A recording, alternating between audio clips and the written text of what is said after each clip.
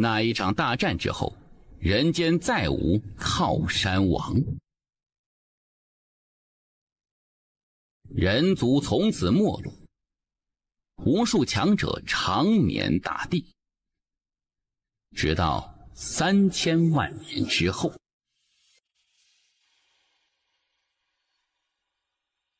我坚决不同意！你想辞去少族长之位，我告诉你，你死了这条心吧！族长，我如今修为全无，实在不适合再做我叶家世子。小家伙，你从12岁起就开始帮助家族争夺灵矿，至今为止，你为家族争得了36座灵矿，36座呀！我叶家先祖当年最巅峰时期才9座灵矿，而你却为我叶家争得了27座。可以说，我叶家能有今日，全靠你呀！你现在虽然修为全无，但是你依旧是我叶家第一功臣。这个时候，我若是罢免你世子之位，这会令叶家子弟寒心的呀。外人会说我叶族卸磨杀驴，说我叶孝狼心狗肺。族长，我现在没了修为，我实在难当大任呐，你就成全我，让我先苟一搏吧。修为的事你别急，慢慢来，我叶家等你，多少时间都等。叶关哥，叶景帝，哎，你已经达到9境巅峰了。是的，不如你做世子。不，叶关哥，你可莫要开玩笑。你与叶冕帝现在都是9境巅峰，要达到先天境应该也不难。你与他完全可以成为世子的。叶关哥，我知道你因为修为突然消失的事情有些颓废。做弟弟的多说一句，人生总有高峰和低谷，顺境是不失自我，逆境是经得起考验。我相信你总有一日会翱翔9天的。至于我做世子这种话，你千万莫要再提了。有心人一传。纳兰姑娘，我是来退婚的你放心，我叶关是一个有自知之明的人，我绝对不会死缠烂打。文书给你，从此我们各自安好。等等，盒子内是一枚混元丹，我不知道你身体究竟出了什么问题，但我希望对你能有帮助。小姐，这枚灵品混元丹是费导师给你修炼用的，在观玄书院内都是非常稀有。如果此丹无用，那我便带你去观玄书院，请我导师为你查看身体。纳兰姑娘，这个加油。小姐，你为何不答应他？他现在修为消失，就是一个普通人，而且据我所知，他即将被观玄书院退学。一旦他被退学，那他将再无任何的价值。那时叶族也一定会将他抛弃。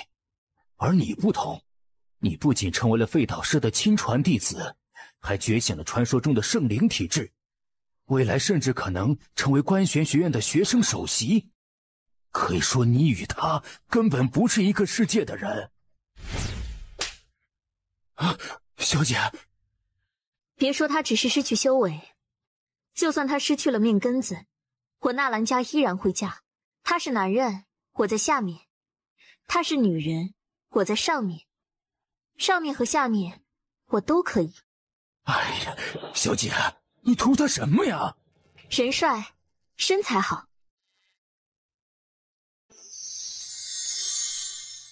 大爷，够了吗？够了。大爷，那我是不是可以恢复修为了？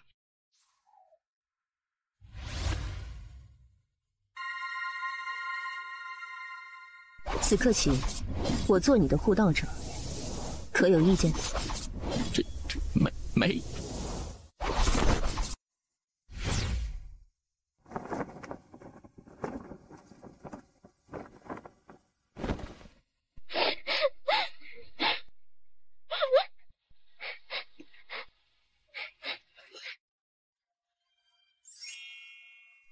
爷，你在我的世界里，这里10年，外界1天。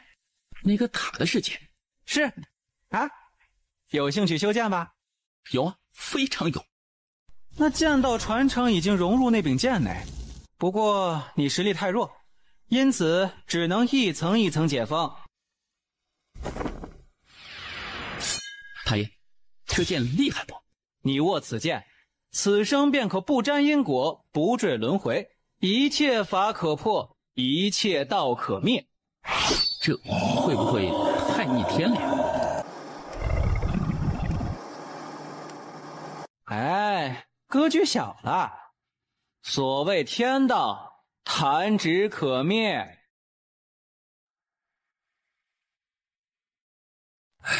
小关，你应该已经猜到我让你来此的目的，对吗？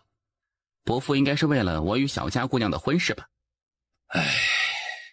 小关，小佳现在被费导师收为亲传弟子，而且还是特殊体质，他拥有着无限未来。你与他在一起，你们双方的差距会越来越大，最终双方都会过得很痛苦。伯父是想让我和小佳解除婚约。我对你说这些，并非是想让你知难而退，而是想让你明白你现在的处境。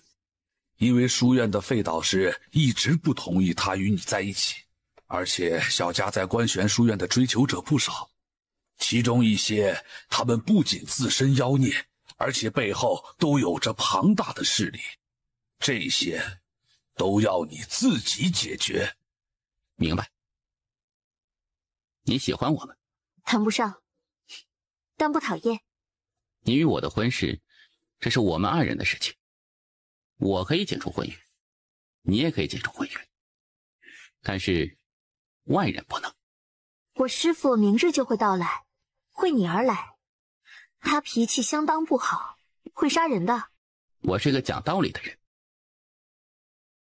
谢谢你的丹药，不管未来你我能不能成为夫妻，此赠丹之情，我夜观铭记此生。伯父，告辞了。此子从容不迫，这份气度当世年轻一代少有。他很自信，男人的自信源自于2点：实力和背景。爹，你觉得他的自信是因为什么呢？我有点喜欢他了，喜欢他的自信，喜欢他的涵养，喜欢他的不虚伪，当然还喜欢他的颜值，长得可真俊俏呢。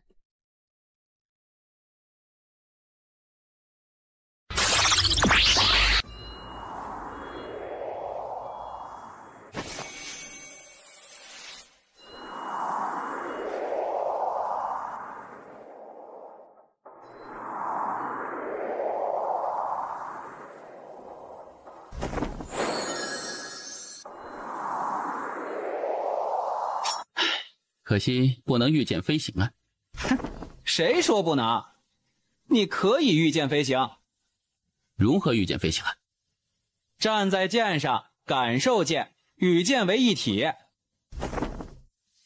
将自己当作是剑的一部分，然后施展御剑之术。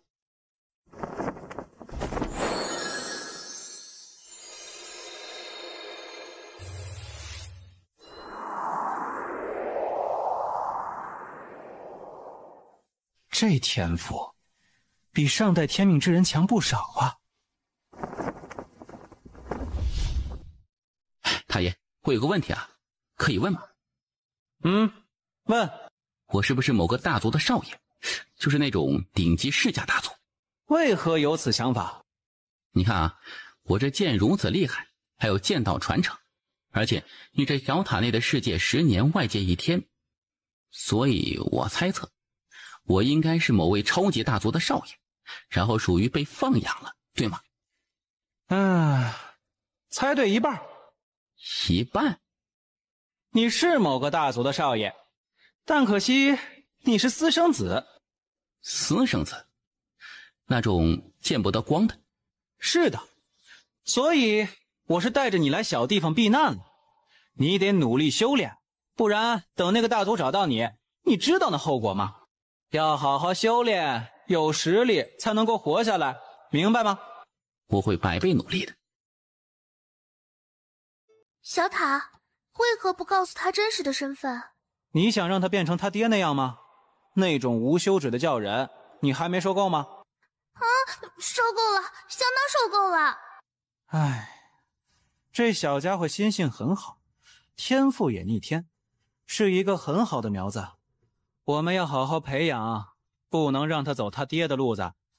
你当初为何不好好培养他爹？我玩不过他爹。小塔，我感觉你成熟了不少。有一天，宇宙崩灭，大道崩塌，曾经亲朋魂归黄土，长眠大地。到了那个时候，你又如何能不成熟呢？而且，这世间再也没有人罩着我小塔了。刚得到消息，南山出现了一座秘境，那秘境内有极其精纯的灵气外泄。据我们探子汇报，其内极有可能有紫金矿。紫金？想去看看？是。我们的意思也是如此，只是你也明白，南山出现这个秘境，它不是一般的秘境，其中必是极为危险的。再者，我们已经得到消息，李族与南族已经派人前往。不仅如此，离我们较近的雍州城应该也已经派人前来。所以，族长放心，我会小心的。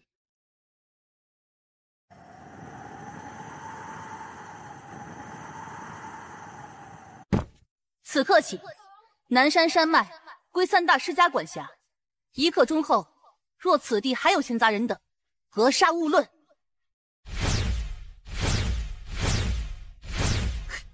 上来。叶关愣了，很意外。还愣着做什么？你难道不想去看看那秘境吗？介绍一下，这位是我的未婚夫叶关。一表人才。她叫南清月，是南家的大小姐。南姑娘，幸会。叶公子是真法境？是的。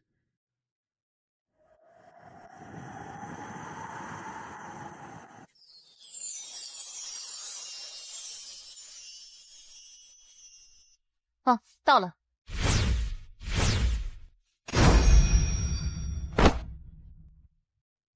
南姑娘来的可不是一般的快。这位姑娘是纳兰家。纳兰姑娘，你便是那拥有传说中3大神体之一圣灵神体的纳兰姑娘。幸会。这位是我的未婚夫叶关。叶关？叶族？可是北边的叶族。我是荒古城的叶族。思清姑娘，到齐了，那便走吧。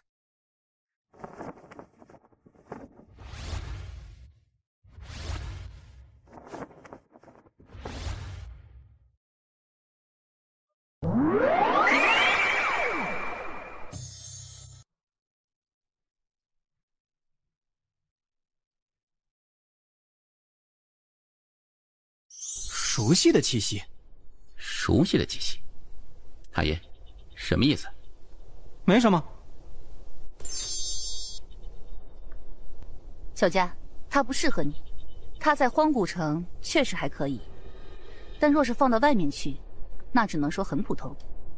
而且他家世太差，一个小小的叶族注定了他此生的平庸，因为叶族不可能给他更好的资源，而这个时代是讲究背景与家世的，没有背景与家世铺路，个人再努力也有限。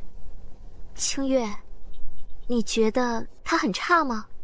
哼，就说这情商，我觉得很差。我若是他，必会放下脸面来与我等结交，而不是故作清高。当然，这也正常。许多人没有能力，但却心比天高，认为自己不比别人差。可他不知道的是，他若是将我们讨好，这对他的未来是有巨大帮助的。但他没有这么选择。他若是真的在见到你的时候就卖力讨好巴结，那才是我看错人了。灵脉，走，下去看看。这是果灵果，使用1颗，至少增加10年修为。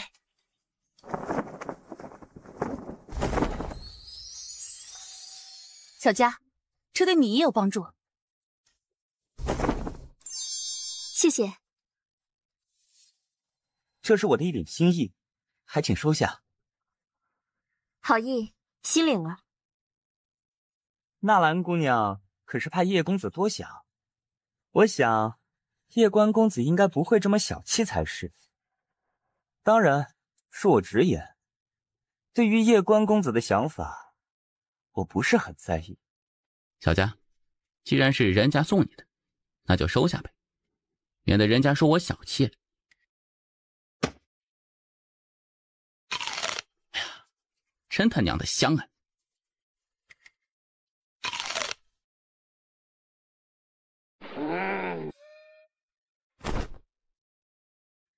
生气呀？哎呀，别生气了，因为你越生气，我就越高兴啊！啊？叶关公子，东西虽好，但得有命享用才行。去你妈的！闻言，叶关表情僵住，这媳妇儿怎么这么生猛啊？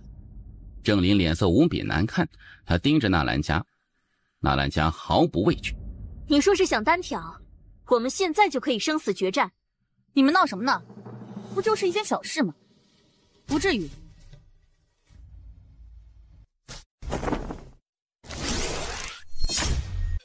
这家伙跟他爹不一样。怎么说啊？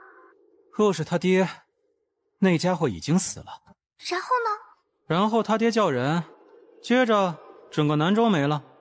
唉，那个套路，我是真的再也不想见到了。小佳，别生气了。我们走吗？来都来了，就继续看看吧。你确定？没事的。好。这时，那司清突然走到叶关和纳兰家身旁，他突然拿出2枚火灵果，叶关两人皆是愣住。结个善缘。司清姑娘，司清却直接转身朝远处走去。收下吧。纳兰家也没有多说什么，收了起来。天，如此大的紫灵晶，此地的这条灵脉必是极品灵脉。我知道你们2个的想法，我与你们想法一样。不过此刻，我们还是应该团结，对吗？是。走。啊，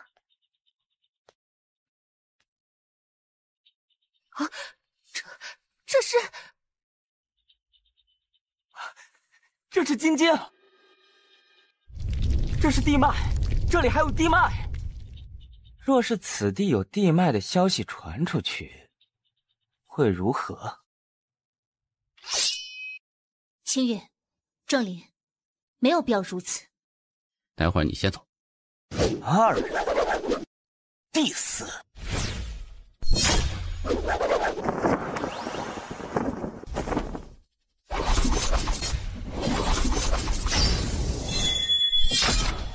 剑修，你是剑修？啊！你竟然是一位剑修！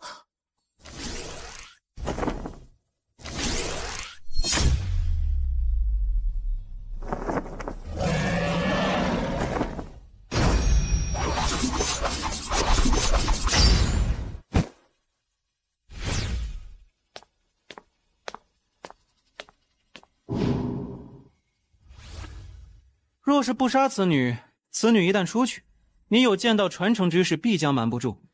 那时不仅你，就连你叶族都有灭族之危，你可要想清楚。紫荆姑娘，你需神魂起誓，我是剑修之士，你得守口如瓶，可好？我以神魂起誓，若是泄露你是剑修之士，我思清不得好死。你知道后果吗？太爷，做人是得狠，但是也得讲良心。你不怕他泄露你剑修身份，从而引来大祸？很怕。那你不杀，可有其他应对之策？若是有大祸，太爷你帮我扛一下，可好？哼，你自己扛，我扛不住。你问，我都回答。是剑修？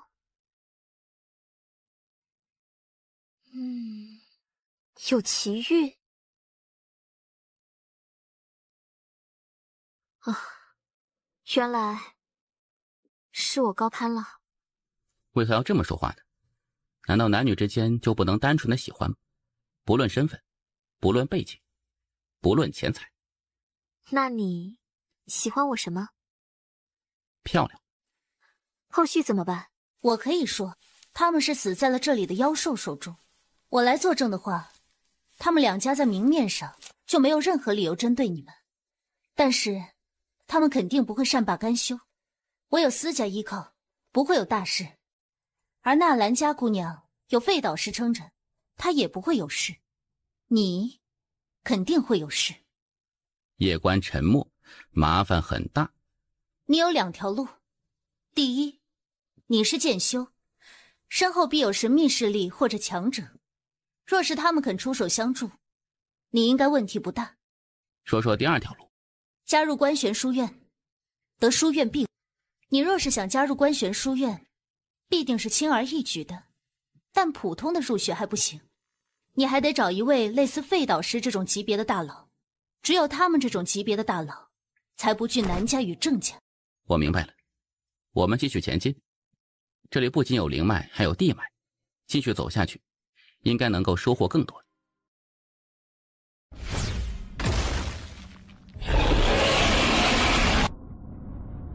你们走后面一点，这个地方太安静，我觉得可能有危险。而就在这时，一道脚步声突然自不远处传来，三人脸色瞬间巨变，神色戒备无比。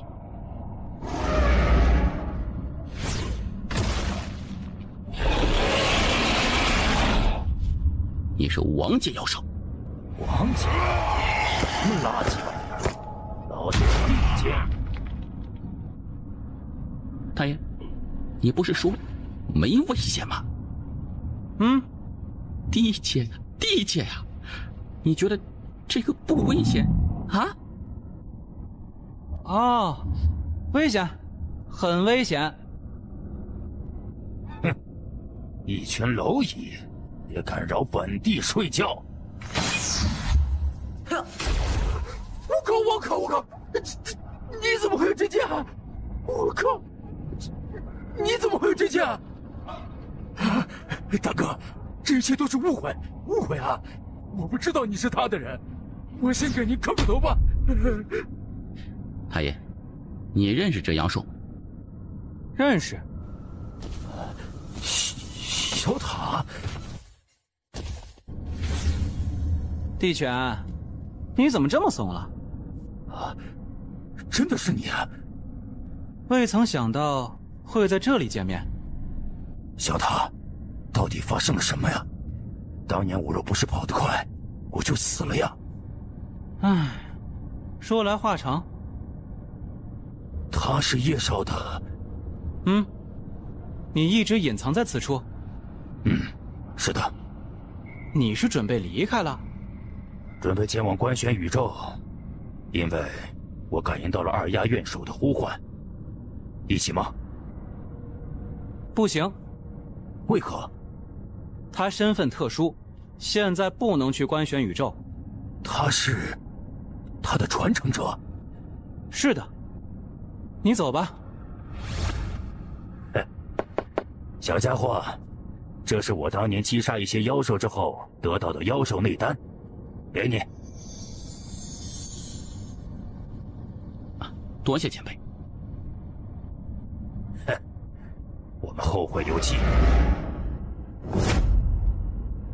出现地阶妖兽，必有无数强者赶来这里，甚至北周与中州的强者也会赶来，你们得小心。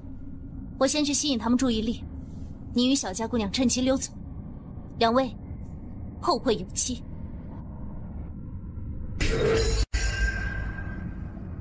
给你。这可是天阶妖兽内丹，你给我？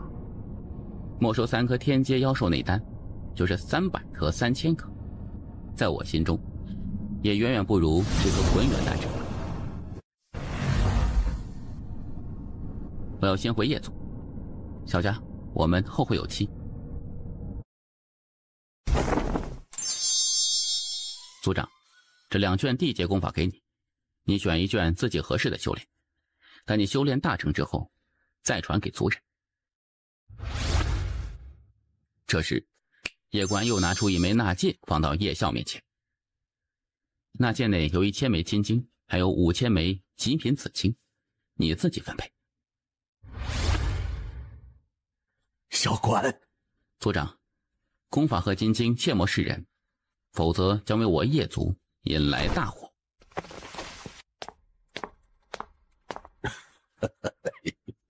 这小家伙，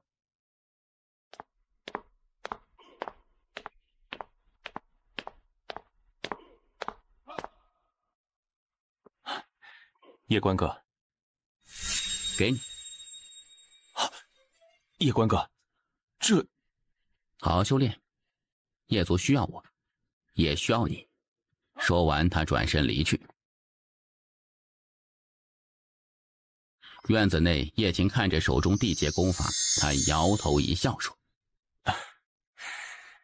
师尊，此子绝非池中物，来日必傲视天地间。我知你也想带领叶族走向巅峰，而他也是如此。既如此，何不与他联手？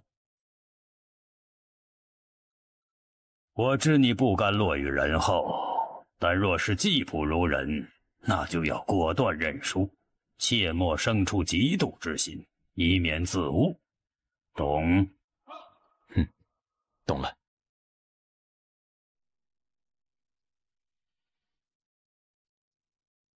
太爷，你有没有什么想对我说的？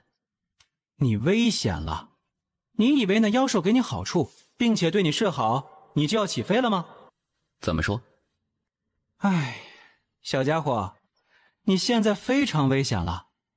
因为那妖兽虽然对你示好，但也意味着你的行踪有可能暴露。若是你的行踪暴露，你知道那后果吗？我娘亲呢？小塔沉默。被迫害了？倒是也没有，你娘亲应该是被囚了。被囚了？总之，你要努力修炼，不然一旦让他们发现你，那就真的完了。所以呢，你必须在他们发现你之前变得强大，比那妖兽还要强大。唯有如此，未来你才能够与他们抗衡。我爹呢？他难道不管吗？你爹是上门女婿，吃软饭的。叶关一脸无语。唉，你现在处境很不好，不光是你叶族处境也非常不好。如果让他们发现，你和叶族都得完蛋。他们的实力是你无法想象的。那地阶妖兽很强了吧？哼！但我告诉你，在他们眼里就是蝼蚁。太爷，我现在可以进塔修炼吗？我还无法为你开启这个世界。我有紫晶和金晶。不行，即使是这紫晶与金晶，对我也没有太大帮助，还不如你留着自己用。紫晶和金晶对你都没有用？是的，我的伤很重，而且丧失了一些功能。被他们打的？是的。哎呀，你好惨啊！你这么玩就不怕出事吗？不然怎么办？告诉他所有真相？你就不怕他变成他爹那样，走一处一个世界毁灭，然后去下一个世界？哎呀，时代变了，那种套路现在不行了。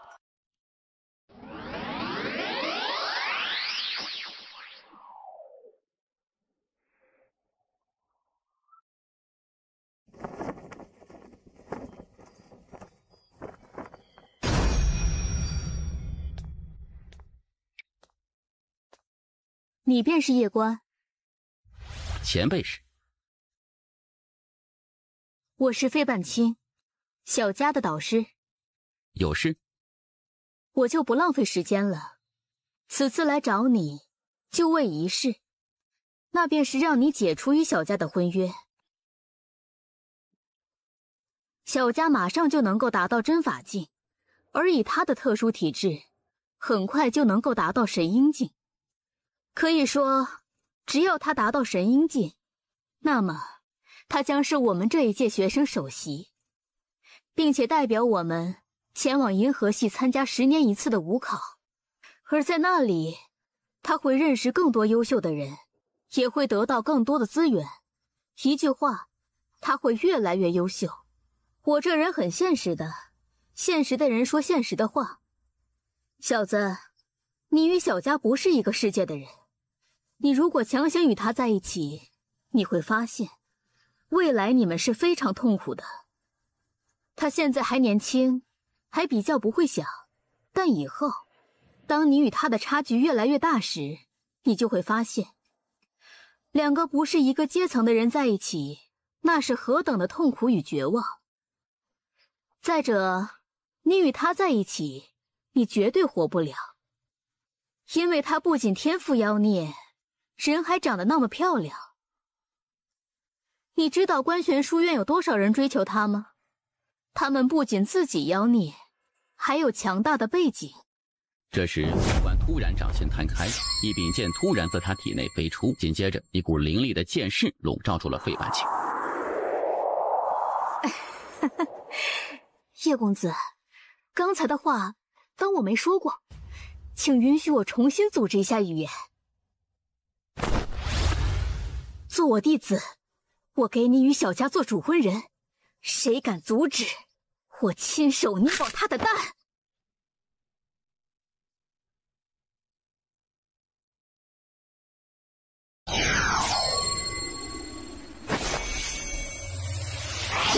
前辈，我可以成为你的弟子，只是我有一个小小的要求，可以吗？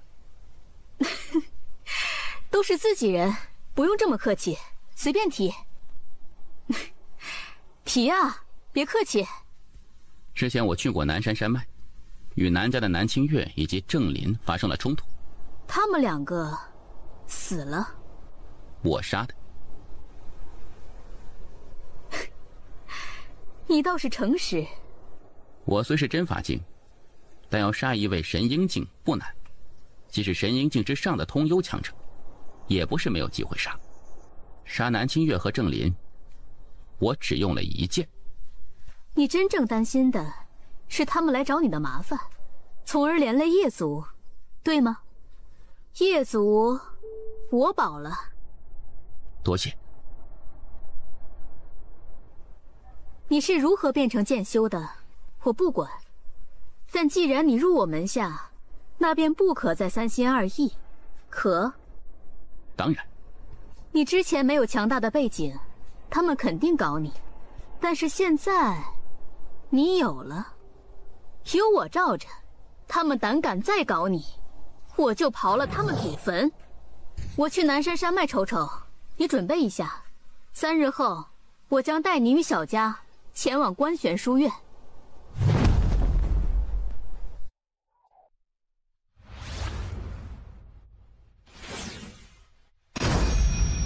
你便是叶关？前辈是。南家？前辈有何指教吗？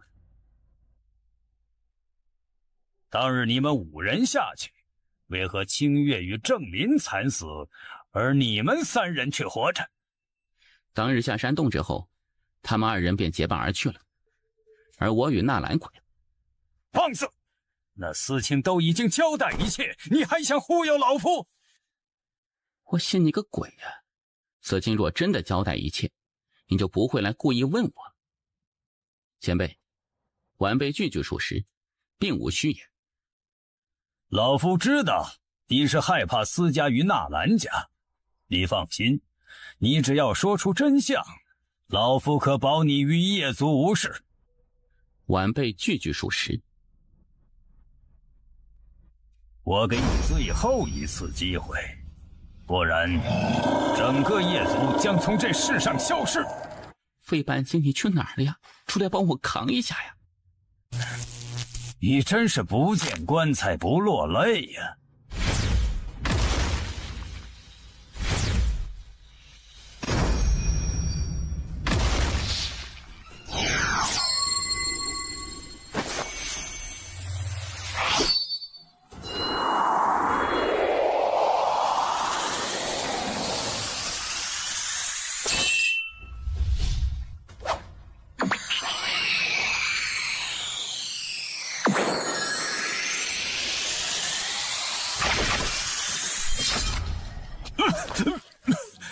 你剑修，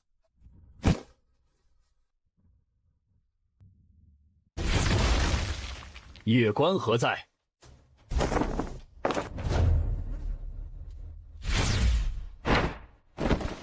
童友，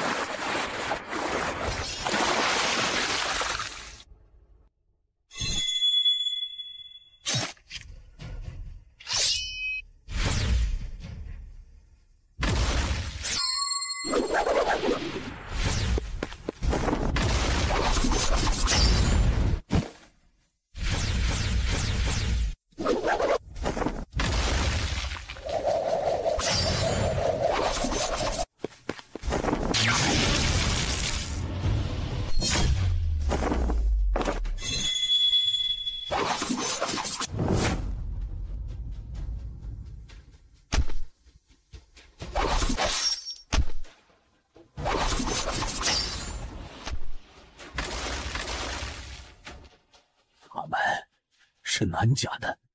族长先疗伤，剩下的交给我。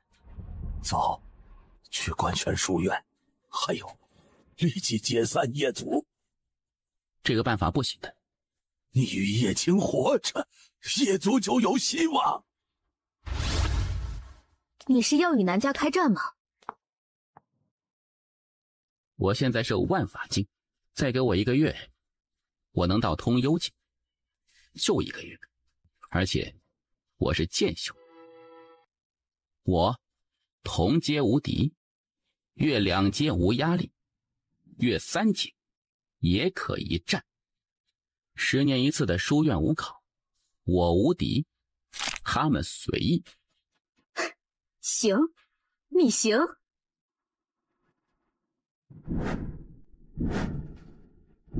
这些人是我杀的，明白？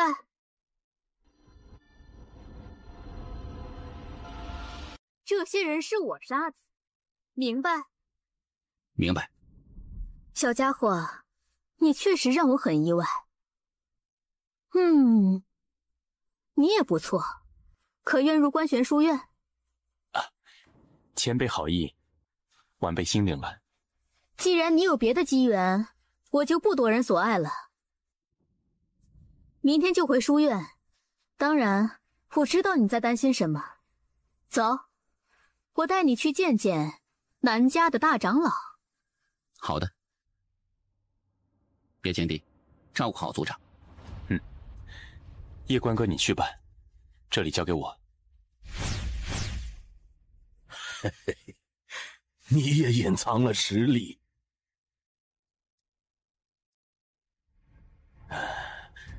一个家族团结最重要。族长，你的意思我懂。叶关哥比我强，我输得心服口服。我若是比他强，我相信他也会心服口服的。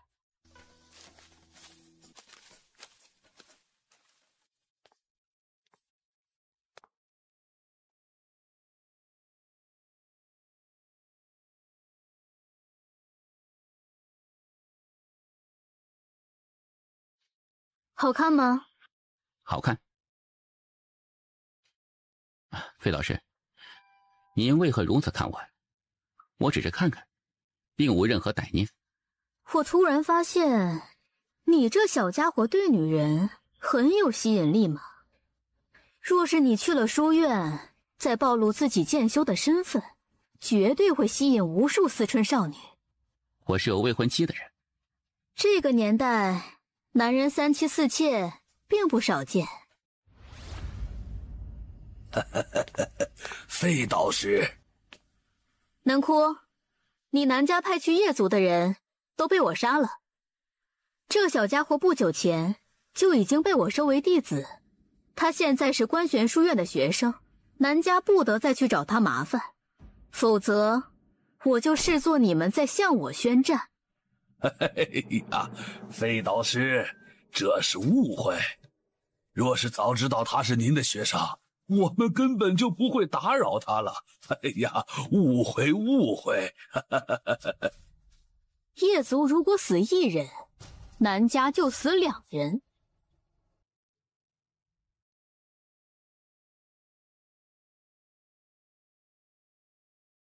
导师，这老头不是个好人呢。你就是好人。他刚才只要敢有半点不满，我就敢直接杀了他。不是说3大世家的实力堪比观玄书院吗？在南州，3大世家的实力确实不容小觑，但是我们南州的观玄书院只是一个小小的下界分院。我们往上还有人，他们呢？他们有根毛都没有。这个世道，单打独斗是没有用的，出来混要有人。明白了。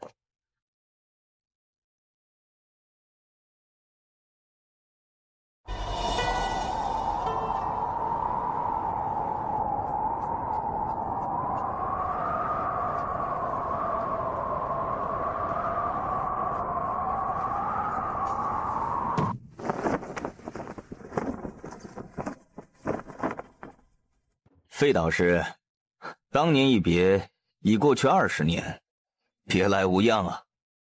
左导师，这么多年过去，你这实力怎么一点长进都没有啊？这是你的学生，气宇轩昂，沉着冷静，大才，让他与我的学生切磋一番。还请阁下赐教。不用了，他不太会打架，会打架的那个在荒古城没来。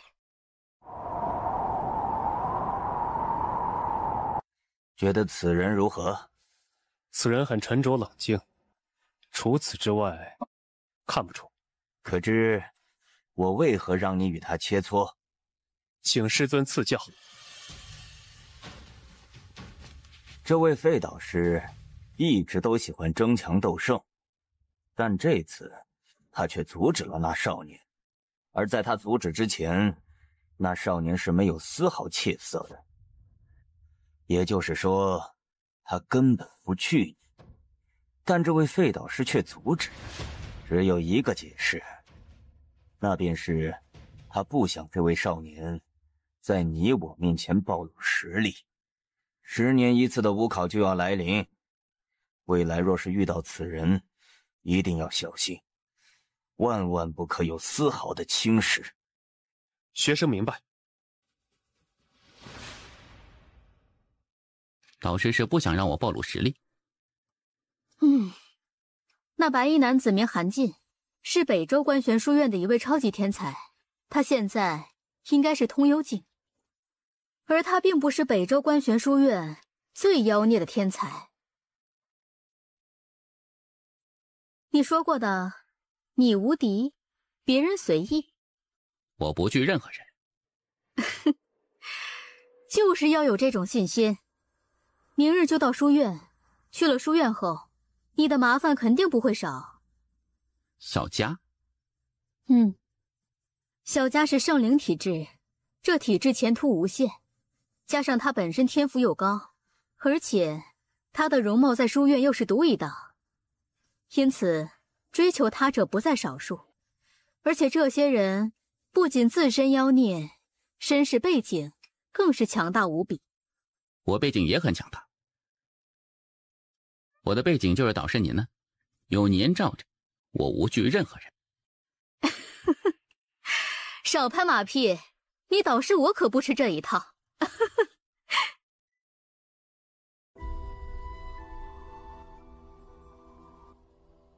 明天就走。好事。族长，你可有想过将世子这位交给南姐？自然是有想过的。那为何？你若是很普通，我自然不能将叶族交到你手里。毕竟，作为族长，关系着族人的生死，不能交到庸人手里。但是，你很优秀，而且品性很好，叶族交到你手里，对叶族未来更好。可我只是叶族的养子，在我心里，你就是叶族人。小家伙，你未来前途无量，叶族对你而言或许只是一个累赘。叶族对我而言不是累赘，这里就是我的家。族长，相信我，未来的叶族必将是这诸天万界第一族。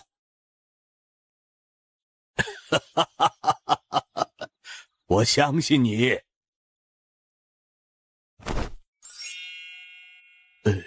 这是？那界内是一些金晶，是留给叶晴帝的。他天赋很好，修炼需要钱，这些对他来说目前应该有一些帮助。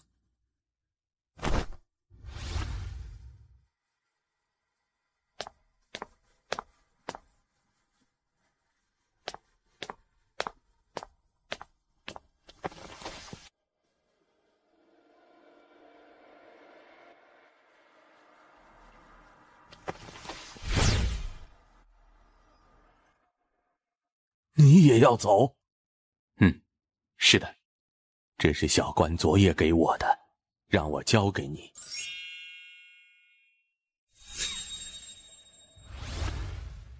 谢族长。叶族永远是你们的家。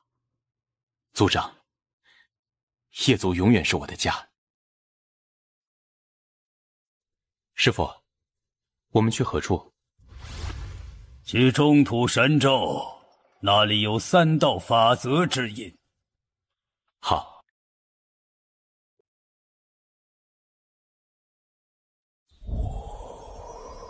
小关，你是剑修的身份，得一直隐瞒。剑道传承事关重大，特别是之前此地出现过一位地阶妖兽。若是你此时暴露剑修身份，外人定会将你与那地阶妖兽串联起来，那时事情会变得很麻烦。我明白，所以到了书院之后，我会尽力低调做人，高调做事。你不找别人麻烦，但是别人可能会来找你麻烦。我是个讲道理的人。若是别人不讲道理呢？我杀人，你善后。我可能给了你一种我无敌的错觉。我得给你提个醒，在书院内，一切都要讲法，也就是官选法。任何人违背此法，都要受到律法院严惩，即使是院长也不例外。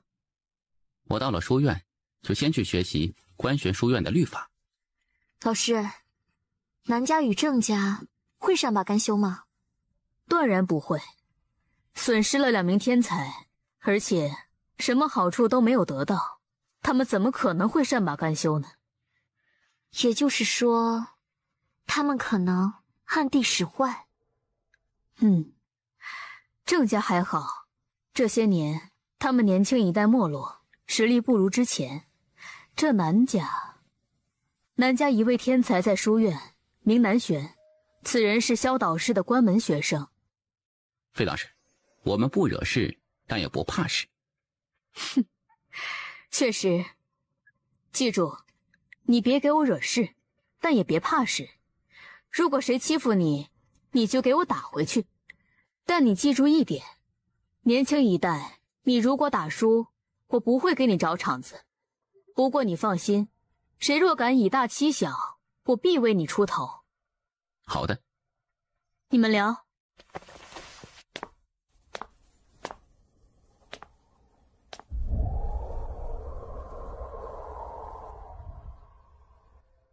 为什么我感觉你这一去会搞事情呢？没有办法，我的未婚妻太美啊。书院内美丽的女子可是很多的。天下美女何其之多啊！但那与我叶关又有何关系呢？若是见一个美女就喜欢一个，那不成种马了吗？我看过一本书，书的作者说，好色是男人的天性，你觉得呢？我可以不回答吗？可以。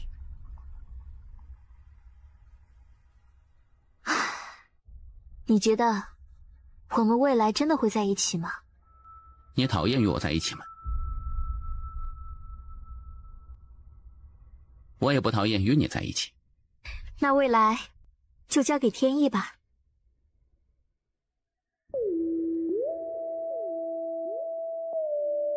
太爷，你知道观玄书院吗？知道。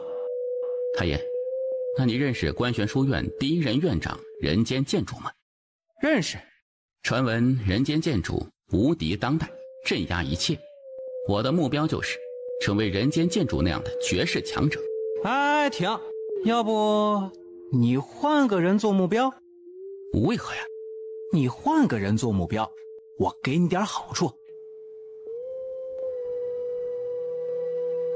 你换个人做目标，我给你点好处。为何呀？换目标，我给你一门强大的剑技。好啊。声音刚落下，一道剑光突然没入叶关的眉间，一道信息突然涌入叶关脑中。一剑定生死，此剑一出，我要你生你便生，要你死你便死。太爷，这门剑技是什么级别的呀？没有级别，能发挥到什么程度，全看你自身。记住，这门剑技讲究的是一种心境，一种无敌的心境，还有气势，无敌的气势。太爷，创造这门剑技的主人一定很厉害吧？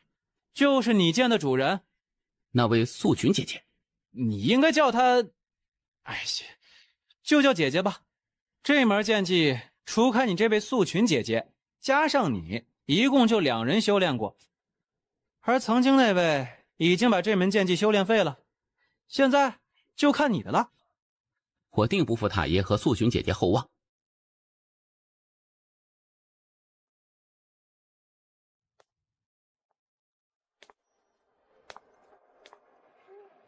修炼了一晚上。是的。老师让我来告诉你，我们要到观玄书院了。期待。到了，这是半青山，也就是我的地盘。我一共只有2名学生，就是你们2个。小子，这座宫殿现在给你居住，里面有一些书籍，你可以先看看，特别是那观玄法，你可以多研究研究。在书院内熟读观玄法，对你没有坏处。好的。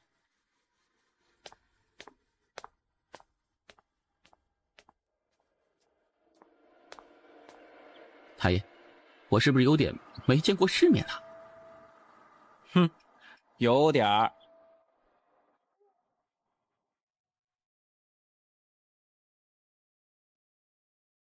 纳兰姑娘，我知道你有众多追求者，但请你给我一个追求你的机会。场中，一群学生顿时起哄，纷纷大喊：“副本，副本，副本！”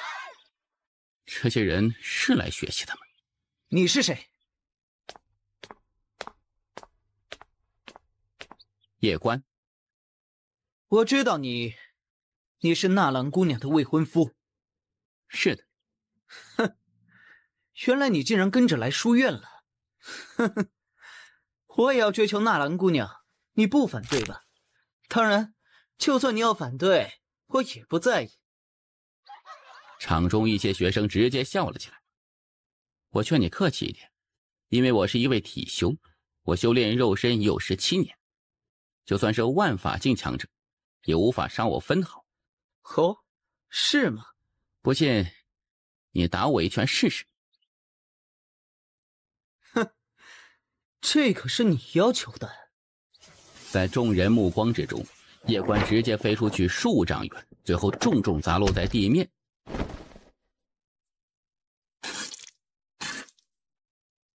所有人愣住了，那慕白更是一脸懵。你玩呢？体修？你这他妈是体修？老子才出3分力呀！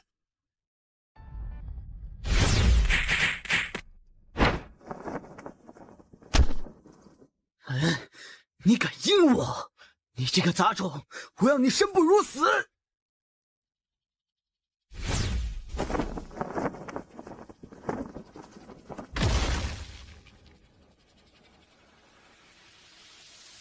场中所有学员呆若木鸡，杀人了呀！官选书院严禁杀人，这可触犯律法，而且还是最严的那种。就在这时，谁给你勇气杀人的？我是正当防卫。正当防卫？他先打了我一拳，我内脏都被打破了，所以我正当防卫。哼，你是要在我面前狡辩吗？我就是正当防卫。放肆！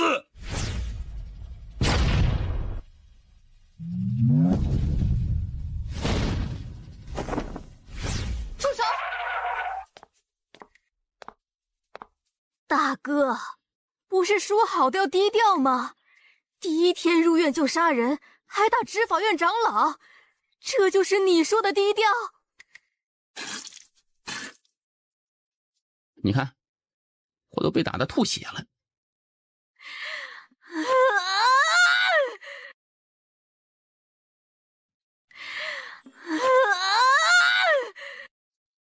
费导师，这是你的学生？是。他杀人，还打执法院长老，你说该如何处置？你是不是正当防卫？是正当防卫，大家都可以作证，是他先打我的。费半清转头看向一旁一名女弟子，是不是慕白先打他的？是，可是邱长老，你也听到了，是慕白先动的手，而这学生是正当防卫。你是要包庇他了？老家伙，我何时说过要包庇他了？难道你耳朵是聋的吗？是慕白先动的手，我这学生是正当防卫，正当防卫。哼，就算他是正当防卫，那也属于防卫过当。按律，他在慕白没有还手之力后，他就不该继续出手。他威胁我，说要我不得好死，所以我就杀了他。我这算是紧急避险。有这条法律吗？我刚加的。哼，神他娘的紧急避险！小子，你是不是以为我没读过官选法？官选法内根本没有这一条，你就是属于故意杀人。我就是正当防卫。小子，你以为这是哪里啊？不能犯浑。这时，一名老者突然自一旁走来。副院首。费导师，前辈，请进一步说话。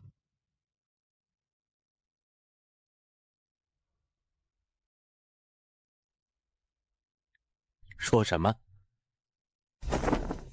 前辈，我确实是正当防卫，他打我一拳，差点把我打死，所以理解理解。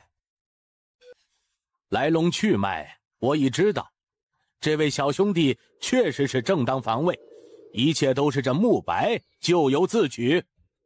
啊，副元首，我与你说过多少次了，任何事情一定要调查清楚，调查清楚后再做定论。老邱，你这莽撞的性格得改呀！你说你贿赂了他多少？1000枚金晶。你真有钱。他罪不至死。那是因为他死了，在导师的心中，他现在是弱者。可如果我没有实力，那么今日我又该如何呢？我并非没有与他讲道理，但换来的是无视还有变本加厉的嘲讽。一开始我也并未想下杀手，但他却有了杀我的心。今日不杀他，明日甚至后日，他就会想方设法来害我。既然如此，我为何不直接斩草除根，以绝后患呢？可你知道吗？追求小家的人不少，难道你都要杀了吗？我今日不杀他，官玄书院的人都将以为我好欺。这个世道就是这样，你越讲道理，别人就越觉得你好欺，然后使劲来欺负你。因为欺软怕硬是人的劣根性。如果继续有人来向小家表白呢？向一个有未婚夫的女子表白，导师，你觉得这种行为对别人是一种尊重吗？这种行为难道不应该受到谴责吗？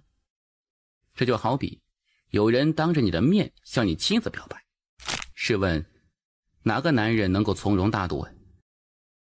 我说过我要低调，但是我没说过要当忍者神龟呀。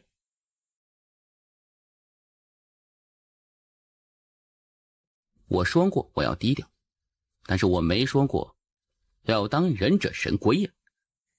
如果继续有人来向小家表白呢？如果再有人来，我就继续杀。你是一个危险的人。导师，为何到了现在，你却觉得一切都是我的错呢？我没有说这是你的错，只是你做事很多时候做得太绝，就像一柄剑，过刚易折，你明白吗？那导师，请你教我。当有人继续当着我的面向小家表白时，我该如何做？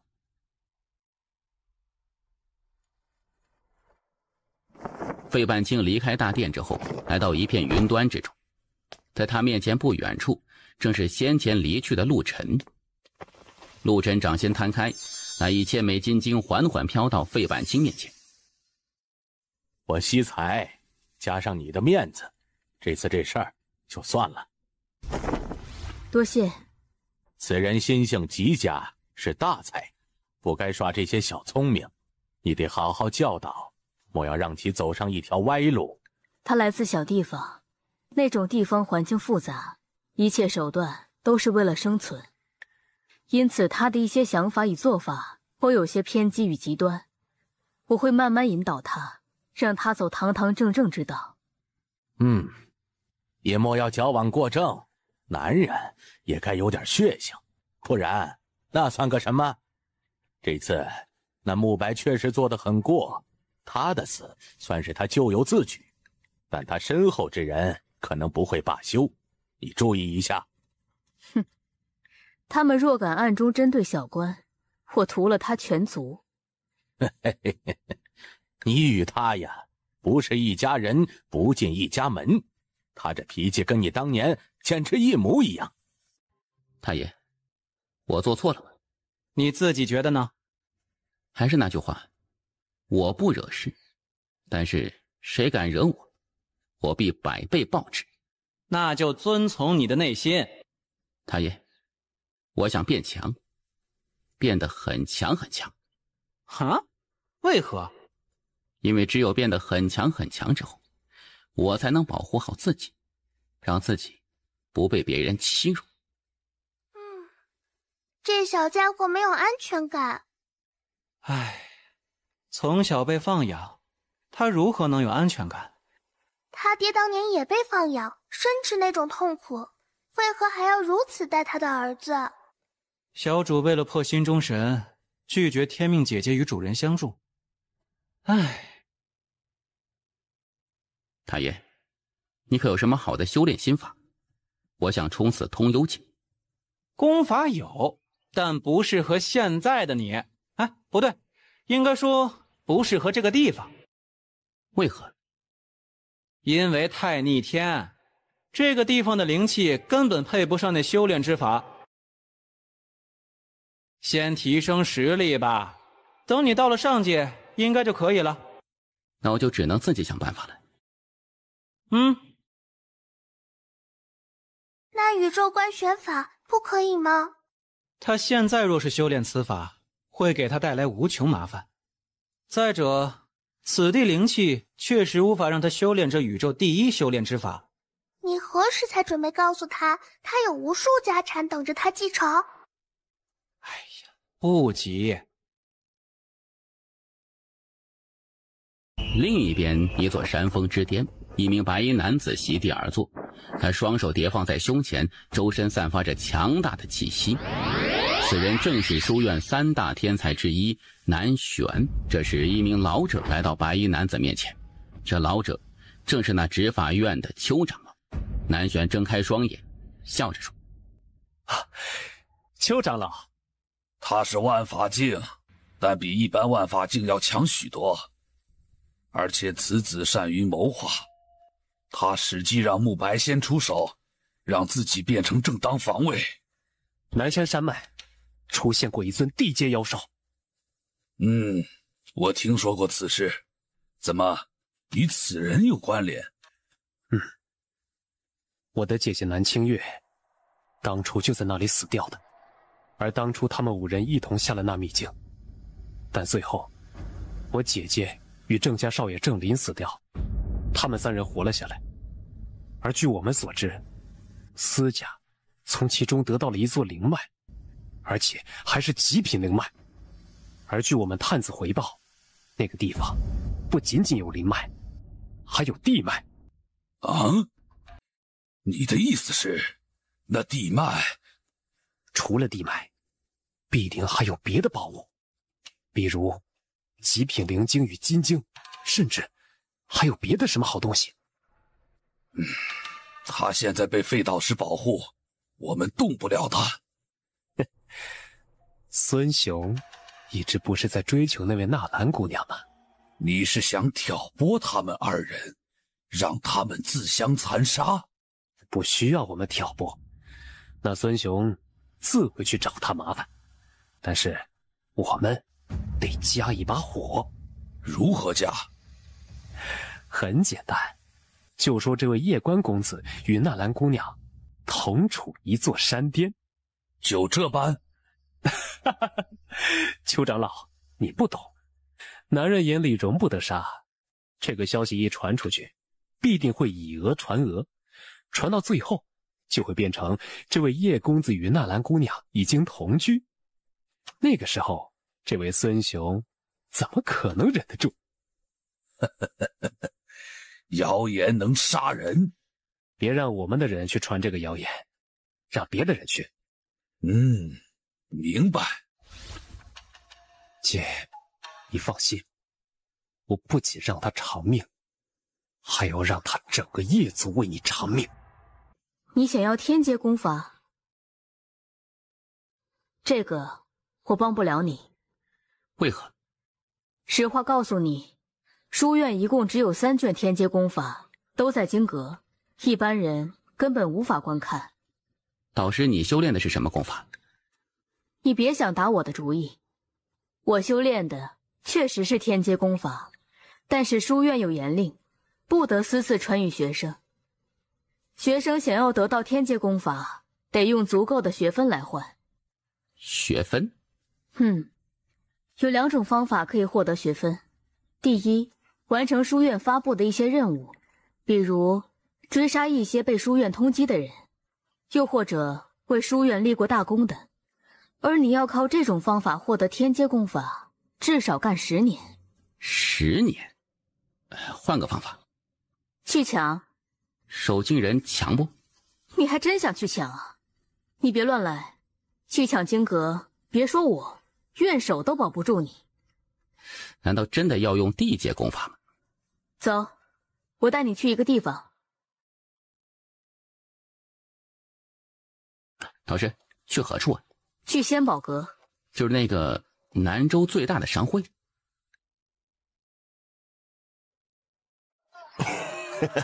费导师，您今日怎么有空来仙宝阁了呀？买卷天阶功法。哦，里边谈。费导师，一卷天阶功法需要至少5万枚金晶，这是我给你的最低价格。拿来。好，稍等。导师，我小钱。真的吗？我好歹是观玄书院导师，随便贪污一点就能赚回来了。前辈，这位是？是我仙宝阁的创始人。他叫什么？秦观。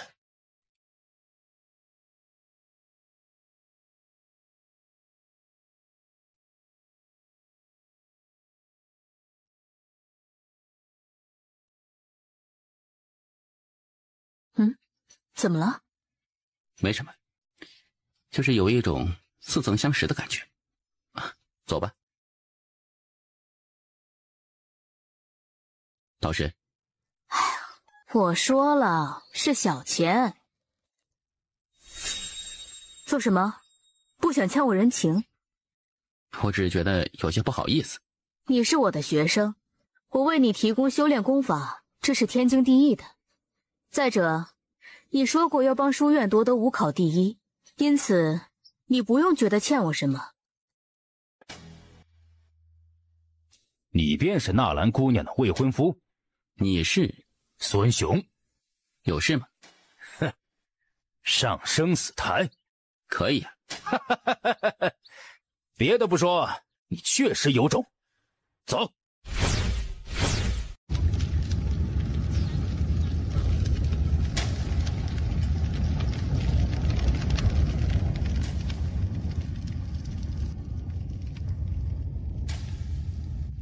有人在暗中挑拨。我知道，不管，年轻一代的争斗，让他们自己争。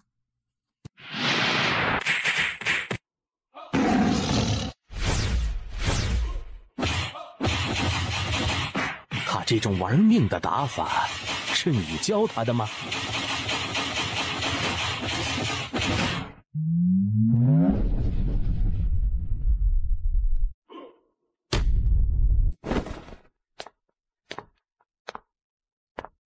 叶官，可否放他一马？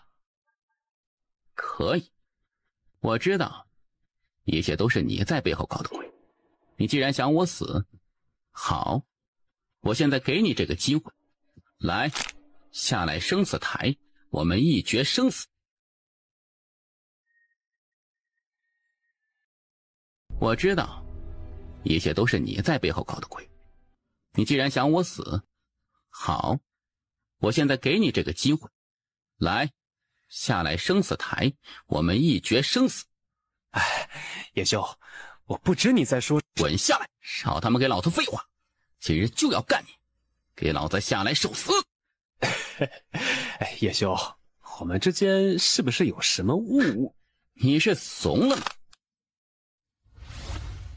你想生死挑战，可以，不过我们不会成人之位。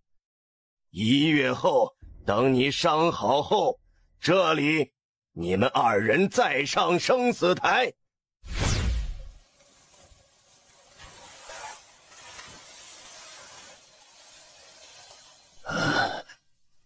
你为何不杀我？那是万丈深渊，你若觉得失败丢人，就跳下去。失败可怕吗？不可怕。你现在该想的是，你为何会败给我，而不是想着屈辱。男子汉大丈夫，能屈能伸，若是连一次失败都受不了，那还算什么男人？记住，你欠我一个人情，还有，别光修炼实力，多修点脑子，免得被别人当枪使。这小家伙不简单呢。哼，他不杀孙雄，倒是我未曾想到的。孙雄比较傻，是单纯。南玄又太过喜欢谋划，小佳性子太过随和，他们3人几乎都可以无缘学生首席了。那位呢？这小家伙有勇有谋，品性也还可以，但是实力相比那位……你以为他就这样？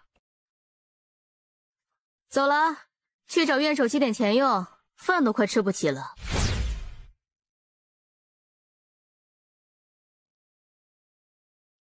躺下。不是，导师，别用枪！你在想什么鬼东西？不是双袖吗？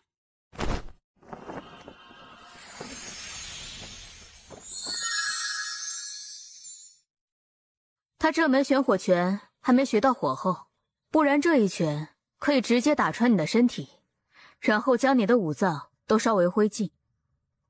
为什么用那种不要命的打法？2个原因：第一，最简单直接；第二，他一开始对我轻视，因此这个时候用这种方法必能成功。我伤，他死。本想杀了那南玄的，可惜了。有的是机会。书院不禁止内斗吗？若是禁止内斗，就等于是在自废武功。当然，这个内斗要有分寸，如果太过分，我们自然会阻止。这一次，他用计让孙雄来找你，他做得很干净，没有任何把柄，只能怪那孙雄头脑太简单了。明白了。好好疗伤，然后修炼，脑子不要乱想那些乱七八糟的东西。我是你导师，懂？太爷，你觉得我天赋如何？不好，在遥远的地方，有人10岁就达到了传说中的地境，就相当于上百个地阶妖兽了。看来我是坐井观天了。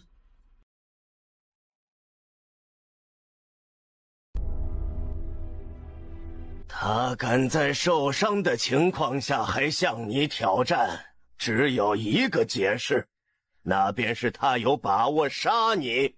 我也有把握杀他。你能够在如此短的时间内击败孙雄吗？南山山脉的事情我也听说了，你想报仇无可厚非，只是太心急了些。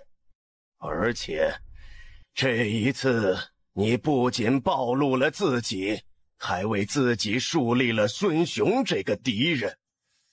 哎，带你去一个地方修炼。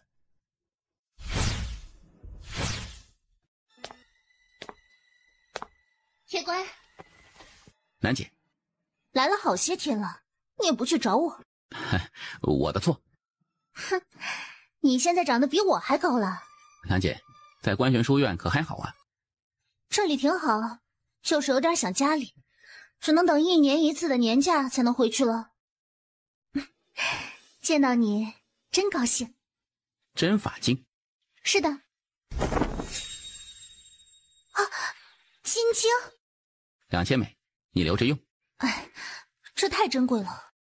南姐，你我何时这般生分了呀？好嘛。未曾想到你竟然成为了废导师的学生，而且还有一座单独的宫殿，真让人羡慕啊。你若喜欢也可以来这里住。不能坏了规矩。哎，你与纳兰家发展到什么程度了？有没有同居啊？我们是纯洁的。什么纯洁不纯洁？你小子可得大胆一点儿。我告诉你，女孩子在面对喜欢的男孩子时，她是希望男孩子可以色一点点的，知道吗？我走了。南姐，你要小心一点。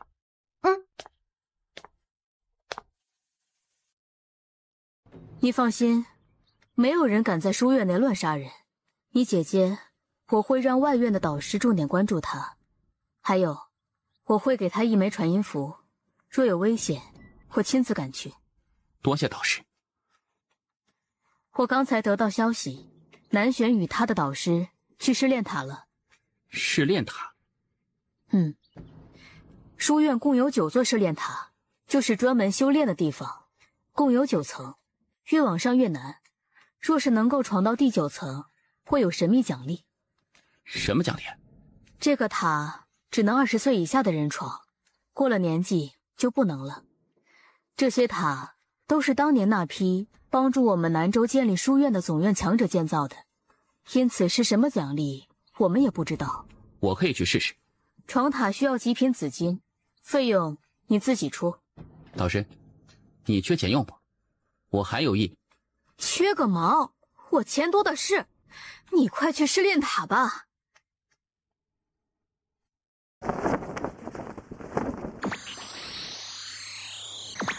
叶关来到试炼塔前，在门口站着一名老者。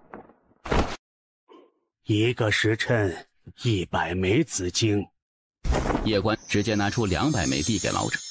2个时辰后记得出来。前辈，2个时辰内我可以去任意一层吗？是，前提是你有那个实力。明白了。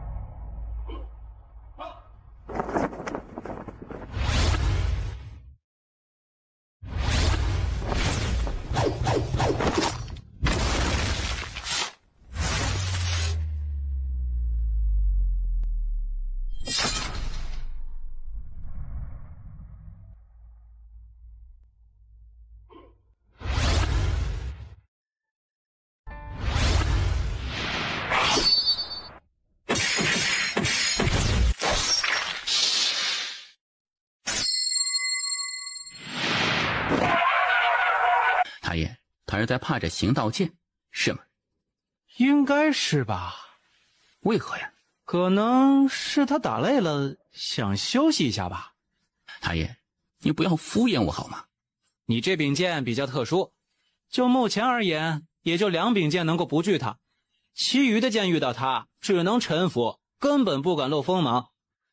照大爷你的意思，我以后若是遇到剑修，岂不是无敌吗？我只能说，你或许打不过剑的主人，但是你的剑一定能打得过他的剑。哎，大爷，这位素君姐姐曾经是一位大剑仙吗？是大剑仙。大爷，素君姐姐能一剑斩碎一座山峰不？很高的那种。她若是用尽全力的话，应该是能的。我得低调，素君姐姐厉害，又不是我厉害，我得继续努力，争取有朝一日也能够成为剑仙。我们重新的。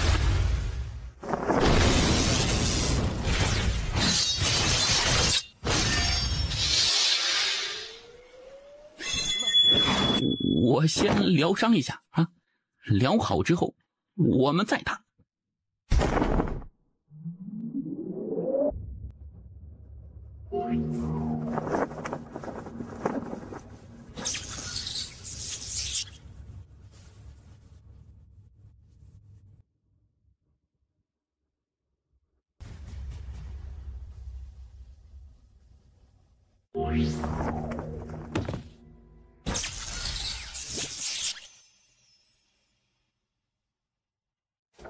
在下叶关，兄台是。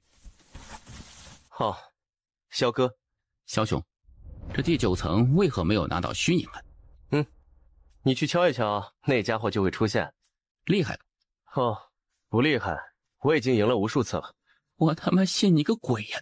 叶兄不去试试？好。看着叶关走向光门，萧哥嘴角微微掀起，笑得有一点不怀好意。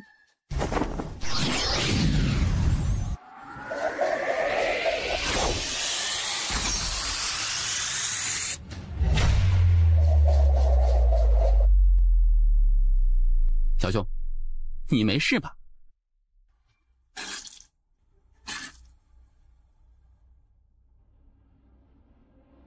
妈的，太强了！小兄，那光门内是谁啊？不知道。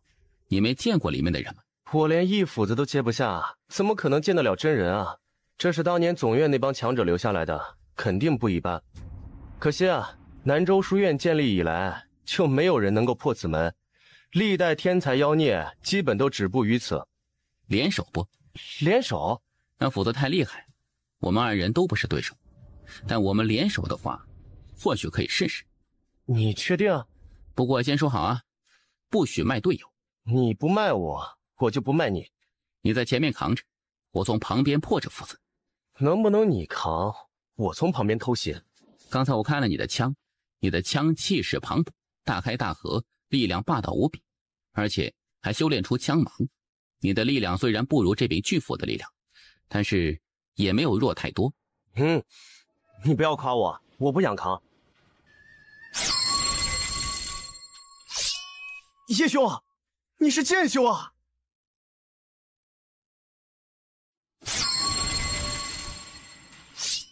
叶兄，你是剑修啊！你力量很强，适合正面刚。我是剑修，我速度很快，适合侧面偷袭。小哥沉默片刻之后，一咬牙，拼了！你去敲门，我先疗伤。说完，他拿出一颗拇指大小的丹药吞下。很快，他的伤竟然以一个肉眼可见速度恢复。小兄，你这丹药有没有多的？也不是很多。能不能借我2颗？待会儿可能要拼命，有这丹药，胜算大一些。好吗？多谢。叶兄，我去敲门，你准备好。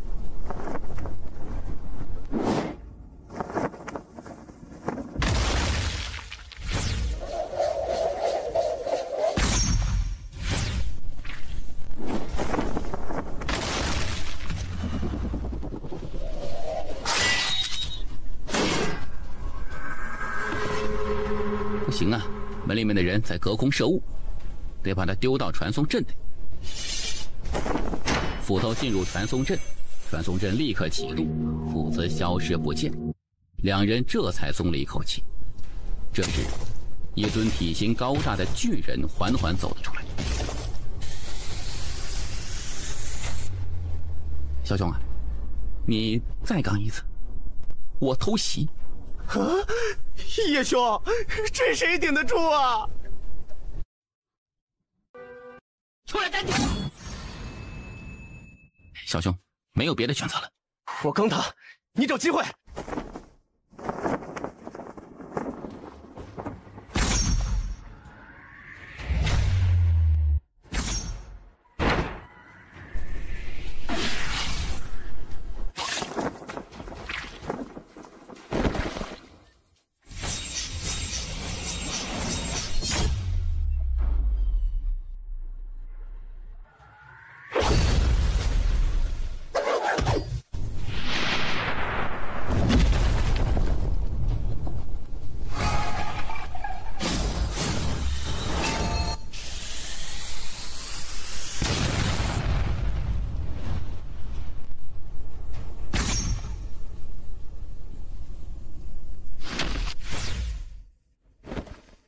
小兄，还好不？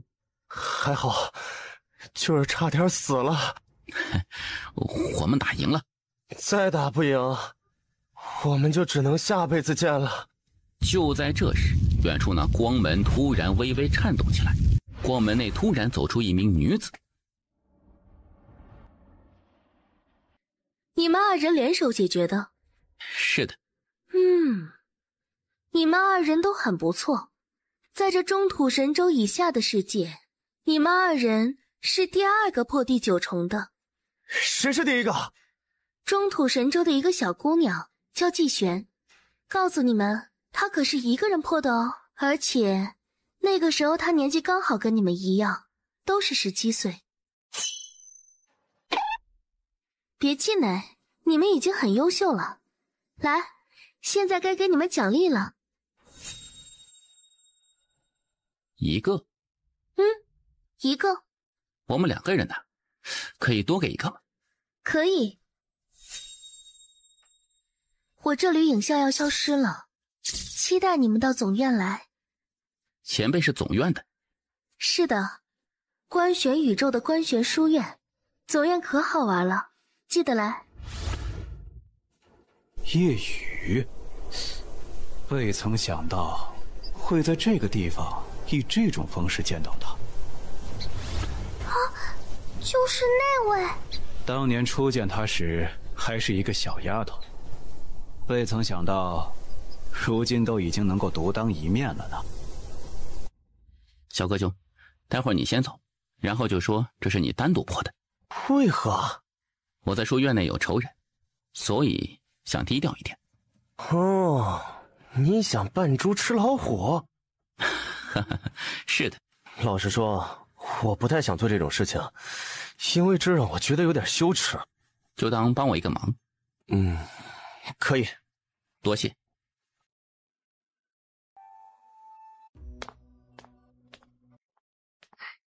有事？你已经达到神魄境了。是的，我体质很特殊。师父说，我前期修炼没有任何障碍。仙阶功法？是的，你看完之后给我。你怎会有这种级别的功法？叶关有些犹豫。你曾答应过我，不对我隐瞒。叶关微微点头，然后只能将之在试炼塔发生的事情说了出来。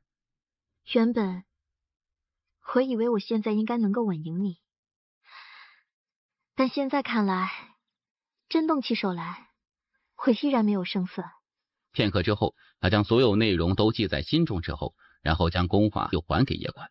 你与那南玄还有半月就要上生死台。是的。到时我去给你助威。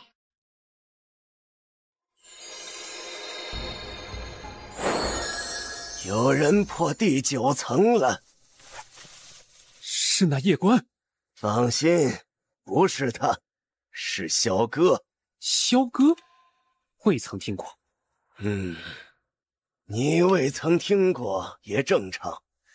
他是院首亲自培养的天才，之前只有我们少数的几人知道。这么说，他就是学生首席？是的，几乎是内定了。不仅如此，他还有可能是下任书院的院首。你现在的当务之急是做2件事：第一，在1月之期到时通过试炼，若是能够通过这层试炼，你至少有80%机会杀掉那叶关。其二，你可以与那萧哥结交，你若能够成为他的朋友，对你有很大的帮助，因为他的家世背景比较特殊，据说与上界有关。上界？不是我们南州的？不是南州的。至于到底是何身份，我也不知。总之，你与他打好关系，好处很多。如果你能够让他与那叶关发生矛盾的话，那就更好了。如此一来，不仅可以打压叶关，还能够打压他的师傅。我听说叶关有个姐姐在书院。不行，据我所知，那叶南已经被费半清重点照顾，你别动歪脑筋。最多5日，我便能够通过这里。到时，我会与那萧哥打好关系。可以，你好好修炼吧。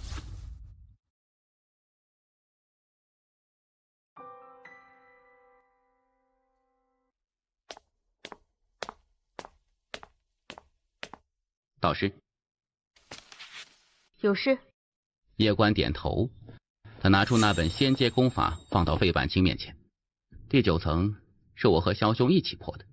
这本仙阶功法是你们的奖励？是的，一人一本。你把它给我？是的。你之所以把它给我，是因为我当初给你买了天阶功法，所以你想报恩？我知道你不想欠我人情。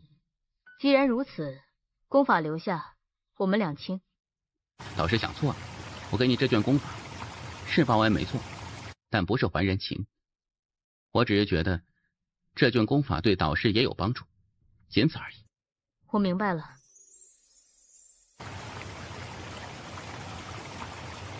那门武技修炼的如何了？已修炼成功。那叶关这段时间在做什么？他每日除了去试炼塔修炼，就是在藏书阁看书。他在第几层？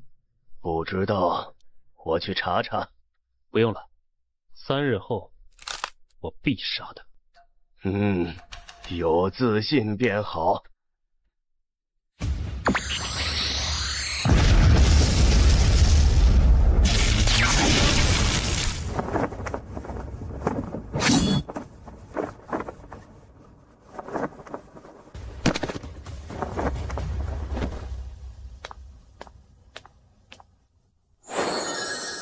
叶兄，你刚干掉了那个大家伙了？是的。厉害啊！你也是来挑战那巨人的？是的，之前一战让我有许多收获，因此我想来与他再单挑一次。小兄，你来吧。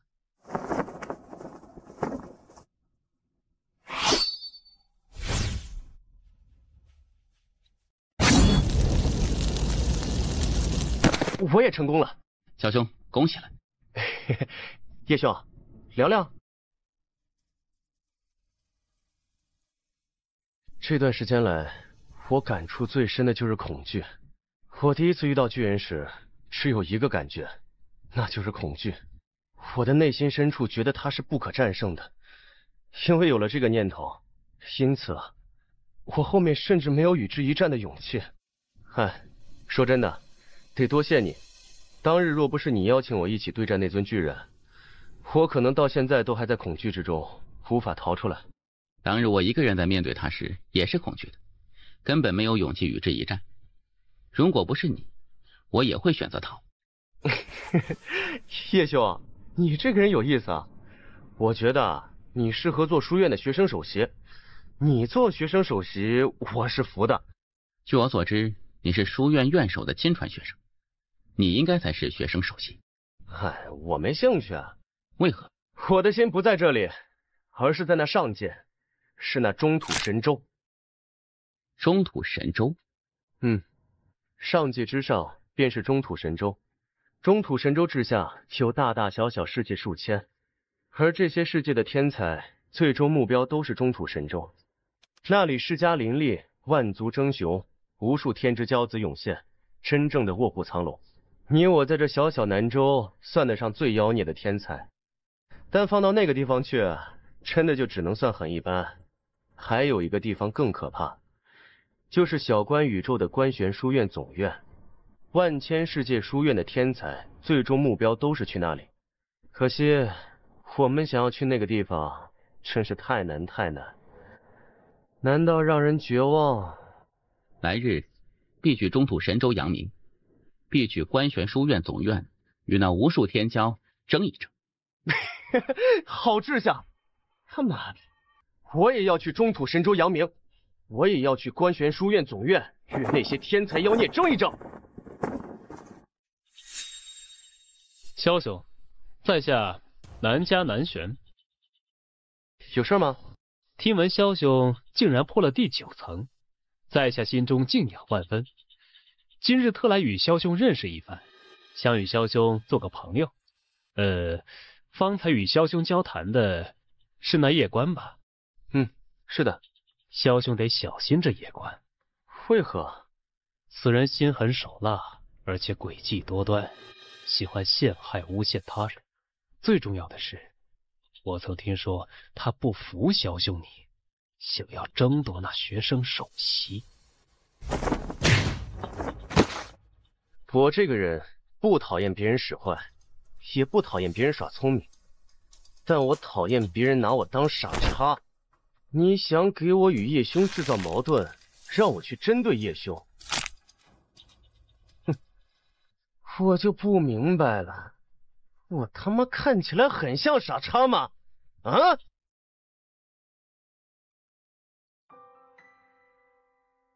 明日的生死台可有信心？当然。不要轻敌。我明白。这次事情完结后，我们就得准备前往上界了。上界？10年一次的武考就在3月后举行，我们得提前去上界。导师，要如何才能够去观玄书院总院呢？太难，太难。怎么说？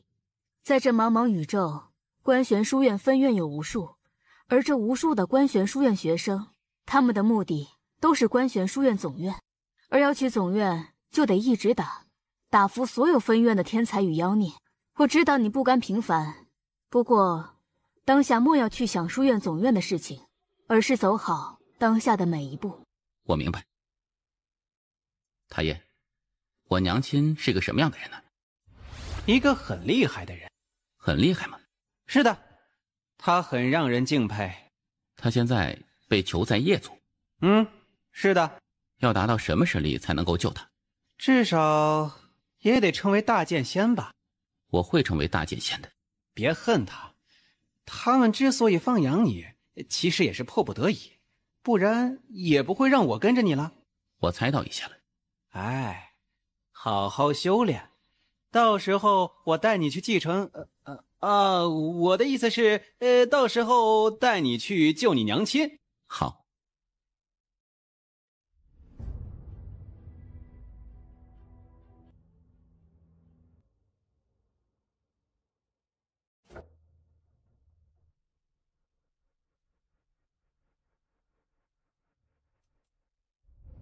现在你们谁若是想退出，还来得及。哼，此时若退出，岂不是成为书院有史以来最大的笑话？元首，开始吧。既然如此，那么此刻起，你们2人决战，生死由天。哼，叶关，来年的今日，便是你的剑。剑来！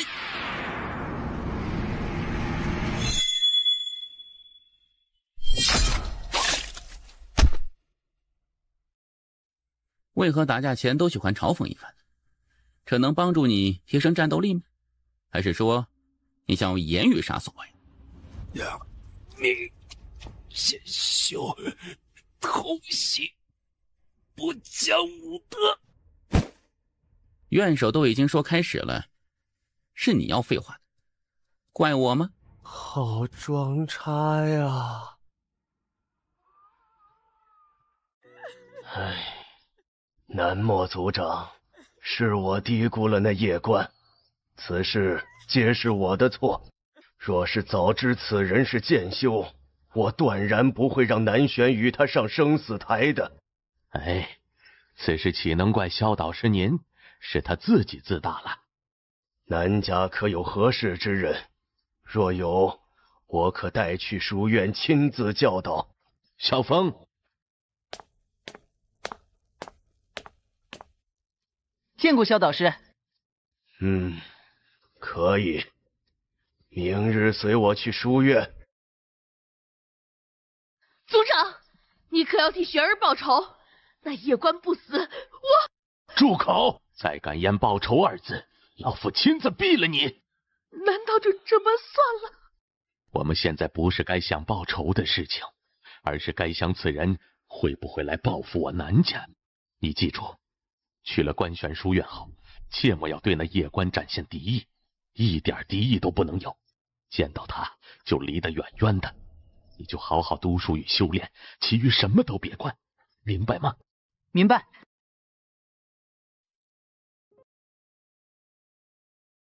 恭喜了。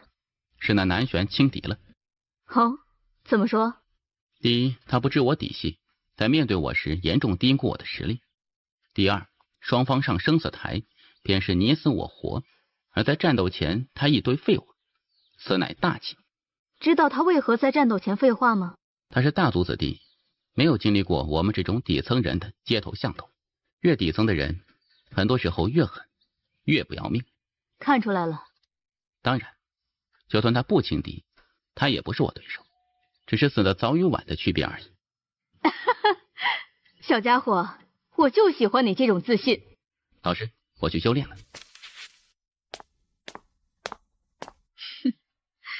小家的眼光真好。恭喜你了，前辈。你是有史以来最快解决这巨人的人。最快？类似这种试炼塔，在上界与下界共有98000个，而你是有史以来20岁以下最快解决巨人的人。我其实可以更快的。已经很快了。前辈，有奖励吗？有。不是，就不能给点实际的吗？我告诉你，这枚徽章比你的那本天阶功法还要稀有。怎么说？这枚徽章有一个非常非常大的作用，就是你持有这枚徽章，可以加入除总院以外的任何官学书院。我知道有一个地方叫中土神州，那里掌管着数千世界，那里肯定也有官选书院。这枚徽章能够加入那里的官选书院吗？当然可以。他们若是不认呢？给他们10000个胆子，他们也不敢。为何？我是所有分院的总负责人，所有分院都归我管。这徽章制度就是我发明的，凡是能够得到这种徽章的，那必定是非常妖孽之人。这种人，我官玄书院任何分院不得拒绝。我说万一，如果他们拒绝呢？没有万一。我明白了。加油，期待你来总院的那一天。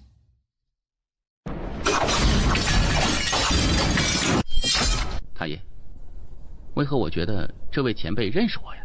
肯定是你的错觉。错觉？肯定啊，人家可是所有分院总负责人，那在官玄书院可是一个实权人物，怎么可能认识你一个穷乡僻壤的穷小子呢？也是。你现在可以修炼第2重剑意了。剑意？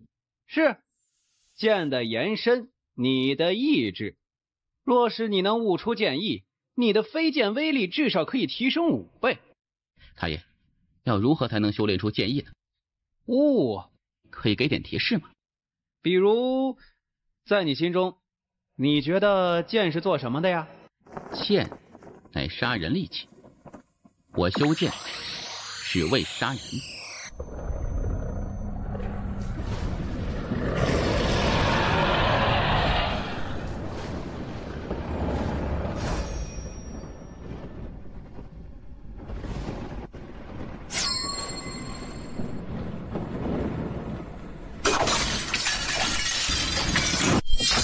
妈的，他是在开挂。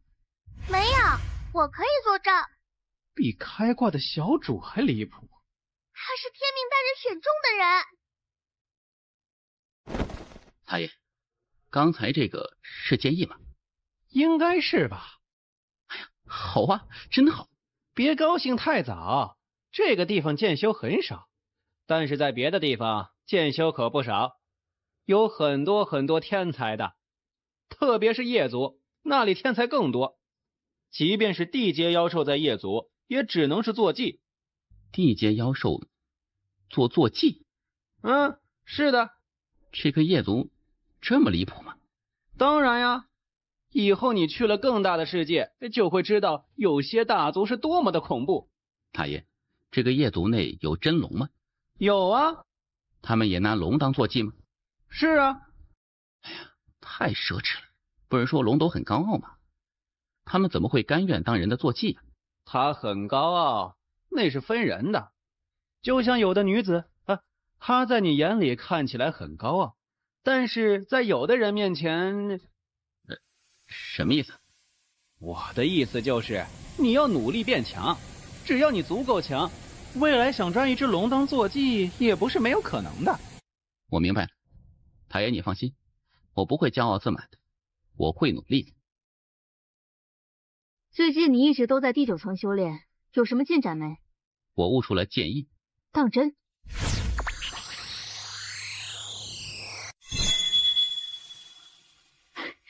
好，极好。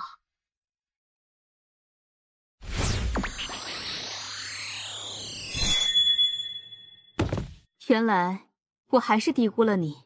我也没有想到这么快就能够领悟了剑意，不过还好，这对我而言只是一个开始，我会继续努力的。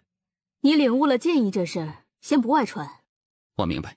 我告诉你，小佳其实也很厉害，他到时会给你一个大大的惊喜。导师，圣灵体质到底是一种什么体质？我只能与你说，这个体质修行在前期不会遇到任何障碍，突破就跟吃饭那么简单。小佳这个体质确实很逆天的。我们书院能够给他的资源有限，不然他的成就远远不止现在这般。这次去上界也是他的一个机会，上界书院肯定会疯狂抢他的。书院愿意让自己的学生离开吗？愿意的，不管是你还是小佳，亦或者那萧哥，你们去了上界后，最后你们都会去更好的地方。对此，书院都是赞成的，因为我们根本无法给你们更多的资源，留你们在这里只会害了你们，而让你们离去，对书院也是有好处的，因为你们离去后有了更好的发展，未来你们就可以帮助到书院，书院的格局还是很大的。明白。可以答应我一件事吗？导师请说。去了上界后，你们一旦大放光彩，必有无数势力向你们抛出橄榄枝。你可以加入任何一个势力，但不能加入玄天宗。为何呀？别问为什么，反正不能。好。这一次我们应该不会在垫底了。他们三人都很强。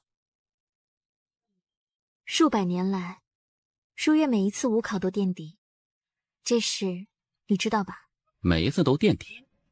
是的，如果这一次再垫底，我们南州官选书院以后就将得不到参加武考的机会，这对书院而言，无疑是一个毁灭性的打击。因为一旦没了上界书院的支持与庇佑，我们下界书院就会慢慢衰落，最后甚至官院。这一次我们担子很重。我会尽我全力。了解上界吗？了解的不多。上界分为南北两界，而这两界共有360个州，而这360个州都有官选书院。也就是说，我们要与360个州的天才争夺前10。前10？是的，争得前10，我们才能够为书院争取到最大的利益。若是第一呢？上一届武考第一的书院获得了2条天阶灵脉，10条地阶灵脉，50条极品灵脉，仙阶功法10卷，天阶功法30卷，每年还将获得100万枚金晶。如果你得第一，书院肯定会给你立一个雕像。不仅如此，业族也会被书院疯狂照顾。那就争一争。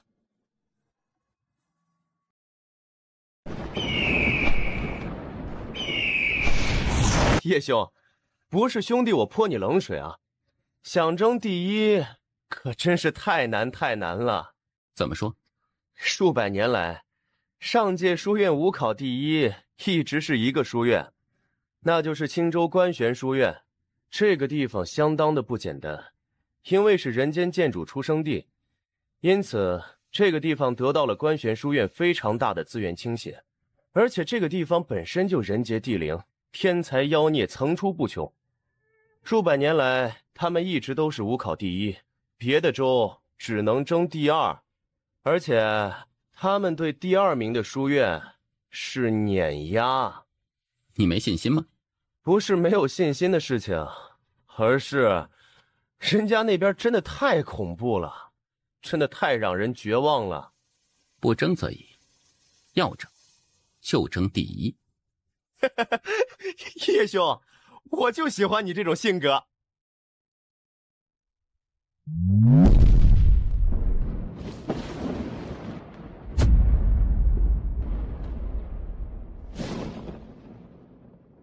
应该是有绝世强者在很远的地方大战，不知是什么级别的强者。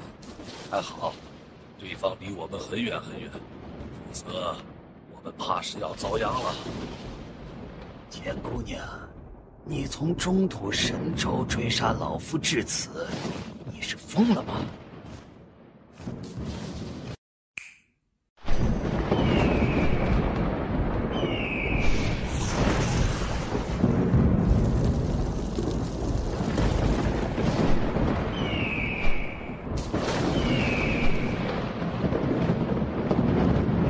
这位前辈，我等乃南州官玄书院。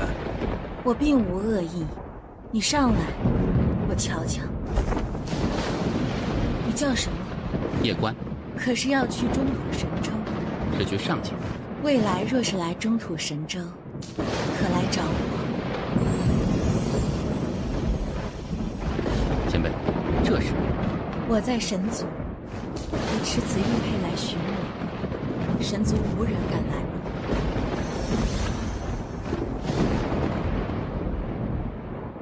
前辈，你认识我？我们现在不就认识了吗？小家伙，期待你来中土神州。谭爷，他好像认识我。错觉，人家那么厉害，怎么可能认识你？或许人家只是一时兴起呢。确实，对方那么强大，没有道理认识自己。难道他认识我的父母？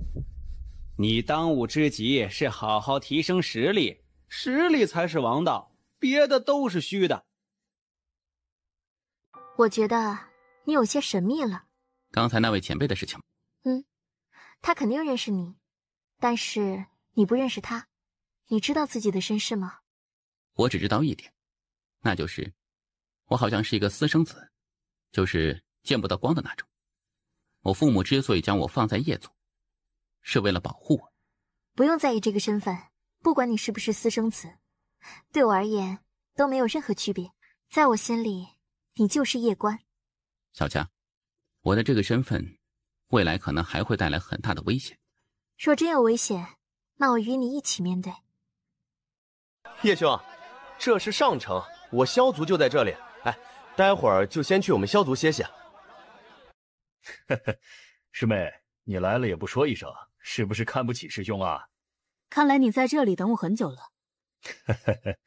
我就知道你这一次会来，不过我觉得这应该是你最后一次来了，因为不出意外的话，你们南州官玄书院应该又是垫底的存在啦。小兄，你是上界的？是的。那这武考就在这上城？不，这武考是在云城。云城？到时比武时会在360个州进行同步的云端投影，也就是说，360个州的人都能够看到我们的比武。什么叫云端投影啊？这是仙宝阁研发出来的一种特殊功能，具体的我也不知道，反正就是360个州的书院都能够看到我们的比武。也就是说，只要进入前10，那就真的会名动天下。长见识了呀！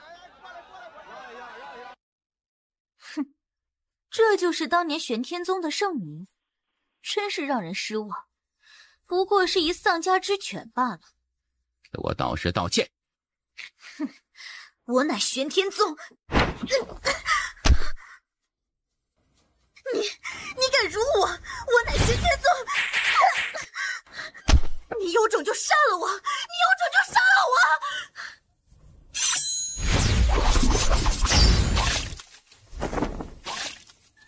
我道歉，对不起，对不起。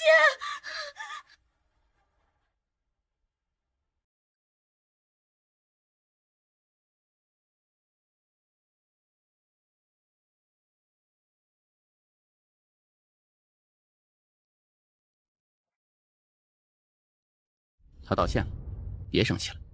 不生气了。师妹，这是你新收的学员吗？真是有种呢！希望他一直这么有种。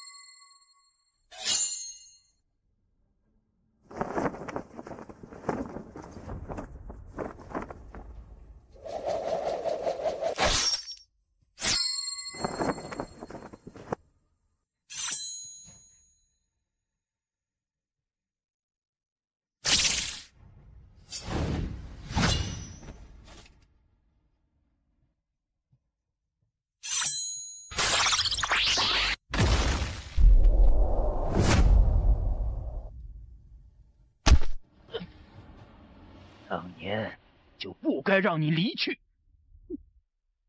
魏通，你这老不死的东西！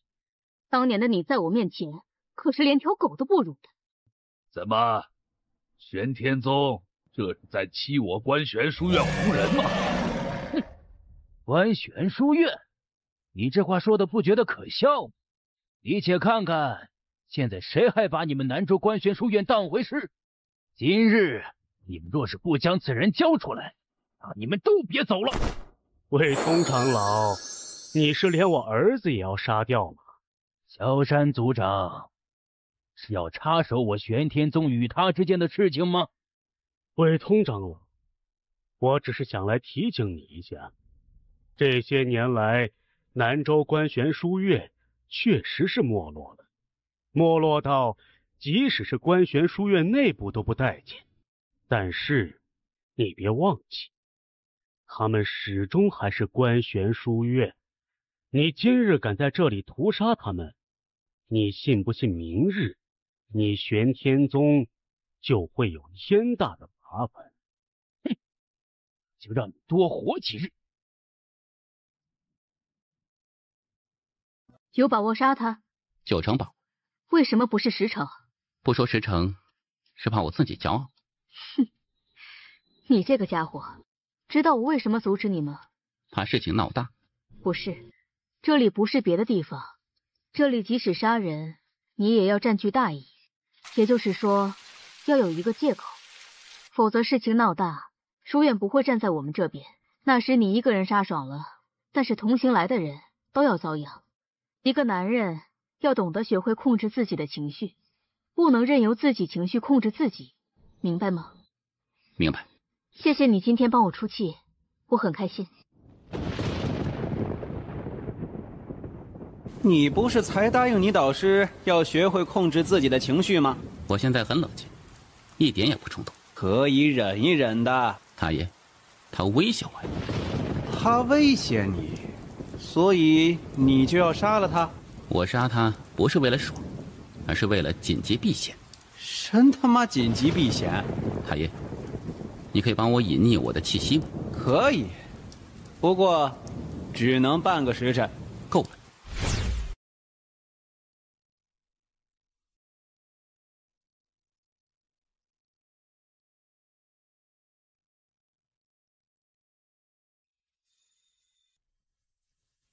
大爷，他在做什么？可能是打牌吧。原来是做这种事情，这老头可真有精力。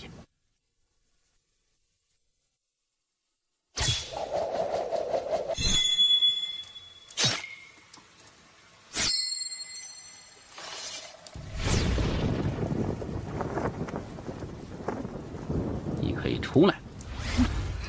好年轻的剑修，如此年纪便领悟出了剑意。你是哪家的天才？观玄书院。哪个州的观玄书院？南州。哼，有意思，真有意思。前辈是？你不认识我？你走吧。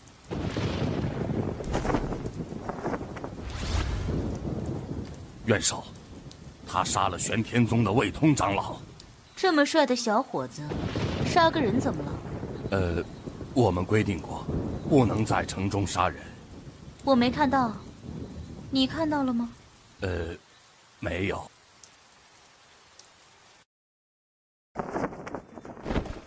大爷，那个女人好恐怖啊！我觉得你根本不怕那个女人呢。你是不是有什么瞒着我？若是有，你可以与我说的，我承受能力很强的。哎呀，没有。好吧，既然你现在不愿意说，那以后有机会再与我说吧。去杀那魏通了？看来我与你说的话，你都当耳边风了呀。倒是，没人知道是我干的。你知道这是什么地方吗？这是上界，在这里卧虎藏龙，高手不知多少。万一让别人发现，你知道对你来说有多危险吗？导师教训的是，我下次不敢。杀玉空境强者，感觉怎么样？侥幸。若是明天玄天宗来找你，你就打死别承认，知道吗？我懂。你呀，表面看起来文文静静的，内心却如一头狼，一点亏都不肯吃。我不欺人，但也不会让人欺。太爷，刚才在杀魏通时，我对那门剑技有了一定的感悟。哦，什么感悟？这门剑技是不是为杀人而创造的？说说你的想法。当我对那魏通起杀念时，我的想法就是他必须得死。于是我发现我的飞剑威力和速度好像都得到一个极大的提升，所以我觉得要修炼这一剑定生死，不能干修炼，得杀人，得有杀心。还有吗？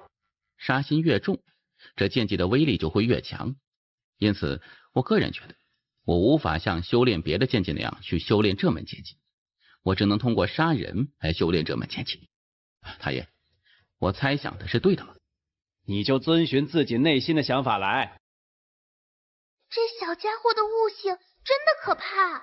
我们还是得谨慎再谨慎，不能让他走偏路啊。确实。陆莲，听说魏通死了，真是可喜可贺呀。是你们做的？证据呢？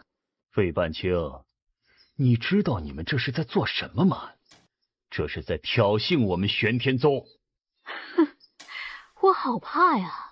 陆莲，魏通是一名御空境强者，你觉得我们这里谁能够无声无息杀掉他？我玄天宗来到这里后，只与南州观玄书院发生过冲突，白天发生冲突，而半夜魏通长老就被人杀。除了南州观玄书院，还能有谁？陆莲，你有证据吗？没有，我就是怀疑。没有证据，你在这里说个什么？上界风大，让你的学生们小心点儿，别被风吹死了。我喜欢这种烟火气息。听说，越强的人，他们就越孤独。我不希望我的武道之路是一条孤独的路。我希望我们能够一起走。若是我们能够一直无敌，那就无敌到永恒；若是不能，那就一起作画，相约来世，好不好？你爱我吗？你爱我吗？我不知道呢，没有谈过恋爱，不知道什么是爱。不过，我觉得与你在一起很开心，这算是爱吗？我也没有谈过恋爱，不过我的感觉与你一样，与你在一起，我也很开心。也许我们都爱，也许我们都不爱，管他呢，反正开心就好了。赞同。这位姑娘，在下王家王源，初见姑娘便觉得姑娘宛如仙人落凡间，心中顿生爱慕之情。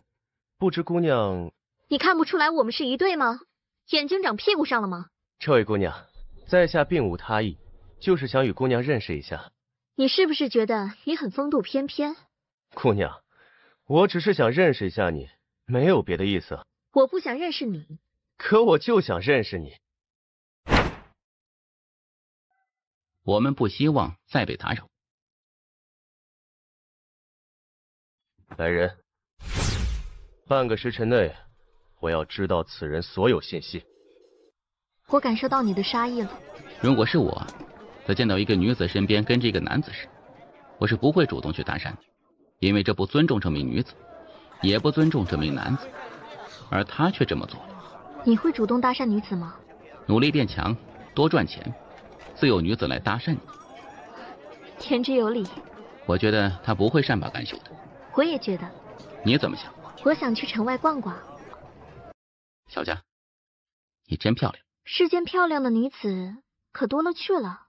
她们的美，顶多在我眼里；你的美，在我的心里。这种情话，再说10遍就不要说了，我不想听。你们是故意引我们出来的。我原本以为你是什么大族子弟，但没想到你竟然来自南州。你有没有想好要怎么死？少爷，这2个人不简单。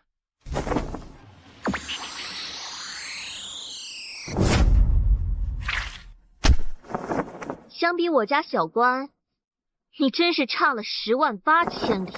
小佳，你是御空境，这得谢谢你，谢谢你的仙阶功法。若不是你的仙阶功法，我不可能提升的这么快的。塔爷在吗？做什么呀？那个，你方便不？我向你借点钱。没钱。我有借有还的。我真的没钱，我现在都重伤了，不然我早就为你开启这里面的世界了。那你有没有什么宝物之类的呀？我拿去卖了，换点钱修炼。没有。哎，你可以去抢啊！你如果有心理负担，可以学某个人啊，他有招叫钓鱼执法，用这招抢劫没有任何心理负担。钓鱼执法？是的。你想学吗？抢劫？是啊。算了。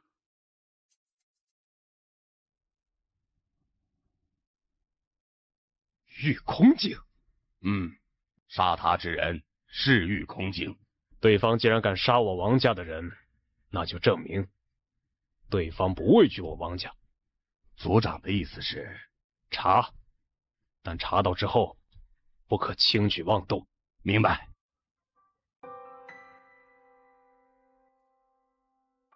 这位便是叶关公子，前辈是？我是观玄书院理院院主韩修，这次来是想邀请叶关公子参加后日的欢迎大会。前辈，南州观玄书院只邀请我一个吗？南州书院的4位天才都可以参加。叶公子，后日有时还请记得准时参加。我来与你们说几件事啊，你们肯定感兴趣。青州与云州的人已经进城了。青州和云州这次来了几人呢？云州就来1人，名佐夫，境界不详，实力不详，就1个人。就1个人。他们要么是破罐子破摔，要么就是这个佐夫实力逆天。必是后者。云州出过3位大帝，他们肯定是不愿意一直被青州压着的。这个佐夫绝对是妖孽中的妖孽啊！青州来了几人呢？3人，2男1女，只知道其中1名男子与那女子的名字，其中1名男子名敖汉，女子名慕云寒。实力呢？实力不详。还有1人查不到吗？查不到，对方太神秘，怕是只有在武考开始时才会亮相。云州有3个名额，但他们只派来了1个人，这很不正常。确实不正常。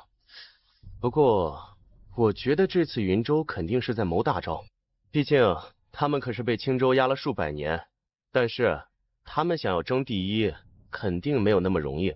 别的州的天才呢？每一届的武考都会有一些黑马出现，但是无一例外，每一届都是青州与云州的争夺。哦，对了，我们刚才说的都是青州与云州的天才妖孽，那你们知道这上届观玄书院的天才与妖孽吗？这上届观玄书院现任学生首席啊，是一个女子，名骆昭琪。她不仅仅是上届观玄书院学生首席，还被誉为上届第1美女。后日欢迎会，这位骆昭琪也会参加吗？她当然会参加了，因为她就是这届欢迎会的主事人。到时你来评评看，是我美还是她美？啊，还有一件事，我们得注意一下，这次玄天宗的天才也会参加这次武考，而他们有4人参加。毫无疑问，这次武考，玄天宗肯定会玩命的针对我们，因此啊，武考开始时，我们得小心这玄天宗。无妨，武考开始，直接搞他们。对，直接搞他们。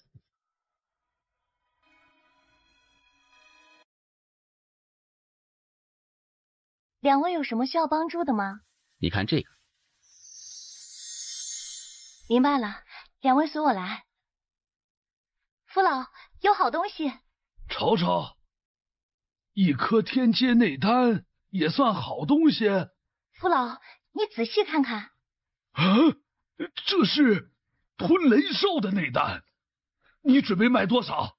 你开价。啊，怎么称呼？都说仙宝阁公道，我才来此。阁下开价吧。500万枚金晶。姑娘，你这话当真是吓死个人，是5万枚金晶。5万你就直说，打什么哑谜啊？加点。加不了了。我们走。等，可以谈。谈你妈个头！黑心的老家伙。8万枚金晶。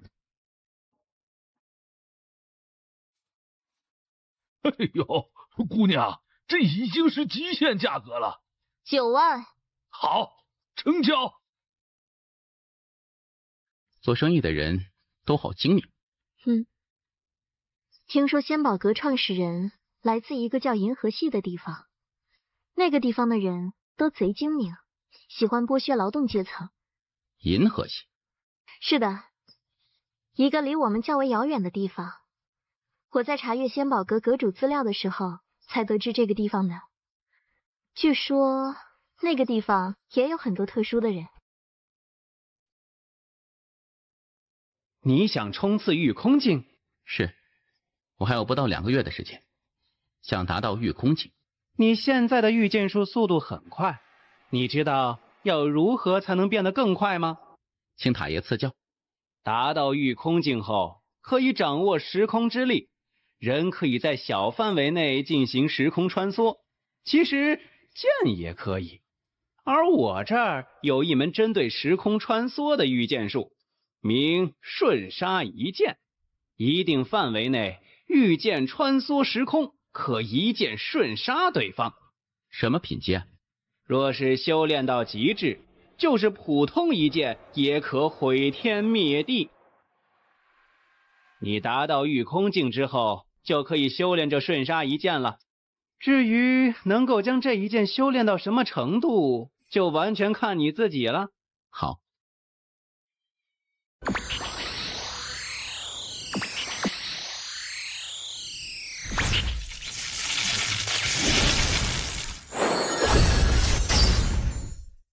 这家伙的天赋就离谱啊！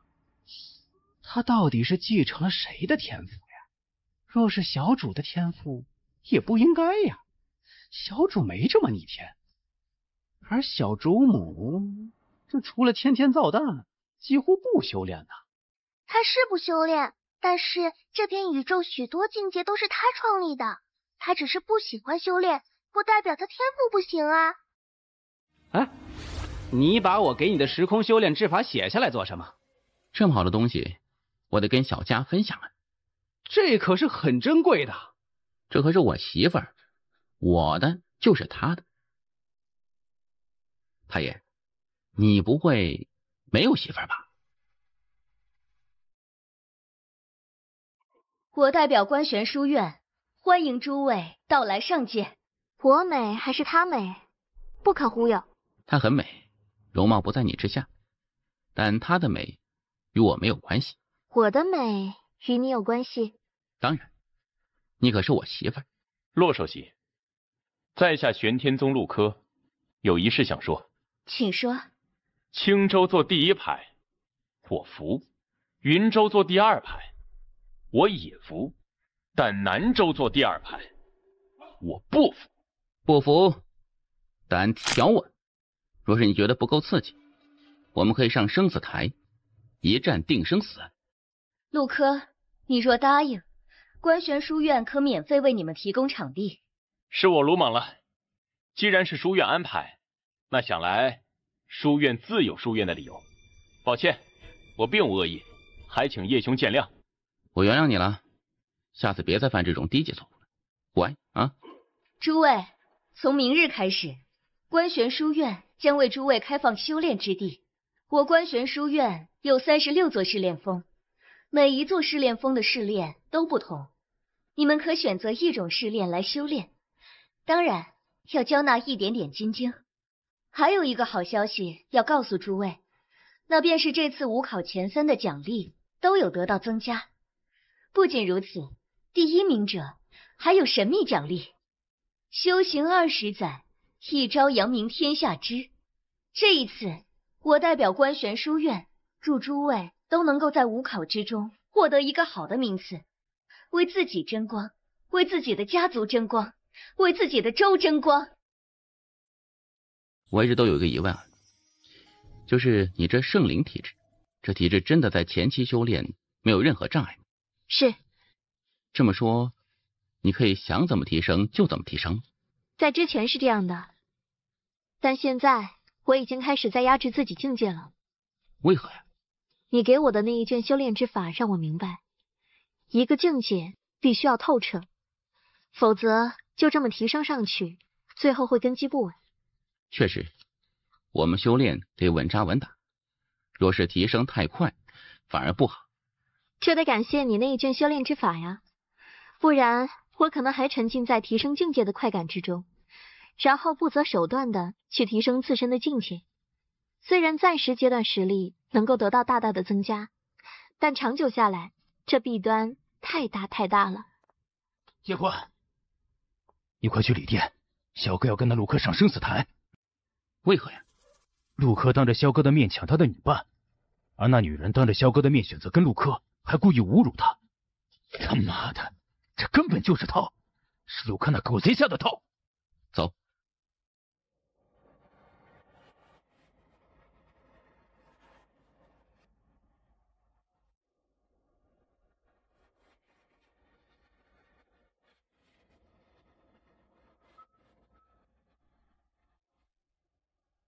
叶公子，我们是要公平决斗，你不会是想要多管闲事？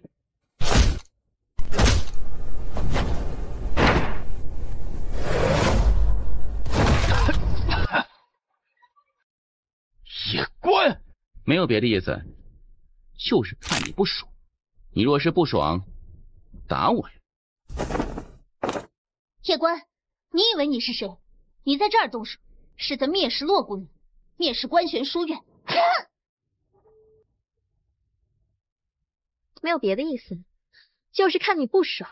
你若是不爽，打我呀！叶公子，你可不能坏规矩呢。哼，杀我呀！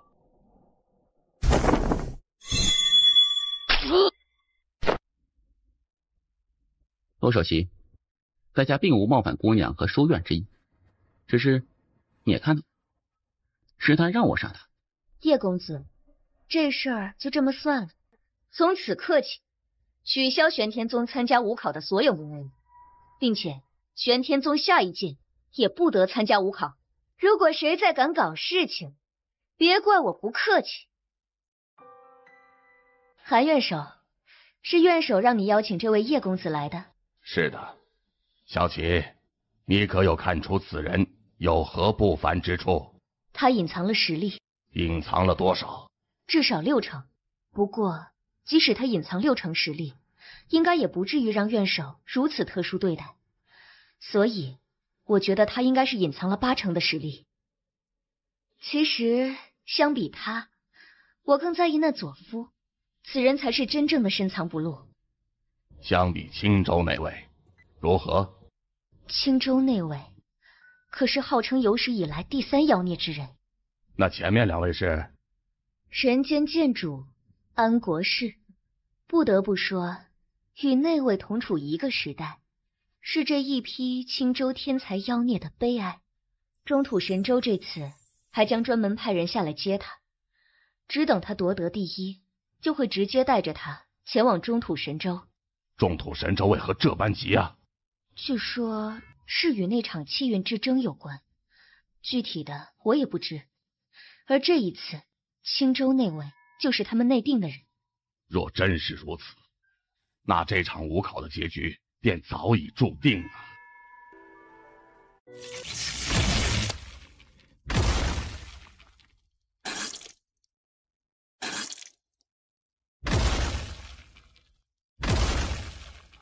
看到这家伙，我想起了一个人。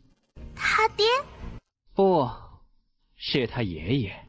他没有他爷爷那么偏激，但是他这份毅力与心性，相比起他爷爷一点也不差。我觉得你不应该老是吓唬他，让他觉得他是一个私生子，以后很危险的。你看这家伙拼命的样子，我都觉得有点心疼了。你不觉得他以后要面对的事情，比这个私生子的事情要危险100倍万倍吗？还是多吓吓他吧，只要不吓死就行。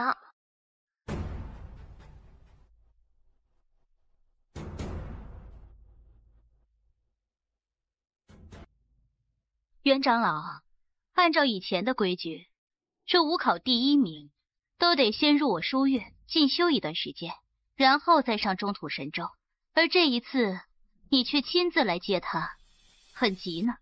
赵元首，这一次我们确实很急，刻不容缓的那种。为何忽然变得如此急？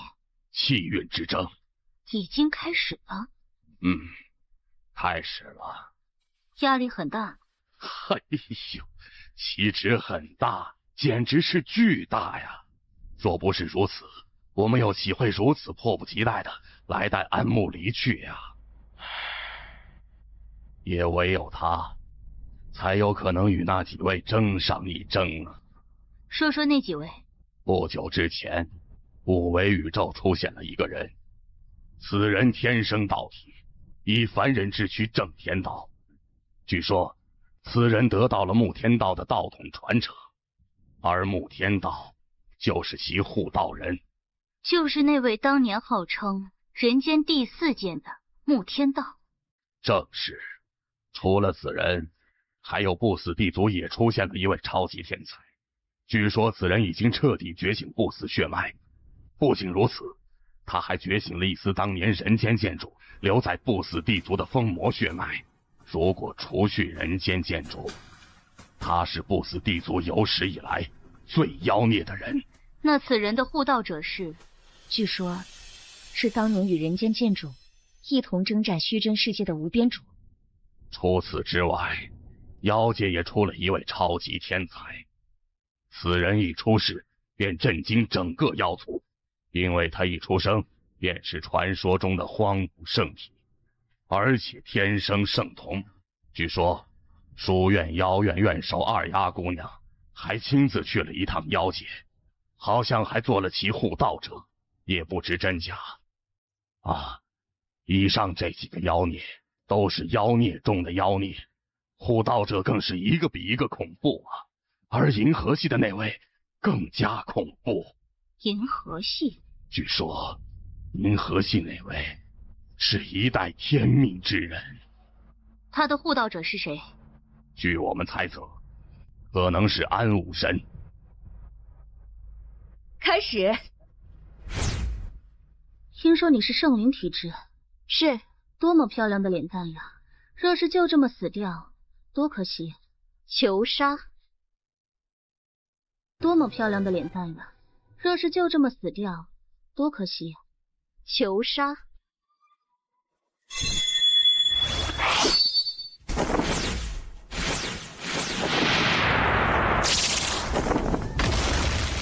这小丫头的时空造诣竟然如此之深呢！有点意思了。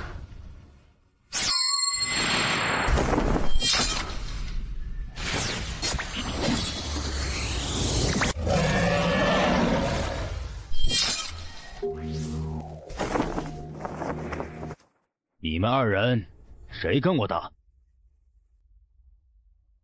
你们这样让我很没面子。我跟你打，为何？他喜欢踢蛋。你是欺负我不下流是吧？祖父，相比南州的这个家伙，我更希望跟你交手。来，让我看看你们云州今年有没有长进。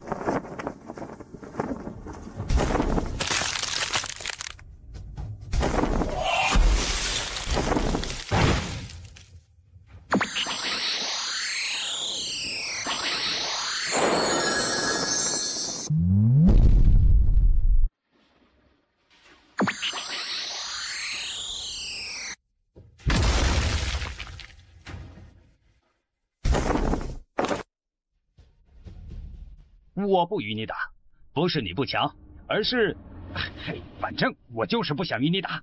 你2人不用争了，一起上吧。好，好，好。哼，确实霸气。我给你5万枚金晶，让我先跟他打。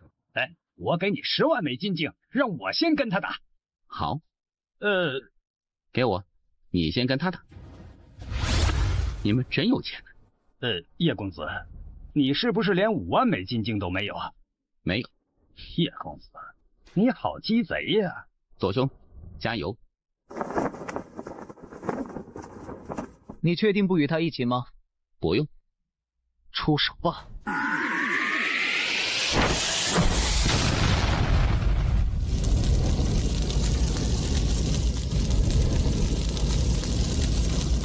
你还有最后一次机会出手，用你最强的一招，不要浪费时间。好，群星阵，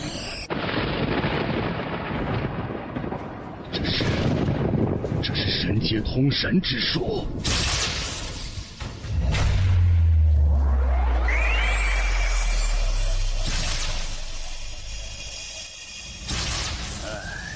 赢了，该我们了。你觉得还有这个必要吗？当然。记住，你只有一次出手的机会，因为当我出手时，你就没有机会出手了。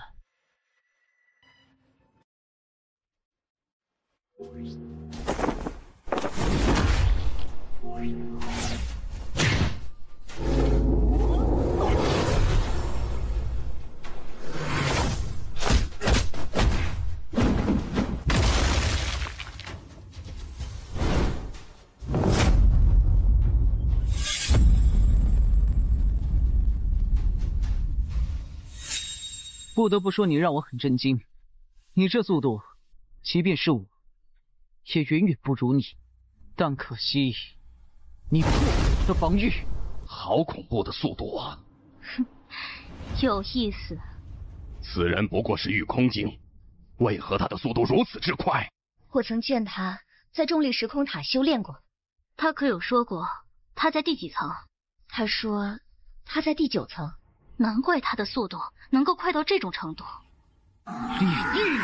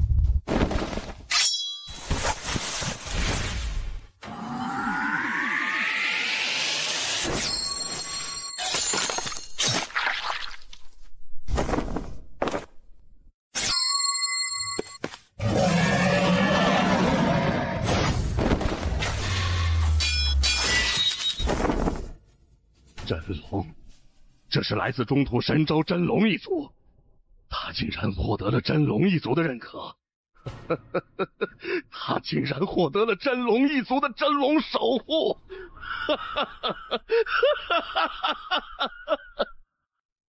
不得不说，我没有想到我的一个底牌会在这里暴露，来感受一下真龙的属性。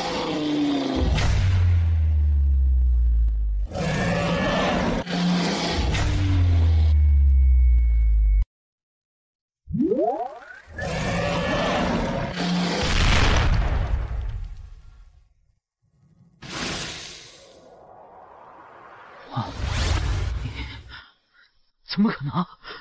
太爷，这真龙血脉之威，为何对我没有作用？可能是头假龙。我有真龙共享防御，莫说你，就算比我高2个境界，也杀不了我。我与他打，还是与安慕打？他与我签订了契约，我与他共生共死，可以说他是我的伙伴。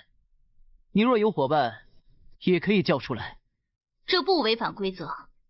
这第3关就是无规则争斗，除了教外人相助，可以使用任何手段。你现在若是认输，那么战斗可以就此结束。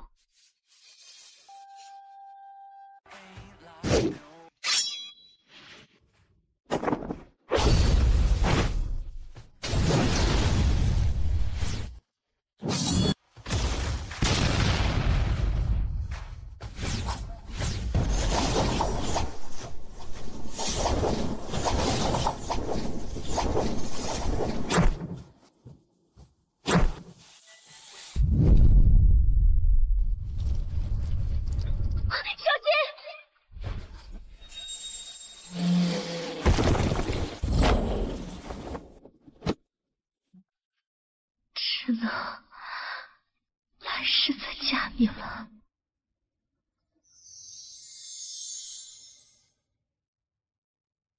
这不是公平决斗吗？这不是公平决斗吗？这还有天理，这还有公道。屠我真龙一族，你也配？这位是真龙一族大长老敖骁，你若出手阻止，官玄书院无事，但你可能得死。就这样？是，忍，否则就是死。我去！你是什么玩意儿？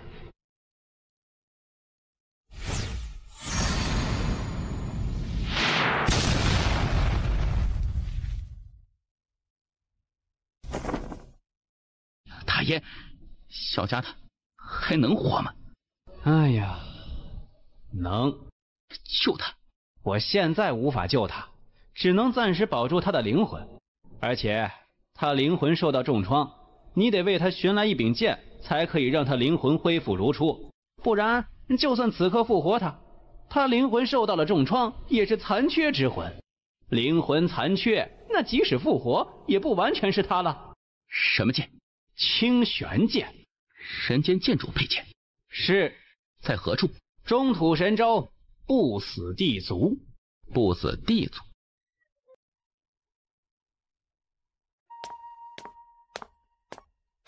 不可！安家曾经出过2位战神，他乃安家后人，你杀他，就是与安家2位武神为敌，也是与官玄书院为敌。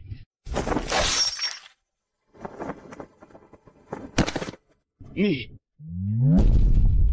如此恐怖的气息，这肯定是安家某位老祖。滚！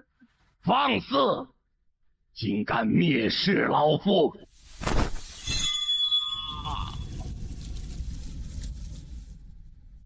怎么回事？没有出现。或许是上天要你活下来。既然如此，那就好好活着吧。从此刻起，我永远是南州官玄书院的学员，并且不再加入其他任何官玄书院。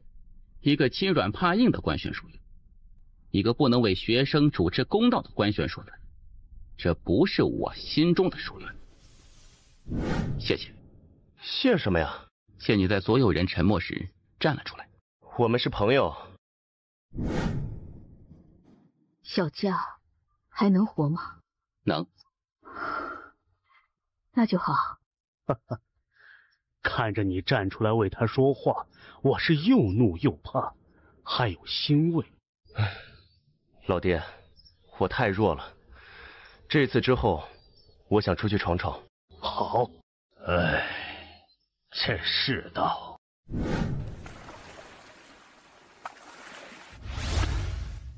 刚才官玄书院的骆昭奇骆首席来了，他带着第1的奖励来的。这一次，南州得到了10条天阶灵脉，20条地阶灵脉，还有3卷仙阶功法，10卷地阶功法。除此之外，你个人还有30万枚金晶奖励。不仅如此，他们还说，中土神州书院唯一的那个名额将给你。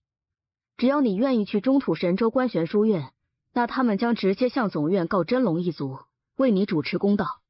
老师，帮我把这30万枚金晶还给他们吧。你不想去中土神州观玄书院？我要去，明天就去。不过，我不会加入观玄书院。小家伙，若无观玄书院为你抵挡真龙一族，你这一去中土神州，必遭真龙一族疯狂报复。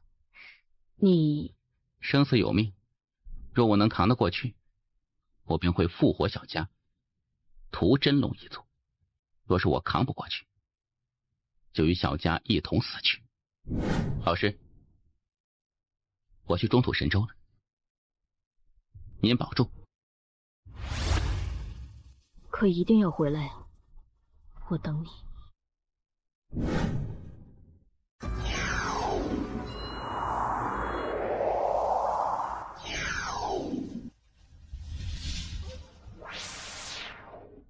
太爷，我若去不死地族，我觉得他们不会把人间剑主的佩剑给我。那你觉得该怎么办？你能不能去帮我偷一下？我用完之后就还给他们。怕是不能，我现在短时间内都无法再出手。你到了中土神州，准备先做什么呀？先找个靠山。靠我自己个人的实力，根本无法与真龙一族对抗，因此我要先找个靠山，让他们帮我对抗真龙一族，老的打老的，小的打小的，不然我压力很大呀。这世道没有靠山，真的太难混了，因此我必须要更加努力。做不了强2的，那就做强1的。在下叶关，求见不死地族族长。你就是叶关？前辈认识我？你来我不死地族做甚？我可以为不死地族争大道气运。哼，争大道气运是假，寻求我不死地族庇护你才是真吧？下界一个无考第一，算个什么？这里是中土神州，而争夺大道气运，你知道参加的都是些什么妖孽吗？再者，我不死地族真龙一族关系还可以，我们不会为了你而去与真龙一族交恶。还有，我不死地族有超级天才，根本不需要你，懂吗？明白了。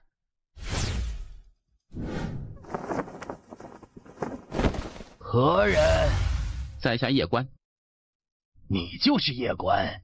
前辈认识我。你不仅杀了真龙一族的龙，还杀了青州安家安木。你来我李族，是想加入我李族？是。你能为我李族带来什么？争大道气运。你等等。此人实力如何？是剑修，能杀一头少年真龙，实力自然是不俗，天赋肯定也没得说。不行，族长可是担心真龙一族。我觉得只要这少年足够优秀，我李族完全可以为了他刚一刚真龙一族。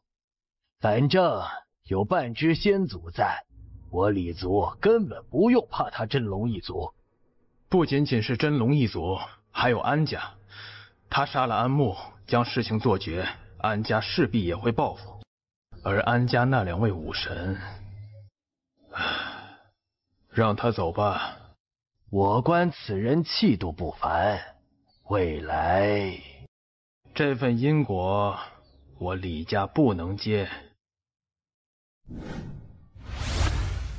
叶公子，很抱歉。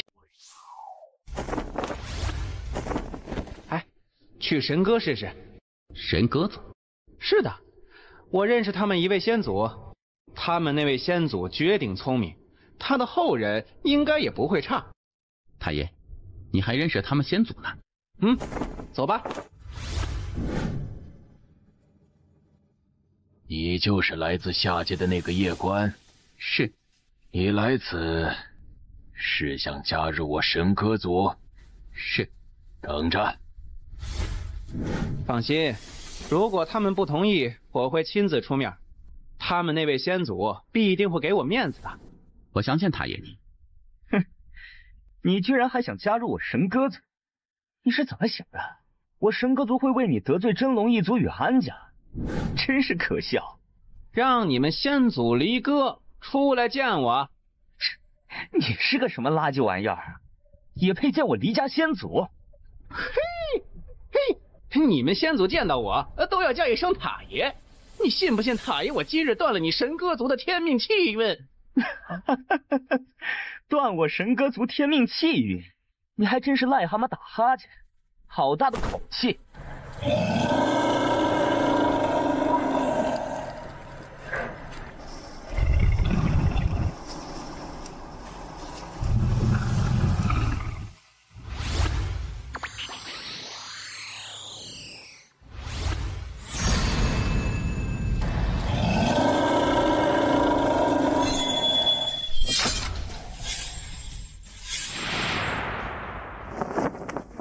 此人不简单呐！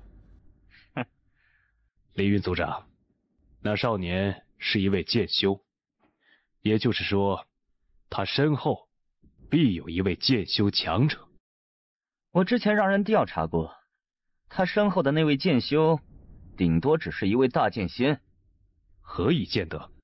如今世上仅存的剑帝就那几位，而那几位都在观玄宇宙。而且如今还经常出现在世人面前的，便是书院的听云剑帝。而听云剑帝根本不会是他师父。既如此，那么他身后之人，最强也不过是大剑仙而已。言之有理。此人天赋不错，又是剑修，既已与之为敌，就应当全力诛杀之，以免留下后患。我族自然明白。李云族长，我族有一批天赋杰出的真龙出世，贵族若是愿意，可派2人前往真龙一族，让他们选择彼此的伙伴。自然是愿意的。我倒要看看，这中土神州谁敢保他？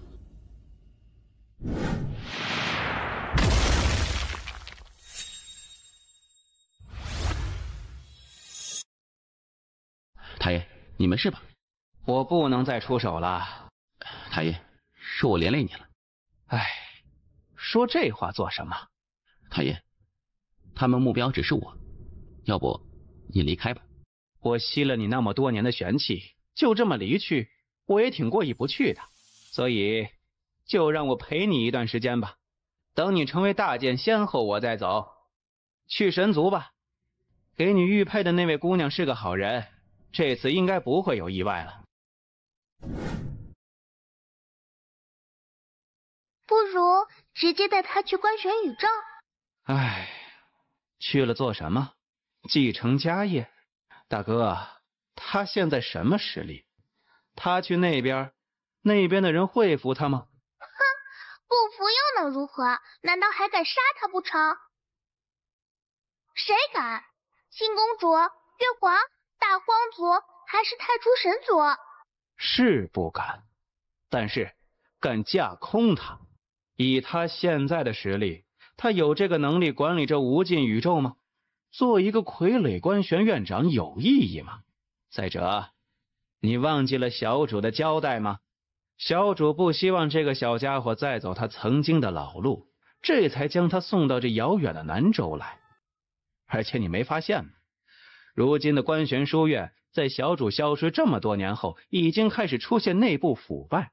他若是不一步步走上去，未来如何整治这些问题啊？而且天命姐姐也有曾交代过，要磨练其心智。要是现在就带他回去，那还磨练个鬼啊！不经世间万千难，如何成就世间第一剑？而且你我的伤也非这片宇宙能够解决的。我们2个现在这样，而老一辈顶级强者大多死的死，沉睡的沉睡，我们镇不住信公主与月皇他们的。世间第一剑。哎，还有，我希望你明白一件事情，我们2个已经不是当年的我们。你现在半死不活，而我本体神魂受到重创，我们现在已经没有那个资本装叉了。如果我们死在一些小小手中，哼，那他妈不是要让人笑掉大牙？唉，我从未想过自己有一天会混得这么惨。妈的，若是让虚真世界的人知道他的存在，他们一定会发疯一般打破小主留下人间的结界，然后下来干他。让他多吃点苦吧，家产以后再继承吧。阁下是？你一位前辈给我的，让我来到中土神州之后，可以来神族找他。啊，公子，快请。怎么称呼？叶关。你便是那上界武考第一的叶关？你杀了2头真龙，你来此是想加入我神族吗？先祖前往观玄宇宙了，现在不在神族内，你可以在此等他归来。至于能不能让你入神族，得看他的决定。少族长，真龙一族敖蒙到访，想见见少族长。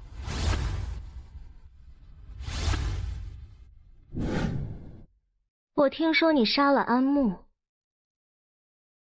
那可真是了不得。要知道，那安慕可是有着真龙一族的少族长追随，有真龙守护，而你却能够杀他，你的剑一定很强很强。侥幸。我叫简安，叶公子，先祖既然肯给你这枚玉佩，那就证明你对他而言，肯定是一位非常非常重要的人。但我得告诉你，你现在得走。你的意思是，那男子他会将我交给真龙一族？他是我哥，叫简傲，现在负责处理神族的事情。我对他很了解，他根本没有重视这枚玉佩的重要性。在这个基础上，他会觉得为了你与真龙一族结仇，会很不值得。因此，他肯定会将你交给真龙一族，以此来与真龙一族交好。我带你走。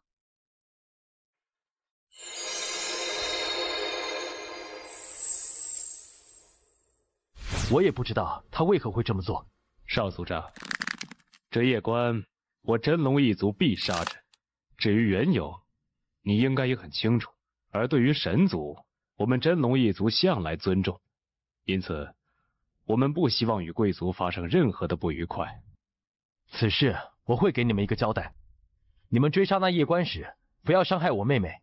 我先祖很看重她，你若伤她，我们两族将是不死不休。暂时安全了。你为何这么做？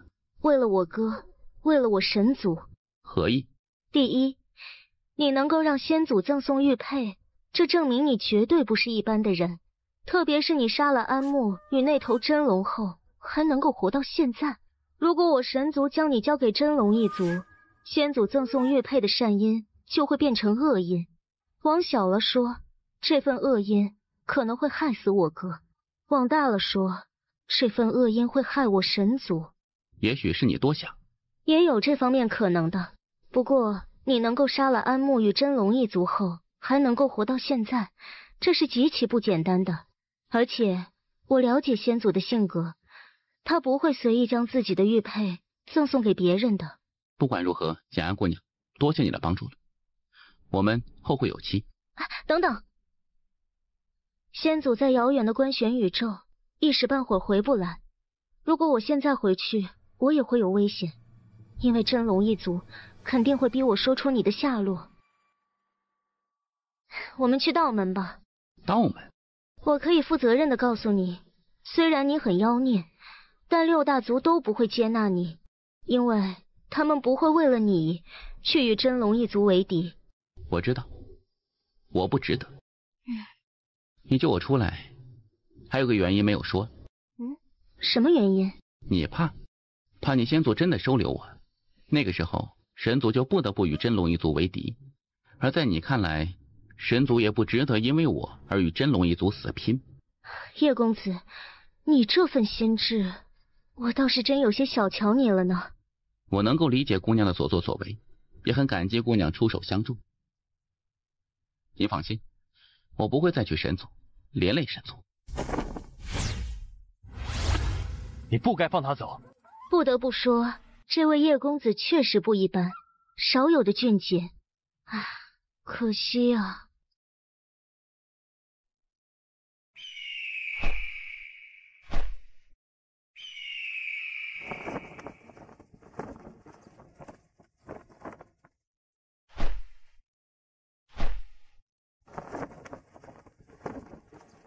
先祖，此刻起，你将不再是我神族少族长，押下去，关禁闭100年，100年内不得出神族。先祖，带下去。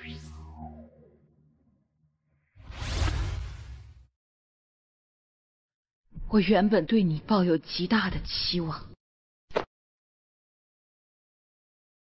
自己去闭关100年，100年内不得出神族。先祖，为何？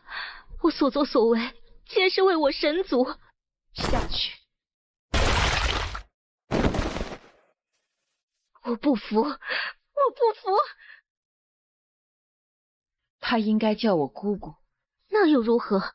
从我族利益来说，他并不是我神族的人，我神族不应该为他对抗神龙一族，不值得，那不值得呀。你知道谁是我弟弟吗？谁？就是你们口中所说的人间剑主。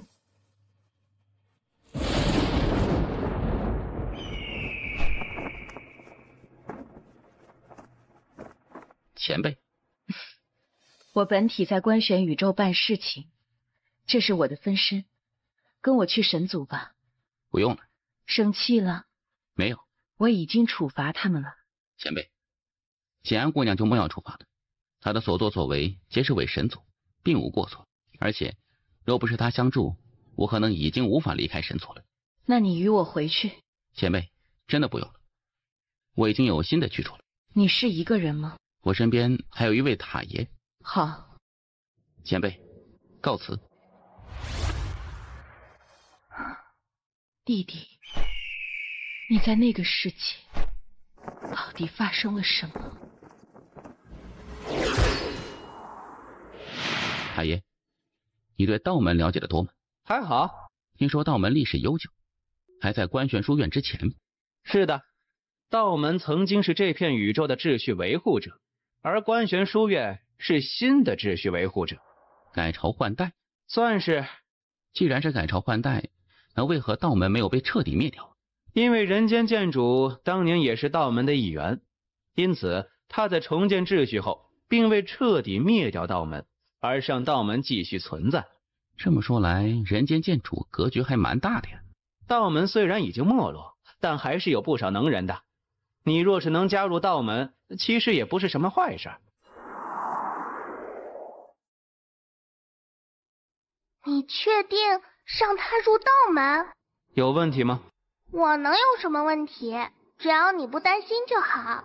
道门曾经也为这片宇宙做过许多事情，他们的功绩小主都承认的。而道门没落，小主也是有着很大责任的。若是这小家伙能够振兴道门，那就真的是天意吧。你是？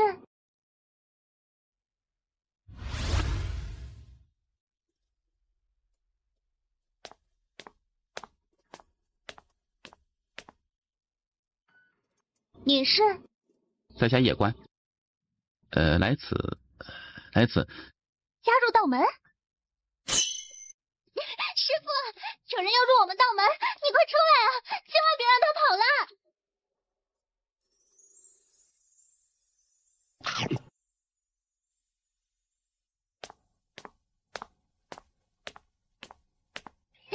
师父，就是他，他要入我们道门。你身上有业障，我们道门不收。啊，师父，难得来一个，你怎么不收呢？这家伙身上有强大业障，若是收他，我们师徒未来怕是都难以有个善果呀。我觉得他长得挺帅的呢。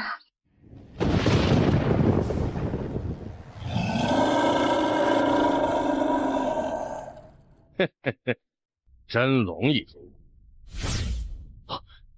道和尚，难道你们族长就没与你说过不能踏入道界吗？道和尚，此人是我真龙族必杀之人。滚！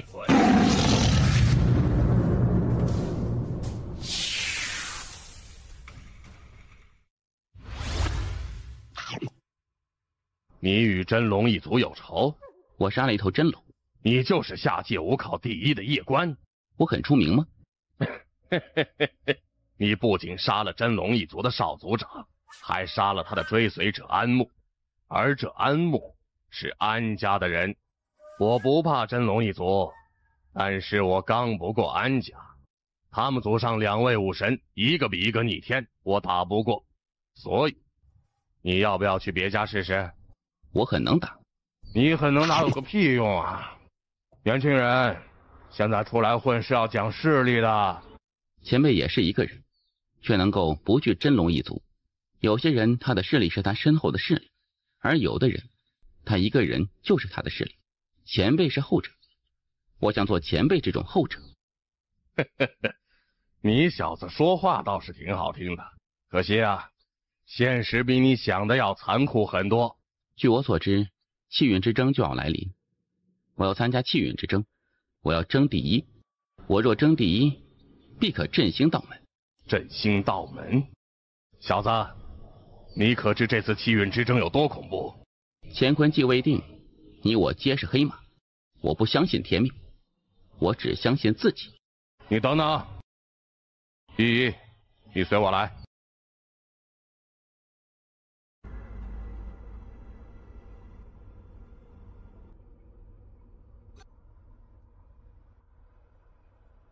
你真的有信心拿第1？没有，我吹牛逼的。不吹，他怎么可能收我呀？师傅喜欢他？是啊，说真心话，这小子很对我胃口，而且心性极佳，天赋极佳，真的是一个绝佳的好苗子。我们道门能在这种时候得到这种天才，真的是祖上冒青烟。师傅是在担心真龙一族与安家。师傅，若是没有真龙一族与安家的针对，你说他会不会来我们道门呢？我明白丫头你的意思了。依依，你觉得这个人怎么样？他长得很帅。哎呀，我是问你他人怎么样？长得这么帅，人应该也是极好的。师傅，我觉得你可以说下他的。怎么说？如果师傅有想过振兴道门，那他就是道门有史以来最好的机会。如果师傅没有这个念想，只想安度晚年，那就可以让他离去。我明白丫头你的意思了。现在起，你就是我们道门的人。谢过师傅。气运之争还有1年时间，也就是说，你只剩1年时间。我只需要钱。没有。多少给点可以吗？没有，我只能在修炼上面指点你一下。至于别的，没有。不是师傅小气，你师傅接手道门时，别说钱了，就是米都没有1颗。啊，还有，没有房子，你得自己盖一间。那，我就住这破旧的大殿，有事就来找我。叶师弟，你好，我叫南陵依依。依依师姐，你现在的任务是得建一座房子，不过此刻天马上就要黑了，只能明天盖了。好，我去做饭。太医，以前道门真的辉煌过吗？辉煌过。那怎么没落到这种程度了呀？这玩意儿小偷来了都会于心不忍吧？叶师弟，吃饭了。好。都是自己人，随意啊，随意。哎，小乖，你是剑修，那就是有剑道师傅。你剑道师傅是？我不知道他的名字，只知道他喜欢穿一袭素裙，所以我叫他素裙姐姐。他什么境界呀？不知道，我只知道他是一位大剑仙。叶师弟，你是剑修，那你会御剑是吗？会。那真是极好，以后我们去雍城就可以御剑去了。雍城？我们道界很偏僻，离我们最近的一座城就是雍城，而雍城都在万里之外，这里没有传送阵，我每次去都要御空飞行很久，实在是很累。师姐下次若是要去，我可以带你去。好的。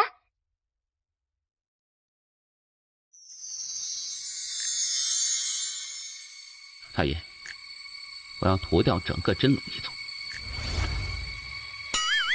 我知道，没有做到的事情，就不要去说。没有打扰你吧？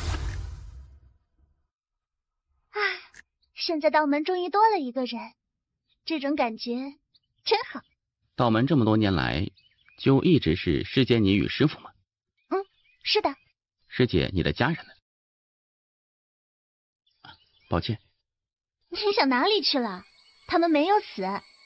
其实我是南陵族的。震惊吧？其实我只是一个私生女，我母亲本是一个小家族的普通女子，但因为与南陵族少族长结识，于是生下了我。不过大族间讲究门当户对，当时南陵族族长根本不可能同意这门亲事，所以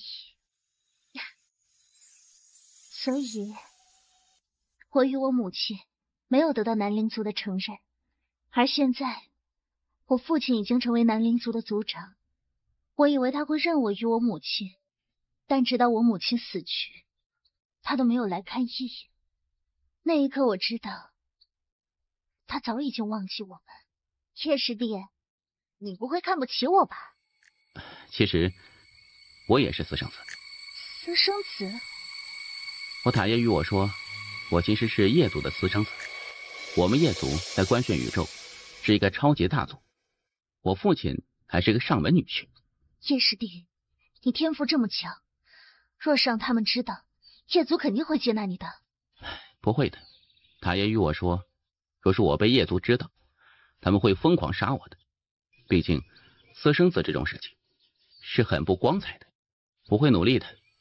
悲惨的出生我无法改变，但未来的人生我可以改变。叶师弟，你恨你父亲吗？不恨，我倒是觉得他挺可怜的，年纪轻轻的就吃软饭。哎呀，不知道怎么想。啊，我原本以为我已经够可怜的了，现在看来，叶师弟，你这身世比我更可怜呢。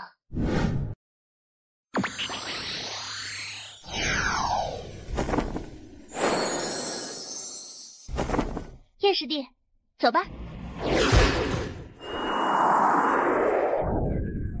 叶师弟，你这御剑速度真是好快啊！叶师弟，这御剑飞行可真是太舒服了。可惜我体质不太好，只能修炼一些术法神通，做一名神法师。神法师？是的，我会很多术法，还会一些禁术呢。不过我一般不打架。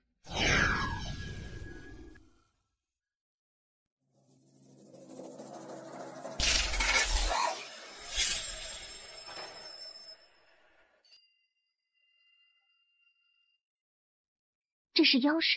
妖人就是妖兽和人类结合之后生下的生灵。如果妖兽和人类都特别强，那他们生下的后代一开始起点就很高，可以直接自由幻化人形态或者妖兽形态。而如果一方很强，另一方很弱，那就会变成妖人，也就是人不人，妖不妖。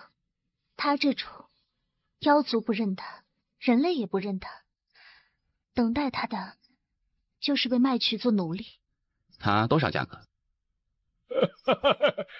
这位公子要买10000枚金晶。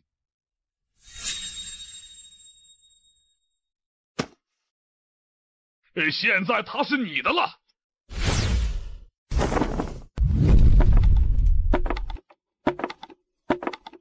你自由了。人类，你想玩什么把戏？我救你，2个原因：第一，我一时心善；第二，1万枚金晶对我而言并不算多，我还付得起，仅此而已。我就是一个普通的妖人，你今日的善举，未来不会有任何的回报。那种救人之后被救者后来王者归来报答你的套路，只存在在那种胡闹的小说之中。我也喜欢看书，但你说的这种小说我很少看，我也建议你少看。如果你非要看，我建议你别带脑子看。老师，你确定那个家伙有天命气运的存在？确定，虽然很隐蔽，但你老师我是什么人呢？怎么可能感受不出来呢？这家伙不仅有天命气运加身，还有一些特殊的气运在。你刚才若是出手，有很大的机会杀掉他，然后吞噬掉他那些气运的。他不像是个坏人。大道气运之争根本就没有对与错之分，只有胜者与败者。你不杀掉他，吞噬掉他的天命气运，1年后的大道气运之争，你怎么跟那些妖孽争夺？他还出钱救我，人家救我，而我还要恩将仇报，这说不过去啊。丫头啊，作为过来人，我得告诉你，很多时候真的不能仁慈，你仁慈就会输。可杀他有违我本心。好吧，坏心境的事情确实也不能做。师傅，你以前真的与人间剑主交过手？废话，你以为你师傅是在吹牛逼吗？当年我可是牛逼的很，知道无边主吧？就是与人间剑主一同并肩作战的屌毛，那个小瘪三，当年见到我就跑的。人间剑主，他真的很强很强吗？他很强，但是说到无敌，那就不得不提他那个变态的妹妹了。唉，想想我都头皮发麻呀。妹妹？还有他的妻子，整天抱着一堆牛马玩意儿到处乱炸的家伙，妈的，简直不要太离谱！哎，不说这个话题了，走，去寻找天地间散落的气运。若是有主，我们就钓鱼执法。师傅，这钓鱼执法挺损的，你跟谁学的？人间剑主，我当初就被他这么坑过，他是真的不要脸啊！哎，我告诉你，他是真的不要脸啊！我从来没有见过这么不要脸的人，我操，我都无法形容他的不要脸。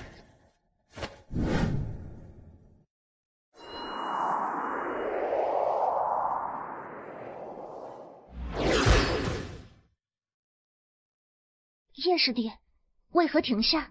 不出来吗？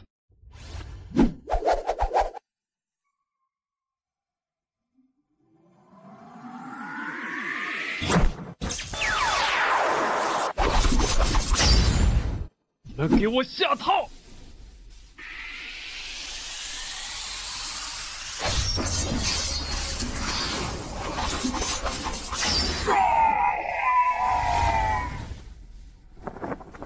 师傅真威，师傅无敌。那龙肉，一人一半。师傅，真龙一族肯定还会再来的，我们得先撤。上次没宰这个家伙，是不想彻底撕破脸皮，但现在我们已经与真龙一族彻底撕破脸皮了。你知道这意味着什么吗？他们会疯狂报复你。师傅真是太阴损了。师弟真是智慧无双啊！我们来晚了。你是那道和尚出的手，那叶关自然是没有这个实力的。既然你道和尚不好好养老，真龙一族也只能为你送终了。师傅，真龙一族怕是会报复我们的。你觉得该怎么办？弟子现在实力微弱，只能打一个。其余的就看师傅您了。你这个年轻人看起来老实，实则满肚子的花花肠子，不是个好人。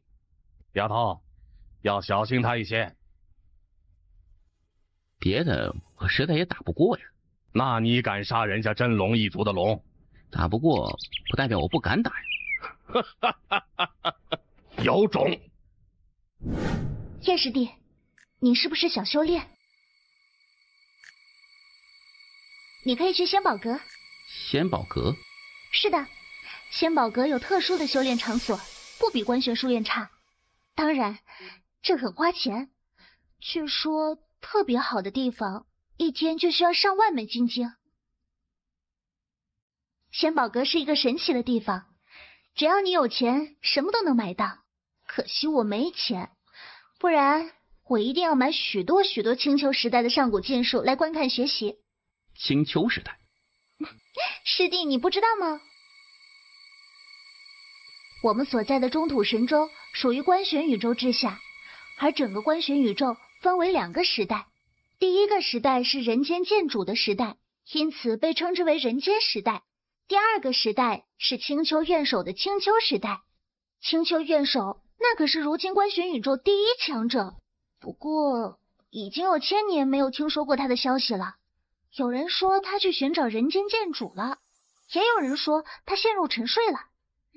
具体的我也不知道，可能只有观玄书院总院的人才知道吧。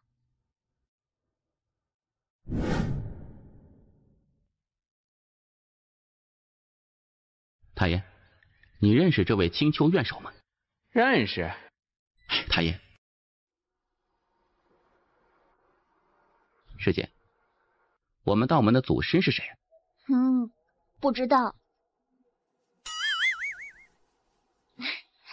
不仅我不知道，师傅也不知道。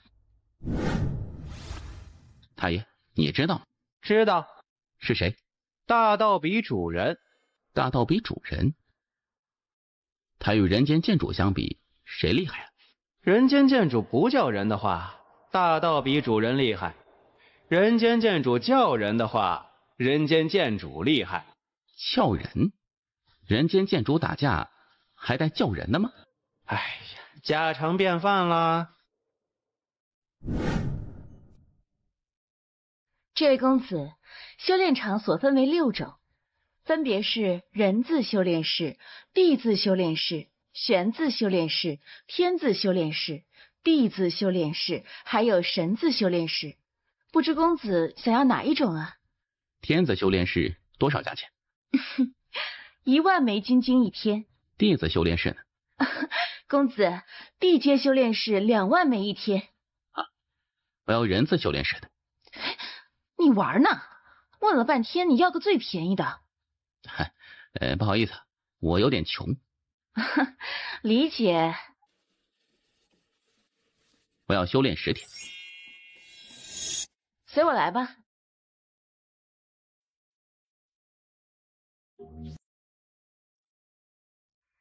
你想修炼哪方面啊？我们类型很多的，各种各样的都有。重力。那这是1重重力，进去吧。我要去10重重力。10重？你不过是御空境，你确定你要去10重？是的。那就是10重传送阵。姑娘，你们这里最高是多少重啊？16重。若是闯过16重，有没有奖励什么的呀？有，如果在20岁以下闯过16重的重力，可以奖励30万枚金晶，但至今无人能做到。我操，还有钱赚呢！有没有时间限制？有，除了年龄限制，还有次数限制，1年只能3次。多谢姑娘解惑。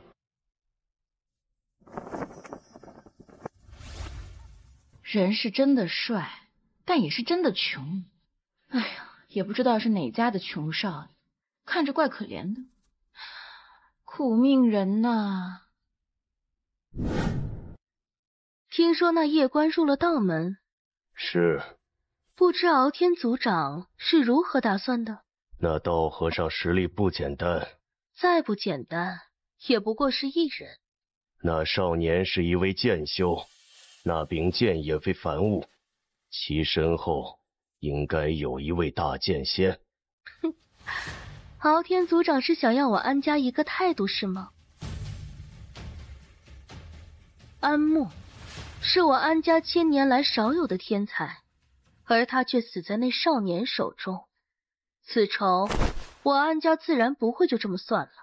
不过我们不方便明着出手，敖天族长明白吗？明白。今年我安家也有5个名额前往观玄书院走院，不过这一带我安家人才较少，因此我们想将其中的1个名额让给真龙一族。安飞长老放心，那少年活不了。敖天族长，这少年能够有如此实力，不是一个简单的天才。而对付这种不简单的天才，最好的办法就是在其没有成长起来之前，彻底将其扼杀掉。夜长梦多。明白。来人，召集我族所有成年真龙，直接去道门。族长，那夜观此时不在道门内。不在道门？他现在在仙宝阁修炼。所有成年真龙前往仙宝阁。族长，这可使不得。放心，我不会攻打仙宝阁，我是要等他出来，然后直接绝杀他。木雅姐，那家伙已经适应13倍重力时空，但他却不走，而是要把里面的灵气吸干净再走。这家伙简直是太让人无语了。我们又没有规定不能吸灵气，可是他也不能这么占我们仙宝阁便宜啊！你不觉得他很厉害吗？才遇空境，但却能够进入第13重重力时空。确实好厉害。他就是下界5考第1的夜观。他就是那夜观，杀了真龙一族真龙的那位。听说他不仅杀了真龙一族的真龙，还杀了安家的绝世天才安慕。可他为何这般穷？因为他拒绝了中土神州观玄书院的邀请，不理智。我倒觉得他很有骨气，有血性。据我所知，他来中土神州之后，去过李族与神歌族还有神族，但最后都被拒绝了。虽然他加入了道门，但道门现在的情况，我倒是觉得道门很有魄力。道和尚前辈在赌，好赌。如果赌赢，说不定道门能够崛起；若是不能赌赢，反正他们已经很惨了，再惨又能惨到哪里去呢？这倒是。太爷，我可以改造一下素君姐姐那一招一剑定生死吗？为什么？素君姐姐是大剑仙，她有那种一剑定人生死的实力和气魄，但我只是一个初学者，没有人生的阅历，没有岁月的沉淀，更没有无敌过，所以我是无论如何也不可能做到她那般的。因此就算强行学，也只能学会其形，学不到其神的。你想怎么改？我没有无敌的气势和实力，但是我可以有无敌的决心，所以我想将这门剑技改成一剑决生死，不出剑则已，若出剑，不是我死就是你死。我去，太爷，你觉得如何呀？你自己看着办吧。莫管事，据我所知，那夜观此时此刻就在仙宝阁内，可对？是。不知莫管事可愿意将他交给我们？傲天族长，这不合我仙宝阁规矩。我也不让莫管事为难。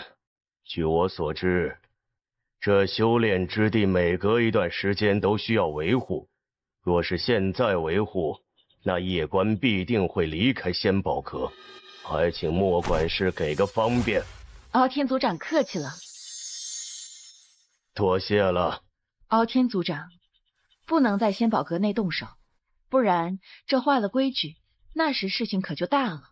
我明白。我去让他出来。等等吧，我们与他无冤无仇，没有把事情做得太绝。叶公子，很抱歉，真龙一族给我施压，我无法让你继续留在仙宝阁内，还请你谅解。理解。等等，真龙一族全族强者都在外面，你这么离去，必死无疑。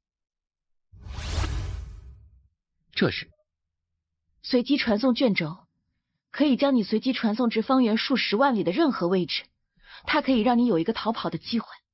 莫雅姑娘，你这……我做不到不畏强权，无法帮你更多了。这道卷轴是我唯一能够帮到你的。此情，我叶关若是不死，来日必报。这是忘记了吗？若是你能通关，就有奖励，这就是你的奖励，30万枚金晶呢。就给姑娘你吧。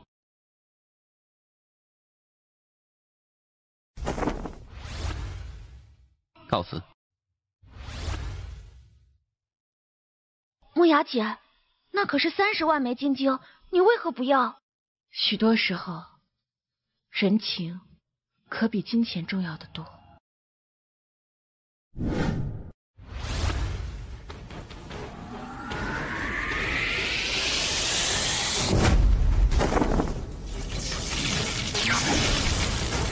放肆！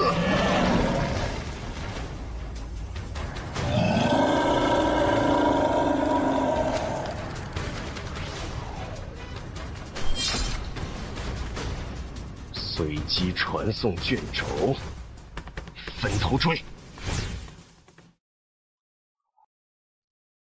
太爷，刚才有多少道气息？200多道。妈的，真龙族这是疯了吗？一来就来这么狠的。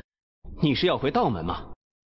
不能，现在回去就是连累师傅和师姐。叫人？叫人？叫谁呀？我的意思是，你如果不叫你师傅帮忙，那你准备怎么办呢？你觉得他会怎么做？按照以前套路，是叫人。那套路过时了。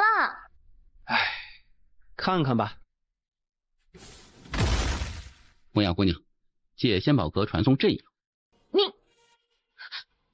快！你想传送去哪里？你确定？随我来。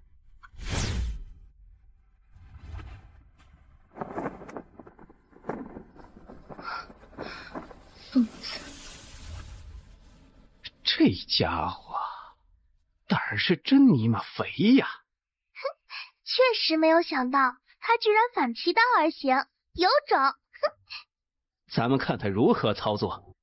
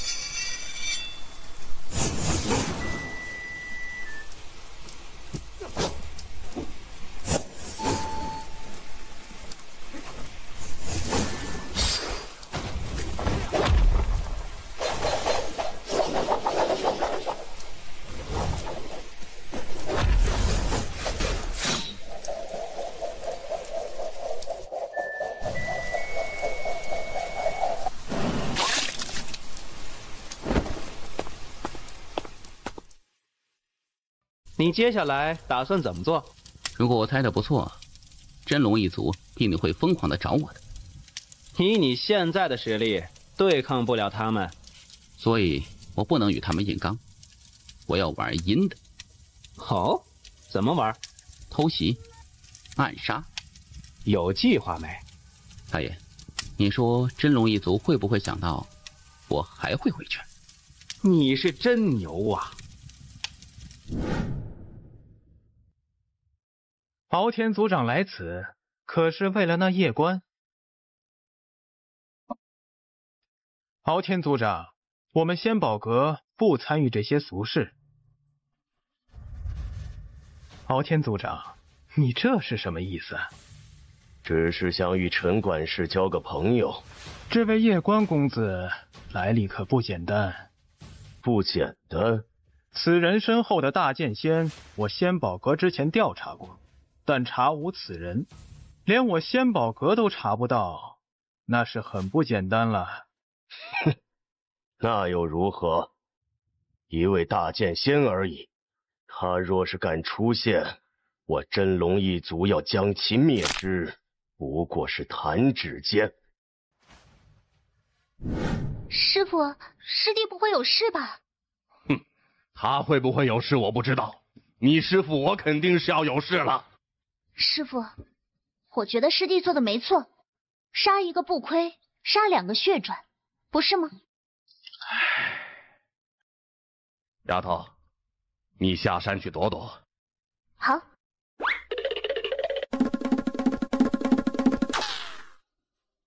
祖师爷，保佑一下我道门吧！我道门真的已经很惨了，你再不保佑，我们就真的要灭门了呀！只是破空境，正是。可有人相助？比如道和尚。我官宣书院错失一良才呀！远古当日在下界遇到此人，却不拉拢，他应该是顾忌真龙一族。哼，愚蠢！此等天才，杀两头龙怎么了？还有安家。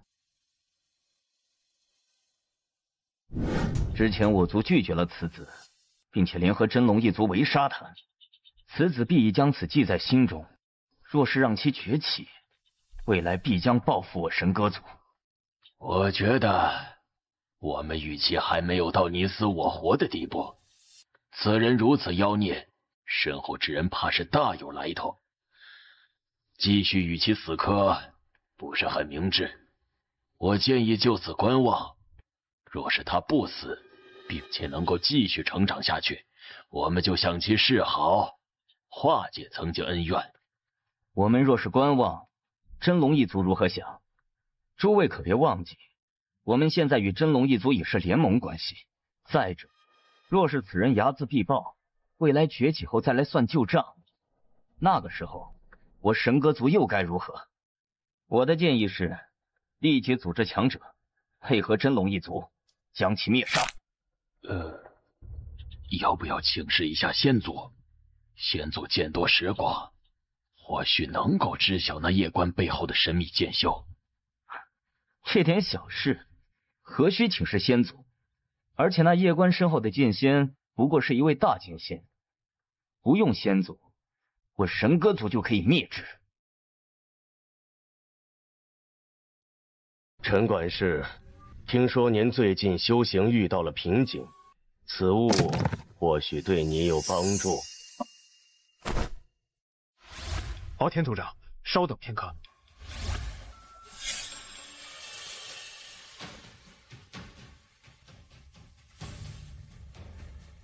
为何查此人？机密。出示你的管事印。至于。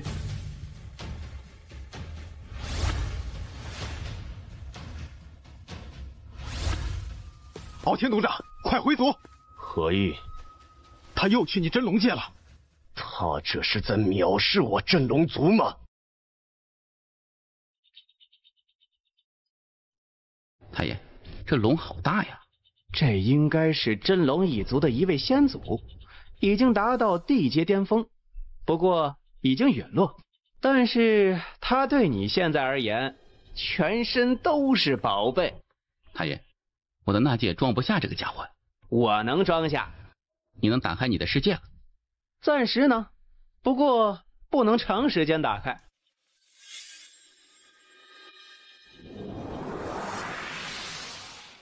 快走！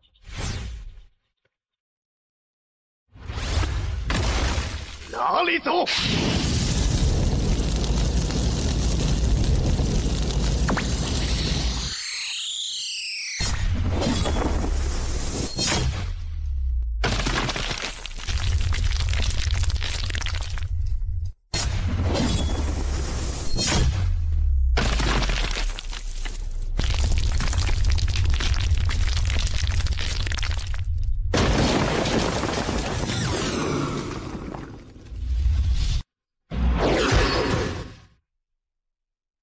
夜官偷走了鳌狐先祖的尸体，请神歌族长黎云来一趟。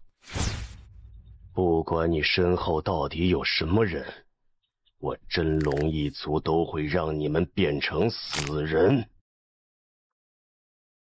太爷，这剑太强了，不好吗？不是不好，我是怕我依赖这柄剑。这柄剑将我的实力提升到了一个不属于我的高度，若是经常使用此剑，我必对其产生依赖之心，长此下去，我必废掉。而且，一旦有一日我失去此剑，我的实力就会被打回原形，成为一个废人。你能这么想，我很欣慰呀。不过，我此刻却不得不用此剑。若无此剑，我根本就无法和真龙一族抗衡。因此，我只能在生死关头时才能使用此剑，别的时候能不用就不用。可以。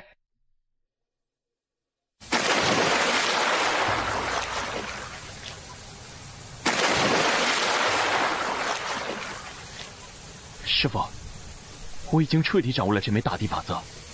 不错，走，去仙宝阁，我们去寻找下一个法则。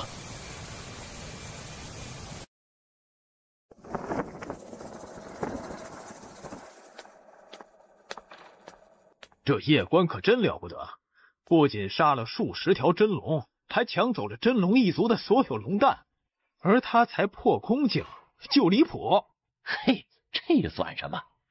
听说他又第二次去真龙一族，还直接抢走了真龙一族的先祖龙骸，这真龙一族的脸可是丢大了。哼，他这么做看似爽了，实则大祸临头。我听说真龙一族的强者已经赶往下界，他们必是要拿捏那叶家。您要回下界吗？是。其实，以你的天赋，未来会走得很远很远。现在若是为了叶家而与真龙一族死磕，实在是有些不明智啊。师父，我是叶家人，叶家如今有难，我岂能袖手旁观？修道，个人目的不同，而我的目的就是振兴叶家，带领我叶家成为这天地间的大族。你不是叶家的世子，那叶官才是。他之前实力比我强，他做世子，我服，所以我辅助他。若以后我实力比他强，我就做世子。我相信叶官哥也会服我，并且辅助我。再者，我与他是兄弟，谁做世子都一样。叶家何在？你便是叶啸。是。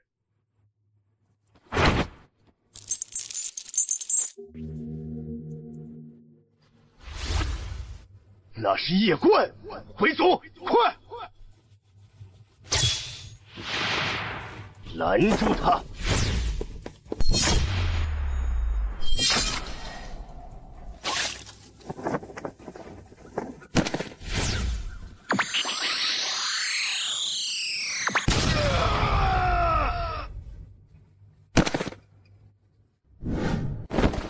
叶青帝，你留在叶家等我。你可是要去真龙一族？他们抓走族人，就是为了我。我与你一起去。那是真龙一族。那又如何？此去，我与叶家众人可能都无法再回来。你留着，未来若是你们都死在了真龙一族，就算未来我屠了真龙一族，又有何用？好，走。太爷，你走吧。你什么意思啊？我此去必是有去无回，你就不用跟着我去做无谓的牺牲了。你若是不去，苦修1年，1年后真龙一族必无人是你对手。而你若是此刻去，只能陪着他们一起死。做人做事都要讲良心。今日我若是不管叶族众人，让他们因我而惨死在真龙界，我良心不安，负了我自己的良心。即使日后绝世无敌，那也没有意义。太爷，感谢你的知遇之恩，此恩此生无以为报，只有等来世了。这小家伙，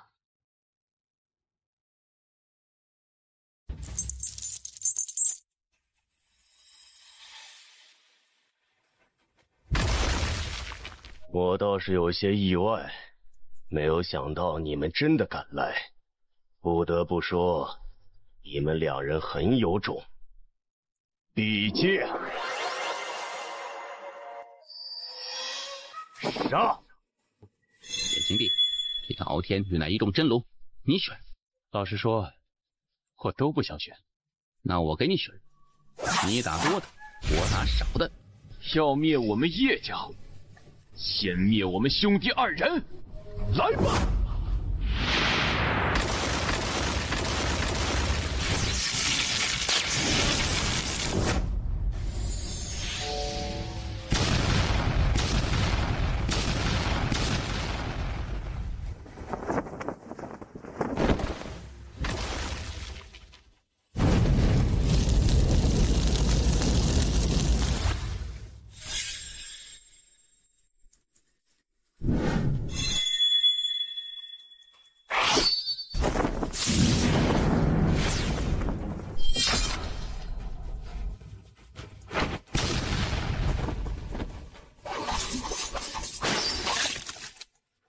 怎么可能？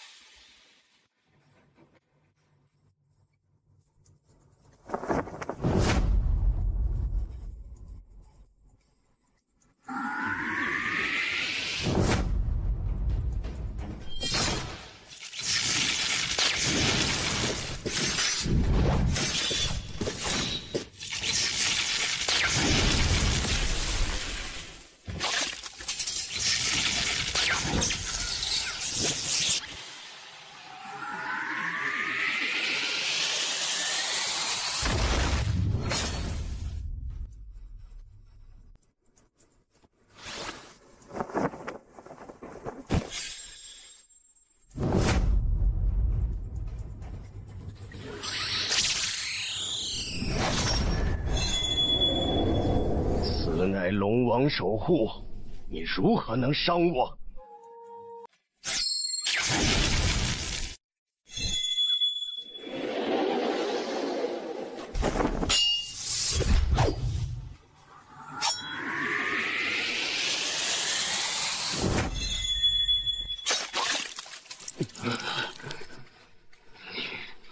你这是什么剑？行道剑。怎么可能破我龙魂守护？怎么可能？绝不可能！行道剑，未曾听过。你师尊到底是谁？到底是谁？他穿着一些素裙。素裙，我从未听过。他是一位大剑仙吗？他是一位大剑仙。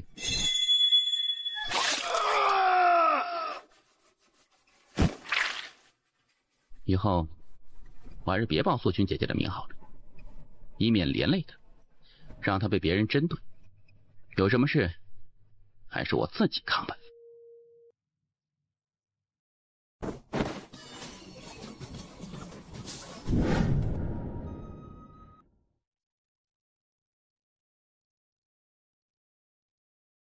黎云族长，他们二人如此妖孽，若是崛起，倒是秋后算账。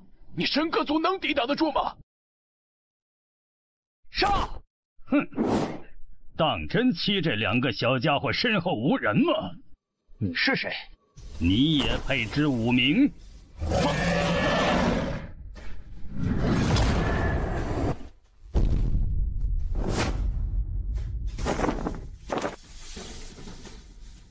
若不是看你神歌族有上代天命之人的气运加身，我今日就灭了你神歌族。真龙一族今日就可以从这世上消失了。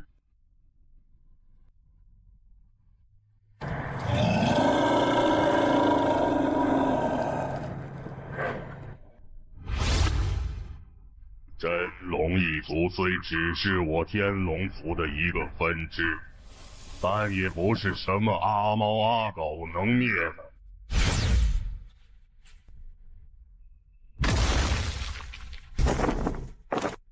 先祖，是他杀了傲天族长，是他要灭我真龙一族。老行道，这一剑出，我叶关必死。我死之后，愿你另得良缘，来日名震天外界。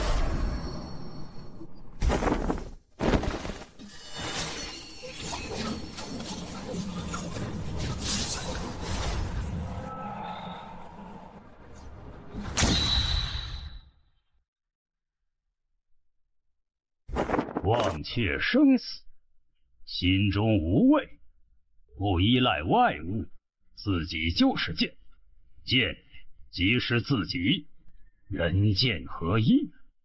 剑到小成，他竟然达到了剑仙。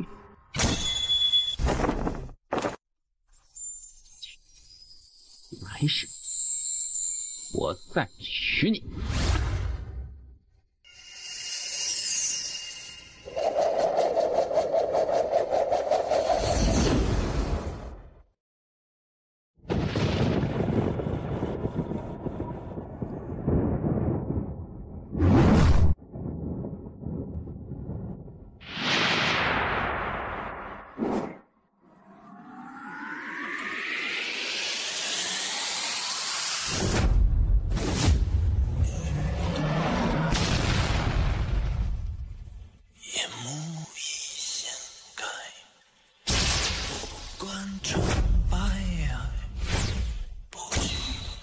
见为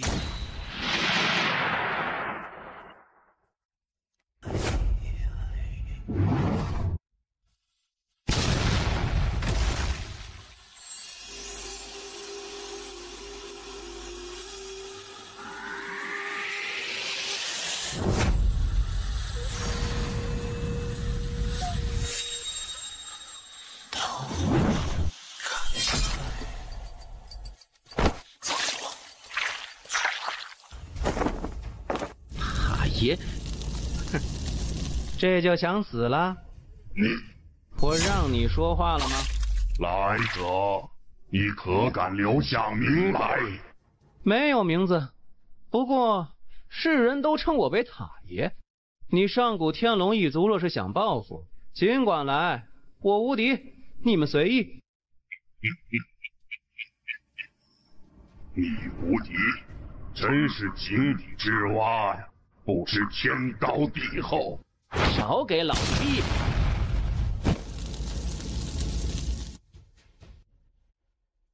站着别动，谁动，我杀谁。没事吧？还好。你不怪我吧？怎会呢？若不是你出手，我可就死了。我岂能怪你？我若是早点出手，做人要讲良心。塔爷又不欠我，让我成为剑修，帮助我成长，这已是天大的恩情，我岂能再要求你这样那样啊？道友是不方便透露，见谅。你这弟子很优秀，即使放到当年人间剑主时代，也是佼佼者。你选中之人，不管心性还是天赋，都是绝佳，很不错。敢问阁下尊名？你配知道吗？阁下可知，我神歌族有上代天命之人气运家族，而上代天命之人就是人间剑主。这我倒是知道，你们先祖就是离歌嘛。当年他与人间剑主相识，人间剑主念情，因此让神歌族成为了大族。今日你这神歌族的天命气运就该断了。哼，狂妄！此乃人间剑主所赐天命气运，岂是你说断就断的？那你就好生看着，看我能不能断你神歌族的天命气运。小道，别搞事情！哎呦喂，大姐，我的好大姐！哎。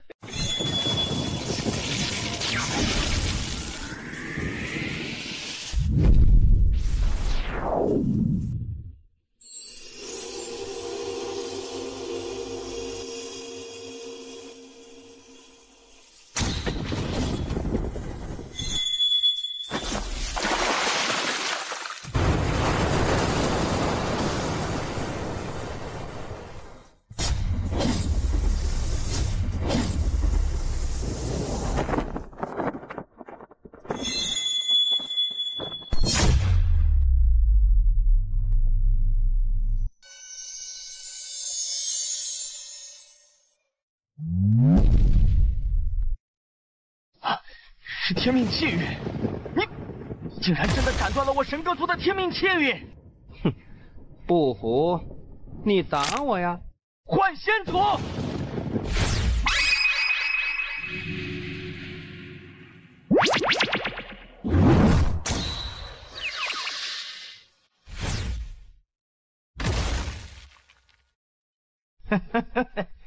等死吧你！还有你与你身后那位大剑仙，一起等死吧！太爷，素裙姐姐实力与她相比，如何？没法比。一人做事一人当，我身后根本就没有什么大剑仙，只有塔爷一人。你神歌族有什么？冲我夜关和我无敌的塔爷来就可以，不要殃及无辜人。为何我感觉你好生熟悉？是吗？阁下怎么称呼？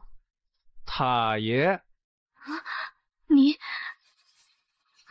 他，先祖，就是此人要断了我神歌族的天命气运，他们还扬言要灭我神歌族。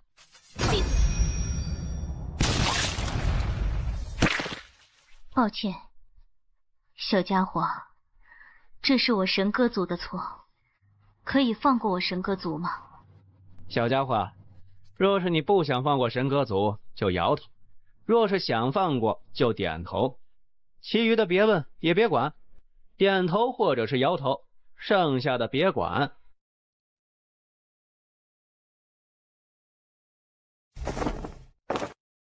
说说事情的来龙去脉，从最开始到结束，不得有任何遗漏，不得添油加醋，不得扭曲事实，否则我毙了你。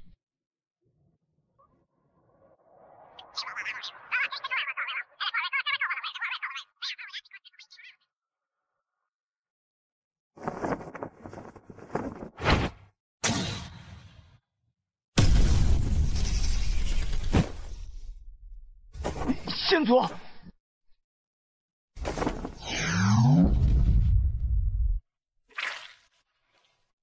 这是怎么回事？此事是我神歌族的错，我代表神歌族向你道歉。神歌族所有顶级强者都在这里，我已经全部将他们抹杀。你看，可以了吗？神歌族所有顶级强者都在这里，我已经全部将他们抹杀。你看，可以了吗？你以后会不会报复我？不会，不信你可以问问你的塔爷。放心，他不会来报复你。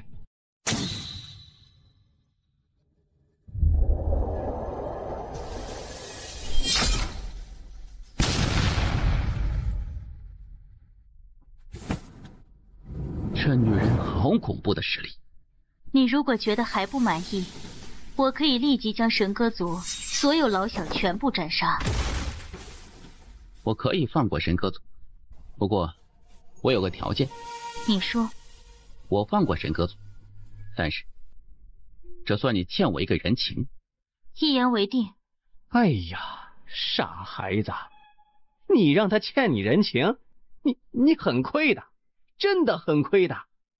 我神歌族这次做得很不对，我们的所作所为深深地伤害了你，因此我个人觉得一个人情不够，2个、3个人情吧。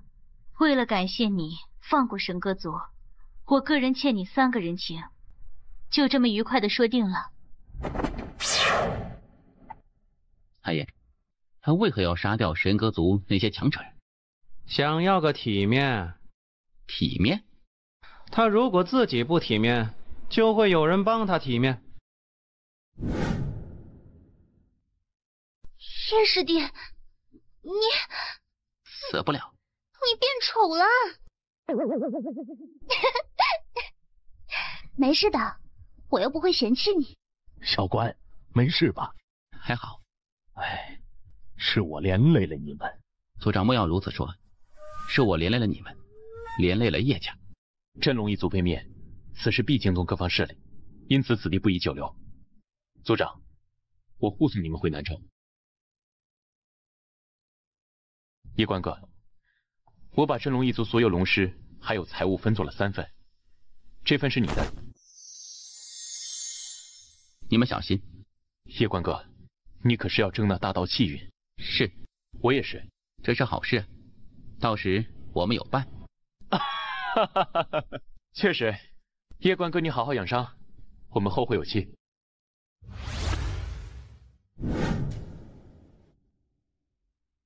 中州院守陆朝文见过叶首席。陆院守，真龙一族被灭，说说你的想法。此事我已经调查过，与那叶关有关。继续。要不要派人将叶关缉拿？叶关与真龙一族的恩怨暂且放一旁，我们来说说叶关与书院的事情。据我所知，叶关本也是我书院弟子，但在下届武考大比之中，真龙一族强行出手，干预比赛的公平。此事你可知？我明白，江湖不是打打杀杀，更多的是人情世故。相比一个没有任何背景的穷小子，真龙一族与安家自然更加值得拉拢。但他真龙一族好大的胆，竟敢光天化日之下干预我官学书院武考，而下届官学书院竟无一人敢出来阻止，真是荒天下之大谬。陆院守，你是真龙一族的狗吗？叶首席，此事关系安家。放肆！你是想用安家来压本座吗？不敢。来人，将安家那位与真龙一族勾结的安妃给我杖毙在安家门前。现任安家家主教导无方，不再适合做安家家主，让他们另选他人来做。还有，从今日起，以后安家的特殊待遇全部取消。带下去。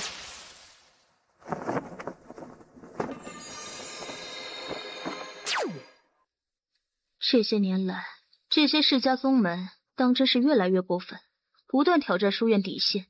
这些世家宗门发展至今，许多已俨然成为书院毒瘤。但慎言，首席，还请慎言。如今书院内部，这些世家宗门已经到处渗透，他们已经彻底影响书院，而且甚至快扭曲书院的价值与信仰。县主当年不可能看不到这些问题，但他却任由这些问题泛滥，他是如何想的？丫头，你不可批评院长。若批评不能自由，那赞美毫无意义。去见见那位夜观公子。上古天龙一族怕是不会罢休。丫头，此次真龙一族被灭，必是因为那夜观。你准备如何处置他？我没有什么资格去处置他。灭族此等行为，是官选法不容许的。是官选法不容的，但真龙一族前来南州抓走叶家等人，以此来威胁那夜观。这种情况下，夜观的反抗在官选法内，那是属于正当防卫。算不算防卫过当？人家关起门来打你，要将你与你全族置于死地。这种情况下，怎么防卫都不算过当。换成我也会灭了他真龙一族。官选法讲究的是公平、公正。若是我们只允许真龙一族去伤害人家，而不允许人家反击，那这官选法岂不是成为恶法了？因此，那夜观反抗属于正当防卫，不予追究。那你去见他，是为……此事归根究底是我们书院的问题。书院处事不公，才让他遭受不公的对待。于情于理，我们书院都应该去向他道个歉。若是他愿意加入书院，那自然好。若是不愿，我们也应该做出一些补偿。谢师弟，你不要紧张，我就是给你上药，不会对你做别的。师姐，那可以别摸了吗？你快上药吧。叶师弟，这是附水液，天阶灵药，刚开始可能有点疼，你忍着点。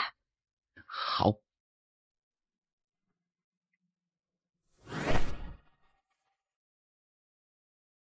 感觉如何？还好。下界那赵元首该如何处置？此人虽然失职，但也情有可原。一个小地方的院首，自然不敢和安家与真龙一族对抗。而且，事后他特意为那夜观上书鸣冤，这证明他已知过错。既如此，可给他一次机会。可按照官选法的规定，他这种行为，最轻也要废去修为啊。那赵素当日若是站出来抵抗真龙一族与安家，以安家与真龙一族的实力，顷刻间便可让他灰飞烟灭。面对这两个庞大的势力，他一个小小的书院院首又能如何？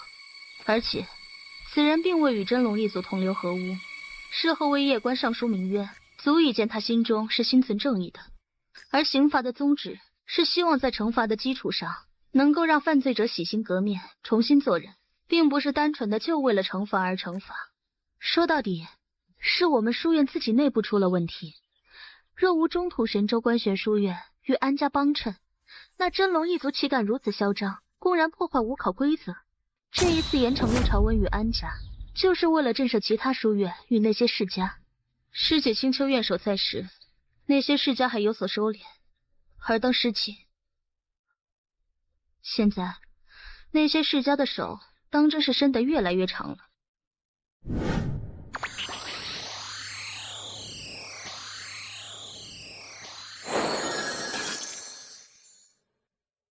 太爷，你有没有什么瞒住我呀？没有。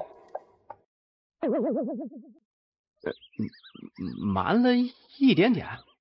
神歌族先祖为何要这么做？你真的想知道？其实啊，他也是你父亲的红颜知己。红颜知己？是的，所以他才会这么做。太爷，我爹有很多媳妇吗？很多。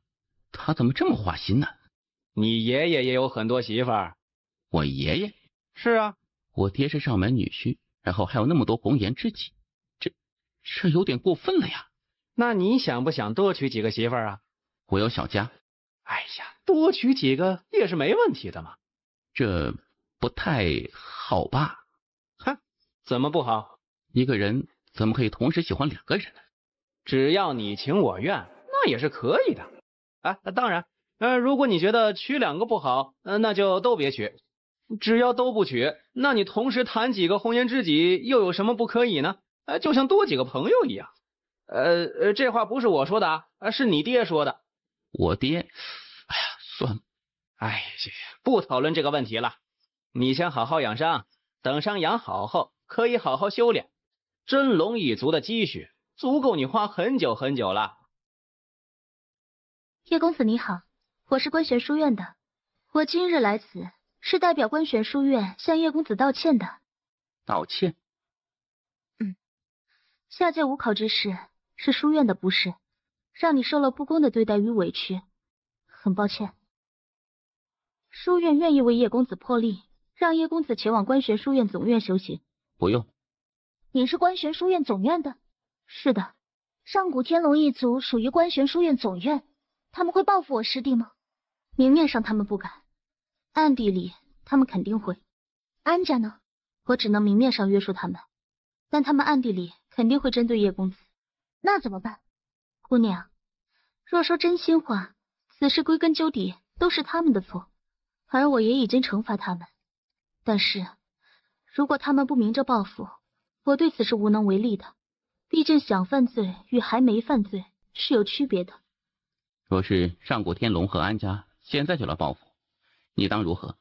上古天龙若是现在就来报复你，我会让观玄卫立即处置他们，然后启动弹劾程序，弹劾上古天龙一族，最终让书院内阁来定他们的罪。但这结果却不是我能干预的。若是安家呢？我想我会尽我所能阻止，并且启动弹劾程序弹劾安家。那依你看，最终的结果是什么？最终结果就是叶公子你会死于非命。没有公道。是。公道有，但是那也是需要实力才能够争取到的，这就是现实。姑娘，你是一个很不错的人，若是书院能够多一些似你这样的人，那肯定会更好。多谢叶公子的认可。叶公子，安家与上古天龙之事，你还需要多多小心。我个人的建议就是，叶公子得努力提升自己。面对强权与不公，你能做的就是比他们更加强大。虽然我读了一辈子的观玄法，但不得不说，许多时候，拳头比观玄法有用。多谢你的建议。告辞。他有没有希望争夺大道契约？从目前来看，没有。他可是剑仙啊！如此年纪便达到剑仙，即使在总院也属难得。但就目前而言，他没有赢得希望，因为我见过妖族与银河系的那2位。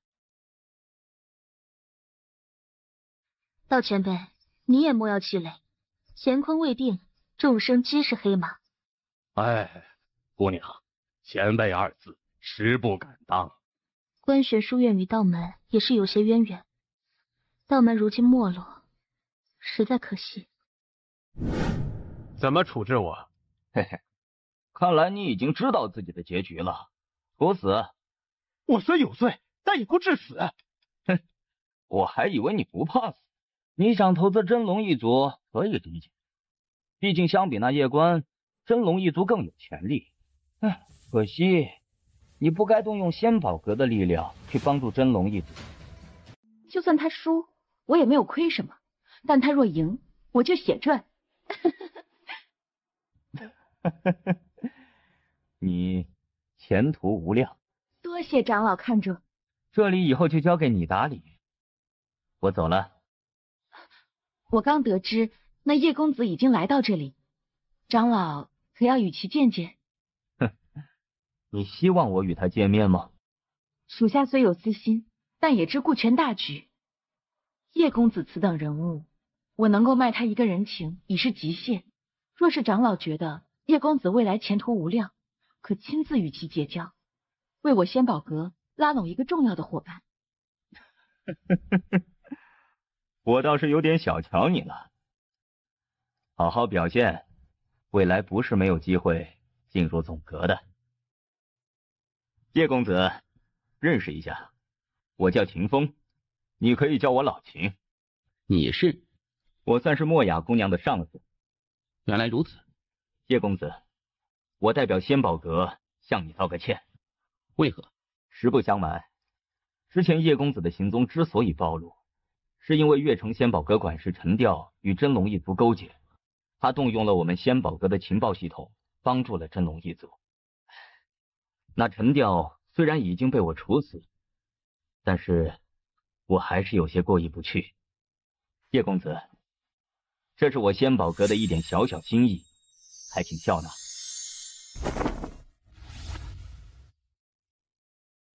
秦兄，冒昧一问，我后台很强吗？你这话问的都给我整不会了，强不强的你不知道吗？我很想知道。叶兄啊，看得出来你不是那种喜欢花里胡哨的。那我也与你坦白，其实我也不知道你后台强不强，你自己也不知道吗？你就当是我后台很强吧。叶兄啊，这世道身份背景自然重要，但我觉得个人努力更重要。若是我们做不了强二代，那就做强一代嘛。好一个做不了强二代就做强一代。秦兄，此言深得我意。秦兄，我想入仙宝阁的修炼之地修炼。安排。多谢了。不知道叶兄想修炼哪方面啊？空间重力。叶兄已经能够适应15重的空间重力了。仙宝阁可还有更高级别的空间重力？有，随我来。这里是我月城最高级别的修炼场所，在这里修炼1天需要耗费2万枚金晶。可以打个折吗？我给你免费1个月。这个不好。没什么不好的，就当是我教你这个朋友了。当然，如果你看不上我，那可就另说了。秦兄，严重。叶兄是想从16倍开始，还是先从16倍？好。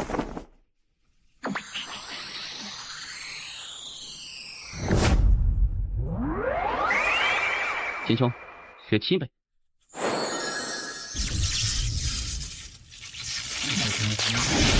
秦兄，18倍。秦兄，20倍。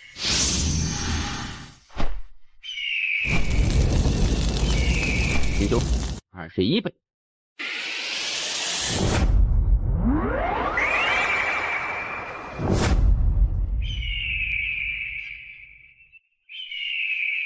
秦兄，31倍。叶兄，30倍已经是月城最高的空间压力了。秦兄，我们切磋一下。啊？叶兄可别开玩笑了，你觉得我像是个会打架的吗？去逛逛窑子还行，打架那还是算了。叶兄是想实战？是的。可以去观玄书院打榜。什么打榜？叶兄难道不知观玄书院有一个5榜？不知道。在观玄书院啊，有一个5榜，中土神州与中土神州之下的所有天才都可以参加，只要年纪不超过25岁，这个5榜上的天才就相当于中土神州年轻一代的一个标杆。我不是观玄书院的。不是观玄书院的也可以参加，有奖励的。什么奖励？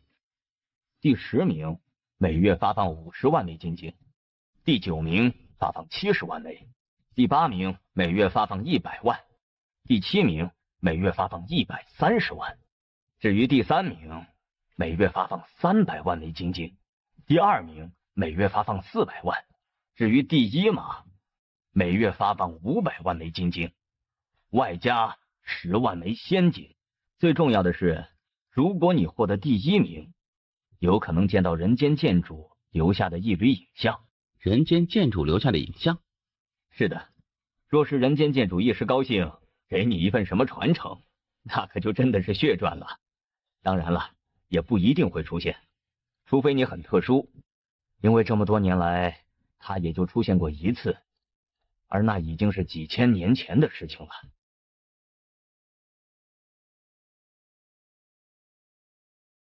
太爷，我记得你之前说过，你认识人间剑主，对吗？是。如果我打到第一，他会看在你的面子上出来吗？当然，他虽然很厉害，但是我小塔的面子，他还是不敢不给的。记住，去打榜需要什么要求？2个要求，第一呢，必须是25岁以下；第二嘛，是未曾做过穷凶极恶的恶事。我懂了，叶兄，你要不匿名挑战？匿名？是的，这5榜可以匿名挑战。秦兄为何这般建议啊？叶兄啊，你是不知这世道人心险恶，还不到1年，你就要参加大道气运之争。你以为这大道气运之争就很公平吗？可没有那么简单的。这大道气运之争就是各方势力的一场博弈，这水啊，深得很。所以呢，我的意见就是你匿名挑战，以免被各方势力盯上。我明白了。还有啊，叶兄，你千万要小心安家与上古天龙一族。据我所知，安家被叶首席惩罚后，整个安家那是相当的不服啊。这叶首席就是那叶官职姑娘吗？是的，她便是官玄书院总院的文院首席，权势滔天。她来到中土神州之后，不仅罢免了陆朝文，还惩罚了安家。她惩罚的极重，不仅处死那安妃，还直接罢免了安家的现任家主。可以说，她是一点面子都没有留给安家。秦兄，我来自小地方，对于这些世家争斗完全不懂。秦兄若能指点一二，在下感激不尽。据兄弟我所知，安家已经在联系官玄书院总院那些安家的大人，他们肯定是要针对叶首席的。他会有危险不？这也不至于，别说是安家，就算是中土神州那几大超级远古世家，也不敢说加害叶首席。毕竟他可是书贤院首的弟子，而且他师姐就是青丘院首，他们不会蠢到做这种事情的。但是不敢杀他，但不代表不能办他。按兄弟我的猜测，接下来就2种结果：第一，如果叶首席没有被调走，甚至还让他来主持这一次的大道气运之争，那么就是他赢了；而如果他被调走，那就意味着是那些世家赢了。一旦他被调走，接下来安家与上古天龙一族必将针对于你。如果他们要脸一点，可能就不会明面上针对你；可如果他们要是不要脸一点，那你可就真的难受了。因此，我建议你现在尽可能别太高调，低调一点，为自己争取一点时间发育一下。不然，他们一看你提升这么快，肯定玩命的来搞你。叶兄啊，我会在这中土神州待一段时间，到时候你若是有什么需要，尽管来找我。你帮我的已经够多了。这不算什么，都是一些我所了解的信息罢了。我们仙宝阁最擅长的就是这一块，所以以后若是有什么需要，大可来找我。打架我不行，但帮你查查一些你不知道的事情，还是很简单的。那我就先多谢了，我们后会有期。恭喜叶公子成为了剑仙，感谢你当初的帮助啊！我虽然无权无势，但未来莫雅姑娘若是有需要，在下必倾力相助。叶公子，你客气了。这是5颗龙丹，这是我的一点心意，你就收下吧。好吧。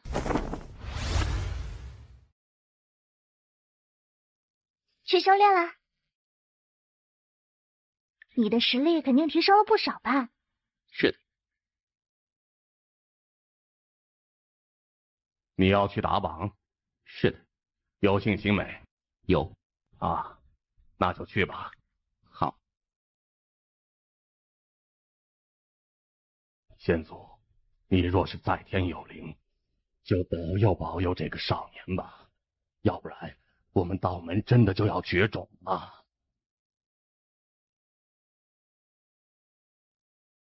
师弟，你这是要出门吗？我要去官玄书院打5榜。加油！好啊。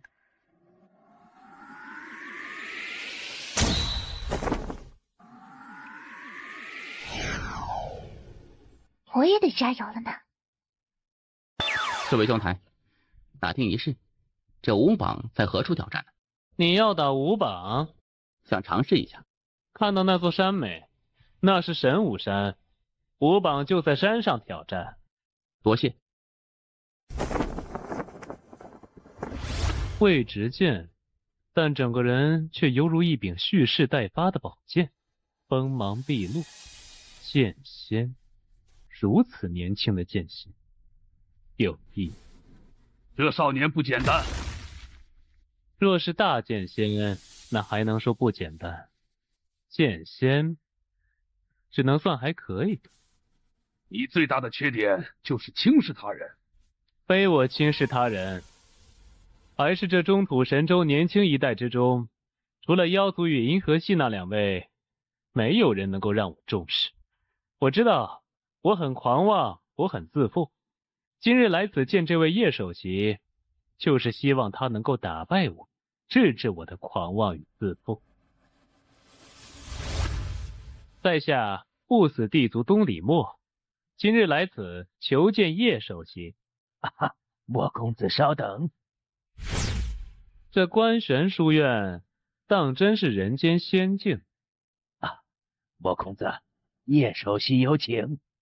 多谢。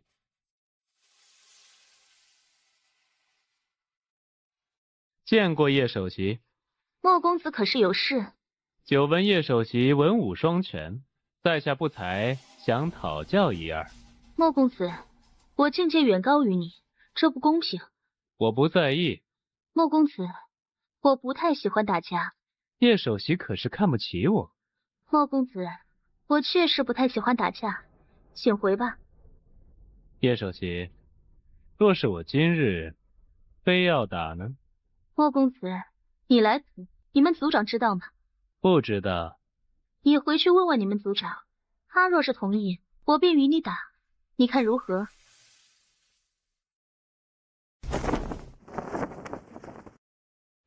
此人好生狂妄，丫头，你为何不修理一下他？哼，他不是狂妄，他是故意为之，想破而后立。破？总院可有消息？暂时还没有，但应该很快就有了。到了现在，书院内许多人都认为我在小题大做，故意打压世家，而他们都忽略了一个问题，这个问题就是我们书院的核心：公平、公正、公理。到了现在，都没有人去在意过那位叶公子。书院无考，他与安慕公平一战，但却换来了这种不公平的对待。而我们书院不仅没有去为他主持公道，反而还排挤他。而我相信，叶公子肯定不是唯一一个。在我们不知道的底层世界，肯定还有许许多多的不公平的事情发生。丫头，这事情你能别管吗？人间剑主为何创立官玄书院？他要为这天地立心，为芸芸众生立命，为万世开太平，这是他一生的目标。凡我官玄书院后来者，也该为这一目标奋斗。书院有问题，治书院；天地有问题，那就治天地。内阁有令，叶首席立即回总院。安家与上古天龙一族有心了呢。果然呢，动上层人的利益，如同剥夺他们的生命。去见见叶公子吧，这或许就是最后一面了呢。叶公子，我要离开这里了。如果你愿意，我可以带你一起前往官玄书院总院，在那里你应该有更好的发展。别管这姑娘，你我素昧平生，你为何要帮我？第一，你有能力；第二，我喜欢管不公平的事情。安家与上古天龙对你出手了吗？你为何得知？一位朋友与我说的。叶公子，你确定不和我走吗？我不走，安家与上古天龙一族会针对我，对吗？一定会。除非你夺得大道气运之证。一旦你夺得大道气运之证，他们必不敢冒天下之大不韪来对付你。我明白。看来叶公子已经有了决定。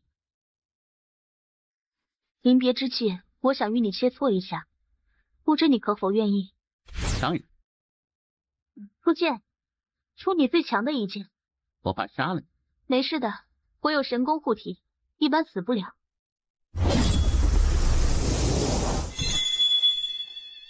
姑娘，小心！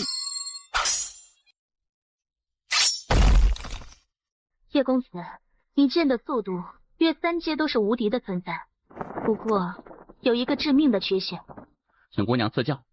领域。你看我面前空间，我化成地狱。当你的剑进入我的领域之时，我的领域就会压制你的速度。你看我面前空间，我化成地狱。当你的剑进入我的领域之时，我的领域就会压制你的速度。换言之，我的领域空间相当于有50倍的空间重力在压制你的剑。而你的缺点就是，你的剑缺少破除领域的能力，还在空间规则之内。只有破除空间规则，你的速度才能够真正意义上达到一个极致。空间有规则。当然，你的剑之所以能够如此快，是因为你透彻空间规律。但是，透彻也还在空间规则之内。如果你想更快，只有破空间规则。如果你能破规则，就是大捷境强者也挡不住你这剑的速度。其实也很简单的，就是跳出空间，然后一下就破了。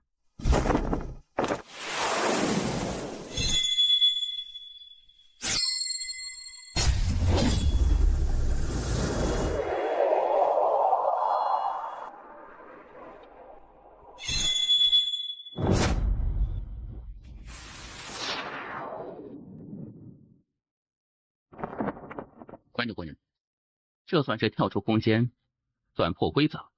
谢公子，你这么妖孽，你家里人知道吗？多谢。叶公子，这是你自己的功劳，我可不敢贪功。若是无你指点，我不知道要多久才能够领悟到这一点。叶公子，你是一个很优秀的人，期待你能够来观选宇宙，后会有期。后会有期。丫头，你对这叶关似乎很有好感，还有，你不愿意指点那东李墨，却愿意指点那叶关，这是为什么？我喜欢有礼貌却长得好看的男孩子。太爷，这关芷姑娘的实力好生恐怖。这天赋确实很了不起。太爷，曾经人间剑主的天赋是不是也很恐怖啊？前无古人后无来者那种啊？不算是。不算是？他可是人间剑主啊！还如果天赋不逆天，如何能够修炼到那种恐怖程度啊？哎呀，你误会我的意思了。什么意思？古往今来，大道比主人给一些天才分了等级。在人间剑主出现之前，最高级别的等级是超标。而你知道人间剑主出现以后，他是什么级别吗？什么？严重超标。哎呀，别纠结这个问题了，去打榜吧。好吧。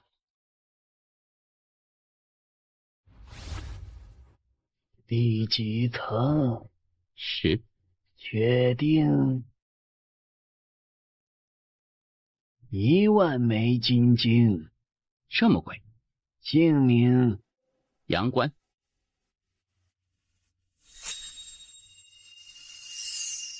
进去后有30个传送阵，进第10的那个。好的。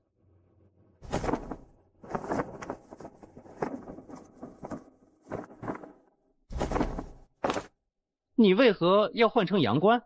秦兄不是说过吗？让我尽可能低调一点，为自己争取一些发育时间。我明白，我的意思是，为什么要用杨？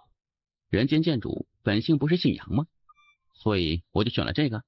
这他妈是巧合吗？如果是，那也太巧合了吧？哎，有什么问题？没有问题，去挑战吧。好。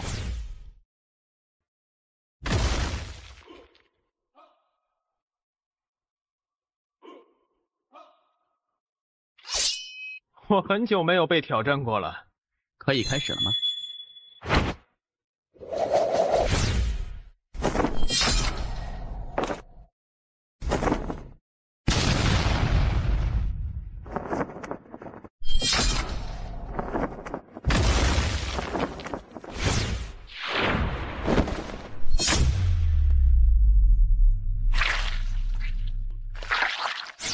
你输了。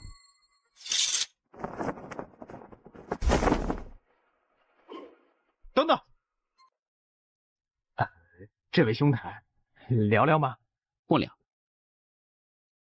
哎，10万，我给你10万枚金晶，聊1刻钟。为什么？你别问那么多，就聊一会儿。10万枚金晶，如何？这位兄台，如果你现在就出去，那我这脸可就丢大了。20万枚金晶，成交。说吧，你想聊什么？兄台怎么称呼？杨官。杨兄，我叫云晨。云兄，幸会。你是剑兄？是的。你的剑好快，我从未见过如此快的剑。你也很强。你如果不会说恭维的话，可以别说。云兄，第10名每月真的有50万枚金晶吗？有，不过有一个条件，就是你必须守住1个月。我明白。杨兄，你来打榜是为了钱吗？你们来打榜不是为了钱吗？云山兄，时间到了，你续费不？不续费，我就不与你聊了。杨兄，不聊了。那云兄后会有期了。云兄，只要守塔者一出现，就代表比武开始，是吗？是的，这里的挑战是无规则挑战，可以使用任何手段，只要对方出现，比武就算开始。多谢。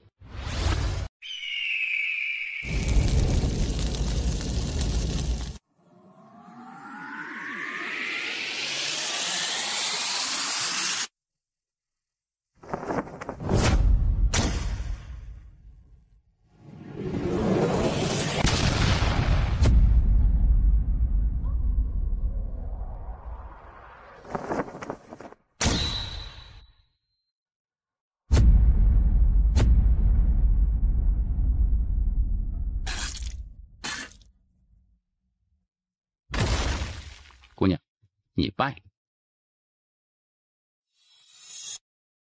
多谢姑娘。哎，怎么称呼你啊？杨官。真名？能说你的真名吗？给你钱呢？姑娘，我不报真名，并非是故弄玄虚，只是有一些不得已的苦衷，还请见谅。我明白了。啊，对了，我叫薛伊人。你听过我的名字没？你走吧。告辞。真的是，约我薛伊人聊天，居然还收钱，我难道不够美吗？真是一个直男。你好像并不缺钱呐，你现在的钱财足够你很长一段时间修炼了。确实。那你为何？我之前问过秦兄了。如果要重塑肉身，至少需要数千万枚金晶。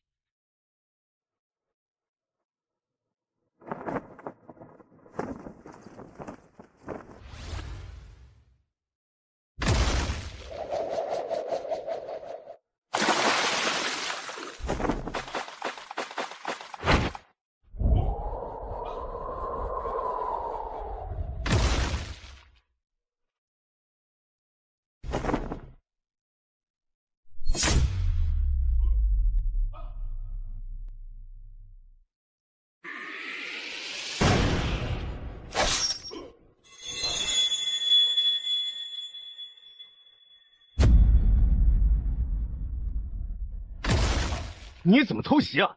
我初来乍到，也不太懂这里的规矩。不过云晨兄说，只要对方人一出现，我就可以出手。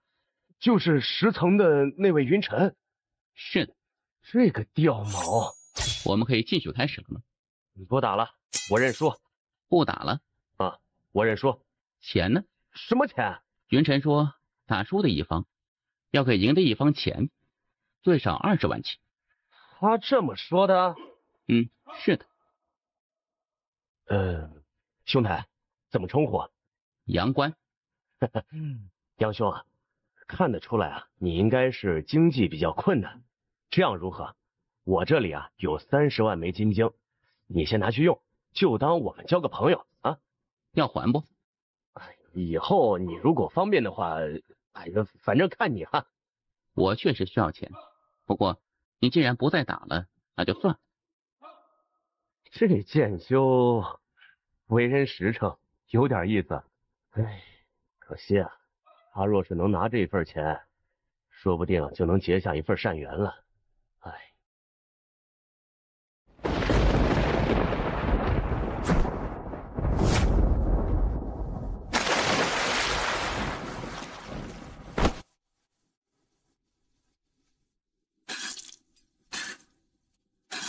你赢了，承让了。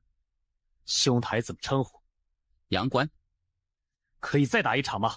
云神兄说，如果要重新打，就必须得给对方30万枚金晶。他说这是辛苦费。可以开始了吗？开始。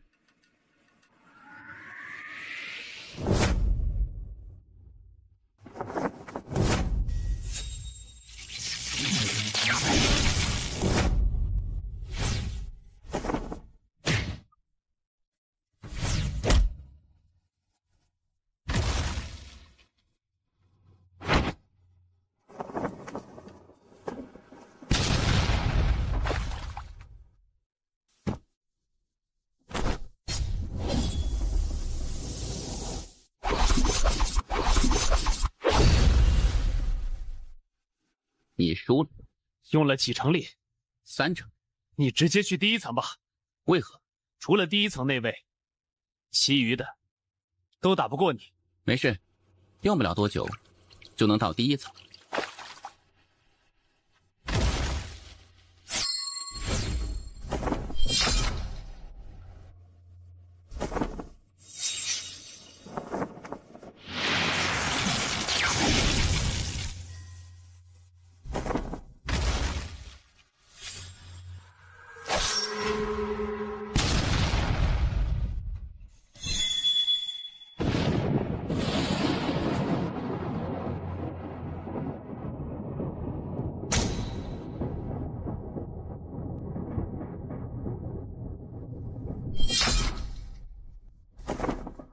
不服，再打一次。云神兄说重打，要给50万枚金晶。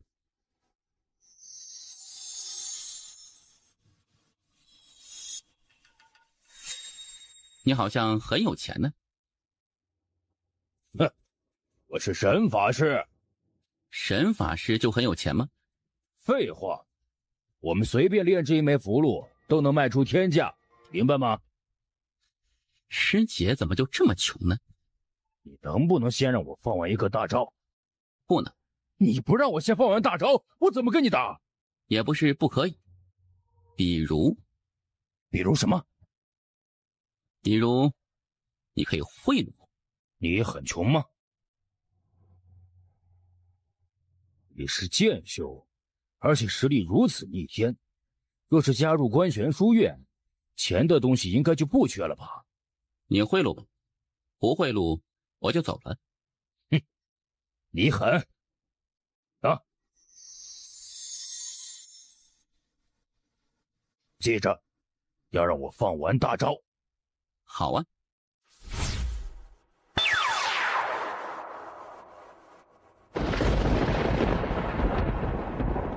雷神之力呀，吸死这个王八蛋吧！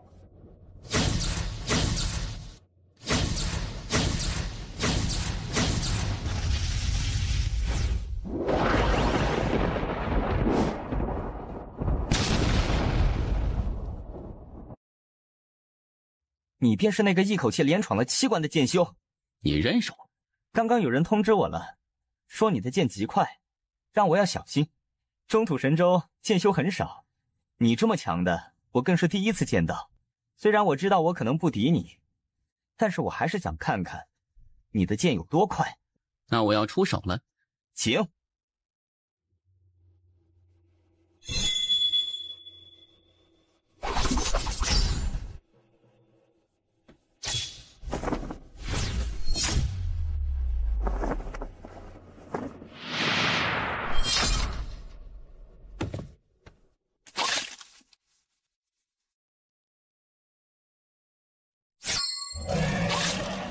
承让。冒昧问一句，你这速度是如何修炼成的？时空压力。你达到了第几层？最高层。李谦，我就说过，你挡不住他的剑，没看不起你吧？此人好妖孽，不愧是能够剑斩真龙的人。这人人品也可以，要不要拉拢他进我们浩瀚佣兵团？我倒是觉得可以。不过还得让老大点头才行。好。你觉得他能够打过第1的那位不？看他有没有隐藏实力。如果没有隐藏实力，悬。不过这家伙肯定有隐藏实力。我觉得他的目标应该是这一次大道气运之争。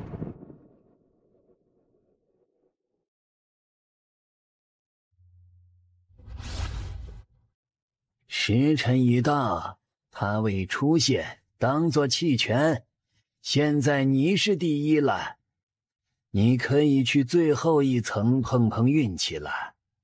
记住，只能待1个时辰。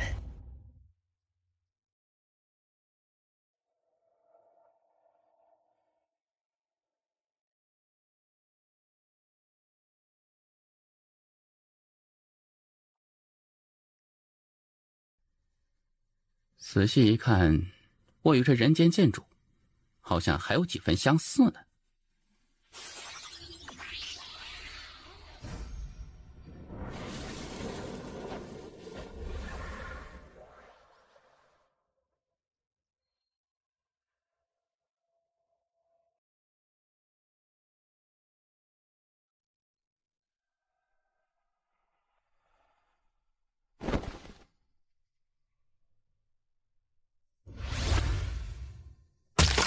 他很优秀。我原以为当年我能扛下所有一切，未曾想到我曾经的遭遇他又要经历一遍了。这就是我杨家人的宿命，希望他不要恨我。我心好痛。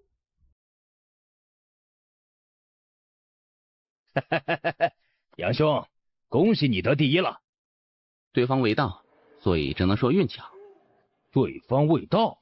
是的，我等了1个时辰，对方也没有出现，所以实在是侥幸。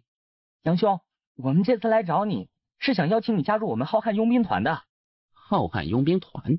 是的，我们中土神州有数万佣兵团，而我们浩瀚佣兵团排名第2，实力可是非常非常厉害的。有什么好处啊？好处是有的，比如说我们可以一起接一些赏金任务。赏金任务？在佣兵公会有各种各样的赏金任务，报酬极高。多高？最高级别的赏金任务有3000万枚金晶。3000万？接个锤子！你知道任务内容是什么吗？我有点激动了。这个任务就是前往醉渊，抓捕上代中土神州第1妖孽季玄。季玄？此人不仅是上代中土神州第1妖孽，还是官玄书院书院首席，更是中土神州2大绝世美女之一。本该前途无限的他，却不知是因何原因，当年在官玄书院内亲手杀了他的师傅。不仅如此，还杀了官玄书院许多长老与强者，从此他被书院通缉。他叛出官玄书院？是的。书院内无一人是他之敌吗？他不仅杀了他师傅，还杀了数十位长老，变态得很。总院的人呢？总院当年也派人来过，但是他进入醉渊了，那个地方非常复杂，总院的人进去后也没有寻到他，最后只能无功而返。而且这事情颇为诡异，因为最后不知什么原因，总院没有再管这些事，好像还特意压了一下，而后书院就发布了通缉令。杨兄啊，你有没有兴趣加入我们浩瀚佣兵团啊？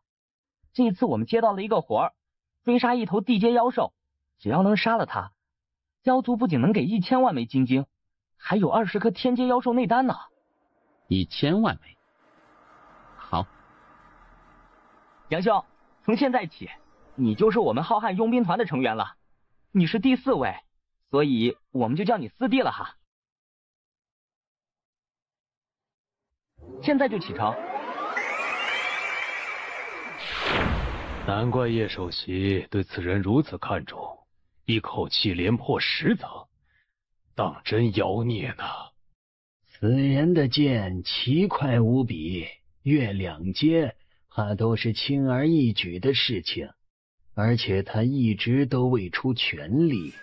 中土神州的前2代院首都是蠢货呀，上一代痛失那季玄，这一代又失去这位叶官，真的是蠢呐。顾院首，你要拉拢他们？我拉拢个锤子！你知道叶首席为何被调走？总院又为何调我来吗？因为我是代表世家的。叶首席离去之前，是不是见过这位叶关公子？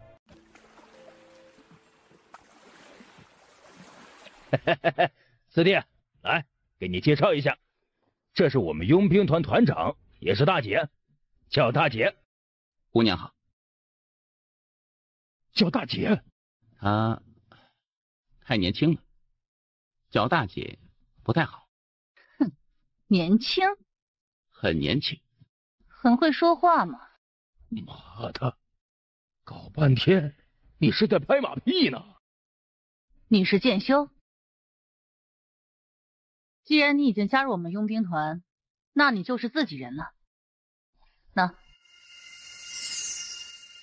这是算是见面礼。我靠，大姐，为何我们没有见面礼啊？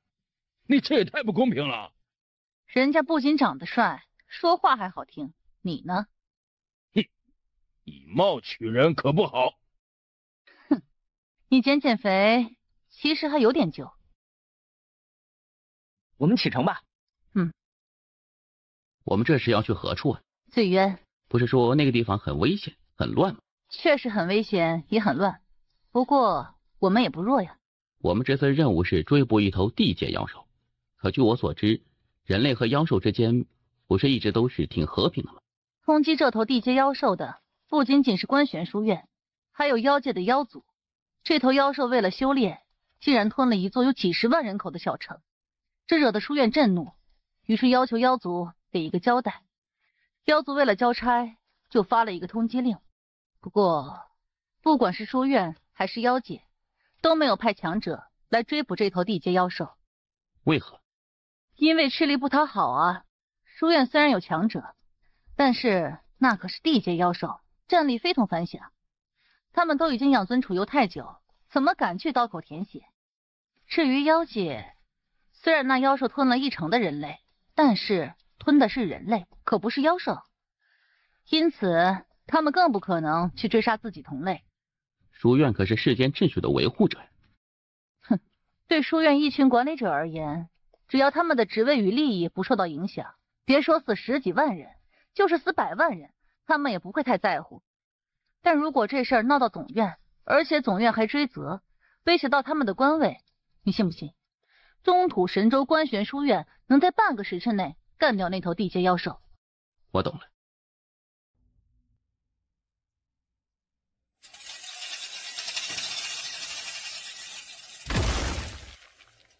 那就是醉城，是醉渊唯一安全的地方，而且在里面待1天要10万枚金晶。人呢？走吧。这是接头的，他知道那头地阶妖兽的下落。那妖兽就在其中，之前受了重伤，现在正在养伤。我确定后会给你报酬。你现在就得给我。若是他不在里面，我不是白给了？你竟敢骗我们！你怎么会知？我就是试试。你很聪明，但当你来到这里的那一刻，就注定了你死亡的结局。你知道我是谁吗？你是谁？我不想知道。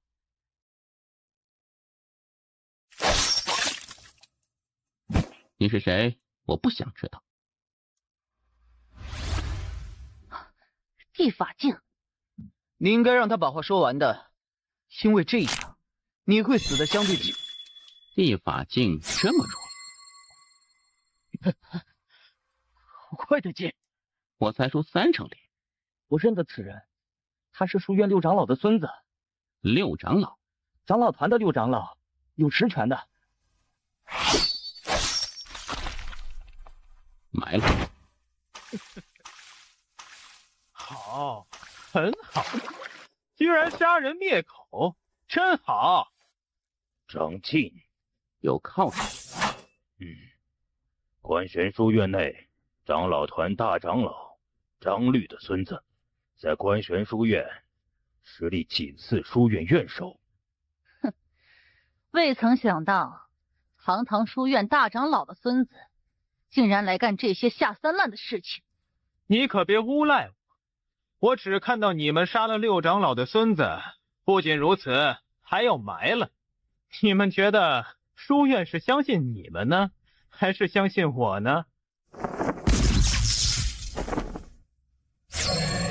一起埋了。你敢杀我！你竟敢杀我！你不知道我爷爷是大长老吗？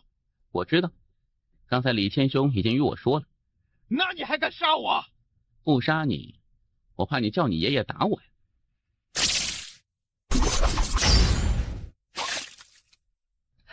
叶兄，你闯大祸了！什么叫你？难道不是我们吗？对，是我们。我口误，我真的没有别的意思，就是口误。如果我们不杀他，你们说会怎么样呢？他会回去告状，然后接下来我们就会被他爷爷针对，而他爷爷一定会动用观玄书院的势力来针对我。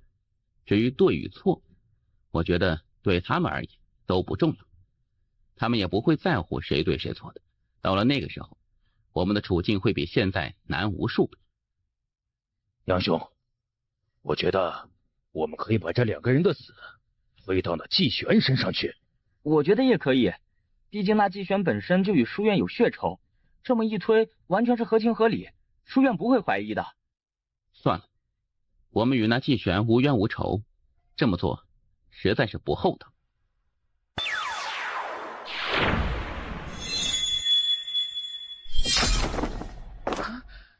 银发飞刀，你是季玄？季玄，这位就是上代书院首席季玄吗？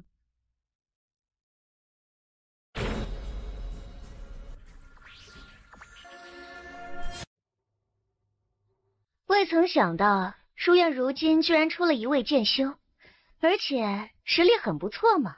姑娘的实力也好强啊。你这人三观挺正，我本不想杀你，但很可惜你是书院的人。既然如此，那你就不得不死了。季玄姑娘，她不是书院的。她不是书院的？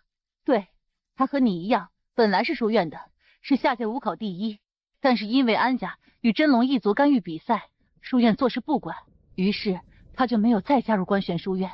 大姐，你知道我身份？大哥，你当我们是笨蛋吗？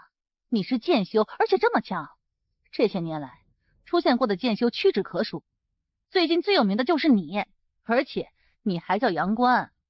哼，有意思，书院居然错过了你这么一位天才。季玄姑娘，我们对你没有恶意，刚才我朋友对你的冒犯，接我一刀，你朋友的事情就算了。好，叶兄，没事的，姑娘，出刀吧。你可要小心了。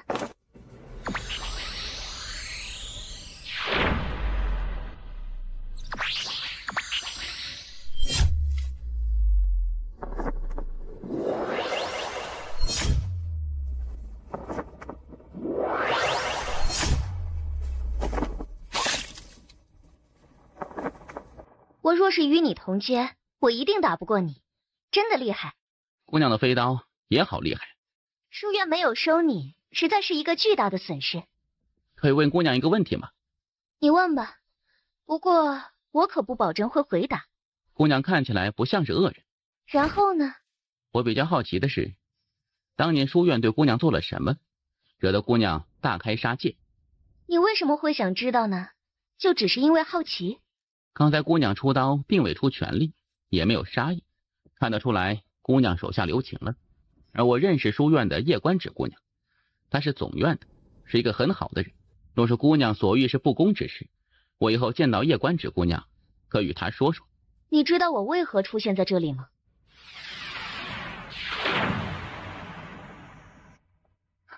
追杀令，有人对你下了追杀令。太爷，是不是我爹入赘的那个大族杀来了？应该不是吧？为什么呀？哎呀，妈的！我该怎么继续忽悠你呢？叶公子，你知道要杀你的人是谁吗？他们给出了3000万枚金晶的报酬。凤姐还挺值钱的。我也很心动，不过在见到你后，我觉得你这人三观挺正，做事很辣，但却有底线。我很欣赏你，所以这活我就放弃了。姑娘知道是谁给我下的追杀令吗？不知道，雇主身份保密，这对你现在而言不重要。重要的是，你得离开醉渊，因为过不了多久，醉渊所有的杀手与强者都会来找你。不对，他们已经在来的路上了。他们的实力相比你如何？那肯定没我强。开玩笑，我曾经也是中土神州年轻一代第一人，好吧？没你强就好。太爷，我们要钓鱼执法了。姑娘，你是不是很缺钱？有点。马上会有很多人来杀我，而这些人肯定都有钱，他们为了钱来杀我，肯定都是三观不正的坏人。你要不要与我联手，我们一起反杀他，然后所得财物5-5分呢？我当诱饵，你在背后偷袭，嘎嘎乱杀。也不是不行。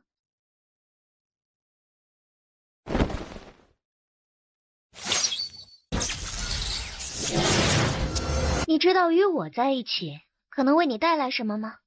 姑娘是想说我与你在一起会被官玄书院针对是吗？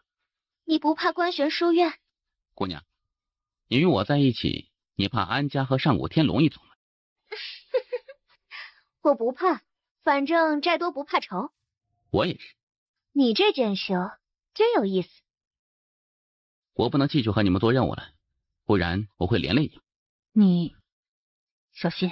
你们快走吧。叶兄，一定要活着回来啊！你有什么计划？没有计划，等他们来，然后埋了他。这么自信？这次他们给我下追杀令，可以分为3阶段。第一阶段，刚开始有些人会低估我的实力，毕竟我只有破空境。这个阶段我们可以很轻松，因此赶来的必定是高手。当然，我不知道这里高手的含金量。第3个阶段呢？经过第2阶段之后，这里的一般杀手亦不敢再来找我了。真正的高手也会重新评估我的实力。那个时候，背后的主谋只有2个选择：第一，他们加钱；第二，他们放弃。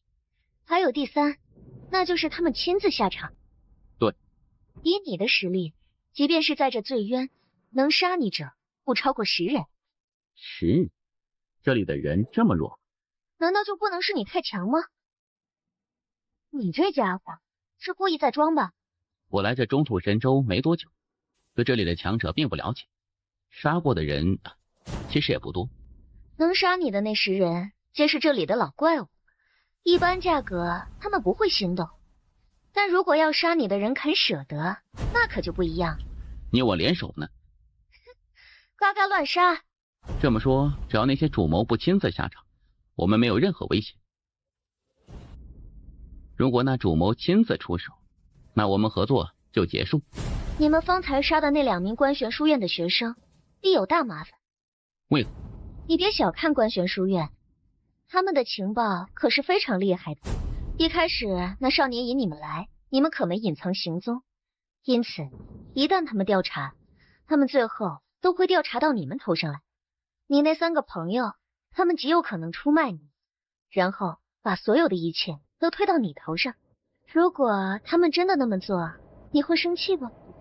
当然生气，我又不是圣人。那你会后悔救他们不？这倒是不后悔。为何？我救他们是因为我做人的原则，且在我能力范围之内。如果他们最终害我，我会生气，但也不会后悔，因为人都是自私的，这是人性，会生气也能理解。毕竟人不为己，天诛地灭了。不过他们肯定会死，我能救人也能杀人，害我者我一定会埋了他。你这剑说真有意思，恩怨分明，做人有底线，赤子之心。就是不知道你能保持多久。来了，齐全姑娘，绑起来。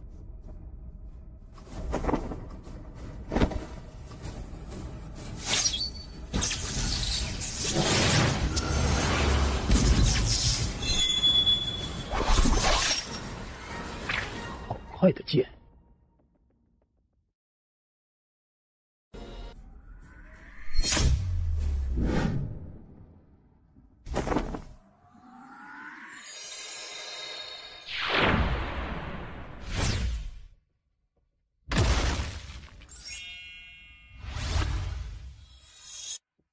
没有我，你也能杀他，这钱我就不要了。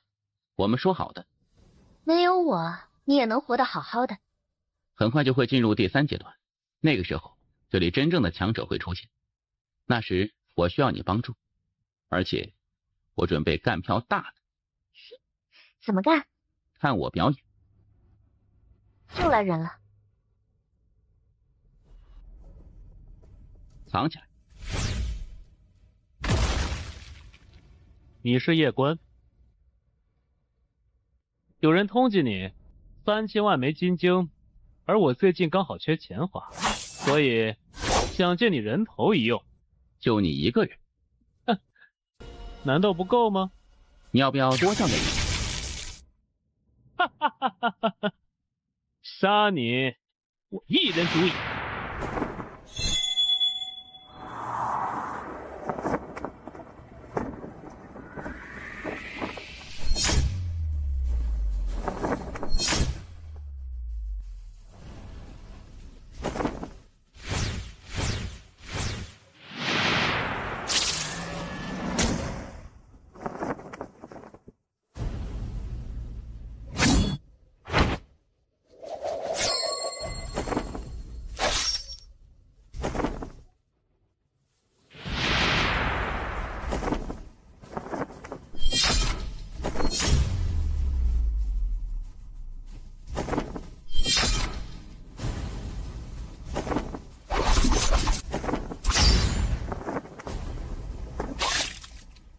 你这么强！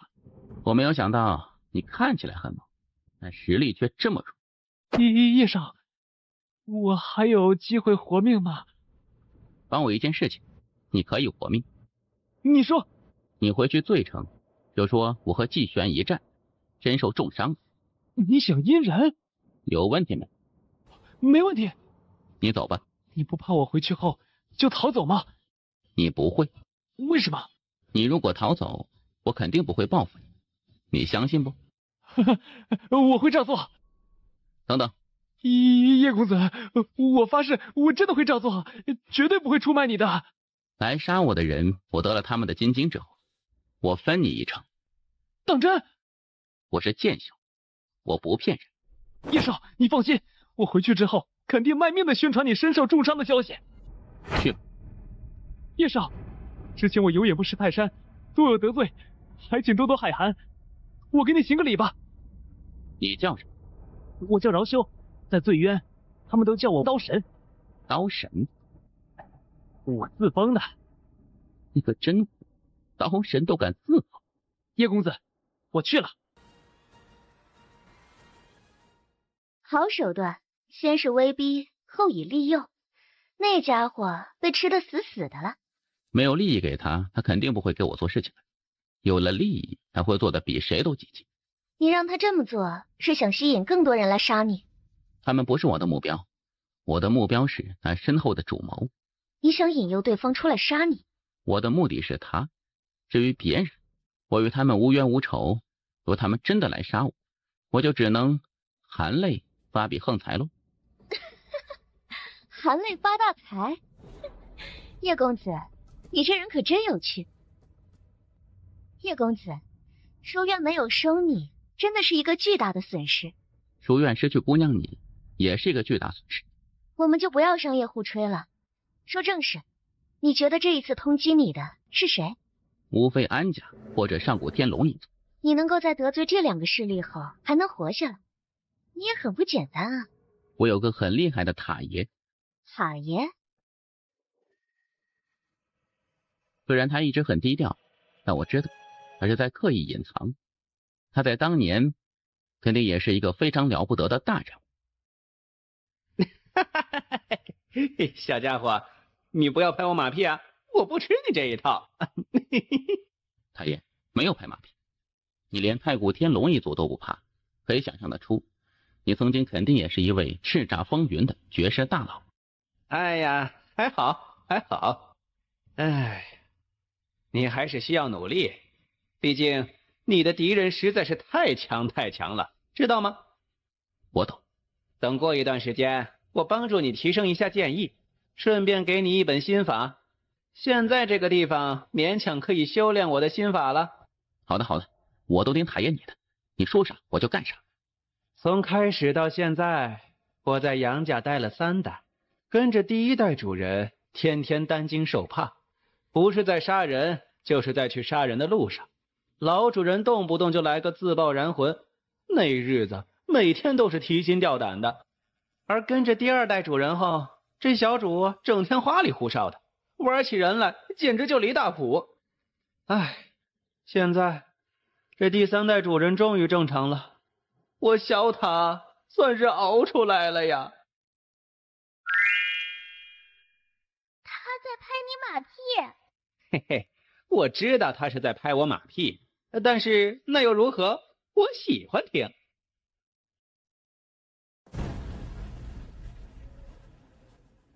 那夜官就在前面，大家不要怕，他腿都被打断了，现在根本没有战斗力，冲啊！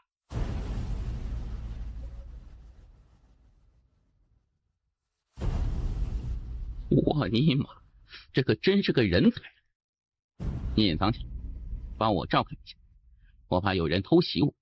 你小心！杀了夜官，3千枚金枪，杀呀！杀了夜官，3千枚金枪，杀呀！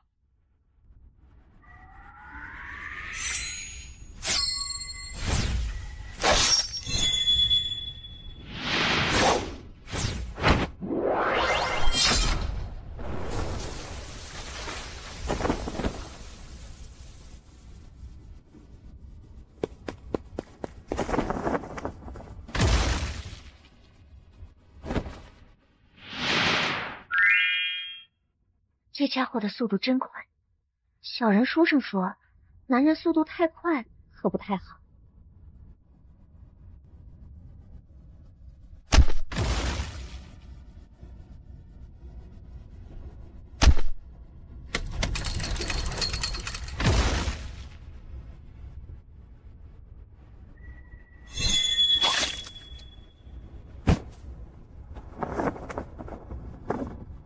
孙成，不得动武。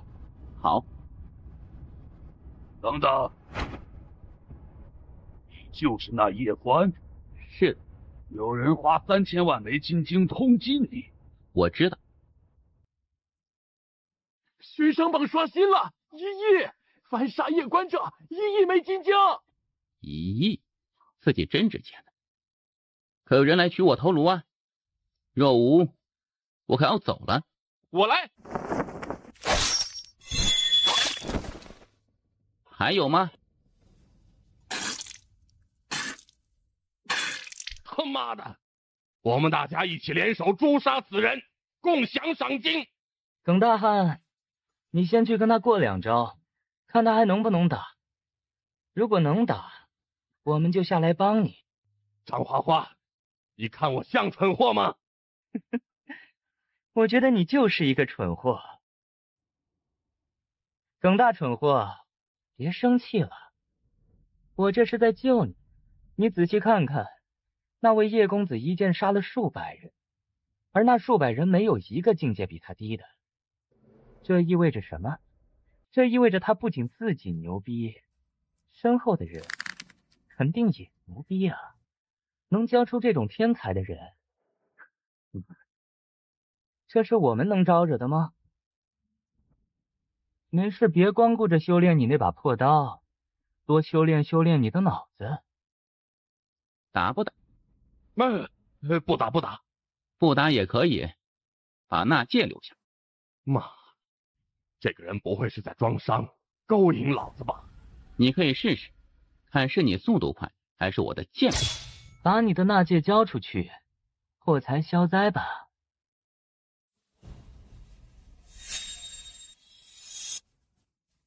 你怎么这么糗了？叶公子，我方才得到消息，观玄书院有2位学生死在了外面，不知道这事是不是叶公子你做的呢？张兄，这是你应得的。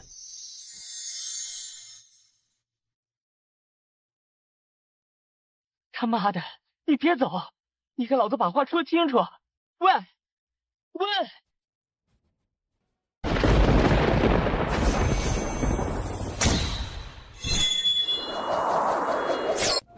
是你的。多谢叶少。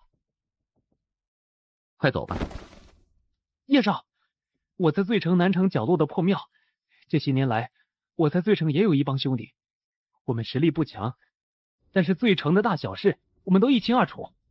你如果有需要，随时吩咐一声。去趟仙宝阁，找一位秦风的官士，就说让他帮我调查一下，到底是谁来搞我。好。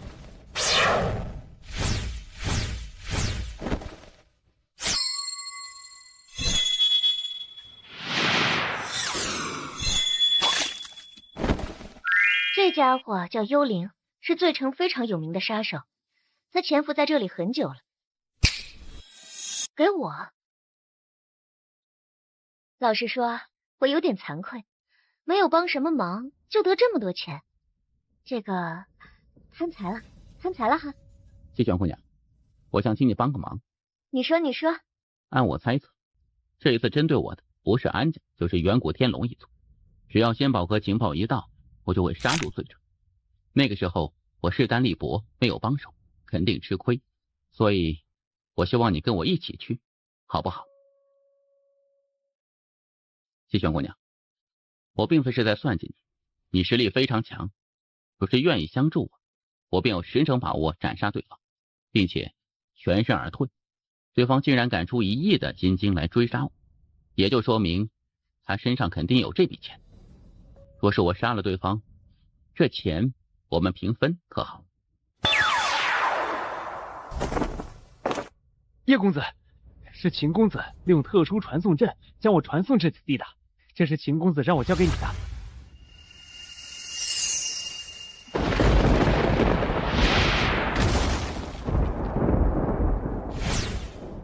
你速离去。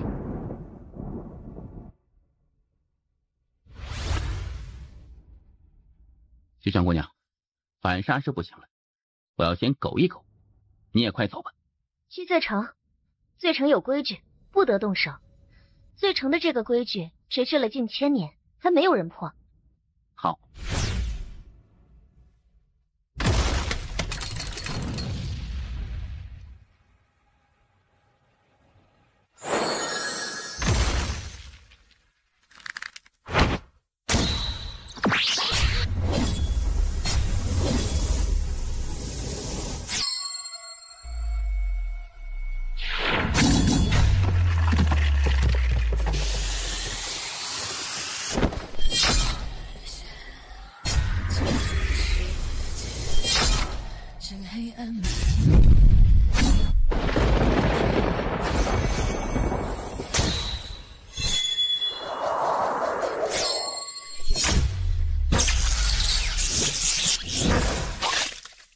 你果然是一位剑仙，如此年轻的剑仙，看来我们这次是来对了。之前你们发通缉令，让那些人来杀我，是想窥探我的实力。小心一些，总是没错的。夜关公子，我们罪城不欢迎你，还请出去。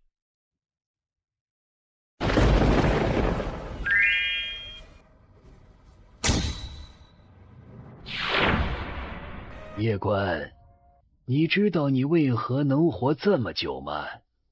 我来告诉你，你之所以能活这么久，是因为那位叶首席。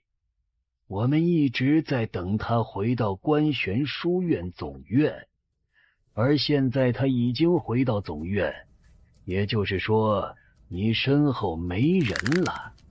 没了他的庇护，别说你，就是你身后那位大剑仙，我们也能像捏死蚂蚁一样轻松捏死。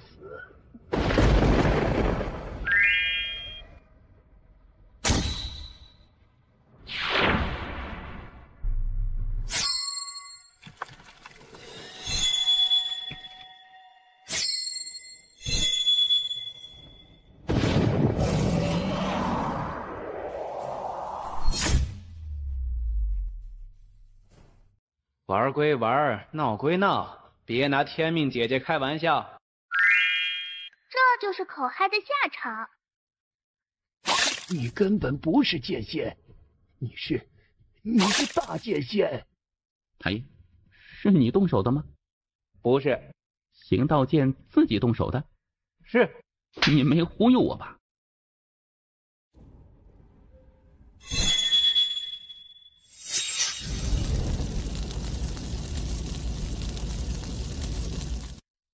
魔厨，你果然是大剑仙，你果然是大剑仙。是。原本以为万无一失，但未曾想到还是低估他了，隐藏的够深呢。让安武君去一趟。不用，家主，一个夜关而已，用不着族叔出面，我便足矣。你可有把握？此人必定要争夺大道气运，到时候我会亲自将他斩杀，免得外人说我安家以势欺人。我已经见过银河系那位，并且与之成为了朋友。当真？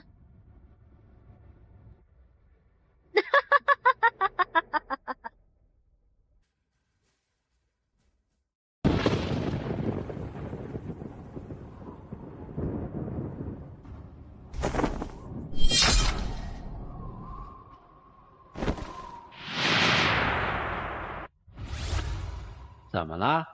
太爷，他居然秒杀一位大捷径。哦，太爷，你都不震惊了吗？震惊。太爷，有个问题我一直想问你，素君姐姐根本不是一位剑仙，她其实是一位剑帝，对吗？对，我就知道。太爷，你一直对我隐瞒素君姐姐的实力，我果然没有猜错。太爷，你是不是怕我知道她的实力之后就容易飘，然后不努力修炼了？怎么会呢？素君姐姐再厉害，那也是她的事情，自己强自己广的，这个道理我是懂的。哎，你能如此想，那就最好了。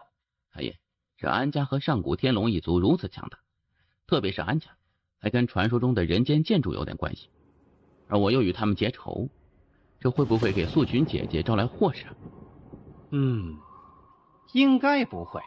往最坏的地方想，如果安家到时候叫人间剑主打我和素君姐姐，那该如何是好？你说的这个，应该不太可能。为何呀？哎，傻孩子，你爹怎么可能帮着外人打你呀？特别是还打天命姐姐。但凡这安家有这么一个念头，安家全族都要从这世上消失。太爷，你想想，关玄书院可是人间剑主创立的。人间剑主是什么人物？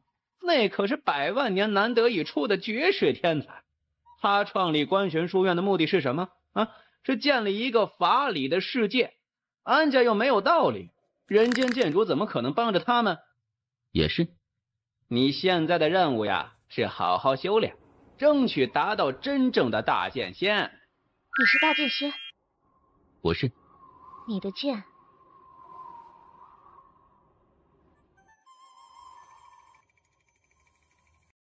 我们算朋友吗？如果刚才我被2位大捷境围殴，你会帮我不？若是我被围殴呢？季玄姑娘，我也希望我们是朋友，但从目前来看，我们并不算是朋友，我们只能算是伙伴，为了合作的共同利益，你觉得呢？你说的很对。季玄姑娘，我们后会有期。真是一个有意思的男人。叶兄，你来了。秦兄，叶兄这次来找我，可是有什么事情？我想找一个修炼的地方，实战那种。我给你安排。多谢了。客气什么？走。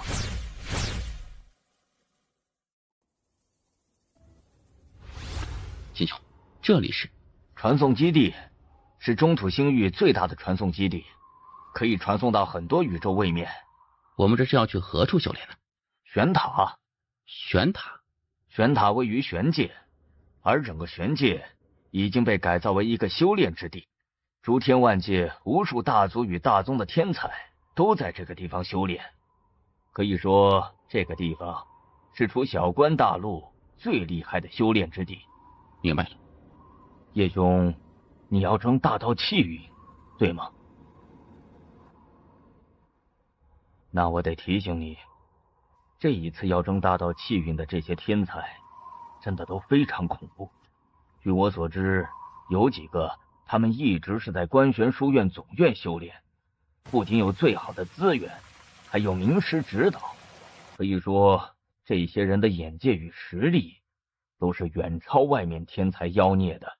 我懂，不过我塔爷也是很厉害的，我有他指点，我相信不输任何人。叶兄去玄界以后，就直接去玄塔。玄塔有72层，每一层都自成一个世界，各种各样的试炼都有，不过很花钱的，非常非常花钱。哦，对了，还有一点，你千万要记住，在那个地方都要签订生死状，也就是说，在那个地方试炼，不是玩家家，是真刀真枪的干，是真正会死人的。特别是你选择实战，凡是选择实战之人，都是签订了生死状的。被打死，那就只能怪自己技不如人。哇，好刺激啊！秦兄，我们走吧。叶兄，我还得提醒你一件事，以免你到了那边以后，什么都是迷糊的。好，你说。在玄界啊，可能会有小关大陆的天才出现。若是遇到这种人，能避让一下就避让一下。小关大陆那边的修炼之地不是更好吗？他们去玄界做什么呀？自然是去装叉的呗。这有什么好装的呀？真是无聊。也不是所有天才都喜欢这样，就是有些个别的就会这样。所以你如果遇到，就避让一下。因为这些家伙可都是2代，家里不是有权的，就是非常有钱的那种。叶兄，你的个人实力，就算放到观玄宇宙，那肯定都是佼佼者。但是叶兄也要明白，那就是一旦发生冲突，人家是不会跟你1对1单挑的，人家就是跟你拼背景、拼势力、拼叫人。那时你怎么办？我什么都没有。我塔爷说，我爹是吃软饭的。我去，你别老提这事儿啊！我去，你别老提这事儿啊！为何呀？大哥，你再提这件事儿，我小塔以后怕是要尸骨无存了。完了，我这是在给自己挖坑啊！哎呀，造孽呀！哎呀，这条大腿我可得抱好了呢。嘿嘿，等这家伙成为剑帝，老子有一个剑帝兄弟。到那个时候，仙宝阁内，我看那些王八蛋还敢不敢欺我？怎么称呼？叶关。本王刚来此地，人生地不熟，缺几个保镖，你有没有兴趣？保镖？1天1万枚金晶。你是来试炼的吗？哈哈哈哈哈！是的。你既然是来试炼的，为何还要请保镖啊？怕刁民害本王。这家伙不会就是从官宣宇宙来装逼的吧？有没有兴趣？我要去修炼。我靠！居然是一位剑仙，王看走眼了。实战试炼，实战试炼分6个等级，分别是人字层试炼、地字层试炼、天字层试炼，还有黄字层试炼、仙字层试炼以及地字层试炼。我适合去哪一层呢？你问我，我问谁？那就从天字层试炼开始。在里面待1天，5万枚金晶。1天5万？我的天，太爷，这仙宝阁也太赚钱了，我都想抢劫仙宝阁了。是不是嫌贵？看来你是一个散修啊。散修？就是没有背景，没有靠山，只能自己一个人的，这种就叫散修，懂吗？你就打算在里面待1天吗？年轻人，别怪老头子我说话不好听，听我一句劝，这个地方不是你能消费的，这个地方是专门给那些有钱人准备的。你来这里消费，只会耗光自己与自己家里的积蓄，搞不好还要让你父母背债，不值得。多谢前辈提醒，不过我还是有一点点积蓄的。一旦签订这生死状，你在试炼层内发生任何事情，都由你自己负责，明白？明白。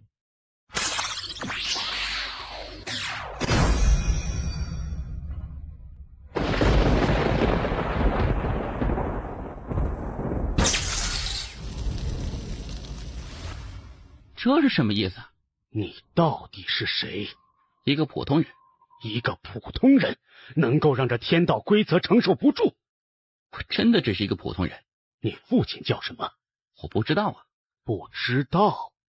他是做什么的？不知道？他是做什么的？我塔爷说他是吃软。小家伙，其实你父亲人挺好的，真的。真的吗？蠢货，他在故意激你。塔爷，塔爷，前辈，我也不知道我父亲是做什么的，不过我从小的时候，我父亲老跟我说一句话。什么话？他说要我好好修炼，未来这片官玄宇宙就靠我了。后来我长大了，我才慢慢明白，父亲不仅仅只是我的父亲，还是整个官玄宇宙的父亲。你给老夫在这胡扯！你以为你父亲是人间剑主吗？年轻人不学好，就净喜欢吹牛。你刚才那话……嘿，阿爷，我吹个小小的牛逼啊，不然我怕他老是追问我。你比你爹猛啊！你爹有时候是瞎吹，而你这吹的跟真的一样。小塔，我劝你多个心眼。这个小家伙看起来老实，实则心眼不少。小塔，你说会不会有人争夺官玄书院院长之位呢？快拉倒吧，谁敢？哼，3000万年来那个位置谁敢坐啊？谁他妈敢坐？即使是那几位权势滔天的绝世人物，也不敢对那个位置有半点念头。万一书院推举别人坐呢？那书院还有必要存在吗？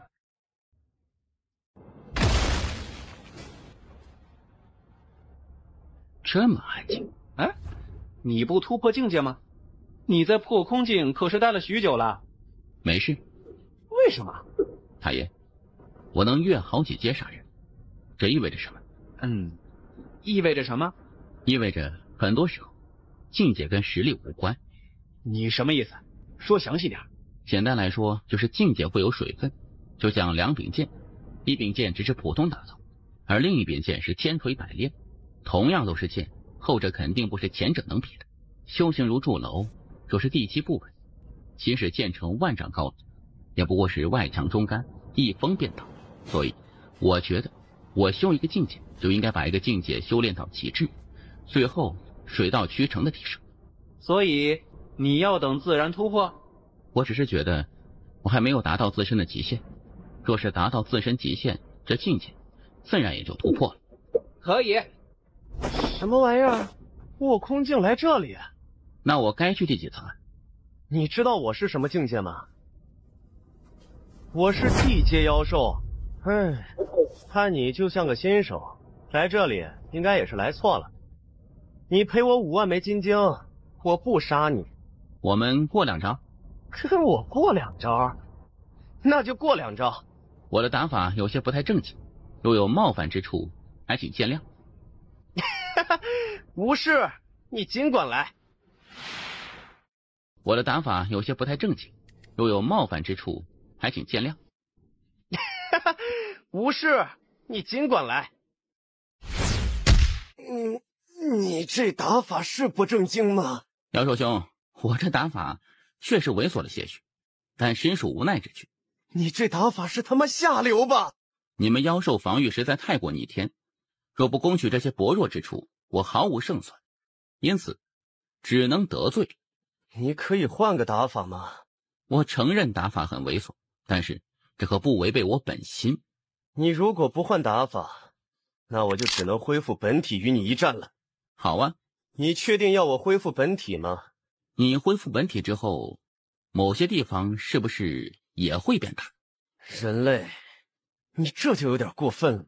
你好歹也是一位剑修啊，而且还是一位剑仙，你就不能堂堂正正的与我一战吗？你知道吗？你这打法直接改变了我对剑修的看法。你见过别的剑修吗？见过。别的剑修都是什么样的？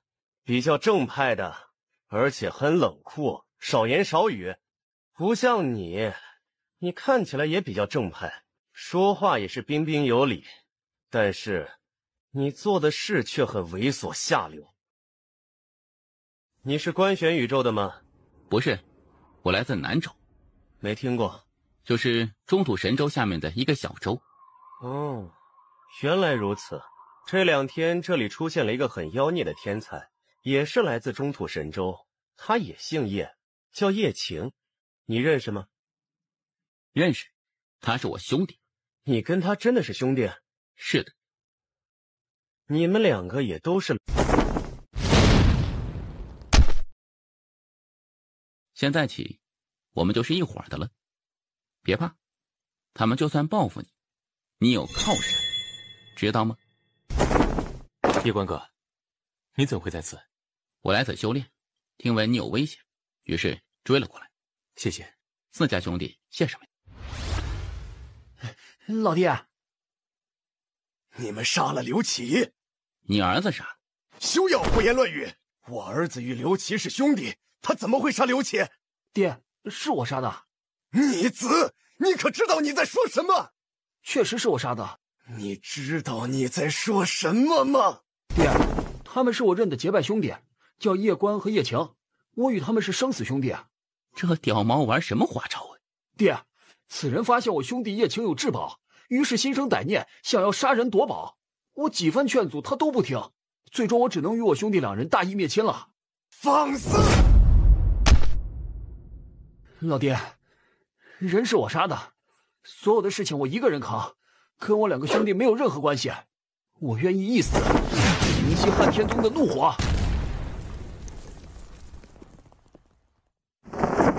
扛，就算这人不是你一个人杀的，这事儿老爹也与你一起扛。大不了，我们父子就把命交给汉天宗。叶关哥，你来对付他。林贤兄，那道法则之印，我们就不要了，你留着吧。叶兄，刘琦虽然是我和我兄弟打伤的，但是他是你杀的，所以那道法则理应归你，你就不要再推辞了。伯父，还请照顾好林兄，他若有任何闪失，我是不会放过你们上孝宗的。林兄，这是刘启的纳金，共有3亿枚金晶，你都收下来，别拒绝。走。那法则之印真的在你手里？记住，那道法则之印就在你身上，明白？老爹，你的意思是？你只有说那法则之印在你身上，并且已经认你为主，唯有如此，宗主与一众长老才会死保你，不然，一旦他们知道你身上什么都没有，他们会立刻牺牲掉你，拿你去平息汉天宗的怒火。我懂了。哼，小家伙，你现在只有证明自己有价值，宗门才会死保你，不然光靠你老爹根本就保不住你。因此，从现在起，你就要对外宣称你拥有法则之印，还有，在任何场合，你都要维护刚才那2个王八蛋，知道吗？老爹的意思是让我与他们绑在一起？死死与他们绑在一起，只要有人来找你麻烦，你就把所有责任都往自己身上揽，把这个忠肝义胆好兄弟的人设立起来。你越是这么做，他们就越觉得你够义气，觉得你可怜，然后对你起恻隐之心。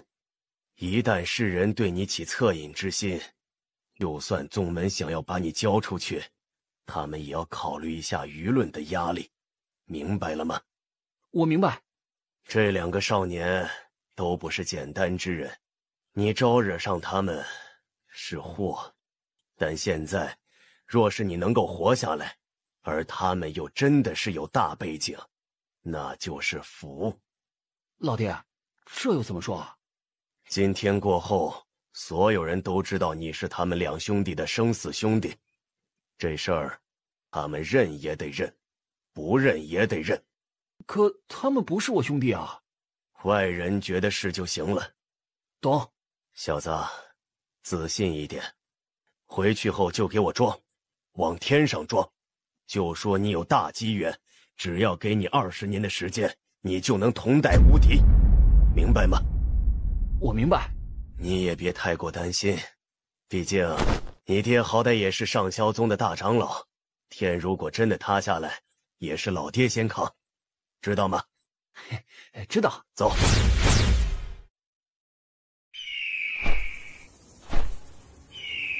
老爹，如果宗主扛不住压力，要把我送出去怎么办？那就反。老爹，若反有几成把握？8成。这么多？他8成。回去后，宗门必定会开始调查那2个人的来历，希望他们的来历牛叉一点，他们越牛叉，宗门就越不敢动你。叶关哥，我还要去一个别的地方，我们怕是只能就此别过了。缺钱不？够用。叶关哥，那大道气运之争还有8个月，你到时候也会争，对吗？是的。到时候我也来。若是来日争夺大道气运时，你对上他，你会如何做？哼，莫说大道气运不在我手，就算在我手，只要叶关哥有需要，送给他又何妨？你不是应该去皇字层吗？太弱。你要不要恢复本体与我一战呢？不。你杀了汉天宗的刘琦，你知道他哥是什么存在吗？人都杀了，现在说这些有什么用呢？他哥会来找你的。那我就把他埋了。牛啊！秦兄，你与那刘冰相比如何？我比不上，他是妖孽榜上的天才，虽然不是很靠前，但那也不是我能比的。你都比不了。你可以这么理解，凡是来这里修炼的，都是不太行的人。因为如果行的话，他们就在小关大陆修行与打榜了。我们之所以来这里，都是因为在那边混不下去，明白吗？我们两个联手能打得过他？你这家伙别乱说话，我们不是很熟啊。我就是问问。你知道你在说什么吗？那是妖孽榜上的天才，妖孽榜啊！这么说，若是遇到他，我就得直接放大招秒杀他才行。就这么说吧，你们中土神州啊，就目前而言，只有一位妖孽上榜，就是不死地族的那位绝世妖孽。除他之外，你们中土神州年轻一代没有一个能打的。秦兄，你如果不变身打架，那就走吧。我是交了钱来这的，这么浪费，我着实有些心疼啊。如果我是你啊，我就不会在这儿，而是逃命。在这里，顶级强者不能出手，对吗？你是故意在这里等那个刘冰？我低估你了。小塔，你觉得接下来他会要你来扛不？正常情况下，杀了刘冰，刘冰背后的汉天宗顶级强者出手镇压他。哎呀，那不是他现在能扛的，所以大概率会如你所说，最终是我来扛。我觉得可能不一样，这小子套路多得很。拭目以待吧。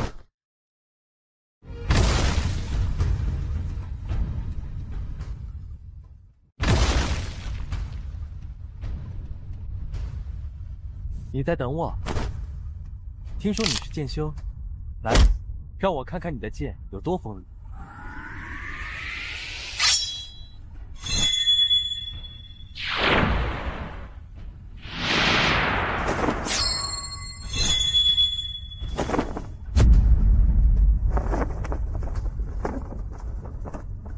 速度不错，但也只是不错。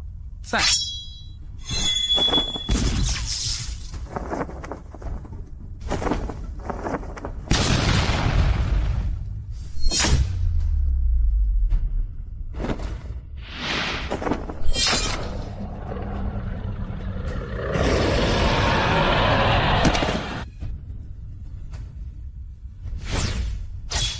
你输了。先是示弱，然后出杀招，厉害。不过这次是我轻敌了。输了就输了，说那么多做什么？3年后，我亲自上汉天宗与你一战，那时，希望你别再轻敌了。3年后，我在汉天宗等你。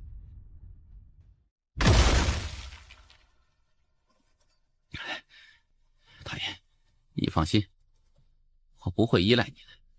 如果有一天我死了，我就希望我在临死前，你能告诉我，我父亲和娘亲是谁，他们是什么样的人。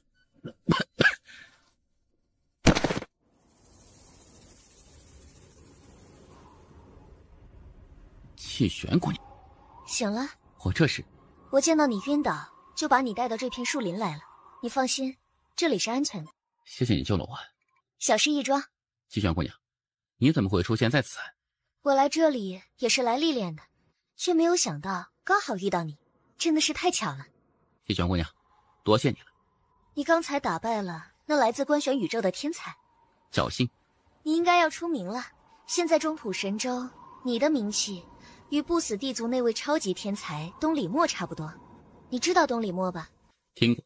这位一直都在关玄书院总院修行，号称是不死地族有史以来最妖孽的天才，是这一次大道气运之争的夺冠热门人之一。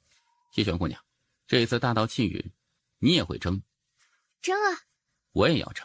要是最后就剩我们2个，到时候你可要轻点。气玄姑娘说笑了，你实力那么强，到时候若真只剩下我们2人，你可要手下留情了。叶公子，你有没有兴趣去一个秘境？秘境就在这玄界南边的一处河底，在那河底出现了一块石碑，那石碑之上有一行字，是一位剑修留下的。剑修留下的？据说有一些剑修专门赶来此地观摩那块石碑。你是剑修，我觉得可以去看看，说不定对你有点帮助呢。气玄姑娘，那石碑之上留下的是什么字？你去看了便知。好。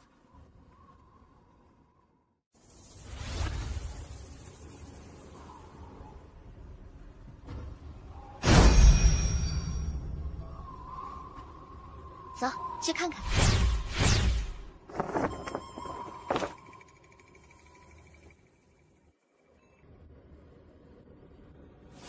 天地无限大，持剑任逍遥。3尺清风剑，何人不能杀？霸气啊！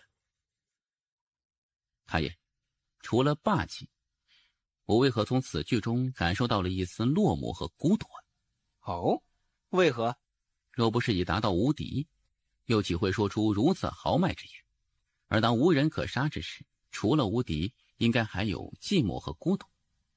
这位前辈曾经应该是很寂寞和孤独的吧？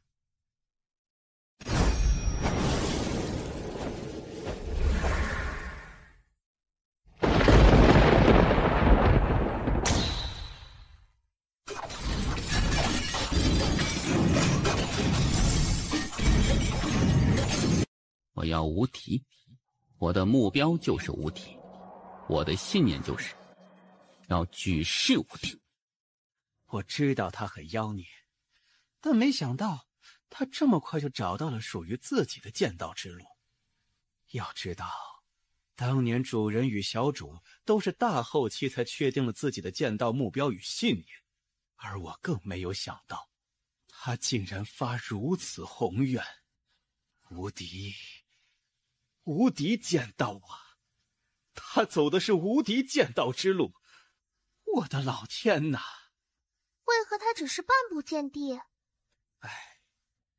天命姐姐给他的剑道传承，他直接从第2阶段来了第4阶段，剑道信念。第3阶段是什么？剑道目标与剑道信念是分开的，但这家伙倒好，直接一起完成了，就离谱。其实我觉得他之所以突然发如此宏愿，可能与之前那场战斗有关。你一直明里暗里提醒他，要他靠自己，而这个家伙，你没发现吗？真的是一个自尊心很强的人。我的意思是，我们不能光注重他的修炼，也要注重这小家伙的心理健康，特别是压力这一块。你别一直给他灌输压力，偶尔的时候也可以让他放松一下，不要有那么大的压力。毕竟他才17岁。我明白了。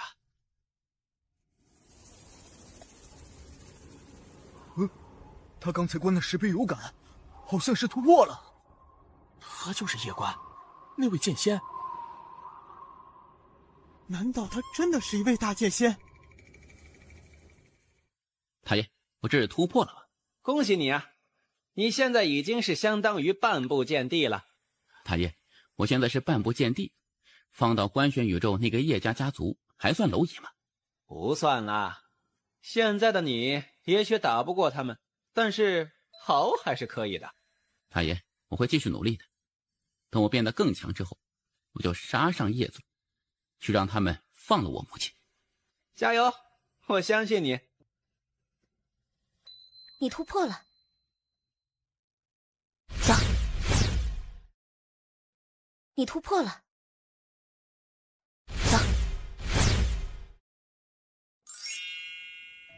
大剑仙，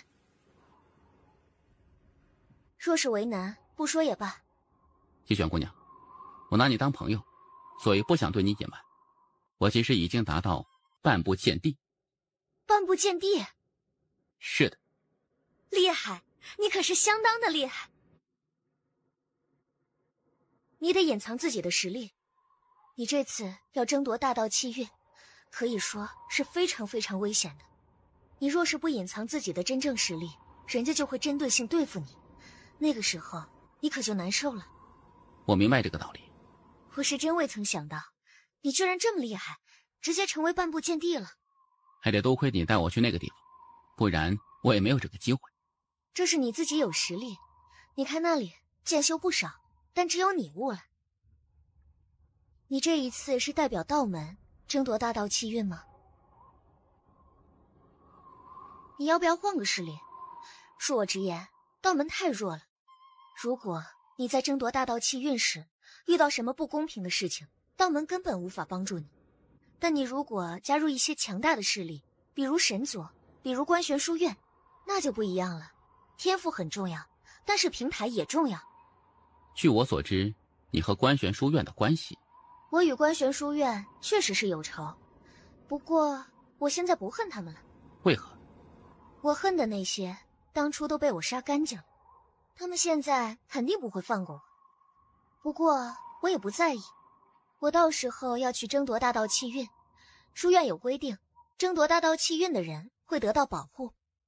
到时候我去参加，他们想杀我，但又不能动我。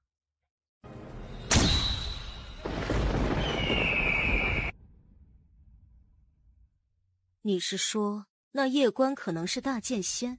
最新得到情报是如此，他在那神秘石碑前悟道，有突破，所以有可能是一位大剑仙。倒是低估了此人呢。可有查到此人来历？他是下界叶家养子，从小被叶家收养，真正身份来历很神秘，查不到。查不到？是。找仙宝阁了吗？哎呦，家主，已经找过仙宝阁了，但即使是仙宝阁，也无法查出他的真实来历。连仙宝阁都无法查出他的来历？是的，非常神秘。不能让此人活着，若是任由他成长起来，对我安家会不利。特别是如果他到时候加入观玄书院总院，那个时候我们想杀他就难了。家主，此事还是得慎重。此人身份不明，若是贸然招惹，怕是会给我安家带来什么祸事。我们得……放肆！就算他身份来历再强，那又如何？能强得过我安家吗？我安家数千万年来出过2位武神，追随2代天命之人。我安家说第二，谁敢说第一？谁敢？你下去吧。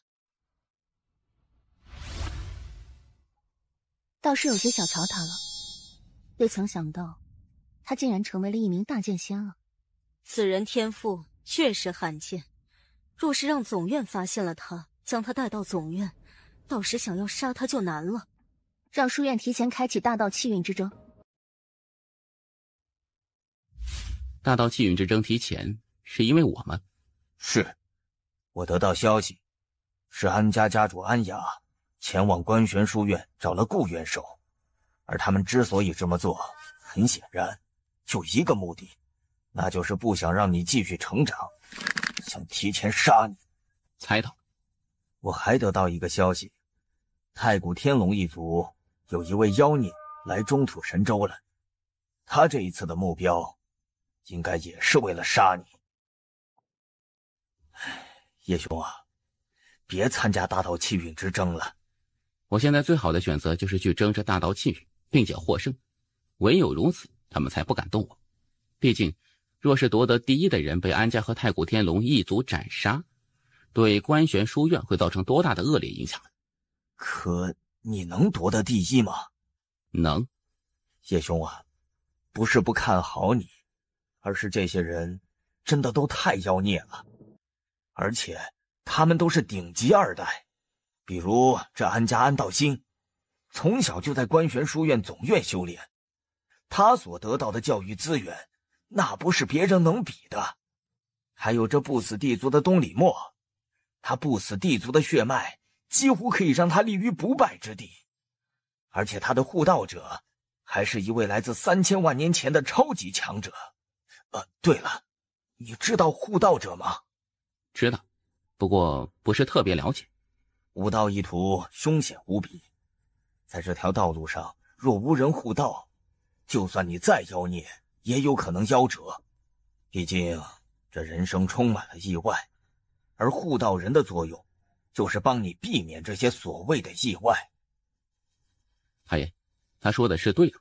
是。太爷，之前你说素群姐姐是大剑仙，而我现在是半步剑帝，照这么说，我已经可以打得过素群姐姐，是不是这个理啊？我骗你了，其实你素群姐姐根本不是大剑仙，她是一位大剑帝。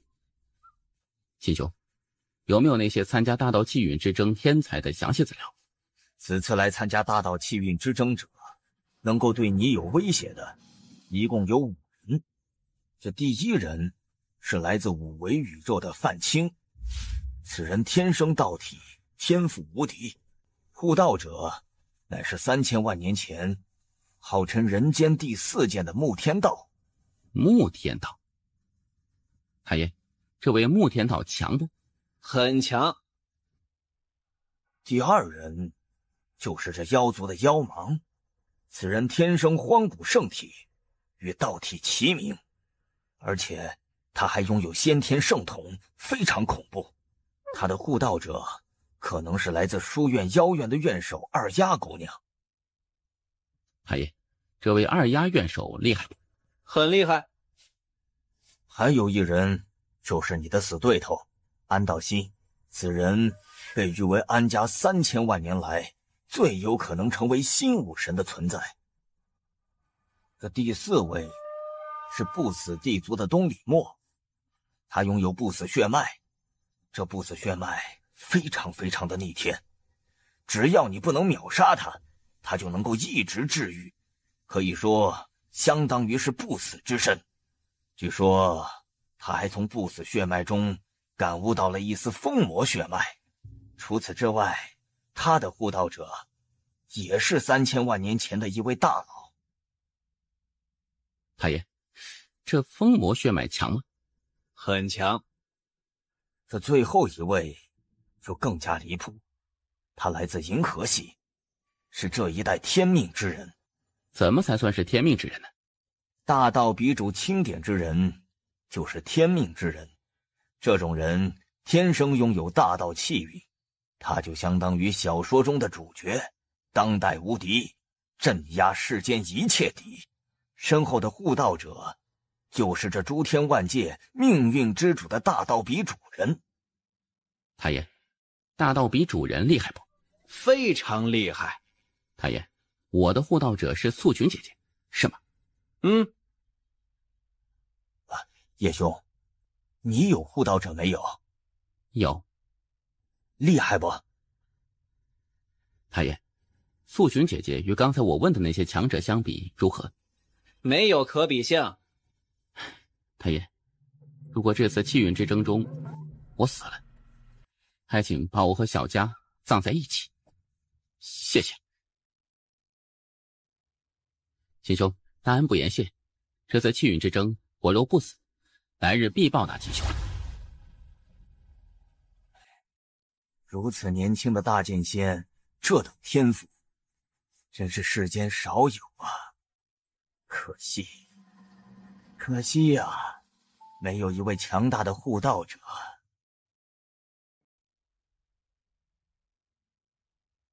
你为何要答应安家？我不答应，明天这书院的院首就会换人。我可不是叶首席，他们安家来找我商量，这已经是给我天大的面子了。我若是不体面，他们就会帮我体面。更别说观玄书院总院还有远古天龙一族，他们2家发动人脉，别说罢免我，就是让我从这世上消失，都是一件简单的事情。燕首，他们这次的目的就是针对这位叶公子，显然他们不想让这位叶公子成长起来。看出来了，大家都看出来了，但是大家都不敢说，我也不敢说。可以联系叶首席吗？谁联系？他第2天就会从这世上消失。这太不公平了。公平？这世间哪有绝对的公平？就像现在，整个中土神州所有势力都知道安家与远古天龙一族要杀这位叶关，但是没有人敢出来说。谁会为一个毛头小子去得罪如日中天的安家与远古天龙族？所以就这么看着安家光明正大杀叶关？李元首，你似乎很不希望叶关死。顾元首，不是我战叶关，而是我觉得这么做实在是有违我们书院的宗旨。李元首，我之前已经与你说过，这件事已经变味了。太爷，为何这个时代的剑修很少很少？这里剑修少的原因，是因为当年一些事情，导致许多传承都有些中断，特别是剑修。太爷，你如果伤势恢复之后，会离开吗？会啊。不管如何，能够遇到太爷，并且得到太爷的指点，是我的荣幸。你是不是想要东西啊？你有什么需求可以说说看，能力范围内我可以考虑考虑。太爷，我是剑修，但是我没有见过别的剑修的实力，所以我希望见识一下强大的剑修的战斗。若是能够见识一下，我说不定会有新的感悟。暂时不行。为何？你现在缺的是一场战斗，不是看别人战斗。或许你看别人战斗能有新的感悟，但是要一步一步来，知道吗？我明白。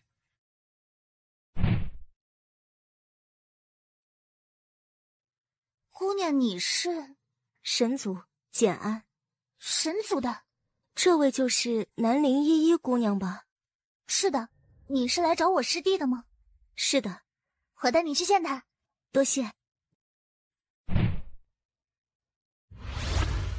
叶公子，没有打扰到你吧？简安姑娘。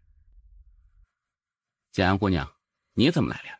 叶关公子，据我所知，这一次大道气运之争是一个局，一个安家设的局。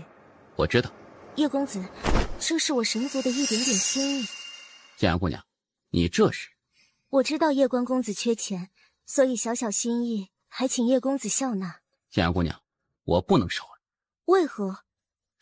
这不太正常。太爷，神族那位简前辈认识我父母，对吗？是。我明白了。叶关公子，我就不打扰你修炼了。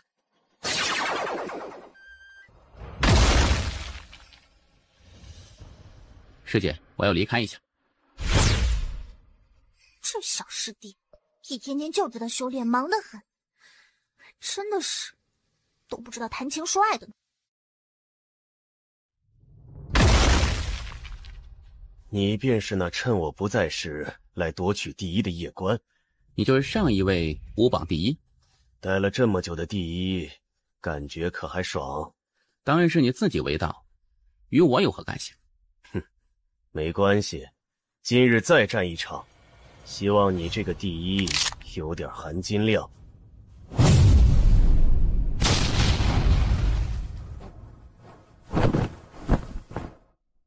含金量如何？怎么称呼？叶火凤。叶公子，你可认识安家安道心？我认识。这样，这次比武就算你赢了，外人若是问起，你就说我与你大战100个回合，你侥幸战胜了，如何？你要示弱？你也不想让外人知道我们1个回合就结束战斗了吧？嗯，可以。我不是一个输不起的人，我之所以这么做，主要是想帮你，不然这种不要脸的事情，我叶火凤打死也是不会做的，你明白吧？明白。你是仗义相助，那我们算是朋友了。算。你出去之后，如果可以的话，帮我演得像一点。嗯，我懂。后会有期。以后我还是得谦虚一点才行，人外有人，天外有天呢。败给了叶火凤？是的，叶火凤身受重伤，应该是惨胜。是我高估他了。他的实力应该是有的，不过我觉得水分应该很大很大，毕竟这里不是关玄书院。这个地方的大剑仙相比关玄书院大剑仙的含金量肯定是远远不如的。西运之争开始时，我要亲自斩杀他。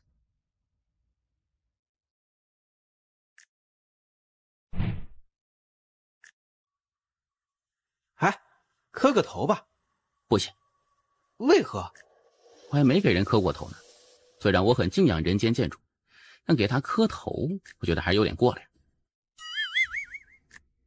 哎，太爷，你有没有觉得我跟这位人间建主有点像呢？是有点儿。叶兄，云晨兄，你来这里是？来此见见人间建主。啊，原来如此。你便是那夜官啊？是莫公子。莫公子来自官玄宇宙的玄宗，托关系来的。如果不出意外，他就是这任书院的首席了。官玄宇宙的，可以来这里？那边的人，但凡有点脾气与实力的，都不会往低处走。这个家伙完全是属于在那边混得不怎么样，然后来这边装的。叶公子，据我所知，你好像不是官玄书院的学员。确实不是。你既然不是官玄书院的学员，那就不应该出现在此地。人间建主创立官玄书院，创立秩序，为万世开太平。如今世道之所以如此和平，全赖人间建主。我心生敬仰，特来此参拜，以表我敬仰之情。莫公子，若是我的行为惹你不快，我道歉，请你别针对我。我不过是一个小小剑修，得罪不起您这种大人物。叶公子误会了，我并不是要赶叶公子。我听说叶公子与安家有些仇怨，我得提醒一下叶公子，安姑娘脾气可不是很好。这大道气运之争，叶公子若是要争，那可就得千万小心了。诸位，既然莫公子说到安姑娘，那我就多说两句。诸位应该知道，我是下界武考第一，而在比武过程之中，我与安家安木公平决战，但是安木却招来真龙一族强者强行欺我。虽然我最终还是杀了安木，夺得了第一，但也正因为如此，与安家结下了死仇。诸位，我遭受的不公，以诸位的能力，应该都是有所耳闻的。就如此次大道气运之争提前开始，也是安家在暗中操作，目的就是不想让我发育，想提前杀我。我知道我没有背景，没有靠山，我比不过安家，书院不会给我主持公道。毕竟相比安家，我显得是那么的微不足道，是个人都不会为了我去得罪安家。莫公子，我不奢求书院为我做主，为我伸冤，但是也请您莫要再落井下石了。如果是我来祭拜人间建主，惹了你的不高兴，我道歉，我不该出现在这里，不该惹到你不高兴的。说的什么话，叶兄？书院从来不禁止外人来此，你来此参拜人间建主，谁都无权阻止你。你阴我？莫公子，我怎么敢呢？你来自官玄宇宙大宗门，又与安姑娘是朋友，更是下任书院的首席，我怎么敢对你心生歹念呢？你让他立即卷铺盖滚蛋！他是玄宗派来的，也是书院那边。他不滚，我滚！就这智商还当首席？我不如去找头猪来当首席好了！什么傻叉玩意儿！云晨兄，多谢仗义之言，我们后会有期。李院首，莫公子，你可以回玄宗了。李院首，你这是什么意思？我的意思是，你可以卷铺盖滚蛋了，书院不收你。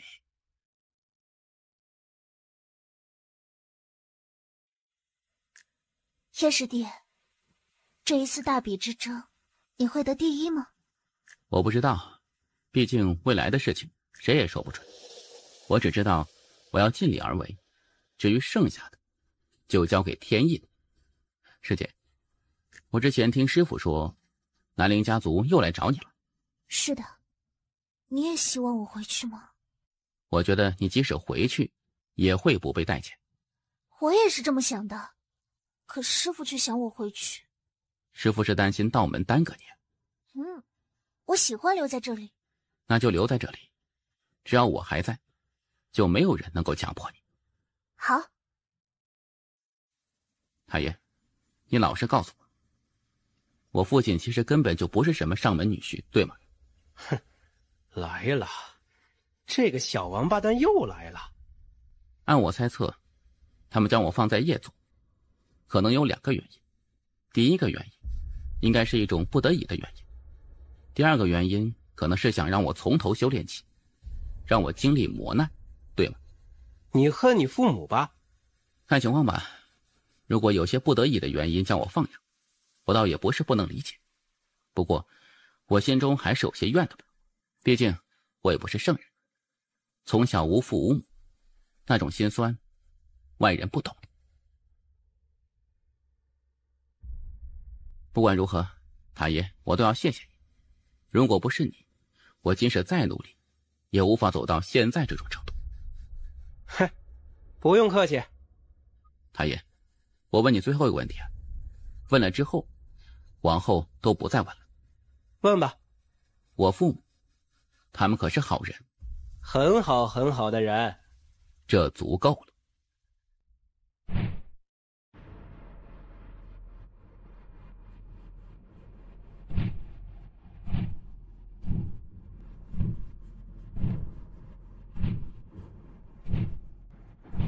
他会来吗？会。明知死也要来？不来也是死，既如此，何不死得轰轰烈烈些？叶首席会来吗？他来不了。他很优秀，非常非常优秀，实力也逆天。但是千万别小看观玄书院那些世家与宗门，他们的实力还不是叶首席现在能够撼动的。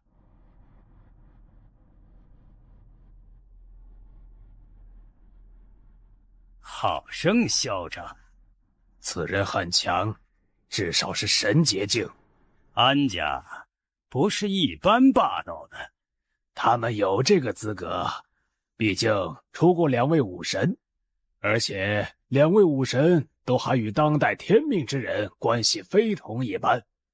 若是要比靠山与关系，观玄书院总院那几大超级世家与几大超级宗门都无法与他们相比，所以他们是有这个资格嚣张的。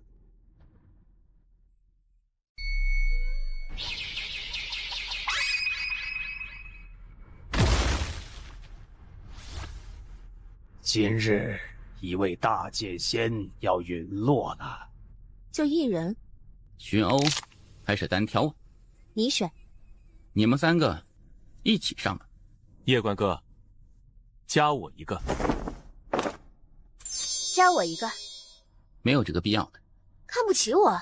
没有这个意思，只是我不想连累你。没有什么连累不连累的，我们不是朋友吗？我既然已经来了这里，就已经知道会有什么后果，我自己都不怕，你也别替我怕了。好，安家既然已经迫不及待想杀我，那还等什么呢？我叶关就在这里，还不来杀？杀你不需要3人，我1人足矣。我与你单打独斗。行。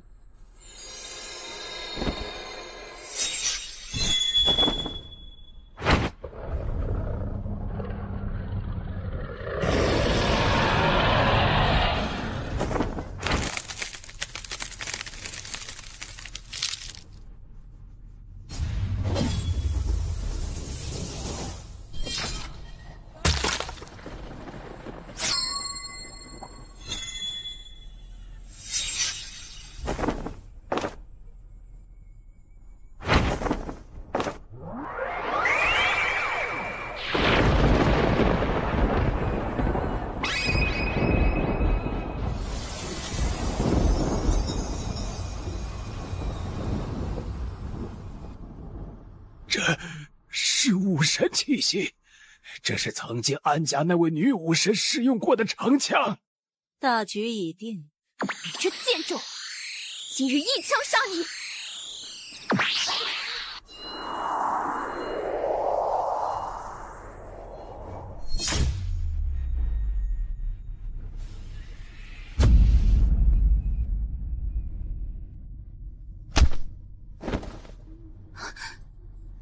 这怎么可能？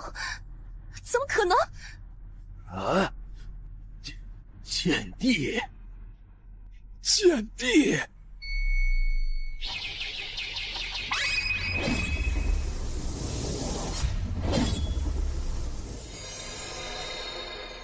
哈哈哈哈哈！剑帝，嘿，这家伙居然因为那剑道武神意志成就了剑帝，嘿，牛啊，相当牛啊！哎呀，不得不自夸一下，我真是教导有方啊！哈哈哈哈哈！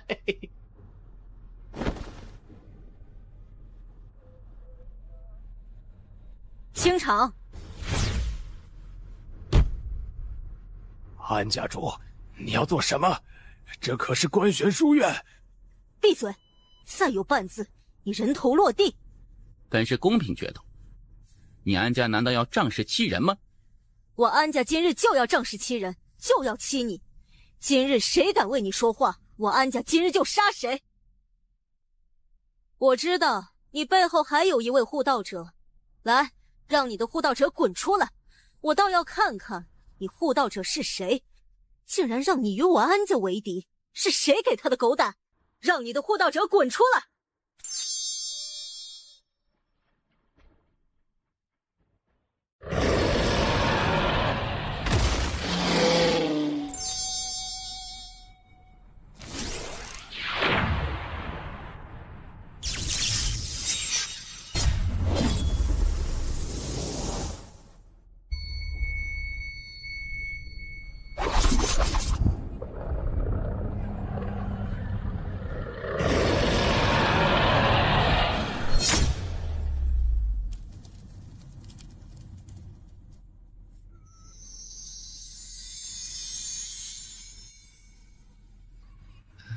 素君姐姐，叫姑姑。姑姑，太爷说我父亲是上门女婿，是真的吗？哼，你便是他的护道者，让你说话了吗？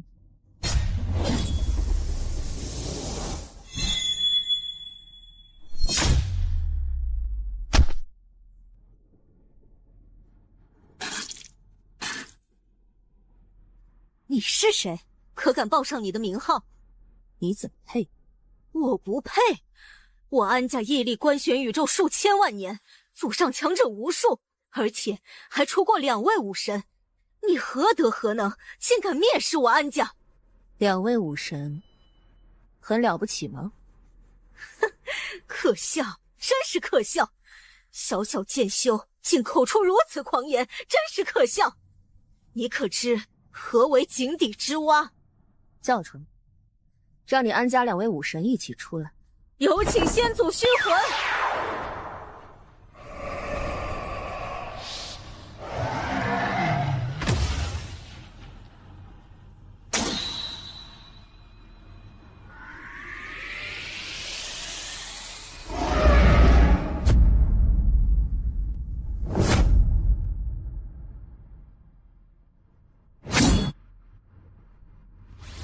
你。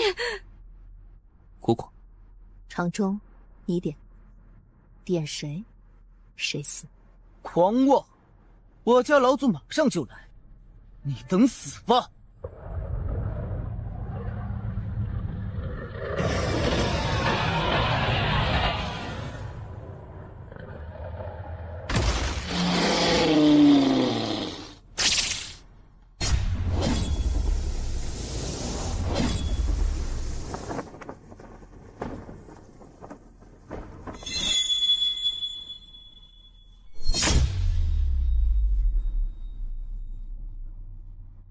是吗？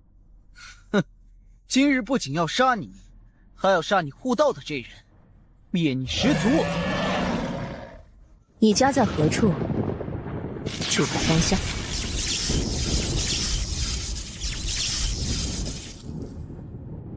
杀他！快阻止他！阻止？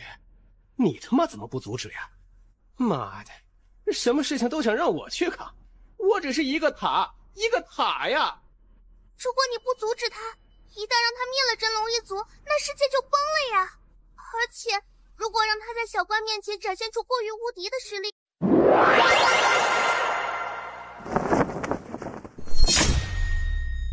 姑姑，够了，已经够了，剩下的我自己来面对吧。确定？确定，我可以的。好，我要走了。姑姑，我可以问你几个问题吗？可以。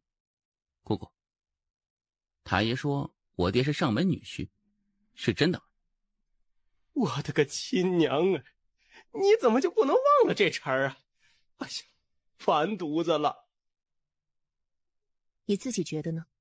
我觉得塔爷在忽悠我。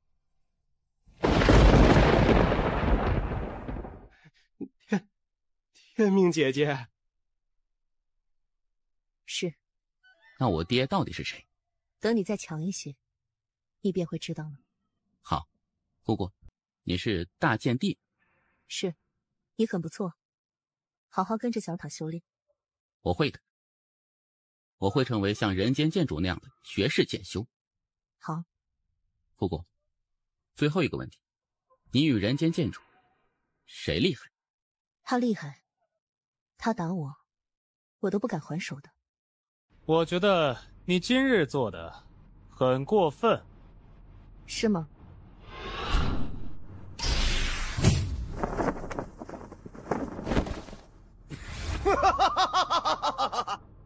他妈的，谁这么大胆子，竟然敢欺负我的徒弟？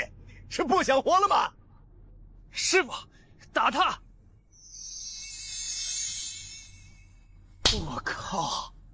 看在你当年与我哥并肩作战过，这次就不斩你本体。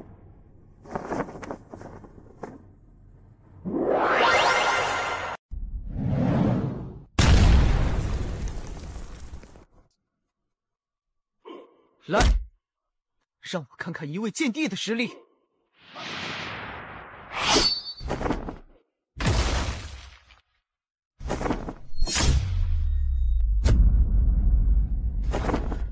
倒是有些小瞧你了。再来！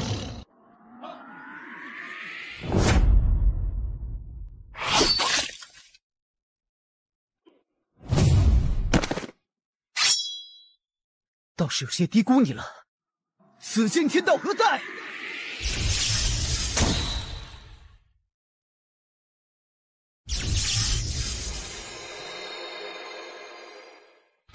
夜观不仁，残杀无辜，听吾设令，助吾斩杀妖邪。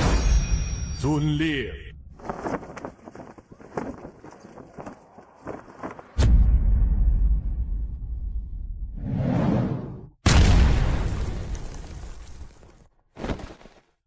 太爷，这是天道。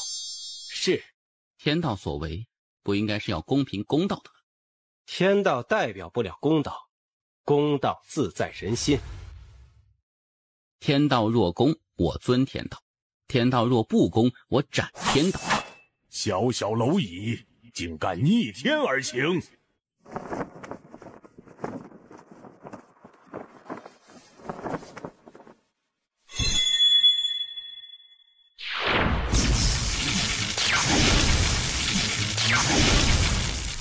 夜观，万万不可杀天道！天道代表的是一方天地秩序，更代表的是官学书院，而且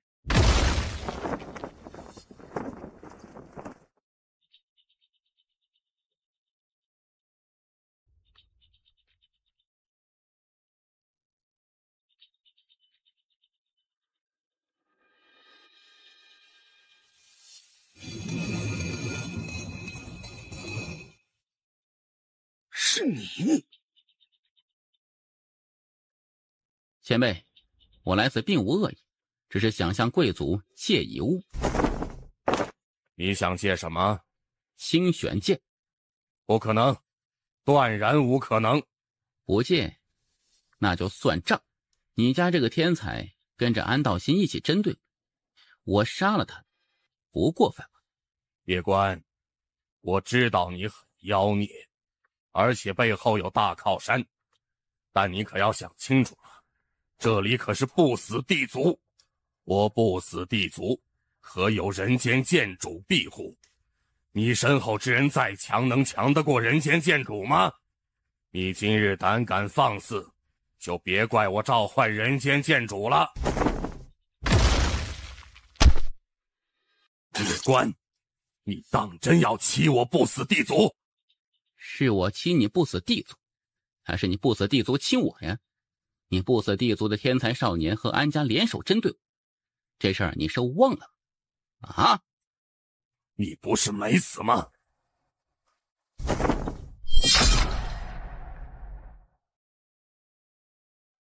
大胆！叶关，这里可是不死地族。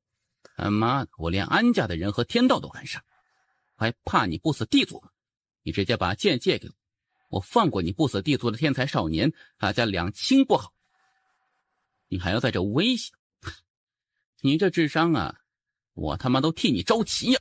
不对，你堂堂不死地族族长，不可能这么蠢。你是故意要我杀这东里墨的。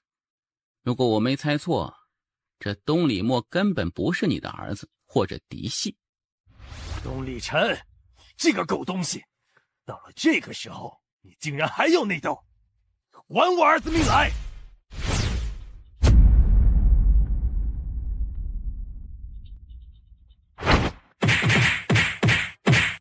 海爷，这就是人间剑主曾经待过的不死地族。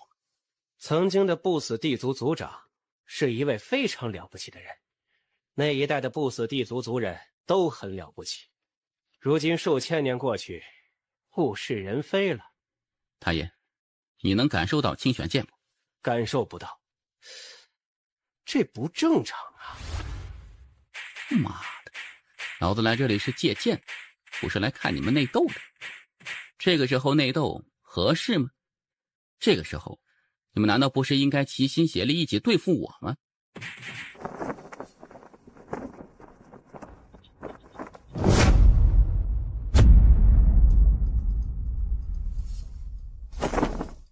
你们能不能自己做一个合格的坏人，不要我来提醒你们，好吗？我现在要借清玄剑，如果你们不借，我们就继续算账。我的信仰是人间剑主，我以人间剑主的名义发誓，我用完清玄剑必归还你们。叶关公子，那清玄剑不在我们不死地族内。不在不死地族？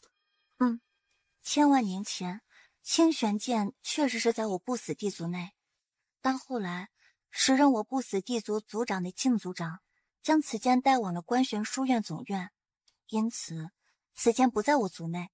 而为了震慑宵小，此事我们并未对外宣称。你没有剑不会早说吗？你若是早说，我就不杀你们的东里墨了。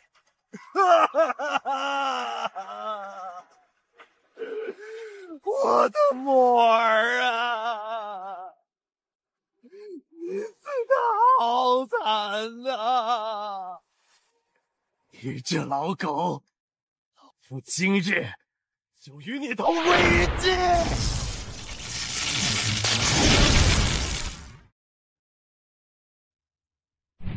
千万年前，清玄剑确实是在我不死地族内，但后来时任我不死地族族长的靖族长将此剑带往了关玄书院总院。太爷，我加上你，我们能不能杀上关玄宇宙总院呢？我打小的，你去打老的，只要你点头，我现在就杀到关玄书院总院去。我谢谢你这么看得起我。妈的，这家伙比他爷爷还狠，比他爹还精，简直就离谱了。这杨家怎么一代比一代离谱呀？公子此次来借剑，可是为了那位纳兰家姑娘。你怎么会知道？叶关公子来中土神州虽然不久，但是公子大名却早已传遍整个中土神州。实不相瞒，我对叶公子仰慕已久，因此私自调查过叶公子。你想说什么？这是10万年的乌木，其中蕴含的乌木之气对灵魂有极大的好处。叶公子可让纳兰姑娘不断吸收乌木之气，有此物温养，纳兰家的灵魂不仅可以存在更久，更能够凝聚魂魄，增强他的灵魂。未来公子寻得清玄剑，给他塑造肉身之后，他的灵魂不会有任何的虚弱与后遗症。你叫什么？东丽鱼。谢谢了。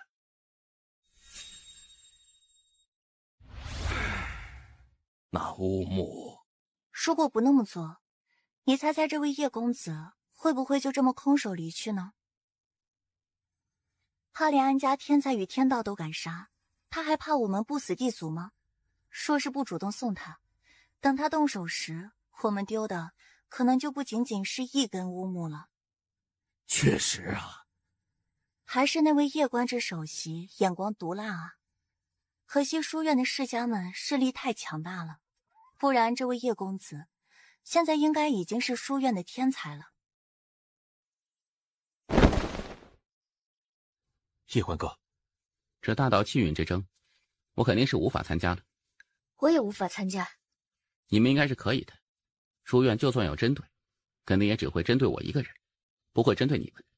所以你们可以去参加，那可是大道气运，若是能够得到，对你们都有极大的好处的。不用了。哦，为何？我去是为了帮你，而不是去争什么大道气运。谢谢。客气什么？叶官哥，我想去试试，我想去为叶家争夺一下。完全可以，不过出了这事儿，这大道气运之争也不知会不会受到影响。总之，你见机行事吧。我晓得。安家与远古天龙一族可能不会罢休。安家与远古天龙一族都还好，其实我最担心的还是观玄书院。你杀的可是天道，天道啊！这在整个观玄宇宙那都是重罪，因为天道关系着一方天地的灵气，而现在整个中土神州的灵气大阵已经失效，中土神州的灵气也在迅速消逝。你这罪比我当初犯的罪可严重的多了。他妈的！叶官哥，你现在有什么打算？刚接到总院命令，由于你擅杀天道，现在总院对你发起了10级通缉令，凡杀你者将100万枚仙晶。不仅如此，这次大道气运之争方式也变了，变成谁杀你，谁就是大道气运之争第一，将获得大道气运，而且是3道大道气运，也就是原本的3倍。现在全宇宙的天才都将要来猎杀你，而且年龄限制从22调整到了45，也就是说，上一代的天才也能参加了。前辈是书院的，书院院首顾朝元。那你来给我报信。叶公子，很抱歉，我无法对抗强权，帮你争取公平，甚至都不能将这里发生的事实上报总院。能理解。叶公子，你现在若是想要活下来，只有一个办法，那便是前往观玄书院总院找到叶官之姑娘，只有她才能够帮你撤回书院的悬赏通缉令。我明白了。保重。你们有什么打算吗？叶官哥，我跟着你吧。叶景帝，你有自己的造化，没有必要跟着我，听我的。你去好好修炼，叶家还需要靠你。你若真想帮他，就得提升自己的实力。我们得尽快去将剩下的法则寻到。师父，我还是担心叶官哥。你现在跟着他，根本帮不到他什么。等你实力得到大大的提升后，那时你能帮他更多。叶景帝，相信我会努力活下来的。叶官哥，我要去寻找法则。你放心，等我找到第3道法则后，我就来找你。好，叶官哥，保重。西玄姑娘，你也走吧。你接下来要如何面对书院的悬赏通缉？不知道。你有3条选择。第一，你可以去仙宝阁。当今宇宙能够与观玄书院对抗的只有仙宝阁，但是仙宝阁肯定不会为你对抗观玄书院。第二，如那顾院守所说，你可以去找夜观芷姑娘，你找到她，她或许能够救你，但我觉得很难，因为她当日被调走就已经证明，即使是她也无法对抗世家派与宗门派。这么说来，你只有最后一条路了，逃亡。整个宇宙都是书院统治，我逃到天涯海角，也还是在他们的地盘呢。那得看怎么逃了。你有好的建议？逃是治标不治本，我觉得你真正要做的是将你的不公昭告天下，而要帮你主持公道，只有人间剑主出面，才能够为你主持公道。如何让人间剑主出现呢？去青州告御状。去青州告御状？当年我在书院时读过关于青州的历史，在数千万年前，人间剑主加入的第一个书院是苍兰书院，而后来人间剑主创立观玄书院后，便将苍兰书院改成了观玄书院，也就是青州观玄书院。而他当初回过几次青州，于是在那个地方留下了一道剑气，去青州，然后找到这缕剑气，告御状。告御状？这是你现在唯一一条出路，告御状，请人间剑主显灵，让人间剑主主持公道。试试。西玄姑娘，我要回道门一趟，与师姐还有师傅做个道别。我与你一起走吧。不行，这会连累你的。我又不在乎这些。西玄姑娘，我现在被悬赏通缉。你这人怎么这么婆妈？你是怕我连累你吗？我并无别的意思，我就是单纯的怕因为我的事情连累你。我又不怕，莫要在此地浪费时间了。你不是要道别吗？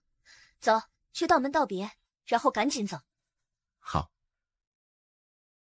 青州真的有剑气吗？有啊。他要去告御状。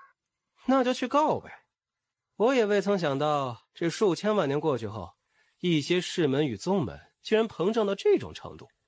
哎呀，真是沧海桑田，物是人非呢。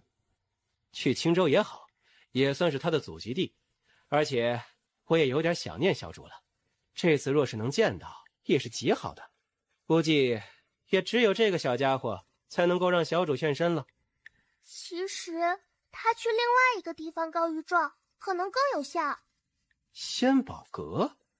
他如果去仙宝阁，对着那张画像叫一声“妈，书院欺负我”，书院大概率会被夷平。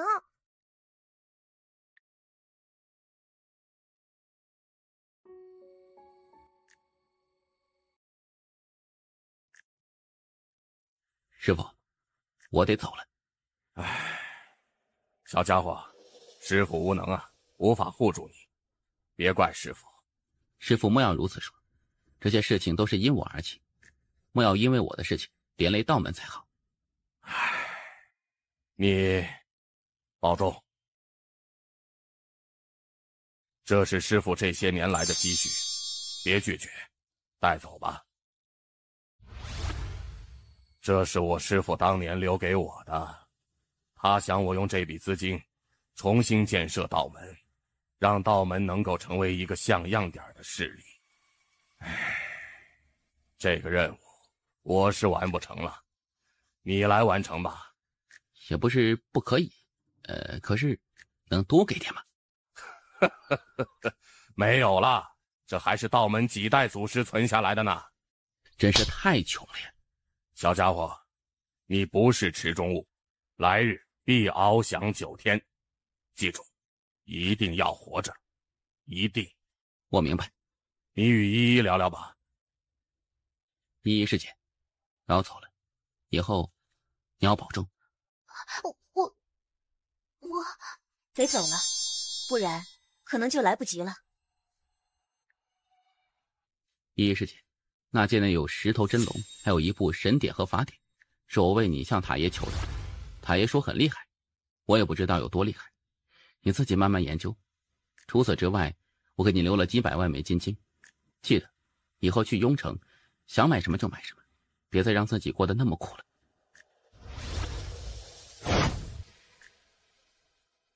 师弟，我喜欢你了。唉，丫头啊，记住，这一生其实很短的，我们最终都会失去。若是爱一个人，不妨大胆一些。师父，我要去观玄书院总院。师弟出事，我除了给他祈福，什么都不能做。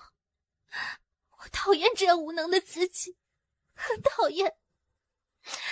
我要去总院，我要修炼，我要成为有史以来最强大的神术师。好。师父，你多保重。我不在，你莫要再喝得烂醉了。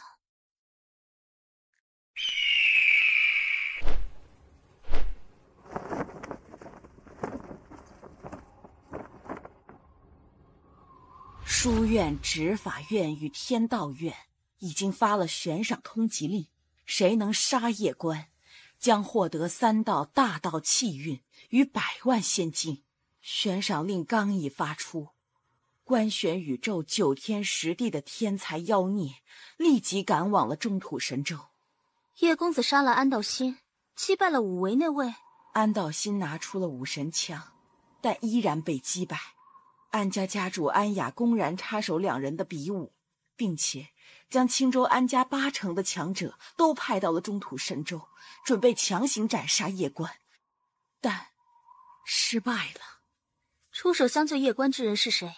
只知道是一位女剑帝，但她的容貌没有人能够记得。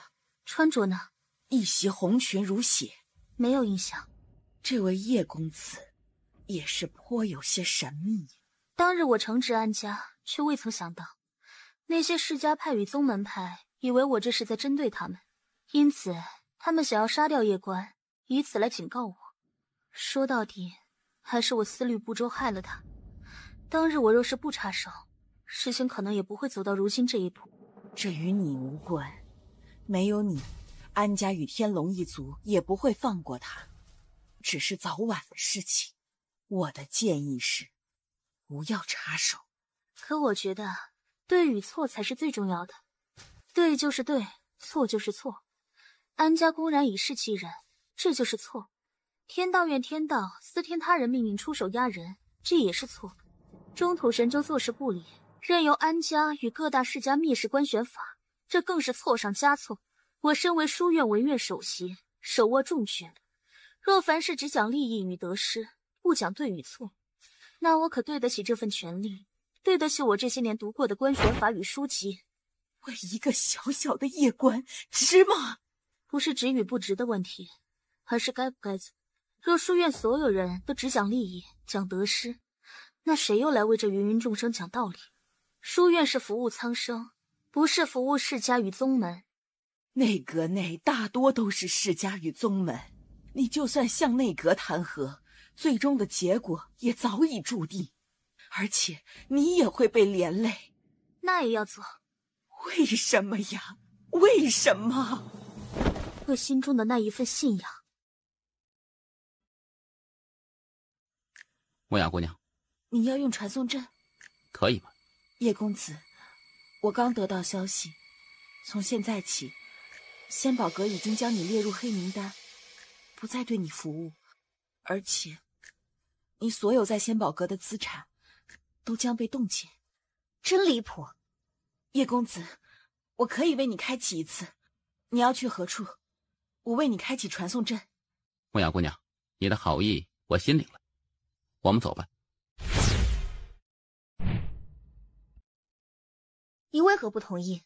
我若是同意，我们虽然能够以最快速度到达青州，但是莫雅姑娘怎么办？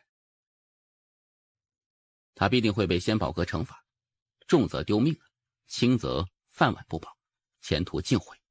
而且莫雅姑娘帮我太多了，我再去连累她，那就有点不道德了。这倒也是，那看来我们就只能徒步前往青州了。还好，这里离青州也不是很远，个把月就能到。我们可不可以去抢一个传送阵呢？只有仙宝阁有通往那个地方的传送阵，你去抢仙宝阁？也不是不行，顺便抢点钱吧。你在想什么啊？我们如果去抢仙宝阁，那就完犊子了。怎么说？现在仙宝阁只是拉黑你，他们并没有帮着观玄书院抓你，至少官方明面上没有。但如果我们去抢劫仙宝阁，那就完了，我们肯定被他们通缉。我们若是被他们通缉，比被书院通缉还可怕。为何呀？因为仙宝阁有一个非常非常牛的情报系统，一旦他们通缉我们，我们去哪里都会被发现。除此之外，仙宝阁非常有钱，如果他们拿1000万枚仙晶通缉我们，你信不信全宇宙的人都会来杀我们？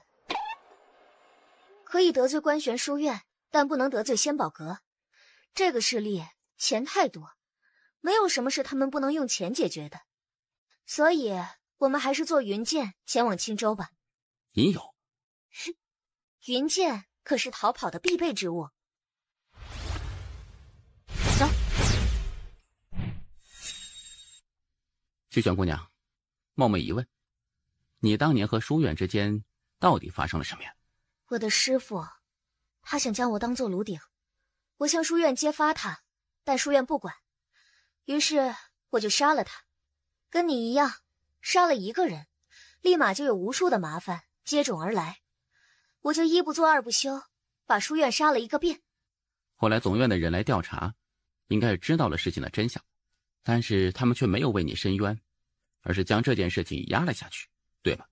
是的，这对观玄书院而言是一个丑闻，因此总院的人来了之后，决定将这事儿压下去，然后把所有的过错都推到我头上。我们两个的遭遇其实很相同，我之所以帮你，除了我们是朋友外，还有这个原因吧。反正我这个人喜欢随性而为，就这么简单。我出了南州后才发现，这个世界竟是如此的复杂呀。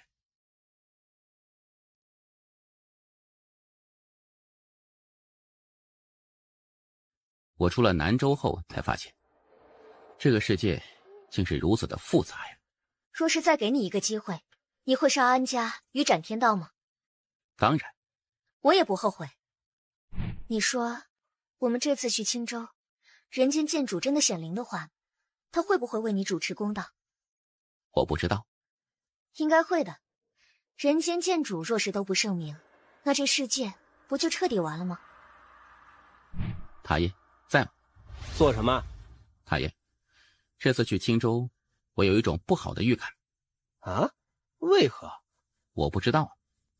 你说，如果人间剑主显灵，他会不会帮着观玄书院打我呀？甚至是为了以绝后患，把我给宰了呀？他应该不会。为何呀？他虽然花里胡哨，但……闭嘴！憨货，他又在套你话。塔爷，塔里还有别的人。唉，小塔，我感觉你也玩不过他。其实你的担忧不无道理。你想想，观玄书院可是人间剑主创立的，他怎么可能为了你一个外人去处罚自己人呢？特别是安家跟的可是亲戚，他的妻子来自安家。哎，你说是你和他亲，还是安家和他亲呢？你杀了安家的人，而且还斩杀了天道，虽然事出有因，可毕竟你做了这些事情。所以呀，我觉得人间剑主若是出现，有极大概率会帮助观玄书院一起打案，你要有心理准备啊。你会不会吓到他？哼，就是要吓吓他，谁叫这小王八蛋动不动就给我下套的？塔爷，我为何感觉你与人间剑主认识？我认识他，他不认识我。我的感觉是你跟他应该很熟。何以见得？你开始说人间剑主花里胡哨，若是不熟，怎知他花里胡哨？再者，我之前以人间剑主为目标，但却被你阻止，你还让我换个人做目标。除此之外，一路来繁言人间剑主之时，你多有调侃之意。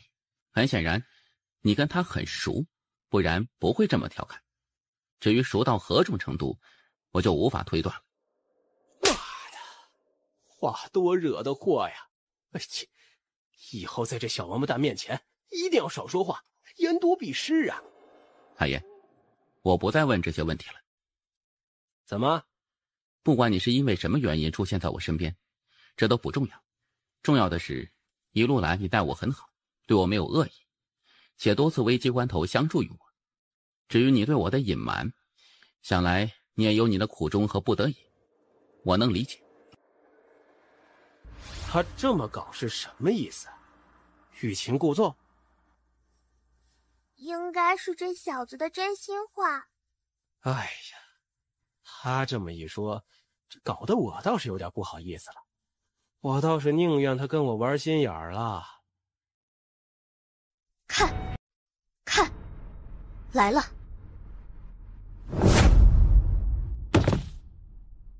真快。哼，你便是叶关。杀了你有2道大道气运，还有100万仙金，在下不才，想试试。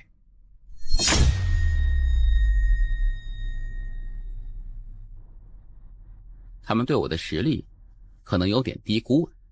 不是低估你的实力，而是书院的奖赏太诱人，有些人决定铤而走险。还不出来吗？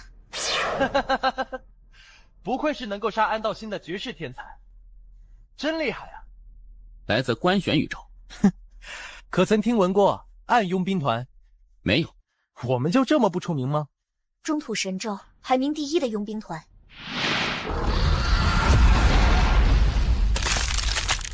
哼，不愧是能够斩杀安道心的绝世天才，还好你的境界不高，不然我们兄弟几个还真不敢来发这笔财。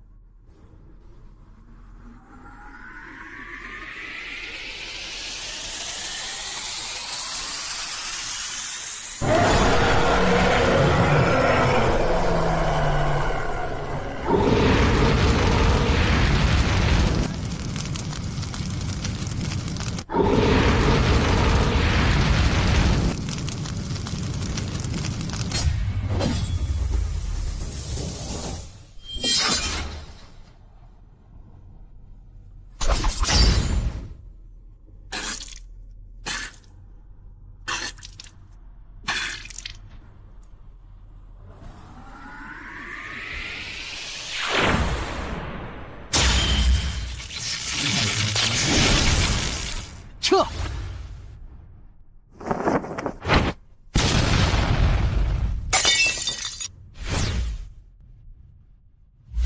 我有些低估他们了。不是你低估，是你不清楚一位神术师的实力。神术师分为1至9阶，9阶之后是天境神术师、仙境神术师、圣境神术师、地境神术师。这人不过是一位9阶神术师，若是天境神术师，那我们可真的要万分小心了。他只是9阶。是的，而且没有好的传承，因此9阶都是有水分的。在官玄书院有一个神道院，里面的都是神术师，实力非常强悍。希望这一次那里面的天才不要来，不然我们可就要有大麻烦了。季玄姑娘，是不是想赶我走？这一路注定不会太平，我实在是不想连累你。你这人什么都好，就是喜欢啰嗦。这样如何？若是真遇到了不可敌的危险，我就跑，可以吗？我可是说真的。好。敷衍的家伙。季玄姑娘，你说这些人是如何得知我们行踪的？这还不简单，直接向仙宝阁购买情报不就行了？找仙宝阁购买情报？仙宝阁的情报比官玄书院还恐怖，因此只要他们愿意花钱，随时都可以得知我们的行踪。仙宝阁的情报比官玄书院还恐怖，因此只要他们愿意花钱，随时都可以得知我们的行踪。太爷，你认识仙宝阁的创始人吗？你想问什么就直接说，不要问我认不认识谁。我之前见过仙宝阁那位秦阁主的画像，而那画像给我一种很熟悉的感觉。然后我叫叶关，他叫秦关。太爷，我跟他是不是有点关系？你叫叶关，人间剑主叫叶璇，那你是不是觉得你跟他也有一点关系啊？老实说，我见到人间剑主的雕像，也是有一点点的熟悉的。哼，那可巧了，人间剑主叫叶璇，仙宝阁阁主叫秦关，而你叫叶关。哎，你说你有没有可能是他们2个人的儿子呢？海燕，这过分了啊！我就好奇，随便猜想一下，我怎么可能跟这2位大人物有关系呢？我就是好奇，随便问问。哎呀，妈的，跟这小王八蛋说话不能正着来，得反着来呀，这样才能出其不意。不然这小家伙的脑子太可怕了。而且我也算是给自己留了后手，反正我已经告诉你真相了，嘿，你自己不信的，以后你可别找我小塔的麻烦。小塔，我觉得这是你有史以来智商最高的一次。你笑什么？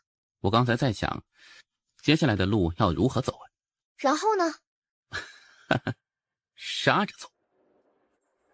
此路注定不会平坦，既如此，那我就杀到荆州，谁来阻我，我就杀谁。反正我贱命一条，杀一个够本，杀2个血赚的。你有没有觉得不对劲？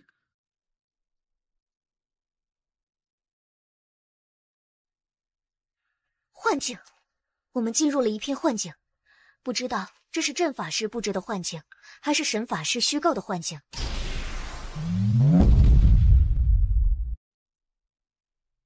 不愧是剑帝，竟然这么快就识破了我的幻境。小弟弟，你觉得我美吗？没你妈个头啊！怎么了？刚才那女子可是极美的，而且好性感啊！你看她那里那么大呢。女人只会影响我拔剑的速度，她是来杀我的。若是给她机会，她也不会对我仁慈的。至于她的美，她与我更无关系了。来杀我的人，好像都挺富有的呀。自然，一般人根本不敢来杀你，毕竟你可是杀了安道心。其实我最担心的还是关玄书院总院与那个妖孽榜，我怕的是关玄书院派出关玄卫来缉拿你。若是如此，那可就非常麻烦了。这关玄卫太可怕了，一旦被他们盯上，就如枯骨之躯，别想甩掉。而这妖孽榜上的天才也是非常棘手，还有安家与远古天龙一族。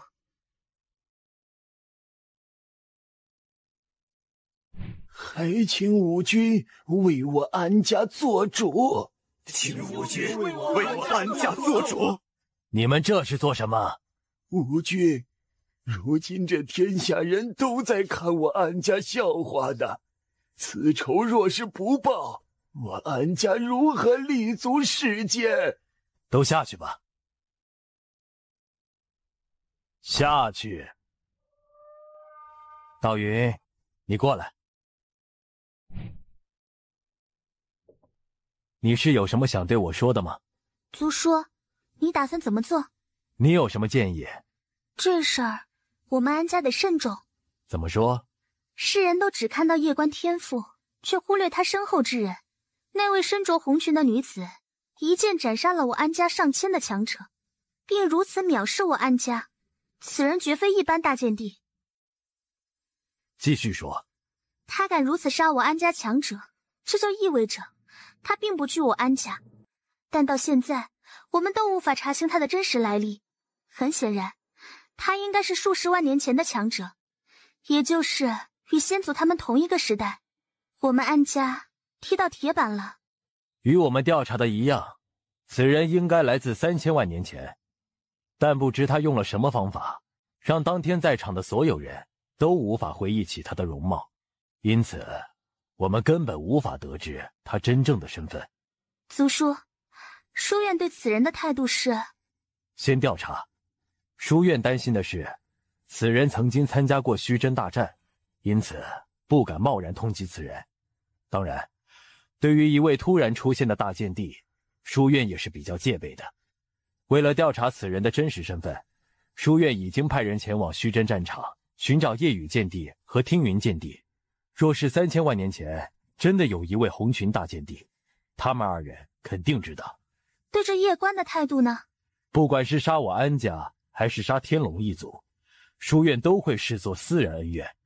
但是他杀天道，如此一来，这等于是在挑衅书院的权威。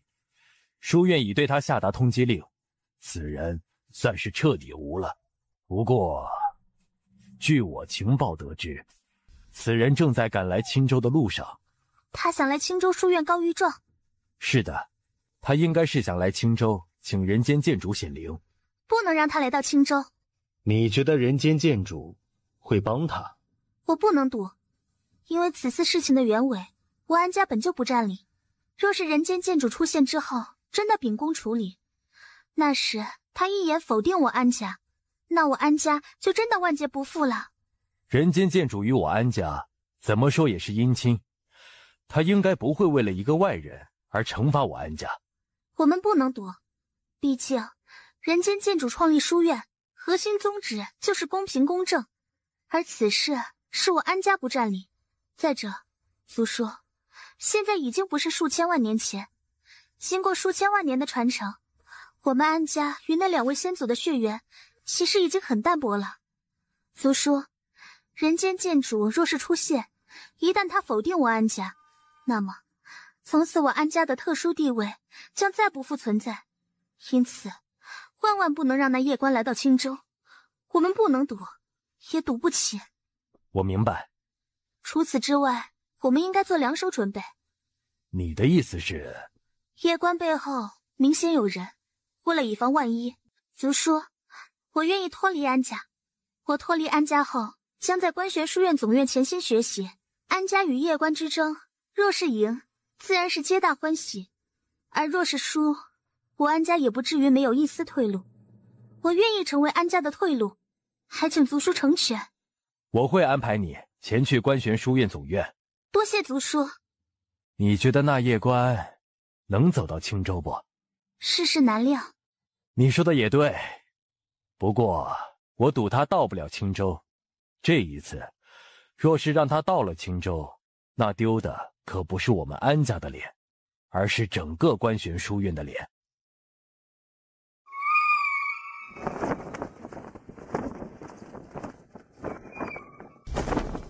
在下剑宗曹白，因宗门任务路过神州，忽闻此地有一位剑帝，今日特来求教，还请叶公子指点一二。他是剑宗的。剑宗？观玄书院总院第1族。总院第1族？阁下不是为那通缉悬赏而来吗？事情原委我已调查清楚，叶公子与安家之事乃是安家之错，叶公子奋起反抗，无可厚非。因此，书院这悬赏通缉实乃有失公允，是政治打压，我不参与。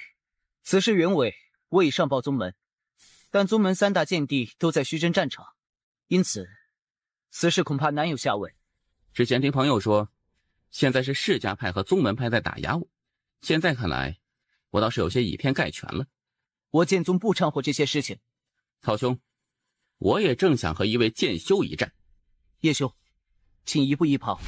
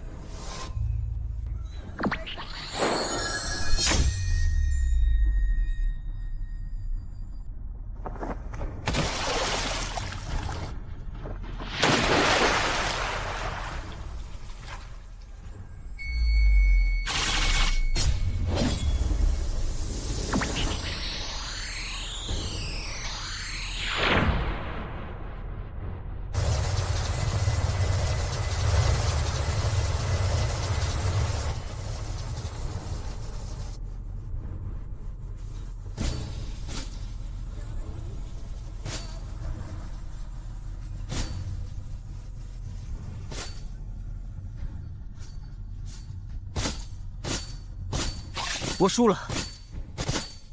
承让。没事吧？没事，有些虚弱。四周多了一些隐秘的强大气息。叶兄，我愿护你一程。3日内，若谁敢对叶兄出手，不管你是何人，身后是何势力，我定斩不饶。你若是不服，可随时来我剑宗报复。曹兄，多谢。不用，此事怪我。若不是我与你切磋，以叶兄实力，一般宵小根本难伤你。走吧。好。叶兄，我得走了。曹兄护送，此情我夜观铭记。若是此次青州之行不死，来日必前往剑宗向曹兄感谢。保重。我们的麻烦应该要来了。来就来呗。看我做什么？我脸上有花吗？没有，我是在想，季璇姑娘你的实力到底有多强呢？还好还好啊。少族长，你不出手吗？仙长老，3天前你也看到了，这位叶公子与那曹白一战，你就没有点别的什么想法吗？这叶官确实妖孽，正因为如此，此人更不可留。否则，一旦让他成长起来，这对我天龙一族极为不利。哼，敖贤长老，你就想到这一点吗？请少族长明示。曹白在剑宗内虽不是最顶尖，但也是剑道少有的天才妖孽。18岁便达到半步剑帝，从小有名师指点修炼。然而，他输给了这位叶公子。你还没意识到这件事情的严重性吗？他确实不简单，但那又如何？我天龙族何惧之？你不怕，你去上啊！哼，敖贤长老，你不怕是因为身后是天龙一族，可有一点你没发现吗？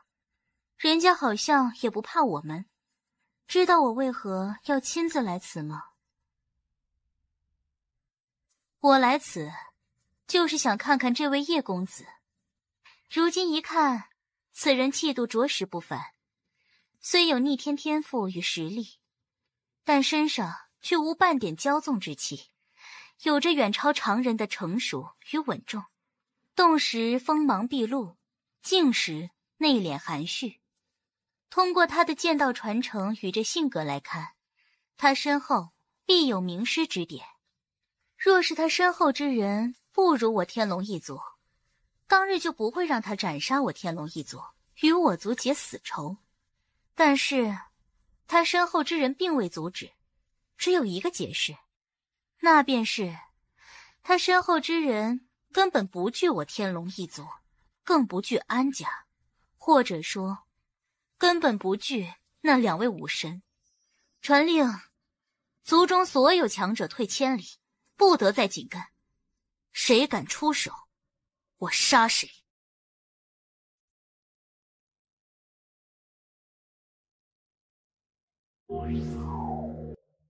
小官子，有人来了。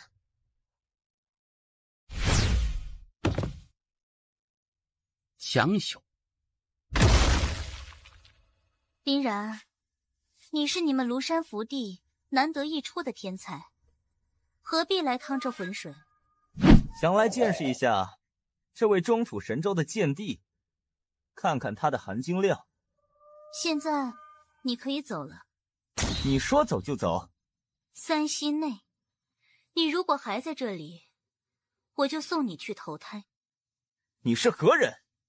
唉，你为什么还要问这么愚蠢的问题？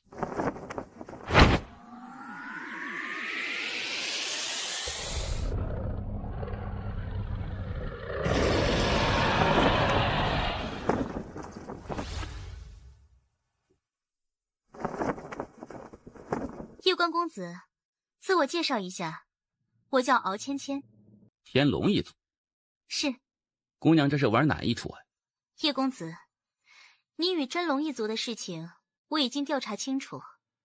我天龙一族未查明真相，就贸然对叶公子出手，这是我天龙族之错。我今日来此，是专门代表天龙族向你道歉的。芊芊姑娘，我身后其实没有什么大人物的，你要不要去调查清楚一下，然后再做决定啊？不然我怕你到时候调查清楚之后又来打我，那我们不就很尴尬吗？叶公子说笑了，我来此道歉并不是因为叶公子身后有没有人，而是为了公道。这事是我天龙一族的错，我来此就是专门道歉的。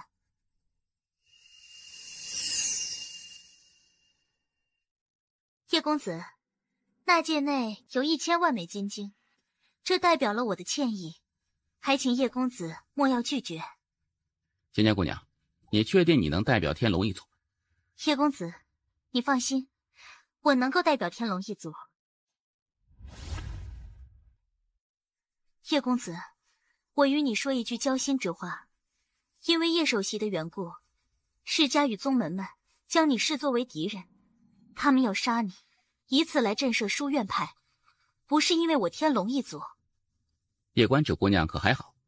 唉，叶首席已经被罢免首席之职，并且被剥夺了调度官玄卫的权利，还被幽禁在南院读书。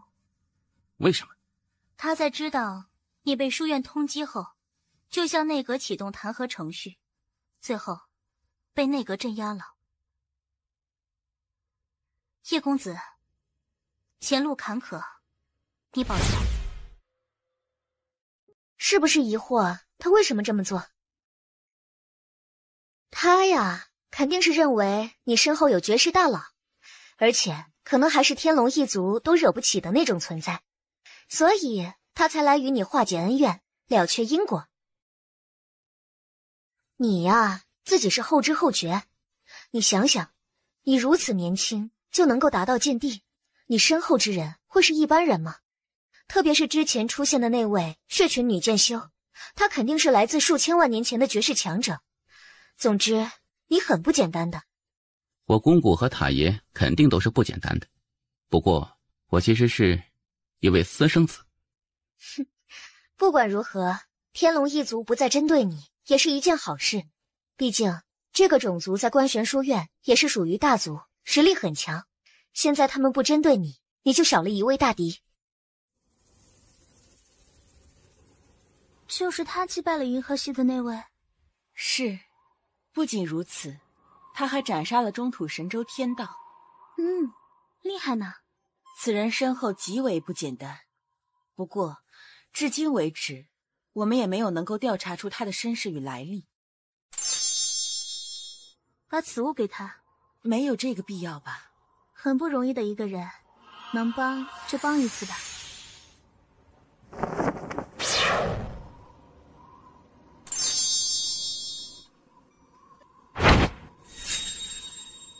叶公子，这是我家小姐赠送给叶公子的。你家小姐是？叶公子，我无法告诉你，因为小姐不让。我可以和你家小姐谈谈吗？小姐不善交际，也不喜欢与人交谈。叶公子，保重。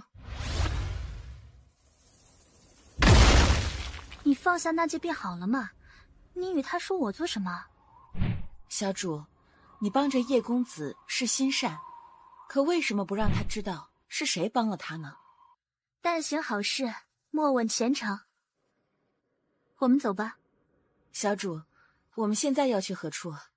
去书院总院吧，那里有很多很多古籍，而且说不定能见到师傅呢。穆院首应该不在书院内，去碰碰运气。莫不是那位姑娘看上了你，想招你做上门女婿？季轩姑娘，你就莫要开我玩笑了。或许她就是单纯看不惯安家与书院的所作所为，所以才会相助你。好吧。叶公子，我乃岁月洞天乔星瑶，是一名神术师，今日前来是想与叶公子切磋一下。姑娘也是为大道禁欲而来吗？最开始是，不过来此之后，见叶公子气度不凡，并非恶人，因此今日现身，只为与叶公子切磋一番。除此之外，别无他意。姑娘是书院的，如此做，难道不怕书院责罚？叶公子，公道自在人心，此次之事的对与错，大家都看在眼里。稍微有点智商之人，都知谁对谁错。当然，对于叶公子的遭遇，我并不能做什么。理解。叶公子，还请自讲。乔姑娘，你的实力必定是极强的，而你若是与小官子切磋，必是两败俱伤之局。而一旦他受伤，暗中之人定会趁机出手。所以，我个人建议你们的切磋延后，可好？我倒是未曾想到这一层。叶公子，那你我一战便延后吧。可以啊，这次青州之行，我若是能活着，来日定前往岁月洞天拜访。欢迎叶公子到来。这次我倒是有些出乎意料，原以为官选宇宙来的人都会把你往死里针对，但没有想到许多人都挺明智的。我们启程吧。太爷，你说人间剑主会给我一个公道吗？他若是不给你公道，你就把他杀了呗。太爷，我要变强，变得比人间剑主还要强。到那时，官玄书院如果敢欺我，我就灭官玄书院，杀人间剑主；仙宝阁敢欺我就灭仙宝阁，杀秦阁主。我的命运，我自己做主。我精神上支持你。小塔，你在玩火？哼，跟我有什么关系啊？他们家历来就有弑父的基因与传统，3代了，哎，3代人都有弑父的念头，我真是服了他们一家子。特别是这个王八蛋，不仅有弑父的想法，还有弑母的想法，这一代更比一代强，还真就离谱。哎呀，我到底造了什么孽啊？他们都无敌了，脏活累活全给我干。我什么时候才是个头啊？叶公子，我们是来自官玄宇宙的群龙佣兵团，与你嘛倒也是无冤无仇，来此杀你只是为财。你若是有靠山，你就与我说说，万一你身后之人与我们有点渊源，或者是我们惹不起的，我们自然不会再与叶公子为敌。我的靠山是塔爷。叶公子，你说的这位塔爷我们从未听过，敢问他是混哪里的？塔爷，你混哪里的？妈的，我混哪里的？我混你们家的。叶公子，你还没有回答我呢。塔爷，快说啊，再不说我就要被群殴了。哎呀，你不要怕，不过才10几位神捷境，你可以的。你真的想知道？当然。当日于书院那一战，安家在场所有强者尽数被斩杀。之后我于书院和5位天命之人一战，在那一战，天命之人召唤天道，但却被我斩杀，最后天命之人败走。呵呵，我塔爷真实身份自然是不便在此透露的。阁下若觉得他很弱，尽管一起上便是。今日虽被官玄书院通缉，但以阁下智慧，应该不会不知道这其中原委对错。我若到了青州，人间剑主显灵，那是我若是翻案，以我天赋，万一被人间剑主赏识，然后收为徒弟。叶公子，之前是我思虑不周，没有细想这些，今日打扰了。阁下，且等一等，我可以聘请你们保护我。你不要开玩笑，你的敌人是书院与那些世家以及宗门，保护你，我们是佣兵团，不是敢死队。叶公子，告辞告辞。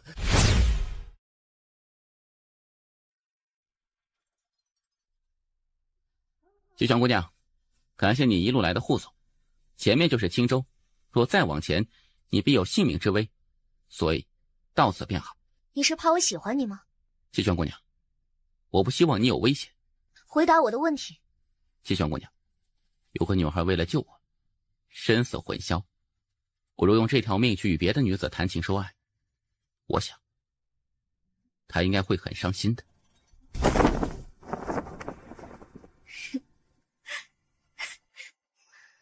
明明应该很生气的，明明应该很恨你的，可为何我却越喜欢你了呢？叶公子，留步！你是何人？在下青州星域守护者。叶公子，我知你来青州的目的，也知你与安家之事，更知你遭遇的不公对待。平心而论，此事我本不想参与，可如今书院已对你下达通缉令，因此我不能让你进入青州。我来此是为见人间剑主，书院若是公道，又何必怕我去见人间剑主呢？你不该杀天道，更不该杀执法者。你如此做，等于是在挑衅书院纪律与威严。当日天道现身杀我，难道要我束手待毙被杀不成？事到如今，世人皆只知我夜观杀天道，杀执法者，谁又有人曾记得安家和天龙一族对我的所作所为呢？我明白，我非常明白，我夜观无权无势，无背景无靠山，书院内那些掌权者自然不会为了我去得罪安家，特别是现在我还卷入了书院的各大党派之争中，因此他们更不可能让我活着。从始至终，除叶首席之外，书院之中有谁来关心过事情的对与错？没有，一个都没有。书院永远是那么的高高在上，在他们心中，对与错或许根本不重要，他们在乎的是他们的利益，他们的宗门利益，他们的世家利益。若是书院真的公道，又何必拦截我去找人间剑主呢？你们是在怕什么呢？叶公子，我只是一个打工的，你说的这些我不想懂，也不能懂，见谅。前辈，看你谈吐也非恶人，你让开，我不想杀你。随便过一招，做做样子可好？可以。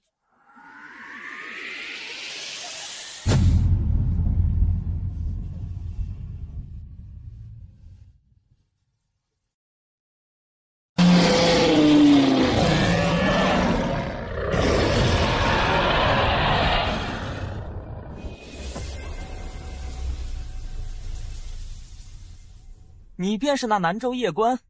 是的。就是你打败了安牧，夺走了我的青州地基。来，让我看看你有几斤几两。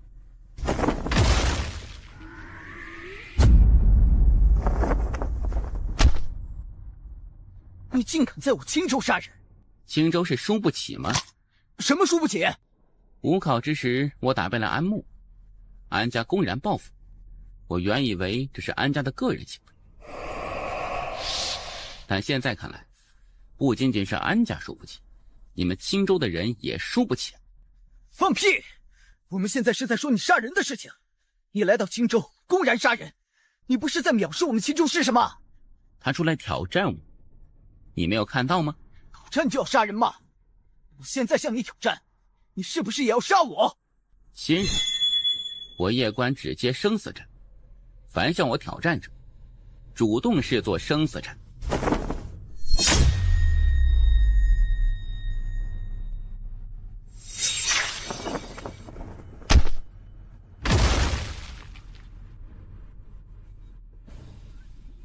见过陆院首。叶公子，很抱歉，我不能让你进入书院。前辈能成为院首，绝非恶人，心中应该也是心存正义的。我夜观今日遭受不公对待，前辈肯定是心知肚明的。若是前辈今日助我，人间剑主现，前辈或许能够得到人间剑主赏识，从而入主观玄书院总院。万一人间剑主不出现呢？不出现，那自然是完犊子了。叶公子，你的事情原委我自然是知晓的，但是实在太过复杂，牵扯的太多，加上如今书院又对你下了通缉令，我若是放你过去，书院必会惩罚我，所以抱歉了。海爷，我想要个公道，怎么就那么难呢？前辈，得罪。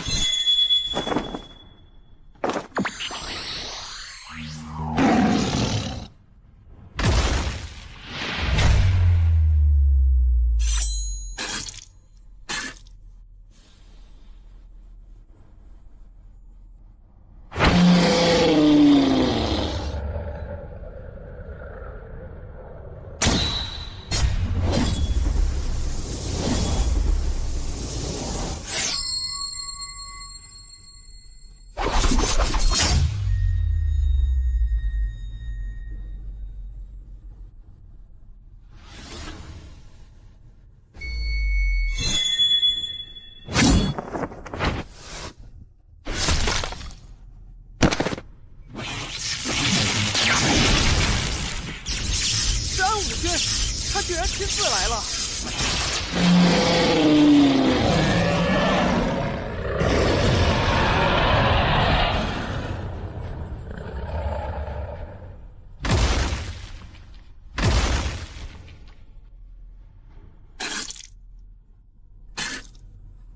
你身后不是有人吗？叫出来！我身后没有人。当日你身后那位女剑修可是威风的很呢，连杀我安家上千强者。怎么，现在她不敢出来了？你稍等片刻，她就会出来了。她既然不出来，那我就只能先杀了你。当然，你可以放心，我不会就这么杀了你，我会让你死得稍微痛苦，这样才能对得起我安家那上千族人。小姐，对不起，我没能救你，也不会怪我吧？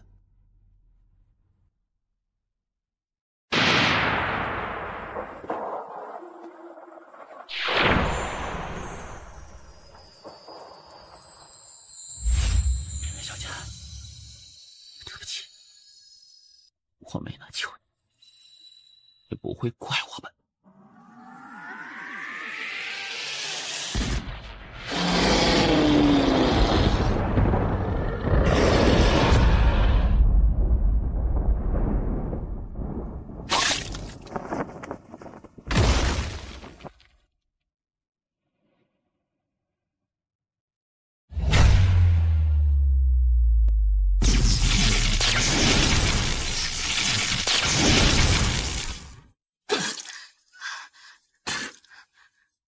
这辈子遇到一个喜欢的人，真的很难得呢。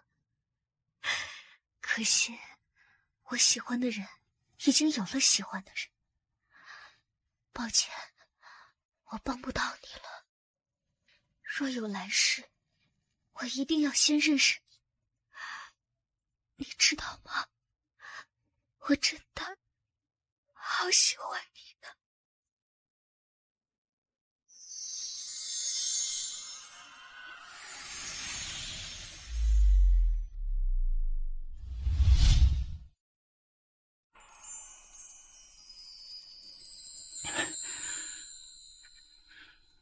前辈，可以帮我救救他吗？我死都可以。闭上梁，跪着做什么？可以救他们，可以救他，可以。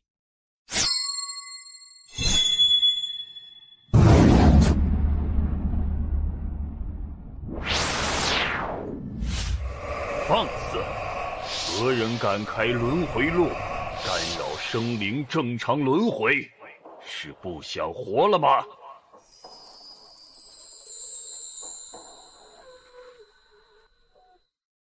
属下见过剑主。退下！属下告退。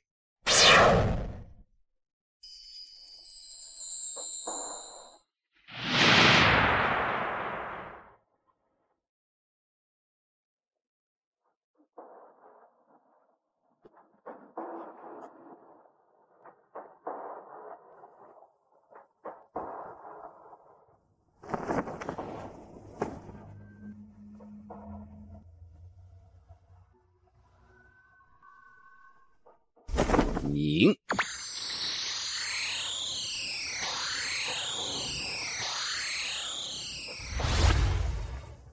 我还活着？是的。大胆，竟敢强行逆转生死，破天地秩序！你当我盐店是吃干饭的吗？你是要打我？我刚说什么了呀？我好像什么都不记得了。院长，我不知道是您呐，我给您磕头了。跪下。啊，好好好，我这就滚。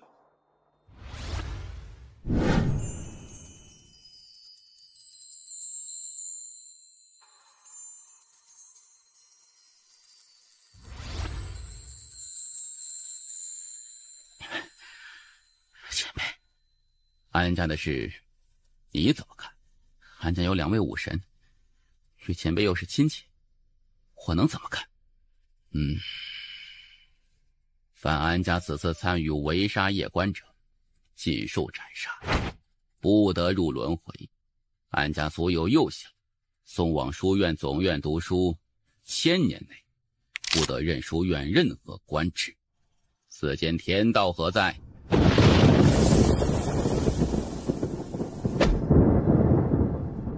将死人神魂求于神诏狱，经万世之苦，不得轮回。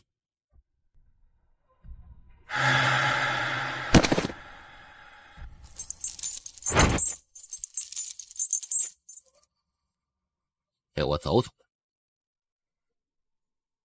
丫头，你也跟着来吧。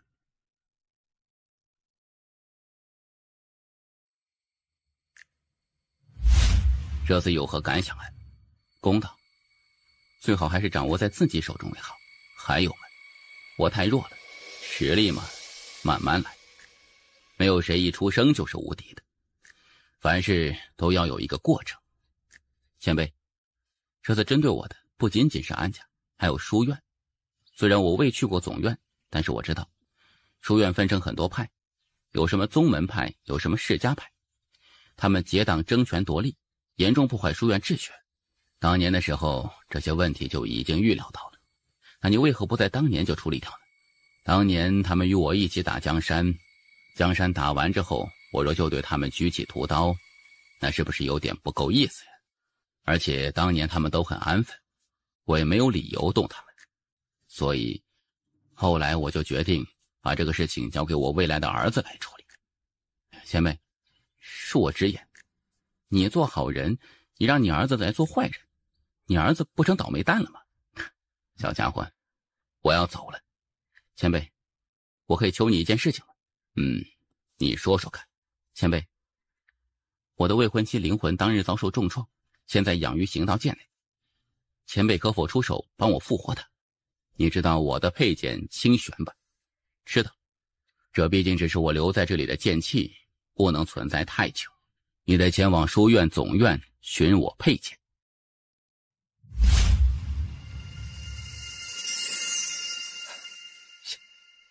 小主，辛苦你了。前辈，你认识塔爷？认识。前辈，那你认识我父亲吗？啊，倒是见过几次，不过不太熟。塔爷说我父亲是上门女婿，是真的吗？小主，这看来你一点也不辛苦。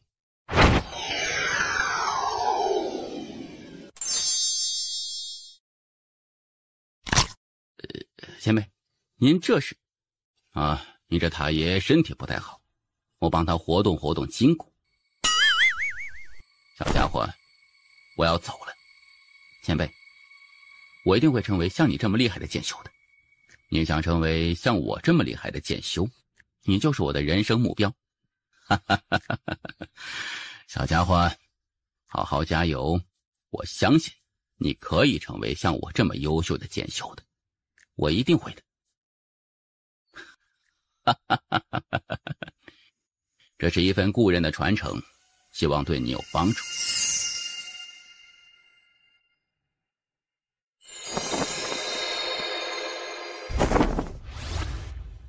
多谢剑主。小家伙，后会有期。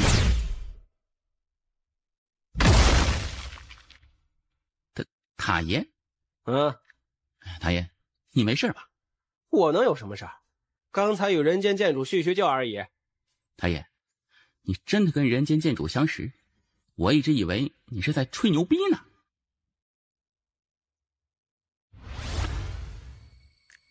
季轩姑娘，你不用觉得欠我什么，我喜欢你，那是我的事情。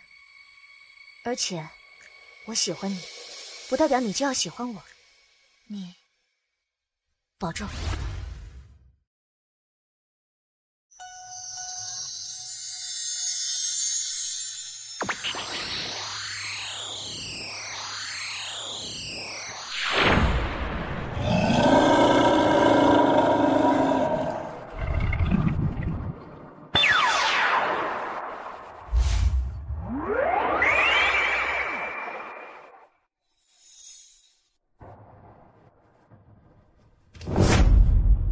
大爷，我有点想家了。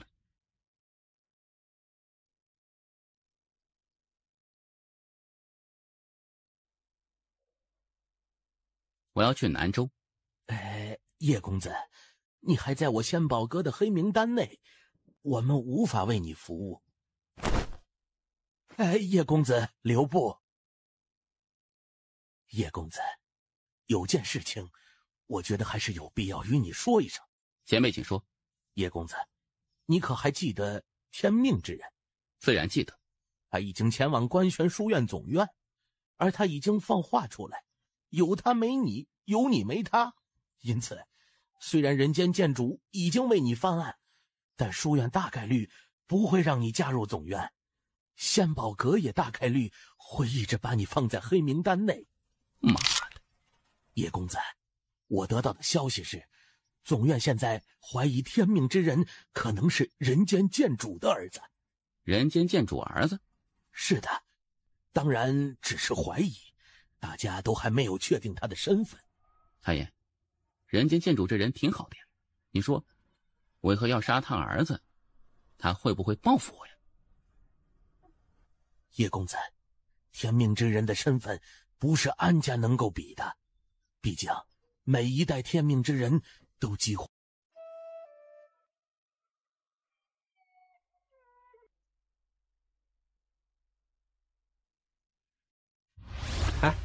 要不要去夜族看看？曾经人间剑主待过的那个夜族。是的，可以。我也想去看看人间剑主居住过的地方。往右边走。你知道路？妈的，一不小心差点又暴露了。嗨，我曾经也来过青州。你是不是准备杀上观玄书院总院呢？为何要杀上观玄书院总院呢？书院肯定占天命之人，而那天命之人与你又不对头，他肯定开始针对你，所以你接下来会不会直接杀上观玄书院总院？太爷，你这性子实在是有些偏激啊！你以前是不是受过什么刺激啊？哎呀，妈的！我以前受过你爹和你爷爷的刺激。太爷，天命之人可以争，我为何不可以争？他结交世家派和宗门派，我就结交书院派。他有许多支持者，我也可以广结善缘，多交朋友。我不会公然反抗书院，我要堂堂正正与他争，与他打。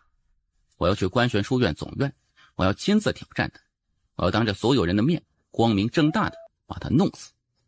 他妈的，他不是说有他没我，有我没他？可以，那就他妈单挑。哎，你做什么？我要让父老帮我下一封挑战书去观玄书院总院，我要跟他单挑，我现在就要干他。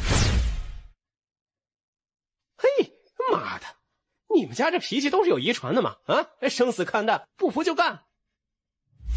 啊，你要挑战天命之人？是。为什么？他不是说有他没我，有我没他吗？既如此，那就单挑啊。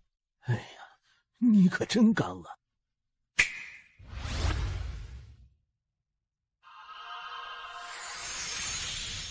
当日一战，阁下不讲武德，换天道相助，然并卵，天道太弱，一剑灭之，实在无趣。今阁下言有你无我，有我无你，既如此，何不一战？地点你选，时间你选，规则你选，我无敌，你随意。父老，此处可否让全宇宙皆知？很简单的事情，只要登上观玄报即可。观玄报是我献宝阁秦阁主当年创办的，上面每天都会更新当下许多新发生的事情。想要让全宇宙知道，就只有登观玄报。那就登报。要登观玄报就得付钱，不过你这事儿不用付钱，因为一旦将你这挑战书登报，必定封麦呀。不过你可得想好啊，这一旦登上，你与那天命之人可以说是真正的不死不休了。想好了。好，我这就去给你办。谢谢。其实你完全可以先苟一苟的，现在这么做实在是有点意气用事。太爷教训的是，我以后做事会更加谨慎一些。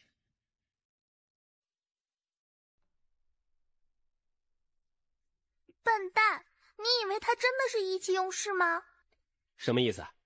他公然向那天命之人挑战，看起来是意气用事，实则是深谋远虑。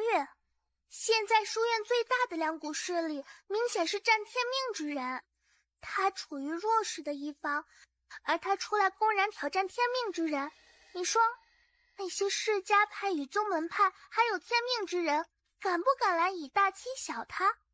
你的意思是，他们现在若是来以大欺小夜观，他们会被全宇宙骂祖宗18代的，而且天命之人也将臭名昭著。现在他们只有一个选择，那就是接受夜观的挑战，并且不能让任何人杀夜观。夜观现在若是暴毙，所有人都会认为是观玄书院总院干的。现在他为自己争取到了时间，在他与那天命之人决战之前，天命之人与观玄书院总院得求着他别死，不然这个锅他们就背定了。原来他是这个意思，那他为何不和我明说呀？他可能没有想到你这么笨。太爷，这就是当年人间剑主待过的夜总。是。听说当年人间剑主很惨是吗？进去看看吗？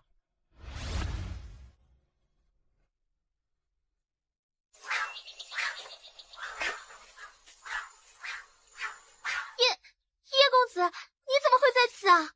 来此看看。真的是不要太帅啊！你怎么可以这么帅呢？现在的女孩都这么忙，不像我们那个时代，大家都娇羞得很呐。你关注这个做什么啊？你就是一个塔。叶公子，我叫叶竹心，你叫我竹心便好。竹心姑娘，你认识我？现在谁不认识叶公子你啊？叶公子，我告诉你，你可是我的偶像，我太崇拜你了。哼，我本来不喜欢剑的，但看到你后啊，我就喜欢上了。竹心姑娘，你想学剑？是的。你可以教我吗？我不知道怎么教人呢。叶公子，冒昧一问，你有没有喜欢的女子啊？啊，我没有别的意思，我就是单纯问问。我有未婚妻了。未婚妻啊？你自己逛吧，我不陪有妇之夫闲逛。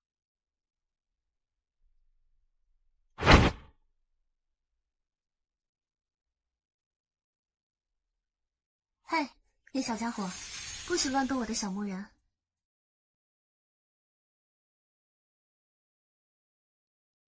嗨，叶小家伙，不许乱动我的小木人。前辈，晚辈无意冒犯。你叫什么？叶观。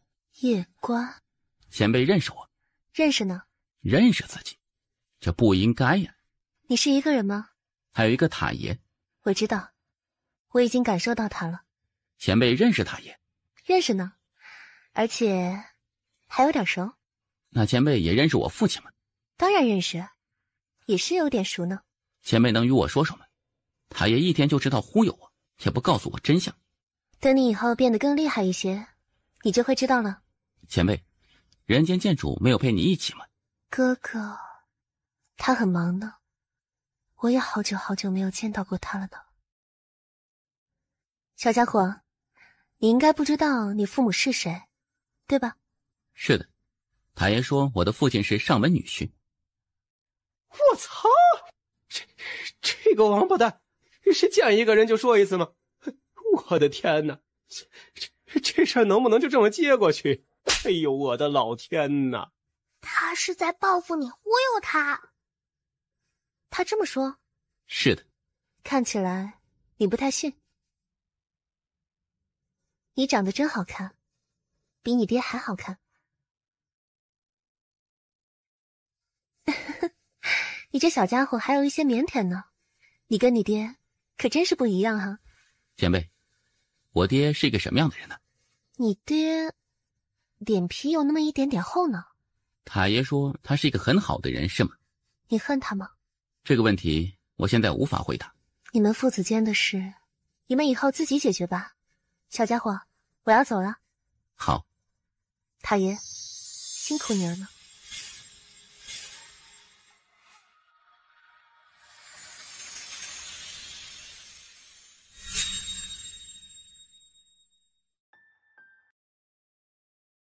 叶公子，这位是我叶家族长叶林，他得知叶公子到来，特来此见见叶公子。叶林前辈，打扰。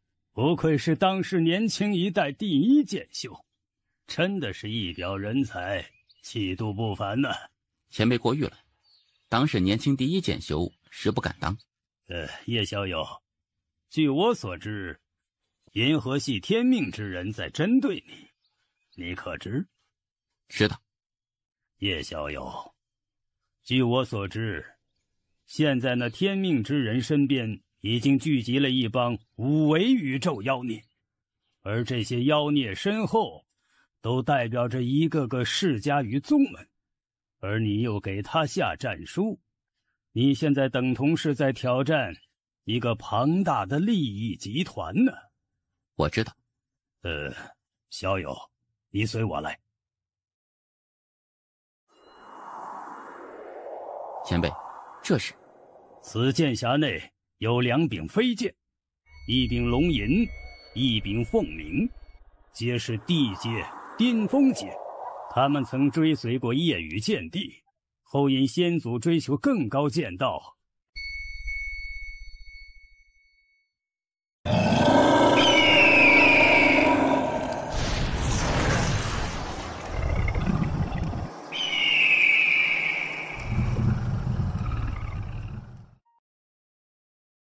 前辈，竹心姑娘，告辞了。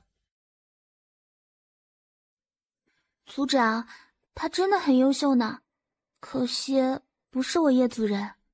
确实，此人剑道天赋，即使放在观玄书院总院，也绝对是首屈一指。如此天才，世家派与宗门派为何还要打压？若是一开始他就这么妖孽，宗门派与世家派肯定不会打压，但现在打压都已经打压，双方已经成仇人。特别是现在，那天命之人还与叶公子水火不容，叶官若是去了书院，肯定会靠拢书院派，他们肯定是不希望叶官加入书院派的。族长，我们能赌赢吗？丫头，不用太在意输赢，但行好事，莫问前程。我们帮叶公子不伤天害理，这就够了。明白。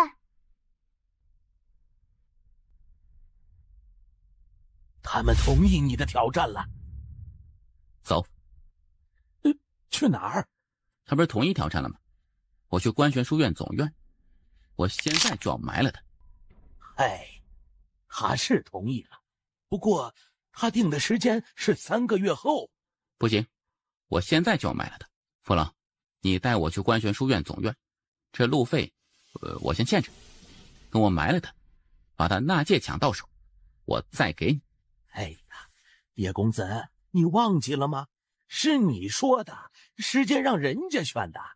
我知道，所以我更得现在去找他。前辈，你觉得官玄书院总院的资源好，还是我自己的资源好？当然是官玄书院总院。越往后，他的实力肯定就越强，特别是现在，官玄书院肯定会全力培养他。我越早去，胜算就越大。你是说，他之所以拖延3个月，是因为现在没有把握杀你，或者说他在修炼什么大招？叶公子，你不先修炼一下吗？在杀戮之中修炼，于死亡边缘中感悟，这是最好的修炼方式。前辈，现在可以去书院总院了。走，我用传送阵送你去总院。一个小小的分院管事也敢插手天命之人的事，真是不知道自己几斤几两。副管事，长老阁有旨，你不再是青州商会管事。叶公子，抱歉呐，我无法送你去官玄书院总院了。父老，抱歉。我没想到我们仙宝阁已经彻底占了天命之人。我之前已经联系过文院，但至今文院没有给我任何信息，所以叶公子，对文院你也别抱有太大的希望，他们现在的处境还是也好不了多少。父老，你若去总院，并没有好的结局。可我又能去何处呢？父老，我带你走。放肆！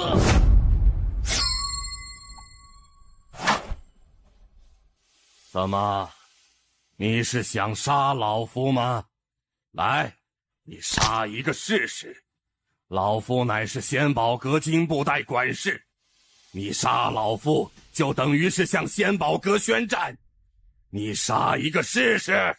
你在故意激我动手，我与你无冤无仇，你没有必要来如此针对我。想来是有人让你这么做的。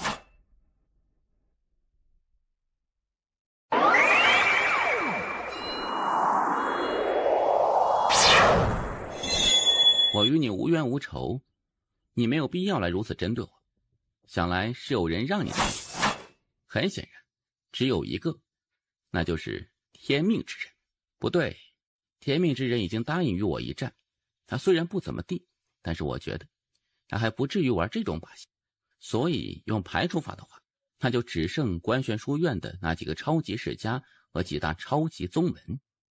两种可能：第一，因为人间剑主的缘故，世家派和宗门派多少有些忌惮，不敢再光明正大搞我，因此他们想换个方式来针对我，比如仙宝阁就最合适。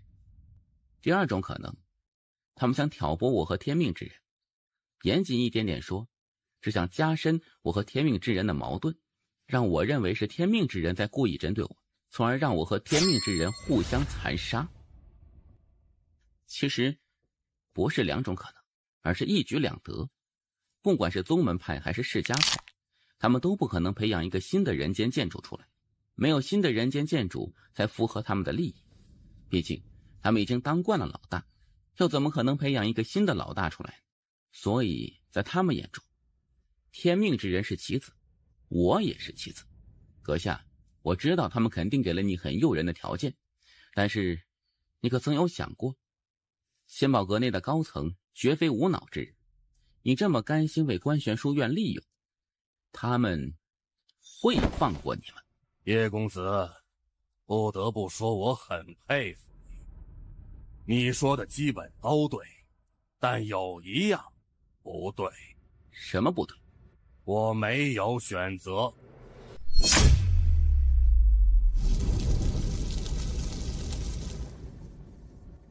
哎呀，快拦住他，不然仙宝阁就会认为这些人都是你杀的。哼，来10位剑路也拦不下我。你真丑。我真丑。我见过最丑的。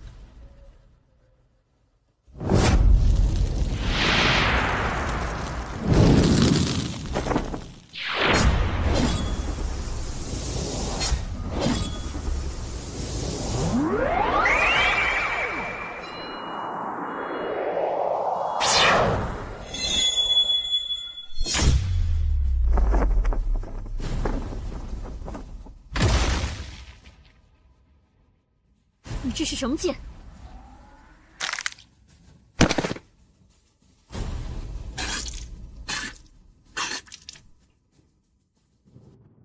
谁派你来？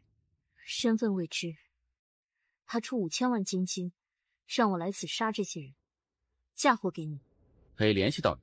不能。叶关，你竟然敢杀我仙宝阁的人！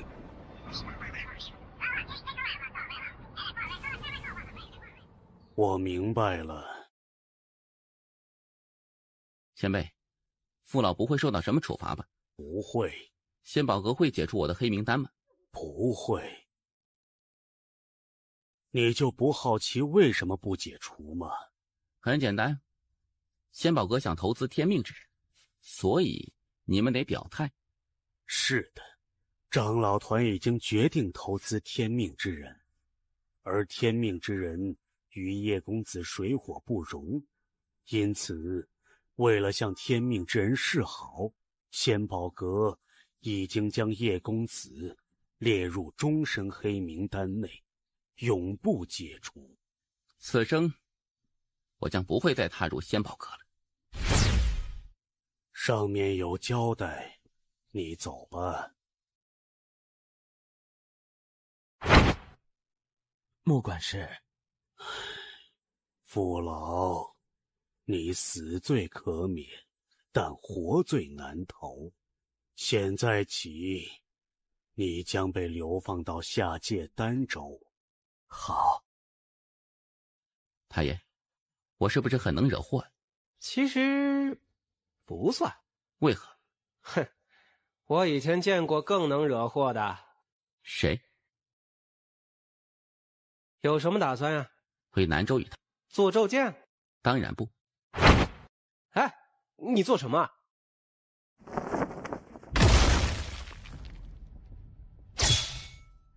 你做什么？传送阵在哪里？叶公子，我们仙宝阁不再为你服务。以我现在的实力，我想整个青州应该没有人打得过我。而你从仙宝阁总阁调人，至少需要半个时辰以上吧？半个时辰的时间，一位剑帝可以做很多很多事情。你觉得呢？叶公子，你别耍流氓！穆管事，我是在跟你商量。你也知道，从这里去南州，即使做咒剑，怕是得几个月。你总不能让我做咒剑去吧？传送阵在右边10里之外，那里现在没有人。太爷，天命之人就是大道比主人选中的人吗？是。我记得你以前说过，大道比主人很强，是吗？哎呀，你直接问最重要的。大道比主人与你，谁厉害？回来也不去找我，是把我已经忘了吗？老师，怎么不去找我？本来想明日去书院见见老师的。在外面吃了不少苦吧？还好。小佳她，我会救回她。那就好。当初的你还很稚嫩，现在看起来成熟了不少呢。老师，这段时间你还好吧？你还知道问我好不好？你这一去，一封书信也不传来，是不是早已经忘记我了？我在外面事情比较复杂。小关，问你一个问题，你要如实回答我。好。你一辈子只会喜欢一个女孩子吗？老师，我若同时喜欢2个女孩子，犯法不？不犯法，但是除了小佳外，你还会再喜欢别的女孩子吗？是导师希望我再喜欢上别的女孩吗？是我在问你，你为何要言辞闪躲？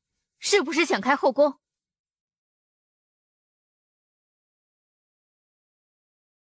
是不是想开后宫？老师，如果我喜欢小佳，也喜欢你，那怎么办呢？我是你老师。我说如果嘛，如果我喜欢小佳，又喜欢你，你会不会觉得我很坏呀？你自己觉得坏不坏呢？我不知道啊，所以才问你呢。哼，你这家伙胆子不小，居然敢拿老师做比喻，是不是有的时候觉得与自己的老师会更刺激呢？老师，我并无邪恶之念，他也可以作证啊。看你这没出息的，反正你怎么想，我又管不着，不是吗？我没有乱想过。那你要不要想想试试呢？无胆匪类。那，这个给你。老师，你这么多钱呢？五考时，我把全部身家压了你第一，赚了5000万。原来如此。钱不要？我现在不缺钱了，老师自己留着吧。要走了吗？会回来吗？会。那下次回来，第一时间去找我，可好？好。走吧。老师，保重。什么都好，怎么就是不好色呢？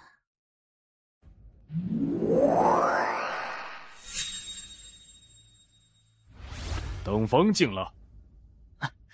老师，那夜关现在是什么境界？灭空境。还是灭空？当日那一战，可是输得不甘心。输就是输，没什么不甘心的。是我技不如人，我输得起，我还得感谢当日他击败我。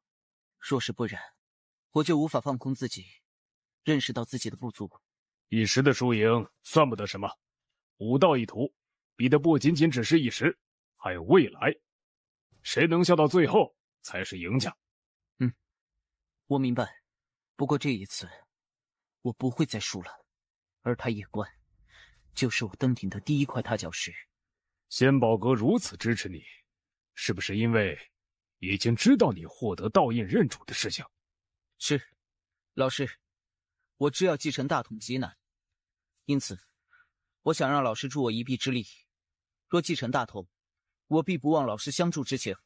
书院群龙无首了这么多年，也是该定下院长了。银河系最强大的2大势力，未来宗以及银河宗，也支持我。他们也支持你？你如果想要成为书院少主，还必须得到内阁与那4大超级氏族支持。我们当下第一步要做的，便是你与那夜关一战。此战你必须得胜，只要胜了此战，你的名气就将达到一个巅峰。那个时候，加上你的特殊身份，你在官玄宇宙之中的威望就能够达到顶峰。那时，即使是4大超级世家，也不敢轻视你。我明白。你身份特殊，又有仙宝阁，你不后悔吗？有什么可后悔的？你现在所有的一切都失去了，而且还被幽禁，值得吗？没什么值得与不值得，只要做认为自己是对的事情就可以了。你为叶关仗义直言，可谁又能为你主持公道？叶公子近来可还好？不知道。他在外面的日子定是不好过的，你帮我走一趟，给他带点钱财与丹药去。小姐，他现在与天命之人是死对头，你此刻相助叶公子，无疑是得罪天命之人。一个打不过就叫天道的人，我呸！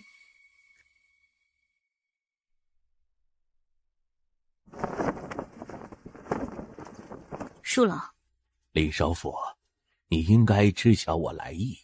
可是为官职的事情，是我个人直接下令罢免了他首席，并且幽禁他。不是内阁团做的决定？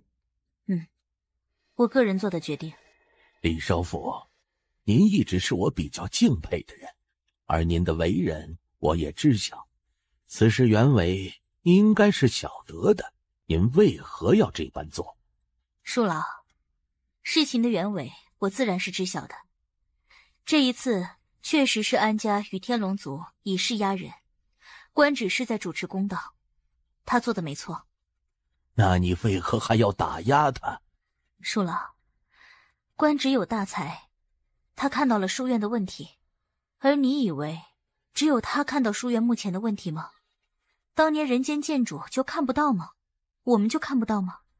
唉，当年我不止一次谏言人间剑主，让他削弱世家与宗门，但他并没有这么做，因为他不忍，也不想卸磨杀驴。当然，后来虚真大战，世家与宗门也是出了极大的力的。于全宇宙，他们都是有功劳的，人家拼命完，就立即对他们动刀子，这怎么也是说不过去的。最重要的是，人家并没有犯错呀，我们要削弱他们，拿什么理由？官职看到了这个问题，想要改变，我能理解。可恕老，这事干系太大，不是他能够解决的。你可知，他因帮那叶公子而处置安家与天龙一族，这已经让得所有世家与宗门开始抱团。他们的目的很简单，谁动他们的利益，他们就与谁为敌。恕老，青丘姑娘不在，若是世家们真的对官职动手，且问你能阻止他们吗？退一步来说，我听从官职的建议，弹劾世家，那你知道后果吗？后果就是那些世家与宗门会疯狂反弹，而以世家派为头的古族和越族更是会直接从幕后走出来。那时内阁会乱，内阁一乱，书院就会乱。如今这时代，一旦书院乱，人间剑主不在。你确定现在就要去观玄书院总院？这么急吗？此去观玄书院总院，还有一件最重要的事情，就是复活小佳。你真的有把握打得过天命之人吗？不重要，重要的是他说有我无他，有他无我。既如此，那就干了。我叶关不欺人，但谁要欺我，我一定会把他埋了，然后把他纳戒抢走。哎呦我去，你是什么时候都不忘别人的纳戒呀？你爷爷好杀，你爹好色，你好财。如果我之前没有猜错，那么那天命之人肯定想当观玄书院院长，而现在他身边已经有许多支持者。我此去观玄书院，明面的敌人是天命之人，实际上是无数世家和宗门。那你打算怎么做？太爷，你说我能不能做观玄书院的院长？小塔，你说他是不是知道些什么啦？太爷，是不是觉得我的想法有些可笑？有什么可笑的？你为何不能成为院长呢？要成为院长，2个条件缺一不可。第一，个人实力逆天，让人服众；第二，无敌的背景与靠山。若是不然，根本就镇不住书院那些世家派和宗门派。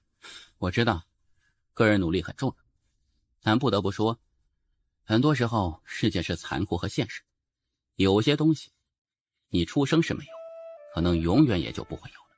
你埋怨过你父母吗？毕竟他们没有给你这种无敌的家世与背景。怎会呢？为人父母，哪个不想子女好一些？若是没有一些特殊原因，我相信他们不会放养我的。至于家世背景，人心都是不满足的，许多人都只会将自己与比他更好的人相比，而他可能没有想过，世上比他不容易的人多不胜数。就拿我自己说，有塔爷你相助，起步已经远超无数人。我知道我的家世背景肯定是有些复杂的，不然塔爷你也不会如此隐瞒我。我现在也不会再问塔爷身世的问题，因为我相信时机到了之后，塔爷你自会如实相告的。好，塔爷，我的敌人是天命之人。我知道。你好像一点都不担忧啊。来了，他又来了。塔爷，你不担忧是因为你根本没有将天命之人放在眼里，还是因为别的原因？妈的，我真是服了这个王八蛋了。还有啊，我之前的敌人可是安家，安家有2位武神，塔爷你也不担忧。现在敌人是天命之人，塔爷你也不担心。塔爷，我对你的实力和背景是不是有点低估了？还有啊，我发现一个特别重要、特别重要的点，那就是塔爷你似乎很怕我知道我的真实身份了。刚才不是说了吗？时机到了以后，我就会告诉你。好吧。此去观玄宇宙书院，你可有什么计划？还是说就是去跟天命之人打一架？观玄书院内部势力错综复杂，不是铁板一块。也就是说，有人支持天命之人，也有人可能不支持他。比如说文苑，我觉得我去了之后，可以多结交一些朋友，如9天10地的灵虚神帝，以及排名第1的那个岁月洞天，我可以先去拜访一下。我觉得我去了之后，可以多结交一些朋友，如9天10地的灵虚神帝，以及排名第1的那个岁月洞天，我可以先去拜访一下。可以。这一次我与天命之人的这一战，必定是全宇宙关注的。正常情况下来说，他不可能搞小动作，但是追随他的人可都不一定了。毕竟他们现在跟天命之人的利益是捆绑在一起的，因此我得小心他身边的那些世家和宗门。这些世家与宗门为了利益，什么都能做得出来。太爷，我去了中土神州，就能够联系到这位离歌前辈，也不知道这一次还愿不愿意站在我这边呢。还是算了，我怕把他叫出来之后，他不仅不帮我，还站到天命之人那边去，那时我可就尴尬了。太爷，你说对不对？他肯定……闭嘴，大笨蛋，他又在套你的话。我去，妈的，这个王八蛋，他刚才说不再问我身世的事儿，是不是为了麻痹我？你能意识到这一点，证明你还有救。哎呀，我真是有点怕他了。妈的，这小王八蛋的心思也太多了。我突然觉得他爹还好一些呀。这虽然忽悠人，但不这么玩啊。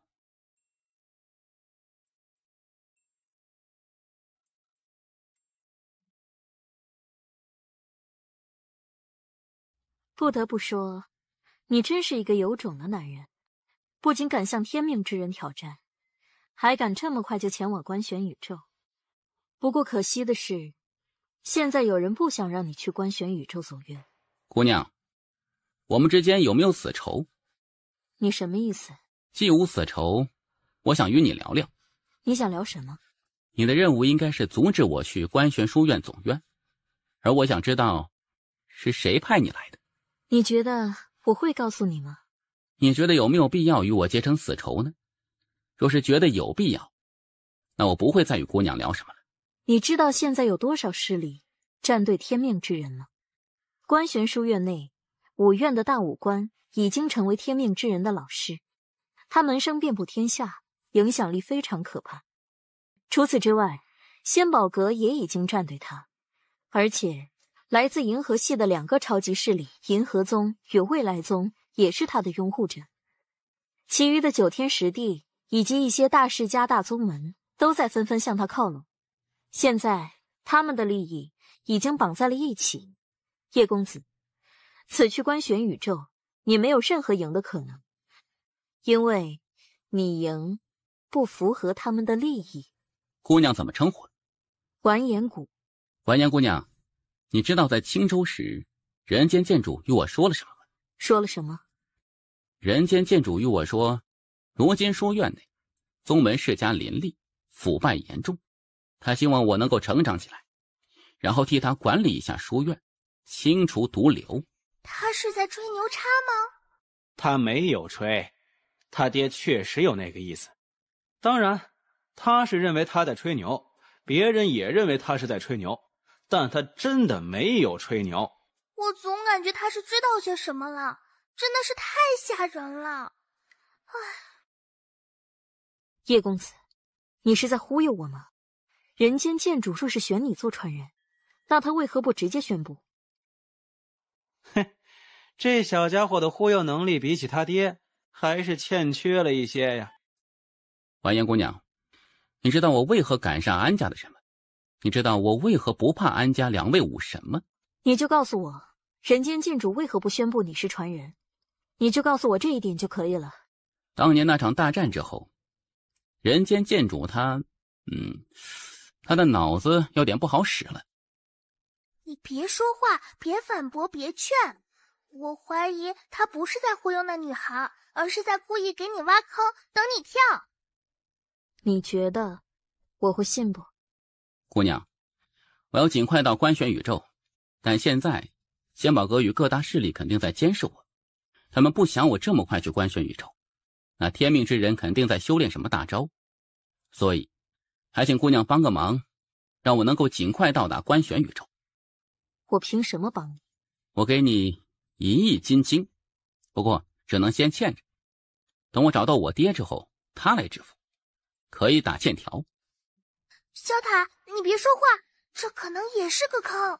我负责送你到官选宇宙，送到之后，等你找到你爹，你给我1亿枚金晶，没问题吧？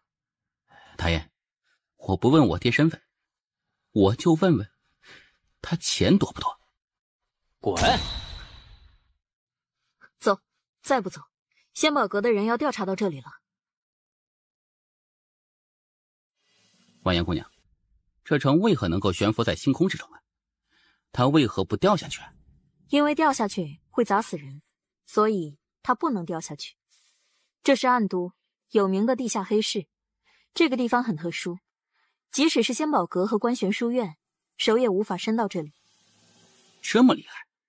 这个地方鱼龙混杂，什么样的人都有。因为经常居住在这里的，除了各种榜上被通缉的人之外，还有许多乱七八糟的人，而能够在这里生存的，都是不简单的人。记住，进去后不要相信任何人，知道吗？我就相信你，别的人都不相信。我知道你实力很强，但你没有经常在外面混，不知道外面人心险恶，特别是这暗部，里面的人都是利益至上，但凡有点善心，在这里都活不长。我明白，这世上总有许多地方是阳光照不到的。是的，虽然这个地方很复杂，很危险，但这个地方也有个好处，那就是只要你有钱，什么都可以买到。不过价格会比要在外面贵很多。你方才说这里连官玄书院和仙宝阁都管不到？是的，独立于官玄书院之外。你知道这暗都背后的大佬是谁吗？官玄书院？这背后的真正大佬是谁我不知道，但我知道有官玄书院的大佬，不仅如此，还有仙宝阁的大佬。因此官玄书院的手想要伸到这里来，只有一种办法，那就是由书院总院亲自来查，否则一般人来查，要么查不到任何问题，要么就是无缘无故的消失。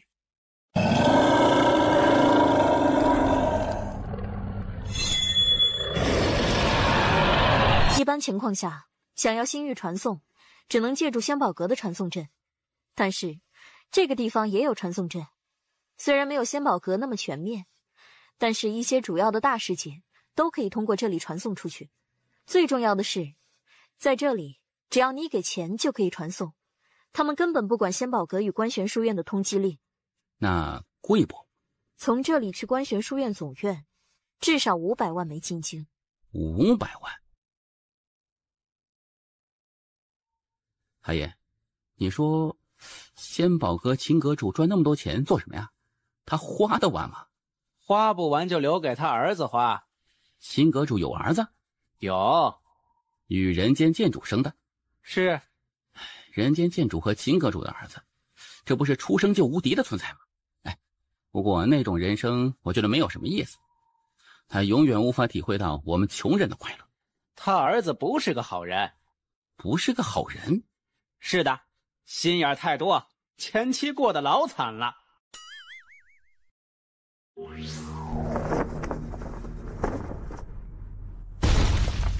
小星星，我的过路费你也要收。黄彦谷，你的过路费我自然是不收的，不过这位瞧着可是眼生的很，想来是新人。既然是新人，那这过路费我可就收定了。不过可以看在完颜谷你的面子上，我少收一点，就收100万枚金金吧。露一手。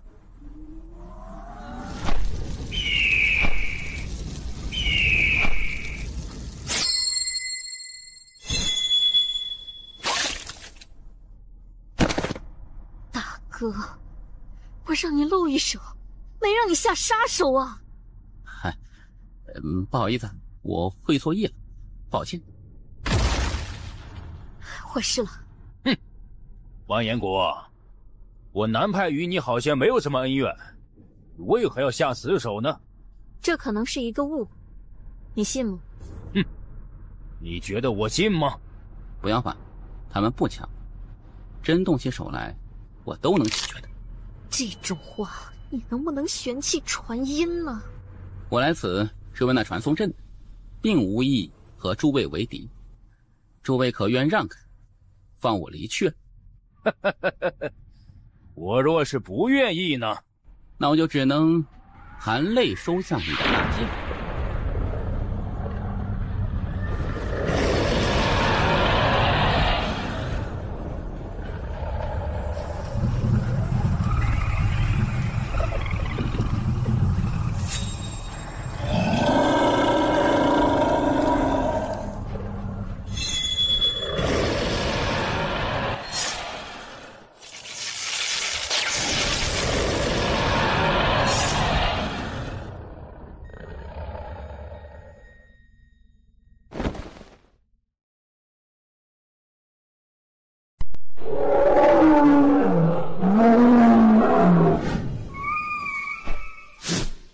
合住！观玄宇宙2个人，1200万枚金晶。据我所知，去观玄宇宙一个人最高也不过才500万枚金晶。爱去不去？他敲诈我们，他应该是看出我们很急，所以才会敲诈。你居然不生气？没什么可生气的，买卖自由嘛，人家明码标价，愿不愿意是我们的事情。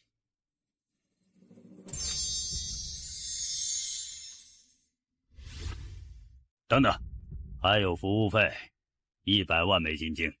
阁下，没有这个规矩。以前没有，但现在有了。最近刚出的，怎么有意见？前辈，我们只是路过此地，并无恶意。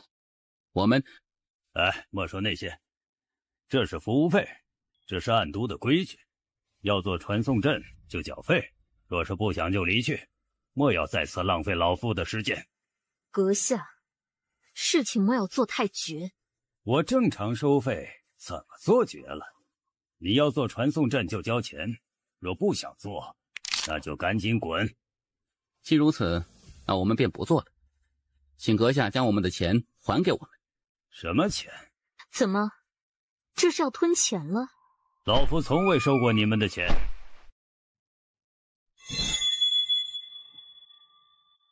怎么，想在这里动手？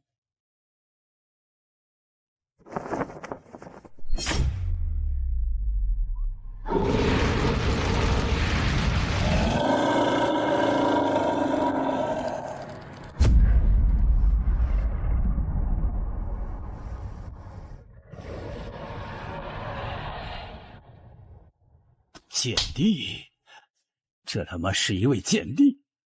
妈的，你早说你是贱帝，老子就不敲诈你了呀！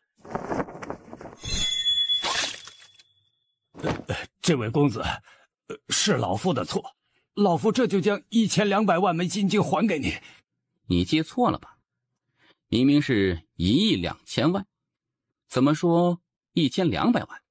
老头，做人要诚实啊！我难道不诚实吗？丧城主，谈还是打呀？公子这么自信？打还是谈？阁下是要一直背对着我吗？你是那剑帝夜观？你认识我？现在你的名气可是大得很，因为谁都知道你在挑战天命之人。这么说，还沾了天命之人的光呢。你的人敲诈了我1亿2千万枚金晶，对于此事，你怎么看呢？叶公子可杀了他，取回自己的东西。这么说，桑城主是不打算赔我的钱了？他敲诈叶公子，与我醉都没有任何关系。他难道不是你醉都的人吗？不是。桑城主，你上面还有人？你是什么意思？我想换个人来谈。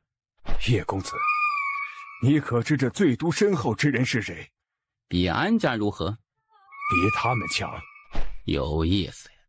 叶公子，并非是要威胁你，而是这最毒深厚之人确实很恐怖，其势力与影响力，即使是在官玄宇宙，那也是非常可怕的，而且还与曾经的人间剑主有关系。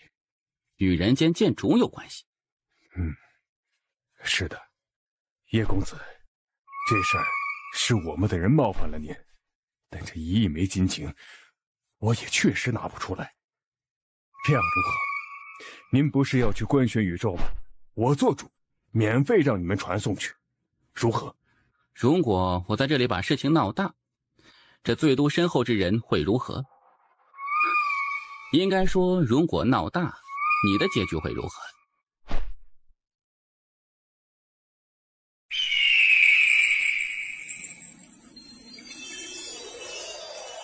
桑城主，我叶关做事恩怨分明。今日我若是没有实力，现在的我应该已经是尸骨无存，所以我不会对我的敌人有任何仁慈和怜悯。你如果觉得不爽，你现在就可以叫你身后之人出来，我倒要看看是哪位绝世大佬居然干这种见不得人的勾当。桑城主，恕我直言，这座城内应该没有人能够阻止我。你现在2个选择：赔我钱，第二，你叫人把你身后的大佬叫出来。你如果叫人，我也会叫人。啊？你叫谁啊？叫塔里另外一个大佬。他不……闭嘴！闭嘴，笨蛋！妈的，这个小王八蛋，真是我了个去了！真的有毒是吧？啊，无时无刻不想着给老子挖坑，这太尼玛离谱了！还真的有啊！叶公子，你真的要把事情做得这般绝吗？给你打个折，6000万枚金晶，成交。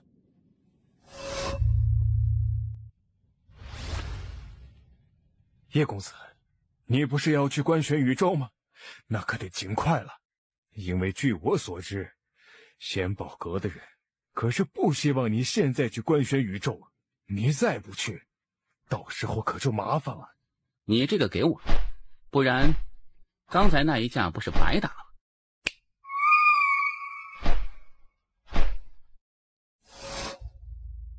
给我，见者有份。这个天之道，损有余而补不足；人之道，则不。我塔爷虽然是一个很低调的塔，但是我知道啊，他曾经肯定也是一位了不起的绝世人物。塔爷，一个塔。我深深的相信，当有一天他不再低调的时候，他必能让整个官玄宇宙震惊。他在给你挖坑。我觉得你把他想得太坏了。这个小伙子虽然偶尔调皮了一下，但做人还是很实诚的。你不要老是针对他。海爷，我说的对。哎，低调，做人要低调，知道吗？我懂，塔爷你说的，我会好好都记着的，好好遵守。等到了官玄宇宙，我给你一本很牛的心法，那边的灵气可以让你修炼那本心法。什么心法？嘿嘿，宇宙观玄法，我创造的。不是大道比主人创造的吗？我吹个牛怎么了？犯法吗？塔爷，现在可以给我吗？我现在熟悉一下，等到官玄宇宙之后，我立即就修炼。可以。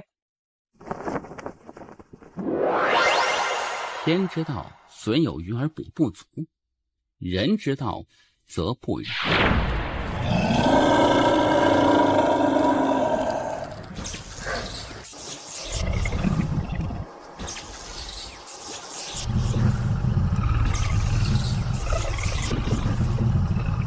太爷，看来我一直都在低估你啊！您竟然能够创造出如此惊世骇俗的功法，竟是在3000万年前那个强者无数的时代，应该也属于无敌的存在吧？嘿嘿，无敌的话有点过了。不过在那个年代，不管多牛的人都要给我面子的，所以自己强才是王道。你需要更加努力，知道吗？我懂，他也是要锻炼，不想让我知道我的身世，是因为怕我知道自己的身世之后就不努力了，就躺平了。我都懂的。你那是什么修炼之法？好恐怖！我塔爷创造的一部功法。你塔爷还缺徒弟吧？我也可以的。去书院吗？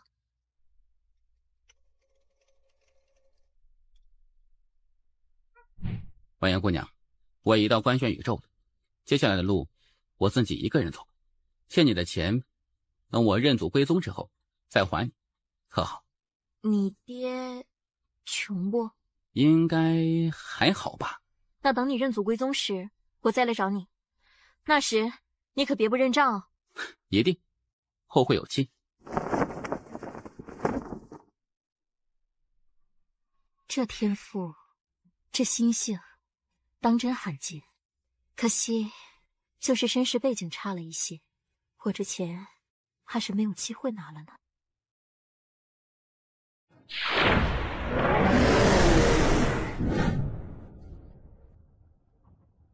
前辈，还请通报一声龙虎兄，就说叶关前来拜访。叶关，你便是来自中土神州的叶关？是的。叶公子，您稍等片刻。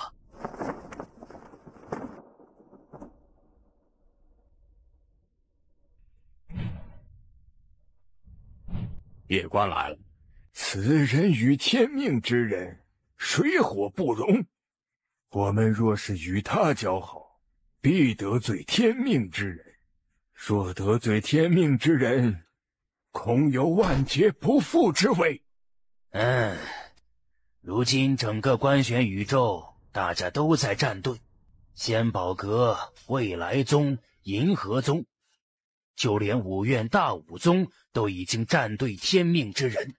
这个时候，我们更应该与那叶关撇清关系，以免招惹是非，为我灵虚神帝招来大祸。此人天赋虽不错，但不可能与天命之人抗衡。这一次，书院与天命之人明显就是想将他当作垫脚石，成全天命之人。因此，我们实在不应该与他有任何的瓜葛，以免未来天命之人打压报复我灵虚神帝。大长老，你见过此人，你觉得如何？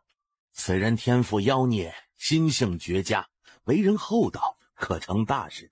老夫亲自去迎接他。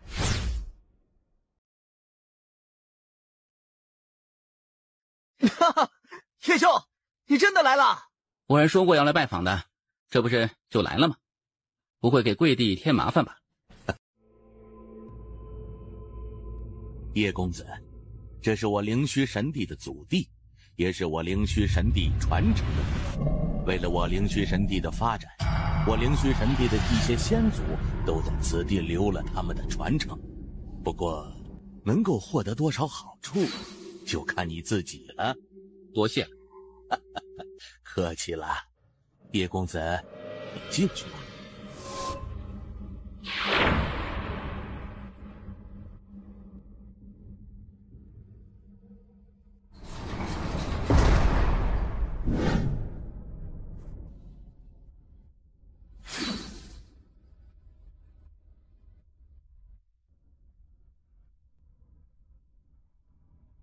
爹，这叶公子也太妖孽了。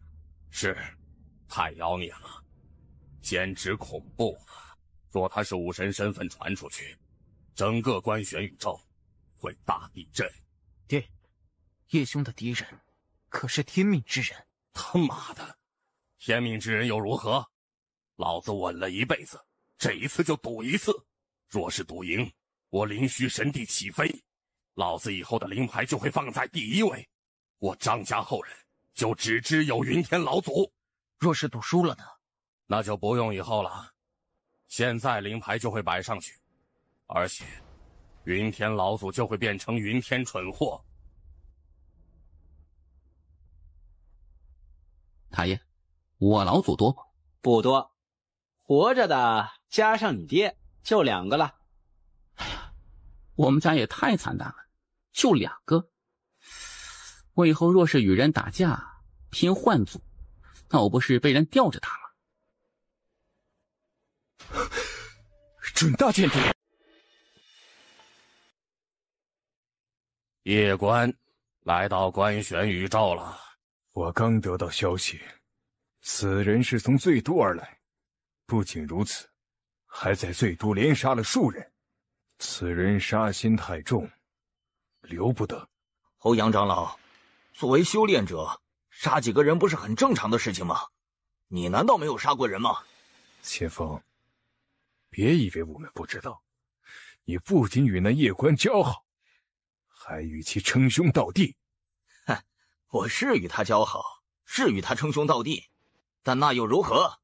我犯了什么规矩吗？我们现在拥护的是天命之人，而这个决定是葛长老决定的。你现在为夜官说话，是几个意思？秦长老，你与夜官接触过，觉得此人如何？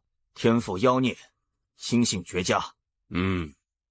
他能够在这种年纪达到准大见地，肯定不是一般人。不过秦长老也要明白，他的敌人是天命之人，而我们仙宝阁拥护的就是天命之人。大长老，我个人的想法是，此次天命之人与夜官之争，我们完全可以坐视不管，谁胜我们再。愚蠢！秦长老，你当真是鼠目寸光？我且问你，若是我们现在坐视不管，未来一旦天命之人崛起，那时我们天宝阁再去投资还有用吗？万一夜官赢呢？秦长老，你知道你在说什么吗？当日在官玄书院，天命之人不就输了吗？若不是他身后之人出手，他当日就已经死在那夜官手中了。一时输赢算得了什么？武道一途，比的不是一时胜负，谁能笑到最后，才是最大的赢家。欧阳长老凭什么认为走到最后的不是夜官呢？他的对手可是天命之人。当日他战胜了天命之人。秦长老，你非要杠是吧？莫要再为此争论了。天命之人已经获得道印，所以这一次我们仙宝阁当全力支持天命之人，助他继承大统。刚大武官通知我，让我们阻止夜官，让他不要在这个时间段去挑战天命之人，因为这个期间是天命之人最关键的时刻，所以我决定给夜官下一个通缉令，下个12级通缉令，如何？葛长老，下12级，万一把夜官弄死了，那时不就坏了天命之人的计划了吗？哼，秦长，你是怕把夜官弄死？你是想为他求情吧？我去你祖宗！放肆！秦风，你还有没有素质啊？要素质是吧？你娘，我拱之！够了，秦长老，毕竟是长老团，说话还请注意一些。我这人一般不说粗话，除非实在忍不住。但欧阳长老一而再再而三的针对我，我真的是忍不了了。你们都是为了仙宝阁，而我们这次站队天命之人也是为了仙宝阁，我们应该团结在一起，一致对外。退下吧。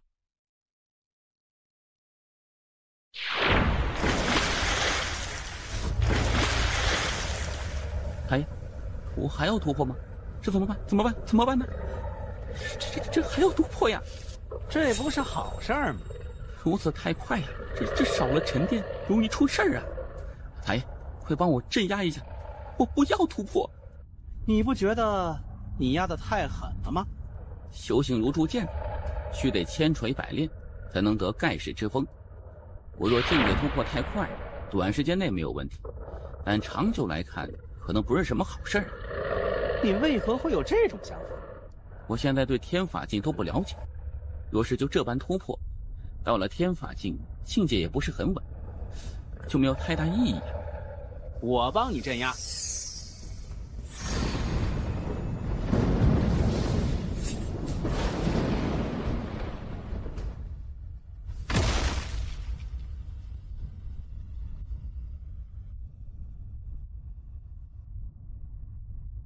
张宗主，原来是李管事，不知李管事，我来此就一件事：若是1刻钟后夜观还在灵虚神地，那么我仙宝阁将会拉黑整个灵虚神地，并且永不再为你们服务。而因为此事给我仙宝阁造成的损失，一切由灵虚神地负责。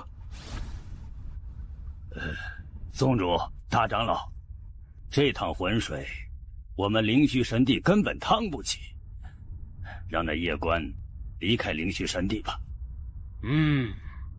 夜观公子虽然妖孽，但他的敌人是天命之人，而如今仙宝阁已经公然站队，若是我们继续支持叶公子，恐有灭族之危，还请族长与大长老慎重考虑。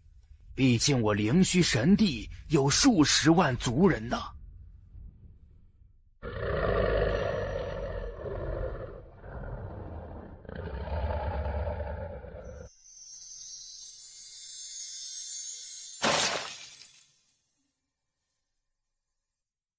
你竟然压制了自己的境界。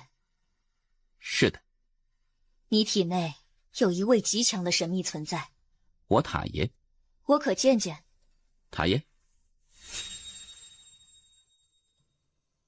塔爷这么丑的吗？把人家姑娘吓成这样。你认识我？塔爷，先祖名张文秀。未曾想到你是张主母的后人。这么说，这灵虚神帝与这小家伙也算是亲戚了。塔爷，杨族认我们吗？当然。虽然张家不是这小家伙的嫡系母族，但这怎么也算是亲戚的。塔爷，少主他放养他。是的。你们杨家玩的真变态，个个都放养，简直离谱。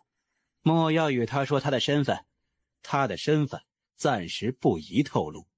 明白。你们是在说悄悄话吗？这里没有外人，你们不用说悄悄话。见过先祖，见过先祖。有事？啊，是这样的，刚接到通知，仙宝阁已经对叶公子下了12级通缉令，而且仙宝阁还来警告我灵虚神帝，若是我们继续留叶公子，将拉黑我灵虚神帝。叶公子，我们灵虚神帝实在是有些扛不住啊。抱歉，给灵虚神帝添麻烦了。我这就离开灵虚神地。什么扛不住啊？你说什么？你别做宗主了。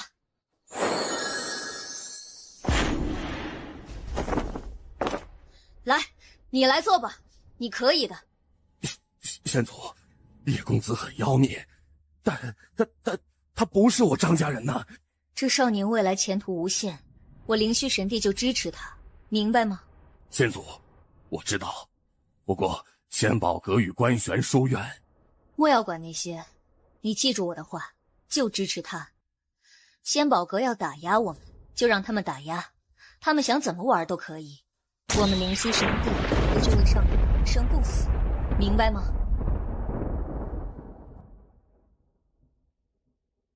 叶公子，我方才说的那些话并无别的意思，你放心，你是我灵虚神帝的朋友。我灵虚神帝虽然实力弱小，但我们不会抛弃我们的朋友。仙宝阁要制裁就让他制裁，我灵虚神帝愿与叶公子共存亡。前辈，我觉得我还是莫要连累你们了。哎，叶公子，没有什么连累不连累的，只要你不嫌我灵虚神帝是个小宗门，我灵虚神帝愿意与你共进退。前辈和灵虚神帝相助之情，在下必铭记于心。前辈，我要出去一趟。现在仙宝阁在对你通缉，你这出去怕是有危险啊。没事的。那小友，你收下此物。前辈，这是灵虚令，是我灵虚神帝最高级别的令牌，内有一套传送阵，你若是遇到危险，就催动此令。前辈，多谢了。太爷，张家那位先祖认识你，对吗？你小子套路深得很，老子不接你话。我的敌人可是观玄书院、仙宝阁，还有天命之人。正常情况下，灵虚神帝正常的做法是让我离去，以免被书院和仙宝阁针对。但是那位前辈却让灵虚神帝的云天前辈坚定不移地支持我。太爷，难道我的身份背景比观玄书院以及仙宝阁都要强吗？你想多了。怎么说？也许人家就是人好，把你当朋友，就单纯的不想抛弃朋友而已。太爷，你能不能不要摆烂呢？哪怕你敷衍一下，忽悠一下，也是可以的。你这个理由太弱智了。你管那么多做什么？你当务之急是好好修炼，自己强才是真的强。不然，即使你家里人有点实力，那也没用。靠山山会倒，靠人人会跑，打铁还需自身硬。你说我说的有没有道理？有道理。哎，这就是了。太爷，如果我去观玄书院总院，然后把你拿出来，观玄书院能给我点面子吗？你别忽悠他了，你最好的忽悠就是闭嘴不说话，不然他快慢慢猜到他的身份了。哎呀，这小王八蛋真的是有毒。太爷，我饿了，要睡觉。太爷，我也没有想过别的，我就想着，如果认祖归宗，我每个月能有多少俸禄？啊！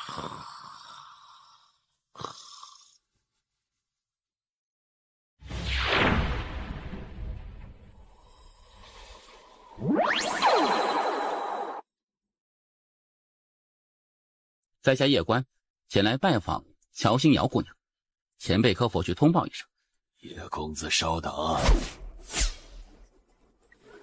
叶公子，乔姑娘，此鹤来寻你，不会为你添麻烦吧？叶公子，你是特意来看我的吗？乔姑娘，我来此是想与你切磋一下。为何有这种想法？玄术师很强，我想挑战一下。好。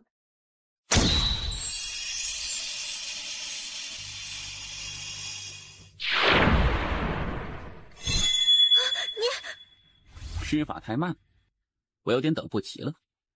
你欺负人，你就不能等我施法完再出剑吗？这怎么还哭呢？这就有点输不起了呢。我还没有被这么欺负过呢。叶公子，我与你切磋一下。好。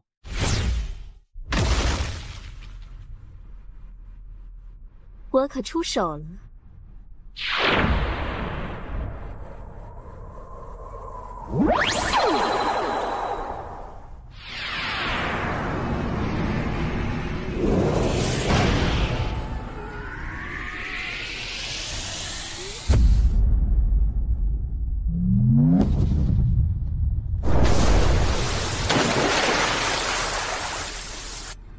叶公子，所有人都以为你是剑帝，我没曾想到，你不仅是一位剑帝，还是一位武神。我输了。你还很委屈？你知道我高你多少个境界吗？叶公子，这位是我们岁月洞天的洞主南离音。前辈，我可以在这里每日与你切磋吗？前辈，打扰了。等一刻钟，有请先祖。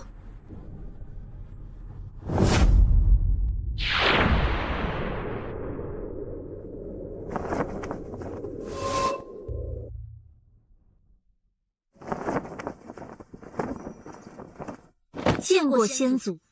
太爷，你认识这位前辈吗？认识。太爷，你以前是做什么的呀？感觉你好多人都认识啊。我就是个打工的。给我爹打工的吗？你一个月俸禄多少啊？你过来。我吗？是的。他应该会很喜欢你。我爹吗？你爷爷。爷爷？我操！我又冒出个爷爷来了。未曾想到以这种方式与你相遇。前辈是？我是你爷爷的好朋友。晚辈见过前辈。你现在是一个人吗？还有塔爷。原来如此。你做得极好，此人乃我故人之孙，我南黎族可倾力助之，不用顾虑别的，往死里帮就完事了。我明白。小家伙，我要走了。前辈，塔爷说我爷爷。小家伙，你别乱说话啊！我可没说过你爷爷的坏话，你不要乱来啊！你塔爷说你爷爷怎么了？啊，塔爷说我爷爷很厉害。他真的很厉害吗？还好，他现在基本都不怎么出手了。是没有什么敌人了。你爷爷的实力也就比你塔爷厉害一点点。小家伙，我走了，你努力加油，未来的路很难走，特别是你们家，真的太穷了。没有背债吧？好像有呢。妈的，这还是不认祖归宗的好啊！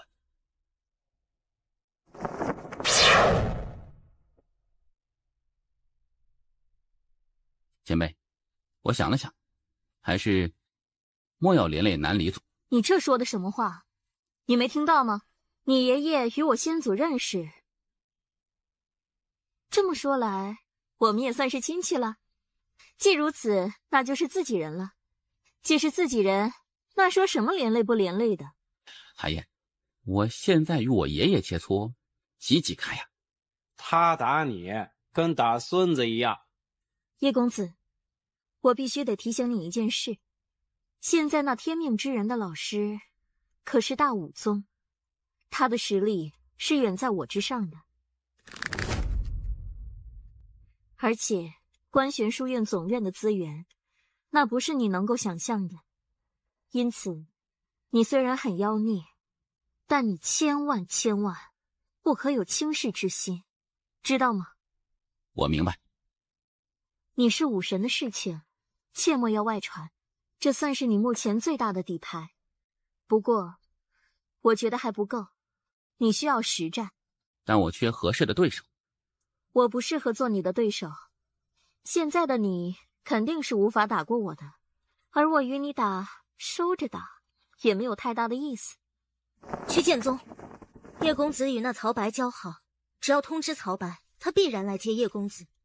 而叶公子若是去剑宗，书院与仙宝阁都奈何不得他。曹白愿意相助吗？应该会，因为当日他与叶公子一战时，与叶公子惺惺相惜，而且人间剑主也已经为叶公子翻案，因此我相信那曹白定会相助叶公子的。再者，叶公子是剑修，若是去了剑宗，只要剑宗愿意相助，必能够大大提升叶公子的剑道。若是可以的话，我倒愿意去剑宗看看。我来联系曹白。多谢了。太爷，剑宗是人间剑主创立的？不是，剑宗创始人是逍遥剑修，一生都在追求一半，而他之后，剑宗宗主是青山剑主。青山剑主，青山剑主，逍遥剑修，天命姐姐，他们是另一个传说了。如今这时代，没有多少人知道了。也许未来某一天，这世上将再无他们的传说。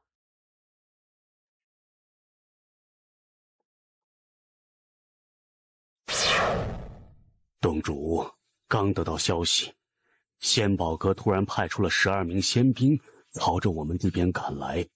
最多半刻钟就到我们岁月界。他们肯定是知道了小关要去剑宗，他们不想让小关去剑宗。传令，凡我岁月洞天内强者，立即赶来此处护送小关前往剑宗。半刻钟内不赶到，我毙了他！还愣着做什么？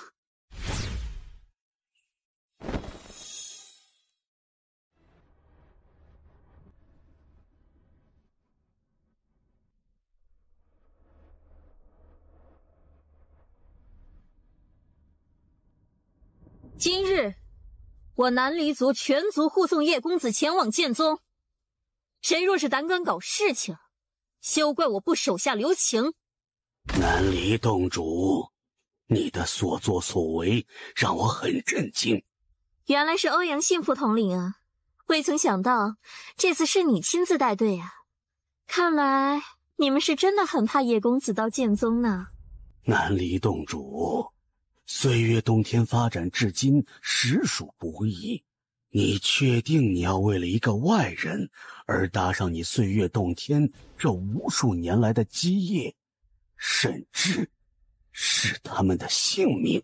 欧阳信，3息内你不让开，就别怪我不客气了。你动手，等同于我仙宝阁宣战。宣战就宣战。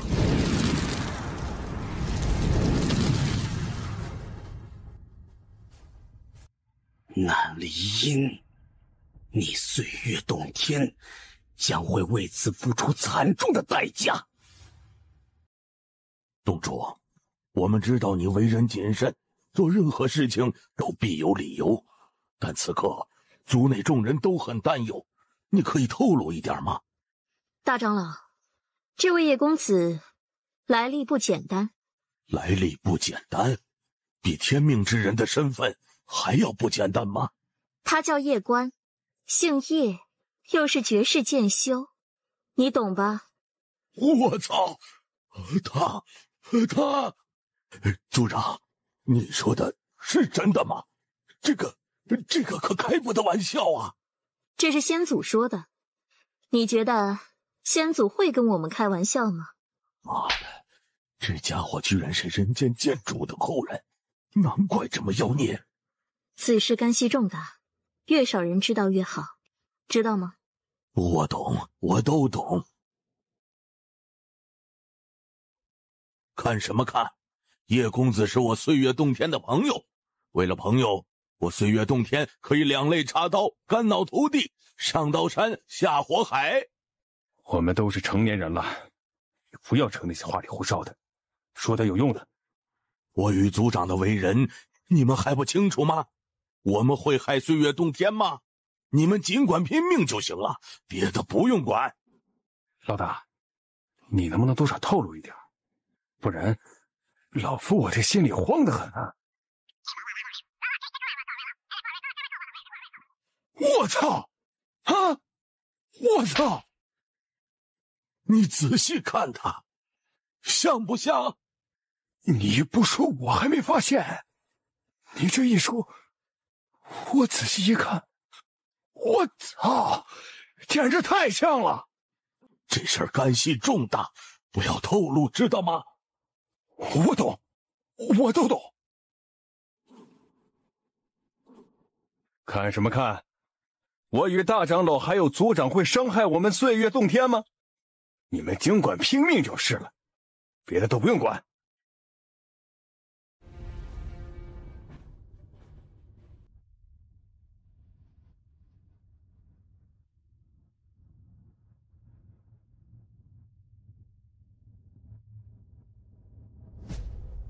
南离洞主，不得不说，你的所作所为让我仙宝阁很震惊，因为我们完全没有想到，南离洞主竟然会集全族之力相助我仙宝阁通缉的人。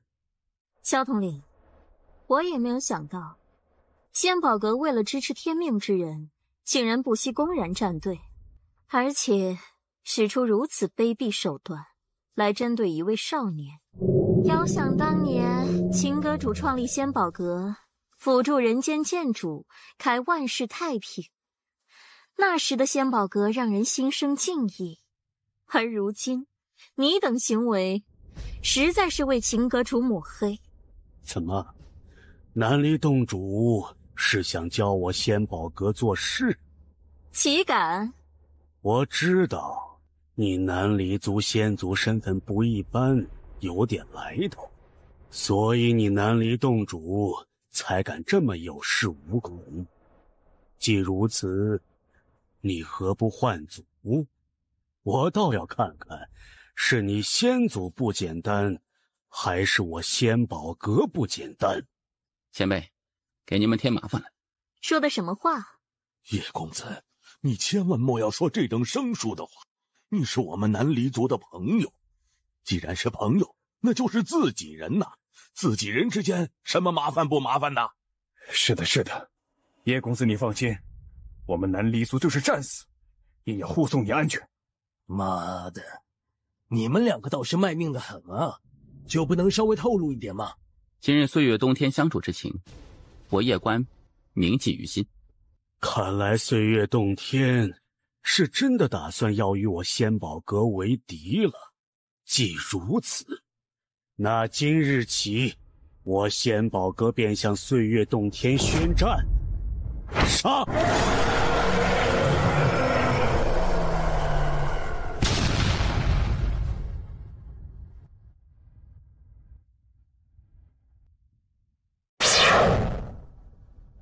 怎么，你灵虚神帝也要对我仙宝阁宣战吗？我灵虚神帝无意与仙宝阁宣战，但是今日想动叶公子，不行，天王老子来了也不行。我们岁月洞天也无意与仙宝阁为敌，但今日谁动叶公子不行，人间剑主来了也不行。老大，你他妈这句话说的也太过了，你怎么想的？激动，一时转过头了。好，很好，好一个岁月洞天与灵虚神帝！既然你们要护着这叶关，那你们就与他一起消失在这世间吧。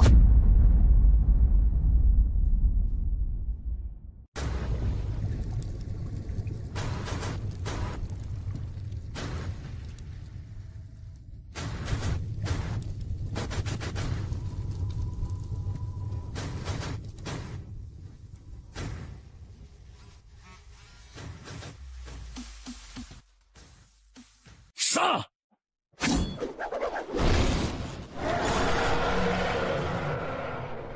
杀！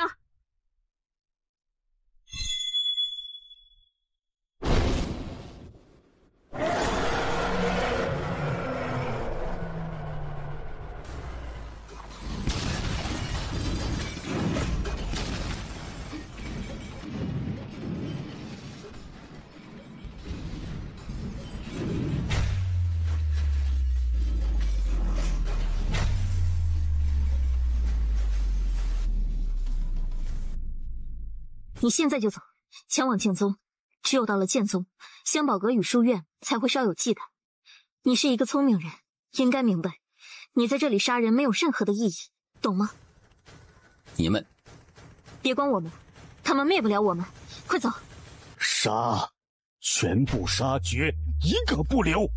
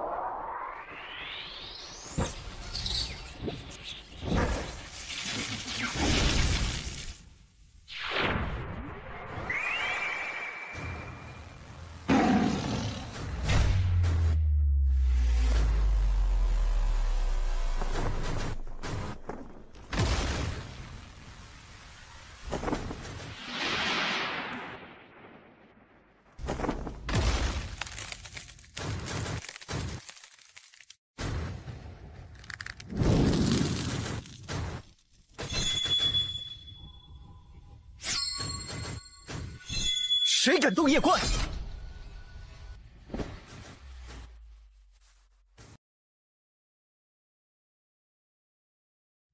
曹兄，给你们添麻烦了。没有什么麻烦不麻烦的，叶兄，我们想邀请你加入剑宗。曹公子，夜关现在可还在官玄书院通缉名单之内。当日青州人间剑主已为夜关翻案，此事你难道不知道吗？人间剑主只是惩治了安家，并没有为夜关翻案。你这是在跟我耍心眼是吗？曹公子，不管如何，夜关现在在书院的通缉名单之内，而剑宗是属于书院管辖。你们若是收夜关，就等于是在打书院的脸。你觉得这样妥吗？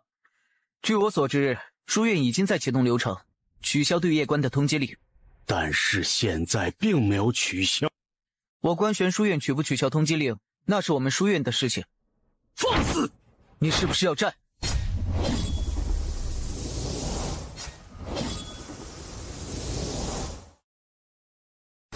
你是不是要战？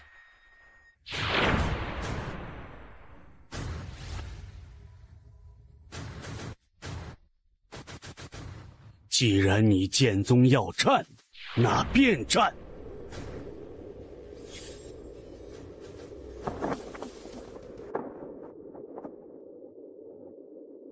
宪兵统帅欧阳笑，你剑宗要战是吧？那就来战！战就战！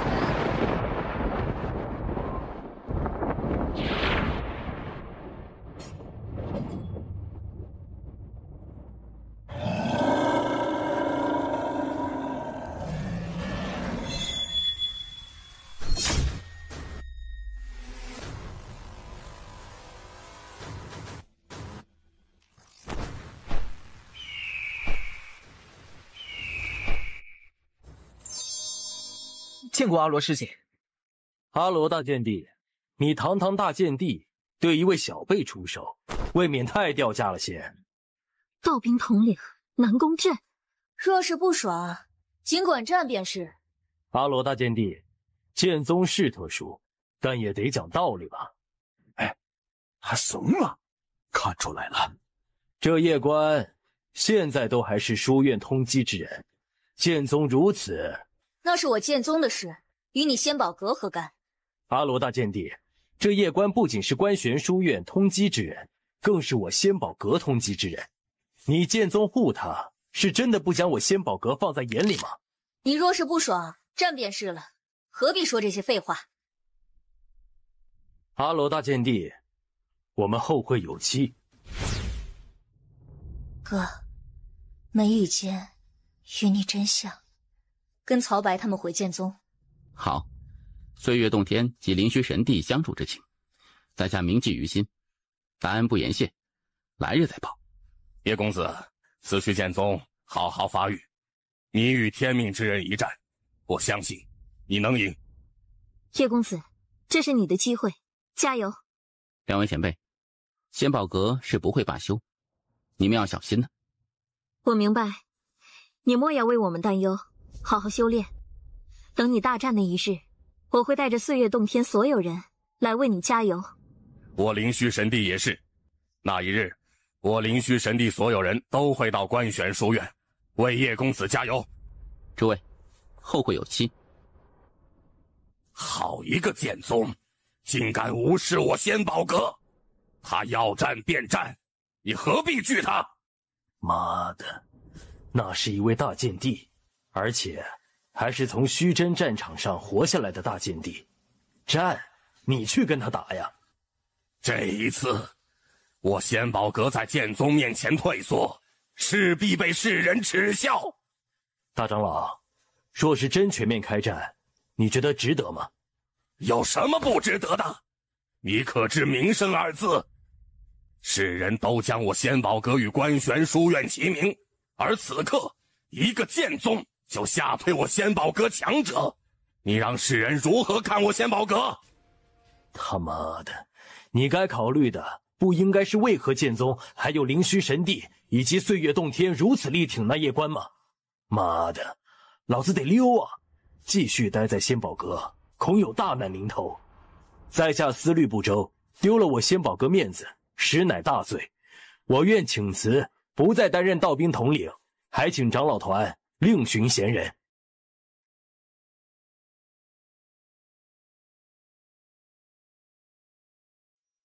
秦长老，那夜官很不简单的。我知道，我与他接触过。我仙宝阁实在不该如此站队，即使站队，也不该如此为那天命之人摇鼓呐喊。我们仙宝阁需要向天命之人如此示好吗？你以为他们不明白吗？那为何他们还要这么做？权力，马上就要换届了，若无大功，他们都要被更换，下面的管事会上来，因此他们必须要立大功，而短时间内要立大功，就只能选择天命之人。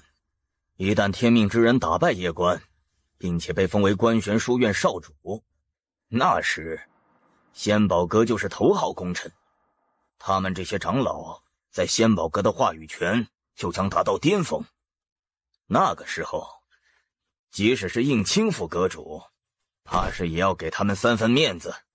灵虚神帝与岁月洞天都不是愚蠢之人，但此次他们一反常态，不惜与我仙宝阁为敌，也要支持那夜官，这实在是太不正常了。如今夜官与天命之人一战，已经不是他们2个人之争，而是一场利益之争。秦长老，如果长老团为了自身利益倒行逆施，如此下去恐有大难，你要保重啊。诸位，大武宗来我天龙族就为2件事儿。大武宗，还是你说吧。诸位，天命之人希望能够得到天龙族的帮助，我们希望芊芊少族长能够与天命之人签订平等契约，主动与天命之人融合，共享精神之力与防御。大武宗，此事改日再回复你，可好？他很看重天龙一族，希望能够与天龙一族真诚合作，共享未来。明白。芊芊，这可是千载难逢的机会，你为何不直接答应？你要知道，那可是天命之人呐。父亲，我想与你私自谈谈。诸位，此事关系到芊芊与我天龙族的未来，我与他私下谈谈，尔等退下吧。你不想跟天命之人？是。可是因为夜官？不完全是，我对这天命之人印象不好。印象不好？他若是与叶公子公平竞争，倒也没有什么。但是，他却故意打压叶公子，特别是那句“有他无叶公子，有叶公子无他”。这等行为实在是小人，且气度极小，无容人之量。这种人虽身份特殊，但我相信他的路走不长的。相反，那叶公子给我的感觉却极好。此人有勇有谋，天赋妖孽，为人厚道，能成大事。给我一个理由，说服我。灵虚神帝与岁月洞天。丫头，我知道你的意思，他们如此支持夜官，必是有什么原因。但我此刻不想管他们，只想听你真实的想法。我更看好叶公子，我想支持他。你要知道，若是战队战输，我们天龙族会是什么下场？我知道。不后悔？这有什么后悔的？我也支持夜官。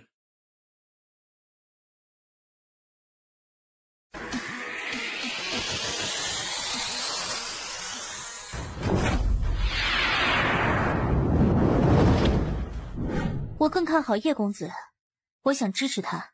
夜官虽然示弱，但如今不仅有灵虚神帝，还有岁月洞天支持，还有剑宗支持，与他未必没有一战的可能啊。如果让你与他融合，签订和平契约，你愿意吗？他长得挺好看的。妈的，你这丫头不会是因为叶关长得好看，所以才支持叶关的吧？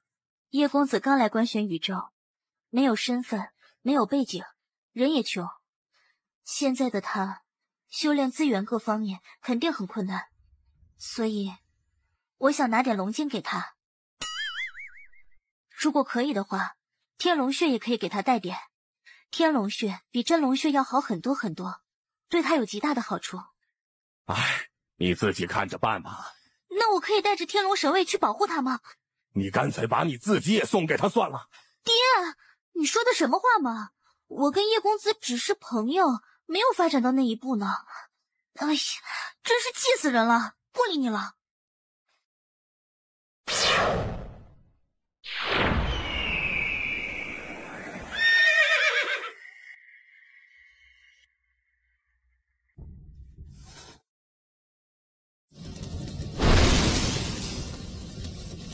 叶兄，感觉如何？真壮观。曹兄，这不是人间剑主，这乃我们剑宗师祖青山剑主。大爷，你认识青山剑主不？我不想跟你说话，想套路我，你死了这条心吧。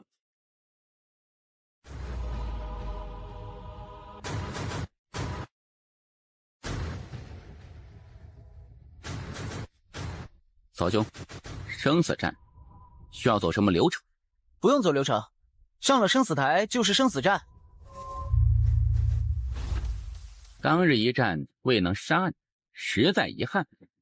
来，也不用等2月之后了，我们此刻便提前决斗，可好啊？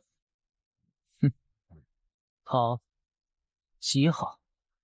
滚下来，给老子马溜劲！你很能打吗？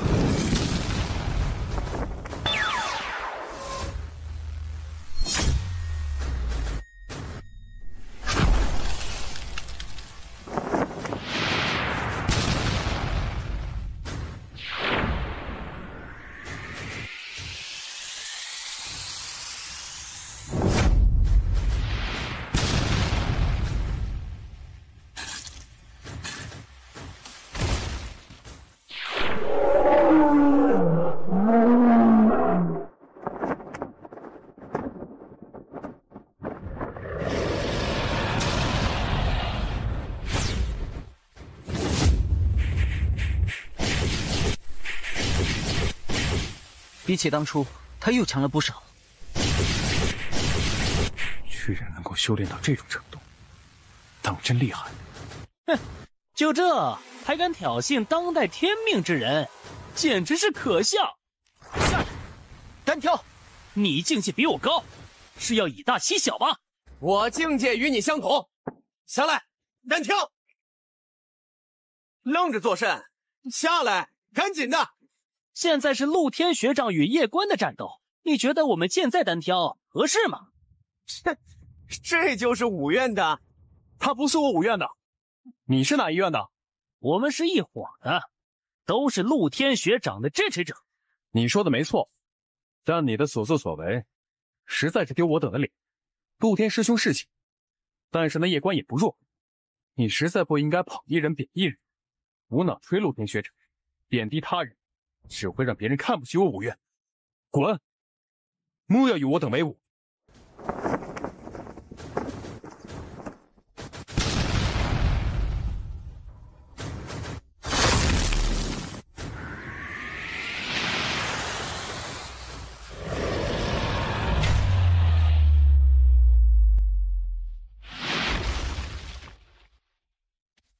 用行道剑吗？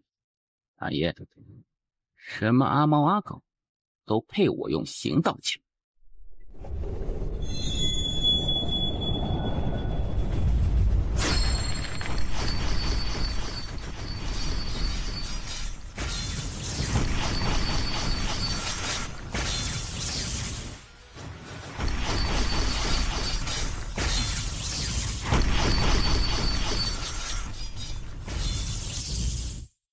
你这马屁拍的有水平。大剑帝，牛叉！我靠！我们约定的是3月之期，还剩2月，2月后一战定生死。官玄位在暗处，打不了了，回剑宗。好。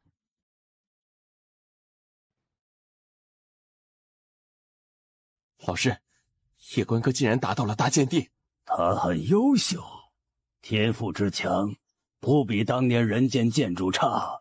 老师，我要努力。被刺激到了。叶关哥很优秀，我不想被他甩下。有朝一日，我肯定能够与叶关哥并肩作战。去寻第5道法则，等寻到9道法则，开启法门，炼制万古法身。那时，就算他是大剑帝，你也能与他一战。我还真想与叶关哥切磋一下汗。可以的。我得尽快去收服这时空法则。怎么？天命之人支持着很多，大多数世家与宗门都已经支持他，而叶关哥却只有剑宗。因此，我想收服时空法则后，去官玄书院支持他。若是天命之人与叶关哥公平一战，那便好；但若是他敢入安家里边玩阴的，我可不答应。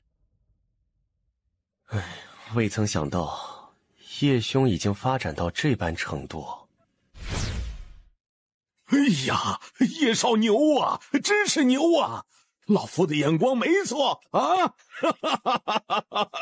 仙宝阁一群傻狗，瞎了你们的狗眼！逼你替我装了，我现在该怎么办呢？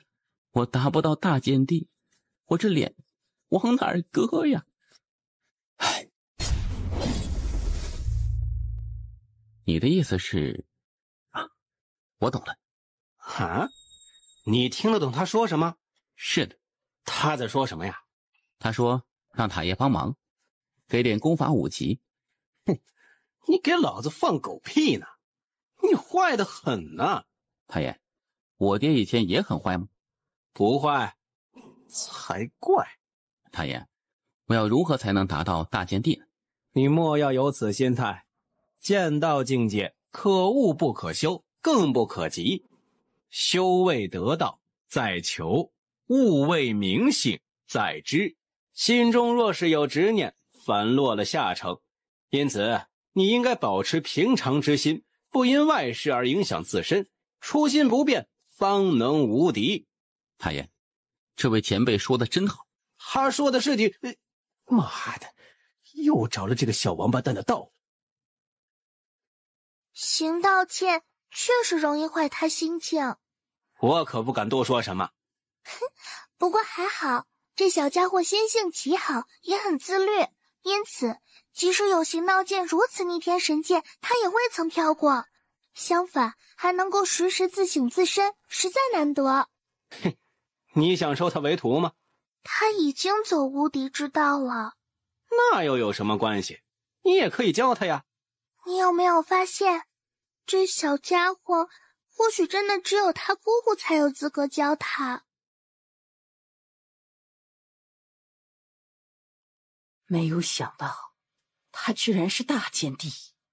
丫头，你觉得天命之人真的会被打败吗？当年人间剑主败过没？其实也是败过的，当然，可能没有败给年轻人过。即使败，那又如何？谁规定天命之人不能败？那陆天因为前2代天命之人的缘故，认为自己不能失败，还有了这种心境，就等于给自己种下了一个魔，心魔。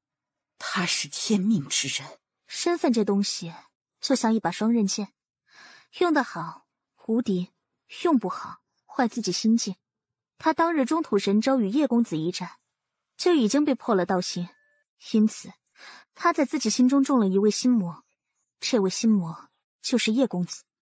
这也是他为何后来会说出那句有他无叶公子，有叶公子无他。而如今要除这心魔，就2种办法。第一种，认识自身，降服自己内心，坦然面对自己的不足。第2种，杀掉叶公子。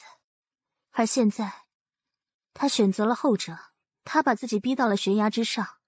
现在对他而言，进则登天，退则凡尘。你更看好谁？叶公子。为何？还记得我与他切磋的那一次不？当然。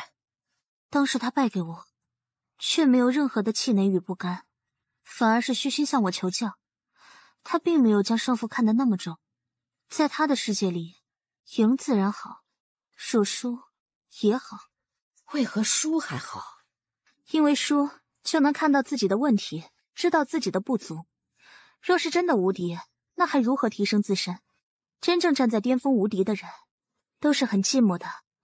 他们肯定不想无敌，他们想被人打败。这就是强者之心，而叶公子有这种强者之心。天命之人没有。他的身份太特殊，特殊到他觉得他只能胜不能败。我现在担心的是他身后的那些势力。他身后那些势力？在天命之人背后已经组成一个庞大的利益团体。天命之人是不能败的，若是败，他们怎么办？特别是现在仙宝阁与银河宗以及未来宗都已经下场，他现在代表的是无数个世家与宗门的利益，这些势力不会让他败。他们总不能在比武的时候动手脚吧？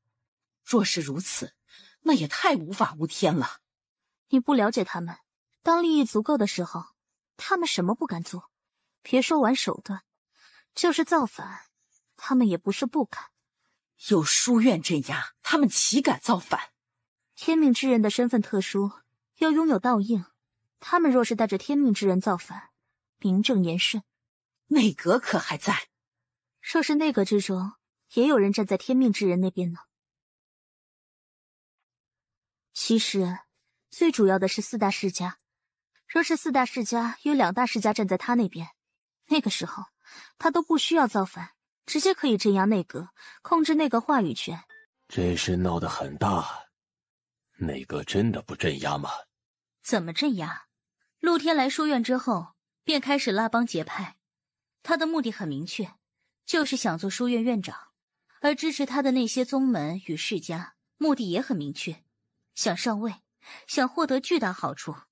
毕竟当年人间剑主创立书院时，当时可是扶持了一大批超级世家与超级宗门起来。陆天身边支持着很多很多，要不要从虚真战场调一批官玄卫以及道兵回来？我自有安排，你莫要担心，做好分内之事便可。小家伙很优秀呢，这天下我替你守了这么久，也该结束了呢。来人，传令暗幽院守，让他立即带着所有暗院最顶级强者回来总院，就说让他来迎接他们的先王。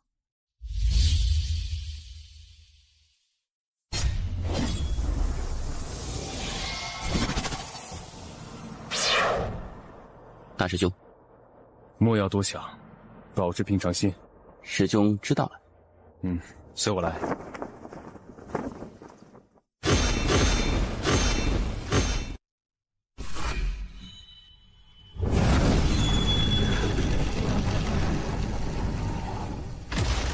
师兄，师姐，小官子来看你们了。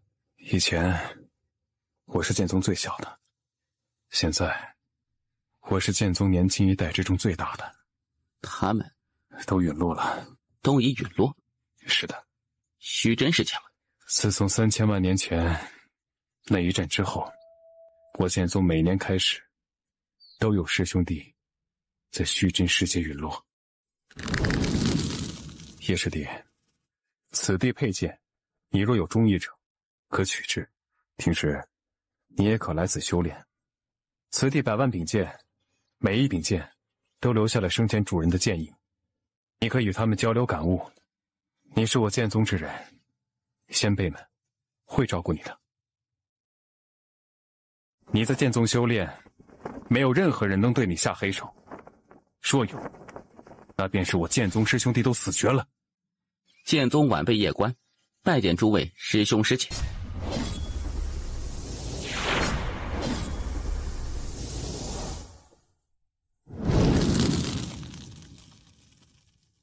他能突破到大剑地吗？怕是有难度，光想凭借百家之长就突破到大剑地很难，除非他能够彻底融合这些剑修的剑道传承，并且还能够坚定不移地坚持自己的道，唯有如此，他才有可能达到大剑地。坚定不移地走自己的无敌之道。是的，他自己的道已经形成，他现在要做的就是学习别人的道，但始终坚持自己的道，也就是我们习武者所说的道心坚定。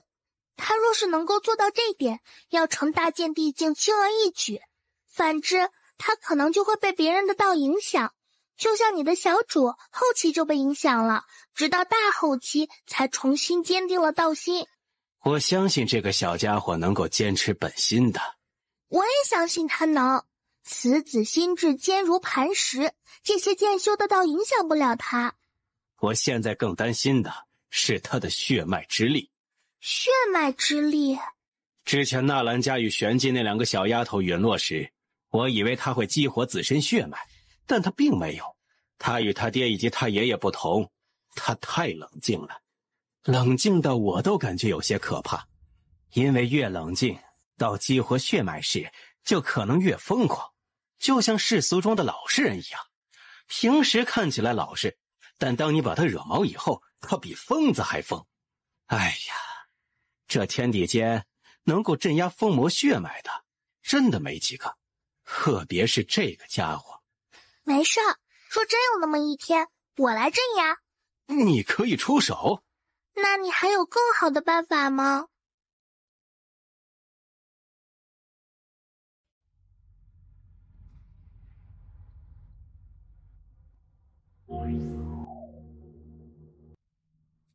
叶关是大剑帝，你有信心战胜他？能战。我们必须获得四大世家的支持。四大世家现在都未表态，他们应该是想静观其变，等我与叶关一战，谁胜，他们就支持谁。有这个可能？老师可有办法？可知这是何物？老师，你……此乃人间剑主的血液。当年虚真一战，人间剑主留下了一些血液，而我先祖当年偶然机缘下得到了一滴人间剑主的鲜血。老师，你这是要我冒充人间剑主后人？想要获得四大世家支持，光靠道印还不行，你必须得有疯魔血脉。成大事者不拘小节，如今书院四分五裂，实力也不如当年，继续下去，书院会越来越没落。你是这一代天命之人，你有肩负起振兴书院的责任。只要四大族支持你，这院长的位置就是你的。哪怕他叶关战胜你，这位置也是你的，没有任何人能够撼动。你是这一代天命之人，振兴关玄书院，统领诸天万界，这是你的责任。成大事者，谁不曾使手段？好，你的血脉承受不住这疯魔血液，因此我会以秘法将此血液融入你血脉之中，然后将其封印。需要的时候，你用我传你的特殊心法催动，外人就能够感受到你身上的疯魔血脉。好。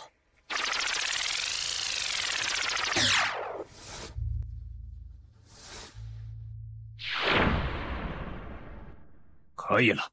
老师，外人会怀疑吗？你是这代天命之人，拥有道印，现如今还有疯魔血脉，谁敢怀疑？2月后，你与叶关一战，若是能光明正大杀他，那自然是皆大欢喜。若是不能呢？那一天，他不死，也得死。可，走，去越族。越族会支持吗？若是之前，他们肯定不会。但是现在，肯定会。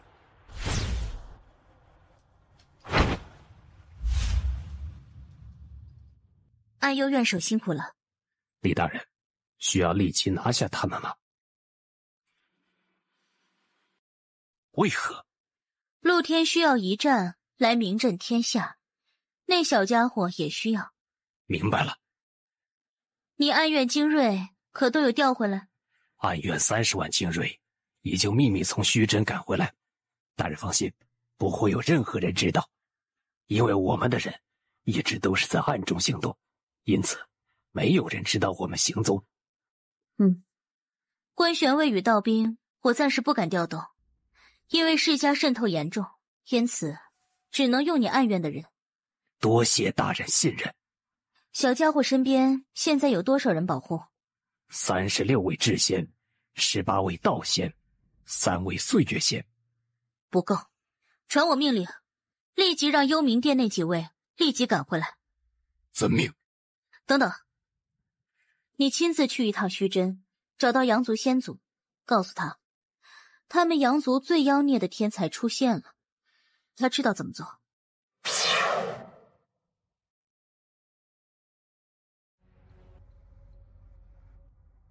岳谦长老，别来无恙。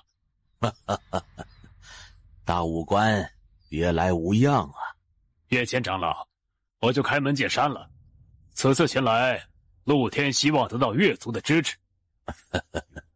都是书院的，大家和平相处才好。陆天，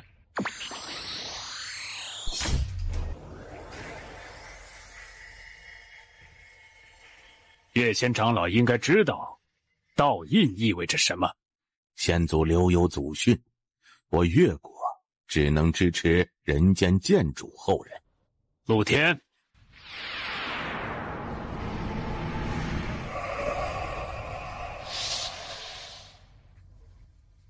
封魔血脉。岳谦长老，我们需要越国的帮助。好，既然陆天是人间剑主后人，我越国便效忠于他。比武那天恐有变故，因此那时我们需要越国越神卫相助。这是自然。事成之后，越国的荣誉与权势将翻数倍。好，岳谦长老，告辞。恭送少主。这事儿有猫腻，你为何要我答应他们？陆天不是剑主后人，何以见得？说他真是剑主后人，根本不需要来我们这里刻意征务，只要他亮出自己身份，我越国难道还敢造反不成？言之有理。他们的意思是，比武那天有变故，想要我们派兵镇压。这陆天面对那夜官没有信心。大长老可知夜官？早已经调查过了。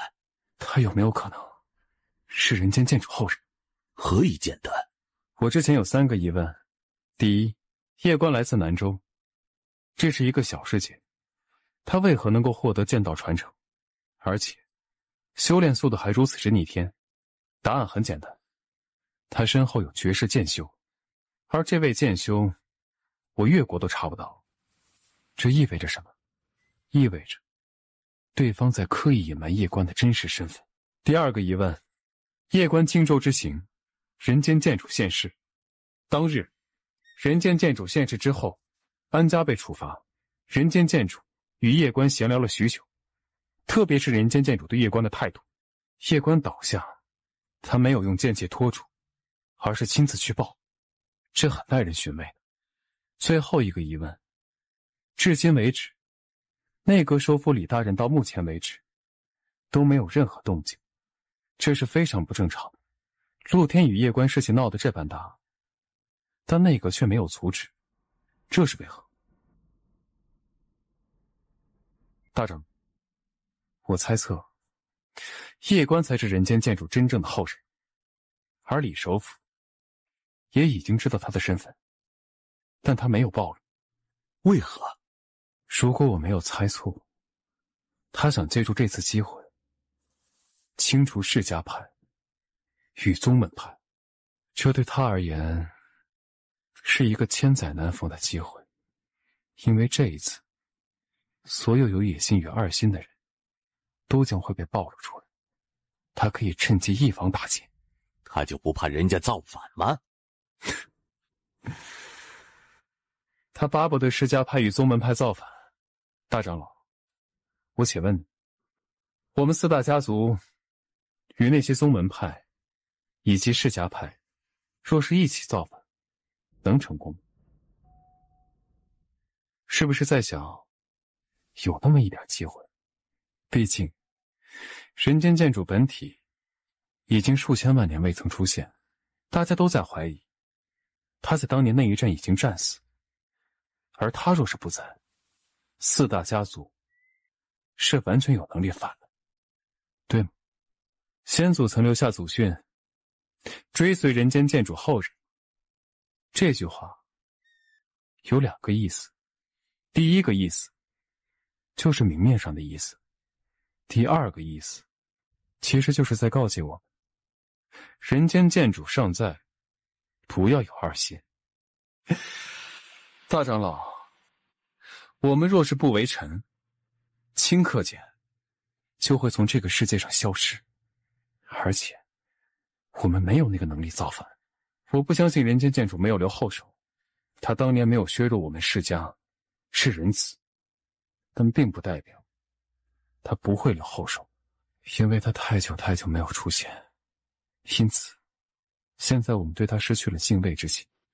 简单来说，就是一个个都飘了。我越国若是想成为这片宇宙的王，也很简单，我越国年轻一代远超人间剑主后辈，碾压那种，这个世界实力为尊。若是那叶关真的是人间剑主的后人，我可没把握赢他。大长老，通知族长吧，把我们的猜测说给族长听，他自有判断。这种事情你我都不好做主，请族长圣裁吧。你觉得他们2人若是公平一战，谁会胜？叶关。为何？哼，天命之人打不过就叫天道，这种操作实在是掉价。真正的天才对他这种行为都是鄙视的。确实掉价。长老，立刻通知族长，这事可能关系到我们越族的生死存亡。若叶关身份一旦确定，那我越族就得有准备了。准备什么？准备迎接新的王。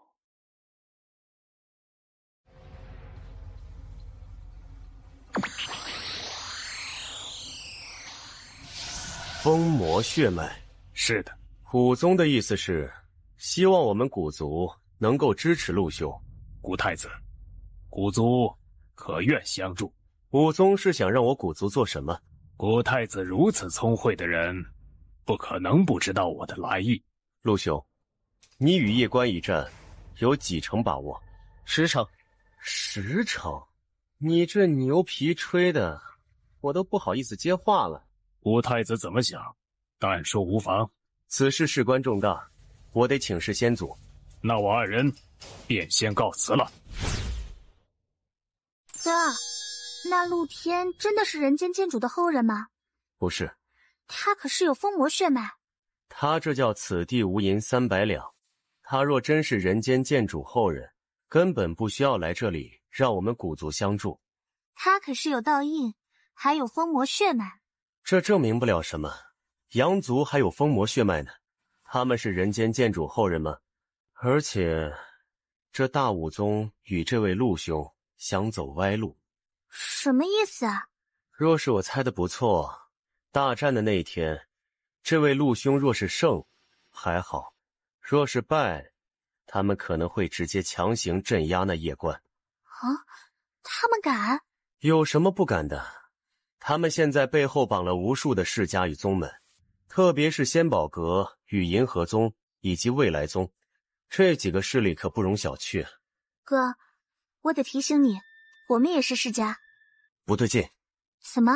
如果叶关才是人间剑主真正的后人呢？这怎么可能？怎么没可能？天命之人公然拉帮结派，但内阁却没有任何动静，你觉得这正常吗？不正常。若是叶关才是人间剑主的后人，那我们战露天就是万劫不复。内阁一句造反，就能把我们古族打入深渊。那个时候，我们只有2个选择，要么真正造反，要么任由内阁宰割。说是真的造反，又如何？那就灭族。人间剑主只是消失，不是死了。就算他真的陨落了，青丘女帝可还在呢。即使青丘女帝继续沉睡，当年追随人间剑主的那些大佬，随便来几个，我古族如何抵挡？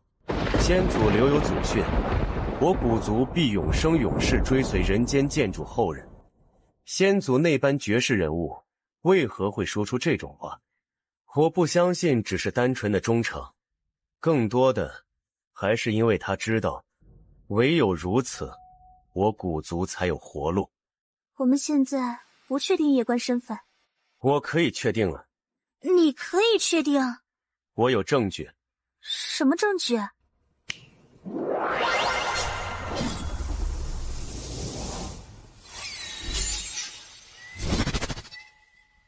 这是叶关的画像。啊，长得可真俊。你就只看到这？身材也好。你就没觉得他与人间剑主很像吗？他应该就是人间剑主的儿子了。哥，那我们现在该如何？待会儿我会通知大武宗，就说我古族愿意支持他们。为何？明面上我们支持露天，而暗地里我们支持叶关。到时候我们来个2极反转，直接支持叶关。若是叶关与天命之人公平一战，天命之人打败了叶关，那该如何？若叶关是人间剑主后人，而他又被打败，那么就意味着人间剑主的时代真正的结束了。那时谁强谁上位。我觉得我也可以试试哈。叶关若比我强，我可以如先祖辅助人间剑主那般继续辅助他。没办法，人家比我优秀，背景比我强大，我辅助他也心甘情愿。但若他是个草包，那我可没兴趣去辅助一个草包。是这个理。我现在就联系先祖。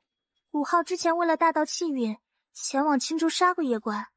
你不说这事儿，我倒是忘记了。我不是已经下令不准掺和这事儿了吗？他自己偷偷去的。你上面那句说什么5号之前。古浩是谁？我怎么不认识啊？古族已经答应相助，你的时代要开启了。老师，越国与古国答应支持我们，不会有诈吧？他们没有理由耍诈，除非人间剑主真正的后人出现，但这可能吗？虽然也有了古族与越族的支持，但是还有一个地方，我们必须得去获得他们的支持。妖域，妖域内有至少数十万种妖类，而我们不可能获得整个妖族的支持，但只要获得其中几个妖族支持，那就足够了。去吧，去妖域。好。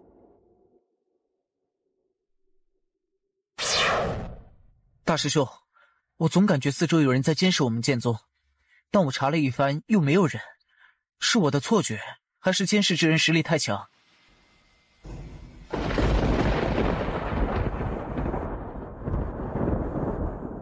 大师兄，真的有人在监视我们剑宗？他们是想做什么？想强杀叶关师弟吗？莫要担忧，我守着。感觉如何呀？不要装叉了，快说。还好。什么叫还好？就是感觉很好。我熟悉了诸位前辈的剑道，都很优秀，但我觉得还是我自己的剑道更好。然后呢？感悟很多，也让我明白了很多，收获很多。不过我觉得我可以去学习别人的道，甚至成为武神，但我必须保持自己的本心，保持我自己的头，这才是我的核心。因此，感受了中尉前辈的剑道之后，我更加坚定了我自己的剑道。此生若是不无敌，最终都会身死道消。如果我与别人最终都要死掉一个的话，那还是别人死吧。此子心性，当世无敌。他打倒大剑弟妹。笨蛋，你知道什么最可怕吗？哎呀，你直接说重点，不要拐弯抹角，搞得太高深，我脑壳疼。你不知道我头脑简单吗？最可怕的就是一个人在经历过繁华之后，依旧能够保持本心，不被眼前繁华蒙蔽双眼。简单来说，就是一个老实人去那种不太正经的地方逛了一遍后，但依旧能够保持本心，不乱来，是这种意思吗？你不是说你以前读过书吗？哎，后来忘了。他到大剑弟妹。若是我猜的不错，他应该就差一步。一步？是的，这一步我觉得他是能走出去的，但是他没有选择走。为何？这小子心眼多得很，谁知道他在想什么？对，这小子心眼多得很，很坏。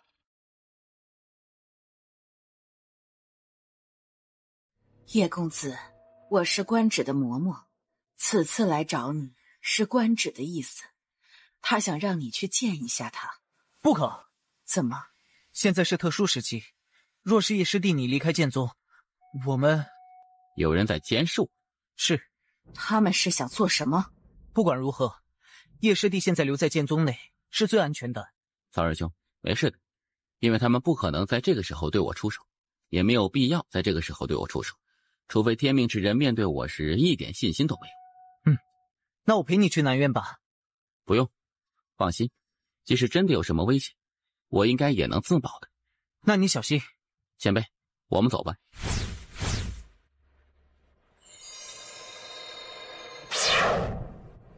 暗中那些气息好强啊，有点不正常。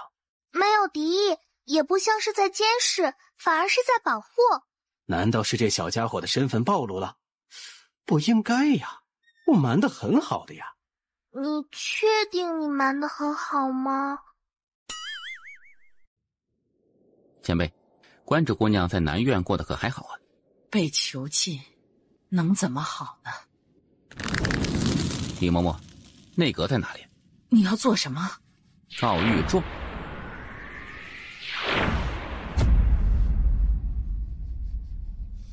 若书院无人为关芷姑娘鸣不平，那我来。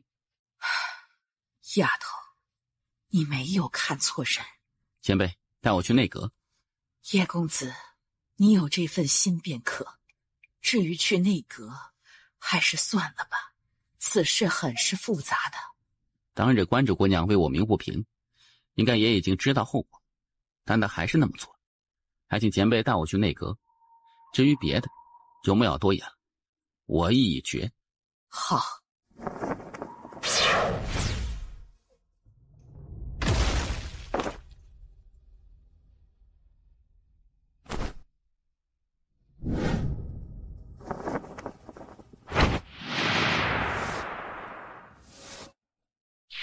止步。何事？告御状。告谁？告内阁。放肆！你是什么人，竟敢质疑内阁的决策？你是内阁的吗？不是。那关你屁事！你放肆！老夫乃中书院长老，你竟敢藐视我！中书院是干什么的？内阁有什么决策都会发到中书院，由中书院来执行。我告内阁，关你中书院屁事？叶官，你莫要以为你有剑宗之耻就可以乱来。你别逼逼，我不想听你废话。你若是不爽，我们就单挑，我埋了你。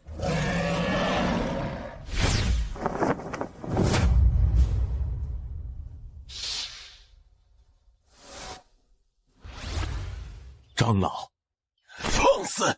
这叶官目无法纪，应该立即剥夺他书院学员身份，然后发配神昭狱。你说叶官目无法纪，那我且问你，他犯了什么法？他告内阁。谁规定夜官不能告内阁？据我所知，人间剑主好像没有这么规定过。怎么，你比人间剑主还厉害？长老，我错了。退下吧。你要告内阁？是的。那你跟我进来。你们不会把我忽悠进去，然后群殴我吧？你怕吗？不怕。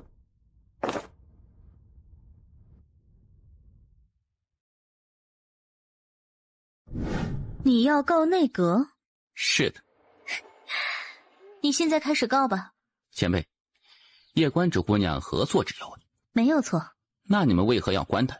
关错了，我们已经调查清楚，她没有错，所以我们准备把她放出来。你还有什么要问的吗？你们何时放夜关这姑娘？很快就放。我们已经在收集安家与真龙一族当初的罪证，只要收集到时候我们就会放夜关纸姑娘。毕竟我们得按照书院的流程来。不是在玩太极？放心，我们不会玩太极的。好的。前辈，人间剑主的清玄剑在书院内吗？在。我可以借来用用。可以，不过得等你赢了比武。好。还有事吗？前辈忙，那我告辞了。你说的问题我们都已了解，你放心，我们内阁会改善，内阁人员也会自省。为了感谢你提出的宝贵意见，我们决定奖励你，这是你提供问题的奖励。500万！我操！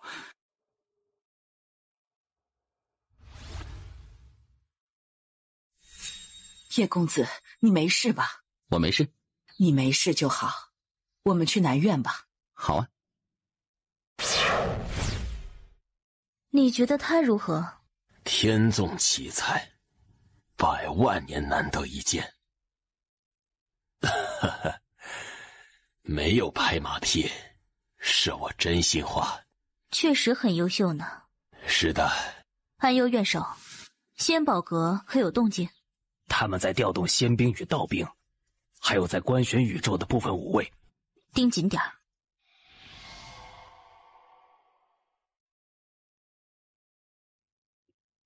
叶公子，许久不见。关主姑娘，你好。他们可都说你已经达到大剑帝了呢。只要想，随时可以。厉害。抱歉，连累你被困了这么久。没有关系的，我只是做了我认为是对的事情。这段时间在这里读书，我也收获了很多呢。比如？有些事情确实难以改变。我之前将许多事情想得太过简单了。当然，我也不会放弃。我很喜欢仙宝阁秦阁主曾经说过的一句话：路虽远，行则将至；事虽难，做则必成。我方才去了内阁，内阁那位前辈说，他很快就会放你出来了。是吗？看他样子，不像在说假。莫要说我的事情了，说说你的事情吧。我的什么事？你居然这么快就成为了剑帝，你可真是不简单呢。你以前说过你有一位塔爷，是他在教你剑道吗？算是吧。什么叫算是吧？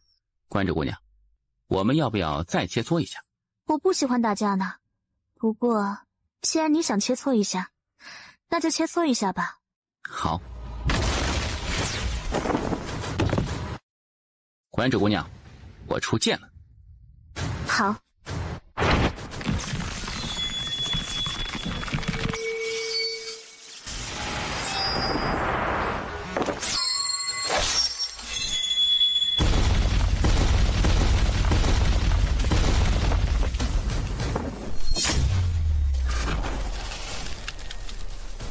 天地浩然正气，来！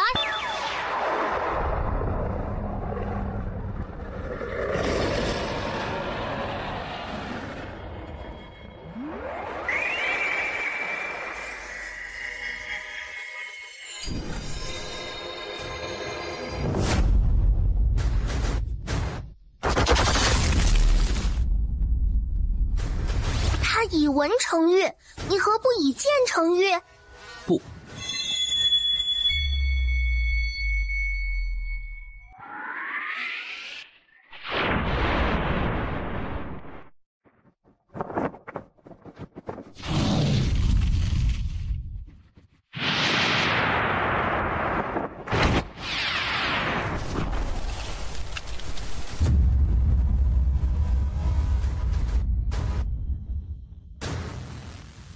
提点破灭，惊世奇才，天生的修剑人。嘿，我教导有方啊，我可真是牛啊！提点破灭，刚才那招是别人教你的吗？只是我突发奇想，于是想试试。叶公子，你真乃奇才。卡言，我想，你想什么？我想装逼。啊！这年轻一代能打的太少了，我想被人压着打，我想被吊打，我很想被打败。叶公子，你真的让我震惊，既是剑神又是武神，实在是了不得呀！关着姑娘，你方才应该没有出全力，对吗？因为是朋友，因此我无法对你动杀心。既无杀心，自然无权力。就像你对我一般，不也没有杀心吗？也是。叶公子，你现在的实力确实很逆天，但你也有不足之处，还请姑娘指点。第一，你能破规则，但是规则之上是玉，而现在的你破玉显然很吃力。若是遇到强大的玉，你将会极为被动。感觉出来了。第二，你的境界，你的境界偏低，这是你最大的硬伤。就如方才，我只要与你耗下去，半个时辰后，你玄气就会枯竭，无法再战。是。第三，你速度还不够快。很意外。你是第一个说我速度不够快的。你的速度如果再快1倍，我的玉就挡不住你。你现在境界太低，肉身也不是特别强，想要再快1倍，正常情况下确实很难。但是你可以用身法技，如果用身法技，你的速度肯定能够再次发生一个质变。身法技？是的，你现在的速度已经快到你目前境界和肉身所能承受的极限，因此你想要再提升速度，就只有2种方法。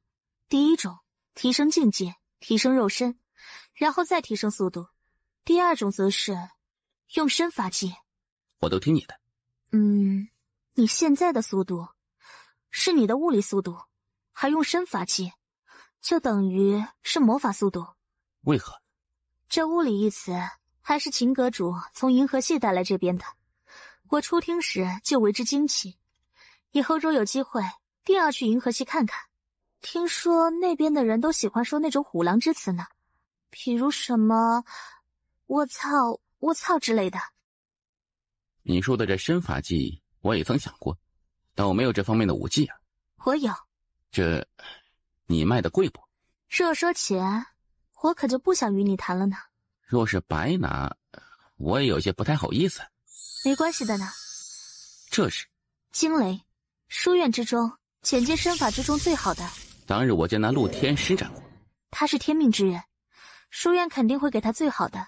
书院之中简介就是最高级别的吗？当然不是。那书院为何不给他更高级别的呢？因为更高级别的他修炼不了。为何？看来你对这境界体系还不是特别了解。确实不太了解。登峰之上是什么境界，你知道吗？我来为你解释一下，登峰之上便是造极。其实登峰与造极可以是一个境界，也就是登峰造极。何为登峰造极？便是前面所有境界都达到了自身极限，而若是能够做到这般，再往上一步，便是至境。当然，要达到至境，其实是非常难的，因为达到登峰造极之后，就得经历天劫。天劫？是的，这是秦阁主当年设定的。达到登峰造极之后，想再往前一步，就得渡天劫。天劫是由天道亲自降下的，这里就是一个分水岭。再往前一步，达到至境，才能算一名真正的修炼者。这种人在观玄宇宙可称之为精英修炼者。啊，精英这个词也是秦阁主带来的哈。太爷，这仙宝阁秦阁主是好人还是坏人啊？好人，很好的人。虽然仙宝阁有点坏，但他真的是好人，真的。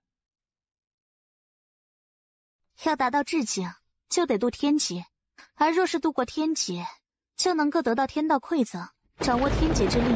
而这种掌握了天劫之力的强者，实力是非常强大的，挥手之间便可轻易毁掉一座巨城。最重要的是，他们的神魂与肉身也能够达到天劫淬体，得到大大的增强。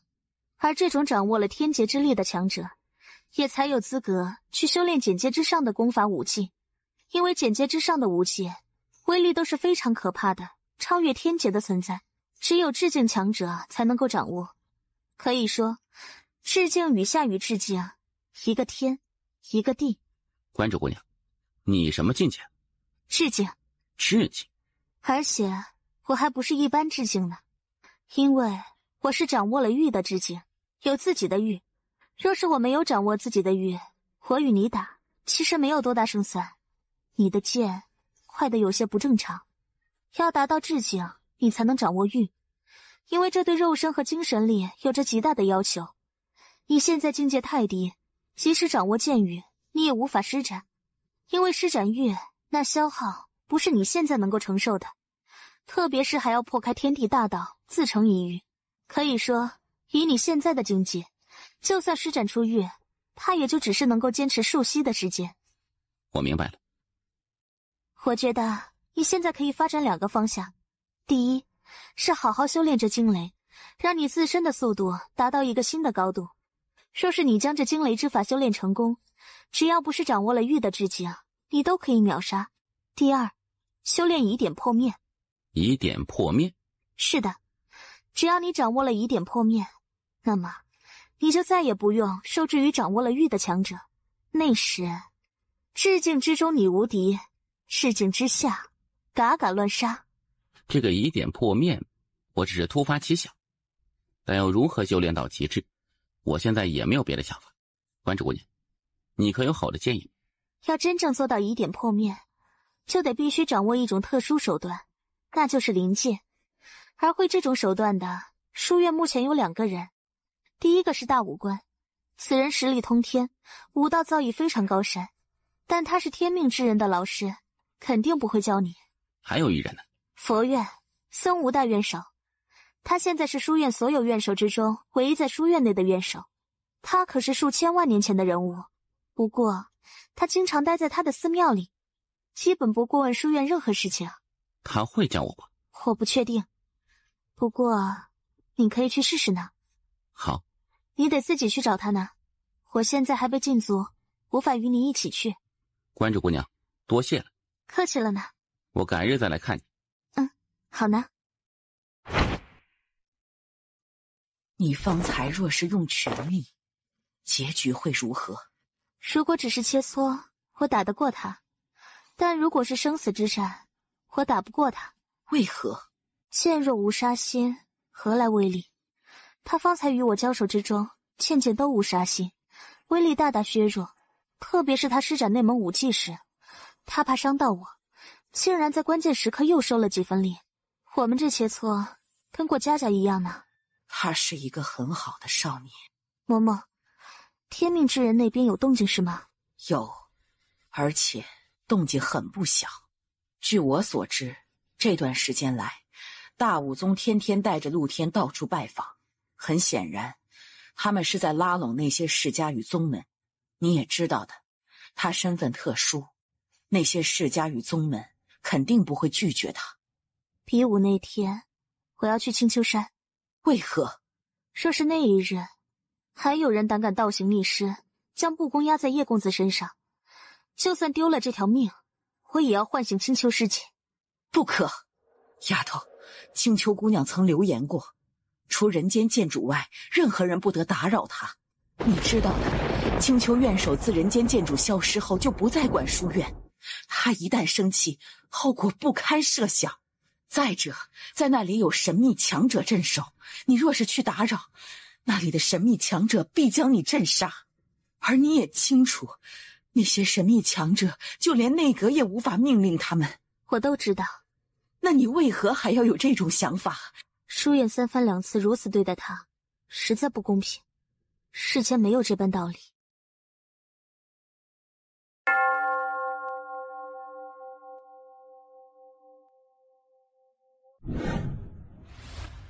小师傅你好，有事？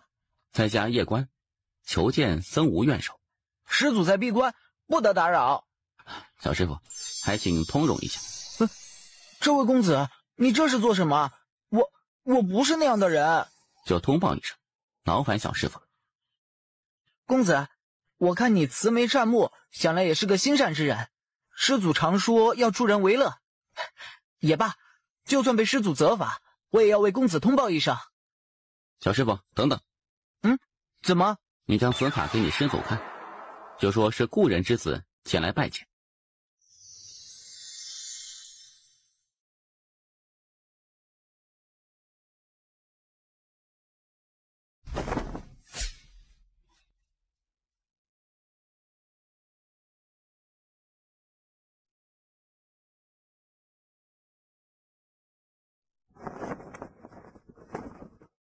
晚辈见过僧无院首。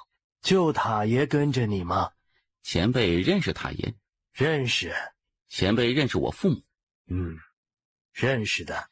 塔爷一直不愿意告诉我父母是谁，想来前辈也不会告诉我，对吗？你很想知道吗？自然。小时候我于南州时，与外族人争斗时，外人常骂我无父无母，是杂种，那种滋味还是不太好受的。你很快就会知道他们了，再等等。前辈，你们这件事弄得好复杂。我们没有恶意。塔爷说我父母是极好的人，对吗？很好。我不问他们身份，我就问问他们有没有给我留下什么，比如两个孽畜，他妈的，你们两个狗东西，连和尚都骗，真不是人。僧无院首，原来是人间剑主后人，失敬失敬。僧无院首，此次露天与夜观一战恐有变故，因此我们希望僧无院首能够相助我们。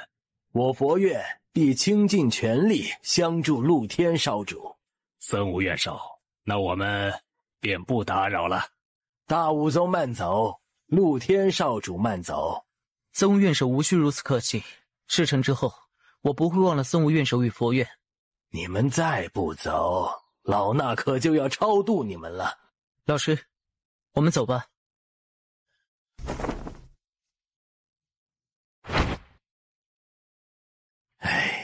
这脑子比起叶少与无边差了太多呀！这真的是天命之人吗？老师，这僧无院首脑子看起来好像不太灵光呢。莫要轻视他，他能够被人间剑主看中，并且让他掌管佛院，肯定是有原因的。如今有了佛院的支持，我们的胜算就能够更上一层楼。师父放心，那一日我能够凭借自身实力斩杀他，即便他是一位大剑帝。若真是如此，那自然是好。不管如何，有个两手准备总是好的。好。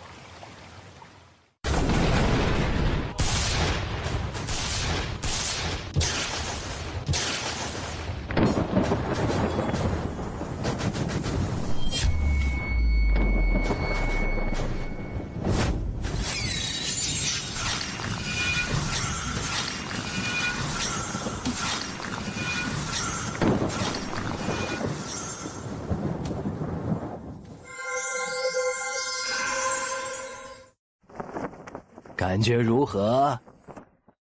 很爽。恭喜你，前辈，你与我父亲关系，你以后便知道了。好吧，与天命之人一战，有多少把握？我的对手只有一个人。谁？我自己。我的无敌剑道之路，真正的敌人只有我自己。只要我自己心境不坏，永远能够保持本心，就没有人能够打败我。你走的是无敌剑道之路，那你知道吗？你一次都不能败。前辈，你错了。无敌剑道之路不是不能败，而是需要败。只有失败才能够找到自己的不足，才能够继续提升。不能败的是心和意志。你在压制自己的剑道境界。我现在还弱小，没有人间剑主他们那种无敌的实力，因此很多时候不能太锋芒毕露，得学会藏拙。简单来说，得留些底牌保命，不要把所有一切底牌都展现在人家面前。所以我的敌人只有在一个时候才会知道我的底牌，那就是我埋他的时候。你们父子都他妈不是好人。前辈，我要告辞了。你要回剑宗？是的。好，多谢前辈这段时间来的指点，晚辈告辞了。我观玄宇宙后继有人了。出了一件事，与你有关。什么事？你还记得林乾吗？林乾？上霄宗林乾。他？他现在处境很不好。什么意思？上霄宗想站队天命之人，而那林乾则公然反对。他说他与你是兄弟，就是死也要站在你这边。然后他被上霄宗直接剥夺了弟子身份，并逐出了宗门。而他是观玄书院的弟子，现在在书院内经常被天命之人身边的那些世家宗门弟子针对，日子不是很好过。这个王八蛋，你玩的是真狠啊！你得管管，不然对你名声很不好。他在何处啊？就在五院。我去一趟五院。我与你一起去。好。碧川，怎么要搞我？林乾，老实说，我对你还是有点佩服的，至少你真的是一个汉子。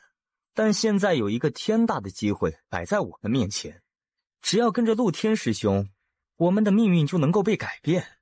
若是我叶兄胜呢？你觉得可能吗？当日中土神州，陆天与叶兄一战，叶兄不就胜了吗？那是因为当日陆天师兄并未尽全力。再者，一时输赢算得了什么？当日叶兄就能胜他，你凭什么认为1月后叶兄不能再胜他？陆兄是天命之人，他既是天命之人，那当日为何会败给叶兄？你要杠是吗？哼，我与你讲道理，你说不过就说我要杠，你不觉得很可笑吗？哼，你真是冥顽不灵。我且问你，古往今来能成大事者，谁人背后不是有一个庞大的家族势力？陆天身为天命之人，身后不仅有银河宗与未来宗以及仙宝阁鼎力支持，还有无数家族与宗门支持。那叶关呢？剑宗、灵虚神帝、岁月洞天，或者天龙族，呵呵，这些在仙宝阁与银河宗面前够看吗？那我且问你，若是1月后的比武叶兄赢，那又如何？天命之人是无敌的，他输给叶兄过，那又如何？武道一途看的不是一时，看的是未来。唉，狗和狗见面，不是闻就是舔。我不讨厌狗，但我讨厌像狗一样舔的人。林乾，我真是给你脸了！就你这眼光与智商，难怪上霄宗要将你逐出宗门。哼，你这种目光短浅之人，一辈子都吃不上3个菜。我林乾就是饿死，也绝不做舔狗。我从未说过叶兄一定能赢天命之人，但是就算他输，老子也站在他这边。你现在被上霄宗逐出宗门，成了丧家之犬，他又给了你什么？哼，你这么舔天命之人，他又给了你什么？我就不明白了，好好的人不做，为什么要去做舔狗？把他嘴巴给我打烂！谁敢动他，今天我就把五院屠了。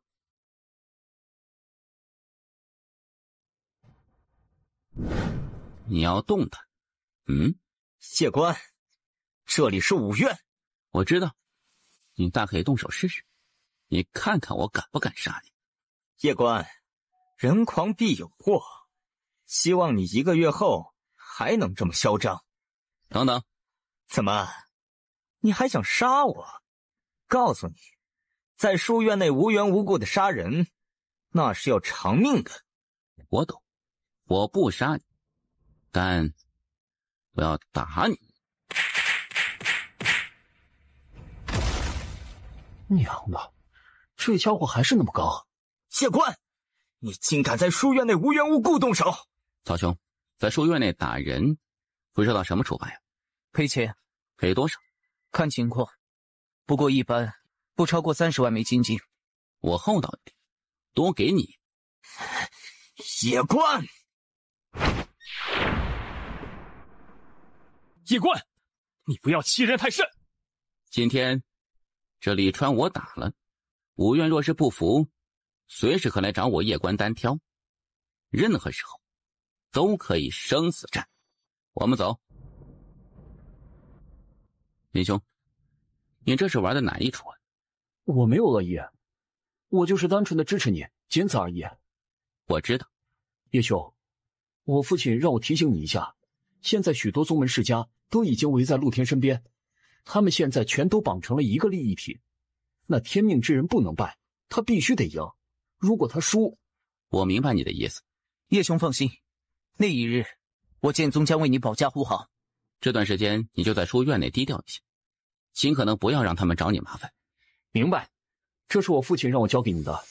他说我们林家是小家族，无法给叶兄你提供更多的支持，请你别嫌弃。你们的心意我心领。叶兄，你就莫要拒绝了。我们知道你没有家世与背景，一路走来很不容易，特别是钱方面，100万枚仙晶确实不多，但也能帮你买点丹药什么的。反正你别嫌少，收着就好。这段时间我会低调一些，不让他们找我麻烦。1月后我会到场给叶兄加油。这人倒还可以。你是？我是秦风长老的人。那界内除300万枚仙晶外，还有30枚神界恢复丹与30粒神界疗伤仙丹。秦长老说他身份特殊，不能亲自来见你，希望你莫要介意。还有，他说他永远将你当兄弟。查清楚了？完全查不到。不用再查了，再查下去你有危险。首府大人，我有一种极为不好的预感，这事可能没有我们想的那么简单，背后可能有大鱼。我知道，但你不能再查，再查你必有危险，而且再查下去恐怕会打草惊蛇。明白。护在小家伙身边的人有没有问题？首府大人放心，我们暗院的人对剑主绝对忠诚。你派5名岁月仙前往南州，护住南州叶族与纳兰族，若有任何动静，立即将叶族以及纳兰族带回总院。明白。南州观玄书院那位费半清姑娘，也派1名岁月仙盯着。好。少主的安危就交给你们了。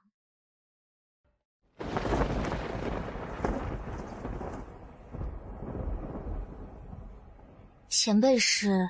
我叫李半之。你便是内阁首辅？是的呢。见过首辅大人。无需多礼。你在幽冥殿待得可还好？师父待我很好。带我去见见你师父。请。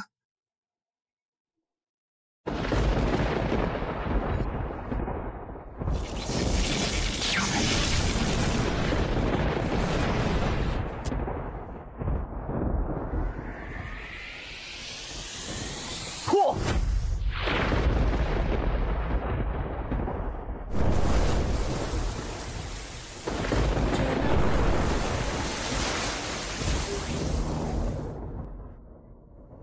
引劫致敬，陆天，你当真是绝世妖孽！不仅我低估了你，世人也是大大低估了你。哼，大剑帝，好像也没什么太了不起。告诉你一个秘密，那叶官并不是大剑帝。不是大剑帝？是的，仙宝阁请了一批强者分析当日的那剑事，那不是他个人的剑事，可能是那柄剑的缘故，因此那叶官根本不是大剑帝，只是那柄剑较为特殊而已。原来如此。你在此地继续修炼，我去外面再帮你联络一些世家与宗门。多谢老师。若是让他们知道你还掌握着2种域，并且是道体双修，不知道他们会是一个什么样的表情。我倒是有点期待那些投资夜观的势力，那时他们的表情肯定很精彩。这夜观身后，背后之人也肯定不简单。你放心，观玄宇宙自人间剑主与青丘女帝之后，无一人能打。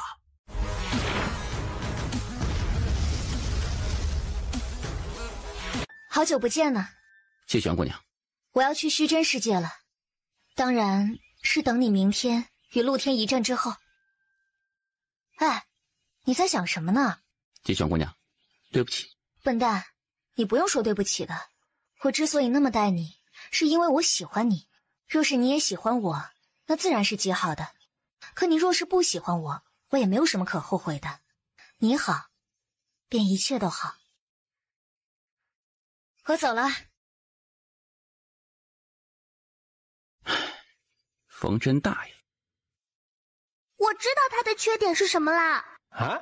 什么意思啊？一直以来，这个小家伙不管是天赋还是心性，都是世间绝顶，几乎没有任何缺陷。但现在我发现，他最大的缺点就是情。他只有在面对情字时才会低头，才会犹豫不决。可我觉得这并不是什么缺点呐。为何？若是他只知道修剑，心中无情，那才是遗憾呢。太爷，虚真世界是个什么世界？一个战场。战场？叶师弟，依依师姐，你怎么会在总院呢？当日我离开了道门，然后来到观玄书院总院，最后我被神道院收为了学生，而且还是神道院院首的亲传弟子呢。你来之前，我一直在闭关修炼，所以不知道，还等我出关后一得到你的消息，我就来找你了呢。恭喜你啊！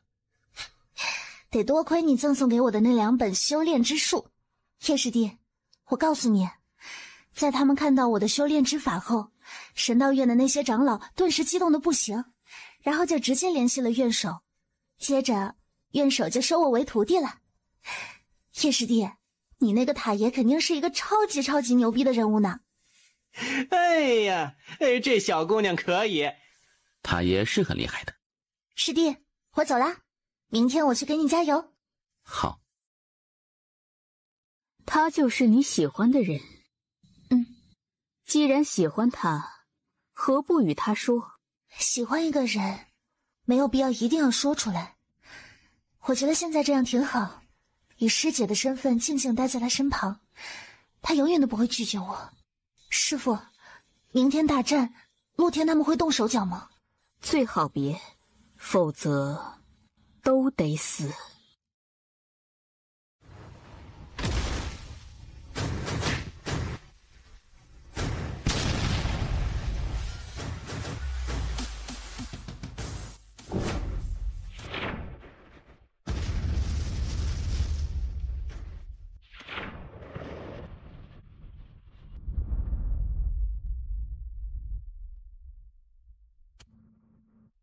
我倒是未曾想到，你天龙族会这么选择。哼，你凭什么认为我天龙族要选择你？好，很好。之前有人说，赵芊芊乃是天龙族万年一出的天才，眼光独到。现在看来，也不过如此。赵芊芊能成为天龙族少族长，肯定不蠢的。他看中叶关，必然有他的道理。你什么意思？你是不是想叛变？还是在做什么？施展神通。我的天，是4大神兽之中攻击最凶猛的烈天神虎。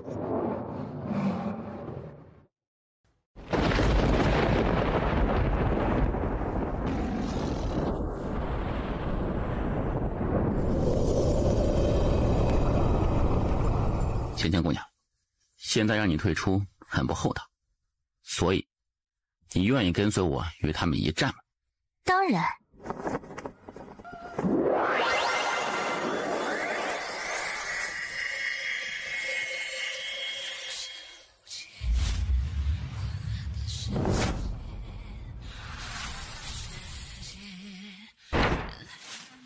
凡人蝼蚁，你瞅什么？我就瞅你，你不服啊！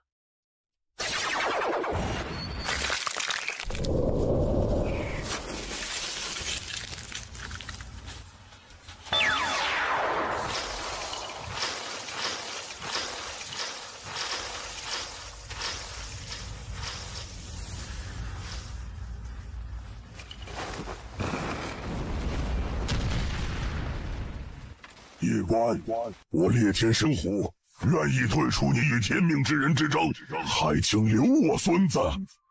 我建议你拜神我。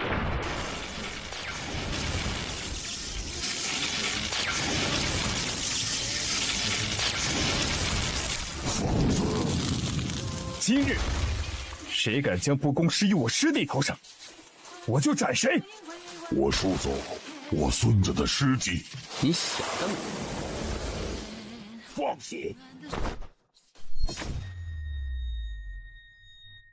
再敢往前一步，先杀你，再灭你灭天神虎一族。再来！哼，如你所愿。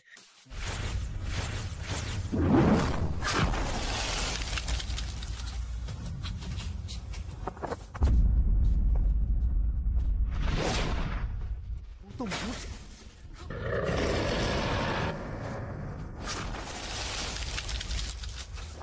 这夜官的实力好强啊！强什么？他若不是与那傲仙仙签订了平等契约，得到了傲仙仙的力量，他算个什么？陆天师兄也有神兽相护，陆师兄乃是天命之人，他身上有大道气运，乃天命所归。你居然帮了夜官说话，你是不是抢造法？天命之人，不过如此。王沃，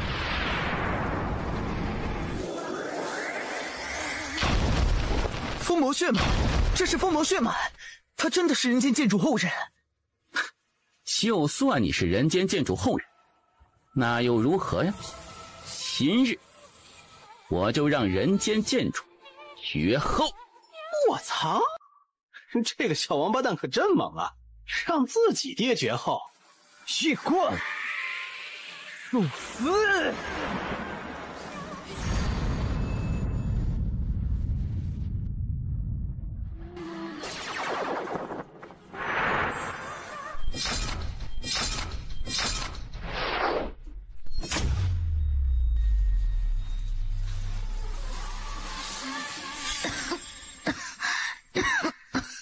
芊芊姑娘，你没事吧？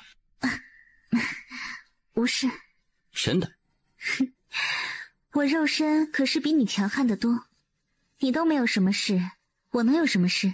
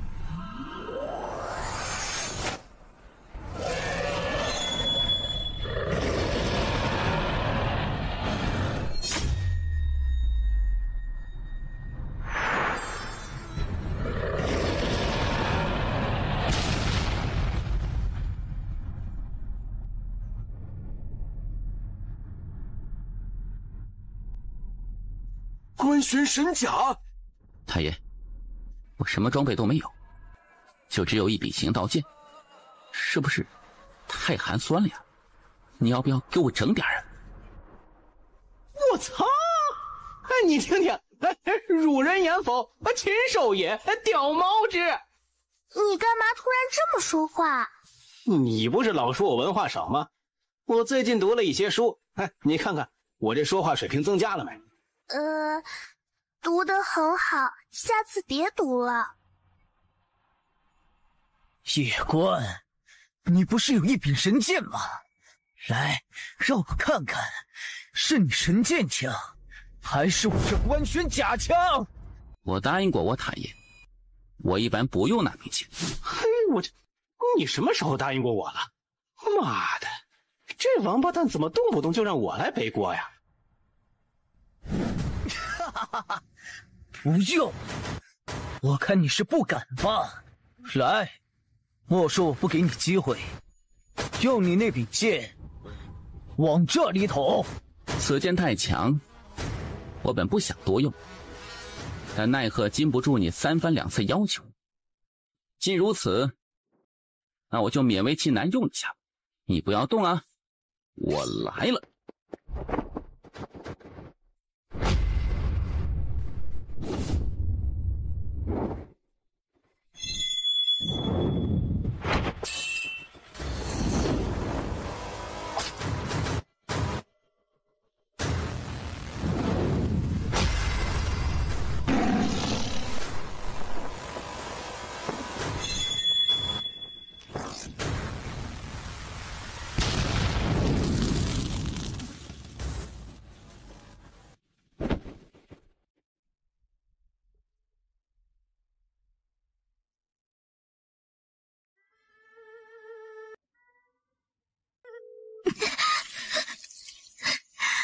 抱歉，我扛不住了呢。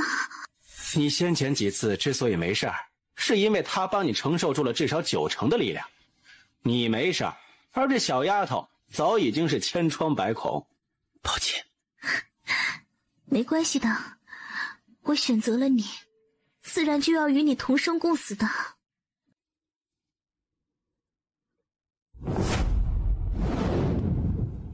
先来！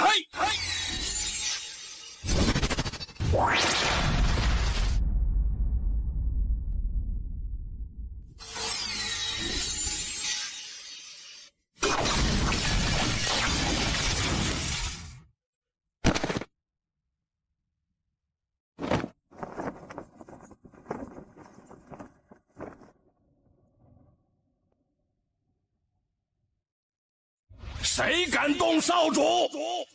草白，大师兄有何吩咐？准备换组。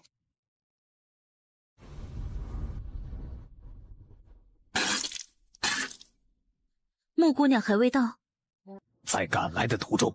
时刻准备开启观玄阵。谁敢动陆天少主？我先保哥，第一个不答应。谁敢动陆天少主？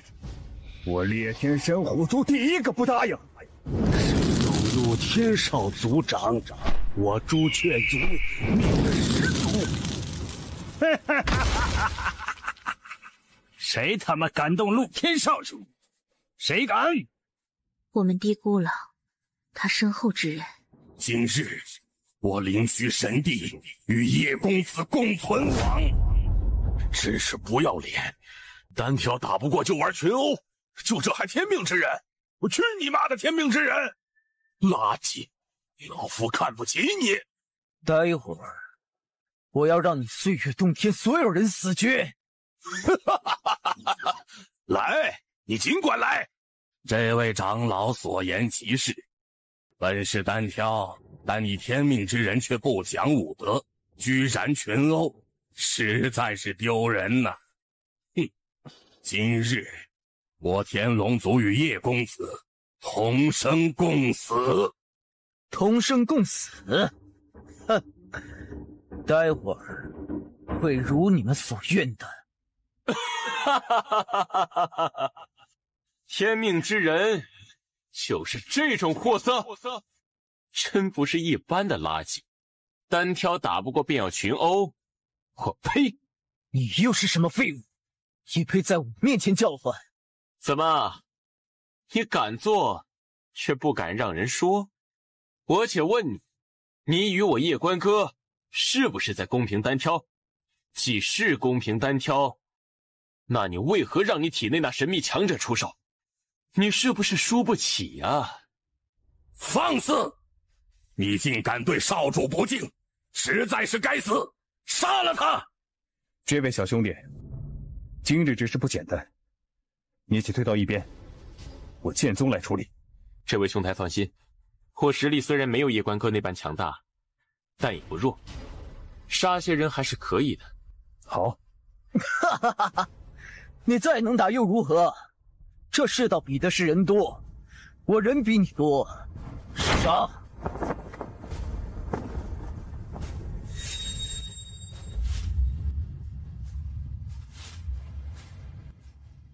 属下见过少主。请起。少主知道自己的身份，难道是塔爷告知了他身份？我操！你知道你的身份？猜，但没有敢多想。为何？因为在见到人间建筑时，我感觉很亲切，那种亲切我从未有过。而当我试探着说以他为目标时，他高兴的不正常。那种高兴之中，除了欣慰，还带着自豪。还有就是塔爷，塔爷你从来就没有慌过，不管我的敌人是谁，即使是天命之人，你也一点都不慌。你如此镇定，总不可能是因为心大吧？可即使如此，我也不敢朝某些方面去深想。为何呀？因为有些事情我解释不了。比如人间建筑是3000万年前的人物，但我显然不是出生在3000万年前。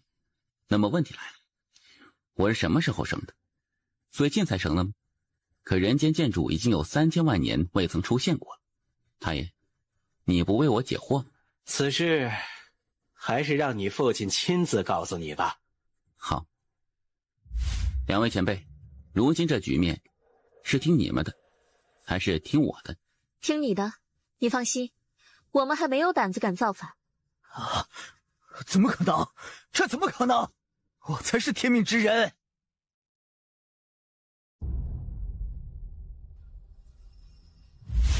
啊！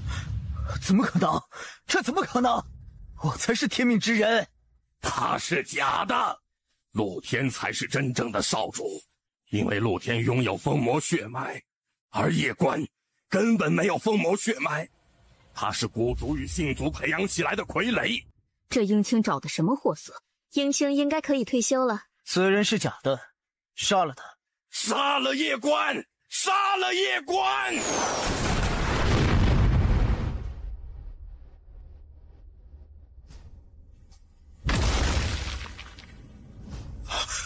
关玄卫是上古关玄卫，叶关真的是少主，他真的是少主。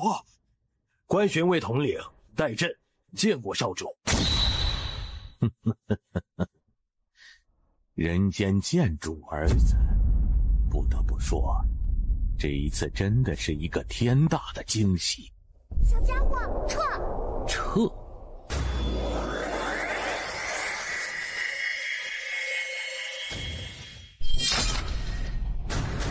小心，是2位神灵神将。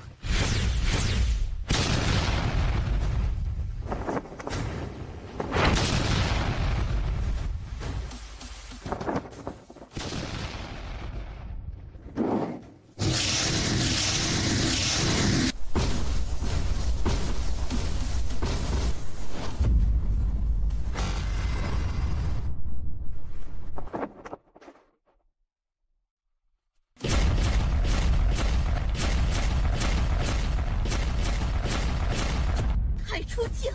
你们在虚真世界干什么吃的啊？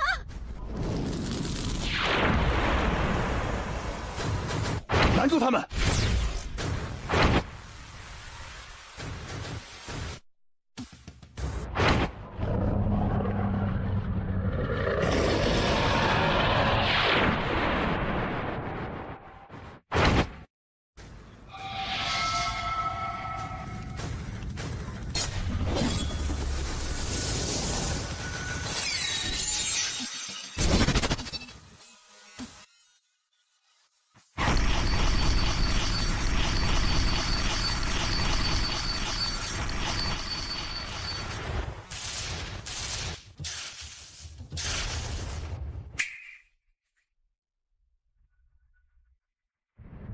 打开时空隧道，送他去虚真世界。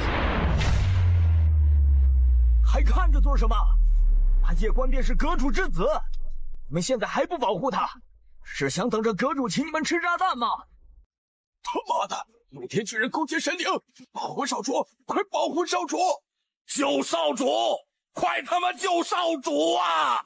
凡真境以下者，立即退走，莫要在此停留。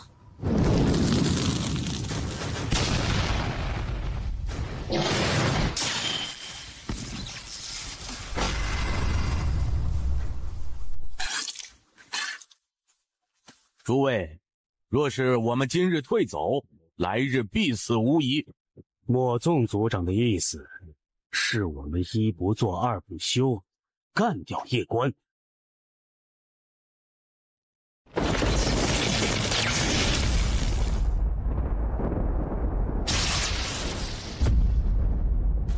莫纵族长的意思是我们一不做二不休，干掉叶关。造个鸡毛啊！你看看针对少主的是谁？那是神灵，是我们官宣宇宙的死敌。我们现在要做的是如何将功赎罪。依莫纵宗主之意，我们当下该如何呀？我们的实力不是那些神灵的对手，若是此刻下去，无疑就是炮灰。但是对抗这些神灵，只有我们的先祖们。因此，我建议我们一起召唤先祖，让先祖们出现对抗这些神灵。一旦保下叶关少主，我们就算活罪难逃，但灭族之罪肯定可免。换族，换族，换族！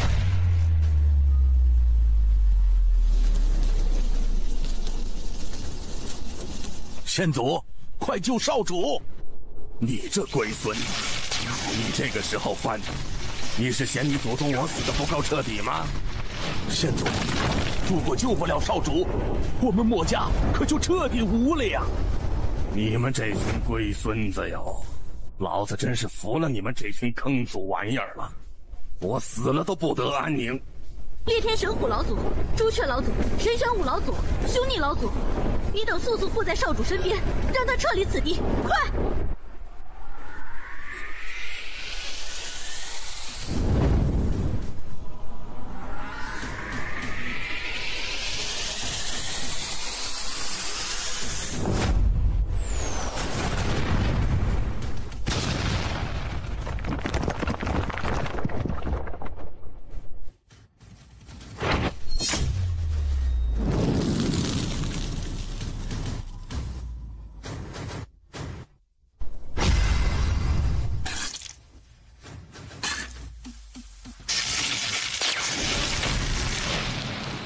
之意，我们逃不走的。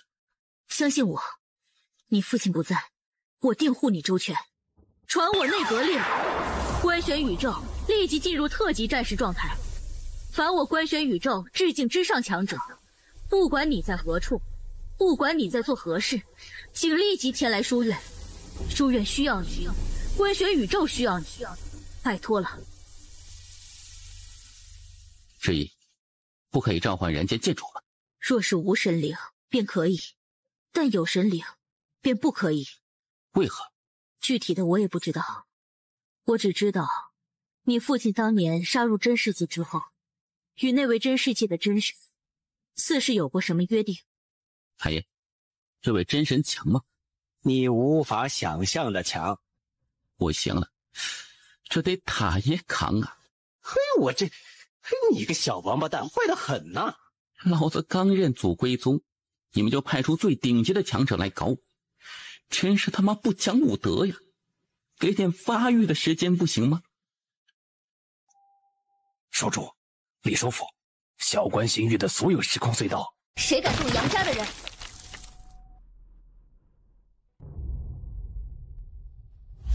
师尊，为何不先杀了这叶关？暗中有一人，自我出现时便在盯着我，对方在等我出手。暗中有一人？如何？已联系上宙界仙宝阁五阁，他们已经将五阁所有强者派来书院，最多半个时辰便可至。可有联系上虚真世界？通往虚真世界的所有时空隧道都已经被真世界强者镇守，我们的人与传音都无法传达至那边。除此之外，还有神灵强者在往这边赶。我若是没有猜错，虚真世界的太初境，他们应该已经察觉到不对劲，一旦他们察觉到不对劲，必定会不惜一切代价带人赶来书院。而在那之前，虚真世界的叛徒肯定会先到，杀我们一个措手不及。如何才知道谁是叛徒？第一个从虚真世界赶回来护驾的势力。不愧是观玄宇宙第一首府大人，今日我等来观玄宇宙，如此的出其不意，但你却能够准备得如此充足，厉害。我也很好奇，到底是谁给你们做了内应？李首府如此聪慧，不会猜不到。不对，应该说是已经猜到，但却不敢相信。本来是想直接摧毁观玄宇宙大本营的，但未曾想到，这人间剑主后人居然出现，这真是一个意外之喜。我有一个疑问，陆天不是真正的天命之人，对吗？这还重要吗？想来也是，道门那2位不可能相中一位心性如此差的人。李首府，不得不说，你们这位少主真的很妖孽，比起我们真世界的那几位也不遑多让。他让我看到了曾经的人间剑主，所以今日就算是牺牲所有人，我也要让他从这世上消失。谁敢动杨家的人？黄泉天命！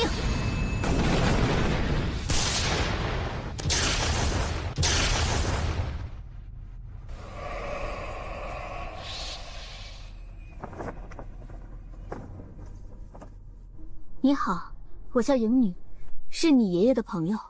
别怕，我保护你。谢谢。这小子就是老杨的孙子，如此年轻就达到大剑帝，这天赋比他老子与他爷爷可厉害，而且比他爹与他爷爷长得还好看。他们呢？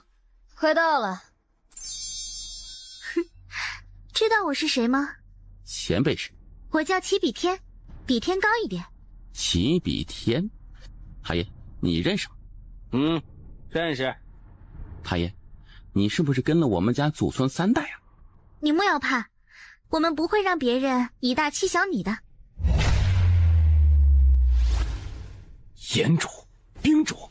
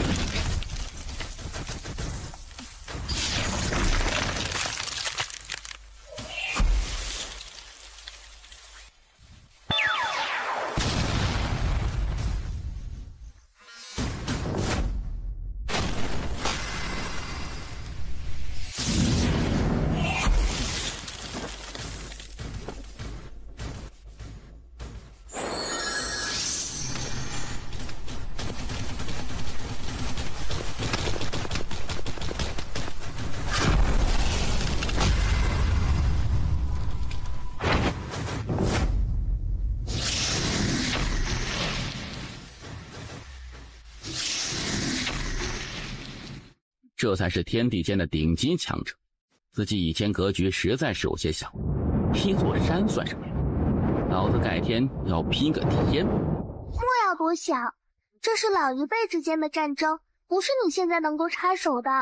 保持心态，看着就好，莫要多想。好的好的，我不多想，你们打了，你们打。这你操什么心啊？这小王八蛋精得很，不会想不开的。是我草率了。是神帝，是神帝！少主，快撤！放心，不会让你被以大欺小。你站着，看我们表演。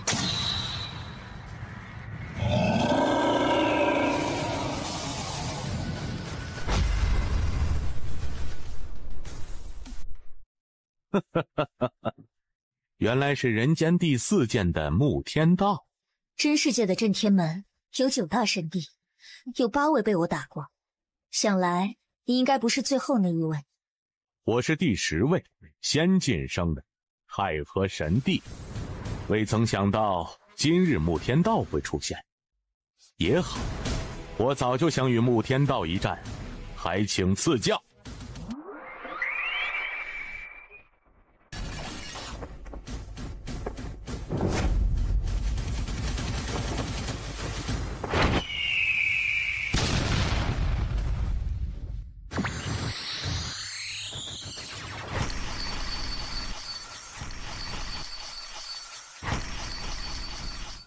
这位姐姐，我们四周还有神灵强者，而且可能比这位太和神帝还要强。怎么说？这位穆天道有数次机会可乘胜追击，但他都没有，而且他始终离我很近。很显然，他在防备暗中的神灵。如果我没猜错，那太和神帝之所以出手，是因为有顶级神灵强者来了。他想诱惑穆天道主动进攻，一旦穆天道主动进攻，暗中的真灵可能就会立即对我出手。只是他没有想到的是，这穆天道没有上他的当。暗中有神灵，感应不到。海爷，暗中那位神灵强者强不？强。大家先好好疗伤。你有什么想法？志毅，若是我猜的不错，我们可能不会有怨灵，因为当得知我的身份时，真世界的神灵必定会不惜一切代价拖住虚真世界阿罗大剑帝他们。我们现在的目的地是咒界。志毅，我对咒界不了解，我想问问，若是到咒界，我们就真的能够抵御那些神灵？我不敢确定，但是我们现在只能去咒界，那里是我们唯一的选择。志毅，方才我听你说咒界有5神卫赶来，最多1颗咒，他们就能够与我们会合。他们能够策反虚真世界的人，难道就不能策反仙宝阁吗？我们可以去咒界，但最好不要和这批5神卫会合。不怕1万，就怕万一。因为我们进入时空隧道前往咒界时，那太和神帝他们并没有拼命阻拦，这不太正常。按有远说，咒界谁最可靠？90%可靠那种。五阁无老，他是秦阁主带出来的人，绝对不可能背叛秦阁主与少主。而现在5神卫就是他在掌管。与我们会合的5神卫很快就要到了，你让你的人去和这批5神卫会合。若是带头的人不是这位吴老，那我们就没有必要去咒界了。质疑，现在仙宝阁是谁在做主？丁青姑娘，她应该也已经知道这边的事情。不可能不知道，如料不错，她现在应该在想办法赶来这里。我们的人与5阁的人会合了。如何？来的不是吴老，而且我们的人也发现对方不对劲。少主，我们现在该如何？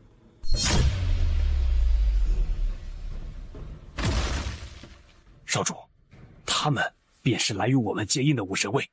拖住他们！谁敢动少阁主？我等护驾来迟，请少阁主恕罪。少主，属下救驾来迟，罪该万死。先不说这些，解决眼前的事情吧。于长老，阁主待你不薄，为何要背叛阁主？杀了他，他想拖延时间。还愣着干什么？少主说杀了他，快他妈动手啊！王八蛋们，你们不要害老夫呀！要是这个少主是个心眼小的人，你们这么一搞，老夫可就完犊子了呀！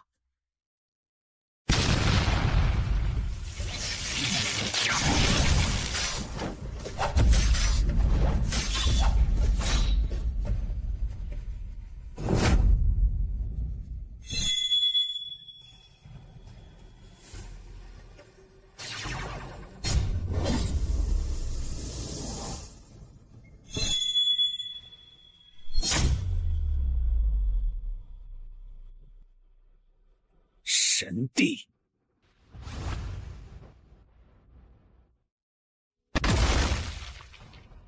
又来一位神帝！妈的，你们真世界是疯了！你们这么玩，我可顶不住啊！哎，我不想努力了，我想叫人，我想叫素群过来。哎，你不要这样。虽然他们的确是有点太过分，但是也没有必要叫人的。这个一旦叫上瘾，可就不好搞了。塔爷的意思是，素群姑姑完全打得过神帝，对吗？到了这个时候了，这个王八蛋还在给老子下套。你好的不继承，偏偏把你爹和你娘的心眼都给继承了，这他妈谁顶得住啊？太爷，素群姑姑能顶几个神帝？1万亿个！你又开始不正经了。于师傅，待会儿我把那小子骗过来，你找准机会一刀结果了他。喂，那个人类帅小伙儿，可以过来聊聊吗？我？是的，你可是观玄书院少主，你不会害怕吧？姑娘怎么称呼啊？你过来，我就告诉你。我塔爷说你有杀心，让我别过去。我听塔爷的。我不是那种人，那种卑鄙无耻的行为我可做不出来。这一次的事情是你策划的吗？你为何这么说？一位神帝跟在你身边，而且还如此恭敬，想来你身份应该很不简单，所以我猜了一下。你这人类挺聪明的。少主，他可能在拖延时间，我们得撤。来不及了。不得不说，这一次真的有很多意外的事情。第一个意外就是你竟然是人间剑主的儿子，实在太让人意外了。而第二个意外就是这观玄宇宙竟然还有那么多我们都不了解的顶级强者。于老，杀了他，直接放大招，给他来最狠的。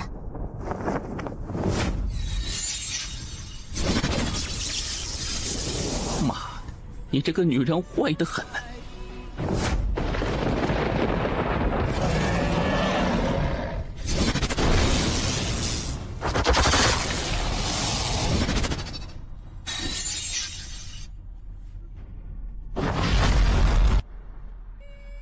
你很不错。塔爷，你认识吗？认识。小家伙，商量个事情。什么事情？待会儿你跟这位拿枪的前辈说话时，不要乱说话，知道吗？塔爷，我怎么会乱说话呢？有好处。塔爷放心，我一定不乱说话。他们都是你的什么人？家人。你家人不是人间剑主那批强者吗？当年那场大战时，现在来帮你的这些人可没有出现过。他们是我爷爷的人。哼，你能打得过2位神帝吗？你可以再叫10个。哼，好狂啊！于老、金老，打死他！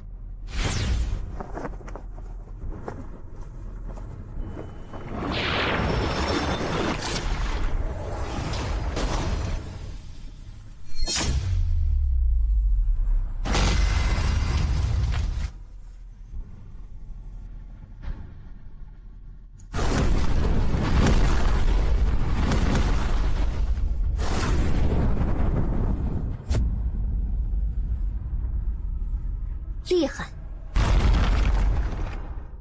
前辈认识塔爷吗？认识。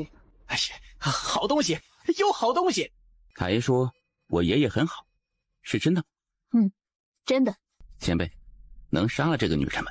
叫10位神帝来，不开玩笑。哼，叫就叫。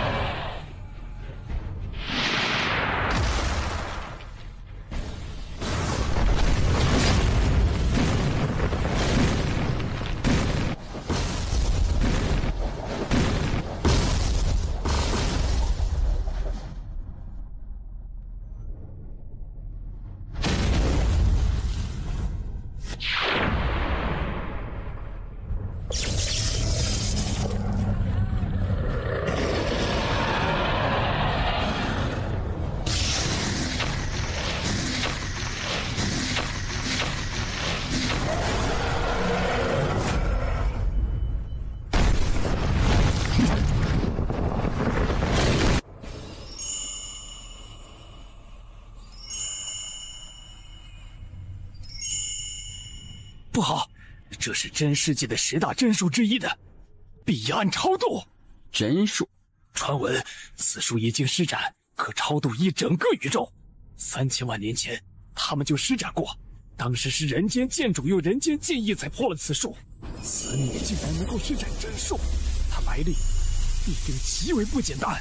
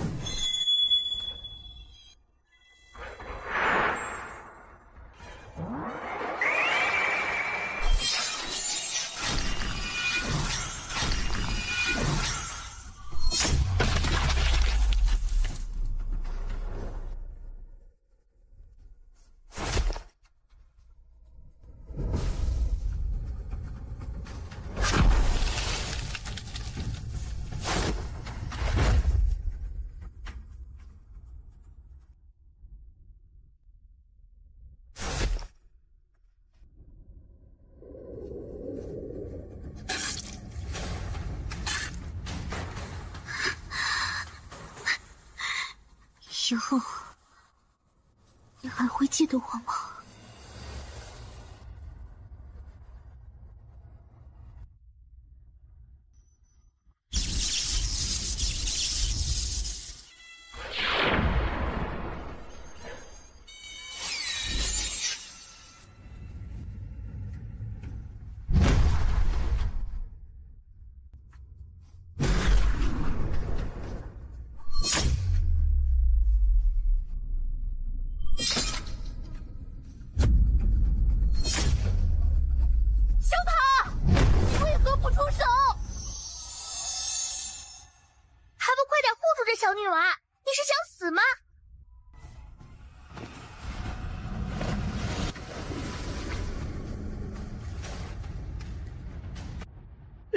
这怎么回事？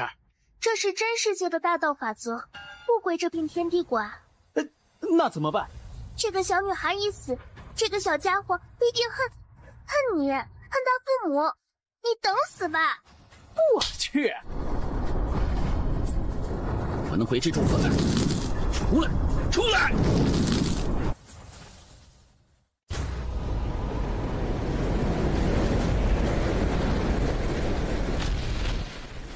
我能回之主何在？出来！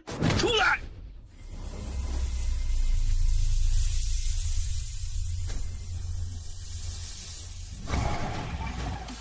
救他！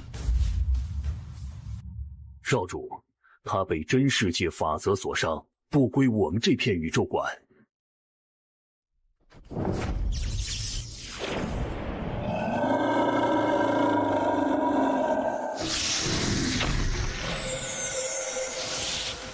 封魔血脉，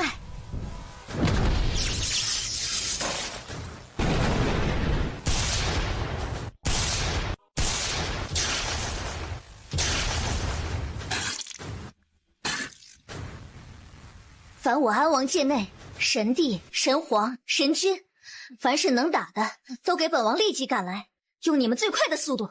谁敢给我拖延，我一定刨他祖宗18代的坟。要不让天命姐姐出手吧？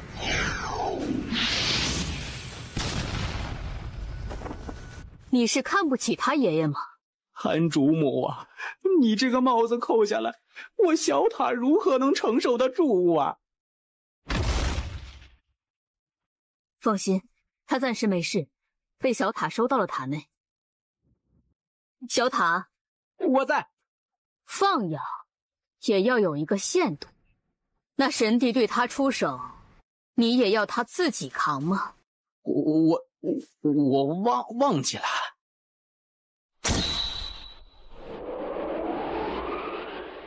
前辈，此地不宜久留，我们撤。敌去骤见，只要去了骤见，他们就算出动10位神帝，我们也不惧。暂时，怕是去不了了。不得不说，你真的很能打。如果你不是要护着这位叶公子，我们几个还真不敢在你面前了。把本王的亲卫军调来，立刻！安王，你的亲卫军在镇守迷界，这个威胁才是最大的，不能给他任何发育的机会，懂吗？我要向真神殿申请调动诸神黄昏，要调1万个，1万个！安王啊，诸神黄昏一共只有1万，他们在镇压盘武界，若是调来关玄界，会出大事的。你难道看不出这夜关的威胁吗？此人既是武神，又是大剑帝，身具2种特殊血脉，天赋妖孽的都快赶上我了。最重要的是，他脑瓜子又好使，现在除掉他，才能及时止损。若是不然，以后可就难干掉他了。可真神殿不会答应的。吹！跟上面说，这夜关天赋远超人间建筑，简直就是亿万年来难得一见的超级天才。他不过才18岁，但我已经都不是他的对手，被他吊着打。这么玩？你这么玩，上面肯定会非常重视啊。这安王究竟是何来？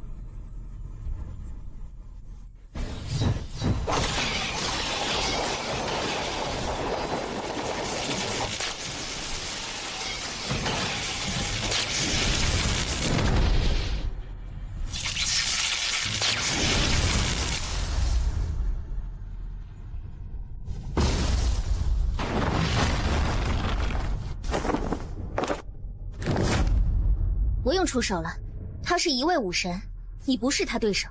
武神？哼，我在别的宇宙杀过不少武神。那你继续去上，再等等，然后我们群殴。前辈，他们可能还有神帝要来。我知道，我们的人马上也要到了。多不？不多，但很能打。你老伴儿呢？马上就到。待会儿主要先杀这个，就是长得比较帅的这个。你们都记住，我会想办法拖住那个武神，你们要给我第一时间宰了他。我们只有1次出手机会，所以你们都给我出全力，知道吗？妈，这个女人真是离谱啊！我跟你有杀父之仇吗？你要如此针对老子，太他妈欺负人了。6神帝，原本以为出道即巅峰，但现在看来巅峰没有，疯癫倒是已经有了。大爷，我娘亲留给我的布袋呢？我给你，你暂时打不开。为何？因为里面有些东西很危险，你娘怕你不会玩，把自己给玩死了。不是，什么东西那么危险呢？一种蛋。现在局势如此劣势，就此等神物何不拿来一用啊？太爷，你帮我打开吧。那些玩意儿真不能用，真的。我们用来对付神灵也不行吗？不行，那些玩意儿的伤害是不分敌我的，一旦用出来，大家都得完蛋。太爷，你是不是又在忽悠我呀？哎呀，小祖宗，你娘留下来的那些东西，别说你了，你爹都不敢轻易乱用。这一个不好，真的是大家都要完蛋。什么玩意儿，威力居然不分敌我呀？不能乱用，等你以后熟悉那些东西后再用。七位神帝，我拖住他，你们去把那个夜光干掉，都不要留手，给我放大招，打死他！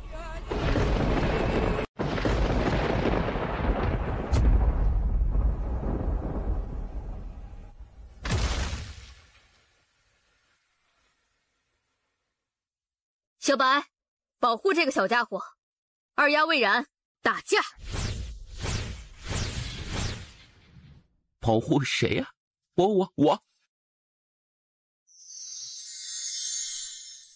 他让你保护我，你是不是也很能打呀？我去，蛋！这是什么玩意儿啊？不要玩这玩意儿，他会……什么意思呀？他妈的，赶紧丢啊！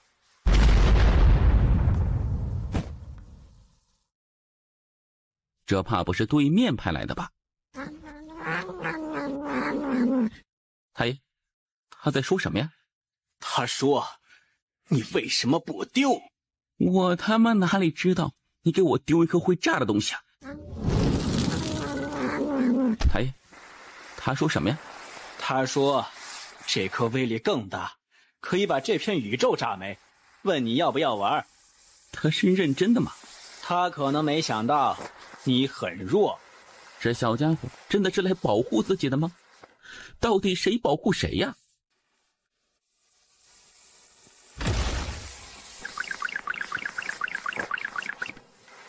哎呀，小白，你打他呀！你打得过他的。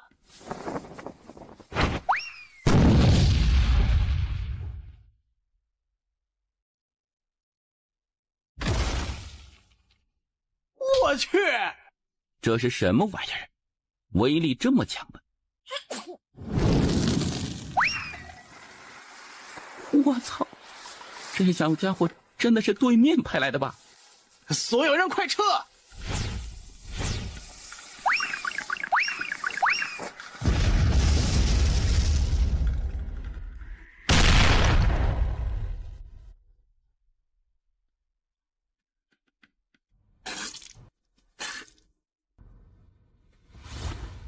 安王，诸神黄昏为何还未来？得撤。什么意思？拖太久了，我们虚真世界的人已经快拖不住，再不走，虚真世界的那些大剑帝就要杀回来了。那时，我们在这片宇宙的所有神灵都得死。这一次斩首行动，我们失败了。上面的人已经知道这人的存在吗？知道。那他们不倾尽一切斩杀他？安王，他们还有人。还有人？一位绝世剑修，以一己之力拦住了我们36位诸神黄昏卫，并且还斩杀了好几位。你到底还有多少靠山？你是靠山王吗1000几多又能打，我也很意外。你只看到有人来帮我，你对你叫人却只字不提啊！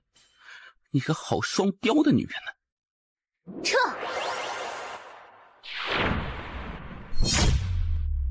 先与他们去咒界。二丫未然，随我来。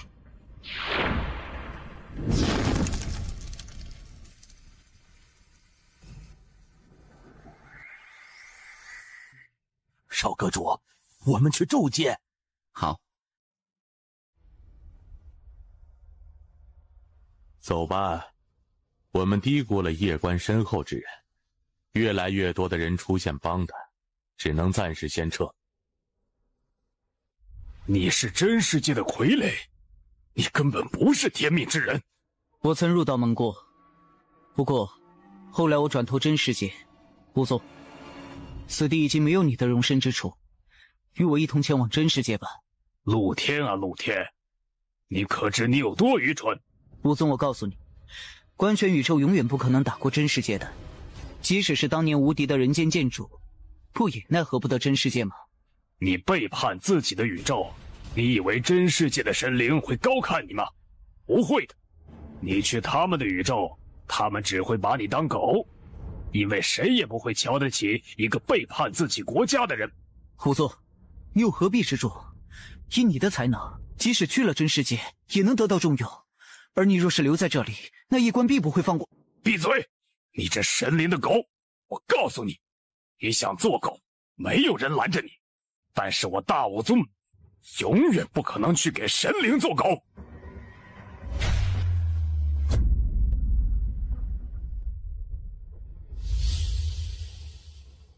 有机会活，却选择死，蠢货！走吧，叶关，来日我必亲手取你项上人头。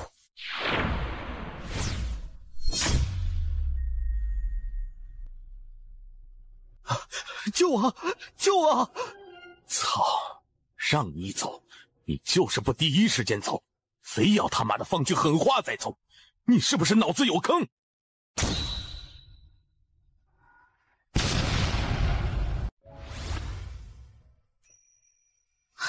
谢过阁主，你不转过来看看我吗？我虽然很穷，但我真的从未想过要继承什么。不管是仙宝阁还是官选书院，我真的没有放在心上过。其实，我更希望的是，从小有父母陪伴在身边。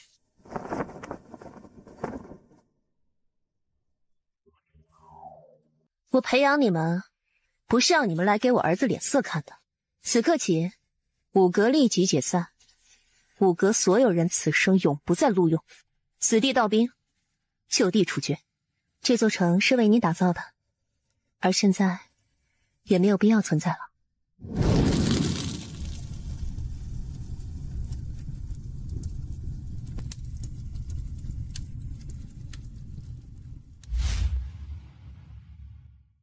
你娘可能也没有想到后面会发生这些事情，毕竟人心难测，而且他已经那么久没有出现，所以许多人对他已经没有那么敬畏，对你就更没有那种敬畏之心了。这不是他的错，当然也不是你的错，只是效忠你们家的人出了问题而已。我父亲在虚真实前问，不知道，你可以问问塔爷，他或许知道。塔爷，我也不知道。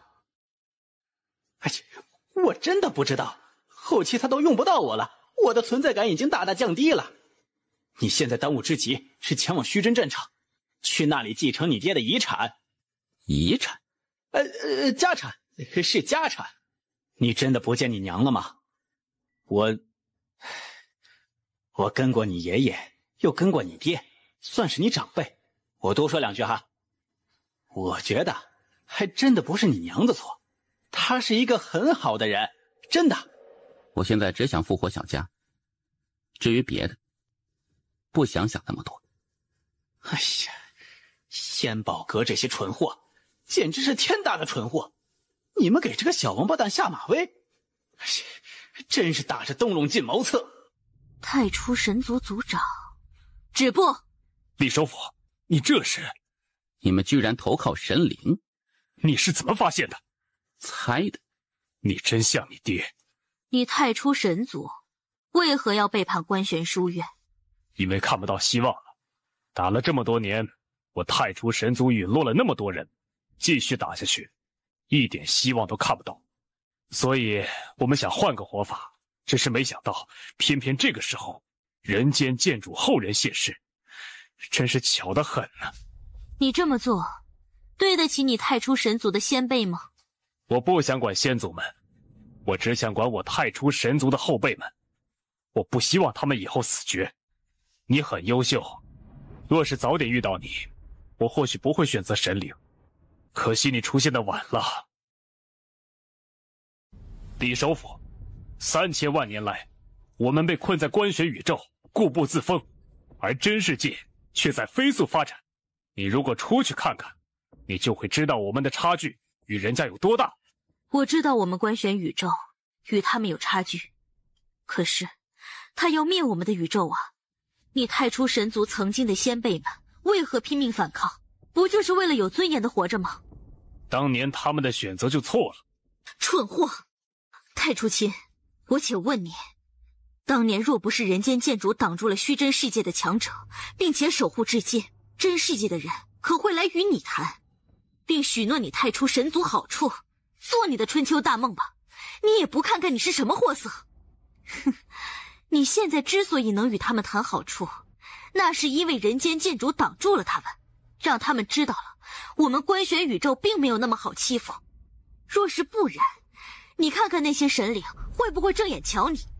怕是你给他们当狗，他们都嫌你蠢。李首府，我们选择不同而已，你又何必如此言语辱人？我敬重你太初神族那些先辈们，也为他们感到可悲，竟然有你这种后人。李首府，你是在拖延时间吗？我告诉你，已经来不及了。如今虚真战场已经全面失守，夜雨大剑帝他们不过是在负隅顽抗，灭亡只是时间问题。大爷，这个爹能不能不认呢？我也没想到事情会发展成这样。大爷，这么玩我觉得我顶不住啊。唉，当年你爹与虚真世界那一战没有打完，所以就留给我来打。你爹是苍王，你确定要等我的人都死绝再出手吗？苍王，你今日观而不帮，来日你会付出惨痛代价的。安王，这好像是你自己的问题吧？你如果一开始就出手，我们不是没有机会杀那夜官，但你却非要我与他们打得两败俱伤，想以此来消耗我的实力，然后你再来个黄雀在后。可惜你低估了这些人的实力。现在那夜官即将进入虚真世界，一旦进入那里，我们想要再杀他，会难数倍不止。我见过你所说的那夜官，的确是难得的少年天才，可我觉得安王你未免也太危言耸听了。一个少年剑修颠覆我虚真世界，大到比主人那种逗比的话，你居然也会信，简直是可笑。安王，你这次所谓的斩首行动不仅失败，还损失了如此多的强者，你就等着被审判吧。哼，审判就审判。我有个想法，你看看可行不可行？就是这样，我们联手把这位苍王与他带来的人干掉，你看如何？你发什么疯？被关玄宇宙打，那是我活该，但是被自己人算计，我很不爽。老娘告诉你，老娘现在要摆烂，去你的！妈的！安姐，他们居然自己打起来了，我们要不要帮这女人杀了那苍王？等等，找机会杀了这个女人。这个女人脑子比那苍王好使，她之所以这么做，是在绝地求生，因为她知道，她不这么做，她可能会被我们与苍王一起联手做掉。因为这苍王绝对不会帮她，这女人看明白了这一点，所以决定先下手为强。心眼真多，跟小玄子一样。此人不除，是一大祸害。待会儿，我们三人找准机会，先杀了他。现在为何不动手？现在动手，他们就要联手对付我们了，这也是他的目的之一啊。不知道小白那炸弹玩了没？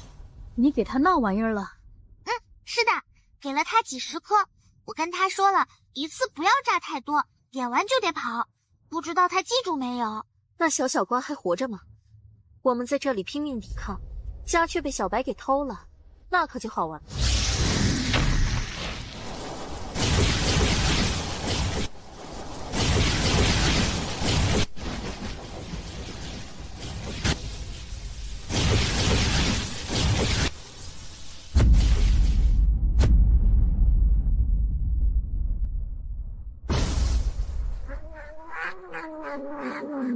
海爷，他说什么呢？他说要帮忙不？不用帮忙，我能撑得住。又来了，带着他们去虚真战场，我们断后。我们走。虚真战场失守了吗？情况应该不太好。真宇宙知道小家伙的存在，肯定不想让他活着。天命会出手吗？不会。为何？他现在只想等小玄子踏出那一步。第二，他对真世界没有任何想法。第三，他如果出手，小关的心境必被破。没有人能够在见到天命之后，还能够维持无敌的剑道之心。这个小家伙若是与他同代，或许还行。但现在，而且对于观选宇宙而言，这天命比真世界还危险。真世界真神至少不会出手，而这位天命姑娘可不会管那么多。当年如果不是小玄子，她一个念头就已经把观选宇宙抹去了。宇宙毁灭不毁灭无所谓，那小家伙没事就行。虚真战场已经失守了吗？莫要担心，去虚真神殿。去虚真神殿做什么？登基。登基？不是，老爹要挂了。师弟，慎言，毕竟是你爹。没挂，但是现在你必须登基。为何呀？稳军心。走，都在等你。太爷，这登基，我要准备些什么呀？比如说什么话比较好呢？我没有经验呢。你想说什么就说什么。太爷，我突然有点紧张。这个小王八蛋居然也会紧张。太爷，成为观选宇宙的王，每天有多少俸禄啊？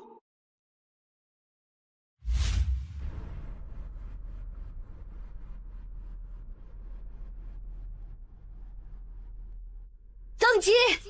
从今日起，我将竭尽全力守护我们脚下这片宇宙，直至我死去。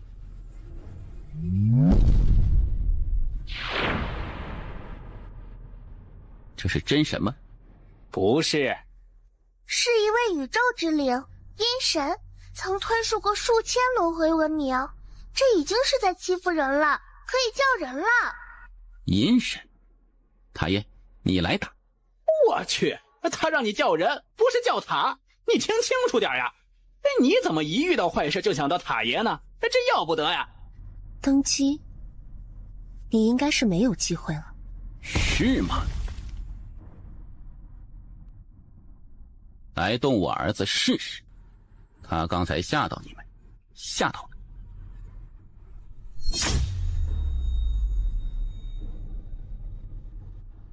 切，小瘪三，跑来我儿子面前装逼，你当老子是死了吗？叶监主，你与真神有过约定，不得出手。好的，我下次不出手了。撤。等等，来都来了，那就等我儿子登基完再走。人间剑主，你莫要欺人太甚！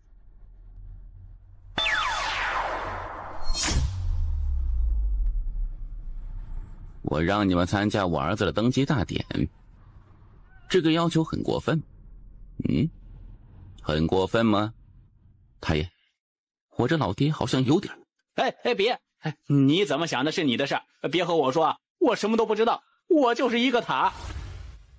这塔爷的求生欲有点强啊！登基。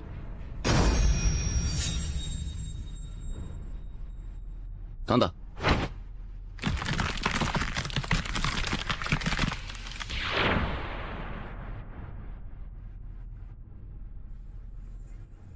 我想，我明白。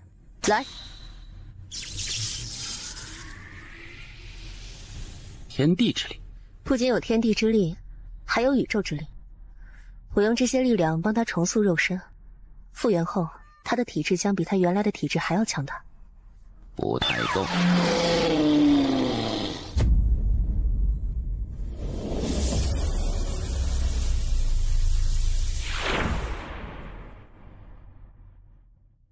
小佳，小冠，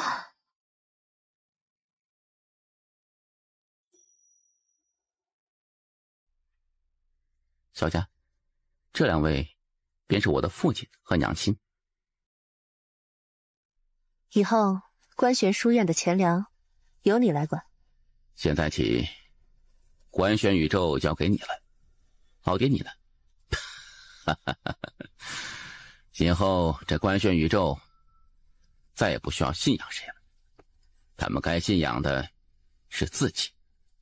自我之后，官玄宇宙，人人心中不再有神，人人可破神。沉睡3000万年，只为等你这一刻。你守护宇宙，我守护你。老爹，你为何要散去人间剑意？官玄宇宙不需要再信仰一位神，他们该信仰的是自己。你也是，记住，自己才是自己的神。老爹守护这片宇宙已经3000万年了，接下来你帮老爹一把，带着他们继续走下去，可好？这他妈就是一个坑啊！要不你再生一个？别怕，老爹当年也是这么走过来的。你爷爷跟我说的是，年轻人就得多吃苦，多受难，多被折磨一下。以前做儿子时，我觉得他是在扯淡，但现在当爹之后，我觉得他说的还是有点道理的。我操，你这不是双标吗？这爹怎么有点坑人呢？不行啊，不能这么被坑，不然接下来怕是要被真世界打出粑粑来呀。小时候在黄古城时，我每每与人争斗，别人就骂我是没有爹娘的野种孤儿。你的路确实得你自己走，娘亲没有别的能帮你的，但是钱管够。钱管够？如果钱管够的话，苦一点好像也不是不可以。哥，丫头，你也破神了呀？说好的，你什么境界，我便什么境界。公公好。为何修剑？自是为无敌。你可知何为无敌？能杀我的没有，我想杀的没有杀不死的。这小子有自己当年风范，是个人才，不愧是自己的种。走吗？真要分别时，却还是有点不舍呢。走，你多待一段时间，我就是随便说说。你老爹我扛了几千万年，有点累了，而现在是你们年轻人的天下。你老爹我扛了几千万年，有点累了，而现在是你们年轻人的天下。老爹，我现在还很年轻，官宣宇宙家大业大，我怕我能力有限呐。那是你的事情了，这说的是人话吗？我们的宇宙比不上真世界，这一段路会很难走，但老爹对你有信心，老爹相信你，终有一日你能带着我官宣宇宙的强者打上真宇宙。最强的那个爹先来帮你打的，剩下的你自己来。能不能都帮我打了？你想得美！我告诉你，你遇到老爹我，你就偷着笑吧。要是遇到你爷爷那种爹，你活几百年，怕是连自己爹是谁都不知道。这老爹跟爷爷好像有点不太对头啊。以前你爷爷是儿子穷养，女儿富养，你老爹我公平一点，你们姐弟都一样。你姐发展得很不错，你自己也要加油。我还有一个姐，在哪儿混呢？诸位，告辞了。真神，再战一次。太爷，我还有一个解吗？有。那你为何不与我说啊？你又没问。你这太爷，我不问你就不说，真的是太坑了。哎，你别想你老姐的事情了，你现在还是想想怎么对抗这些神灵吧。太爷，你能不能把我爷爷叫出来，让他帮我扛扛啊？你爷爷，你就别想了。为什么呀？你爷爷比你爹还能呢。完了，这地方只能靠自己了。安王，我爹不是在与你们真神打吗？这样如何？我们签订一个停战协议，期限就为1年，1年内双方不得大战。不过小战倒是可以，比如我很仰慕真世界的天才少年，如果真世界的天才少年愿意来此与我切磋，我是很欢迎的。你是想拖延时间，想让我们派人给你送经验？我代表真宇宙答应你的条件，以1年为期限。1年内，我们真宇宙与你们官选宇宙互不侵犯。不过，在这期间，我们真宇宙的天才与妖孽可以来向你挑战。可以。你就不怕我食言？我努力修炼，就是为了陪你们玩。但如果你们不讲武德，不讲信誉，那我也就只能摆烂了。你们去跟我爷爷、跟我姑姑他们玩吧。不用吓唬我，我真宇宙侥幸，1年就赢。我倒要看看1年的时间，你还能上天不成？这段时间吃了不少苦吧？还好。纳兰家突然拿出尽管给他的小布袋，他看向叶关，轻声说：“仙宝阁还是给你。”给我与给你有什么区别吗？娘亲是那么聪明的一个人，她把仙宝阁给你，肯定有她的用意。好，按照婚约，我们本该早就成亲了的。成亲？成亲。成亲之后做什么呢？按照古老的流程，成亲之后是要入洞房的。其实不成亲也可以先入洞房的。这个虽然不太符合规矩，但是我觉得也不是不可以啊。你怎么可以想这种事情？要不我们试试？我随时都可以的。嘿，你是不是没把我们2个当人？小家伙，去星空海不？星空海？是的，你父亲当年在那里留了2个小千纸鹤，不想去看看吗？这不太好吧？嘿，或许有好处呢。去看看，万一老爹给自己留了什么绝世好宝贝，那可就赚大了。带你去一个地方。好。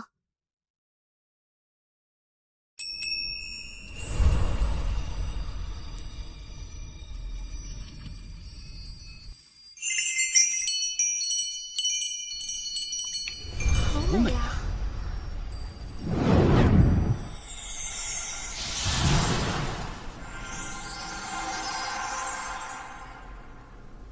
大爷，这就是我爹留下的小纸鹤吗？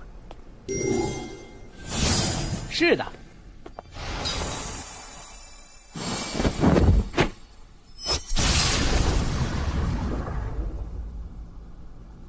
我叶璇这一生，前半生太苦，曾几何时一直在想，若无青儿相伴，这活着似乎也没有太大意思。后半生为追逐青儿与老爹脚步，不断努力，想达到他们那般高度。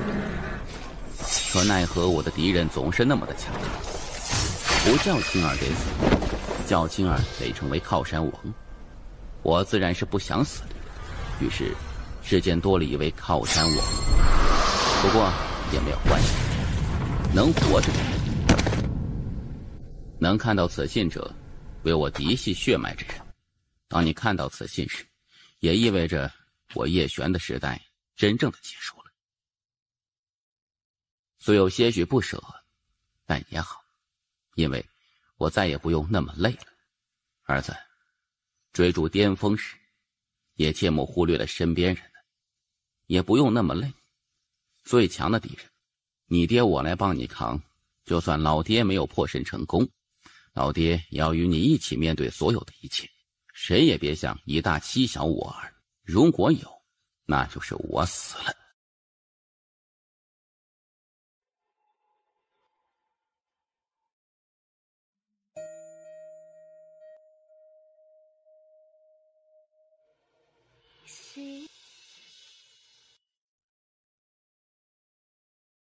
梦中有孤鸿飞翔，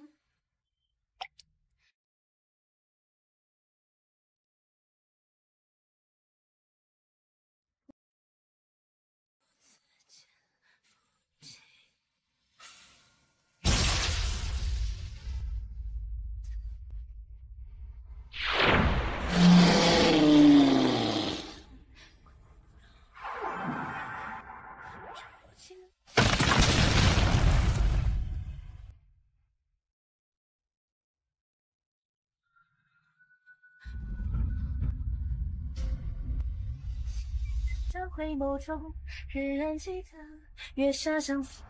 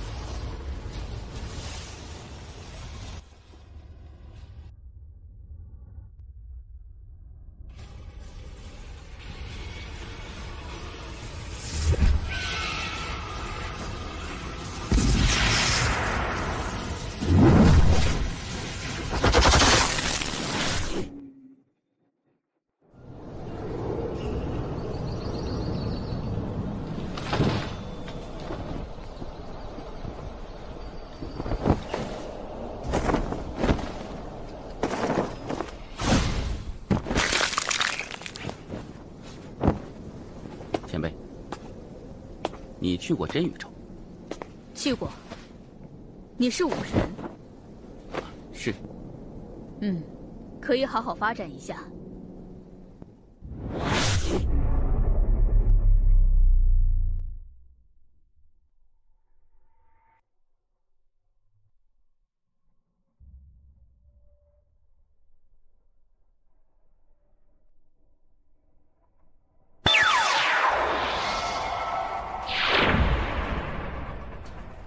山顶葬着一位不屈大帝，此人来自1年前的不屈宇宙。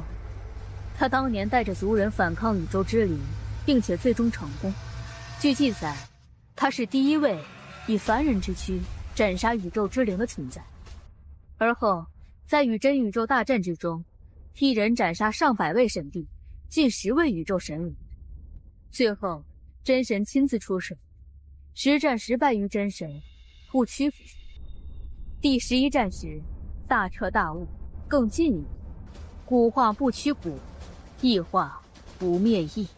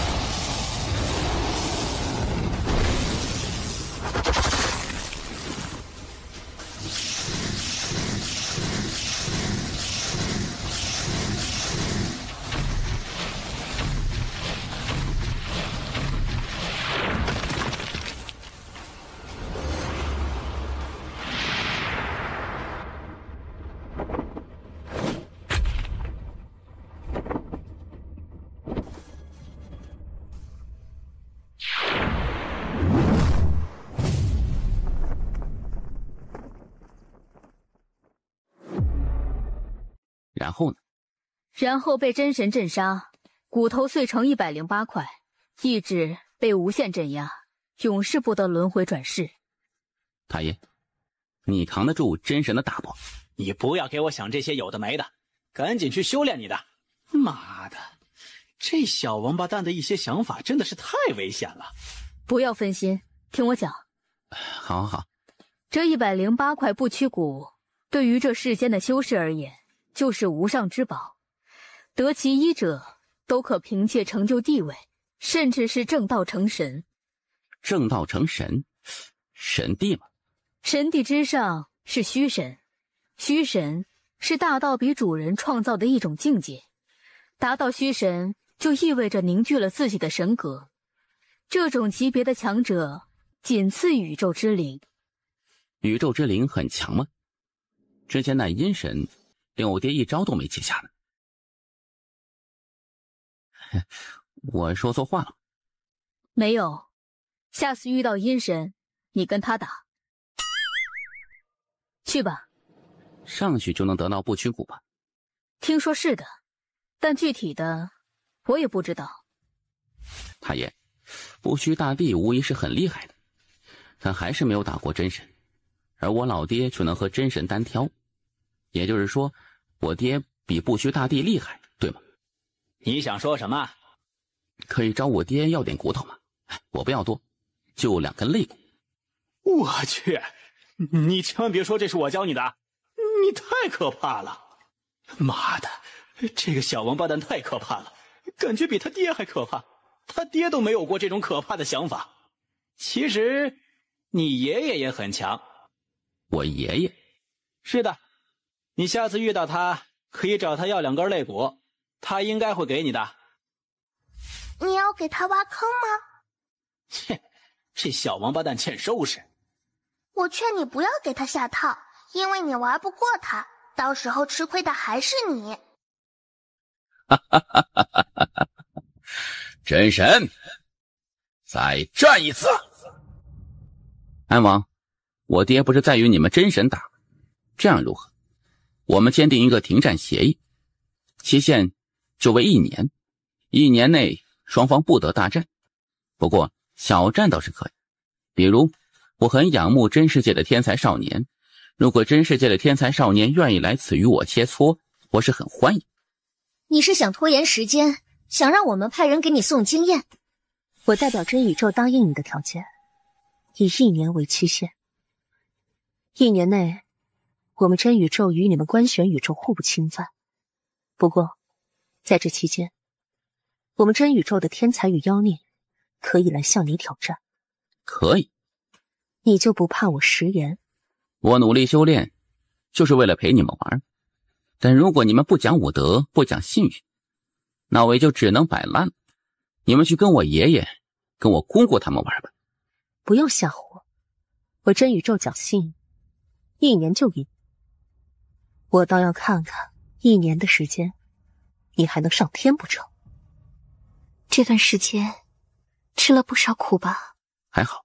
纳兰家突然拿出尽管给他的小布袋，他看向叶关，轻声说：仙宝阁还是给你。给我与给你有什么区别吗？娘亲是那么聪明的一个人，她把仙宝阁给你，肯定有她的用意。好。按照婚约，我们本该早就成亲了的。成亲？成亲。成亲之后做什么呢？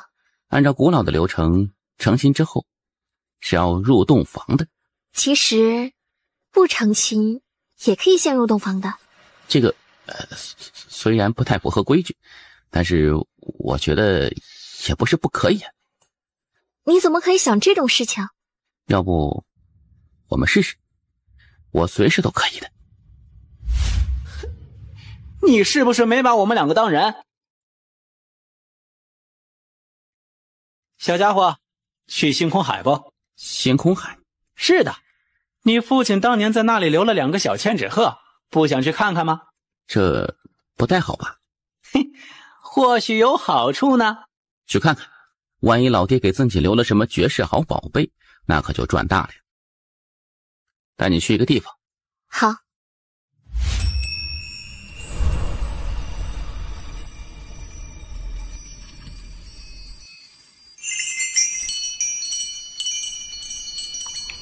好美啊！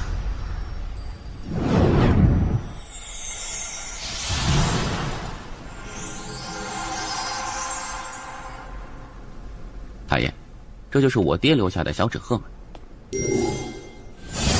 是的。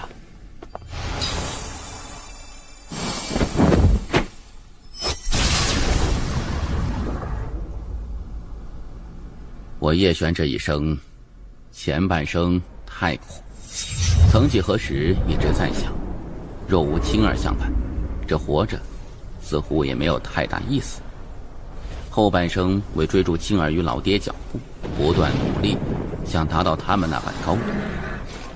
可奈何我的敌人总是那么的强大，不叫青儿得死，叫青儿得成为靠山王。我自然是不想死的，于是世间多了一位靠山王。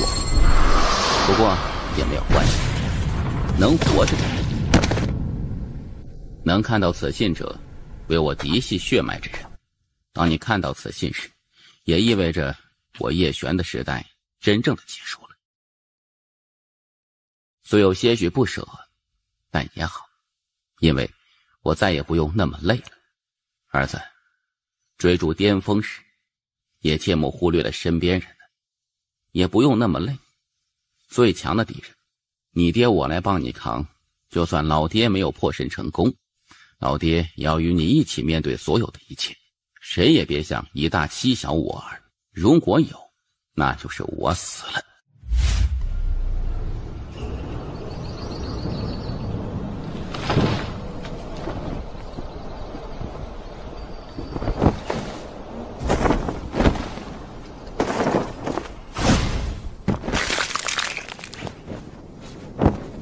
前辈，你去过真宇宙？去过。你是武神？是。可以好好发展一下。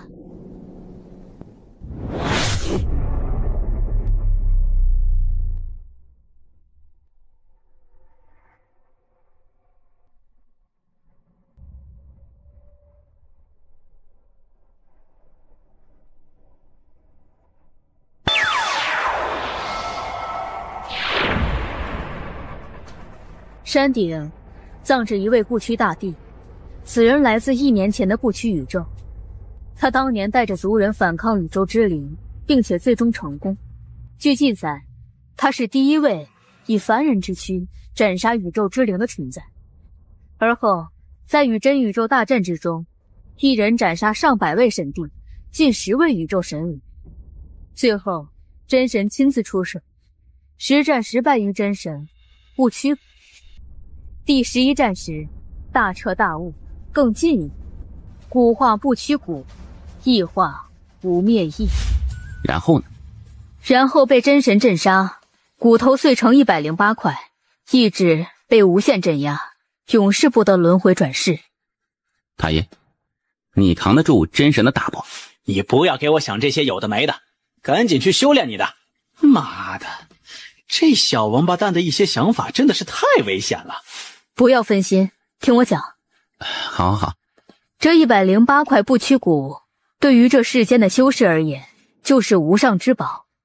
得其一者，都可凭借成就地位，甚至是正道成神。正道成神？神帝吗？神帝之上是虚神，虚神是大道比主人创造的一种境界。达到虚神，就意味着凝聚了自己的神格。这种级别的强者，仅次宇宙之灵。宇宙之灵很强吗？之前那阴神，连我爹一招都没接下呢。我说错话了吗？没有，下次遇到阴神，你跟他打。去吧。上去就能得到不屈骨吧？听说是的，但具体的我也不知道。太爷，不屈大帝无疑是很厉害的，但还是没有打过真神，而我老爹却能和真神单挑，也就是说，我爹比不屈大帝厉害，对吗？你想说什么？可以找我爹要点骨头吗？我不要多，就2根肋骨。我去，你千万别说这是我教你的，你太可怕了！妈的，这个小王八蛋太可怕了，感觉比他爹还可怕。他爹都没有过这种可怕的想法。其实，你爷爷也很强。我爷爷？是的，你下次遇到他，可以找他要2根肋骨，他应该会给你的。你要给他挖坑吗？切，这小王八蛋欠收拾。我劝你不要给他下套，因为你玩不过他，到时候吃亏的还是你。前辈，何为不灭意志？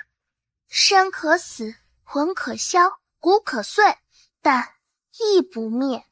因此，即使不屈大帝战死已经上亿年，但是他的这股意志却一直都存在。真神也不能灭了。能，但没有那个必要了。我懂了，意不灭，即使经历1年，那股意志依旧不可磨灭，即使是岁月都无法侵蚀。叶关双眼缓缓闭了起来，在这些真正的强者面前，他才感觉到自己有多么的渺小，多么的可笑。他这是要突破了吗？没有，但是他的道心又更上一层了。在真宇宙，道心分为3层，他现在是第2层，道心稳固。再往前一步就是道心圆满，而再往前一步，他便可入那凡境。以他的天赋与心性，要入凡境应该很快。哎呀，你也可以教他的，你教他武，我教他文，我们联手，未来必培养出一代无敌天骄。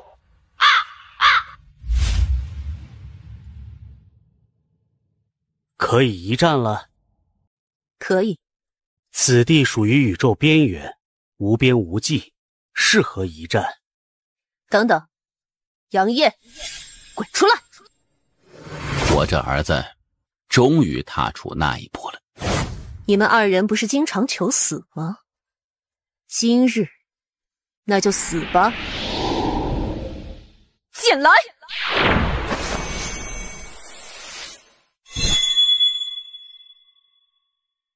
不屈山，正在往上走的叶关突然停了下来，他掌心摊开，行道剑剧烈击颤着。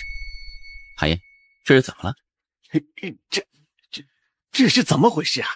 如料不错，3剑打起来了。什么？他们怎么能在这个时候打起来呀？这打起来，真神怎么办？哎呀，我的天哪！在真宇宙内，真神就是无敌的存在。人间剑主虽然也无敌，可是真神在真宇宙内，他有亿万宇宙生灵为根基。他若是召唤亿万生灵相助，我也不知道。现在这局势我也看不透了。那真神到底有多强？我只知道三剑在这个时候内战，那就会造成一个局面：真神杀不死人间剑主，而人间剑主也杀不了真神。即使他能杀，也不敢杀。不对，是不能杀。真神现在都还在镇压宇宙劫，他们两个的大战结局如何我也不知道。我只知道接下来这小家伙要难了。完了呀，小塔还是有些慌了。小关子再也没有机会成为靠山帝了。太爷，这到底怎么回事？没什么事，莫要多想。小家伙，要努力呀，真的，一定要努力。太爷，我会努力。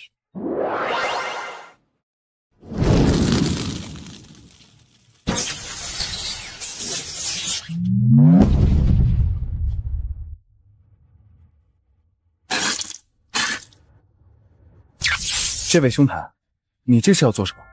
自然是修炼的。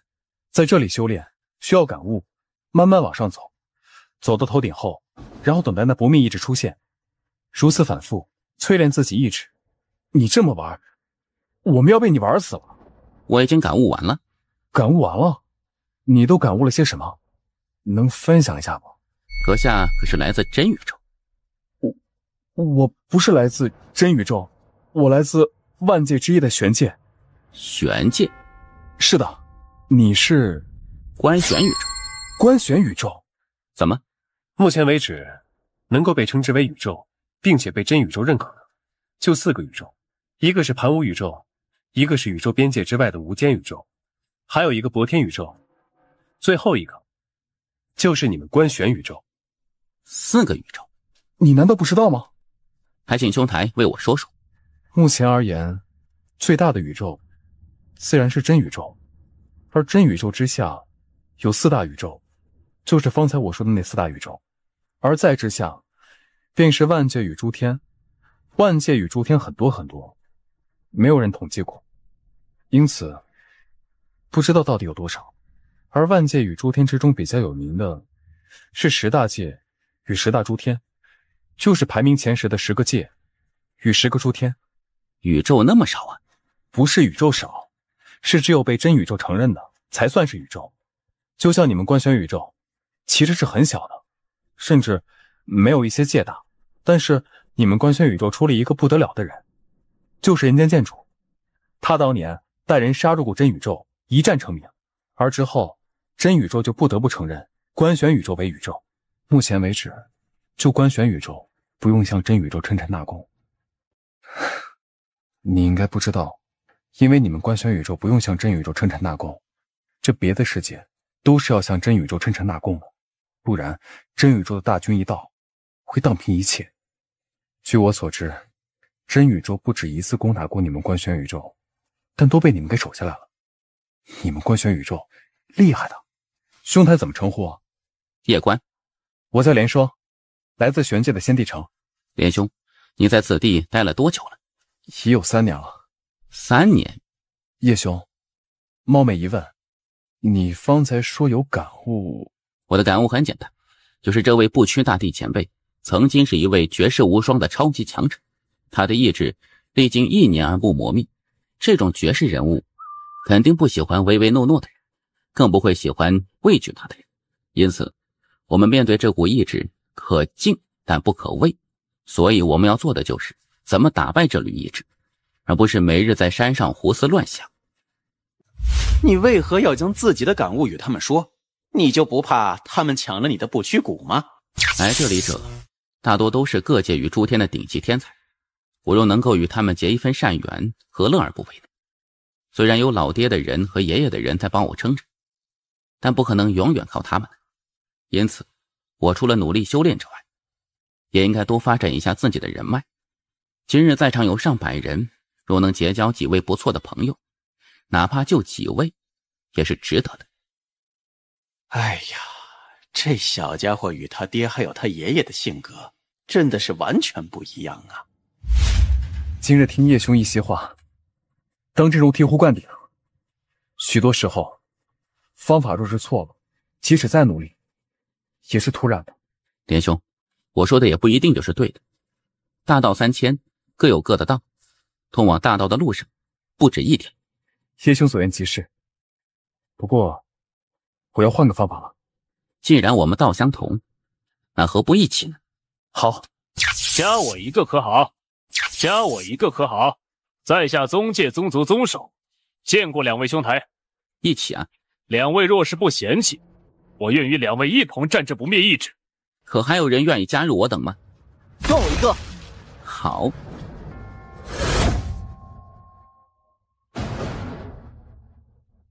若是走到山顶，这不屈谷如何分配啊？诸位，我们都还未成功，就讨论如何分配利益，是不是言之尚早啊？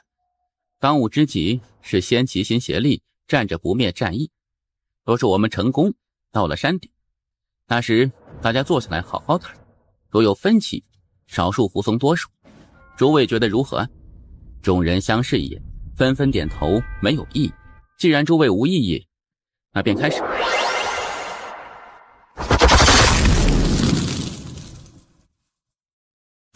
这就是传说中的不屈骨。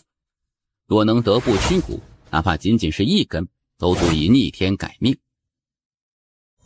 江山代有才人出啊！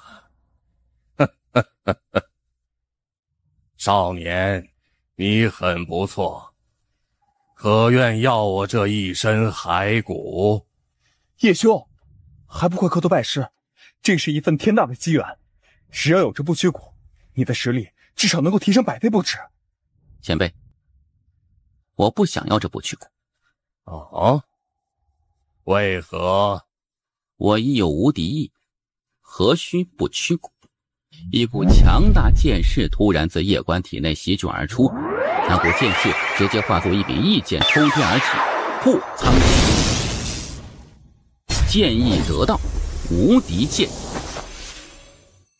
看着叶关那无敌剑意，不屈大帝愣了愣，下一刻他突然放声大笑起来。你既然有更高追求，我也不好再勉强你。前辈，我虽然没有叶兄那么妖孽，但我若得前辈传承，我必不辱没前辈威名。换骨之痛，你可能承受？能。看着眼前的汉宗，不屈大帝微微点头，这少年的毅力倒也还可以，再等下去也不一定有更好的人。既如此，那就这般吧。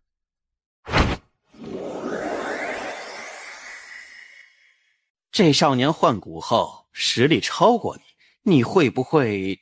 太爷，你也太小看我叶关了。我叶关不是那种见不得别人好的人，他若比我强，我努力加油便是。在我看来，见不得别人好，见不得别人比自己优秀的人，都是废物。你起来啊，师父！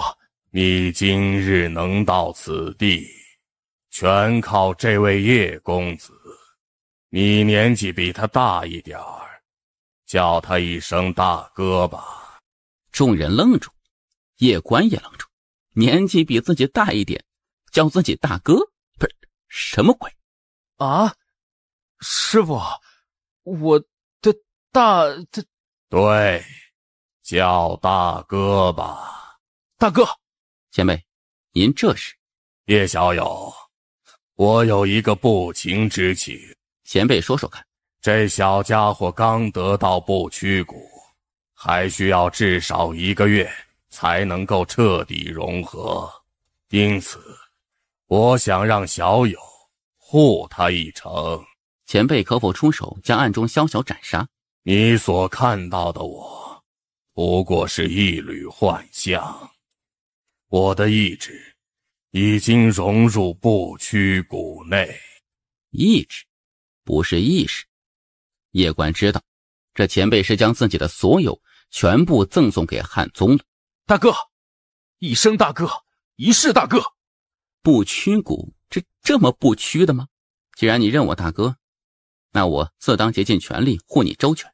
叶小友，道路坎坷，祝你早日走到那大道巅峰处。前辈慢走。不屈大帝笑了笑，他抬头看了一眼诸天之上，眼中有着一抹留恋。这人世间其实挺好，可惜自己却再也看不到了，属于自己的时代也结束了。通知你族人。大哥，我族人半个时辰就到。我替你守半个时辰。大哥，若是我族人半个时辰赶不到可咋整？那我就不再是你大哥了，请叫我叶公子。谢谢。叶关看着天际，神色是凝重的。不屈骨，这不屈骨太珍贵，加上现在不屈大帝又已经消失不见，且汉宗与不屈骨又未完全融合，因此那些在暗中的强者肯定不会放过这个机会。大哥，我姐。你姐很强？很漂亮。妈的，这家伙看起来憨厚老实，实则一点也不老实。这个时候你居然对我施展美人计。就在这时，远处天际突然裂开，下一刻一道强大的气息席卷而来。真界强者。放弃不屈骨，可活。可否给我们时间考虑考虑？你若是想拖延时间，就直说。秒杀真境强者。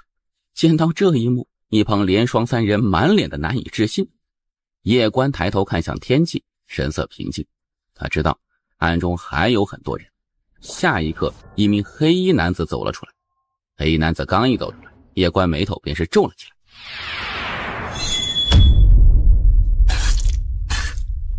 此人什么境界？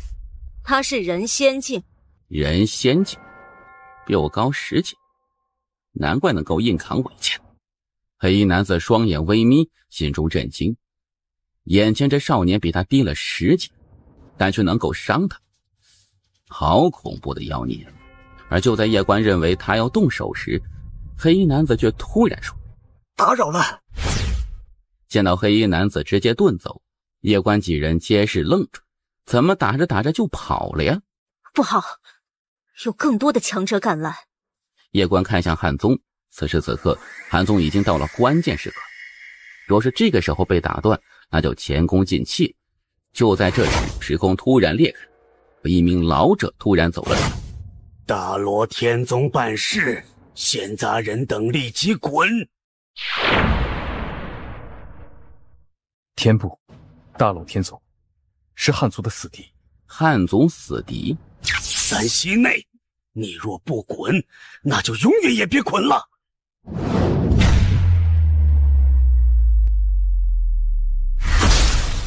主母有交代，10阶以内少主打，10阶以上父母打。叶关沉默不语，他自然认识这黑衣人。这黑衣人就是他娘亲留给他的贴身护卫，一共有36人，个个手持连刃，神秘无比。至于是什么境界，他也不知道，反正很强。他也没有想到他们会出手。那些大罗天宗的强者，此刻则是已经惊呆在原地了。自家长老就这么被干掉了？就在这时，大罗天宗之中，有人突然开口：撤！很快，一众强者直接转身就跑，没有丝毫的犹豫。跑得很快，眨眼间，一众大罗天宗强者便已经消失不见。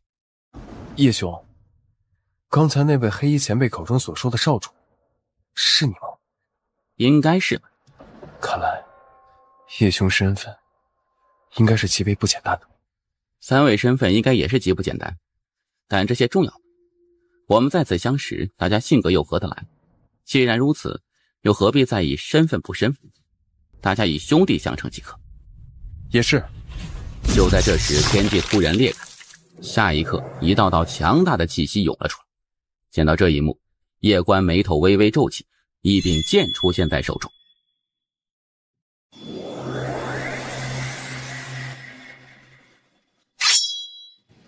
叶兄，莫急，是汉族的。叶关有些诧异，这来得有点快，但转念一想也正常。得知汉宗获得不屈骨，这汉族肯定会拼命赶来的。就在这时，一名汉族黑衣老者突然出现在叶关几人面前。他看着叶关几人，目光阴冷。察觉到对方的敌意，叶关连忙笑着解释：“我们是汉宗的朋友。”立即离开此处。叶关微微一愣，然后再次解释说：“我们是汉宗的朋友，方才我们都在守护他。3息内若不撤走，莫怪老夫不客气。方才到现在，是我们一直在守护汉宗，我们与他是朋友。”确实如此。此事干系重大，为了安全起见，只能暂时得罪了。住手！他们是我朋友。朋友？汉宗啊，你年轻，不知人心险恶。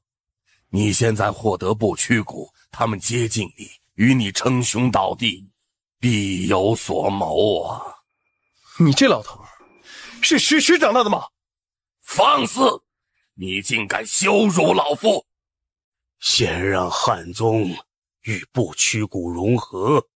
就在这时，汉宗突然仰天怒吼，一瞬间，一股恐怖强大的气息自汉宗体内冲天而起，瞬息间，方圆数千丈内时空直接被震裂，成功了！汉宗终于和不屈骨融合。大哥，汉宗，你叫他大哥？我认得大哥。汉宗，你为何要认他做大哥？大长老，这有什么问题吗？汉宗，武道一途就是要争，要有无敌之心。你认他做大哥，就等于是自认不如他，这怎么可以？你现在拥有不屈骨，这天地间谁有资格做你的大哥呢？大长老，这是我自己的事。汉宗拥有不屈骨，未来前途无量，你有什么资格做他大哥？让我们少族长做你的小弟，你算什么东西？竟然忽悠我汉族少族长做你小弟，其心可诛，该杀！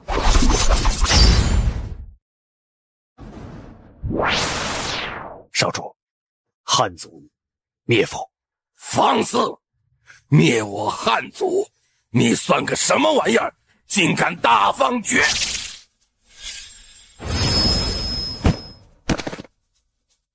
少主，灭否？若灭，瞬息可灭。这个，刚才想动手，对我有杀意。还有这个，我观察他很久了，他刚才杀心最大。还有这个，他刚才一直盯着我的纳戒看。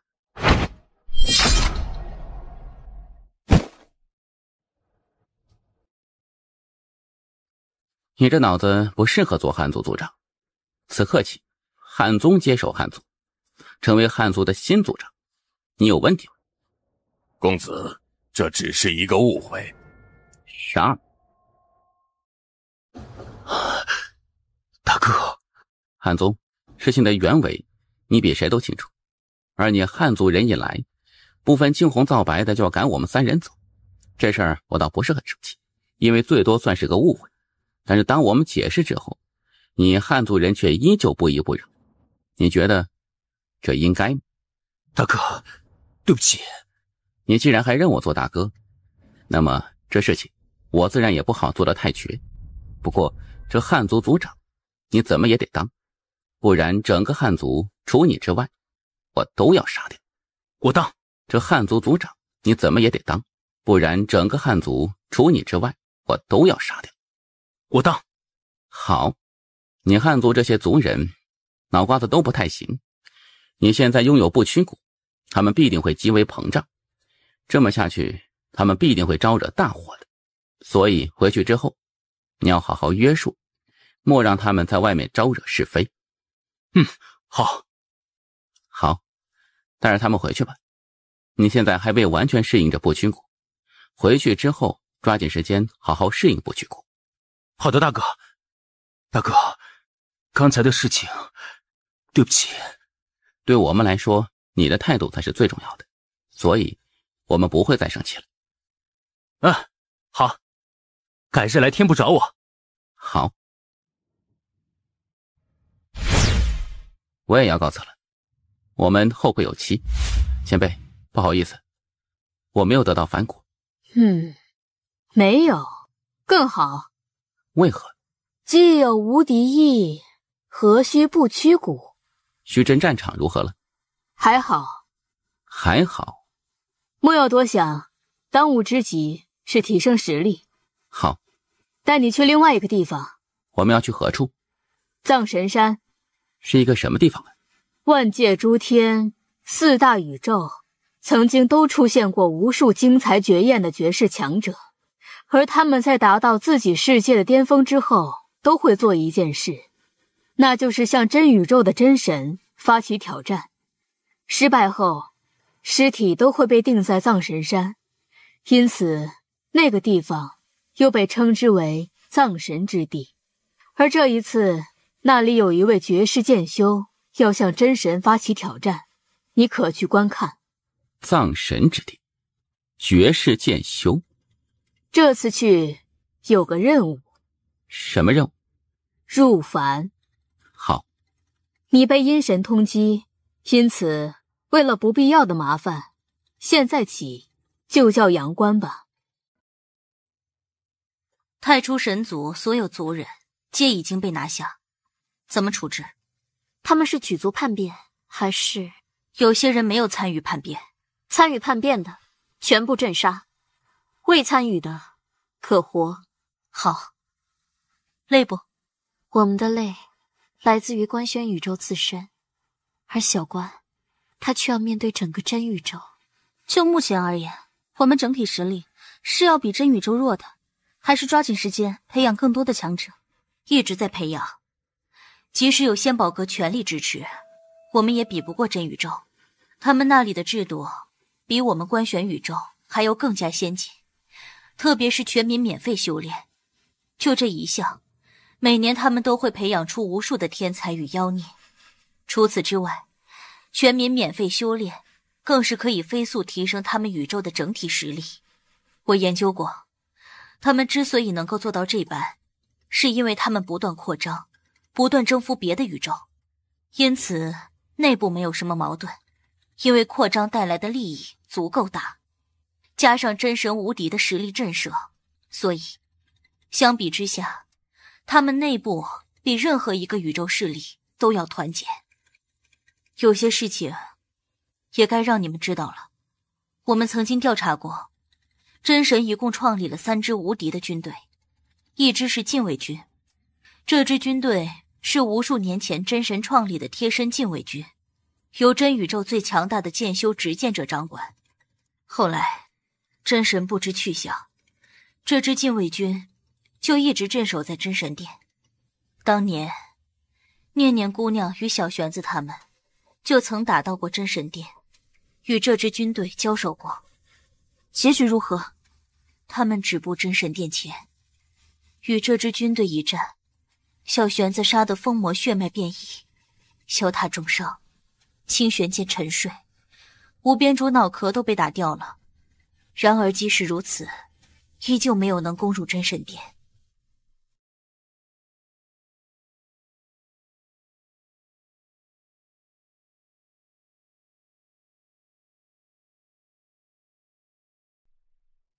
然而即使如此，依旧没有能攻入真神殿。止步真神殿，两女眼中皆是有着一抹震惊。连人间剑主和穆天道他们都未能攻入真神殿，可以想象这支真神禁卫军是多么的可怕。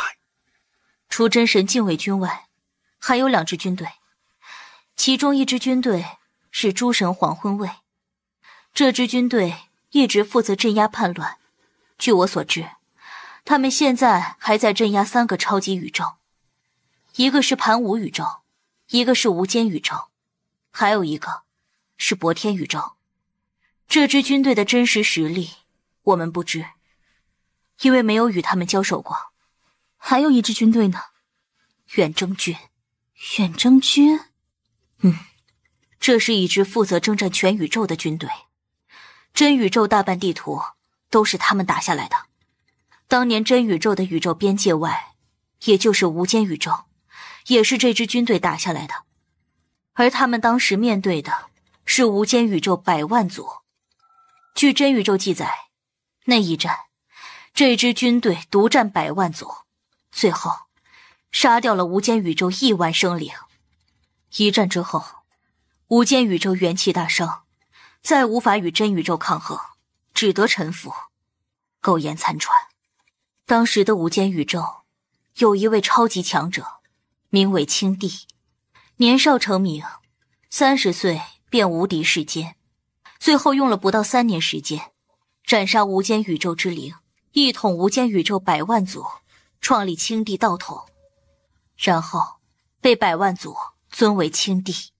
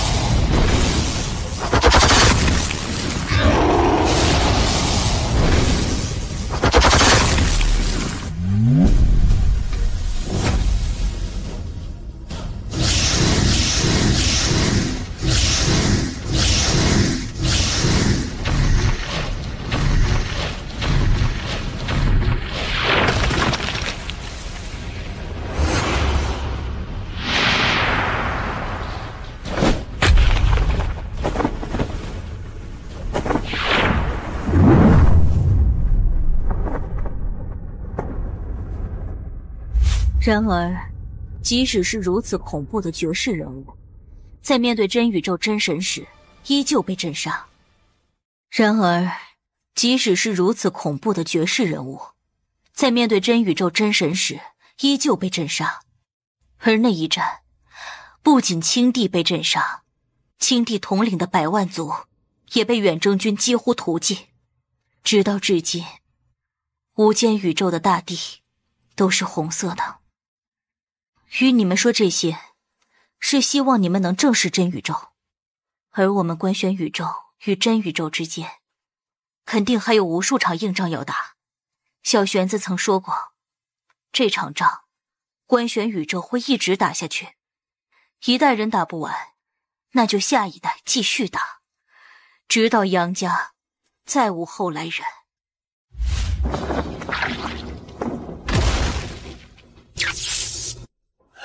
扛得住吗？扛得住。知道吗？师父此话是何意？真宇宙来的人越来越强，再这么打下去，你会死的。师父，我与叶关哥是兄弟，这个时候他需要时间，我这个当兄弟的不站出来，谁站出来？唉，你会死的。真宇宙真正的天才妖孽还没有下来，你……在我心中，他不是官宣宇宙的少主，而是我叶家的世子，是我叶青的兄弟。若我真战死此地，我也无悔。就在这时，一名神灵少年突然出现在叶晴面前100丈外。叶官在何处？想要挑战我叶关哥，得先杀了我才行。来战！我就是一死吗？我叶晴何惧之？我们这边年轻的一代，整体实力还是有些不如真宇宙，老一辈的实力也是有些不如。我们这边年轻的一代，整体实力还是有些不如真宇宙，老一辈的实力也是有些不如。年轻一代暂时不知道，但老一辈，我们官选宇宙可不差他们真宇宙。如今阳族全族出世，镇守苍穹，而少主的那些姑姑也已经在赶回来途中。还记得之前那安王叫来的神秘军队被一位绝世剑修拦住的事不？是何人？我打听过，就是他姑姑之一。对方没有现身，只是守在暗中。为何不现身？他们这些人只打绝世强者，一般神灵他们根本不感兴趣。这次阳族之所以急着出现，是因为阳族内部的问题，他们想要让少主认祖归宗。杨家人却姓叶，他们肯定是不愿意的。而且我们还有最大的一个底牌，3剑。当年那一战他们都没有出手，这一次他们会出手吗？当年那一战不出手，是为了让院长破神，而即使如此，在院长重伤时，那位天命姑娘都差点忍不住出手，直接葬灭所有。因为院长当年制止，这才强忍住滔天杀意，没有出手。因杀意太深，又不得出手，自此一身素裙变血红。月皇沉默，那一次确实差点大家一起玩完了呀。这一次，那位逍遥剑修我不敢说，但青山剑主与素裙女子，一个是这少主的亲爷爷，一个是这少主的亲姑姑。若是这少主真的被群殴至绝境，你认为他们真的不会出手吗？人家是放羊，不是放牛。真到关键时刻，你欺人太甚，你看他们打不打你？在我看来，不管是院长还是这少主，他们这一生的过程肯定是难的，但结局一定是好的。至于我们这些小人物，能做的就是站好队。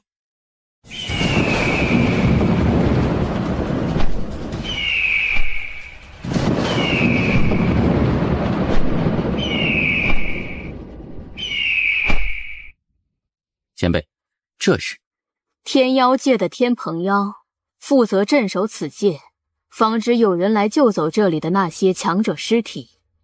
这里被镇压了许多强者的尸骸，而他们的后代都想来把他们先祖的尸体带回去，而真宇宙自然是不允许的，因此就派了那头天蓬妖来镇守这里。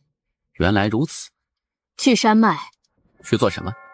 去找好处，自己找。有问题吗？可以给点提示吗？去骗他们的传承。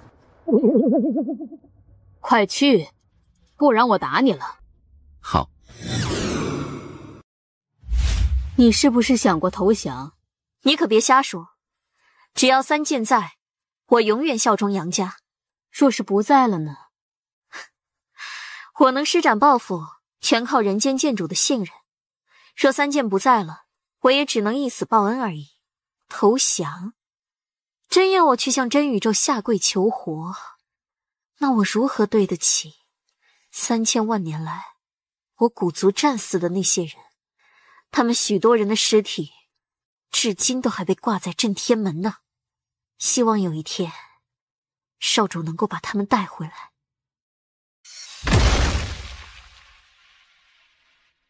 大爷，这个传承怎么骗呢？见到强者，展现你的天赋，然后问他们要传承。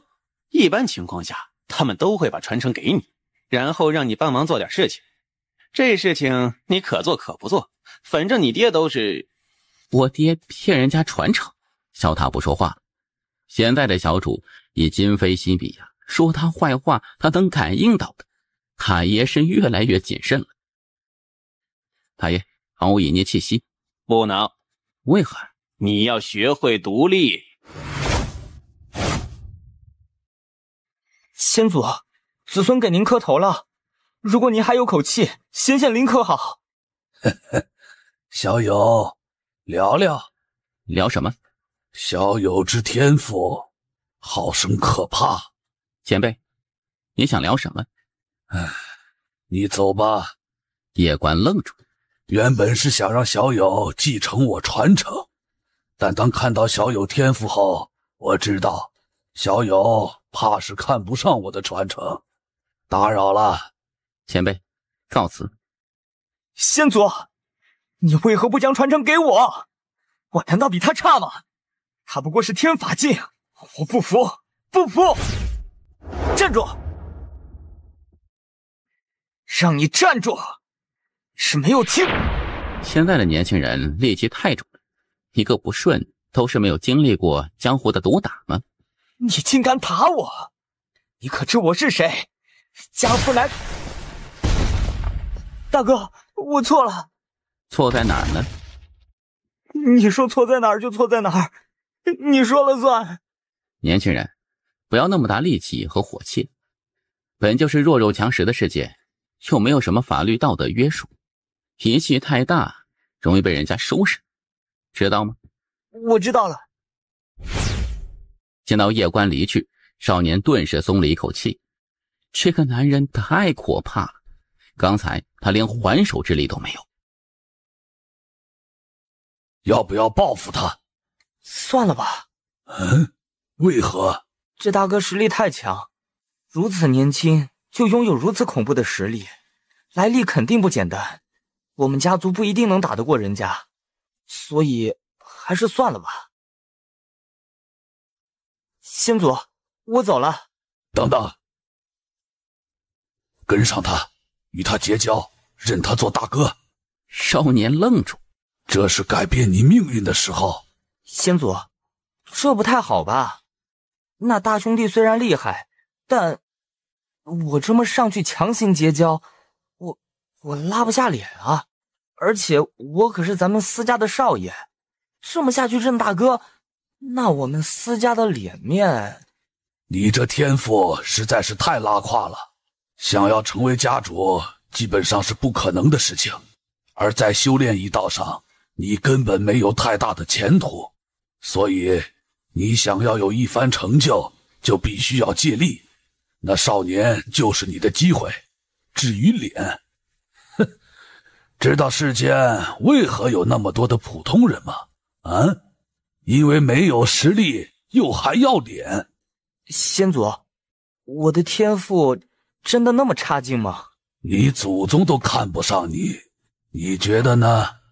少年沉默，这句话太他妈扎心了。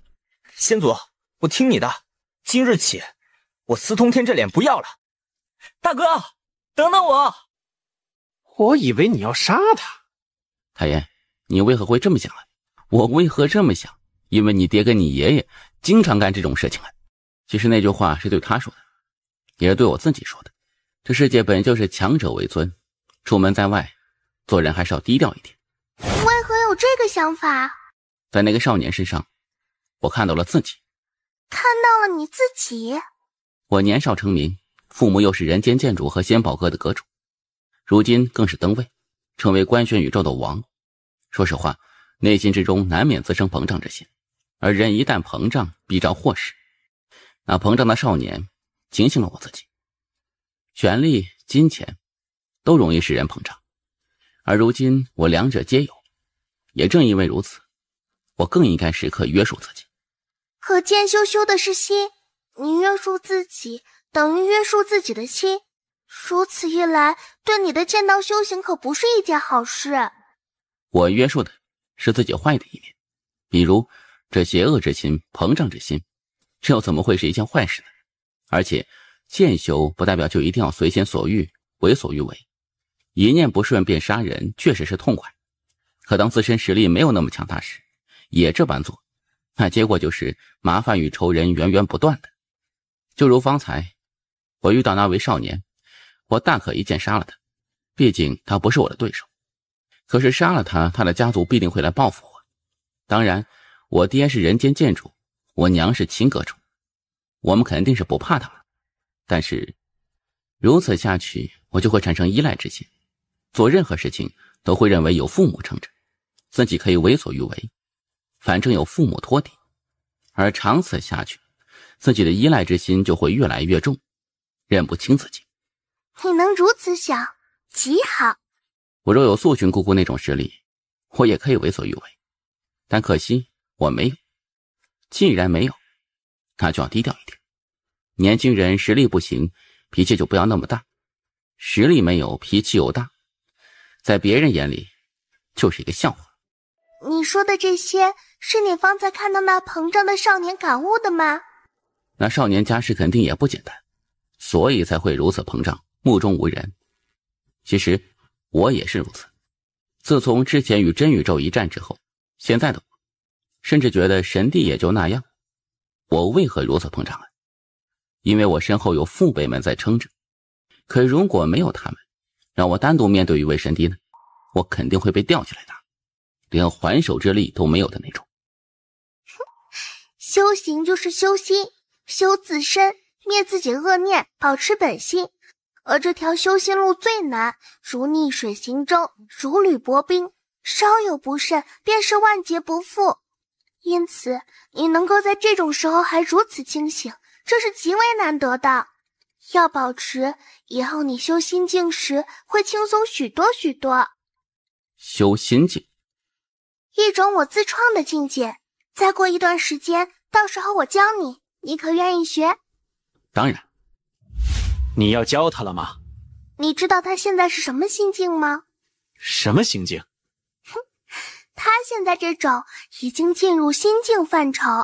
我原本以为他要过一段时间才会进入这种层次，但没有想到他这么快就能够有所感悟，进入这种心境层次，真的是太妖孽了。嘿，也不看看是谁带出来的娃。他这种能够时刻自我反省的能力，真的是太适合修我心道了。可他已经修炼了剑道，而且还修武道，再加个心道有问题吗？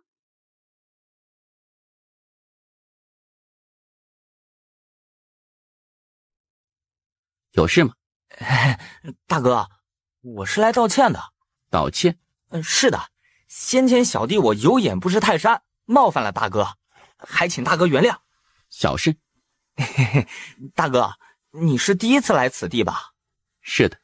我对这里熟，我可以给大哥你带路。你叫什么？司通天，元界司族的。叶关微微点头。大哥，你要去何处啊？最深处。最深处？大哥，你可是为了那永恒剑主的传承而来。永恒剑主？是的，不久前那永恒剑主曾传话出来，希望找到一位传承者继承他的剑道传承，因此这段时间有很多剑修来这里，想要得到这永恒剑主的传承。永恒剑主是谁？你不知道吗？不知道。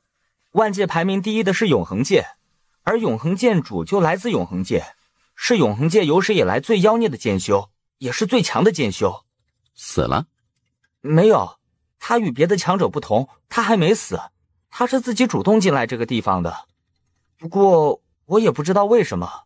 安前辈让自己找的那个剑修，应该就是这永恒剑主。大哥，你是要去找这永恒剑主？是的。我带你去。好。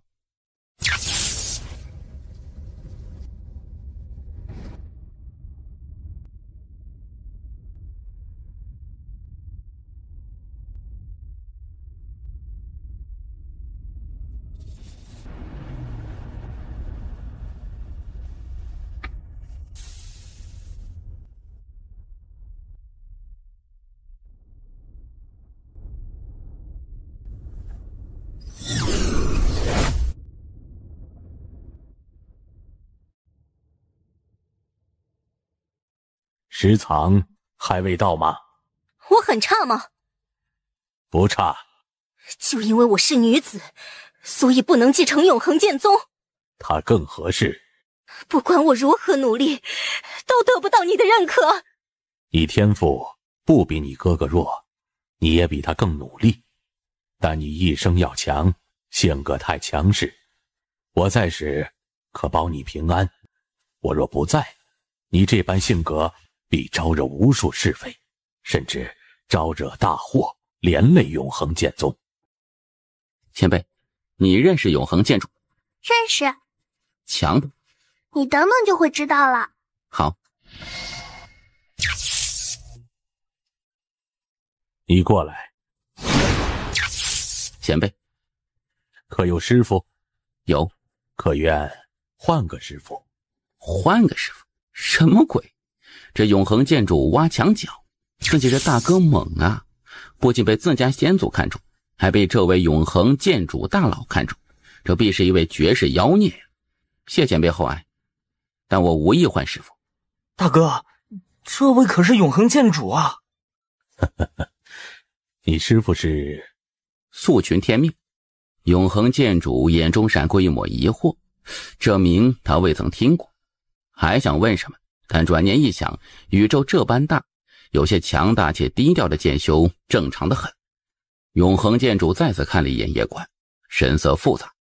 未曾想到在这个时候见到一位如此年轻的大剑帝，而且还是剑意大圆满大剑帝，也就是说离入凡只差一步了，而且体内蕴藏武士，这是一位剑武双修的绝世天才，太可惜了。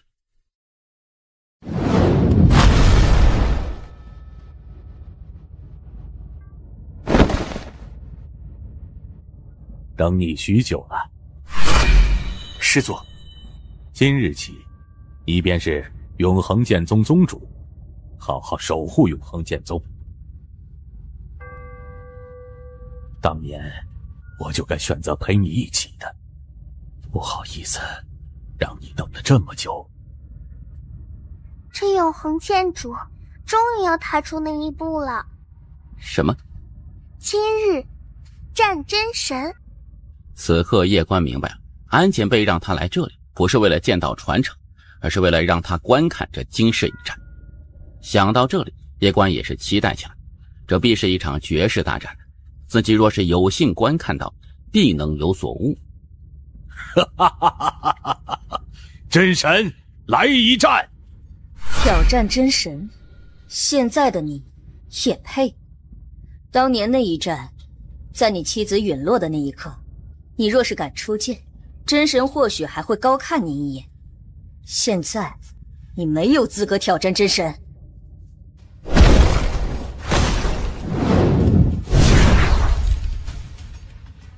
杀！喂，你在搞什么？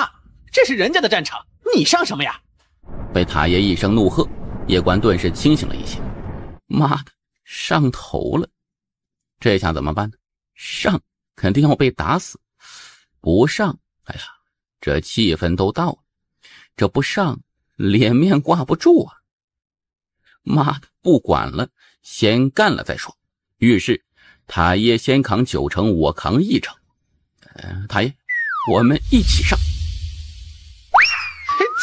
操！你个大坑货！你个小王八蛋！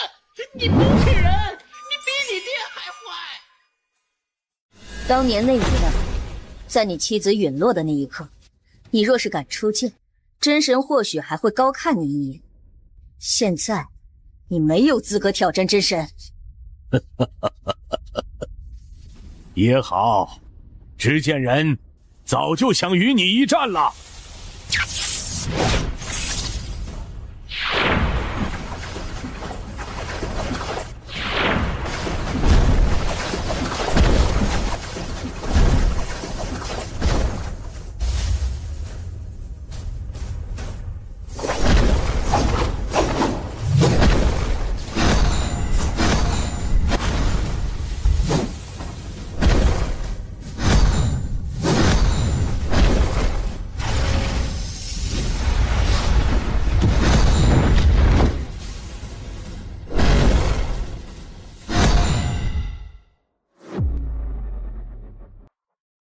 某处地面上，已是灵魂体的夜观躺在地面上，而他身旁还有一座小塔。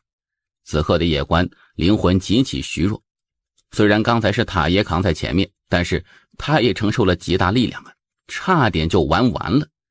就在这时，那司通天突然冲到夜观面前，当看到夜观惨状时，他顿时愣在原地。这大哥还有救吗？司通天看了一眼夜观的纳戒和小塔，有些犹豫。趁火打劫，这事儿他自然是不会做。开玩笑，这大哥可是自己先祖和永恒建筑都看中的人，肯定不是一般人呢。打劫也得分对象啊。就在这时，夜观突然缓缓睁开双眼。大哥，你醒了？我还活着。还活着？太爷，你没事吧？太爷，太爷，你不要死啊！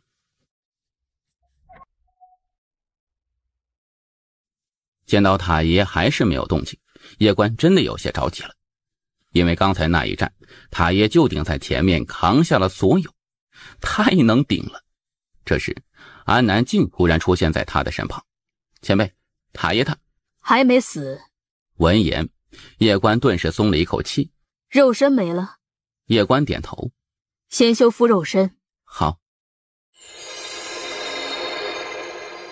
那永恒建筑如何了？死了。真神杀的吗？是那执剑人杀的。执剑人？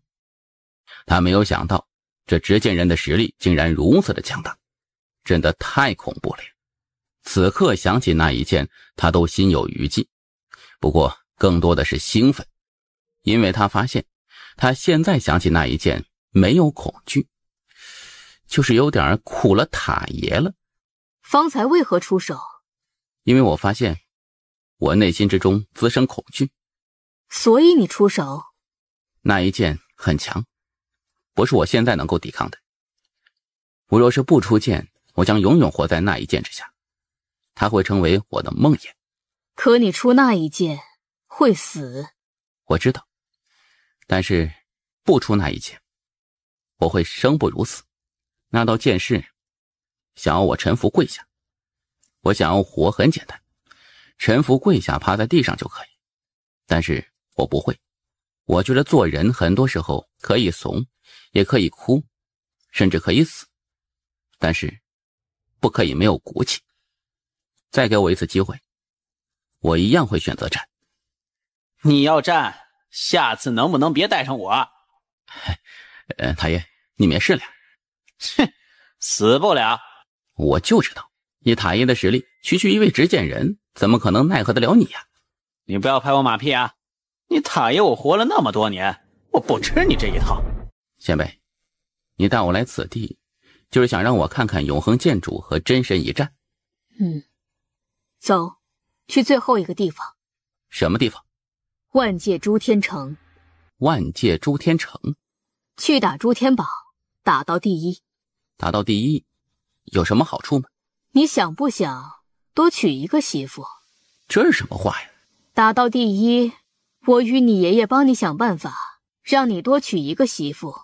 前辈，这个事情打不打看你。现在起，我不再跟着你。你娘留给你的那36个人，我也已经让他们回虚真神殿。打到第一，就回来观选宇宙。前辈，我已经有小家了，这媳妇儿的事情……那你希望那位季玄姑娘嫁给别人不？还有那位芊芊姑娘，你希望她们嫁给别的男子不？希望不？太爷，你说句话呀！我跟你说个屁呀！你个王八蛋，一有搞不定的事儿就想到你塔爷我他妈是塔，不是锅，动不动就让老子背锅。打不打看你，若是不打，那现在就回去观选宇宙。若是打，我只给你1个月时间，1个月没打到第一，我就收回刚才的话。太爷，你怎么看？什么我怎么看？你自己的事情你自己决定。我听太爷你的。小塔，我怎么感觉以后你会成为他的专属背锅塔？时空隧道内，司通天打量着叶关，眼中充满了好奇。大哥，你真的只是小捷径？大哥，你境界会不会太低了？我没有别的意思啊，只是这诸天榜真的很难打。很难打？是的。你与我说说这诸天榜。诸天榜是万界诸天含金量最高的一个榜，只有10个名额，能上榜者都是万界诸天最妖孽的超级天才。万界诸天很可怕的，想我元界1万生灵，然而却没有一个人能够打上这诸天榜的。诸天榜是谁创立的？万界诸天城创立的。这万界诸天城是一个特殊的存在，不属于任何一个诸天宇世界，而这座城的创始人非常非常厉害，叫真无我，于3000大道外再开一道，独创无我道。听说当年曾以一己之力战过真宇宙的真神禁卫军。打过真宇宙？是的，不仅如此，他还与真宇宙的执剑者于暗界时空内大战1个月之久，结果不知道，只知道那一战之后他创立万界诸天城，而也是至那之后，真宇宙的神灵再未踏足过万界诸天城。执剑者，这位真无我的实力他不清楚，但是那执剑者的实力他之前可是刚领教过，仅仅一剑就强大到让人绝望了。前辈，你认识这位真无我吗？认识。可以说说吗？他还有一个外号叫望无敌，是一个……你还是先打榜吧，打到第1有机会获得他的传承，别人的传承你可以不要，但如果有机会得到他的传承，你一定要。为何？你到时候就知道了。没多久，司通天带着叶关出现在元界。大哥，我们去仙宝阁。仙宝阁？是啊，你没听说过吗？这里也有仙宝阁？当然有，这仙宝阁可是万界诸天第1商会。哎，你知道观玄宇宙不？当然知道。这观玄宇宙可是4大宇宙之一，非常牛逼的。他们那位人间剑主是唯一一位杀入过真宇宙的绝世强者。听说当年人间剑主屠了100万神灵，全身血红，那杀意充斥着整个真宇宙，万年都没有散。真是个牛逼的人物啊！叶关看了一眼司通天，对这小伙子的好感一下子提升了许多。哎，大哥，你来自什么地方？观玄宇宙。啊？你来自观玄宇宙？是的。难怪大哥你如此妖孽，竟然是来自4大宇宙之一的观玄宇宙。你们好像很尊敬人间剑主啊。当然，如今全宇宙提起这位人间剑主，谁心中不得升起一丝敬意？要知道，观玄宇宙可是万象诸天加上4大宇宙之中唯一一个到现在都不用交保护费的，并且也是唯一一个到现在都还敢明着对抗真宇宙的宇宙。大哥，不得不说，你们观玄宇宙是真的有种。你是不知道，许多年前你们观玄宇宙与真宇宙发生大战，你们观玄宇宙一声号召，在外的所有观玄宇宙强者没有任何迟疑，全部都在1天之内赶回了观玄宇宙死战。你们那边真的很团结。我之前听说观玄宇宙出现了一位少年天才，名为叶关，是人间剑主的后人。大哥，你听过没？听过。此人如何？前无古人，后无来者，天赋属于严重超标那种。不愧是人间剑主后人。大哥，我们到了。这万界诸天都有仙宝阁吗？是的，万界诸天都有仙宝阁。大哥，待会儿你别说话，我在这里还算有点面子。待会儿我去与那位李管事说说，他一定会给我们一些折扣的。大哥，你来历很不简单吧？怎么这么说？我那个老爹以前最看不惯我那些朋友，但是这一次他的态度却来了一个大转变。我知道，我老爹肯定是看出了什么端倪，所以才会如此。大哥，我带着目的接近你的，你不反感吧？什么目的？反正就是觉得你很牛逼，想跟着你混一下，大概就是这样。你也可以努力修炼的。天赋这东西真的很重要，我天赋太差了，即使努力也有限。你看，我老祖都看不上我的天赋。当然了，我还是要努力的。不过我要改变一下方向。怎么？其实我知道，大哥你最开始是想杀了我的，因为我已经感受到你的杀意了。可是你却收手了，这是为何？你只是嚣张膨胀了一些，没有太坏，所以我不想把事情做绝。谢谢。莫要多想了。好。李管事，你怎么还亲自出来迎接了？属下李妃见过少阁主。你认识我？小主母已将少阁主画像通报万界诸天。小家？叶官微微一笑，不得不说，小家做事很细心的。若是自己来到这里，然后又被针对，那就太狗血了。我们要去万界诸天城，你安排一下。少阁主稍等，1刻钟便好。大哥，你我是仙宝阁的至尊会员。至尊会员？是的。大哥，你家是不是很有钱啊？有一点吧。我操，老爹，你怎么来了？你又跑哪儿去鬼混了？我去见了先祖。你又跑去烦先祖？你是不是闲得蛋疼啊？先祖都已经挂了那么久了，你还不让他安息？你这个逆子！这是谁啊？这是我大哥，我刚认的。逆子！你又交一些狐朋狗友，我打死你这个逆子！爹，你可就我一个儿子，你打死我可就绝种了。听到司通天的话，中年男子差点没有被气死，当下就要出手，但就在这时，一股寒意突然自他背后袭来。司家主，打儿子就打儿子，别动别人。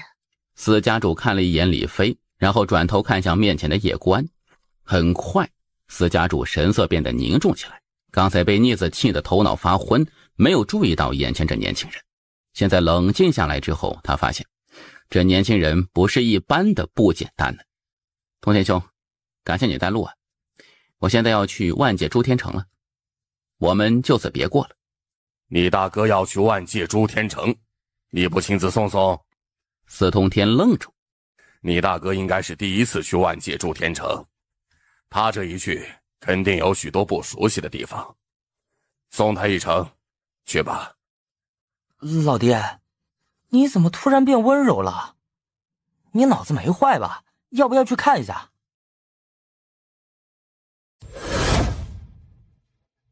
大哥，到了。希望诸天榜上的天才不要太弱。听到叶官的话，司通天表情僵住。这大哥怎么好好的就装起逼来了？你便是官选宇宙叶官？是，叶官。听到少年的话，一旁的司通天眼瞳骤然一缩，心中大骇。他自然是知道叶官的，这可是如今官选宇宙的少主。他没有想到自己认的这位大哥竟然是官选宇宙的少主。我操，太他妈牛逼了呀！自己先祖虽然打架不行，被人打死了，还被鞭尸了，但是这眼光还是可以的。你的人头价值1亿枚灵元，你想要？是。太弱，没意思。叶官，你竟然杀我南族子弟，你是没有把我南族放在眼里吗？是。此地仙宝阁管事何在？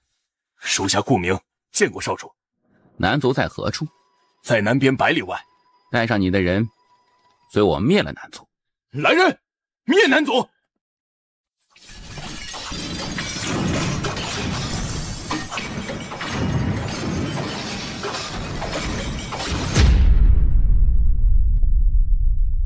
叶少主，这事儿是个误会。去你妈的误会！继续杀！住手！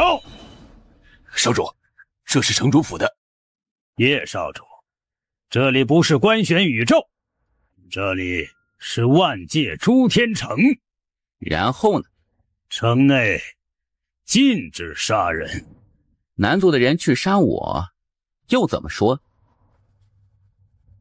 你敢动手，我一定埋了你。继续杀！白发老者死死盯着叶关。片刻之后，场中南族顶级强者几乎被不露殆尽，而那白发老者没有敢动手。顾管事，申宇宙不是用1亿的灵元通缉我觉得太少了，发一道悬赏令于万界诸天，凡杀我叶关者，我仙宝阁补贴他10亿灵元。少主，这照做。属下遵命。自己通缉自己，这人间剑主的后人是疯了。他是嫌自己死得不够快。10亿枚灵元，这真的是一笔超级巨款。莫说万界诸天，就是真宇宙都很少有神灵能够一口气拿出10亿枚灵元。阁下，我无意针对城主府，我是一个讲道理的人。是这南族先派人来杀我的，他们南族既然想要杀我，我自然是要灭了他们。此次灭族行动是针对南族，不针对任何第三方势力。怎么突然这么大火气啊？我错了。错了？我想与人为善，但事实是，不是谁都想与我为善的。真宇宙不是通缉我，1亿灵元怎么够？我多给他们10亿，求他们赶紧来杀我。这小家伙其实还有一个目的，是想吸引火力，不想续战战场，他那些朋友压力太大。我知道，可是他这么做，他的处境……他这才是最聪明的选择。什么意思啊？他这么做可以杜绝掉90%的麻烦。你想想，他拿10亿通缉自己，有多少势力赶来？当然，赶来的肯定都不是一般势力。明白了，这个家伙只打高端局。怎么打诸天榜？打诸天榜很简单，去星河擂台。星河擂台？是的，就在万界诸天城头顶的星空之中。不过要挑战诸天榜上的天才，必须得经过一关考核。什么考核？过星河桥。这星河桥是一条试炼之路，只有通过这条试炼之路才能够打榜。之所以这么做，是因为若不设立门槛，人人都来打榜，那榜上的天才妖孽得累死了。走，去星河桥。好，少主，跟我来。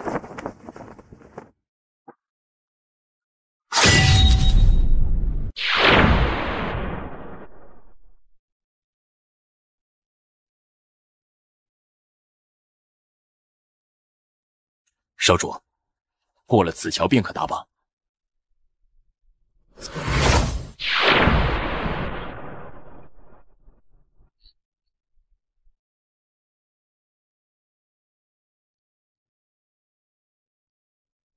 鸟儿在飞翔，谁？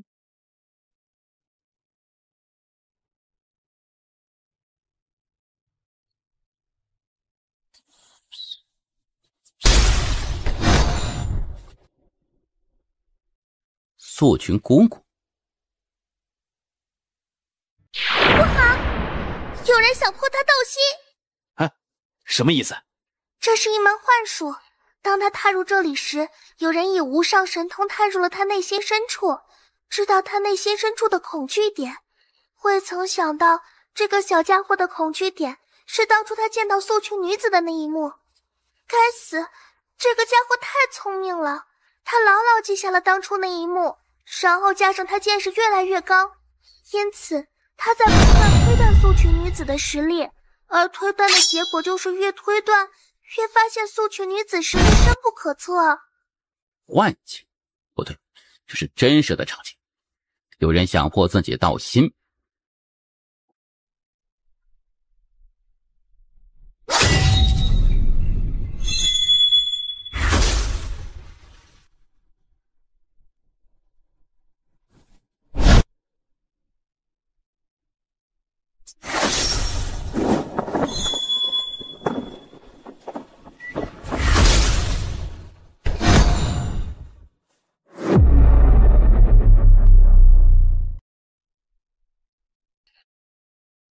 他不是你心中的恐惧，他是我师父，怎么会是我心中的恐惧？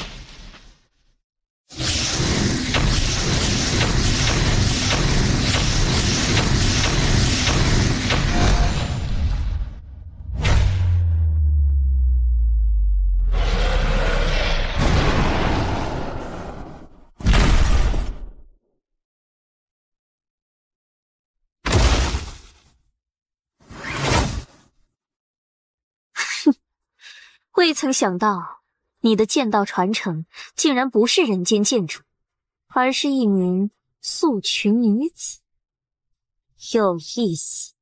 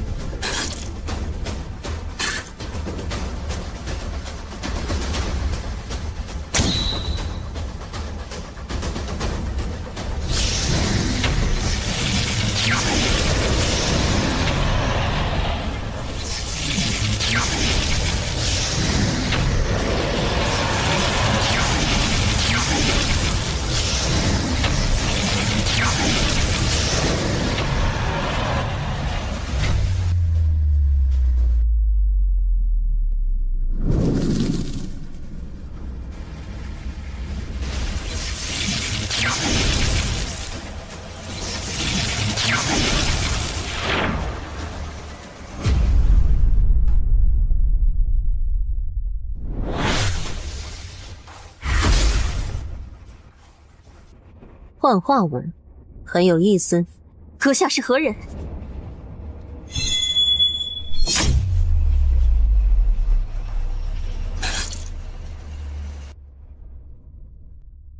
你家在何处？指个方向。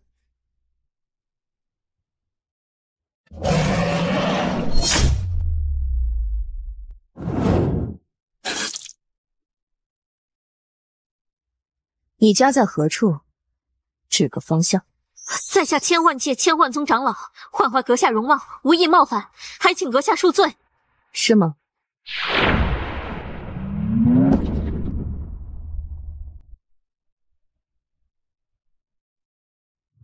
千幻界，整个千幻界万界排名第4，而千幻宗则是千幻界最强大的势力，也是唯一的一个超级大势力，在万界颇有威名。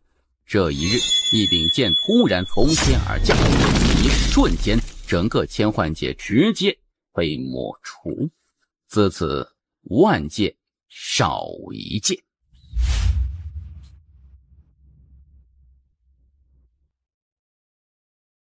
苦苦，你很不错，我要走了。苦苦，我何时才能够再见到你啊？看情况，我走了，加油。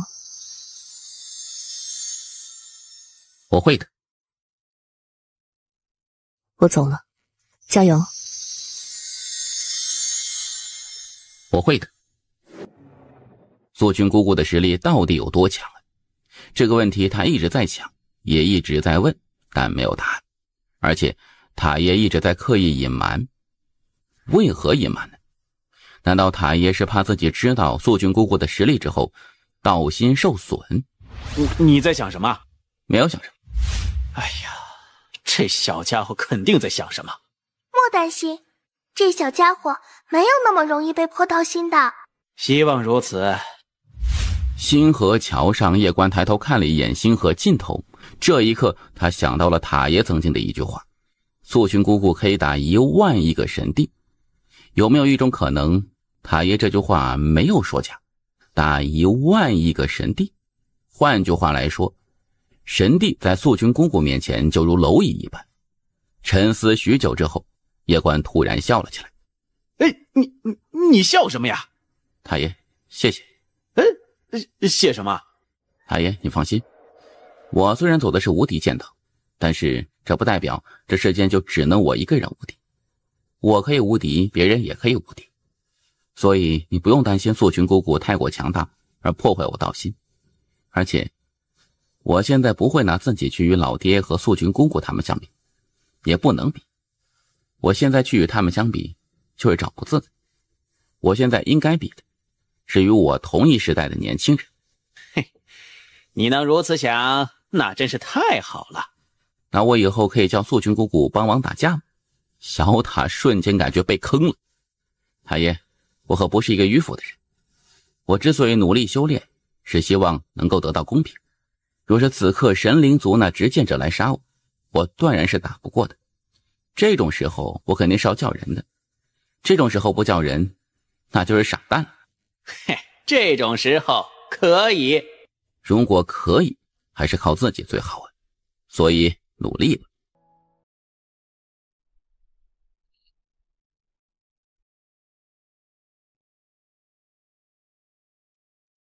挑战一次100万神经。好。必须从第10名开始打，只有战胜第10名才能去挑战上一位。战胜成功后，守住1天，雕像就会换成你的，并且你的名字会登上官玄报，传至万界诸天。多谢了。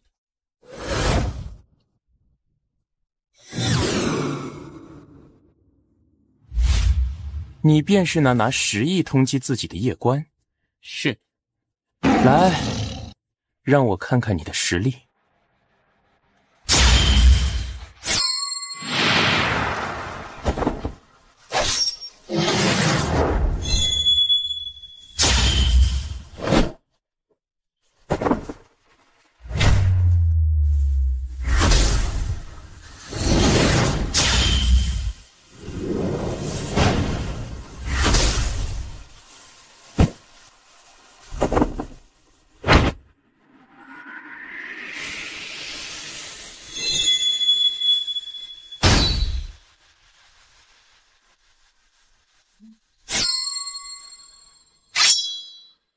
我输了，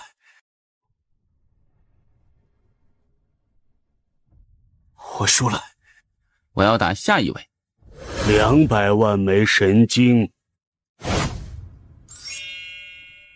作为守擂者，你有一次机会向他发起反挑战。我打不过他。等一下。好。叶公子，小心些，有人要杀我。据我所知，万界诸天都有强者往这里赶，你小心些。兄台怎么称呼？宫倾城。宫兄，多谢了。客气了。说完，他转身消失在原地。就在这时，在他面前不远处，那里时空突然颤动起来。下一刻，一名少年缓缓走了出来。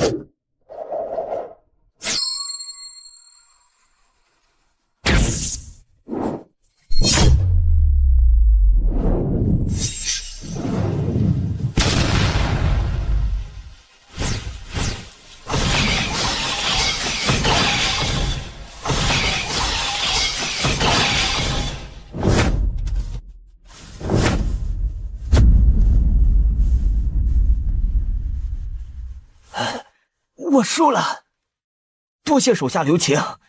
叶关微微点头，没有说什么。他来这里只是切磋，既然已赢，自然没有必要下杀手了。这时少年突然说：快走！叶关眉头皱起，他看向少年，少年深深看他一眼，然后又瞥了一眼右边不远处的黑衣老者，但却没有再说什么，转身离去。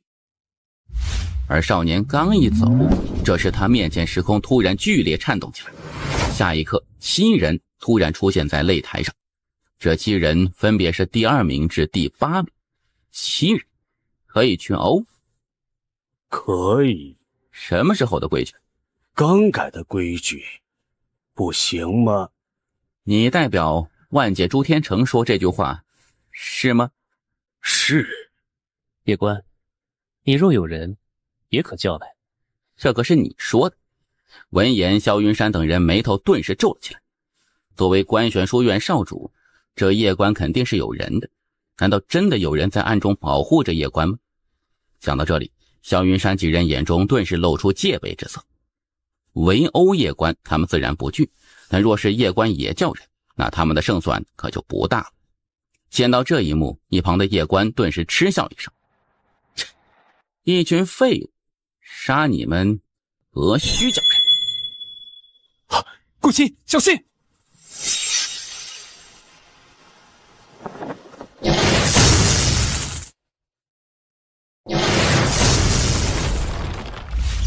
这叶关的战力竟然如此恐怖，1打7，瞬杀3人，这就有点离谱啊！叶公子，此事可否就此作罢？你看起来就像个傻子一样，就跟我塔到这里，他连忙就停了下来。小塔心中一脸无语，感觉自己被侮辱了。你当真要鱼死网破？你也配！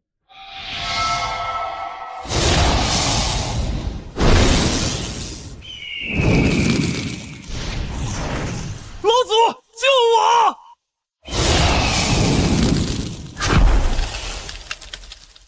我东界萧家虽然不如你官选宇宙，但也不是什么3流势力，阁下又何必将事情做绝？殊不知万事留一线，日后好相见嘛！留你妈个头！先是群殴，再是换罪，妈的，欺负老子爹娘刚走是吧？狂妄！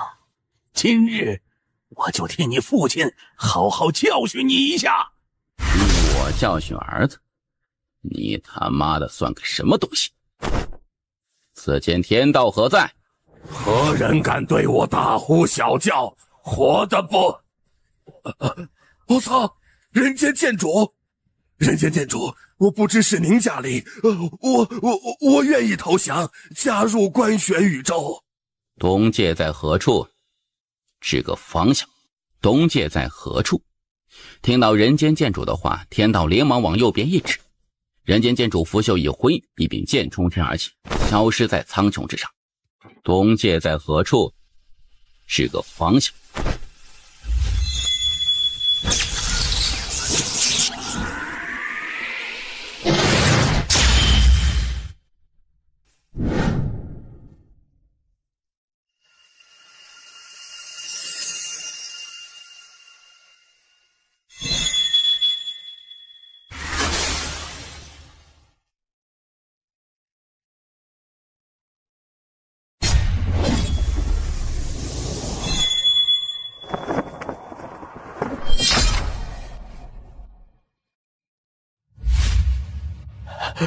人间剑主，此事是一个误会。一片虚空之中，正在修炼的一名老者突然睁开双眼，下一刻脑袋直接飞出数万丈之外。你杀我本体！不好意思，不小心杀了。这是一个误会，本体已逝，分身自然不会再存在。不一会儿，萧家老祖分身直接消散。见到这一幕，那萧云山直接瘫坐在原地。完了呀，他这彻底完了。不仅自己完，萧族也完了。比武台上，一旁的万界诸天城黑衣老者此刻脸色无比难看，此刻的他心中也是害到了极点。打着打着，这当爹的人居然出来了，这不是欺负人吗？这一刻他只想着人间剑主不要发现他。而就在这时，叶关突然说：老爹，万界朱天成的，刚才我报你名字，他说你算个毛。老爹，万界朱天成的，刚才我报你名字，他说你算个毛。哎呀，完了，这个家伙叫人好像没有一点心理负担，不仅如此，还会凭空捏造火上浇油。纠正一下，他没有叫人，是他爹自己出来的。你怎么无中生有？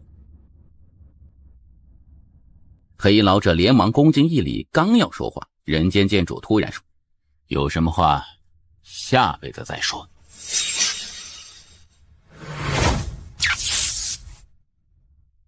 滚出来！人间剑主，此事跪着说话。据我所知，万界朱天成一直保持中立，这一次你们却以大欺小来针对我儿子，怎么是看不起我关玄宇宙？剑主，这是一个……我让你说话了吗？这道城是无我姑娘建的，当年承蒙她关照过，城我就不灭了，但是人都得死。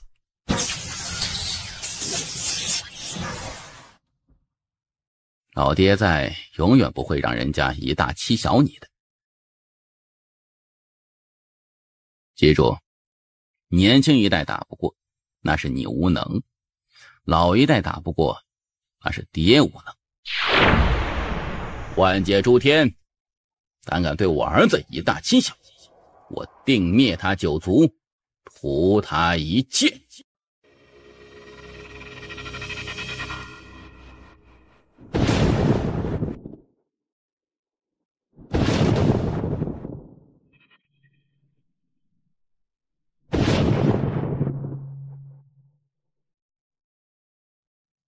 请赐教。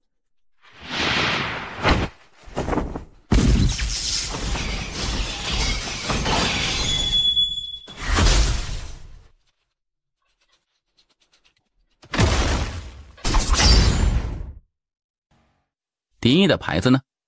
夺得第一，城主府会给你一块全新的牌子。但现在，你爹把城主府的人都杀了，所以，要不你自己给自己做一块？听到这话，叶关一脸无语。自己做一个，叶关顿时有些蛋疼。自己做一个，这像什么话呀？得了第一，你可以去真域了。神域？诸天榜第一，有资格去那里。去那里，或许有机会能得到真无我前辈的传承。如何去？之前是城主府的人带你去，但现在城主府没人了，所以我也不知道。听到严勋的话，叶关表情僵住。往星空去，我给你指路。好，后会有期。大剑帝圆满，武神，差半步入凡，自压境界，擅长灵界、飞剑。灵界极限应在30剑左右，人仙不可挡，可与地仙一战。体内蕴藏3种特殊血脉，若是激活，威力上限暂时无法预知。保守估计，可杀地仙与真仙一战。若使用其体内那柄神剑，必杀真仙，可与天仙一战。可杀天仙？现在叶关不过是小捷径，用那柄剑能杀天仙，这是什么剑？那柄剑无法窥探，极度危险。初步估计不在境界之内，其体内有一至宝与一神秘未知存在，对方自引天机，无法窥探。保守估计至少宇宙神灵级别。总结：绝世妖孽，潜力无限，真武榜20以外皆不是此人对手。此人危险，不能任其成长。传我设令，凡能杀此人者，将1亿灵元，真元金100万，并可入真神5阁修行3年，且可自真神宝阁内取一无级别宝。谨遵左相圣旨。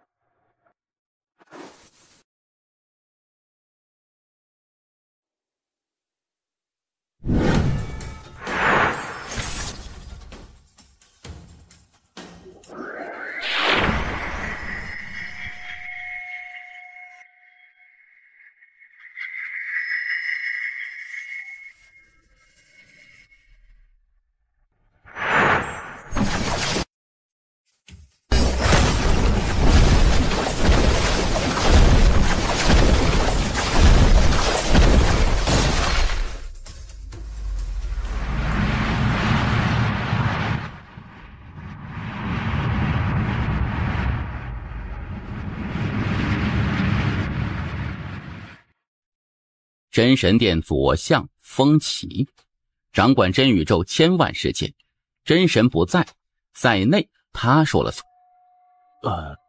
可否群殴？我真宇宙是输不起吗？属下不是此意。我真宇宙尊重强者，传令下去，今日起，我真宇宙年轻一代向官选宇宙年轻一代宣战，老一辈强者不可再插手，谁插手，立即必杀。这一次，我们真宇宙与他们官选宇宙年轻一代打。官选宇宙出一代天才，我们杀一代，杀到官选宇宙年轻一代绝种。前辈，我现在不过才18，但已经达到大剑帝大圆满境，我这提升速度会不会太快了呀？不会。为何？我知道你在担心什么，你无非是担心自己走得太快，根基不稳。不过我可以告诉你，你不用担心这个。你的天赋在全宇宙都算顶级，但绝对不算最高。若是与整个宇宙历史之中的那些妖孽相比，你只能中等偏上。我曾见过一位绝世妖孽，不到20变成神帝。不到20变成神帝？你可知那位执剑者，他的天赋更妖孽，曾经不到18，不仅封大帝，是大帝，不是神帝，类似不屈大帝那种。大帝是能够与宇宙神灵抗衡的，甚至是斩杀宇宙神灵，而他18就封了大帝。不仅如此，剑道修为更是深不可测。放眼全宇宙，就剑道而言，现在唯有你父亲与3剑能够压他。执剑者，叶关沉默。现在他还记得当日对方那一剑，无敌的一剑呢。执剑者，叶关沉默。现在他还记得当日对方那一剑，无敌的一剑呢。还有一点，你千万要记住，那就是天赋只能让你前期走得快一些，而这武道一途越往后越难。就像那不屈大帝，你可知道他封大帝时不过30来岁，然而经过了千万年，与真神一战，才最终朝前踏出了一步。你父亲也是，你父亲的天赋也很妖孽，但他踏出这最后一步也是用了极长的时间的。修道越到后面越难，许多人前面的时候一帆风顺，走到巅峰，但到后面时，可能一个坎就卡他们千万年。最明显的就是执剑者，他已于现在的境界卡了数千万年。我明白了，脚踏实地走当前每一步，至于未来，那是未来的我该走的，现在的我该走的就是走好当下每一步。是的，每个时代都有经验之人，但纵观全宇宙历史，据我所知的也就那么几个人能够贯穿全宇宙，永远站在那巅峰之处。哪几人？你知道的几个我就不说了，说说几个你不知道的，比如大道比主人，还有神道一脉一个喜欢教书讲道理的夫子，以及博天族当年的族长盘武族第一代盘武大帝。这些人当年可都是惊艳了无数个时代的天才，任何一位都是无敌一个时代，让同代之人为之绝望的恐怖存在。前辈你呢？我曾经应该也有一个属于前辈的时代吧？我不值一提。期待前辈出山的那一天。我出山的那一天，对你来说可能不是什么好事。为何？神秘声音没有再说话。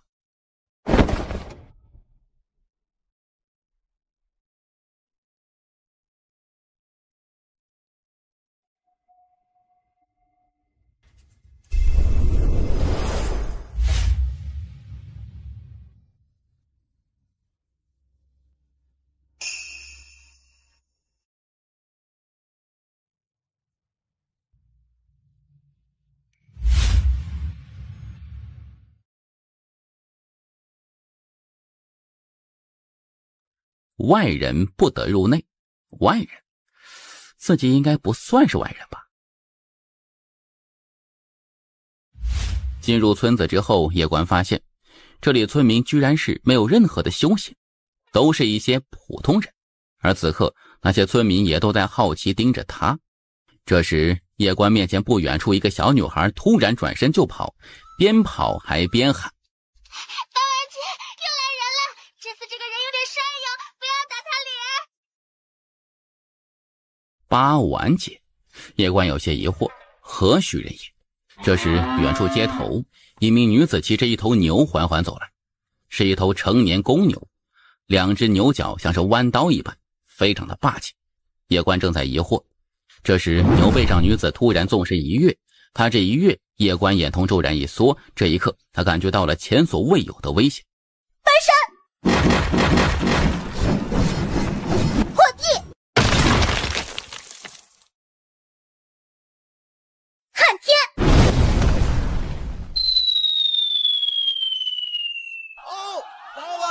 八碗无敌！基本操作，基本操作，大家继续鼓掌。王二牛，你是没吃饭吗？拍得这么轻，信不信我去你家吃饭？闻言，那名叫王二牛的男子脸色顿时大变，他连忙站了起来，双手猛拍。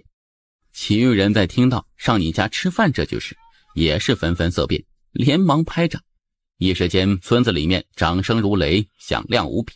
没办法，这八碗路过，寸粮不留啊。前辈，那女子真的只有16、17岁吗？是，怎么了？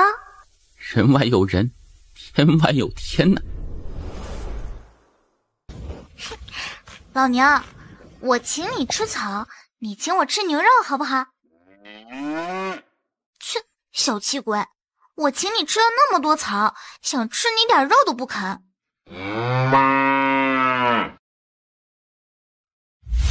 片刻之后，叶关全身的伤势恢复的差不多了。接着他起身再次来到村子前，村口不远处那里躺着一位大爷。大爷看起来腿脚有些不便，拄着拐杖。来找八碗？是的。哼，我告诉你，八碗不会喜欢你这种小白脸的，他喜欢的是我家二牛那种力气大能干活的。我家二牛一天能耕10亩地，你能吗？叶关看了一眼大爷，没有说话。你是聋子吗？你的腿是不是被人打瘸的呀？闻言，大爷似是被戳到痛处，勃然大怒，口吐芬芳，叶关突然身体一歪，拐着走路。哎呀，拐了！大爷彻底无语了。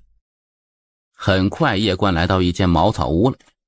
在茅草屋前有一头老牛，正是刚才8晚骑的那头。老牛看了一眼叶关，鼻子一哼，然后转过身去。叶关眉头微皱，这尼玛什么意思？这时屋内传来动静，叶关看向草屋内，此时一名女子正蹲在灶台前生火，正是8晚。似是察觉到什么，8晚突然转头看向叶关。当看到叶关时，他眉头顿时皱了起来。当看到8晚的脸时，叶关也是愣住。此刻8晚脸上是乌漆麻黑的。你还敢来？姑娘，等等。你还敢来？姑娘，我来此没有恶意。有没有米？米？你这是什么表情？你不吃饭的吗？没有米，但是有龙肉，行不行？什么是龙肉？你没见过龙？没有。好吃吗？尝尝。好。叶关直接拿出2块龙肉，见到2块龙肉，8晚眼睛顿时放光。叶关笑了笑，然后开始生火烤肉。8晚就坐在火堆前，一顺不顺地盯着面前的龙肉，口水都差点流出来了。姑娘，你多久没吃饭了呀？好久了，他们都不借米给我了。你没有出去过？外面的世界吗？没有。那你是怎么修炼的呀？修炼？是的。你是说打架吧？是啊。打架还需要修炼吗？不是想怎么打就怎么打吗？不修炼，天生会打架？叶关自然是不太信的。你请我吃了一顿饱饭，我应该帮你做点什么？说吧。我想与你再切磋一次。切磋就是打架的意思？对，打架。好。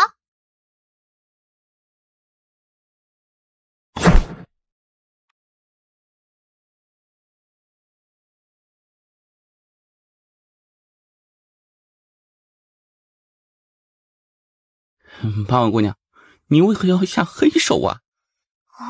何为黑手？就是偷袭。是你说要切磋的。是我说要切磋的，可是我们不应该先出草屋，然后到外头寻一处宽敞之地再切磋吗？你怎么能突然偷袭呢？你们外面世界的人打架都是如此的麻烦吗？再打一次。我们去外面寻一处宽阔之地打。好。打架很费力气的，所以你得管饭，可行？管饱。开饭。不是，开打。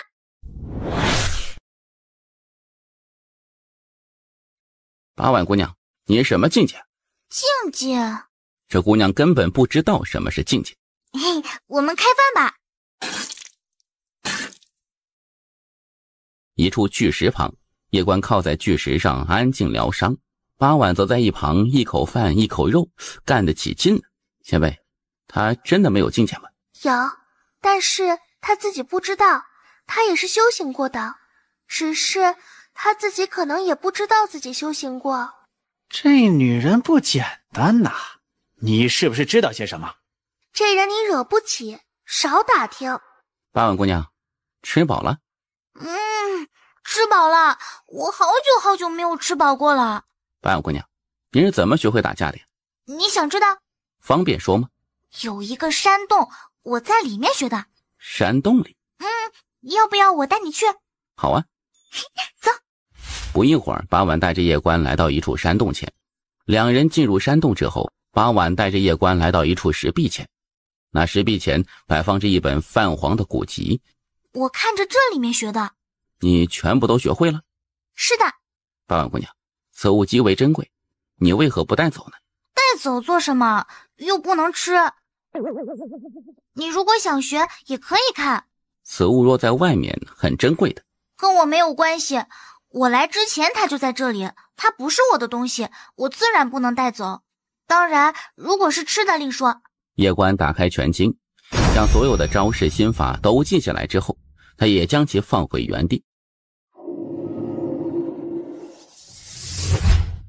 你不带走？我来之前他就在这里，他不是我的东西，我自然不能带走。你这人怎么学我说话呢？走走走。怎么？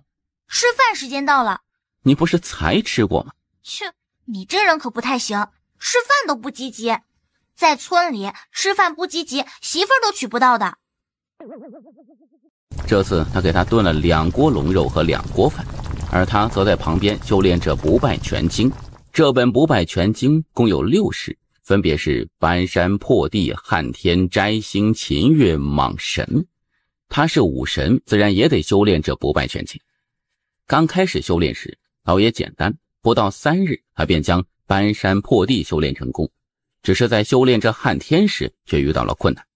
婉姑娘，这撼天一式全经心法说挥臂时需要心神意念合一，但我每每挥臂时却感觉有些力竭，无法发挥其真正的威力，这是为何呀？不知道。很难学吗？你当初学这不败全经用了多久时间呢？一顿饭的时间吧。一顿饭的时间？叶关突然间觉得自己好像是一个废物，用了3天才学会3式。这时神秘声音突然开口：静气凝神，莫要有任何的杂念。没一会儿8碗2锅饭和2锅肉都已经干完了。叶关看了一眼8碗的肚子，心中暗暗称奇，这姑娘干了那么多饭，肚子却一点也不见大，真是奇怪。就在这时，神秘声音突然说：危险！危险！神秘前辈说危险。小关脸色瞬间巨变，下一刻他自然而然直接把塔爷抱了出来。前辈，我们2人只是路过此地，并无恶意。那座小塔是什么塔？我塔爷。可否看看？好东西！此塔内的时间与外界悬殊竟然这般大，此塔我要了，你可有意见？不说话便是没有意见了。阁下既然想要，那就拿去吧。中年男子微微点头，转身就要离去。但就在这时，他似是想到什么，忽然停下脚步，然后转身看向叶关。我还是有些不放心，你不仅仅是大剑帝圆满，还是一位武神。你这天赋实在妖孽呀！为了不给我族后代招惹麻烦，我决定得杀了你。为了不给我族后代招惹麻烦，我决定得杀了你。你境界比我高10级。然后呢？我娘说过，10阶以内我自己打，10阶以上姑姑打。我于30岁时无敌当代，除真宇宙外，万界诸天，我打遍天下无敌手。年轻人，你觉得你姑姑打得过我吗？阁下好歹是一位大帝，如此欺负我这个没有家世和背景的年轻人，不觉得有点过分吗？我就要欺你，你要如何？我姑姑很能打。很能打？是的，我姑姑出道至今未尝一败，杀人不过一剑。你姑姑叫什么？素群天命。素群天命？哼，未曾听过，看来不过是一个不入流的小人物罢了。遥远的宇宙星河之中，一名身着血裙的女子静静站着，目光之中无一丝感情。诸天万界，非我至亲，念我真名，必死。这怎么可能？这绝对不可能！不可能！这绝对不可能！你到底是谁？前辈，你的家族是什么家族啊？你想做什么？让他们来给你收尸啊！我没有别的意思啊，我真的没有想灭你全族的意思。小友，是我有眼不识泰山，此事可否善了？不呢。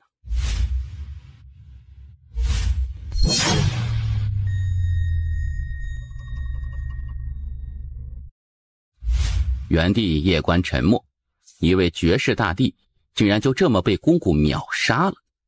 不仅这位大帝死不瞑目，就连他心中也是震撼的如翻江倒海一般的。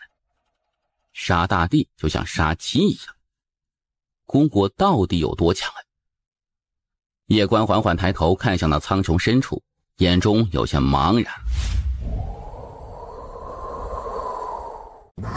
村子，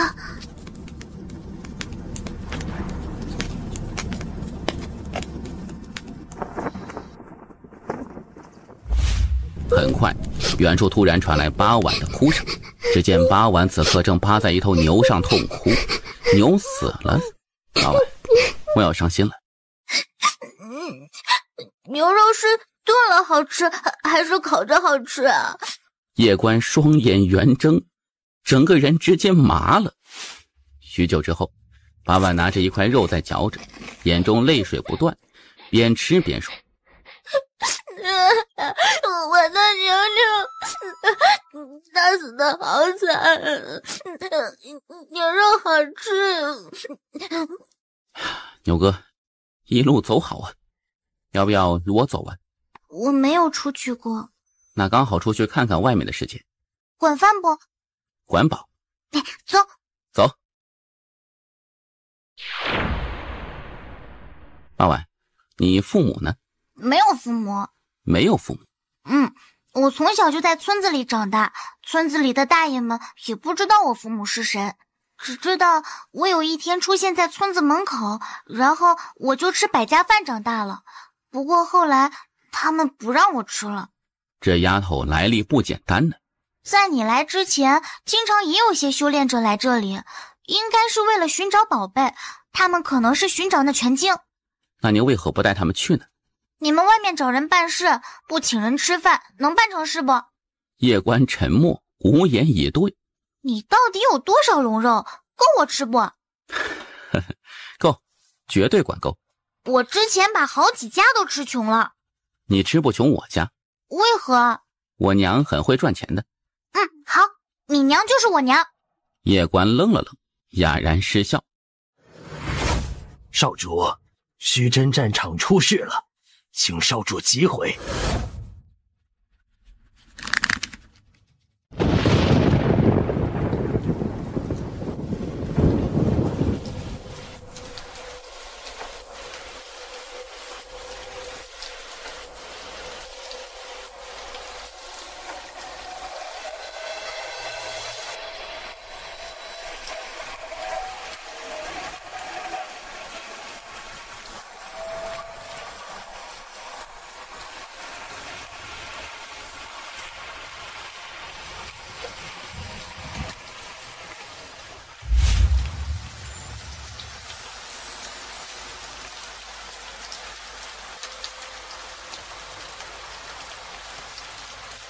曹师兄，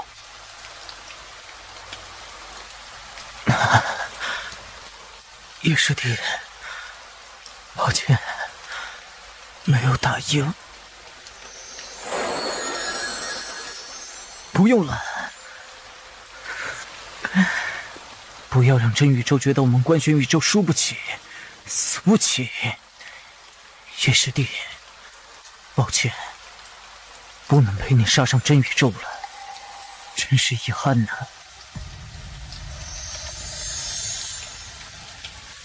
曹白，战死于官玄年9月13日。大师兄，你怎么不喜欢说话？大师兄，真宇宙的神灵真的很强吗？我什么时候？大师兄，虚真战场，剑主那些师兄弟都是战死的吗？大师兄，如果有一天我战死在虚真战场，不要告诉我爹娘，他们就我一个儿子。好走。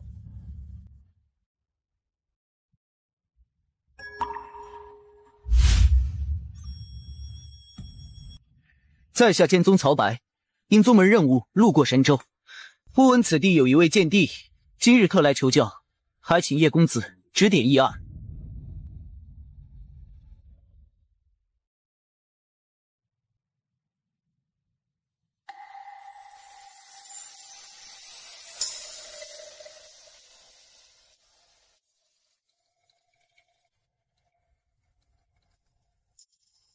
3日内，若谁敢对叶兄出手，不管你是何人，身后是何势力，我定斩不饶。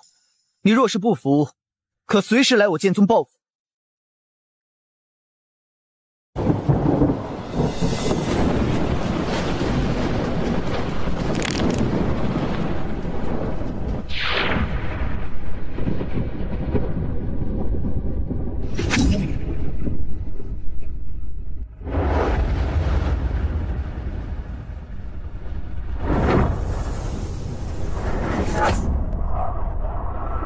你敢出手，我必杀你！师父，不用了。哼，他们关玄宇宙死得起，我们真宇宙难道死不起了吗？师父，照顾好我妹妹。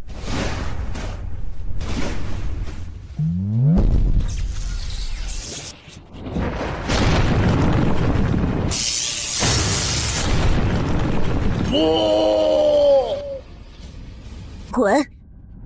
朱墨神师，别在这给你徒弟丢人现眼。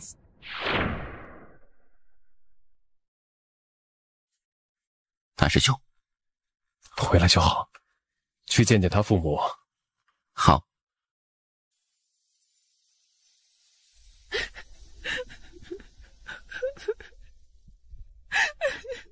这是师弟的一缕头发，我曹家骄傲。这片宇宙凭什么要他守？凭什么？他才18岁呀！凭什么？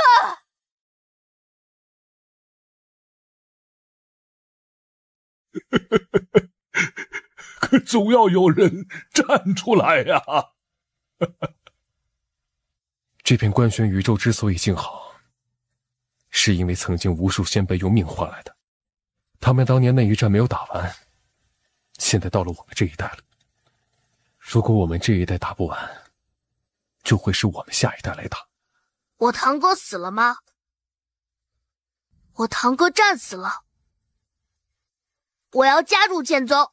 加入剑宗做什么？跟我堂哥一样，打神灵，保卫关玄宇宙。这件事我们来做就好了，在家好好修炼，好好陪着父母。我一定会加入剑宗的，记住，我叫曹修，至死方休的休。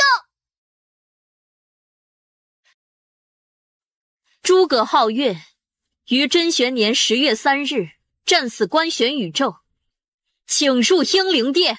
哼，他们关玄宇宙死得起，我们真宇宙难道死不起了吗？师父，照顾好我妹妹。好一句我真宇宙死得起，我真宇宙男人，但该如此。本相亲自送他入英灵殿。天部界汉族，我方才得到消息，真宇宙年轻一代已经全面向关玄宇宙开战，我要支援关玄宇宙。族长，此事万万不可。为何？族长，关玄宇宙面对的可是真宇宙，如今关玄宇宙年轻一代根本不可能与真宇宙年轻一代抗衡，即使加上我们汉族也不可能。再者，我们与真宇宙无冤无仇，实在没有必要为了关玄宇宙而得罪整个真宇宙。我们每年都要上供真宇宙，每年上供一些也还在我们能够承受的范围内，可如果去支援关玄宇宙，一旦惹怒真宇宙，那时他们就不是要我们的灵元，而是要我们的命了。关玄宇宙少主叶关是我认的大哥，关玄宇宙少主叶关是我认的大哥。族长认关玄宇宙叶关少主为大哥之时，万界诸天尽皆知。今日关玄宇宙有难，我汉族若是不出兵相助，天部之人如何看我汉族？万界诸天如何看我汉族？当然，我身为族长，不得不考虑我族未来。因此，我决定只身前往观玄宇宙。不可，族长，你一人前往，这实在是太……我意已决。若是要帮，那就举族相帮。你现在不是我汉族的少族长，而是我汉族的族长。你去帮，就代表我汉族全族。若是战败，真宇宙追究，一样会牵累我们汉族。既如此，何不帮得漂漂亮亮？传令，我汉族年轻一代愿前往观玄宇宙，与真宇宙一战者，可随我们前往。姐，让你不去，你能做到吗？既如此，那我便只能全力支持你。好，可你知此行后果？无非一死而已。你认的这位大哥，真有那么好吗？当日他护我周全，今日我要护他周全。若是真打不过，死在观玄宇宙，那也没什么。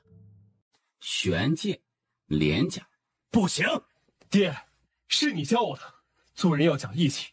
如今我朋友有难，我岂能不帮？你可知观玄宇宙如今要面对的是什么？是真宇宙！真宇宙！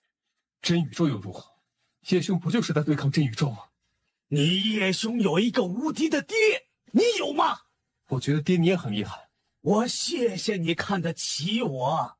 爹，你经常与我说，做人要讲义气。如今我叶兄有难，我若是袖手旁观，那岂不成表面朋友了吗？我一人前去，绝不连累连家。爹，你不说话，就是同意了。是要讲义气，可是那也要有实力呀。你这实力连诸天榜都打不上去，去那边又能做什么呢？你要知道，即使是诸天榜上的天才，在真宇宙面前，那也是不够看的。我知你的想法，也理解，但是如我所说，他们那边现在打的是高端局，一般人去除了喊加油，别的什么也做不了。我知道，老爹，你去那边助助威可以吗？我不打架，你放心，我知道我自己几斤几两，不会去送死的。连城沉默，毕竟是朋友，虽然无法替叶兄战真宇宙，但现场助助威还是可以。今日他有难，若是我连助助威也做不到，那日后见到你说我尴不尴尬？老爹陪你去。传令，我连族凡人仙境以上强者，立即前来此地会合。立刻！老爹，你这是……既然是去助威，难道就我们爷俩去吗？那岂不是太没面子了？好。元界私讲，真的要去当炮灰？爹，你儿子我就那么差吗？哼，你现在才知道啊！司通天表情僵住，这是亲爹吗？莫说是你，就是诸天榜榜一去那里，都得被打成狗。你觉得你去那里能做什么？啊？别怪你老爹我说话直，你去那里连当炮灰的资格都没有。别看我，这就是事实。我承认，我打架确实不太擅长，但我骂人还是行的。你是要去骂死真宇宙的天才妖孽吗？骂得好的话，就算骂不死，也能气他们个半死。你不是老说我差点气死你吗？你，观玄宇宙与真宇宙之间的事情，莫说是你，就是我们司家都没有资格插手。不对，是我们整个元界都没有资格插手。人家神仙打架，我们连凡人都算不上，顶多算大一点的蝼蚁，你明白吗？叶关是我认的大哥。然后呢？爹，我知道，我这一辈子都吊儿郎当的，做什么事情你都看不上，也正常。我确实不太行。我也知道，族中人都看不上我，他们都不希望我做世子。我也确实没有那个能力做世子。如果我猜的不错，老爹你与家族长老已经不打算让我做世子了，是吧？老爹，我不怪你，真的，我只怪我自己不争气。我说这么多不是想煽情，我就是想告诉老爹你，我想去官选宇宙。为什么？老爹，我的处境已经到锅底了，这个时候想逆风翻盘，只有一个办法，那就是请外援。叶关？叶关？是的。你当他是大哥，他当你是小弟吗？爹，你糊涂啊！如今官选宇宙处境艰难，我这一去就是雪中送炭。那时我这大哥一叫，他好意思拒绝我吗？只要他不拒绝，那诸天万界就会知道叶关是我司通天的大哥。如此一来，老爹，你在推荐我做世子时，我把我大哥请来往这儿一坐，他妈的，哪个长老敢说话？那若是官选宇宙打输了呢？若是打赢了呢？我问你，若是打输了呢？我问你，若是打赢了呢？我是爹还是你是爹呀？啊！反了你了！要不要我认你做爹？爹，你想想啊，官选宇宙已经与真宇宙打了数千万年，数千万年来，官选宇宙都没有败，这次肯定也不会败的。若是败了呢？妈的，爹你是杠精吗？要不是亲爹，我就把你送走了，太能杠了。爹，若是打输了，最坏的结果无非就是一死而已。你不怕死？我怕死，但是我更清楚，巨大的利益面前必定有巨大的风险。今日我不与大哥共患难，来日我岂能与他共富贵？想清楚了？想清楚了。姜老，你带着姜老他们去。为什么？你一个人去有毛用啊？去添乱吗？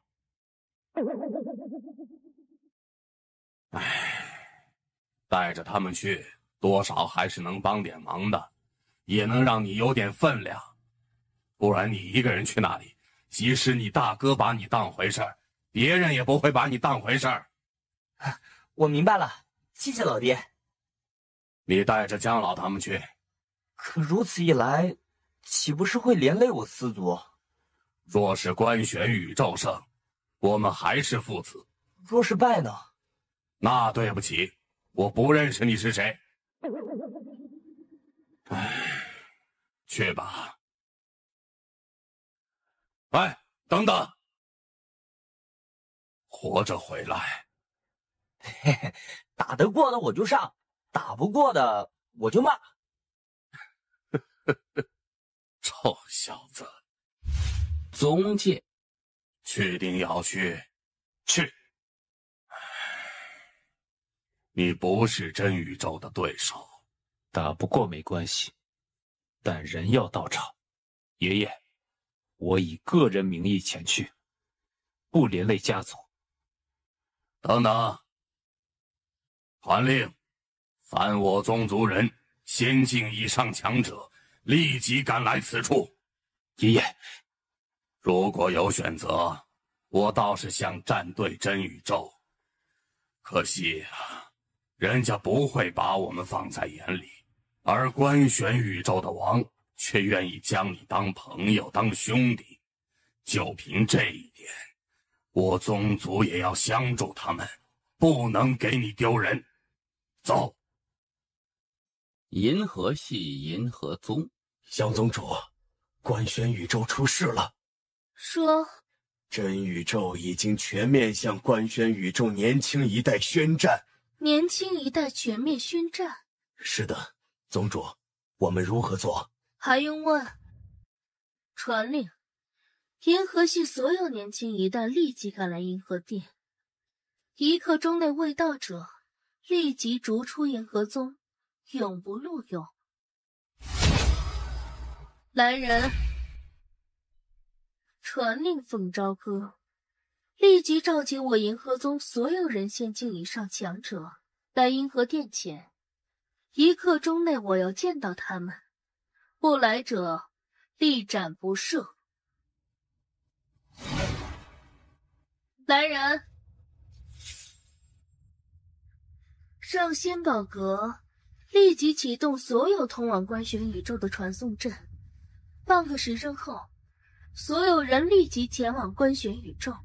遵命。真宇宙。宗主，他如何了？少宗主他已于炼狱之中觉醒血脉，如今已达岁月仙境巅峰，他要冲刺神帝。叫醒他。宗主，这……告诉他，他弟弟要被群殴了。群殴？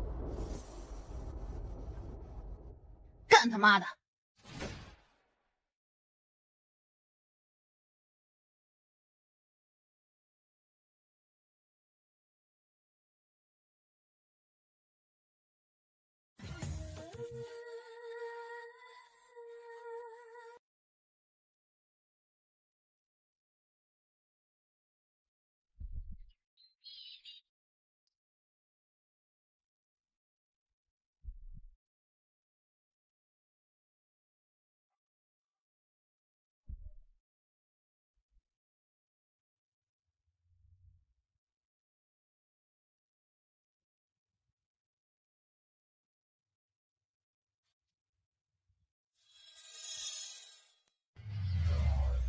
无边，你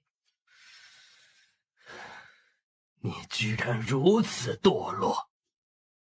阿弥陀佛，阿弥陀佛。僧武，你不在官玄书院做你的院守，跑这里做什么呀？无边，真宇宙向官玄宇宙全面宣战了。跟我有什么关系啊？怎么没有关系？僧武，我又不是官玄书院的。你也曾出力保护过官玄宇宙，这一次官玄宇宙有难，你真的要坐视不管吗？那王八蛋把我徒弟都杀了，还要我去帮他打架？唉，你说你收个徒弟，为何收个那种货色？他姑姑差点把我都给杀了。你知道天命的脾气，他没有杀你本体，这已经是非常非常给你面子了。你想想看，从以前到现在，他除了给他哥面子外，还给过谁面子呀？无边，如今官玄宇宙需要你。我不想再管官玄宇宙的事情，也管不了了。而且阳族已经出世，多我一个不多，少我一个不少。我不想再管官玄宇宙的事情，也管不了了。你真的不再管官玄宇宙了？还记得当年你与剑主他们杀入真宇宙，杀得真宇宙胆寒。僧武，好好念你的经，传播你的佛法。上面的事情你少操心，那不是你能管的。他是你兄弟的儿子，你们上一代没有打完的仗，现在到这一代来打了，而他不过才18岁。无边，我已经将话带到了，去不去帮忙，看你自己。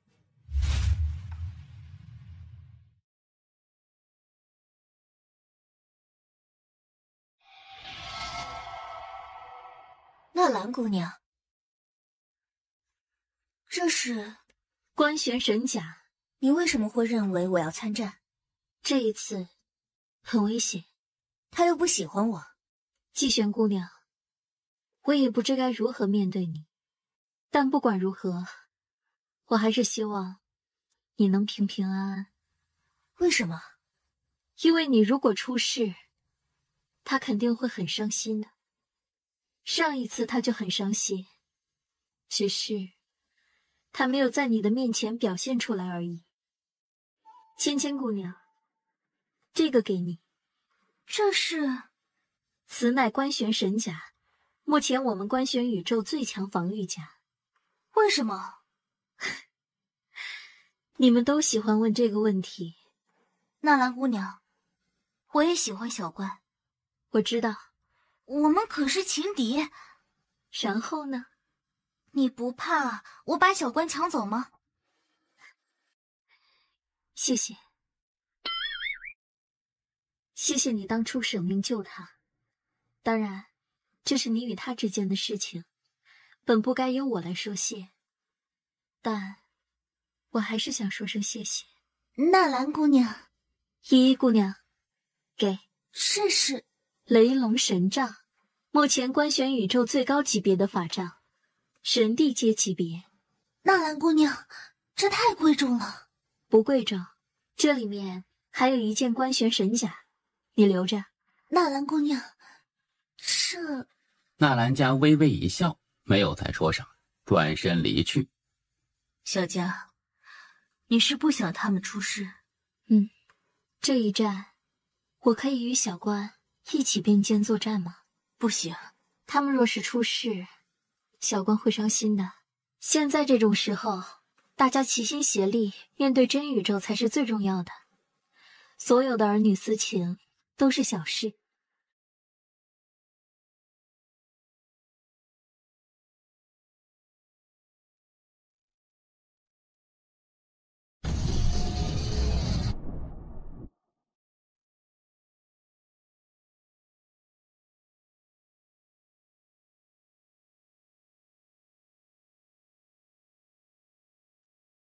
叶关哥，伤势好了？好的差不多了。那就好。切磋一下。为什么？以前在叶家时就想与你切磋了。我告诉你，那个时候我也是想当世子的，可惜前面打不过你，只能认输。那就切磋一下。好。但就在这时，异变突起。诸葛宁儿求战。看来我们的切磋要延后了。确实。谁来？我来。你不是他对手，让我来吧。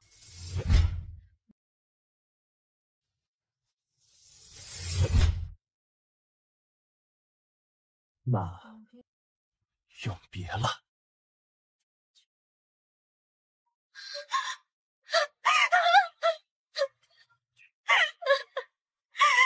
对不起，我来晚了。说好要一辈子在一起的，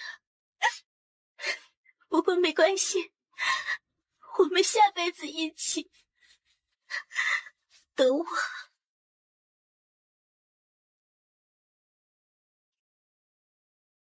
下雨。厉害，兄起的被你打死了。介意我恢复一下肉身不？介意，我很介意。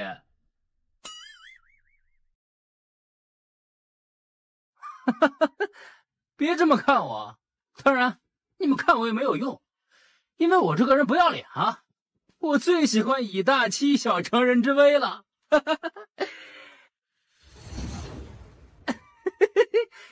我就喜欢别人看我不爽，但又干不掉我的样子。你来打我呀，来呀！既然你选择不要脸，那我也不要脸。妈的，都不要脸，挺好啊！见到叶关拿出行道剑，那莫无脸脸上笑容消失，取而代之的是凝重。危险，这就是他此刻的感觉。能够达到他这种层次，对危险那是非常敏感。叶关拿着剑和没有拿剑对他感觉是完全不一样的。莫无脸盯着叶关手中的行道剑，内心深处弥漫起一股不安，而且越来越强烈。让他恢复肉身。叶公子，你快修复肉身吧。修复肉身后，我们公平一战。我们真宇宙最讲究公平。来吧。啊？什么鬼？你还要用剑？你也可以用神物啊。你不讲信誉。我承诺过不使用剑吗？你不讲信誉。安王，我是剑雄，你居然不让我使用剑，你真宇宙就是这副做派吗？难道不怕万界诸天耻笑？叶关，你不觉得你现在很不要脸吗？安王，我是剑雄，使用剑无可厚非吧？你不是选择不要脸吗？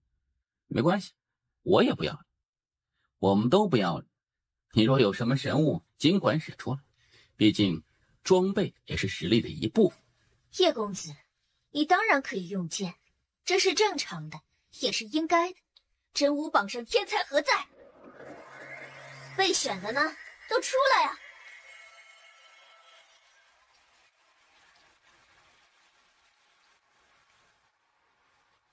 哼，听闻官选宇宙多天才妖孽，来，你们都去挑战一下，喜欢挑战谁就挑战谁，记住，千万莫要留手，留手那可是对对手最大的侮辱。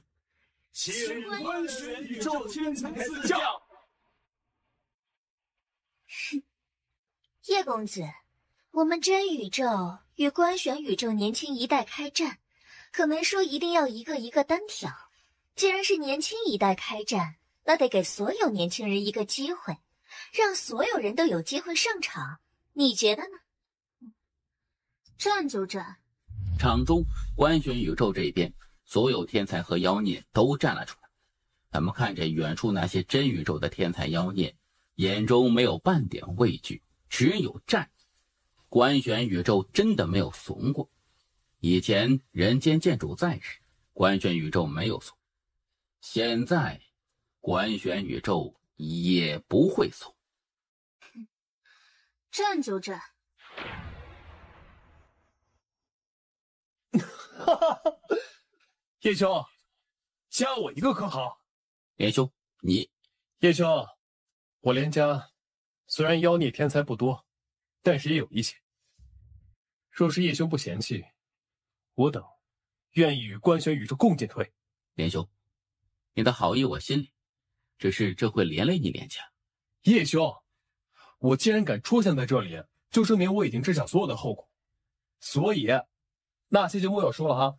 叶关看向连双身后的中年男子，显然这是连双的父亲。连双的意思就是我连族的意思。多谢连族。哼，连族年轻一代，都随我来。哈哈哈哈哈哈！这种时候怎么能少得了我？汉族，你，嘿，大哥，谢谢。哎呀，自家兄弟，谢什么？汉族年轻一代，随我来。我屈服。大哥，大哥，我来了，我愿与大哥共进退，还请大哥莫要嫌弃我实力低。谢谢。嗨，自家兄弟，说这个干什么？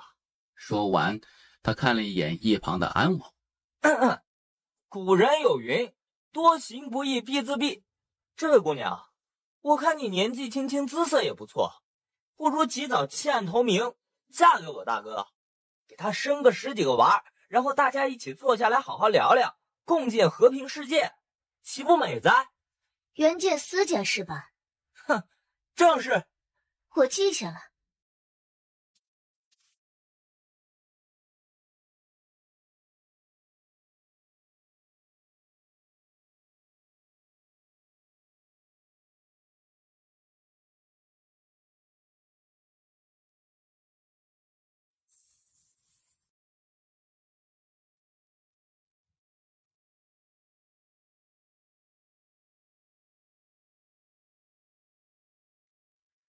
原件私件是吧？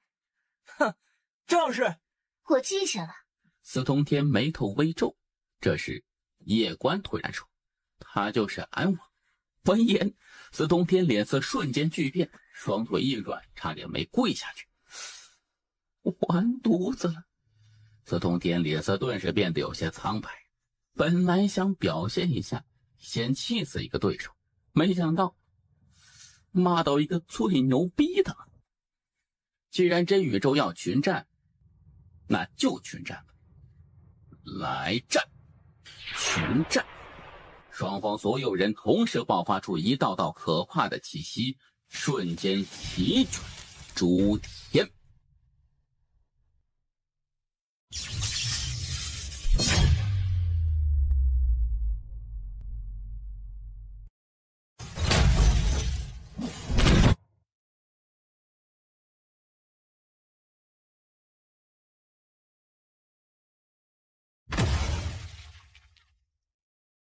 哥，这么打下去，我们官宣宇宙的人要被杀完了。安王，官宣宇宙随便你杀，你想杀多少就杀多少。红天塔，打开天门。见到夜关开天门，场中所有神灵都懵了，这是要做什么呀？安王死死盯着远处的夜关，双手紧握，目光冰冷，不知在想什么。就在这时，夜关看着远处安王面前那里一大片的尸体，还有那些年轻稚嫩的少年，夜关突然轻声说：“对不起，放弃官宣宇宙，还能战胜，随我杀入真宇宙。”好。好一个夜关，有勇有谋有血性，很好，随我来。金姑娘，你怎么看？年轻一代的事让年轻一代打，老一辈的事老一辈打。我怕那个小家伙无法承受。他的出生是这片宇宙最高，可同样的，他要承担的责任也是这片宇宙最大，我们只能护着他，让他不被老一辈的人欺负。至于别的，他的路得他自己走。他们会回来吗？李半之沉默。会回来。李半之看向那扇天门，目光也是变得有些茫然。当年那一战，去了好多好多人，可是回来的就几个。夜关带着官宣宇宙剩下的天才妖孽杀入天门之内，此刻他身后只剩下不到300人，其中最小的只有14岁，是一名剑宗剑修，天赋极高，现在就已经是剑帝，而且还是准大剑帝，潜力无穷。少年满脸稚嫩，脸色有些苍白，握着剑的手在微微颤抖着。见到夜关看来，少年连忙颤声说：“师兄，我叫小右。”小右，怕？不怕，我不怕死，真的。夜关微微点头，他目光自场中一一扫过，他看到了很多熟悉的人，但是也有许多人已经不在了。夜关沉默，曾几何时，他根本就无法体会老爹守护这片宇宙有多么的难。直到此刻，他才深刻地感受到守护这片官玄宇宙的担子有多重。可没有办法，总得有人站出来。老爷，我感觉这担子好重。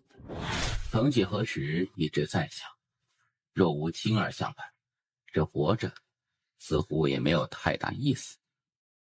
后半生为追逐青儿与老爹脚，不断努力，想达到他们那般高度。可奈何我的敌人总是那么的强大。不叫青儿得死，叫青儿得成为靠山武功，我自然是不想死的。于是世间多了一位靠山武。小塔沉默，杨家3代各有各的苦，叶关看似出道即巅峰，但是他的敌人也是一出生就巅峰的。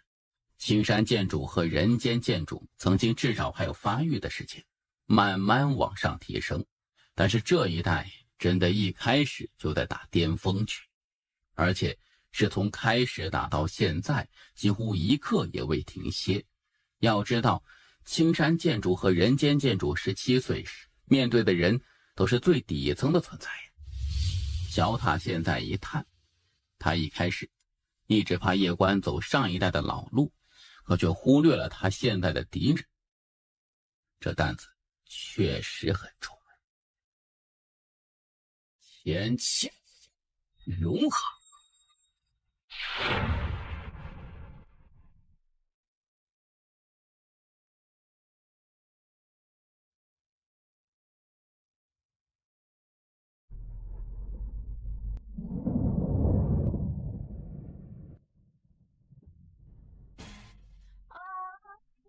还没来，天地间忽然变。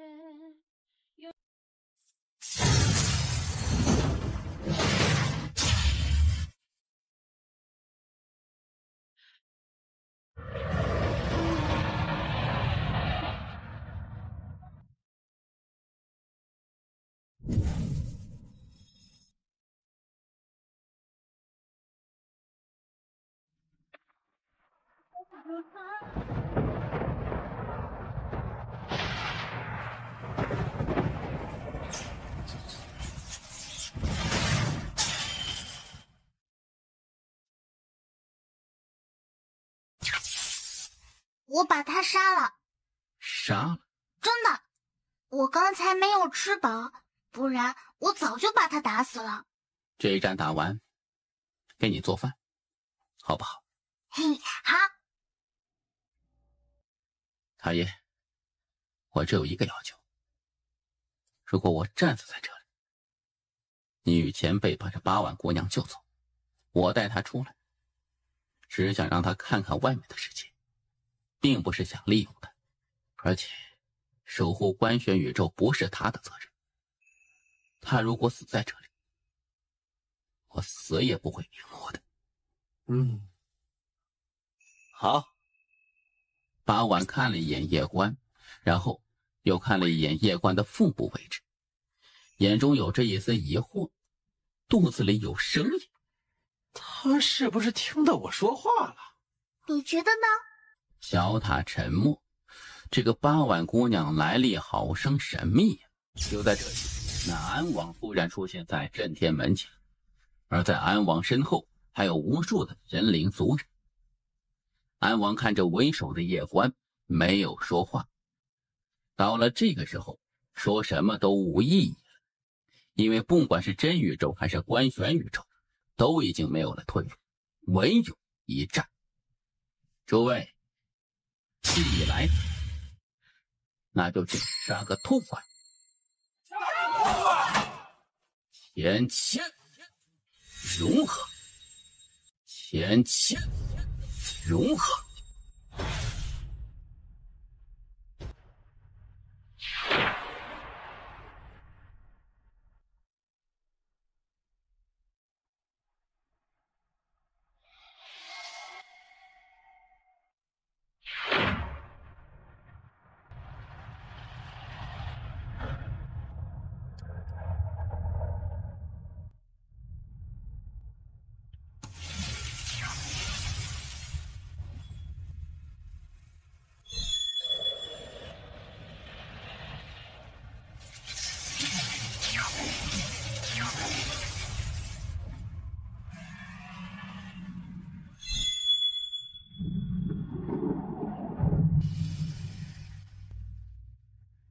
随着敖尖尖没入叶关体内，叶关的气息瞬间疯狂暴涨，眨眼间他便从神阶境提升到了地仙境，而达到地仙境之后，叶关散发出的剑势直接强到一个前所未有的高度。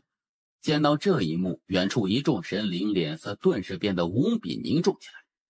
榜一在何处？刚得到消息，他正带人从无间宇宙赶回来，通知真神殿，让他们派禁卫军年轻一代的出来，如果可以的话，让诸神卫年轻一代的也都赶来，告诉左相，让他小心夜官手中那柄神剑的主人。还有，让他将远征军调回来，以防不测。安王，听令行事，莫要废话。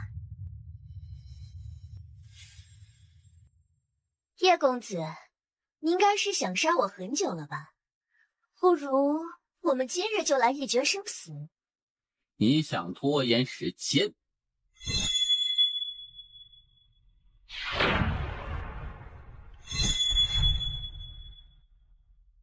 我还是低估了你的剑。所有人立刻撤，等候选。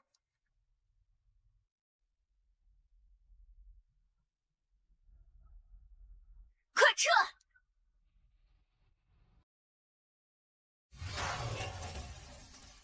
叶公子，临死前想问你一个问题，可行？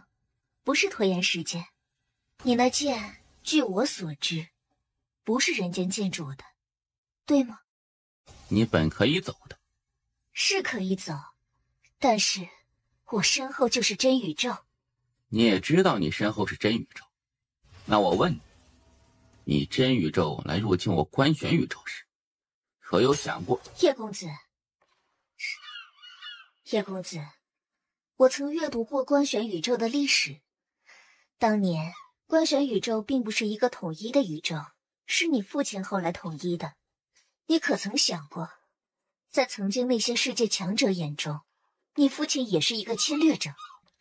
这宇宙的本质就是强者为尊，适者生存。叶公子，可惜你不是真宇宙的，不然我们应该能够成为朋友。燃魂，开启结界。声音落下，他灵魂便缓缓地飘散。叶关沉默片刻之后，朝着震天门走去。他走到震天门前时，而在他面前有一道光幕，维度壁障。叶关看着这道维度壁障，神色无比凝重。芊芊，死去会死，你可愿与我一起？以前我愿意，现在我也愿意。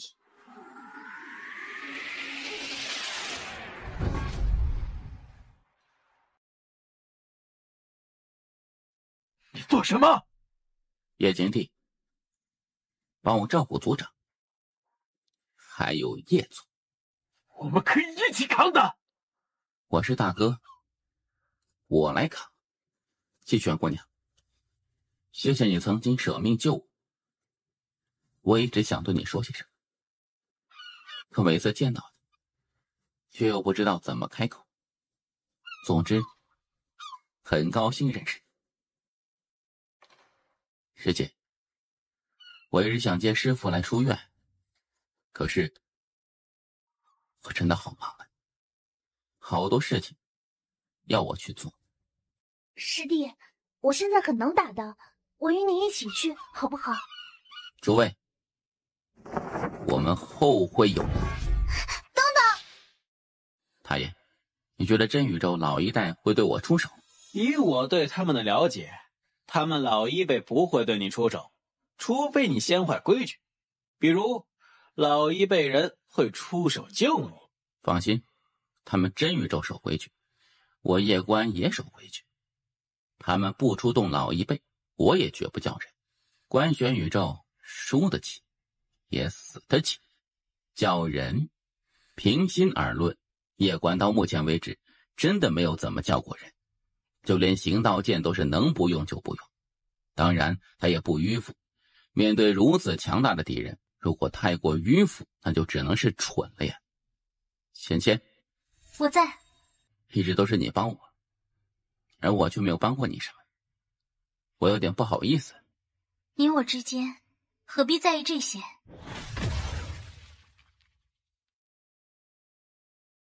饭呢？我的饭呢？说好10锅饭的。你为了10锅饭，从官玄宇宙追我追到真宇宙。pau爱，你是怎么进来的呀？跑进来的。跑进来的？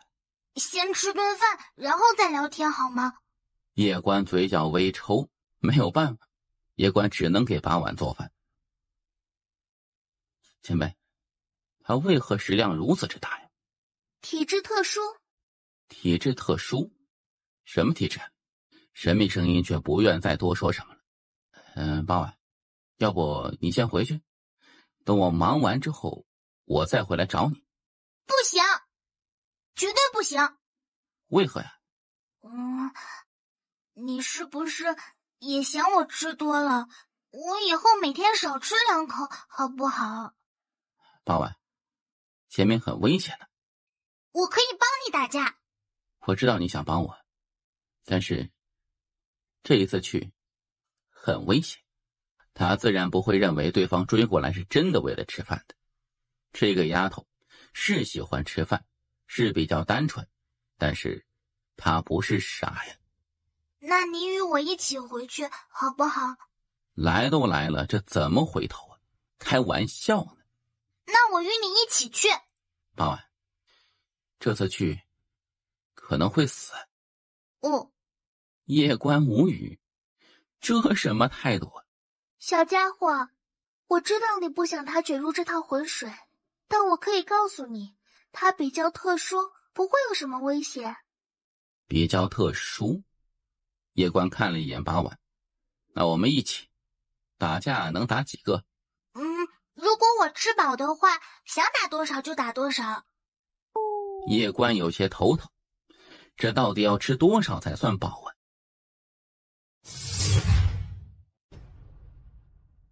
滴滴血进去。疼。石锅饭。不。外加石锅肉，锅锅不同。好。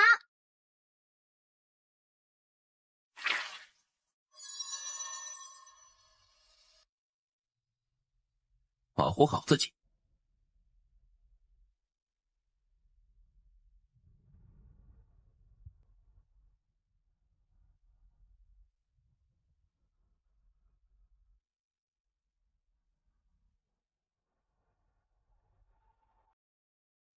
拖住他，等浩玄他们到来。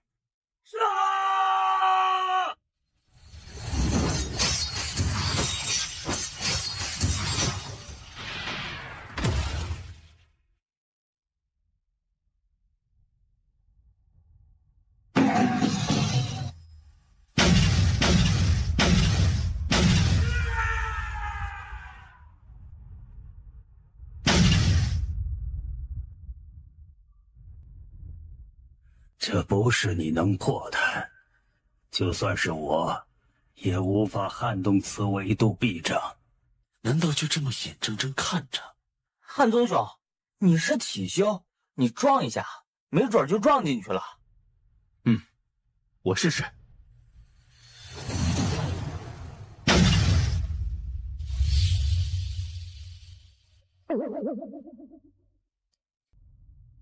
你若回来，我这便是嫁衣；说是不回，这便是葬衣。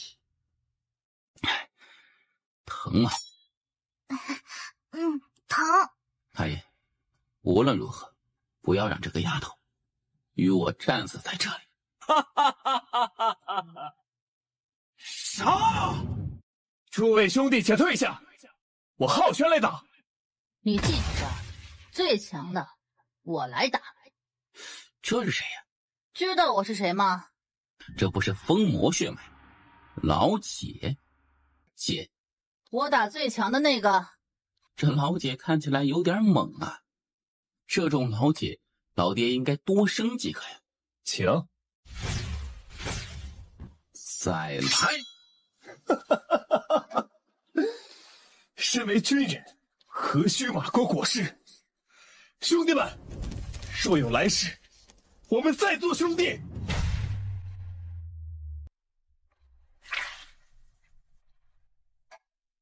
芊芊，我在。这一次，我们可能真的要死在这里了。不怕。诸位，今日是无法活了。既如此，就死得轰轰烈烈些。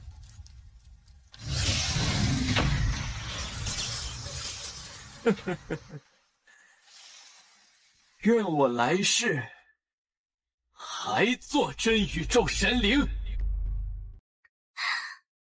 抱歉，不能陪着你继续走下去了。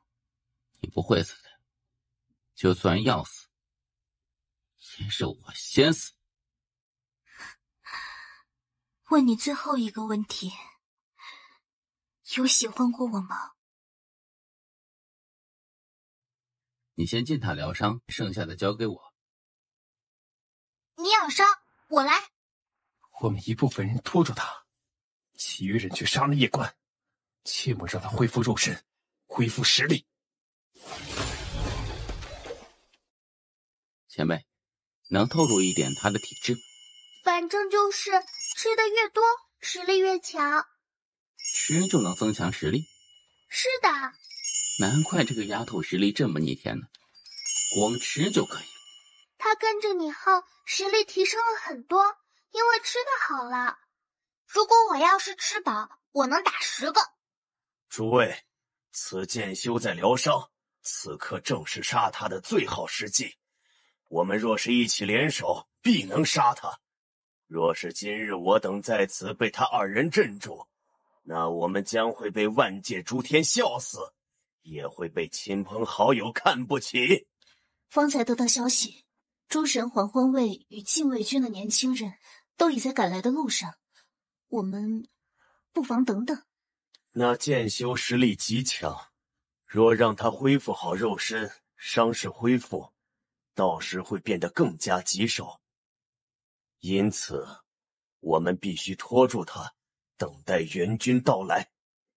凡达到人仙境以上者，愿意的随我杀出去。阿丸，给他们表演一个撼天。嘿，造神！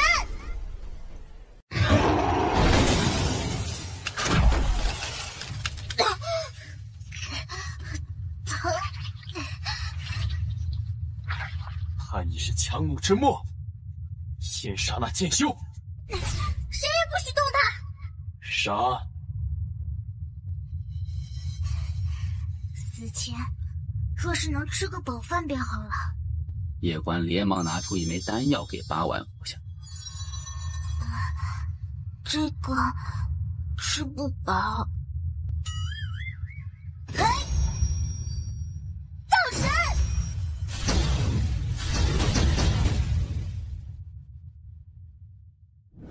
为什么这么帮我？因为你对我好。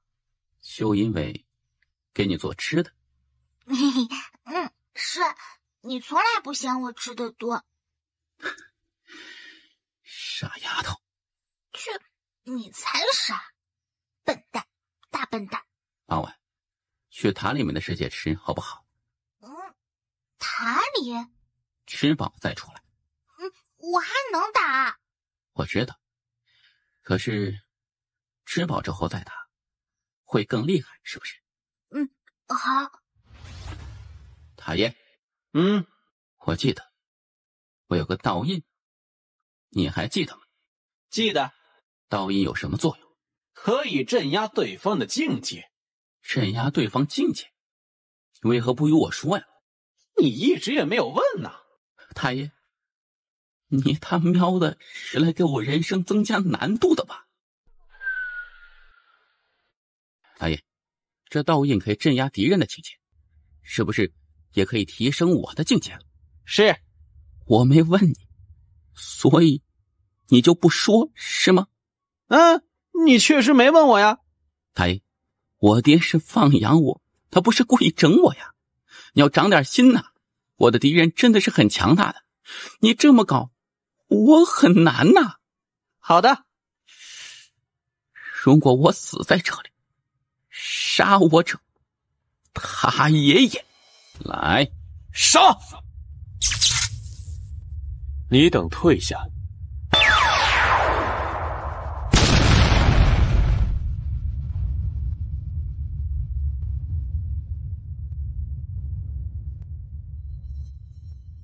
撤！叫姐。姐，怎么称呼？易安。姐，商量个事儿呗。说。你来做官宣书院院长，我把塔爷给你，好不好啊？你做。我觉得我难当大任呢，还是你来做吧。你做，我帮你。姐弟齐心，天下无敌。姐，去那什么真神殿看看吧。走。大爷，芊芊现在情况如何了？慢慢在恢复，莫要担心。大爷，我父亲曾经是从这里杀进去的。是，当年小主就是从这里一路杀了过去。那一天，光城门这里便是死了数十万神灵，鲜血汇聚成河，千年未干。让你姐姐小心些，那锦衣男子是一位轮回者。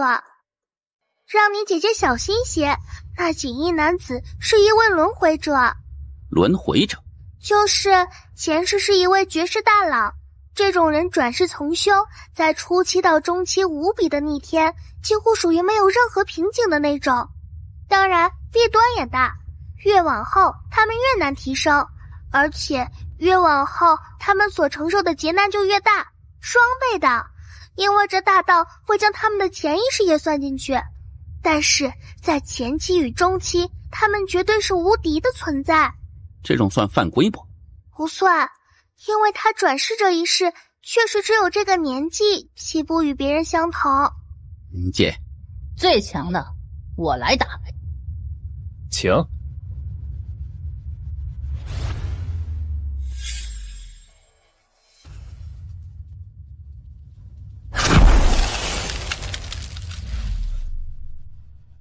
我尼玛，又要被群殴了呀！自己应该打最强的那个。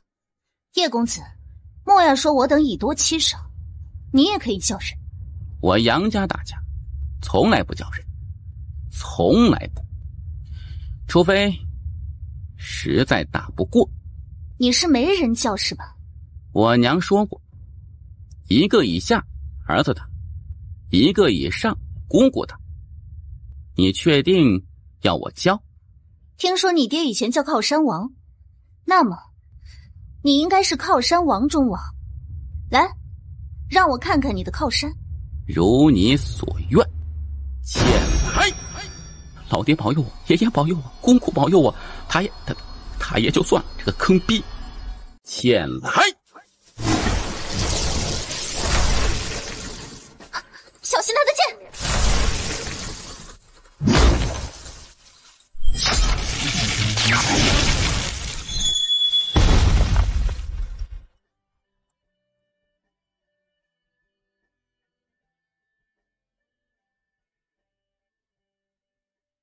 太爷，我到真神殿了，我杀到真神殿了。平心而论，你这不算是杀过来的吧？莫要进去！真宇宙贤坏规矩，太爷，该你们老一辈上了。你还不跑？跑？他们老一辈出手意味着什么？意味着他们已经拦住阳族的强者。不是，韩前辈他们没有跟过来吗？没有。为什么呀？他们应该是被真宇宙的强者给拦住了。然后呢？然后你完蛋了。说好的年轻一代我打，老一辈的老一辈打呢？他们也确实在打呀，没有骗你啊。玩人呢？现在怎么办呢？太爷，你是不是该表现一下了？哎呀，我就是一个塔，真的。太爷，你是不是该表现一下了？哎呀，我就是一个塔。完犊子了，彻底完犊子了呀！自己和老姐傻乎乎冲进来，现在被包围了，靠塔爷不靠谱，靠自己好像更不靠谱。仙妹，你能出手吗？以后能，现在不能。你要等我死了之后给我收尸吗？既然打不过，那就讲讲道理吧。真宇宙是输不起吗？我没有对你出手，殿内有阵法，你自己撞在阵法上，与我无关。你的剑有点不正常。先是单挑，单挑打不过，你们就来群殴。现在群殴不行，就拿剑说事。这就是真宇宙吗？这就是无敌了无数个时代的真宇宙？你拿着这柄剑，你觉得公平吗？我是剑修，不拿剑拿什么呀？那我们群殴又有什么问题呢？没有问题。你们单挑，我真不太好意思拿行道剑，但是你们要群殴，那我可就用得心安理得了。来，你们一起上。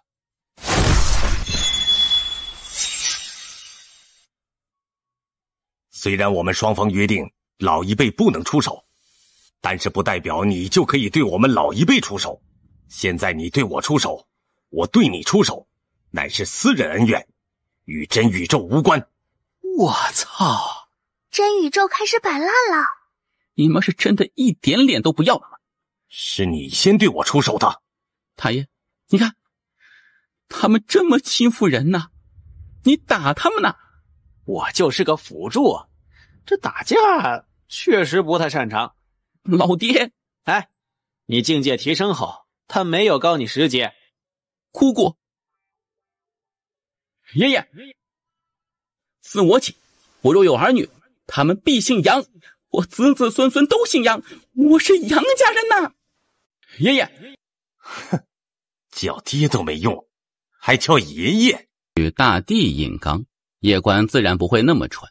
做人最重要的是要有自知之明啊！他很清楚，他现在绝对不可能打得过一位大帝的，即使用行道剑也不行。毕竟他现在无法完全驾驭行道剑的力量，他也不靠谱，老爹不在，姑姑不在，没办法，只能叫爷爷了。好孙子，爷爷来了。他也是碰碰运气，但没有想到这爷爷真的来了。爷爷，爷爷在此。叶关人麻了呀，这爷爷看起来很不靠谱的样子。他现在知道塔爷为何有些太不正经了。近朱者赤，近墨者黑呀。你爹与你说起过我们没有？这个逆子。你很不错，不过比起爷爷当年还是差了不少。爷爷，那可是大帝呀，你爹没有与你说我有多厉害吗？塔爷说你以前放养老爹，说你不配做一个父亲。我操，大哥，你在瞎说什么呀？我何时说过这般话？你不要无中生有啊，会出塔命的。我就说我儿子怎么那么叛逆，老是有一些不好的思想。原来是你在教唆呀。主人，借我10个胆，我也不敢呀。您这孙子，他坏得很。胡说八道！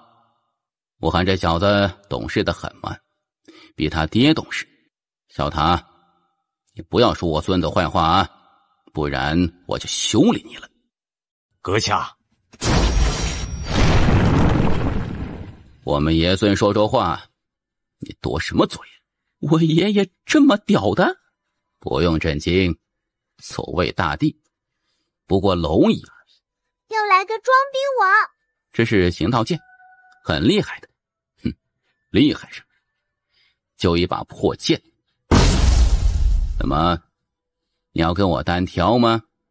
来，让我修理修理你。又不要脸，你想以大欺贱？叶关愣住，他还是第一次见到行道剑认怂。看来自己这个爷爷比自己想的还要强大呀。叶关眼珠转了转，得拍马屁呀，得让爷爷把这逼装的舒坦了。爷爷，那可是大帝呀，你竟然将大帝给秒杀了！天哪，爷爷，你实在是太牛逼了！你这小家伙不要拍马屁，爷爷不吃这套。大帝在我心中这宛如神一般存在啊，然而在爷爷面前却连还手之力都没有。爷爷，我给你丢脸了，你也莫要气馁嘛，毕竟你现在还很年轻，我在你这个年纪时候可还是远远我在你这个年纪时，虽然也比你厉害了不少，但是也正常啊。毕竟，你爷爷我可是10000年难得一出的绝世天才。嘿，要不是我当年跟着你，还真被你忽悠了。有一说一，杨家3代天赋最屌的绝对是叶关，当爹与当爷爷的属于拍马都赶不上了。而且青山剑主那不是一般的惨，天天被追着打，头都快被打没了呀。爷爷，我有些好奇，似你这等绝世强者，本该名扬万界诸天的呀，为何我从来未听说过你啊？你没有听说过我，是因为我那一代，我的敌人都已经被我杀完了。问你一个问题啊，老实回答我啊。爷爷问，你方才说自你起，以后后代都姓杨，想来你知道我与你爹之间的一些事情。你说是你爹错，还是你爷爷我错？叶关人都麻了呀，送命题来了呀。小塔则是大笑起来，很是幸灾乐祸。塔爷说，爷爷你当初太不人道了。我操！但我觉得作为男人吃点苦受点难没有错，不过我觉得塔爷说的也很对，放养是没错的，但是不能无脑放养啊。毕竟敌人太强大，无脑放养谁也顶不住呢。这些都是塔爷说的啊，我觉得还是有点道理的。哼，小塔，你承受了所有。这是你自己的想法吧？爷爷，我们是一家人，既然是一家人，那就不说两家话。老实说，放养是没有错的，毕竟从底层慢慢起来，心性与毅力都会得到锻炼，未来成就也会更大。就比如爷爷你吧，爷爷你能够走到今天，想来当年肯定也没少吃过苦，对吧？是的，爷爷放养老爹，初衷肯定是好的。爷爷希望老爹能够走到爷爷这个高度，这一点肯定是没有错的。但是啊，爷爷也应该注意一点，那就是父子之情。爷爷应该很少和老爹聚在一起，像我们爷孙这般交心聊聊吧。其实我觉得老爹肯定是没有怪过爷爷放养他，他真正怪的是他从小到大都没有感受过父爱呀，这才是他真正在意的。老爹一路走来怕吃苦吗？肯定不怕吃苦，但是爷爷却从未在他身边陪伴过他。爷爷也是被放养的？是的，我们的家族就这么变态的吗？一代放养一代？你说是你爹错，还是你爷爷我错？我觉得陪伴是最重要的。在此之前，我与爷爷素不相识，对爷爷根本没有任何感情可言，只觉得就是一个称呼。但此刻我有难，爷爷出手相助，这让我感受到了亲情。因此爷爷就不再是一个称呼，而是一种亲情，血浓于水的亲情。所以我觉得我们爷孙以后啊，可以多交流一下感情。爷爷，你留下一个联系方式可好？你这小家伙呀，你放心，你好歹是我孙子，我岂会让别人以大欺小你？这时一门剑技适合你修炼，斩天拔剑术。我要走了。爷爷，等等，我们再聊聊嘛。说着他拉着青山男子就朝远处真神殿走去。退下！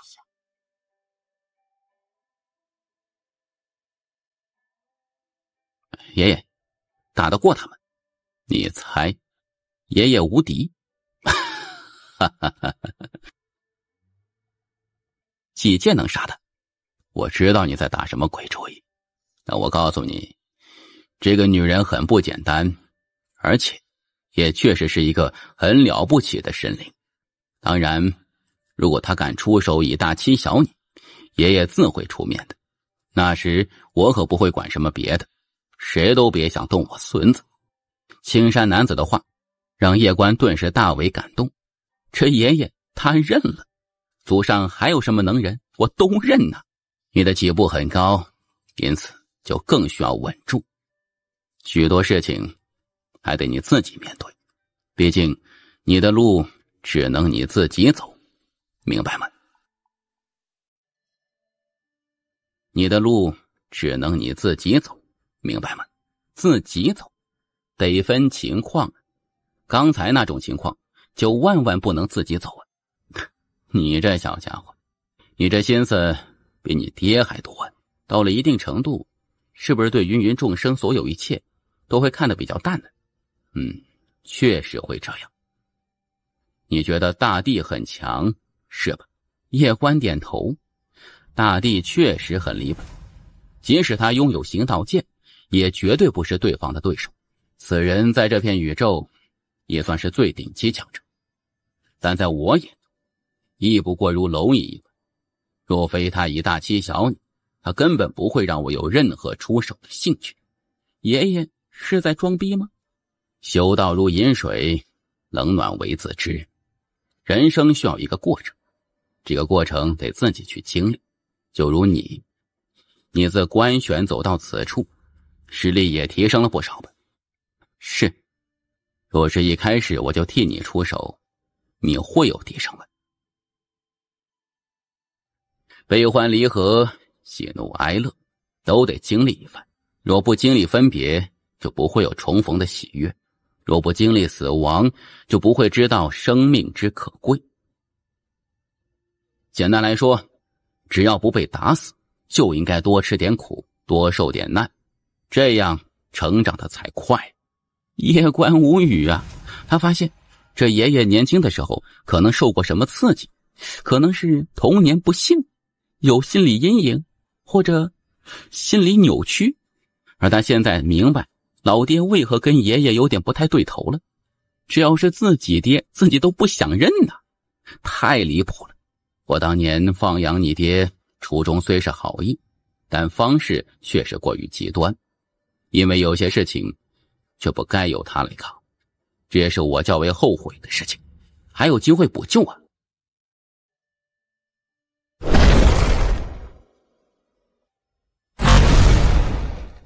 还有机会补救啊！补救？是的，儿子的事情虽然已经无法补救了，但是不是还有孙子吗？我们以后爷孙可以多交流一下，提升感情啊！小唐，以后让这小家伙多吃一点苦，莫要让他变得花里胡哨的。这小家伙有做靠山皇的潜力。好，非常好。爷爷，你觉得我说的如何呀？说得很好，我们爷孙是该好好交流一下，增进一下感情。那爷爷可否留下一个联系方式？你到时候若是想联系我，就问小塔，他知道如何联系我。你还未见过我姐呢，见见。好。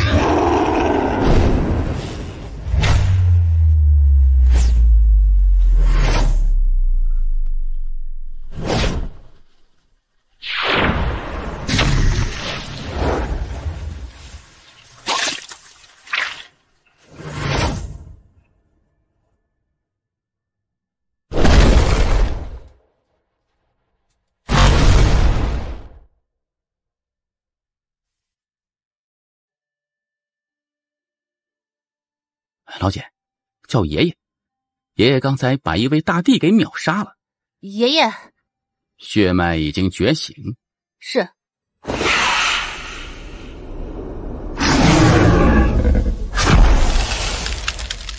我将你的血脉之力提升了一下，至于最终能够提升到何种程度，看你自己。多谢。你对我好像有些不满呢。不敢。作为我杨家之人，若是心中有不满，尽可直说。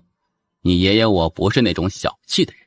谢玉塔说，爷爷曾经不管老爹死活，以至于老爹过得极惨。可是当真？此塔有些落后，我帮你改造改造，让你用着舒服一些。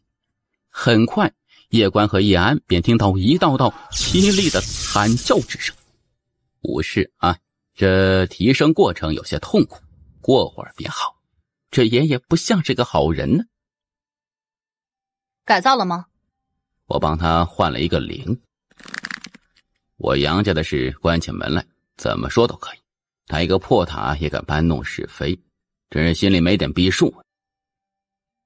你若是不想改回阳性，那也随你，把我当亲人者，我也当他是亲人；不把我当亲人者，我也不会将他当作亲人。爷爷，你这脾气可不行，都是自家人，莫要说这种伤人的话，好好修炼。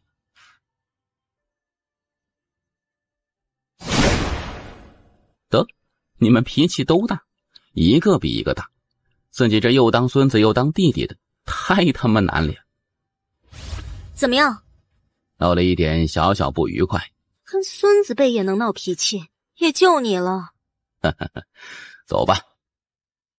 这爷爷是真的走了。你不走吗？前辈，去何处？真神界。真神界？是的，那是真神曾经出生的地方，在那里有一个规矩，不得动武。不得动武？去那个地方，真宇宙的神灵会投鼠忌器，你可以为自己得到一点发育的机会。真神界吗？是的，那个地方在真宇宙神灵心中是一个非常神圣的地方，他们不会在那里动手，因此你去那里暂时会安全。前辈，你是真宇宙的吗？你猜呀？我猜个锤子，我猜。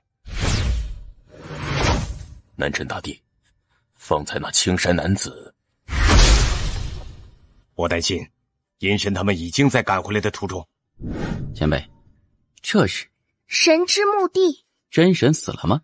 他没死，这里躺着的是当年追随他的那批神灵，那批神灵当年战死，于是他建立了一个世界来埋葬他们。当年真神是在与谁打呀？很多，比如青帝、博天族、神道一脉、宇宙劫，这三方势力算是当时真宇宙面对的最强势力。前辈能否说说这博天族和神道一脉，还有宇宙劫？你确实也该知道这些了。先说说这博天族，这博天族是一个极其可怕的种族，他们的博天血脉霸道无比，可以压制几乎所有的血脉，当然得除了你们家的风魔血脉。那现在是风魔血脉强，还是这博天血脉强啊？如果是你爹与你爷爷出面，肯定是风魔血脉强，但如果是你出面，你懂的。我他妈真的是家族最弱的呀！我他妈真的是家族最弱的呀！说说这宇宙劫，其实每一片宇宙都会出现这种劫，一劫便是一轮回。不过真宇宙的劫非常非常恐怖，因为真神不断在压制，而他每一次压制过后，那宇宙劫虽然暂时不会出现，但却会越来越强，有点类似堵洪水一般，压一次它就会变得越强，而它已经压了上百万次。就不能直接毁灭掉吗？毁不掉的，那宇宙劫乃是道的规律，能镇压都已经是非常逆天了，想毁掉根本不可能，而且也没有办法毁掉，因为这个劫因芸芸众生而起，毁掉这个劫就相当于毁掉芸芸众生。前辈，何为道的规律啊？一阴一阳谓之道，道是气的运化及其运化规律，阴气与阳气的运化及其规律就是道。这听起来有一点点复杂呀。简单一点来说，世上虽然有万事万物以及芸芸众生，看起来繁杂，但总的来讲无非是一阴一阳的运化而已。再简单一点来说，就是有生必有死，生死之道就是道的一种规律，宇宙诞生也会有灭亡，这也是道的一种规律。而真神，他不是在为自己逆天改命，他是在为整个真宇宙逆天改命。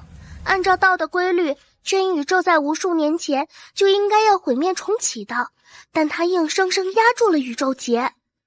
其实相比宇宙劫，更可怕的还是神道一脉的大道比主人，此人才是最为可怕的。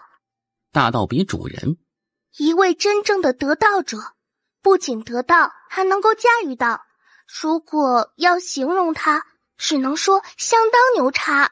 前辈，这驾驭道是？道是客观存在的，道的运化使万物跟着运化，他不偏袒谁，在道面前众生平等。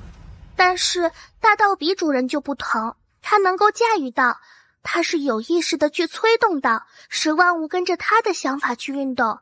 简单来说，道本身是没有欲望的，但催动他的人若有欲望，那么道就会变成一种工具，凌驾于奴役众生的工具。大道比主人就是干这种事情的，而这种事情是不太道德的。我明白了。真神与真宇宙而言自然是极好的，但是对其他的宇宙而言肯定是非常坏的。这世界每个人都有每个人的立场，因此对你而言，提升实力是最重要的。实力够强大，你的立场就会变成别人的立场，反之你就得去臣服别人的立场。我的立场是官选宇宙，谁对官选宇宙出手，谁就是我的敌人。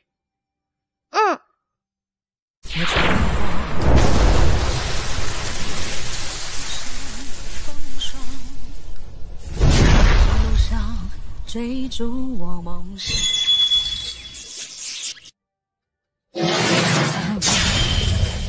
黑夜里照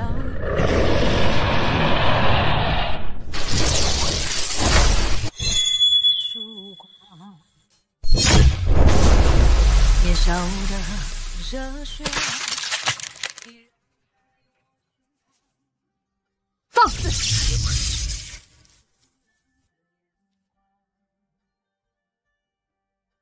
踏碎夕阳，装进我的行囊，不去想曾受过的伤。前辈，你确定他们不敢在这里动手吗？不太敢确定。前辈，现在怎么办呢？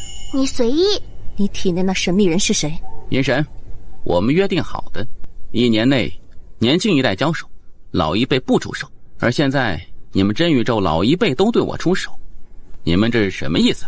你拿着那柄剑，还算年轻人吗？你真宇宙难道就没有神物吗？叶关，你莫要在这里给我扯这些。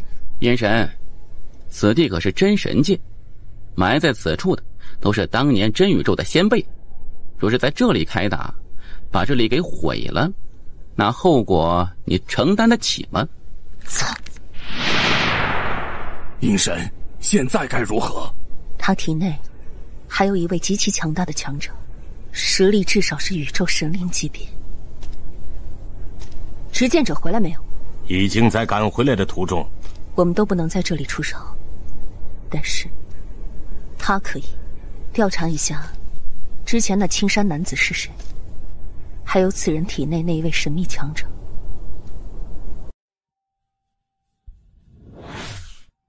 前辈，你打得过真神吗？我秒杀真神。这么牛？在一个特殊的地方，莫说真神，你爹与你爷爷还有你姑姑加在一起都不是我的对手。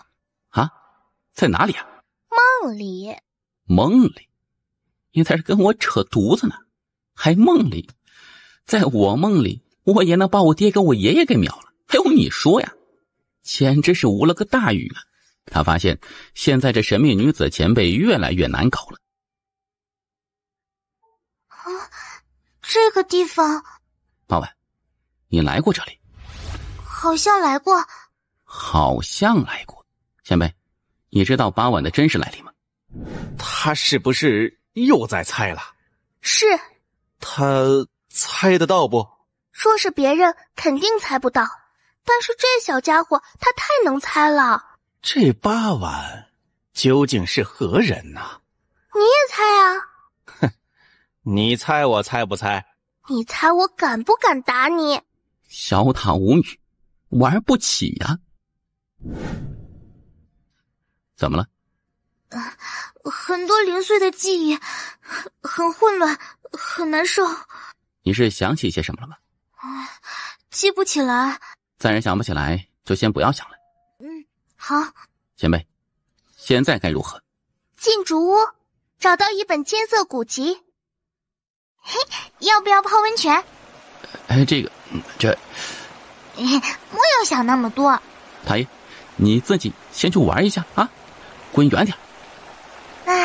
好舒服呀！你要不要下来呀？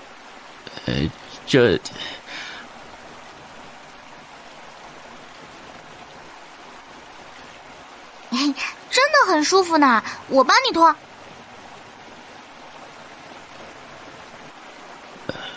8碗。我发现你其实长得还挺好看的呢。我想起了一些事情。什么事情啊？我想起了一个姐姐。姐姐？她与我说。她与你说什么？她与我说，若是遇到喜欢的人，就睡了他。8碗，这。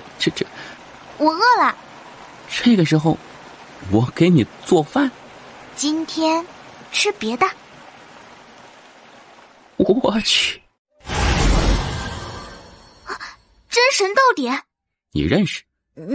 那你知道什么是真神到点吗？记不太清楚了。这很可能和真神有关系，可惜看不懂了。得到了吗？得到了，但是看不懂。前辈，这真神到点是何物啊？真神当年随手写下的一部道典，分为3种：剑典、武典、术典。叶关，你好大的胆子！这阴神怎么办呢？阴神，我们等会儿就走。前辈，现在该如何？你进塔内修炼，我与小塔来挡着。好。为何我觉得你的力量有些熟悉？你猜？你想为那夜关拖延时间？阴神，你不敢在这里出手。哼，你凭什么这么认为？因为你怕真神，而且还不是一般的怕。当年你被真神一个眼神直接镇压在原地，自那之后，你便对他产生了深深的恐惧，所以他的命令你一定不敢违背。你到底是谁？你猜呀？哼，看你也不是一般人物，但却藏头露尾，不敢以真面目示人，你不觉得可笑吗？哼，你是不是想找打？求之不得。你到底是谁？你继续猜呀。有请执剑者。有请执剑者。坏事了，撤！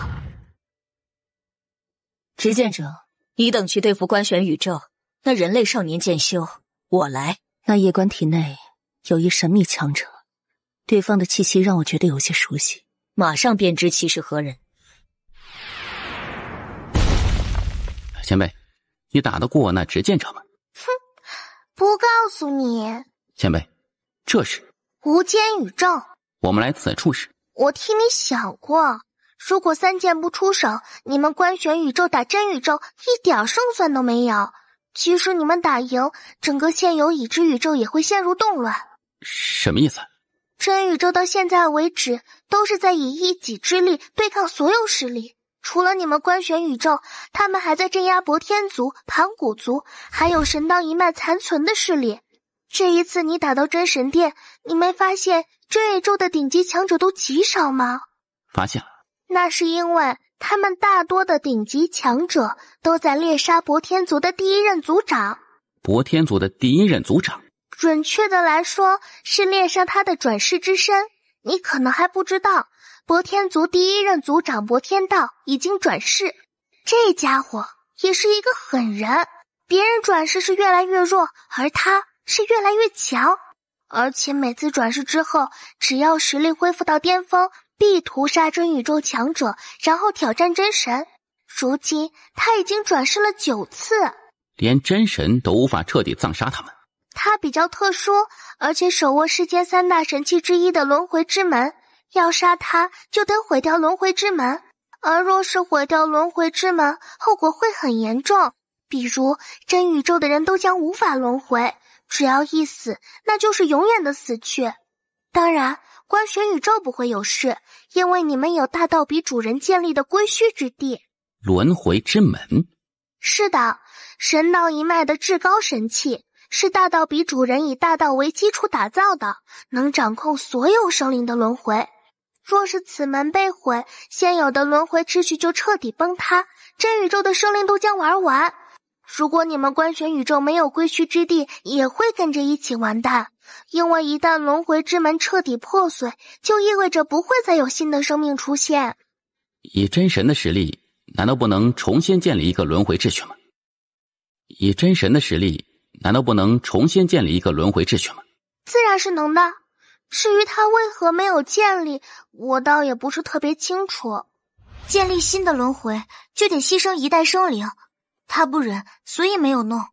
老婉，你不要跟我说你就是真神，这玩笑可开不得呀。记不太清楚了。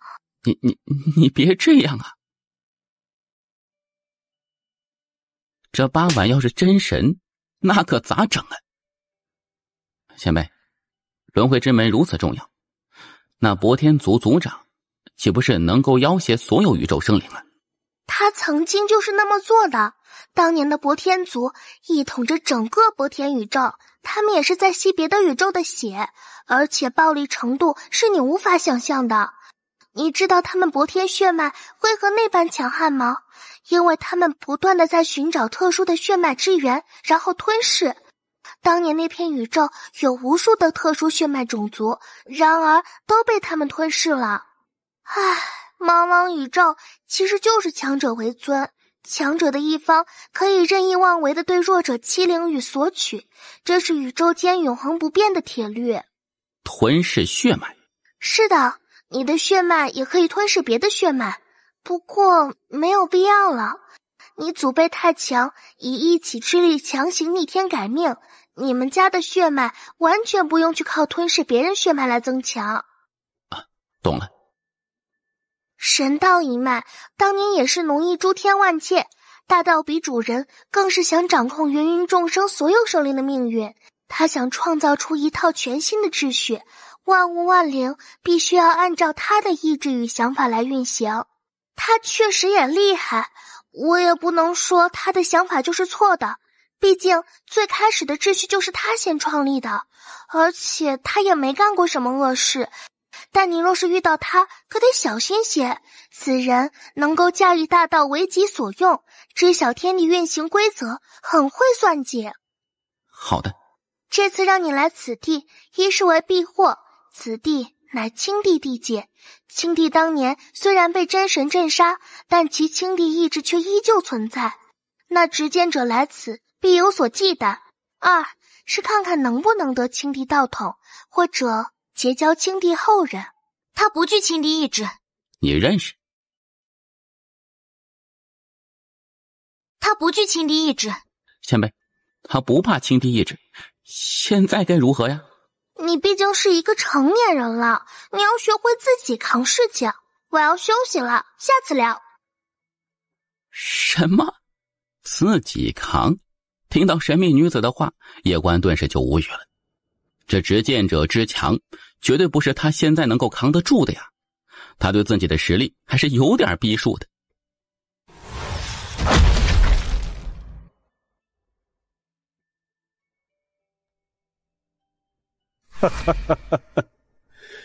已经很久没有你这种级别强者踏入无间宇宙的大地了。今来此，只为一人。晚辈叶关见过前辈。真是江山代有人才出啊！前辈，给您添麻烦了。小友居然能够让这位执剑者姑娘亲自来追杀你，看来你的来历很不简单呐。我这就走。小友是误会我的意思了。小友来自观玄宇宙，而观玄宇宙如今一直在对抗真宇宙，就为此，今日我也要保一保小友。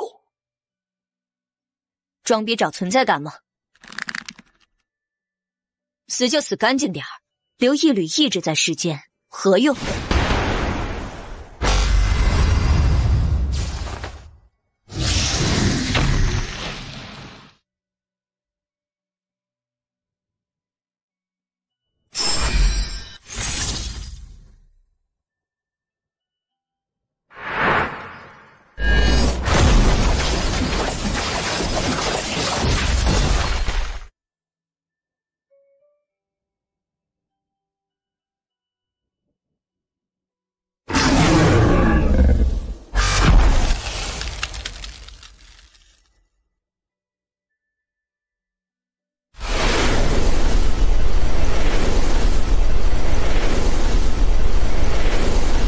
打不过那个他。为什么？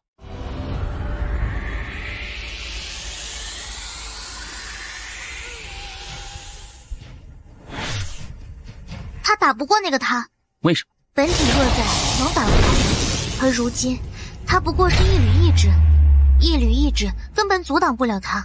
前辈，我没有想到这执剑者的实力提升的如此恐怖，抱歉。前辈，还请带我回观玄。可能已经来不及了。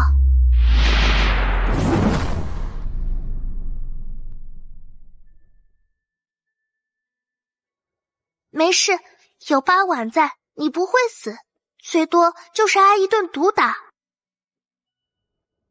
小友，抱歉了。前辈，是我给您添麻烦了。小友，可愿获我传承？愿。前辈，这是自然神树，此树与无间宇宙一同诞生，是无间宇宙的树祖，曾庇佑100万族无数万年，后追随于我。如今我替他重新寻一位新的主人，希望你善待他。自然。如今的100万族所剩不多了，而且也不是当年那一批人了，因此我也不能强行让他们追随你。但如果可以的话，以后还请小友照拂1、2。好的，小友后会无期。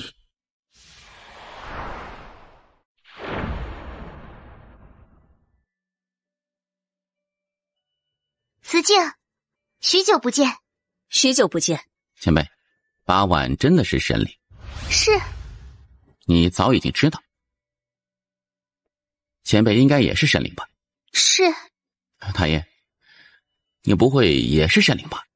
其实你也是神灵。我想起了曾经的一些事情。她叫严慈静，我叫严慈树，我们是亲姐妹。亲姐妹。我还有一个名字叫真无我。我知道你来历不简单，也猜到你可能是神灵，只是没有猜到你是真无我。若是不恢复记忆，该多好呢。前辈，这是你设的局吗？我是让你去得那本无敌全经，没有让你勾搭人家，更没有让你去跟人家睡觉。事情发展到这里，我也很意外。你说你干嘛要跟人家睡觉？现在怎么办？回观玄宇宙去。你呢？跟我一起回观玄宇宙。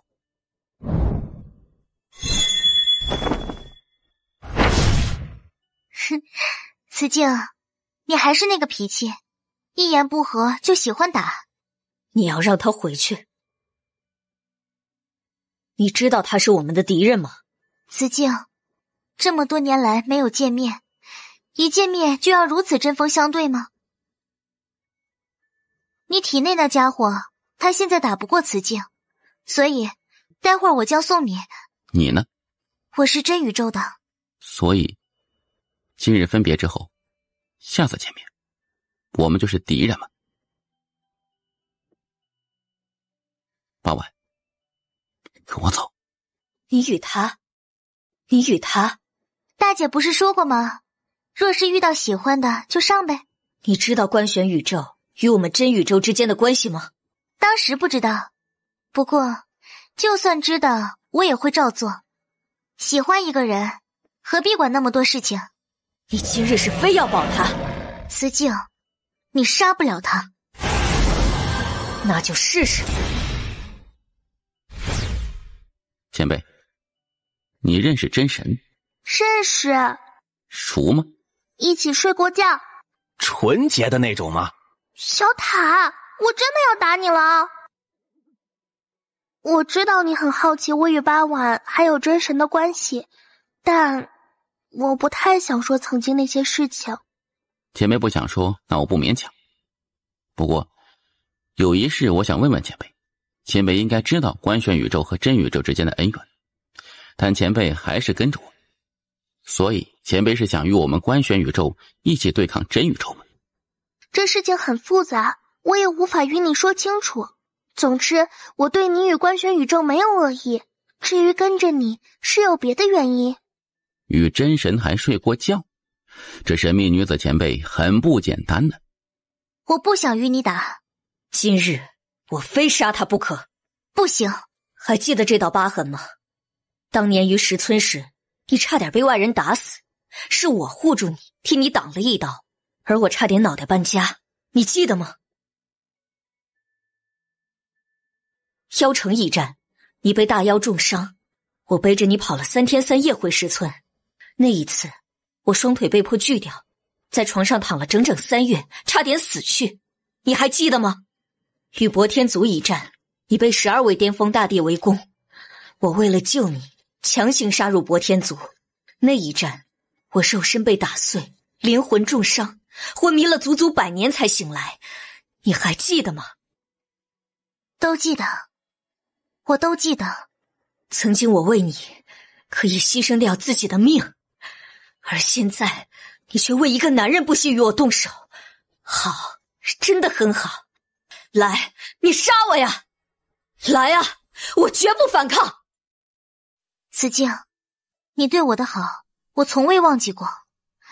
在我心中，你一直是我最亲的人，我永远都记得在石村，凡有吃的，你都先给我吃。那个时候，日子虽苦，但真的很开心呢。可惜，再也回不去石村了。八婉，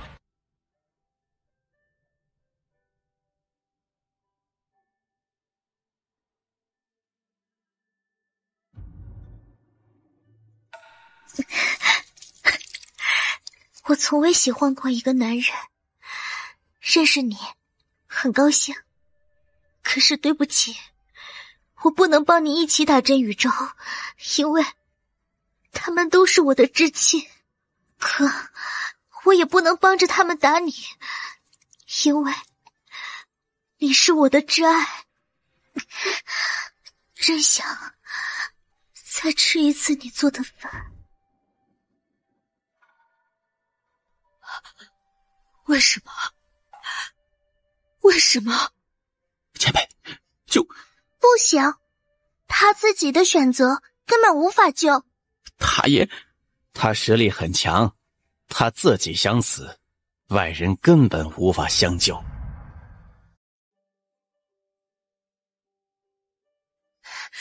都是你这狗男人！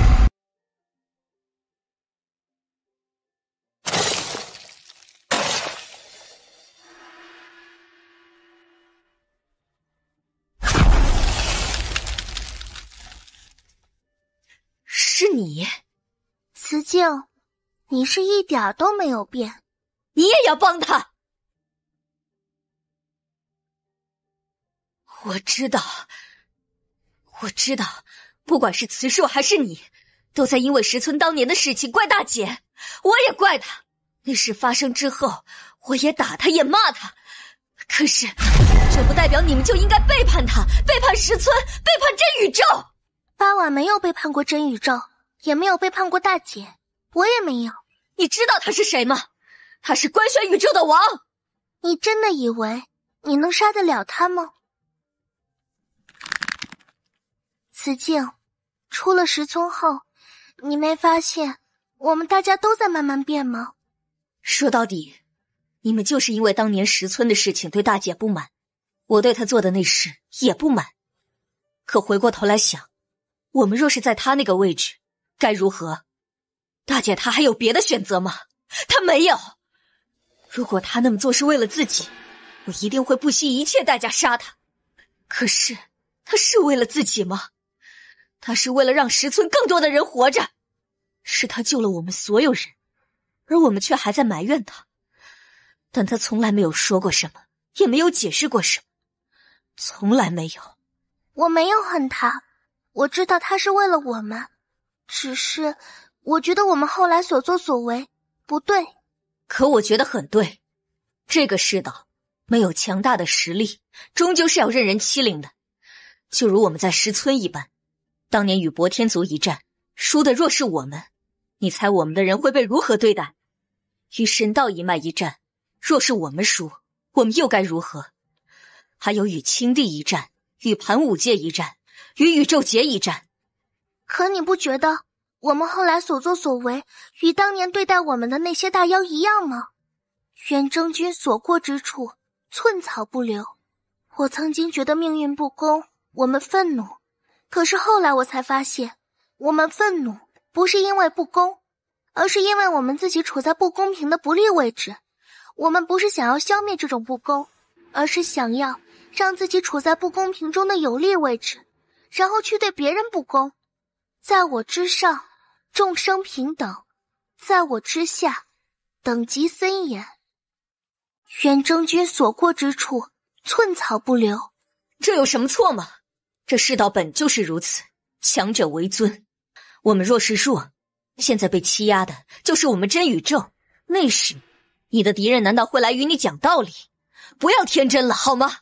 我从未说过你与大姐做错了，我只是不想再带着真宇宙的军队到处屠戮，仅此而已。你是不是也跟这个狗男人睡觉了？你他妈的会不会聊天？慈树比你豪爽多了，睡了就是睡了，有什么不能说的？睡不睡关你屁事！你根本配不上八丸与他，若不是你命生的好，你什么也不是。给我3年时间，我必打败你。给你300年，1年，就1年。1年后，我若是打败你，我要你跪下来给我道歉，说夜观哥哥我错了，我狗眼看人低。我若是做不到，我给你跪下，我给你道歉，并且承认你说的没错，我就是一个废物。我给你100年，就1年。行，1年后我等你。宇宙劫现在不劳你们操心，去好好的风流快活吧。前辈，八婉并未真正死去，是吗？但是他可能什么？他于3000大道之外独开一道，这一道就是忘我道。也就是说，你再次见到他时，他可能已经不记得你。他为何这一时能够恢复记忆？因为你。因为我。是的，因为他喜欢你，心中有了念想，所以他慢慢记起了曾经的事情。当你再见到他时，除非你再让他喜欢上你，不然。前辈，我要去何处找他？前辈，我要去何处找他？不知道。有个家伙可能知道。谁？大道比主人。让他来见我。大道比主人可能不会鸟你。那我去见他。怎么？我可以说实话吗？说。这大道比主人很厉害。你看到八丸与那执剑者了吧？他们2个很厉害，但我可以告诉你，他们都不是大道比主人的对手。所以，你懂我的意思吗？我代表我全家去见他，有什么问题吗？嘿，你要这么代表，那确实没问题了。我知道它很难，但是我还是想看看它。那就去神道界吧，或许大道比主人在那里。神道界，曾经辉煌无比的神道一脉，就是在神道界。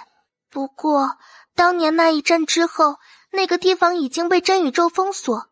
去那个地方，或许能够见到他。请前辈带路。哈哈，叶公子，在下灵族族长，还请叶公子留步。前辈可是有事情了？叶公子方才可是得到了自然神术？是。叶公子，这自然神术乃我无间宇宙的神术，更是我们百万族的信仰之术。它不单单是青帝的，也是我们的。所以这个是你们的信仰。所以这个叶公子，你明白老朽的意思对吧？明白。是你们的信仰吗？好事啊，你们的信仰是自然神术，而现在自然神术在我体内，那你们以后可以信仰我，我不介意的。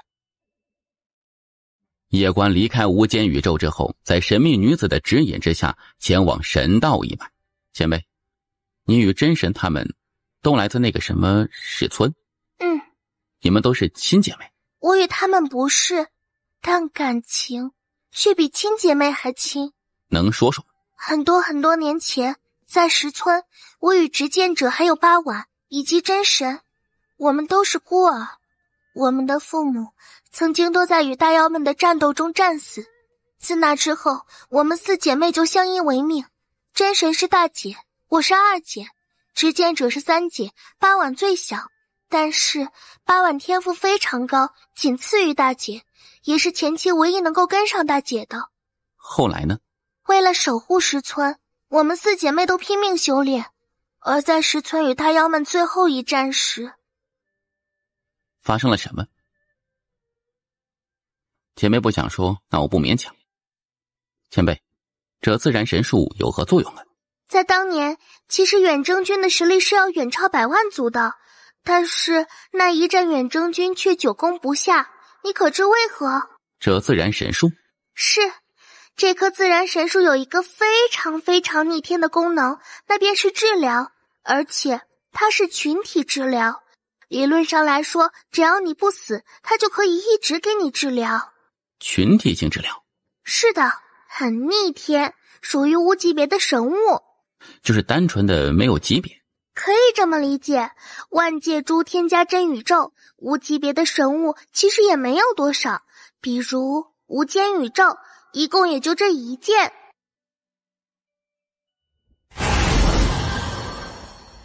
这是自然神术的自然之力，这种力量可以说是无间宇宙最原始的力量。当年青帝得到就是以此为基础，并且集无间宇宙百万族之力，独创青帝道统。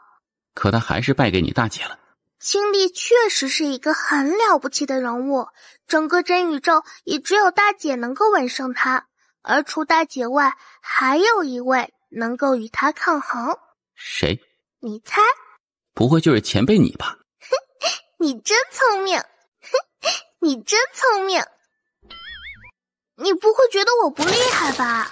执剑者面对你，他好像一点都不怕你啊。他就是那个臭脾气，别说见到我，见到大姐他都是那样。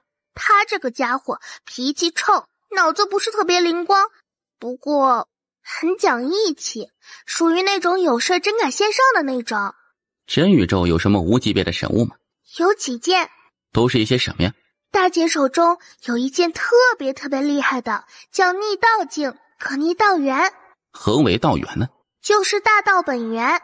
何为大道本源？简单来说，大道就是一切，一切就是大道。比如生老病死、潮起潮落、日落日出，世界宇宙运行的规律就是大道，大道无处不在。我曾听前辈说过，这大道比主人能够跳出大道。是的，不仅他，你的几位父辈他们都能够做到。能灭大道吗？能，毁掉一切就灭大道啦。为什么突然这么问？太累了，毁灭吧。人活着就是一场修行，虽然过程很累，但也还是很有意思的。前辈，我看得出来，你对执剑者和真神还有感情，而我与他们又是敌对。你跟着我是为哪样的？想帮大姐。你不会哪天给我来个背刺吧？哼，你怕吗？前辈这种级别人物就会做这种小小之事。太爷，给我盯紧一点他，防人之心不可无啊！哎呀，大哥，你旋起传音给我，他听得见。嘿嘿，你等着吧，我到时候背刺你，你喜欢从前面还是后面？前辈，我也没有办法替你寻到那位8万姑娘。3000大道归我管，但是她于3000大道外独开一道，那一道不归我管，因此我无法去寻她。不过你若有岁月镜，便可通过此镜找到她。岁月镜？是的，此镜可照岁月，拥有世间最强的岁月之力。岁月镜在何处啊？在岁月界。你若是想得此镜，可得快了，因为想得此镜者可不止你。多谢。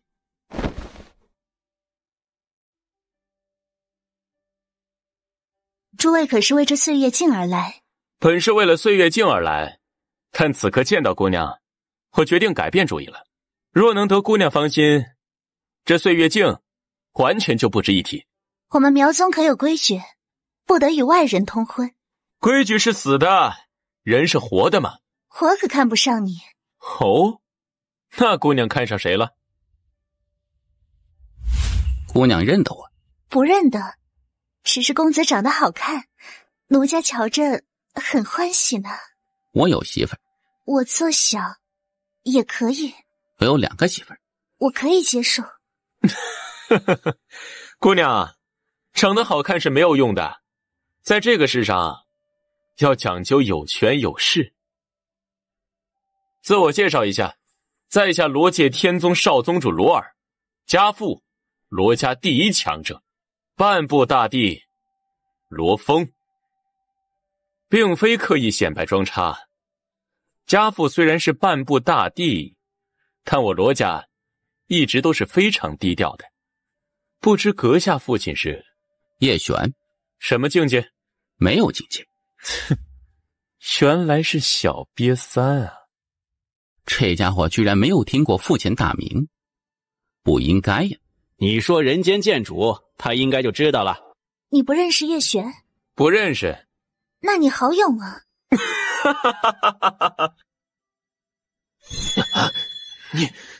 你是剑修？杀我儿子，你好大的胆！叶璇，剑修，你是叶关，你父亲是人间剑主。老爹，我不想死啊！有一件事，我一直没有告诉你。何事？唉，其实你不是我的亲儿子。你其实是我捡来的，并不是我亲儿子。啊，叶少，此人所作所为与我罗峰还有罗宗没有任何关系，要如何处置他，悉听尊便。爹，我不是你爹。爹，我知道我惹祸了，你与我说一声，这事我可以自己扛的。你真的没有必要如此的。我真不是你爹。你走吧。为什么？改变主意了。叶公子，感谢今日不杀之恩，此恩此情，来日我必报，必报。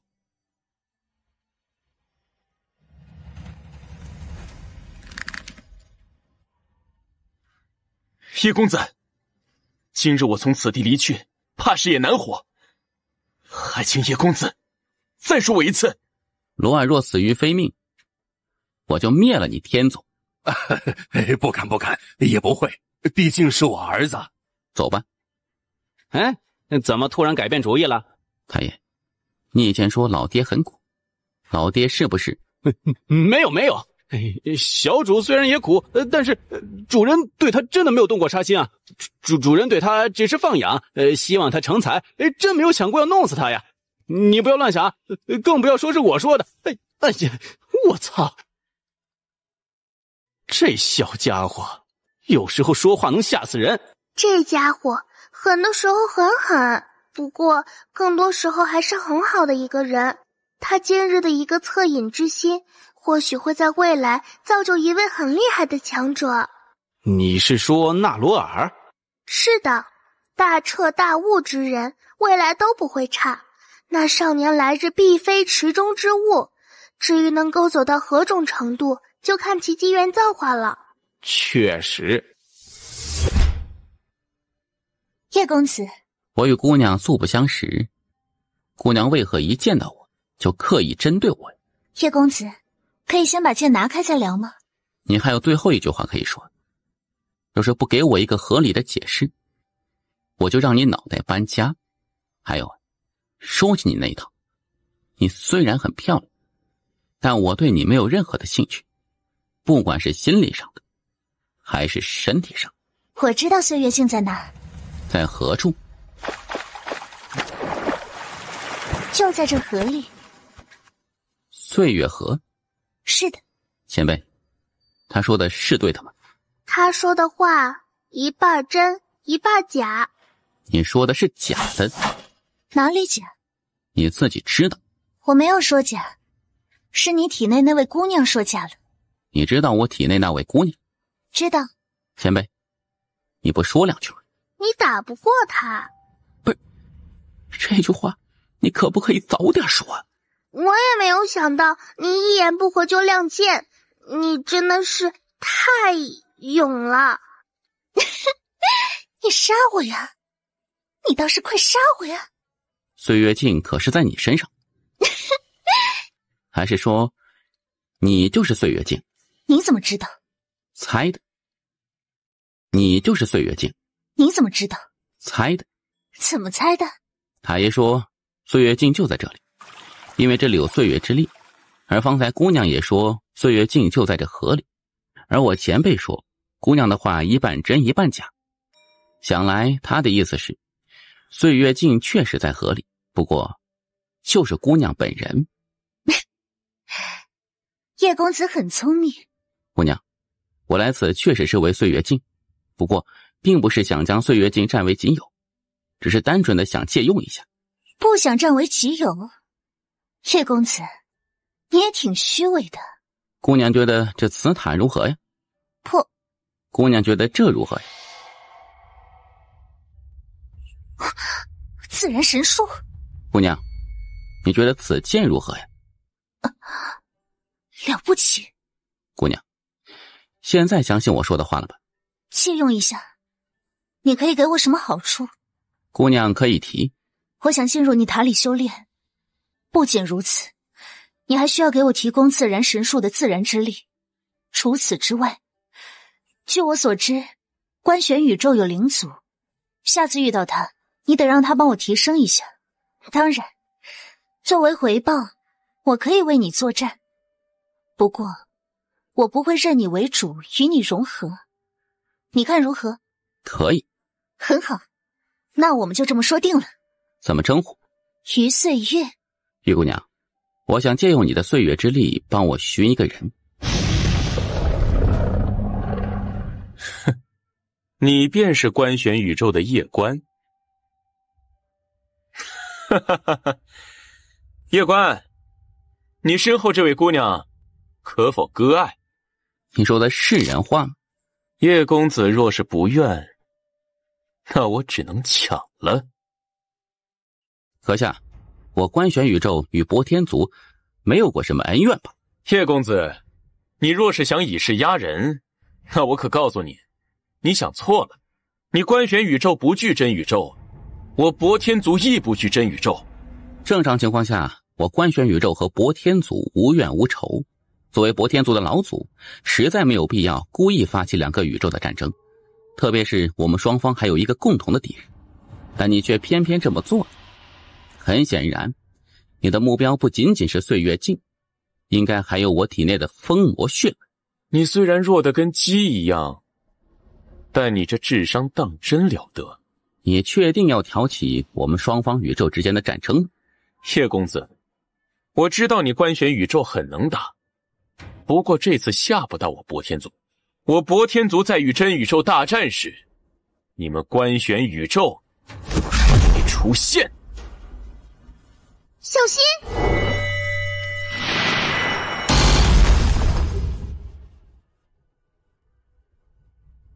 是你？官选宇宙与真宇宙不是敌对关系吗？关你屁事！哼，受伤状态。莫说你是受伤状态，就算你是巅峰时期，我也没将你放在眼里。知道当年大姐怎么评价你吗？怎么评价？傻叉。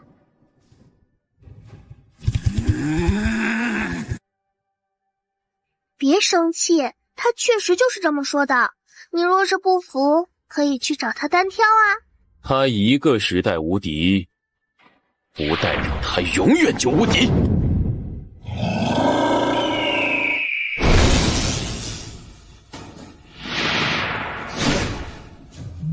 他不能出手太久。人不犯我，我不犯人；人若犯我，我必犯人。来人！见过院长。拉博天族敌对，让仙宝阁全面制裁博天族。凡与博天族交往者，仙宝阁不得与其合作。凡杀博天族一人，可得100万枚灵元。院长，多了，博天族没有那么值钱，10万就够了。我们的人还有多久到？马上到。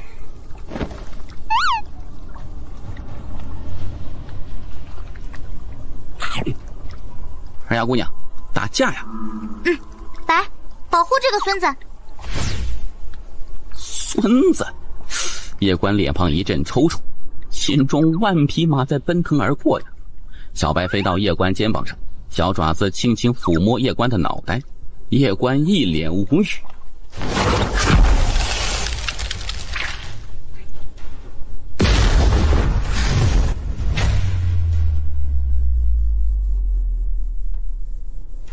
妖兽！这二丫姑娘好生可怕呀！大爷，他在说什么呀？他说二丫还没变身，若是变身，可以变得更厉害。这二丫姑娘还可以变身呢。这博天道的实力没有完全恢复，现在的他可能只有不到巅峰时期的30%的实力。他每一次轮回实力都会变得强大，这是他第10次轮回重生，实力前所未有的强大。只不过他现在太自负，实力刚达到大地境就出来了。若是他更进一步，那实力……当然，你的这位朋友二丫姑娘也很可怕。她这肉身，我感觉就算是大姐身边那头真妖也不如她，太厉害了。真妖？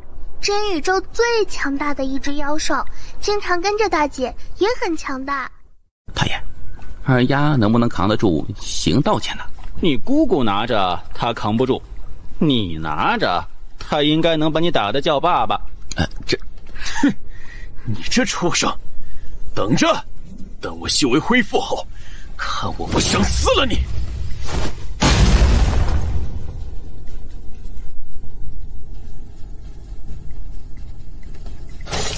去博天族，你打老的，我打小的，敢不敢？敢。什么？自己打老的？哼，孙子有种！走，干翻博天族！你真的要与博天族开战？前辈，是不是觉得我很冲动？你自己觉得呢？从大局来看，有真宇宙在面前，官选宇宙实在不适合再另树他点。最理想的应该是官选宇宙与博天宇宙联手一起对抗真宇宙。可你也看到了，并非是我要输敌，而是博天族要与我们官选宇宙为敌。我身为官选宇宙院长，博天族族长却对我追杀，想吞噬我血脉。他们这是根本就没有将我们官选宇宙放在眼里。从个人来看，人不犯我，我不犯人。既然博天族犯我，那就打呗，没什么好说的。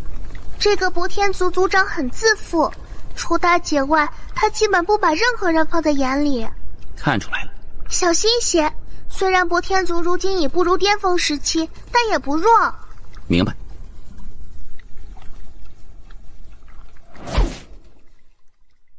官选宇宙虚真战场，此次多谢诸位赶来相助。从今日起，诸位家族的事情，便是我官选宇宙的事情。嫂子，没有必要如此。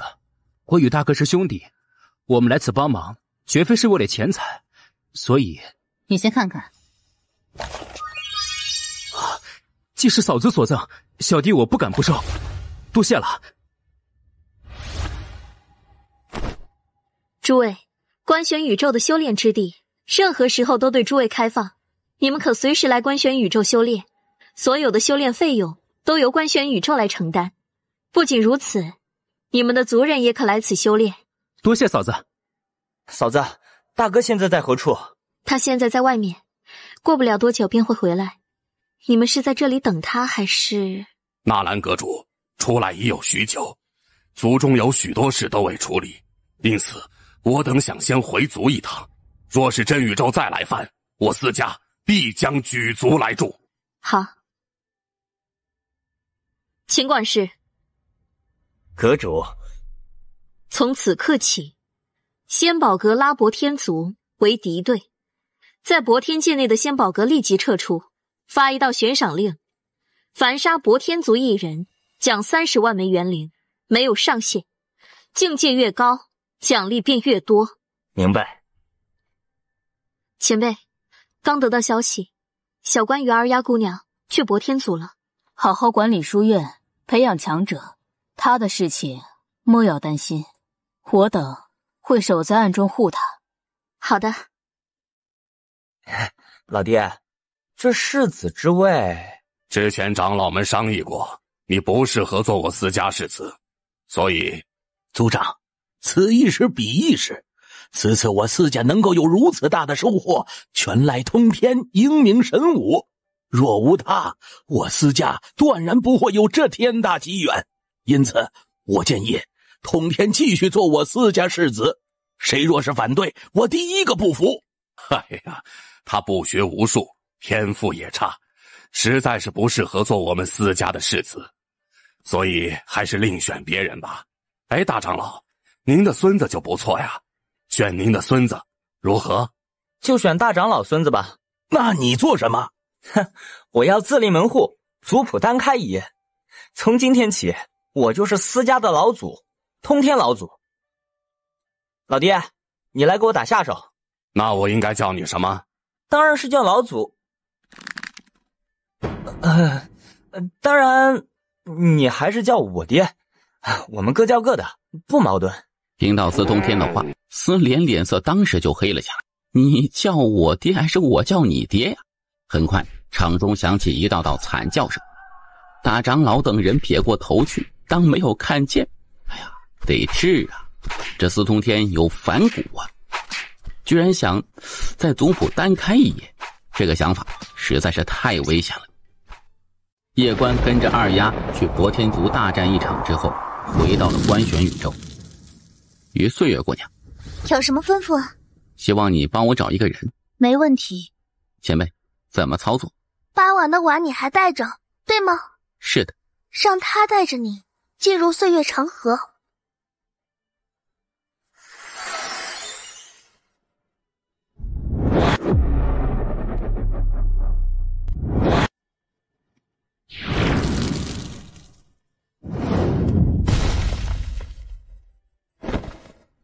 前辈，这有人在保护他。谁？大姐。显然8碗每一次忘掉所有一切后重修，大姐都在暗中保护他。所以不能找到8碗的下一世吗？严格来说不算是下一世，他的重修不是普通的转世轮回投胎。还有别的办法吗？没有，大姐已经替他遮掩了天机，以我的实力根本破不了这天机。你莫要乱想，也莫要乱来，我觉得慈剑应该知道他在什么地方。执剑者？是的，因为他与慈静是亲姐妹，他肯定知道。你觉得他会告诉我吧？我觉得不会，他现在肯定在想怎么弄死你。前辈，还有别的办法吗？老爹，此事关系到您儿媳妇，您真的不管吗？爷爷，此事事关您孙媳妇，您不管管？她怀孕了，杨家有后。怀孕？你们没有做安全措施？何为安全措施啊？前辈，我知道她在哪儿了。在哪儿？石村。前辈，石村怎么去？我觉得我们可能去不了。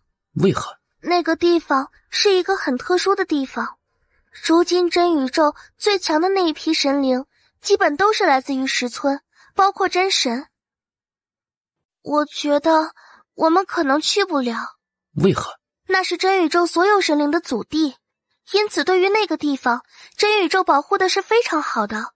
若是别人或许还能去，但你不行，你身份太特殊，你去那个地方，他们肯定会认为你要干什么坏事，那时必会引起血战。我们偷偷去。你觉得你能偷偷去吗？现在真宇宙肯定是时刻注意你的。前辈可有什么办法吗？倒是有，不过得等等。之前我连番出手，旧伤复发，得先休养一段时日。前辈，自然神术可对你有帮助吗？自然是有的，不过作用也不是特别大，因为我的伤与宇宙劫有关。前辈当年也参与过镇压宇宙劫。那前辈先在小塔内疗伤。好，我伤好后便带你去石村。至于八婉，你莫要担心他的安危，这天地间能伤害他的没几个人。小佳，这段时间辛苦你了。回来便好。小佳，我有一事想与你说。是因为女人吗？我们回一趟南州荒古城吧。小佳，如何？好。岳父，按照婚约，我与小佳本该早日成婚的，但却因许多事情耽搁，而如今诸事已定，因此我想与小佳早日完婚。那你觉得什么时候合适？3日后。这么急？我是一刻也不想等了。在何处办婚礼？听小佳的。就在荒古城，可好？与我想的一样。安排安排。娘亲，我成亲，您来主持可好？娘，我来安排。爹他会来吗？他敢不来？爷爷肯定会来，但是姑姑，太爷，你觉得姑姑会来不？你可以邀请一下她。姑姑，我要成亲了，你来一下可好？族长，刚得到消息，3日后那夜官要成亲。成亲？是的。在何处？在南州。不是在虚空战场？不是。哼，真是天助我也！那一日，官选宇宙的强者肯定会镇守在虚空战场，防备真宇宙。也就是说，那南州的强者肯定会击哨。若是我们来一场突袭，族长，这官选宇宙有些不简单，我们要不要谨慎一些？你怕？啊，不，族人的仇得报，那阳族的封魔血脉，我博天族也要。是。来人，唤醒10名岁月大帝。这一次，我要给他们官选宇宙来一场大大的惊喜，让他们喜宴变成丧宴。兜兜转转，又回到了这里。若让你与我隐居于此终老，你愿意吗？愿意。我现在还记得你来我家退婚时的情景呢。你当时为何想要退婚？因为当时我修为突然消失，成为了一个普通人，对于未来当时的我非常迷茫，因此不想连累你。当然我自己也想苟一步，猥琐发育。与我想的一样。你当时为何不同意呢？只是单纯觉得不应该在你人生低谷时期落井下石，仅此而已。所以你当时也是不喜欢我的？你真的以为自己帅得让女子无法自拔吗？不过我对你有好感是真的，虽处于人生低谷，但却不急不躁，也不愤世嫉俗。可能你当时也没有想到过，我们未来真的会在一起吧？是的。你还记得你与季璇姑娘说的话吗？我在行道见时，大多时候都是清醒的。小佳，人家季璇姑娘说，如果你也喜欢她，她可以给你天下第一好呢。你这呆子竟然拒绝，若是我的话，我可就从了她了。小佳，我有一件事情想与你说。以后再说吧。你知道我要说什么，是吗？八婉姑娘，我可是仙宝阁阁主，掌握着我们观玄宇宙最厉害的情报组织。你有什么事情能瞒着我？八婉姑娘在石村，我已经派人帮你去寻她了，但是那个地方很特殊，我的人根本进不去，有神灵强者镇守。若是有朝一日你不再喜欢我，那请一定要与我说。你放心，我会体体面面离开，绝不打扰你。若是有朝一日你不再喜欢我，那请一定要与我说。我只会在一个时候不会喜欢你。什么时候？我没有呼吸的时候。古人常言，读书人最风流，看来确实不假。这些读书的男人若是风流起来，哪个女子能招架？醒了。是的。为什么那么老实？我还以为你要做点什么呢。现在可是白天，不行。真开心。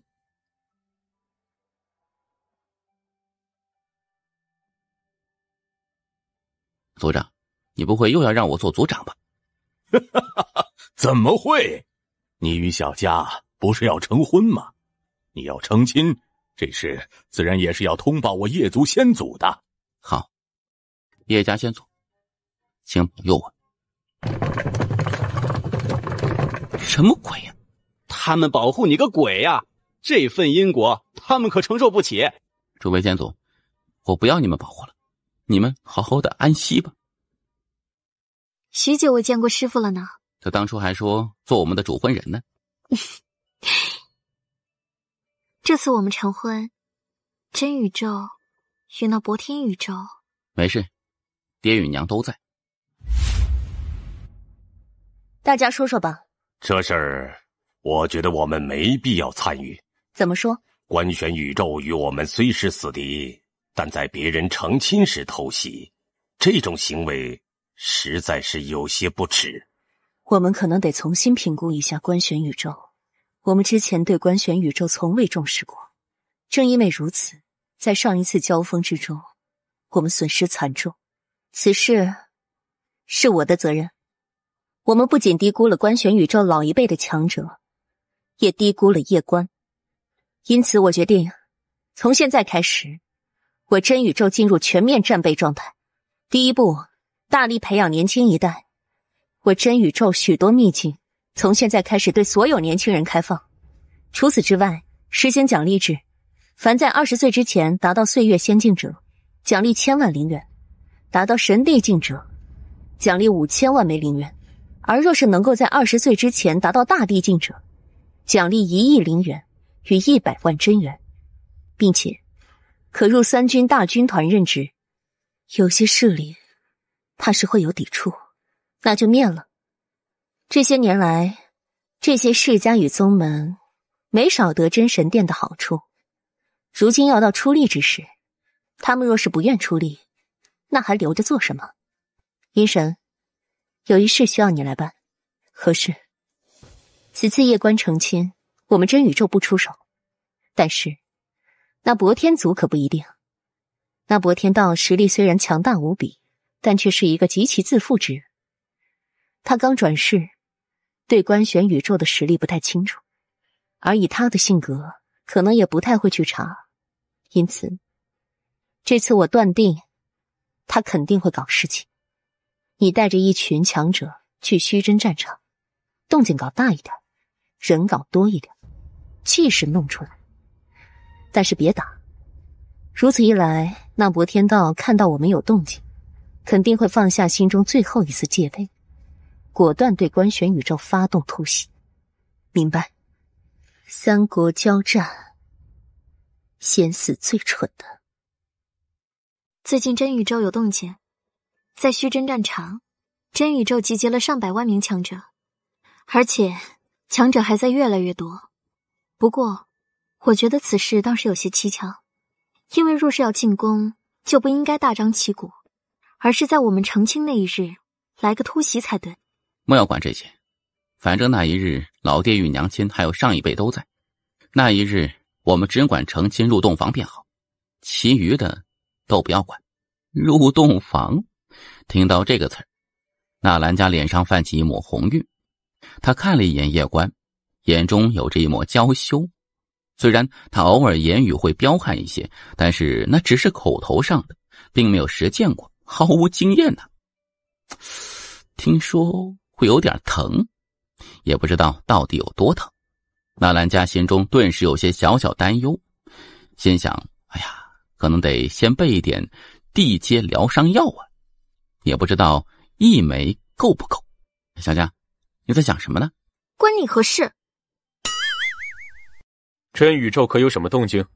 刚得到消息，真宇宙已经在虚真战场集结了100万强者，而且强者还越来越多。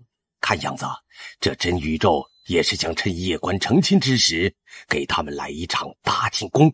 还是不能大意，这观玄宇宙有2把刷子，因此我决定多带一些强者去，以免发生什么意外。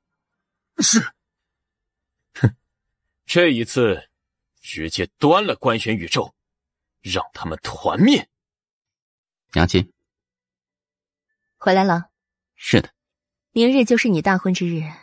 按照我们那边的习俗，小家是要在纳兰族的，然后我们这边去迎亲的，所以今晚你们可不能在一起。好，待会儿你回纳兰族后，什么都不要管，我已经安排好一切。听娘亲的。好，陪娘亲走走，娘亲有许多事想与你说。那我先回纳兰。你又不是外人，回避做什么？我们一家人一起走走。好。我知道，现在就让你们接手观玄书院与仙宝阁，让你们去面对真宇宙。对你们而言，压力是极大的，但这也是没有办法的事情。娘亲，是有什么我们不知道的事情吗？很复杂，比我与你爹想的还要复杂。可是真神，那位真神只是一部分原因，还有一个原因是大道比主人在布局。布局？是的，你接下来的路会很难走。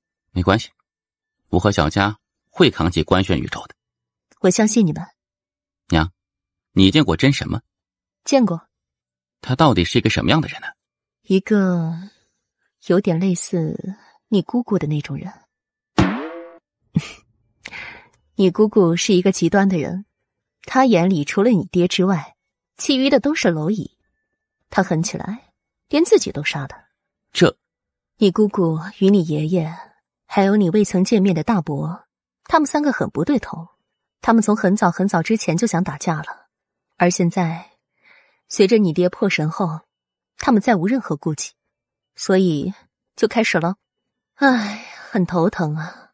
现在位于南边宇宙边界外，那边的宇宙边界不断崩碎。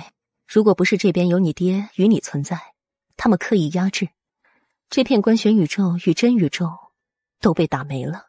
宇宙边界不断崩碎，这3位大佬是在开疆扩土吗？你应该知道，那位真神一直在镇压宇宙劫吧？知道。怎么了？我与你爹最担心的还并非真神，而是大道比主人。这也是你爹为何让你姑姑护着你的缘故。要不一不做二不休，把大道比主人直接做掉，永绝后患。要是好干掉，早就干掉了。不说这些了，现在当务之急是你们二人的婚事，明天就是你们大婚之日，你们今晚得好好准备一下。好。小家伙儿，我与你媳妇儿单独谈谈，没问题吧？当然。大爷，你可以偷听一下吗？你是不是想我死呀？压力大吗？大。小爱，从此刻起，小家的命令就是我的命令。明白。小布袋的东西杀伤力极大，因此你现在还没有能力完全掌控。不过没关系，现在开始，小爱会帮助你提升，并且教你如何运用那些东西。好。身为官玄书院的院长夫人，没有实力可不行。没有实力，有些人就会对你失去敬畏之心，认为你好糊弄。所以啊，你要好好与小爱学习掌控布袋内的那些武器。好。掌握两大势力，一开始肯定是有些吃力的，但没有关系，慢慢来，我在后面支持你。书院与仙宝阁都很复杂，你天性善良，这是优点，但也是缺点。因此你要记着，若是有人对你阳奉阴违，该杀就得杀，切莫手软。自己的媳妇儿和娘在聊些什么呢？可惜他也无胆，不敢偷听啊。娘跟你聊了什么了？让我学使用小布袋内的东西。里面有些什么呀？不告诉你。这原本可是我的，现在是我的。少主母，若无吩咐，我可以暂时先离去吗？忘记还有个人呢。我不是人。少主母若有吩咐，直接念我名字便是，我随叫随到。我回纳兰府了。好啊，明天等我来接你。我等你。太爷，明天真宇宙和博天宇宙。明天你是无敌的。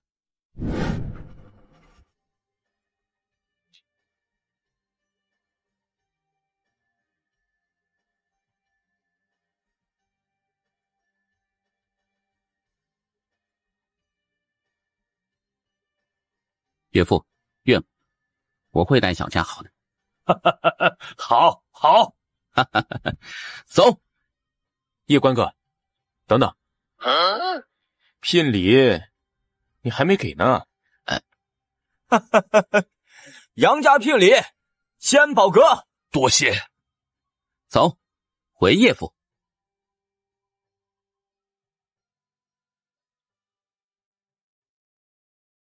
是因果几番轮回，可人放尽想象，三生梦卷，百岁山苦，幻灭空，只有衰草般黄昏。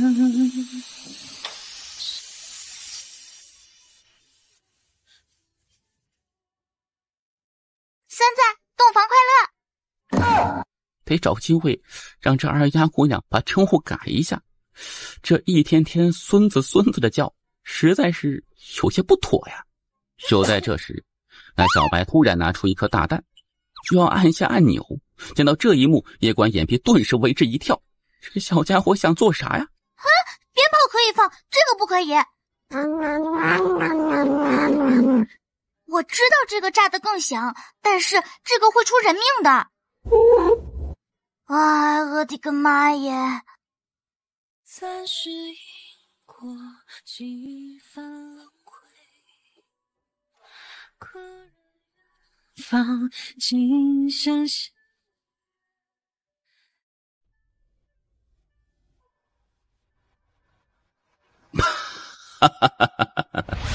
儿子，孙子，我来了。老爹，今天什么风把你吹来了呀？要知道我结婚的时候也没见你来呀，你当时也没有邀请我呀。这儿子结婚还要主动邀请当爹的，你在逗我玩呢。你又不是不知道我是第一次当爹，谁第一次当爹有经验呢？好孙子，你说我说的对不对？今天是小官的大婚，你不要搞事情。怎么会呢？这是爷爷的随礼，谢谢爷爷。这是谁呀？这是我结拜大哥，你得叫大伯。大伯，跟你爷爷和你爹一样强啊！见过大伯。你爷爷老是与我说你很不错，现在看来确实可以。家族基因好，基因好，基因好。哎呀，这小家伙拍马屁就是牛啊，佩服。其实我们之前已经见过。哎，当初玄界那块石碑。闻言，叶关顿时想了起来。当初在玄界，自己剑道境界之所以能够提升，正是多亏这位大伯留下的那一段话：3尺清风剑，何人不能杀？霸气啊！有熟悉的气息来了。此刻起，谁也杀不了你。我说的。谢谢姑姑。姑姑，我，给我也来一刀。小屁吃。完美，来得如此之齐，刚好可以一网打尽，团灭而斗，真是完美。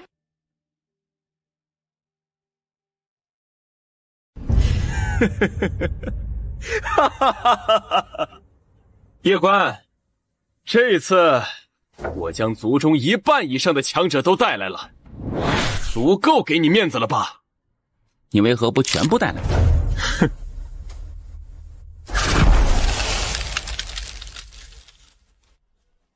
姑姑，场中你点，点谁，谁死。进来！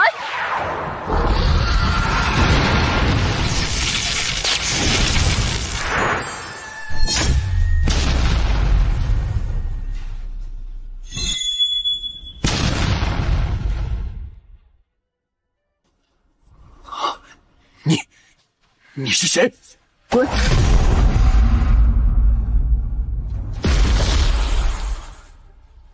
放肆！你敢蔑视我？姑姑，追不上。老爹，跑得太快，确实追不上。你骗鬼呢？你会追不上？开始吧。一拜天地。不用拜。哈哈哈哈哈！2拜高堂，夫妻对拜，送入洞房。姑姑，还打架吗？可以一战了。可以。等等，我担心。自然是不担心的，只是我想让你帮我做一件事情。好，老爹、大哥，你们先去吧。待事情结束，青儿便会来寻你。青儿，这小家伙还缺一些历练，因此我想让他去乱星界磨练一番。不过他一个人前去，我有些不放心。你帮我带一带，前辈。什么是乱星界？一个大帝去了都要苟着的地方。恭喜你，你又要打高端局了，而且是超级高端局。没事儿，他这次有通天带。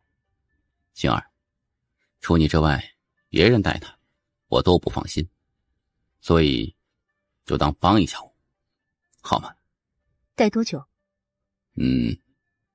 带到大地，你看如何？可。跟着你姑姑好好修炼。好的，好的。给你半个时辰入洞房，快去。你想阻止他们大战？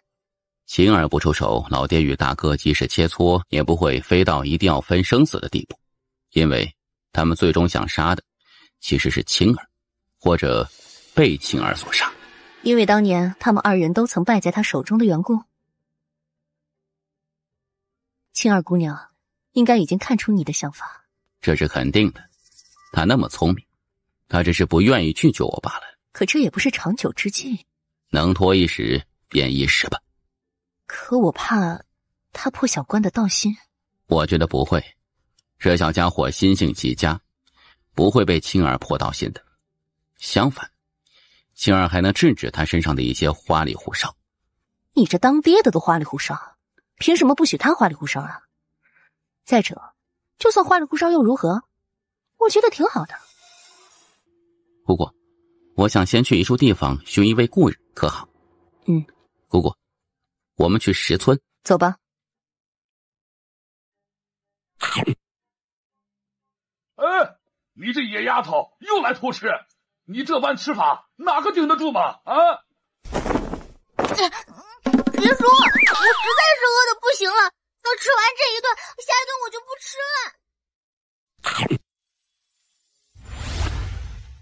你还记得我吗？愿意跟我走吗？不。这个给你，这里面有好多吃的，都是你喜欢吃的，你留着慢慢吃。那我走了。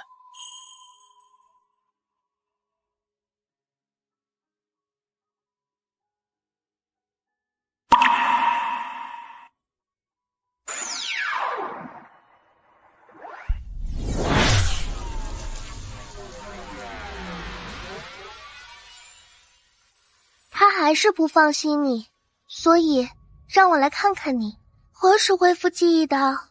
见到他的第一眼，我也未曾想到，见到他的第一眼，曾经的一幕幕便是如潮水一般涌入我的脑海深处。为何不与他走？爱过，得到过，够了。你呢？一直跟着他，有何打算？怎么，怕我对他不利？你这人，许多时候想的比大姐还多。去吧。你呢？我想在这里多待待。离开石村之后，叶关一路无话，眉头微锁，心事重重。其实在见到八婉时，他就知道对方已经认出他了，不过对方选择不认他，对此他也没有别的办法，因为他也不想强迫八婉。莫要为此事介怀了，好好修炼，好好提升实力吧。叶关点头，当务之急是好好提升实力，毕竟与那执剑者可是还有个1年之约，逼都已经装下，到时若是打不过，那丢的可不仅仅是自己的脸，还有整个官玄宇宙的脸。毕竟现在他可是代表着整个官玄宇宙的。姑姑，小塔常与我说起你。小塔顿时紧张起来，有些不知所措，生怕这小小主乱说话，然后自己从这世上彻底消失啊。说什么？他说你杀人从来不用第二件，是真的吗？你觉得呢？我觉得以姑姑的实力，莫说是杀人，就是毁掉现在已知的所有宇宙，应该都用不了第二件吧。错了，把应该去掉。准备多久到大地？希望晚一些，因为这样就可以向公姑多学习一些，而且公姑在这里，老爹肯定也会时常回来的。姑姑，我有一招剑技，我施展给你看看，你指点指点可好啊？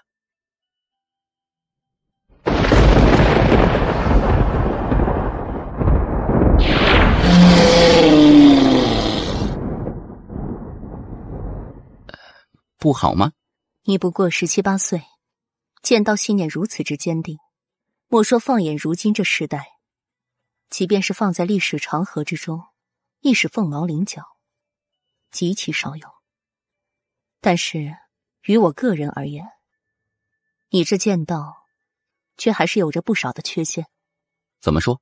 你的目标是无敌。何为无敌？我无人不能杀，无人能杀我。你所谓的无敌信念，不过是初生牛犊不怕虎罢了。公姑的意思是，我并未见过真正的无敌强者，因此自己言无敌，其实不过是一种无知的表现罢了。初生牛犊为何不怕虎？因为无知。因为他并不知道虎的强大，可若是让他亲眼见识到虎的强大，你说他会不会怕虎？若是他在见识到虎的强大之后，还能不怕虎，想要将其击败，这种勇气才是真正的难能可贵。于你而言，你若是在见到无敌之人之后，还敢拥有这无敌信念，那才是真正的无敌信念。已知天高，还敢登天，这才真的了不起。父亲让公公带着我去历练，目的就是为此吗？哥哥的目的之一。我定好好与公公学习。你很优秀，但比哥哥还差一点。叶关表情僵住，这不是为了夸自己，这是为了夸自己老爹呀。小塔无语。平心而论，以天赋来说，叶关的天赋肯定要高于人间剑主的。3代里面，叶关的天赋最为妖孽。当然，在天命眼中，哥哥永远是最优秀的。乱星界在何处？北边。博天界，自从博天道回来之后，也不知受了什么刺激，也不与族人说话，直接开始闭关修炼。此刻的一众博天族强者神色皆是凝重无比，还有一些恐惧。博天族那么多顶级强者前去观选宇宙，然而回来的却只有族长一个。他们并没有去观选宇宙，因此并不知道当日的事情。而博天道回来之后，也没有与博天族族人说起当日发生的具体事情，因此一众博天族强者都认为当日肯定是发生了什么惊天大战。真宇宙可有对观选宇宙出手？当日真宇宙并未对观选宇宙出手，在我们的人出手之后，他们便立即撤军了。被坑了。刚得到消息，那叶关好像前往乱星界了。他去乱星界做什么？这不知。他一个人去？好像还跟着一位素裙女子。就一位素裙女子？是的。确定就跟着一位素裙女子，没有别人？确定。这次他身边就跟着那位素裙女子，而之前一直跟着他的那位观选宇宙武神以及一些顶级强者，都已经前往虚真战场。这是一个千载难逢的机会呀！此话怎讲？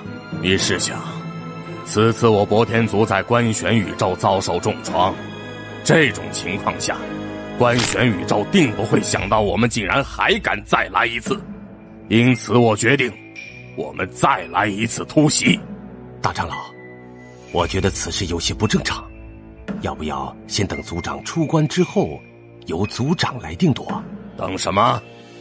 这对我博天族而言，实乃千载难逢的机会。若是错过，一旦那叶关回到观选宇宙，那时要杀他，简直难如登天。博天烈，你可是怕了？我只是觉得此事干系重大，我们应该等族长出关。哼，族长现在在闭关修炼，岂能打扰？而且族长的脾气你又不是不知道，以他的性格，若是得知此次这千载难逢的机会，他肯定第一个举双手赞成。博天烈呀，你想想，那叶关就2个人，而那素裙女子就算是再强，最多也不过就是一位岁月大帝而已。就算我高估他一下，当他是一位命运大帝，那又如何？我们现如今还有2位命运大帝，加上我等，要杀他，还不是跟杀鸡一样？我觉得我们可以试试，毕竟只有那2人。叶关虽然天赋妖孽，但其毕竟年轻，不可能是我们对手。至于那素裙女子，我来对付。机不可失，失不再来。走。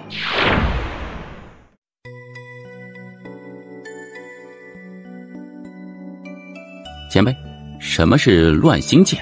这乱星界比那博天界的边界还要特殊，在这里面存在着各种各样的劫，比如原本只有达到岁月大帝才会出现的3灾3劫，但在这乱星界内，却是无处不在。不仅如此，还有那非常可怕的命劫，但在这里面却也会经常出现。为什么呀？因为这个地方很特殊。据我所知，这个地方是神道文明之前的文明，也就是神道文明的上一个文明。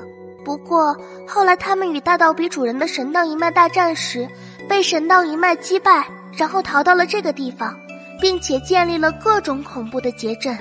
一开始时他们还能够控制这些劫阵，到后来不知何原因，这个地方的劫阵失控了。失控？是的，自从失控后，这个地方就开始变态了，各种劫不受控制开始乱来，而能够在这种劫下活下来的真的都很变态。当年远征军之所以无法征服这里，就是因为这些劫。有这方面的原因，因为进入其中，即使是强如远征军，也是有些难以适应那些劫。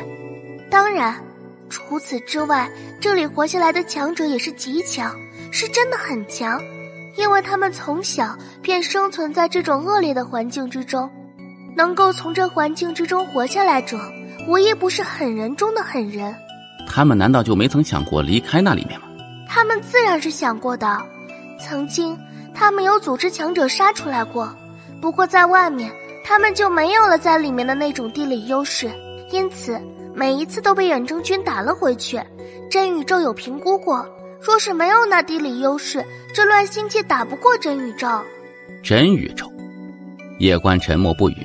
其实就目前而言，公谷他们这几人若是不出手，官选宇宙也是打不过真宇宙的。你父亲让你来此历练，是一个非常正确的选择，在这里你肯定能够得到极大的提升。叶关点头，对于这乱星界他也是有些期待。走吧。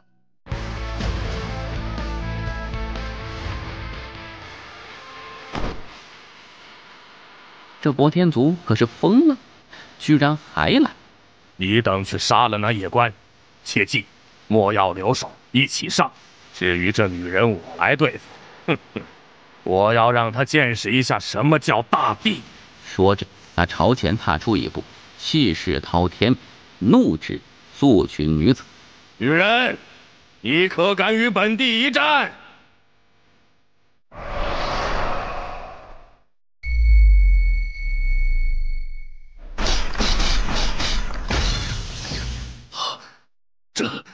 这怎么可能？你家在何处？指个方向。我死也不会告诉你的。姑姑那边。博天却一脸震惊。素裙女子没有任何废话，而是一定，轻轻一引，列关体内行道剑忽然间飞出。博天剑。这一日还在闭关的博天道似乎是感受到了什么，突然他猛然抬头，下一刻他脸色巨变，想也不想直接身形一闪逃离博天剑。而就在他逃下那一瞬间，一柄剑突然笔直落下，瞬息间整个博天剑直接被抹除，一剑便是一剑。博天道看着眼前这一幕，整个人都傻了呀，博天剑没了。他脑子嗡嗡的。就在这时，一名老者突然出现在博天道身旁，此人正是那没有跟着博天阙去的博天烈。到底发生了什么？博天烈犹豫了一下，然后将博天阙去追杀夜官和素裙女子的事情说了出来。当听到博天阙竟然去追杀那素裙女子时，博天道再也忍不住了。操他祖宗，这个蠢货！博天烈犹豫了一下，很想提醒你就是他祖宗啊。哎呀，但想想还是算了，现在这族长正在气头上，还是不要去招惹为好，以免被拿来出气。博天道此刻气得脸都红了，他没有想到在他闭关时，这个博天阙竟然带着博天族剩余的强者去追杀那夜官，这是疯了吗？蠢货！博天道忍不住再次怒吼怒骂，他气得蛋都差点爆了呀。虽然之前在官宣宇宙折了那么多族人，但是还不至于灭族，博天族猥琐发育一下，还是可以慢慢的恢复元气的。而现在倒好，这博天阙竟然带着自己所有族人去团灭，妈的，自己怎么会生出这么蠢的后人呢？族长，现在该如何？还有族人吗？之前在外历练的小一辈还在，不过并不多。带他们重新寻找一个地方。隐姓埋名，好好发展。明白。这一次转世之后，我怎么感觉自己变得像弟弟了？看来得猥琐发育了。姐姐，这应该就是那先辈们常说的神道宇宙。不清楚，立即通知族人。暂且等等，我们去四周看看，了解一下这片宇宙，不然族人贸然过来，恐有祸事。哼，我们詹台族需要怕谁啊？已与你说过多次，万事不可生轻视之心，你怎么还是不听？好好好，都听姐姐你的。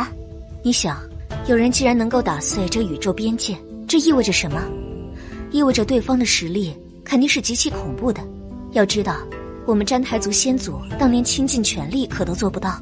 闻言，青衣女子神色渐渐变得凝重起来。走，我们去到处逛逛。真宇宙真神殿内，左相和武相相对而坐，两人此刻脸色皆是无比的凝重。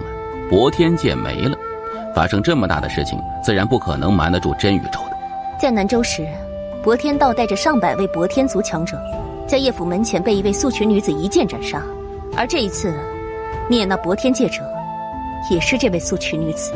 我们低估了观玄宇宙的实力，也低估了这素裙女子的实力。3000万年前，人间剑主与我们下面的人大战时，这素裙女子也在，不过当时她并未出手，因此我们对她的实力一无所知。未曾想到，此人的实力竟然如此之强。他当年不出手，应该是为了让那人间剑主破心中之神。这观玄宇宙的实力已经大大超出我们的预料，此事我得去通报真神。乱星界光门前，素裙女子掌心摊开，行道剑飞回她的手中，她直接将行道剑收了起来。姑姑，这剑忘记了。说着，她又将行道剑递给叶关，叶关连忙收下。虽然不能依赖外物，但是这外物还是要有才行啊。至于用不用，那是他的事情。走，姑姑，那博天界没了。没了。叶关沉默，心中巨震。那柄剑却把博天界给灭了，靠谱啊！姑姑，我还知道真宇宙的方向。听到叶关的话，素裙女子明显为之一愣。体内，神秘女子说：“再这么下去，他真的要成靠山皇了。”我也觉得，这喊人好像会上瘾啊。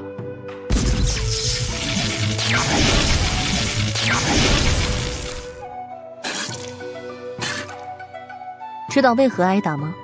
我自己的事情应该我自己解决，不应该依赖姑姑。初见你时，我很喜欢你。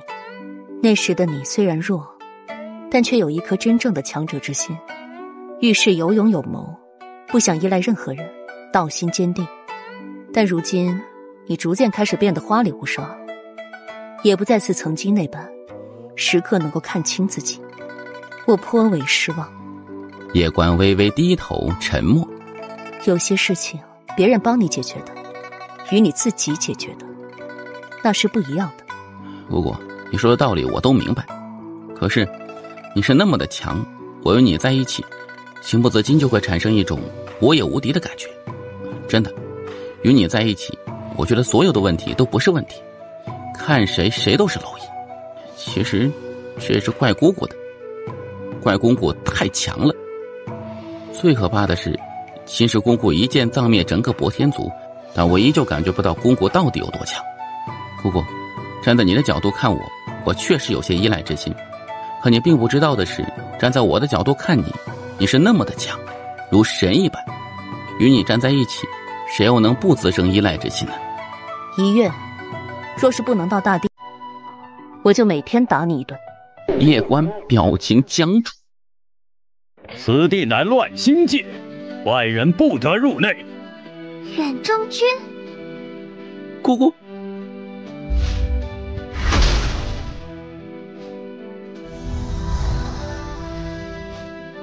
走吧。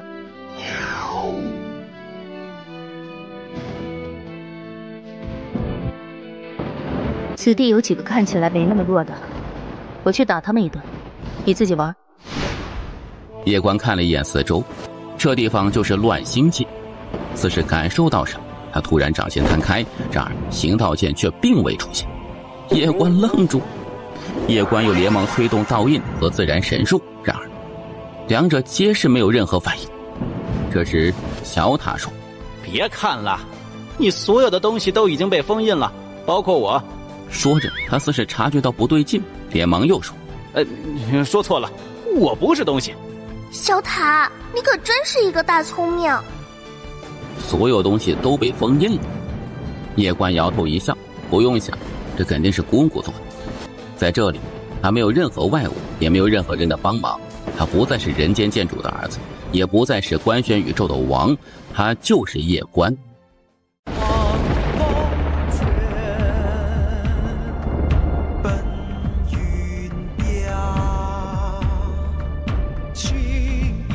辟劫石，辟劫石，此物在此地极其珍贵，属于无价之宝。怎么说？此地到处都是各种劫，即使是大地强者在外行走，也得小心翼翼，生怕被某些劫盯上，然后时不时来一下。但若是有这辟劫石，那便可以避免这种情况，因为此石可以帮人辟劫。原来如此。此时还有一个用处，那便是可以去一些特殊的地界。据我所知，神道文明之前的文明败退至这里后，他们的许多宗门势力便是霸占了这乱星界的许多好地方，于是他们与这本土的势力又发生了大战，最终许多宗门陨落，而那些宗门大族所在的地方也因为各种劫的原因成为了禁地。有了这辟劫石，你便可去一些特殊的地方，甚至可以见见神道文明之前的一些文明势力。前辈可曾见过神道文明之前的文明？未曾见过。我之所以知道这些，还是因为当年真宇宙与这个地方大战过，我们做了一些调查。这个地方的整体实力肯定是不如真宇宙的，不过也不弱，特别是一些自神道文明之前就一直存在的文明势力，底蕴更是深不可测。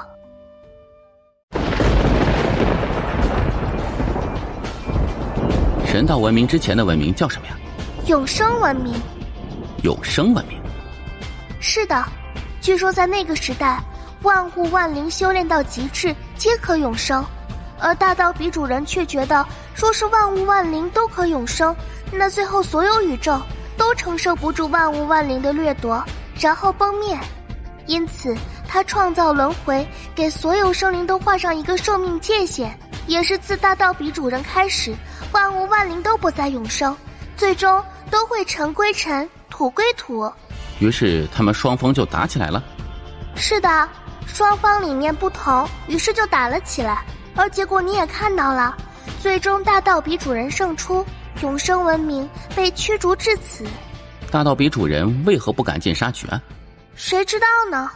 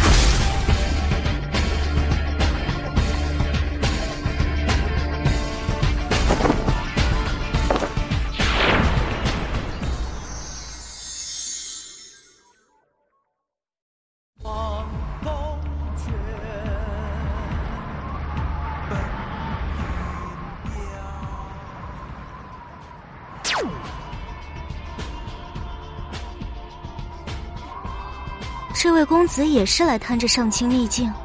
来看看。地仙境？是的。地仙境来这里？我只是来此看看的，并无进去之意。这位公子，你实力太低，实不该来此。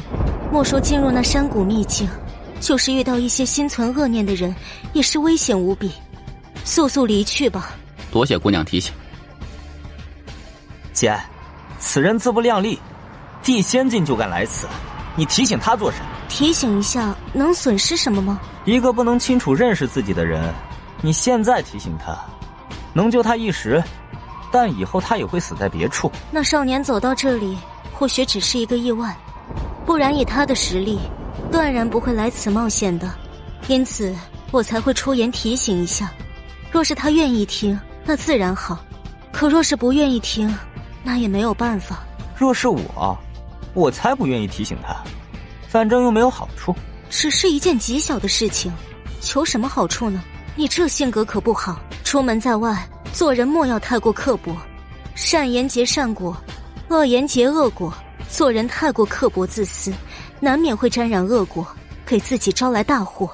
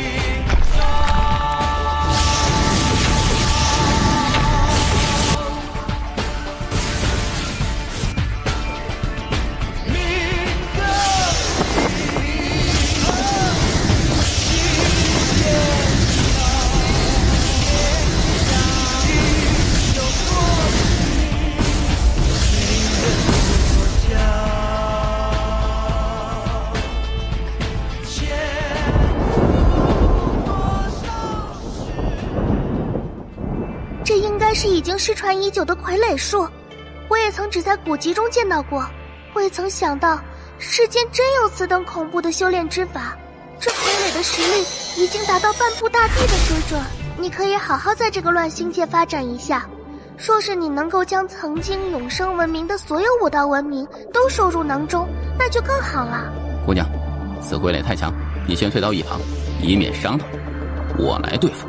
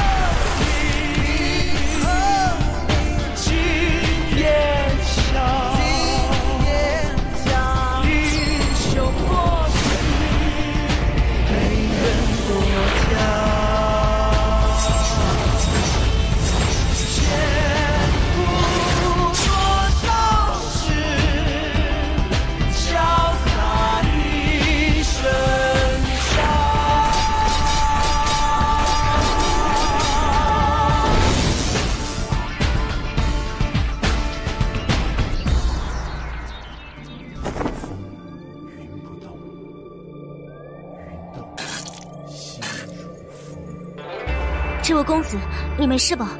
姑娘，这家伙力量骇人，我二人不是其对手，先撤。阿姐，还有我啊！你怎么把我忘了？阿姐，还有我啊！你怎么把我忘了？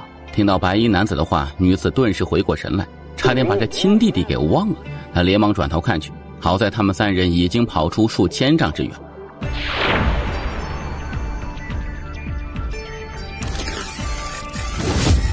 那傀儡并未继续追赶，而是退回远处一座大殿的门前。三人皆是松了一口气。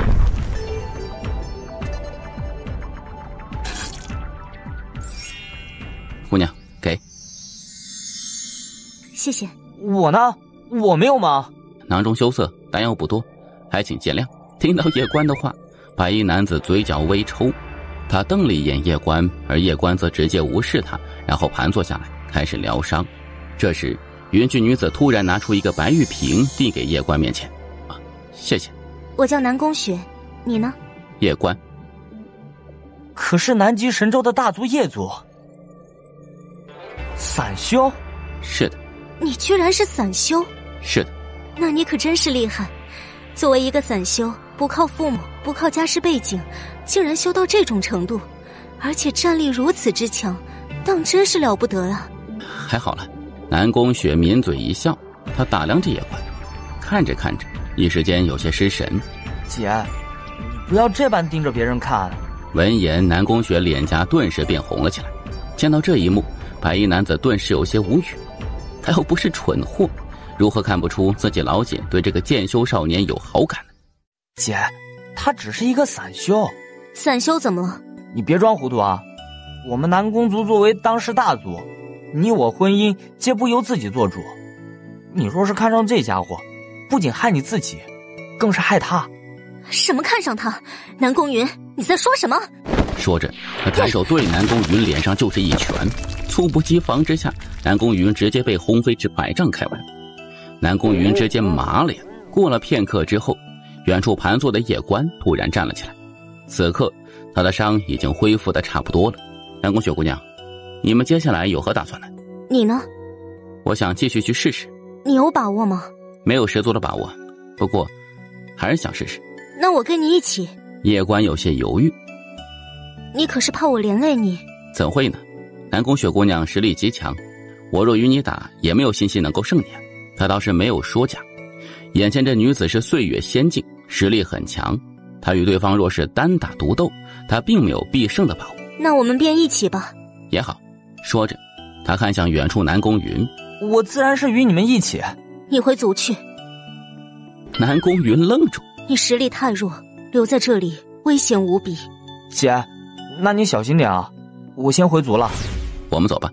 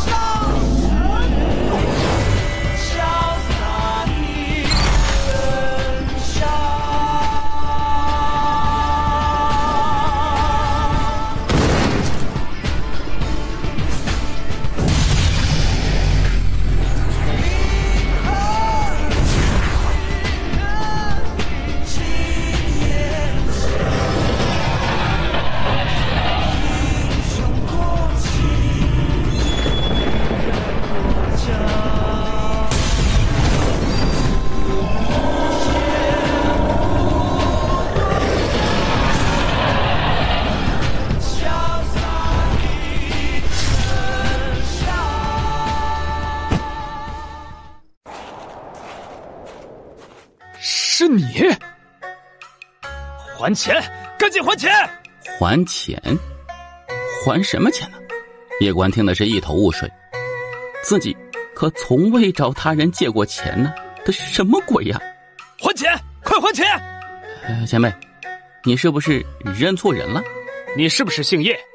你怎么会知道？你父亲是不是人间剑主叶璇？叶关彻底愣住，心中翻江倒海，眼前这人竟然认识自己老爹。我没有认错，还钱吧。前辈，你我素不相识，这还钱之事从何说起啊？男子掌心摊开，一张白纸出现在叶关面前。叶关定睛一看，顿时愣住了。纸签上面写着：今在此借宝物无数，而还。而还？我爹写的？是的，你看，还有血手印。叶关看了一眼那血手印，脸色顿时就黑了下来。当爹借东西，儿子来还，还可以这么玩的吗？这一刻，他突然间觉得爷爷当年放养的还不够彻底。还钱吧。前辈，天底下没有这般道理呀。你不会是想赖账吧？我爹借的呀。但是他让你来还，你是他儿子，这不假吧？常言道，父债子偿，天经地义。所以，你来还有什么问题？他借了多少啊？若是借的少，那就还了吧，毕竟是亲爹嘛。哼，不多，一共算下来，大概就几百亿灵元。什么？几百亿灵元？是的，除了几百亿灵元，还有无数的神物。叶关直接摇头，果断拒绝。这亲爹不要也罢。你想赖账？对于眼前这少年的爹，他是毫无办法，毕竟那是一个靠山王。但这少年可不同，这少年乳臭未干，他有10000种方法治，实在不行，强也不是不行啊。不对，欠债还钱，天经地义之事，怎能说是抢呢？太爷，我若出全力，有几分把握能够胜他呀？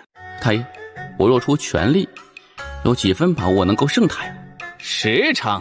叶关顿时大喜，而这时小塔又说：“他10成。”叶关笑容凝固。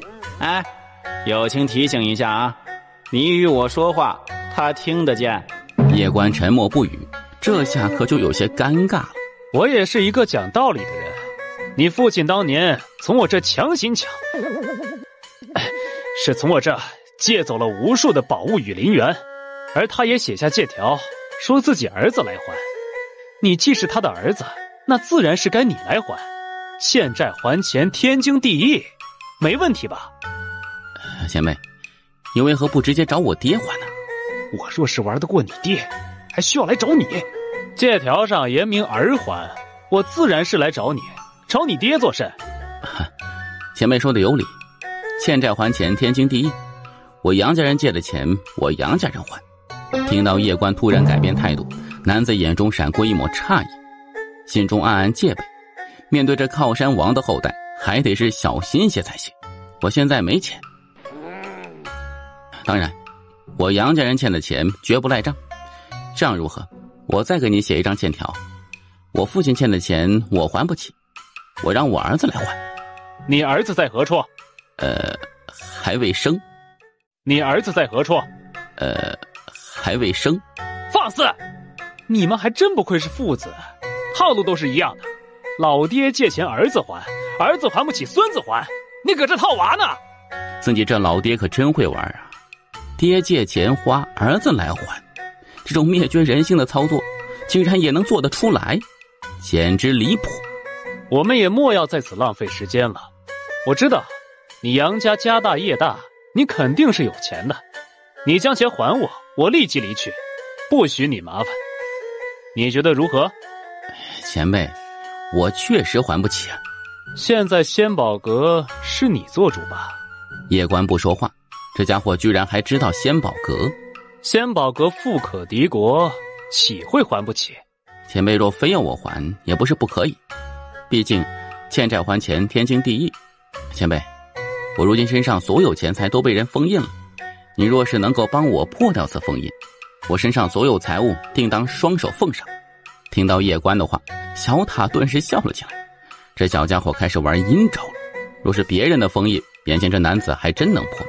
毕竟对方在数千万年前便是这天地间少有的绝世强者，更别说对方还苟了这么久，现在的实力肯定是更加恐怖了。但是叶关体内的封印可是素裙女子留下的，续破素裙女子留下的封印，那无疑是老寿星上吊啊！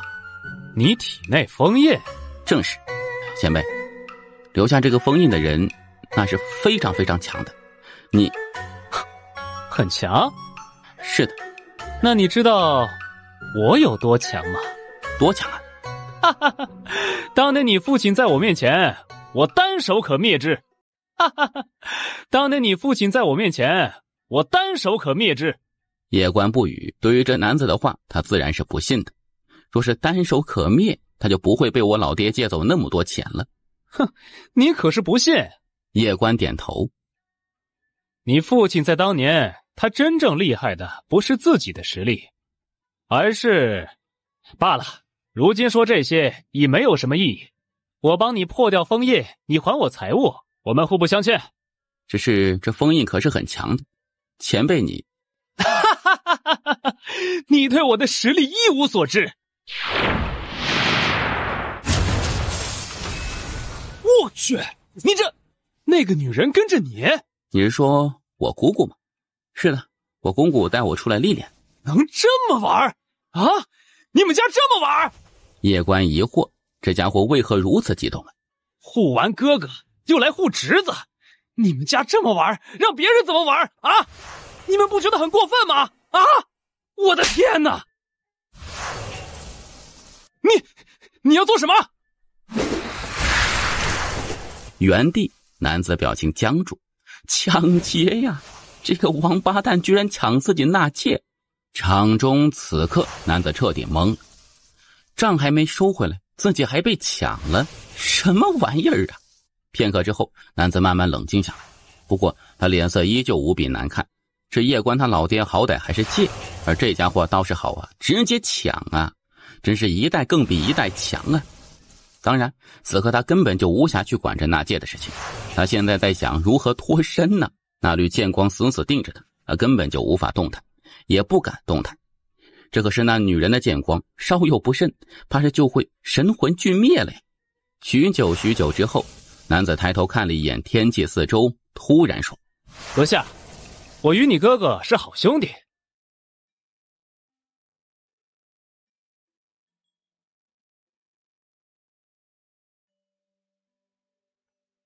小友，很不简单呐！有人竟然替你遮掩一切天机，让你命运不可窥测。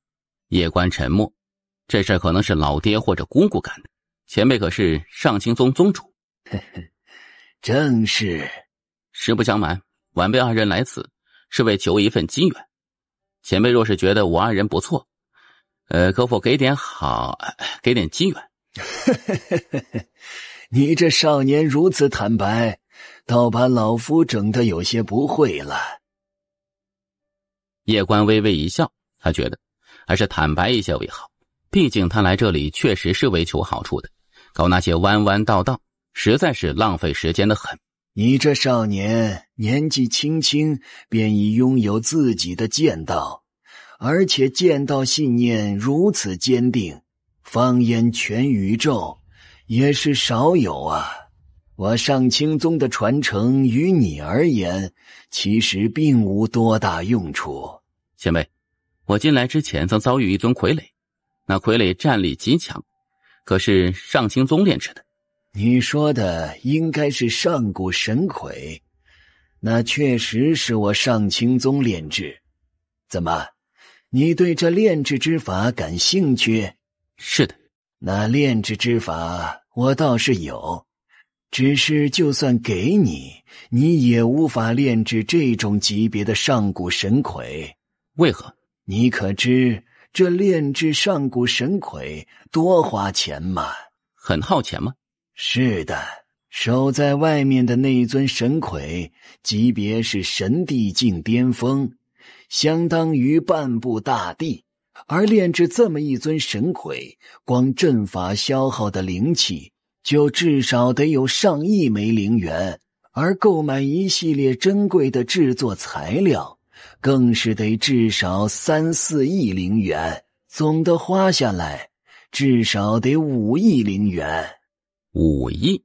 这还只是神帝境的神傀，若是要炼制大地境的神魁，那花费至少数十亿起步。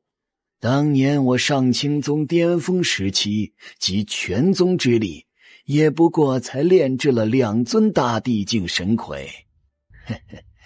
当然，虽然花了极大的代价，但是那效果也是极好的。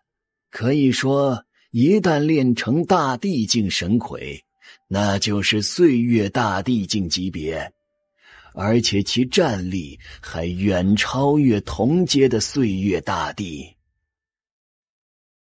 前辈，这炼制之法可否教我？若是换成旁人，即使有这炼制之法也是无用的，毕竟太耗钱了。但对他而言却是有用的，因为他的钱真的挺多的。虽然也不太能批量制造，但弄几具出来玩玩肯定是还可以的。他想法也简单，官选宇宙和真宇宙之间未来肯定有一战，现在多准备一些，那未来官选宇宙就能够少死一些人。至于钱，妈有啊。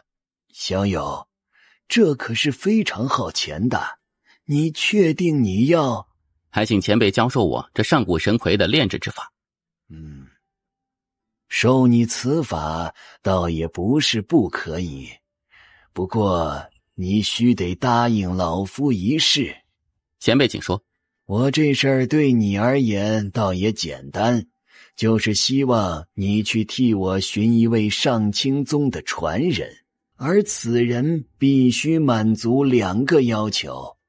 第一，天赋极佳，心性极好，并且愿意重建我上清宗。第二，此人必须是你亲近之人，非常亲近的那种。这是为何？老者却是笑而不语，心中有打算。在见到叶关第一眼时，他就知道眼前这少年绝非一般人。他的打算也简单，上清宗想要重新建立道统，就必须依靠靠山。眼前这少年无疑是最合适的了。至于为何不直接让叶关继承上清宗，他有2个担忧。其一，叶关明显已经有了自己的道统，如他方才所说的，上清宗的道统对于叶关而言并无多大用处。其二，他怕上清宗传承跟不上叶关脚步，未来被遗忘，那时可就真的太亏了。因此，选一个和叶关最亲近的人作为上清宗的传承者是最为合适的。上清宗的实力肯定是极其可怕的，对他而言虽然用处可能不那么大，但若对叶晴等人，那肯定是非常有用的。回去之后，让叶晴帝建立一个上清宗，当个宗主玩玩，那也不错呀。可以。好。说着他掌心摊开，2枚纳戒缓缓飞到叶关的面前。其中1枚纳戒内是那上古神魁炼制之术，而另1枚纳戒则是我上清宗的所有传承以及重建宗门的资源财物。这家伙不会贪污吧？前辈放心，我叶关并非那种贪得无厌之人。我已得上清宗上古神魁术，自然是该知足的。若是再有贪念，那岂不是禽兽不如吗？老者看着叶关，见叶关双眼澄澈，说话掷地有声，便彻底放下心来。同时心中不禁一叹，这少年剑修确实可以啊，可惜却不适合传承上清宗。前辈，您觉得我身旁这位姑娘如何呀？这是你的心上人。前辈误会了，我与这姑娘只是朋友。我的意思是，相识即是有缘，前辈可否指点她一二啊？姑娘如此年纪便能达到岁月仙境，确实妖孽。此印乃覆天神印，印内有一座绝世阵法覆天阵，若是催动，即使是大地也能将其困住。谢前辈赐。前辈，当年发生了什么事？都是一些前尘往事了。是神道一脉吗？叶公子也知道这神道一脉。知道一些。成者为王，败者为寇。我们上清宗既然已败，那就没什么好说的了。叶公子，上清宗重建之事就拜托了。定当竭尽全力。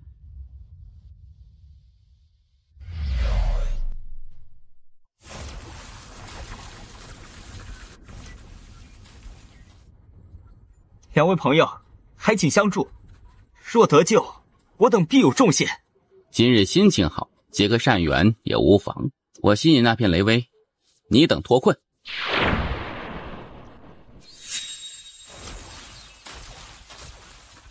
这位兄台，在下陈和，不知兄台怎么称呼？叶关。可是南极神州的超级大族，叶族。不是。闻言，陈和看了一眼叶关，若有所思。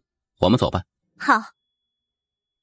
原地，陈和盯着远处二人的背影，目光渐渐变得有些冰冷。陈和哥，那少年绝对拥有辟劫石。他们方才是从里面走出来的，出来时这二人满面笑容，他们必是在里面得到了些什么。快聊上，然后追。陈和哥，那少年怕是不简单啊。我方才感受了一下，此人不过是一位真仙境，不足为虑。再者，我父亲陈全可是一位巅峰神帝境强者，何惧他？你救了那几人，那几人却连句谢都没有，当真是太过分了。不感谢倒是其次，就怕还有歹念呢。你救了他们，他们若是对你还有歹念，那岂不是禽兽不如？南宫雪姑娘，你现在有何打算呢？你呢？我想寻找一个僻静之处好好修炼，现在姑姑摆明要放养他，因此还是先找一个地方猥琐发育一下吧。那不如去我南宫族。我南宫族在西极神州，地处偏僻，雷劫最少，刚好适合你修炼。叶关有些犹豫。你刚得到那上古神魁术，若是要炼制，肯定需要许多材料。你一个人在这里到处逛，想要寻找材料，肯定是极为麻烦的。若到南宫族，有我们帮助你，许多事情会方便许多。那就叨扰了。那我们走吧。叶公子，若是我所料不错，你身上应该有一枚辟劫石，可对？是的。你倒是坦白。叶公子，我替你想过，你不过是真仙境，以你个人的实力，断然不可能是我们的对手。看在你救过我等份上，我可以给你指条活路，那便是主动交出辟劫石，如此一来，尚有活路。你这人怎这般无耻？刚才若不是叶公子相救，你等早已葬身于那片雷威之中。你等活命之后，竟还恩将仇报，这等行为连禽兽都不如！我呸！哼，他是救过我等，但那又如何？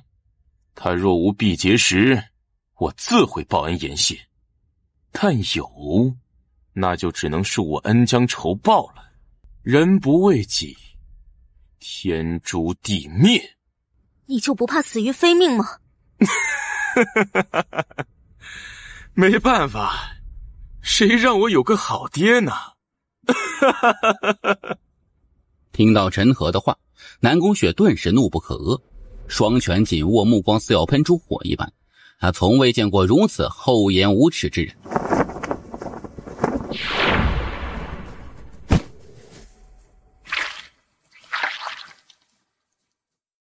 我爹乃是神境巅峰，你若杀我，他定饶不得你。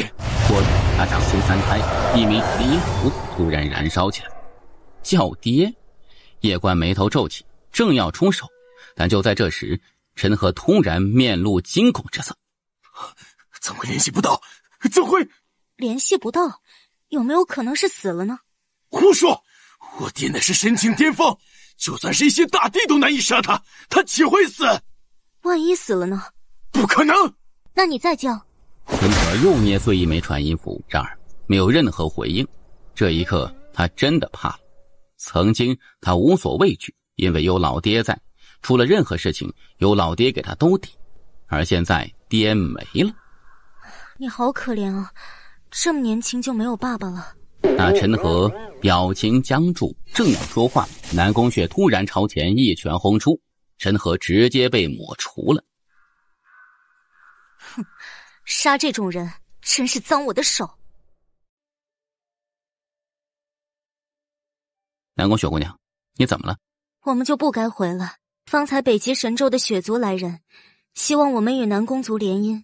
我父亲与我姐姐已经答应了。联姻？叶关沉默，他知道大族之间都喜欢玩这一套，毕竟是强强联合。对此，作为一个外人，他也不便多说什么。对于这种联姻，你怎么看？我觉得吧，还是得跟自己喜欢的人在一起才行。没有感情，那即使双方在一起，也只会让双方痛苦的。我也是这么认为的。你既然知晓如此，那为何还说出那般愚昧之言？不过我倒是也能理解，我听南宫云说你是一位散修，一位散修自然不会明白大族之间的联姻有多么重要。我们家不需要联姻，是没有人愿意跟你们联姻吧？这是个傻逼呀！你那么好，他配不上你。你竟敢骂我！雪晨，你说话能不能像叶公子一样文明一点？南宫雪，方才你父母已经答应我们之间的婚约，只要双方交换文书，那你就是我的未婚妻。我又没有答应，而且文书又没有交换，我们之间根本没有婚约，即便有，我也不会认。是因为这个男人？与他无关。与他无关？南宫雪，你当我是蠢货吗？10息之内，你若还在此地，我灭你师族！曾经也有一个人似他这般勇。谁？天夜。听到那雪尘的话，叶关顿时有些头疼。为何现在的人动不动就喜欢灭人十族啊？我可能是给你脸了吧？那雪尘乃是北极神州雪族的人，你打了他，雪族必不会善罢甘休，他们定会疯狂报复你。此事也怪我，我就不该来寻你。后悔出手了？怎么会呢？我确实不想掺和别人的事情，不过掺和了又怎样呢？好，说得好，男人就该霸气一点，掺和了又怎样？你放心，我不会让他们害你的。姐，我与他聊聊。不行，姐，此事与他无关系。那雪尘是我打的，你若要怪罪，就怪我。我要牵累他。你想不想他活？你什么意思？随我来，就你一人。我去与他谈谈。我就不该带你来南宫族，让你卷入这漩涡之中。没事的，我先去与你姐姐聊聊。聊不了的，我姐这人极不好说话，你若进去，她必为难你。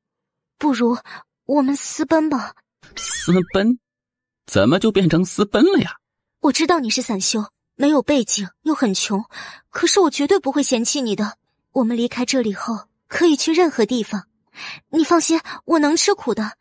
我们可以一起去给人打工挣钱，我都可以的。听到南宫雪的话，叶关顿时沉默了。他自然是明白眼前女子的心意的，他也没有想到，只是相处了极短的时间，眼前女子对他便有了一点意思。你莫要担心了，我先去和你姐姐聊一聊。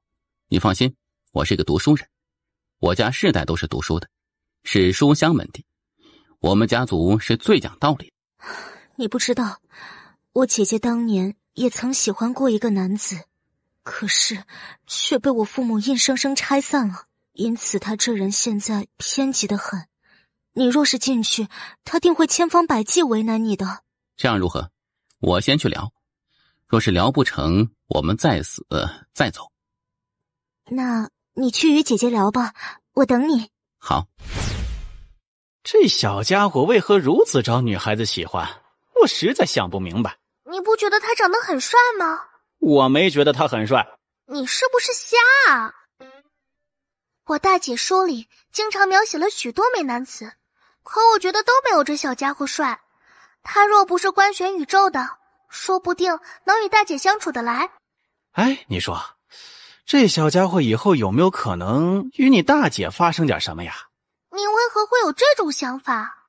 哎，我跟了3代了，前2代就经常出现这种套路，这一世我不太敢确定，因为这一世有时候套路有点不太一样，我拿捏不准。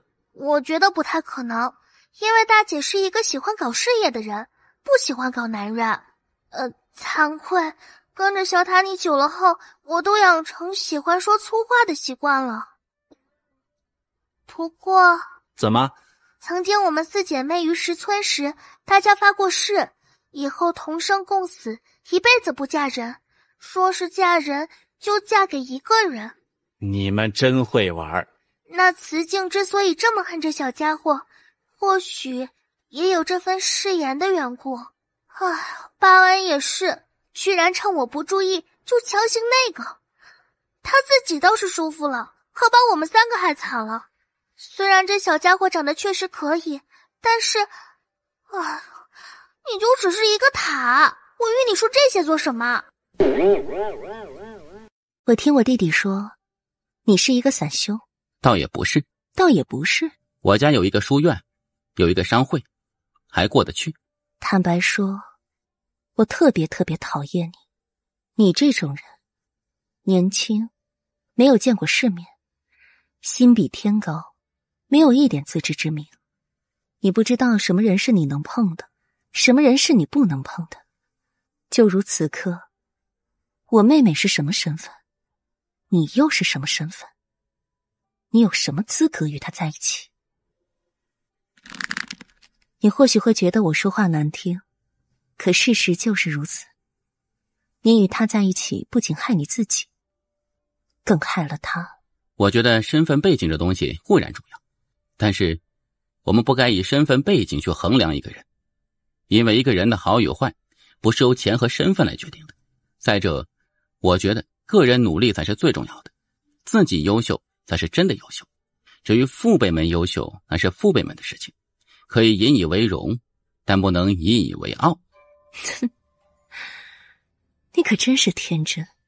恕我直言，你这种人身处世界最底层，永远不会明白家世背景靠山的重要性，天真的以为人定可胜天。殊不知，你这种想法实在是愚蠢至极，我也懒得与你去细说这些，浪费口舌。日后社会会教你何为现实。我们直接开门见山，你开个价吧。我们直接开门见山，你开个价吧。开个价？离开我妹妹，300万枚灵元，够不够？不够。你胃口倒是挺大，500万。这是有点侮辱人呢。你若是觉得这是在羞辱你，那便是羞辱吧。看你神情，你好像很意外。怎么？是没见过这么多钱，还是没有被人如此羞辱过？我明白你的意思，你是想告诉我，我家世背景与你南宫族相差太大，配不上你南宫族。是，我本可以让你无声无息从这世上消失的，但我不想因为你而破坏我们姐妹的感情，所以拿着钱赶紧离开，如此说不定还能保自己一命。姑娘，我本是想以普通人的身份与你好好谈谈的，但我发现我若是以普通人的身份与你谈，根本就无法谈，因为你不会重视我，我说的话也没有分量。既然如此，那我们就换个身份来谈吧。说着拿出一枚纳戒递到南宫寒的面前，你看看。南宫寒黛眉微蹙，他看向叶关的纳戒，当看到纳戒内的东西之后，他脸色瞬间巨变，纳戒内有数十亿枚灵元呢。我与南宫雪姑娘是朋友，而我与她做朋友并非是看她家世背景。恕我直言，我叶关交朋友从不看对方的家世背景，因为若是论身份背景，我说一句无敌，可能都还是谦虚了。南宫寒看着眼前从容淡定的男子，眼中犹如翻江倒海一般。数十亿枚灵元，这即使是南宫族也是绝技拿不出来的，而眼前这少年却能够拿出来，并且敢拿出，既然敢拿出来，就证明人家并不惧南宫族。不惧南宫族，南宫寒黛眉微蹙，心中疑惑，难道是那2个势力的吗？可能是，不然对方是绝不敢殴打那雪尘的，更不敢在自己面前如此的镇定自若的。方才是我失礼了，还请叶公子莫要怪罪。不知叶公子是武宗的还是圣宗的？韩姑娘，我若说都不是，你是不是又要换一个态度与我说话了呀？叶公子，你方才打了雪尘，这雪族定是不会轻易罢休的。而此刻，这雪族的强者已在赶来此地的路上，因此我才会问叶公子真实的身份。对方这是要进行群殴了。叶公子，你现在打算……我知韩姑娘在顾虑什么，放心，我的事不会连累你南公族的。叶公子，若您真是武宗或者圣宗的，我南公族愿与您一起面对雪族。不仅如此，你与我妹妹的事情，我南公族绝对不会再阻拦。你妹妹在你口中好像货物一般，谁身世背景强大，你便愿意将她送给谁，是吗？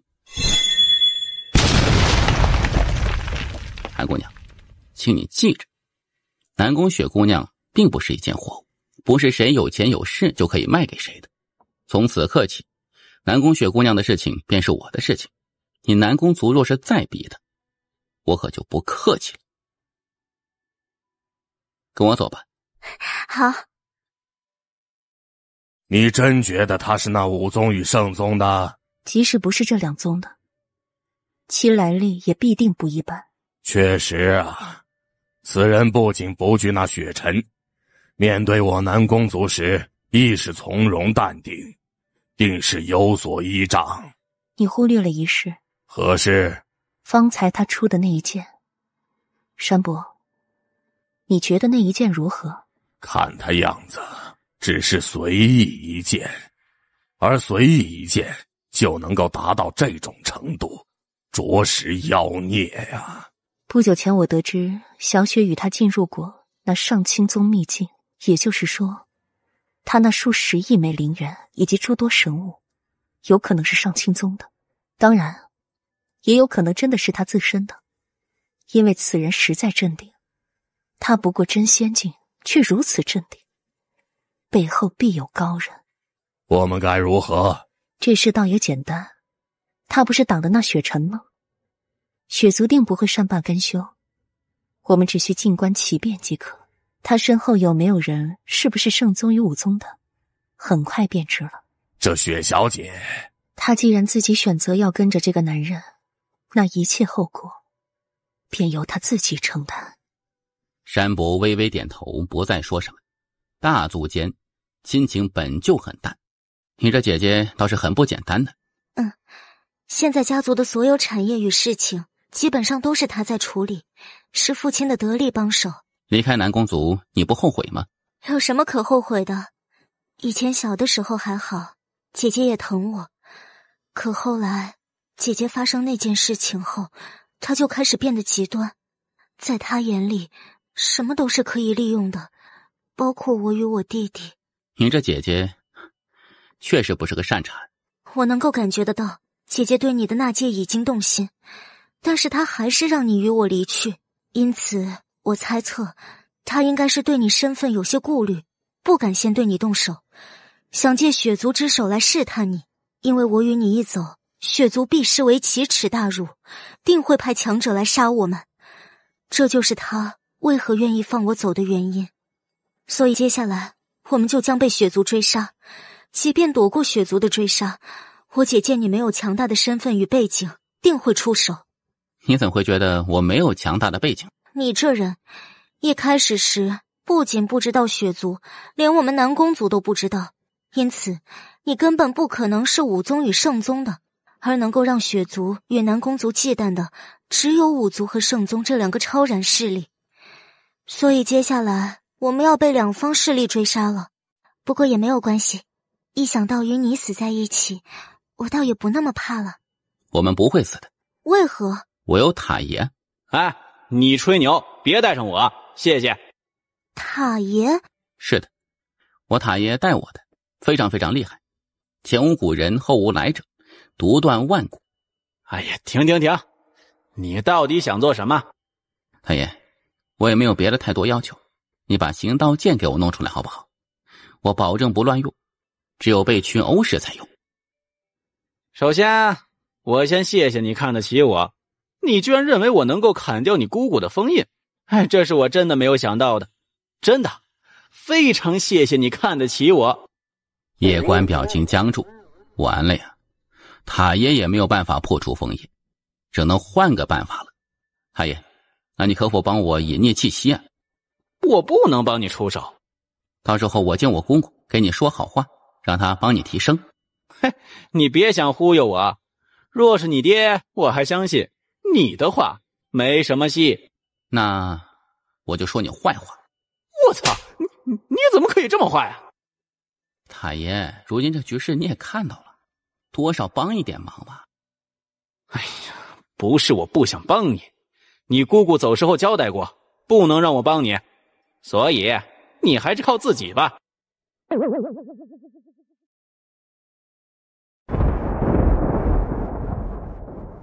来了。你怕吗？不怕。怕也没事，我与你一起呢。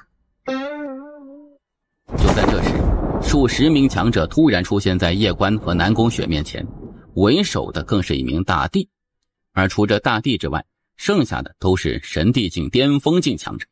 这个阵容绝对不是叶关现在能够抗衡，因为这里强者含金量都是极高，战力极强啊。他现在不叫人，没有行道剑，你觉得他会怎么应对这个局面呀？不知道。嘿，我觉得这小子这次要挨揍了，我就喜欢看他挨揍。看着眼前这数十位顶级强者，南宫雪神色无比凝重。他知道他们二人绝不是眼前这些人的对手，他倒是也不惧，无非就是一死而已。叶关神色倒是非常平静，倒不是有所倚仗，而是他已经有了对策了。他打架3种打法，第一种打得过的不废话直接打，第二种打不过的先讲道理然后再打，第三种实在打不过的那就忽悠。你等好大的胆！你小小血族竟敢来追杀我，是谁给你等的狗胆呢？阁下是何人？此刻的他也是心中震惊了，孙子太他妈嚣张，身后怕是有人呢。叶关道也没有废话，直接释放出自己强大的武艺，武神气息一出，那雪峰等人脸色瞬间巨变。啊，这武道气息，阁下可是武宗之人？滚！啊，打扰了。就这么走了？阁下的意思是，纳戒留下，不留下，血族灭。你信不信？啊哈，此事是我血族不是，赔礼道歉是应该的。这血族也太穷了呀，堂堂大帝就只有1000万枚灵元，也不知怎么混的。在叶关身旁，南宫雪听得直摇头，1000万枚灵元在这乱星界已经算得上是一笔巨款了呀。你真的是武宗的吗？你猜？你不仅不是武宗的，还不是乱星界的，你是从外面进来的吗？何以见得？你若是乱星界的，就不会去冒充武宗的人。武宗很强吗？很强很强，我们离开这里吧。叶关不知道武宗有多可怕，可是他知道叶关冒充武宗的人，那后果比杀了雪尘还要严重100倍。这也是为何那雪峰不敢动手的原因，因为在这里没有人敢得罪武宗，更别说是冒充武宗。我还不能回去。为何？我要在这里成为大帝才行。你是某个势力的少爷下山来历练的吗？算是吧。你们家实力如何？还好吧，那老头不蠢，待会儿他可能会发现不对劲，杀我们一个回马枪来。我们还是赶紧寻一处地方好好的修炼吧。你有辟劫石，我们去秘境。小塔，你是不是很失望？哎呀，祖传的忽悠之术啊！其实我也挺想看他被打。大长老，我觉得他并不是武宗的。可万一是呢？我不敢赌，若是赌错，我们血族将有灭顶之灾。那现在该如何？我亲自去一趟武宗，若他真的是武宗之人，此去我便代表我血族向武宗赔礼道歉，了却这段因果。若不是，永生大帝在世也保不住他狗命。你说他不仅仅是一位大剑帝，还是一位武神？是的，他不会真的是武宗的人吧？绝对不是。何以见得？若他真是武宗之人，又何必离开我南宫族？当然，就算他不是武宗之人，来历也必不简单。这事我们还掺和吗？数10亿枚灵元，只要确定他不是武宗与圣宗的，那就……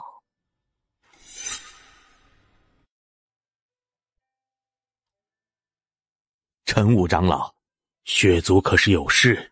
雪峰将夜观画像拿了出来。敢问陈武长老，此人可是武宗之人？不是。怎么？此人当我血族世子，然后又冒充武宗弟子。冒充我武宗弟子？你确定？千真万确，不然我也不会亲自来武宗求证。倒是好胆量，竟敢冒充我武宗，有意思。既然已经确定他不是武宗的弟子，那在下便告退了。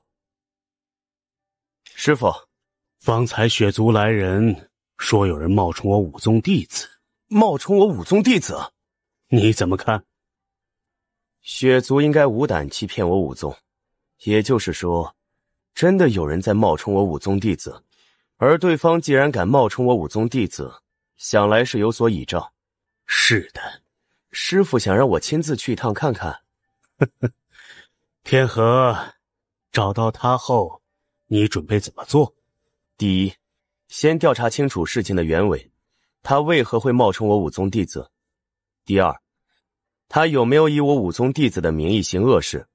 第三，若是他没有以我武宗弟子名义行恶事，只是为了自保，且自身天赋极好，那让他做我武宗弟子又何妨？说得极好。若他没有行恶事，且天赋又不错，让他做我武宗弟子又如何？我武宗这点格局还是有的。你去吧。这里是星海秘境。星海秘境。当年那一战后，许多古老的宗门势力陨落，然后因为雷劫的缘故，他们自己所在的宗门遗址都成为了禁区。若是没有避劫时，即便是一些大帝也不敢轻易踏入其中。毕竟那些宗门虽然已陨落，但是也没有人敢保证他们没有遗留的绝世强者。进入秘境修炼。是的，我们进入秘境后，寻一处安静之地好好修炼。那血族应该不敢进入秘境追杀我们。也好，这武宗和那圣宗，他们也是来自永生时代的势力，而且是目前唯一的2个来自永生时代的势力。当年那一战，无数上古势力陨落，但他们没有，他们活下来了，所以他们的底蕴不是别的势力能够比的。原来如此。据我所知，现在外面是真宇宙的时代。你来自真宇宙吗？我来自观玄宇宙，不是真宇宙。你也知道真宇宙？当然知道，这真宇宙当年可是攻打过乱星界的。那一次，一直是死对头的武宗和圣宗都联手了。那一战还好有这些雷劫在，不然我们乱星界可能就已经败了。那些真宇宙的远征军实在是厉害得很。当年大帝1对1，我们这边最终战死了36位，而他们才战死22位。远征军。夜观沉默。观玄宇宙和真宇宙交手，到目前为止还没有遇到过远征军，因此对于这支军队的整体实力，在此之前他都没有一个概念。而此刻他听到南宫雪的话之后，他才意识到这支军队的实力比他想象的要强，而且是强很多很多。这里是星海秘境，不过里面是一个什么势力我也不知道。我们去看看便知道了。他进入这星海秘境，现在当如何？等他有必劫时，他会出来的。你这小家伙有些意思。前辈，大道比主人的神道文明现如今如何了？没了。没了？被真宇宙灭了。真宇宙？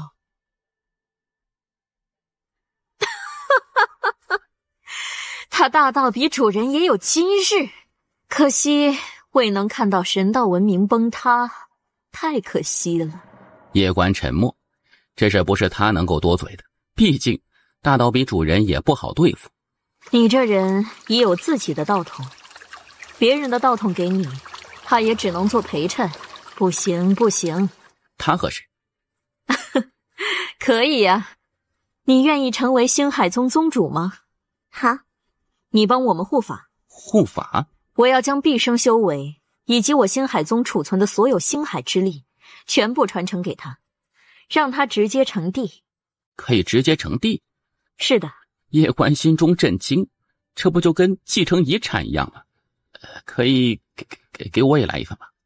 老实说哈，我家里人对我很苛刻的，我从小就被放养，食不果腹啊。不得不说，叶关确实是心动了，直接成为大帝，要是给他整一下子，那他就可以原地毕业了呀。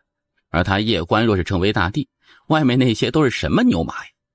那时大帝在他面前皆如蝼蚁，别说大帝，或许连姑姑都可以刚一刚。不行不行。为何呀？我可不想我星海宗传承成为他人嫁妆。他很清楚，星海宗传承对于别人或许是无比的珍贵的，但对于眼前这位少年简修也就那样。星海宗的传承在这少年身上，最终会被少年本身的道统光芒完全掩盖，而过不了多久就可能会被这少年彻底遗忘掉。但若是传给这女子，那就完全不同了。有这少年剑修相助，这女子未来必能够将星海宗的传承发扬光大，甚至是重建星海宗。听到白衣美妇的话，叶关顿时有些无语。她是你女人，给她跟给你又有什么区别呢？师父，我还不是他女人。你去给我们护法吧。前辈，需要多久啊？至少1个时辰。好。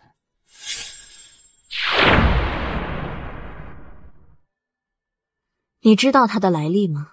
他的来历很不一般，他未来命运天机都已经被人掩盖，而能够拥有此等手段者，我认识的人之中也只有2人，一个是当年大帝之中无敌的永生大帝，还有一个就是大道比主人。此人未来必成就一番霸业，你若想跟着他并且能够帮助他，就必须得拥有强大的实力，不然你即使跟着他，也最终会成为一个花瓶，然后逐渐被遗忘。我能够感觉到他对我好像没有那么喜欢，或者说他根本不喜欢我，只是不忍拒绝我，所以才一直带着我。傻丫头，对于男人你千万不能太过热情。你没听过一句话吗？太容易得到的都会不被珍惜。你现在应该做的是好好提升实力，搞事业，自己完全独立，不依赖他。不仅不依赖他，还能帮到他。他若是一直不喜欢我呢？傻孩子，你喜欢他那是你的事情，他喜不喜欢你那是他的事情。不是说你喜欢他，他就一定得喜欢你，世间没有这般道理。我明白了。你现在该做的就是提升实力，搞事业。千万要记住，我们女人即使再喜欢一个男人，也不能失去自我，失去独立的人格。一个失去自我与失去人格的女人，只会被别人看不起。我明白了。待会儿你成为大帝后，跟他切磋切磋，打他一顿。为何？让他知道你现在可是大帝了，被一个大帝喜欢，男人心里肯定都很得意。许多男人内心都有一个比较变态的想法，那就是征服比自己强的女人，这叫征服欲。你要勾起他的征服欲，明白吗？师父，你懂得好多呀。我还懂好多招式呢，待会儿我教给你。什么招式啊？白衣美妇眨了眨眼，有些俏皮。她俯身在南宫雪耳边低声说了几句。呀！南宫雪不知道听到了什么，脸霎时间就红了起来，宛如火烧云一般，羞得直接捂住了脸。那个地方也可以吗？当然可以。师傅，这羞死个人了。我们还是开始传承吧。好。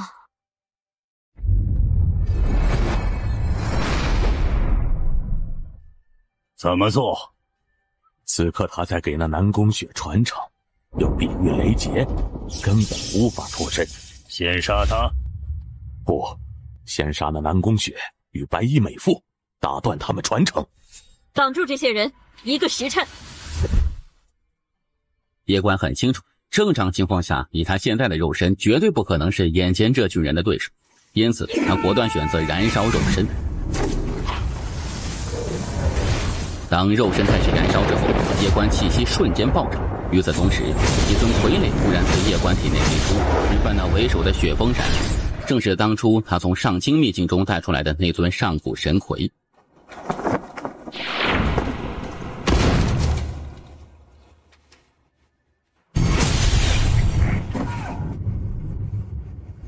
你等是在畏惧什么？他燃烧肉身，强行提升自己实力，看似很强，实则是外强中干，3秒真男人罢了。你等继续出手炮他，只需片刻，他便会气力耗尽，自陨当场。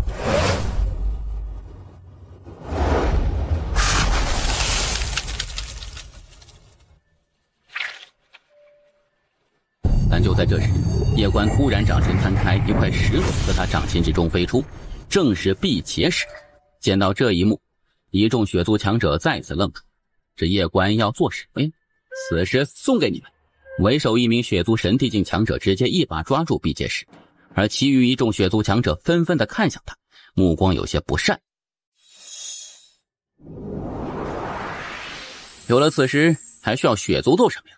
你等想想，在血族做牛做马了一辈子，能否赚得上亿的灵元呢？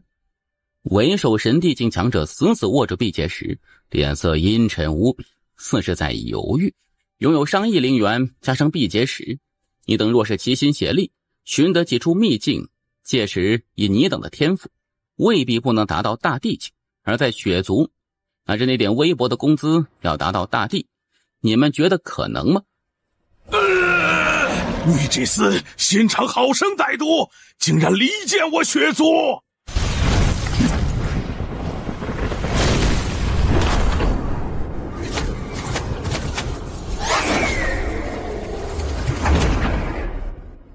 他现在被拖着，奈何不得你们。你们可以随时走，但若是过了一会儿，一旦我的傀儡拖不住，那时他必要你等手中的辟邪石。而到了那时，你给还是不给啊？为首的神帝境强者双手紧紧地握着，似是在挣扎。此刻走，等同是叛族啊！叶公子，老实说，我差点就被你说动了。我若是拿走此石，我等就算离开此处，也必会为了争此石而自相残杀。不仅如此，我若是所料不错，你会在适当的时候收走傀儡。那时雪峰长老一旦脱困，他必会来寻我等。叶公子啊，你当真是好心计。我若是上你的当，我等怕是都会死于自相残杀。当然，我也是真心佩服你，小小年纪便有如此心计，实在是了得呀。自己倒是小瞧这些人了。诸位，此时我先暂且留着，待我们杀了这少年后，再将此石送回血族，由族长定夺。其余血族强者也是纷纷点头。原本他们还是有些想法，但听到刚才那名神帝境强者的话之后，他们皆是惊出一身冷汗。这少年实在是太歹毒，差点便中计了。就在这时，远处被上古神魁拖住的雪峰似是感受到什么，他突然看向远处的南宫雪。啊！先杀了那女子，快！你现在已经是强弩之末，若是现在离去，我等也不拦你。叶关没有说话，他右手紧紧地握着手中的义剑。你年纪轻轻，前途无量，只要离去，日后什么样的女子没有啊？何必为了这女人在这里死战呢？我考虑考虑。你想拖延时间？既如此，那你便死吧！燃魂。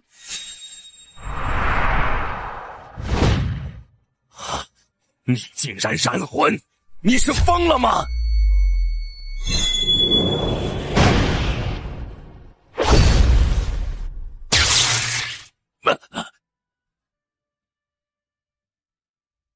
但就在这时，一股强大的气息突然间自远处爆发开来。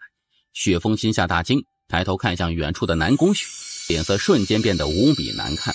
大帝，这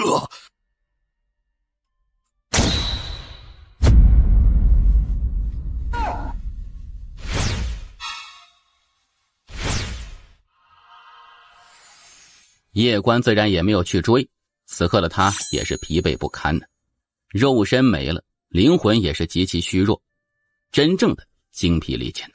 这里的神帝实在是不好打呀，太累了。当然他收获也大，因为他现在隐隐感觉要突破了。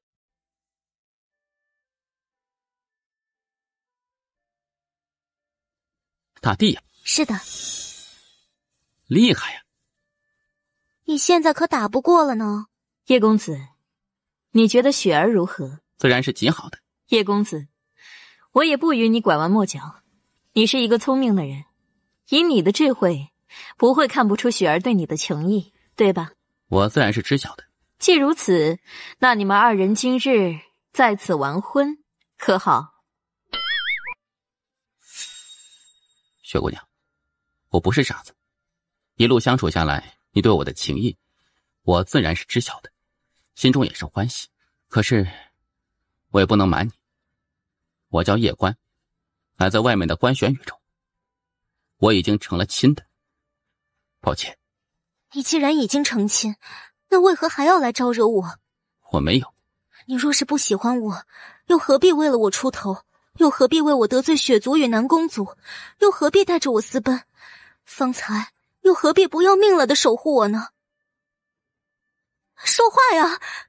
你我初见之时，你提醒我上清秘境危险，让我离去。我觉得你心善，因此对你有好感。后面相助你，一开始是因为将你当朋友，没有多想。后面我也没有想到，你开始对我有情意了。倒是我的不是了。雪姑娘，你如此漂亮，性子温柔，对我又情真，我心中也是欢喜的。那你便留在这边，可好？你走吧，我再也不想见到你了。雪姑娘，你好好保重，以后有机会我再来看你。看我做什么？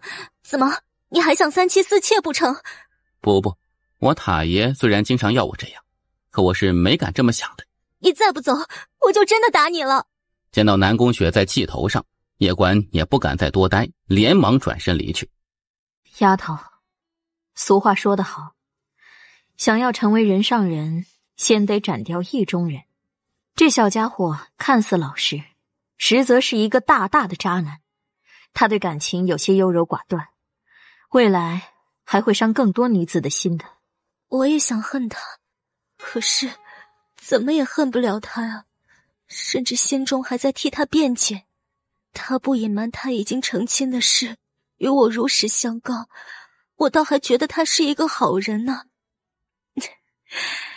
以前听说喜欢一个人是卑微的，我原本是不信的，但此刻才明白，何止是卑微啊。白衣美妇低声一叹，女人一旦动情，那便是一次劫呀，而若是遇到渣男，那便是劫上劫。师父，我想留在这里好好修炼。好，可是我却也不能陪伴你了。为何？我只是一缕残魂，能够存在这么久，已经是非常不易了。方才传承于你，这缕残魂已经消耗得干干净净，因此我们也该离别了。不对，是永别了。你若是能够重建星海宗，自然好；倘若不能，也无关系。古往今来，宗门兴与亡，再正常不过了。师父，你性子太柔，心太善，现在又身中情毒，这不是一件好事。记着，你喜欢他是你的事情，不代表他就一定得喜欢你。切莫因爱生恨，误了自己。而且，这小子对你，应该也是有情。见到这一幕，南宫雪直接呆在了原地。他看着四周，这一刻，他感觉前所未有的孤独啊！海爷，我有时候觉得自己很坏。为何？我有时候一直在想，要是能够与小家、季玄姑娘、芊芊姑娘、依依师姐、八婉，还有现在的雪姑娘，大家一起厮守，大家和和睦睦，岂不逍遥快乐？嗨，是个男人都会这么想。他们每个人都是那么漂亮，那么的好，得其一都已经是莫大的福泽了。我居然全部都想要，这实在是太刺激了。我以为你会说这太不是人了，没想到你跟我来了这么一句。男人果然都是花心的，贪得无厌的，而我亦是如此。你喜欢那位南宫雪姑娘吗？她人很好，我不想骗她。那你以后就莫要去勾搭女子。难道要我以后遇到女子就离得远远的吗？感情一事，唉，太爷，你只是一个塔，说了你也不懂。叶关不在感情一事上多想，女人只会影响拔剑的速度。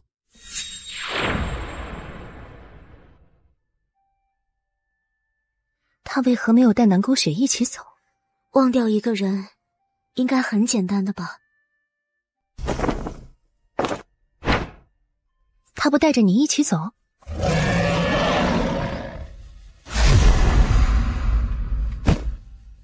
你，从现在起，我就是南宫族的族长。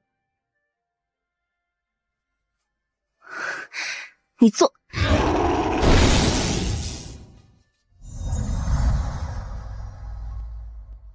一个时辰后，南宫族内突然有一位大帝陨落，无数灵气自南宫族上空爆发开来。而没多久，南宫族的族长便是换了人。又过3日，南宫族族长南宫雪以星海成玉，硬扛命运劫，鏖战3日，最终战胜命运劫，成为命运大帝。乱星界一共只有4位命运大帝，而如今又多了一位雪帝。雪帝成为命运大帝之后，将南宫族改为星海宗，广招弟子传承道统。但不知为何，他立下2个规矩：一，不招剑修；2，不招姓叶的。世人奇怪，但也不知是为何呀。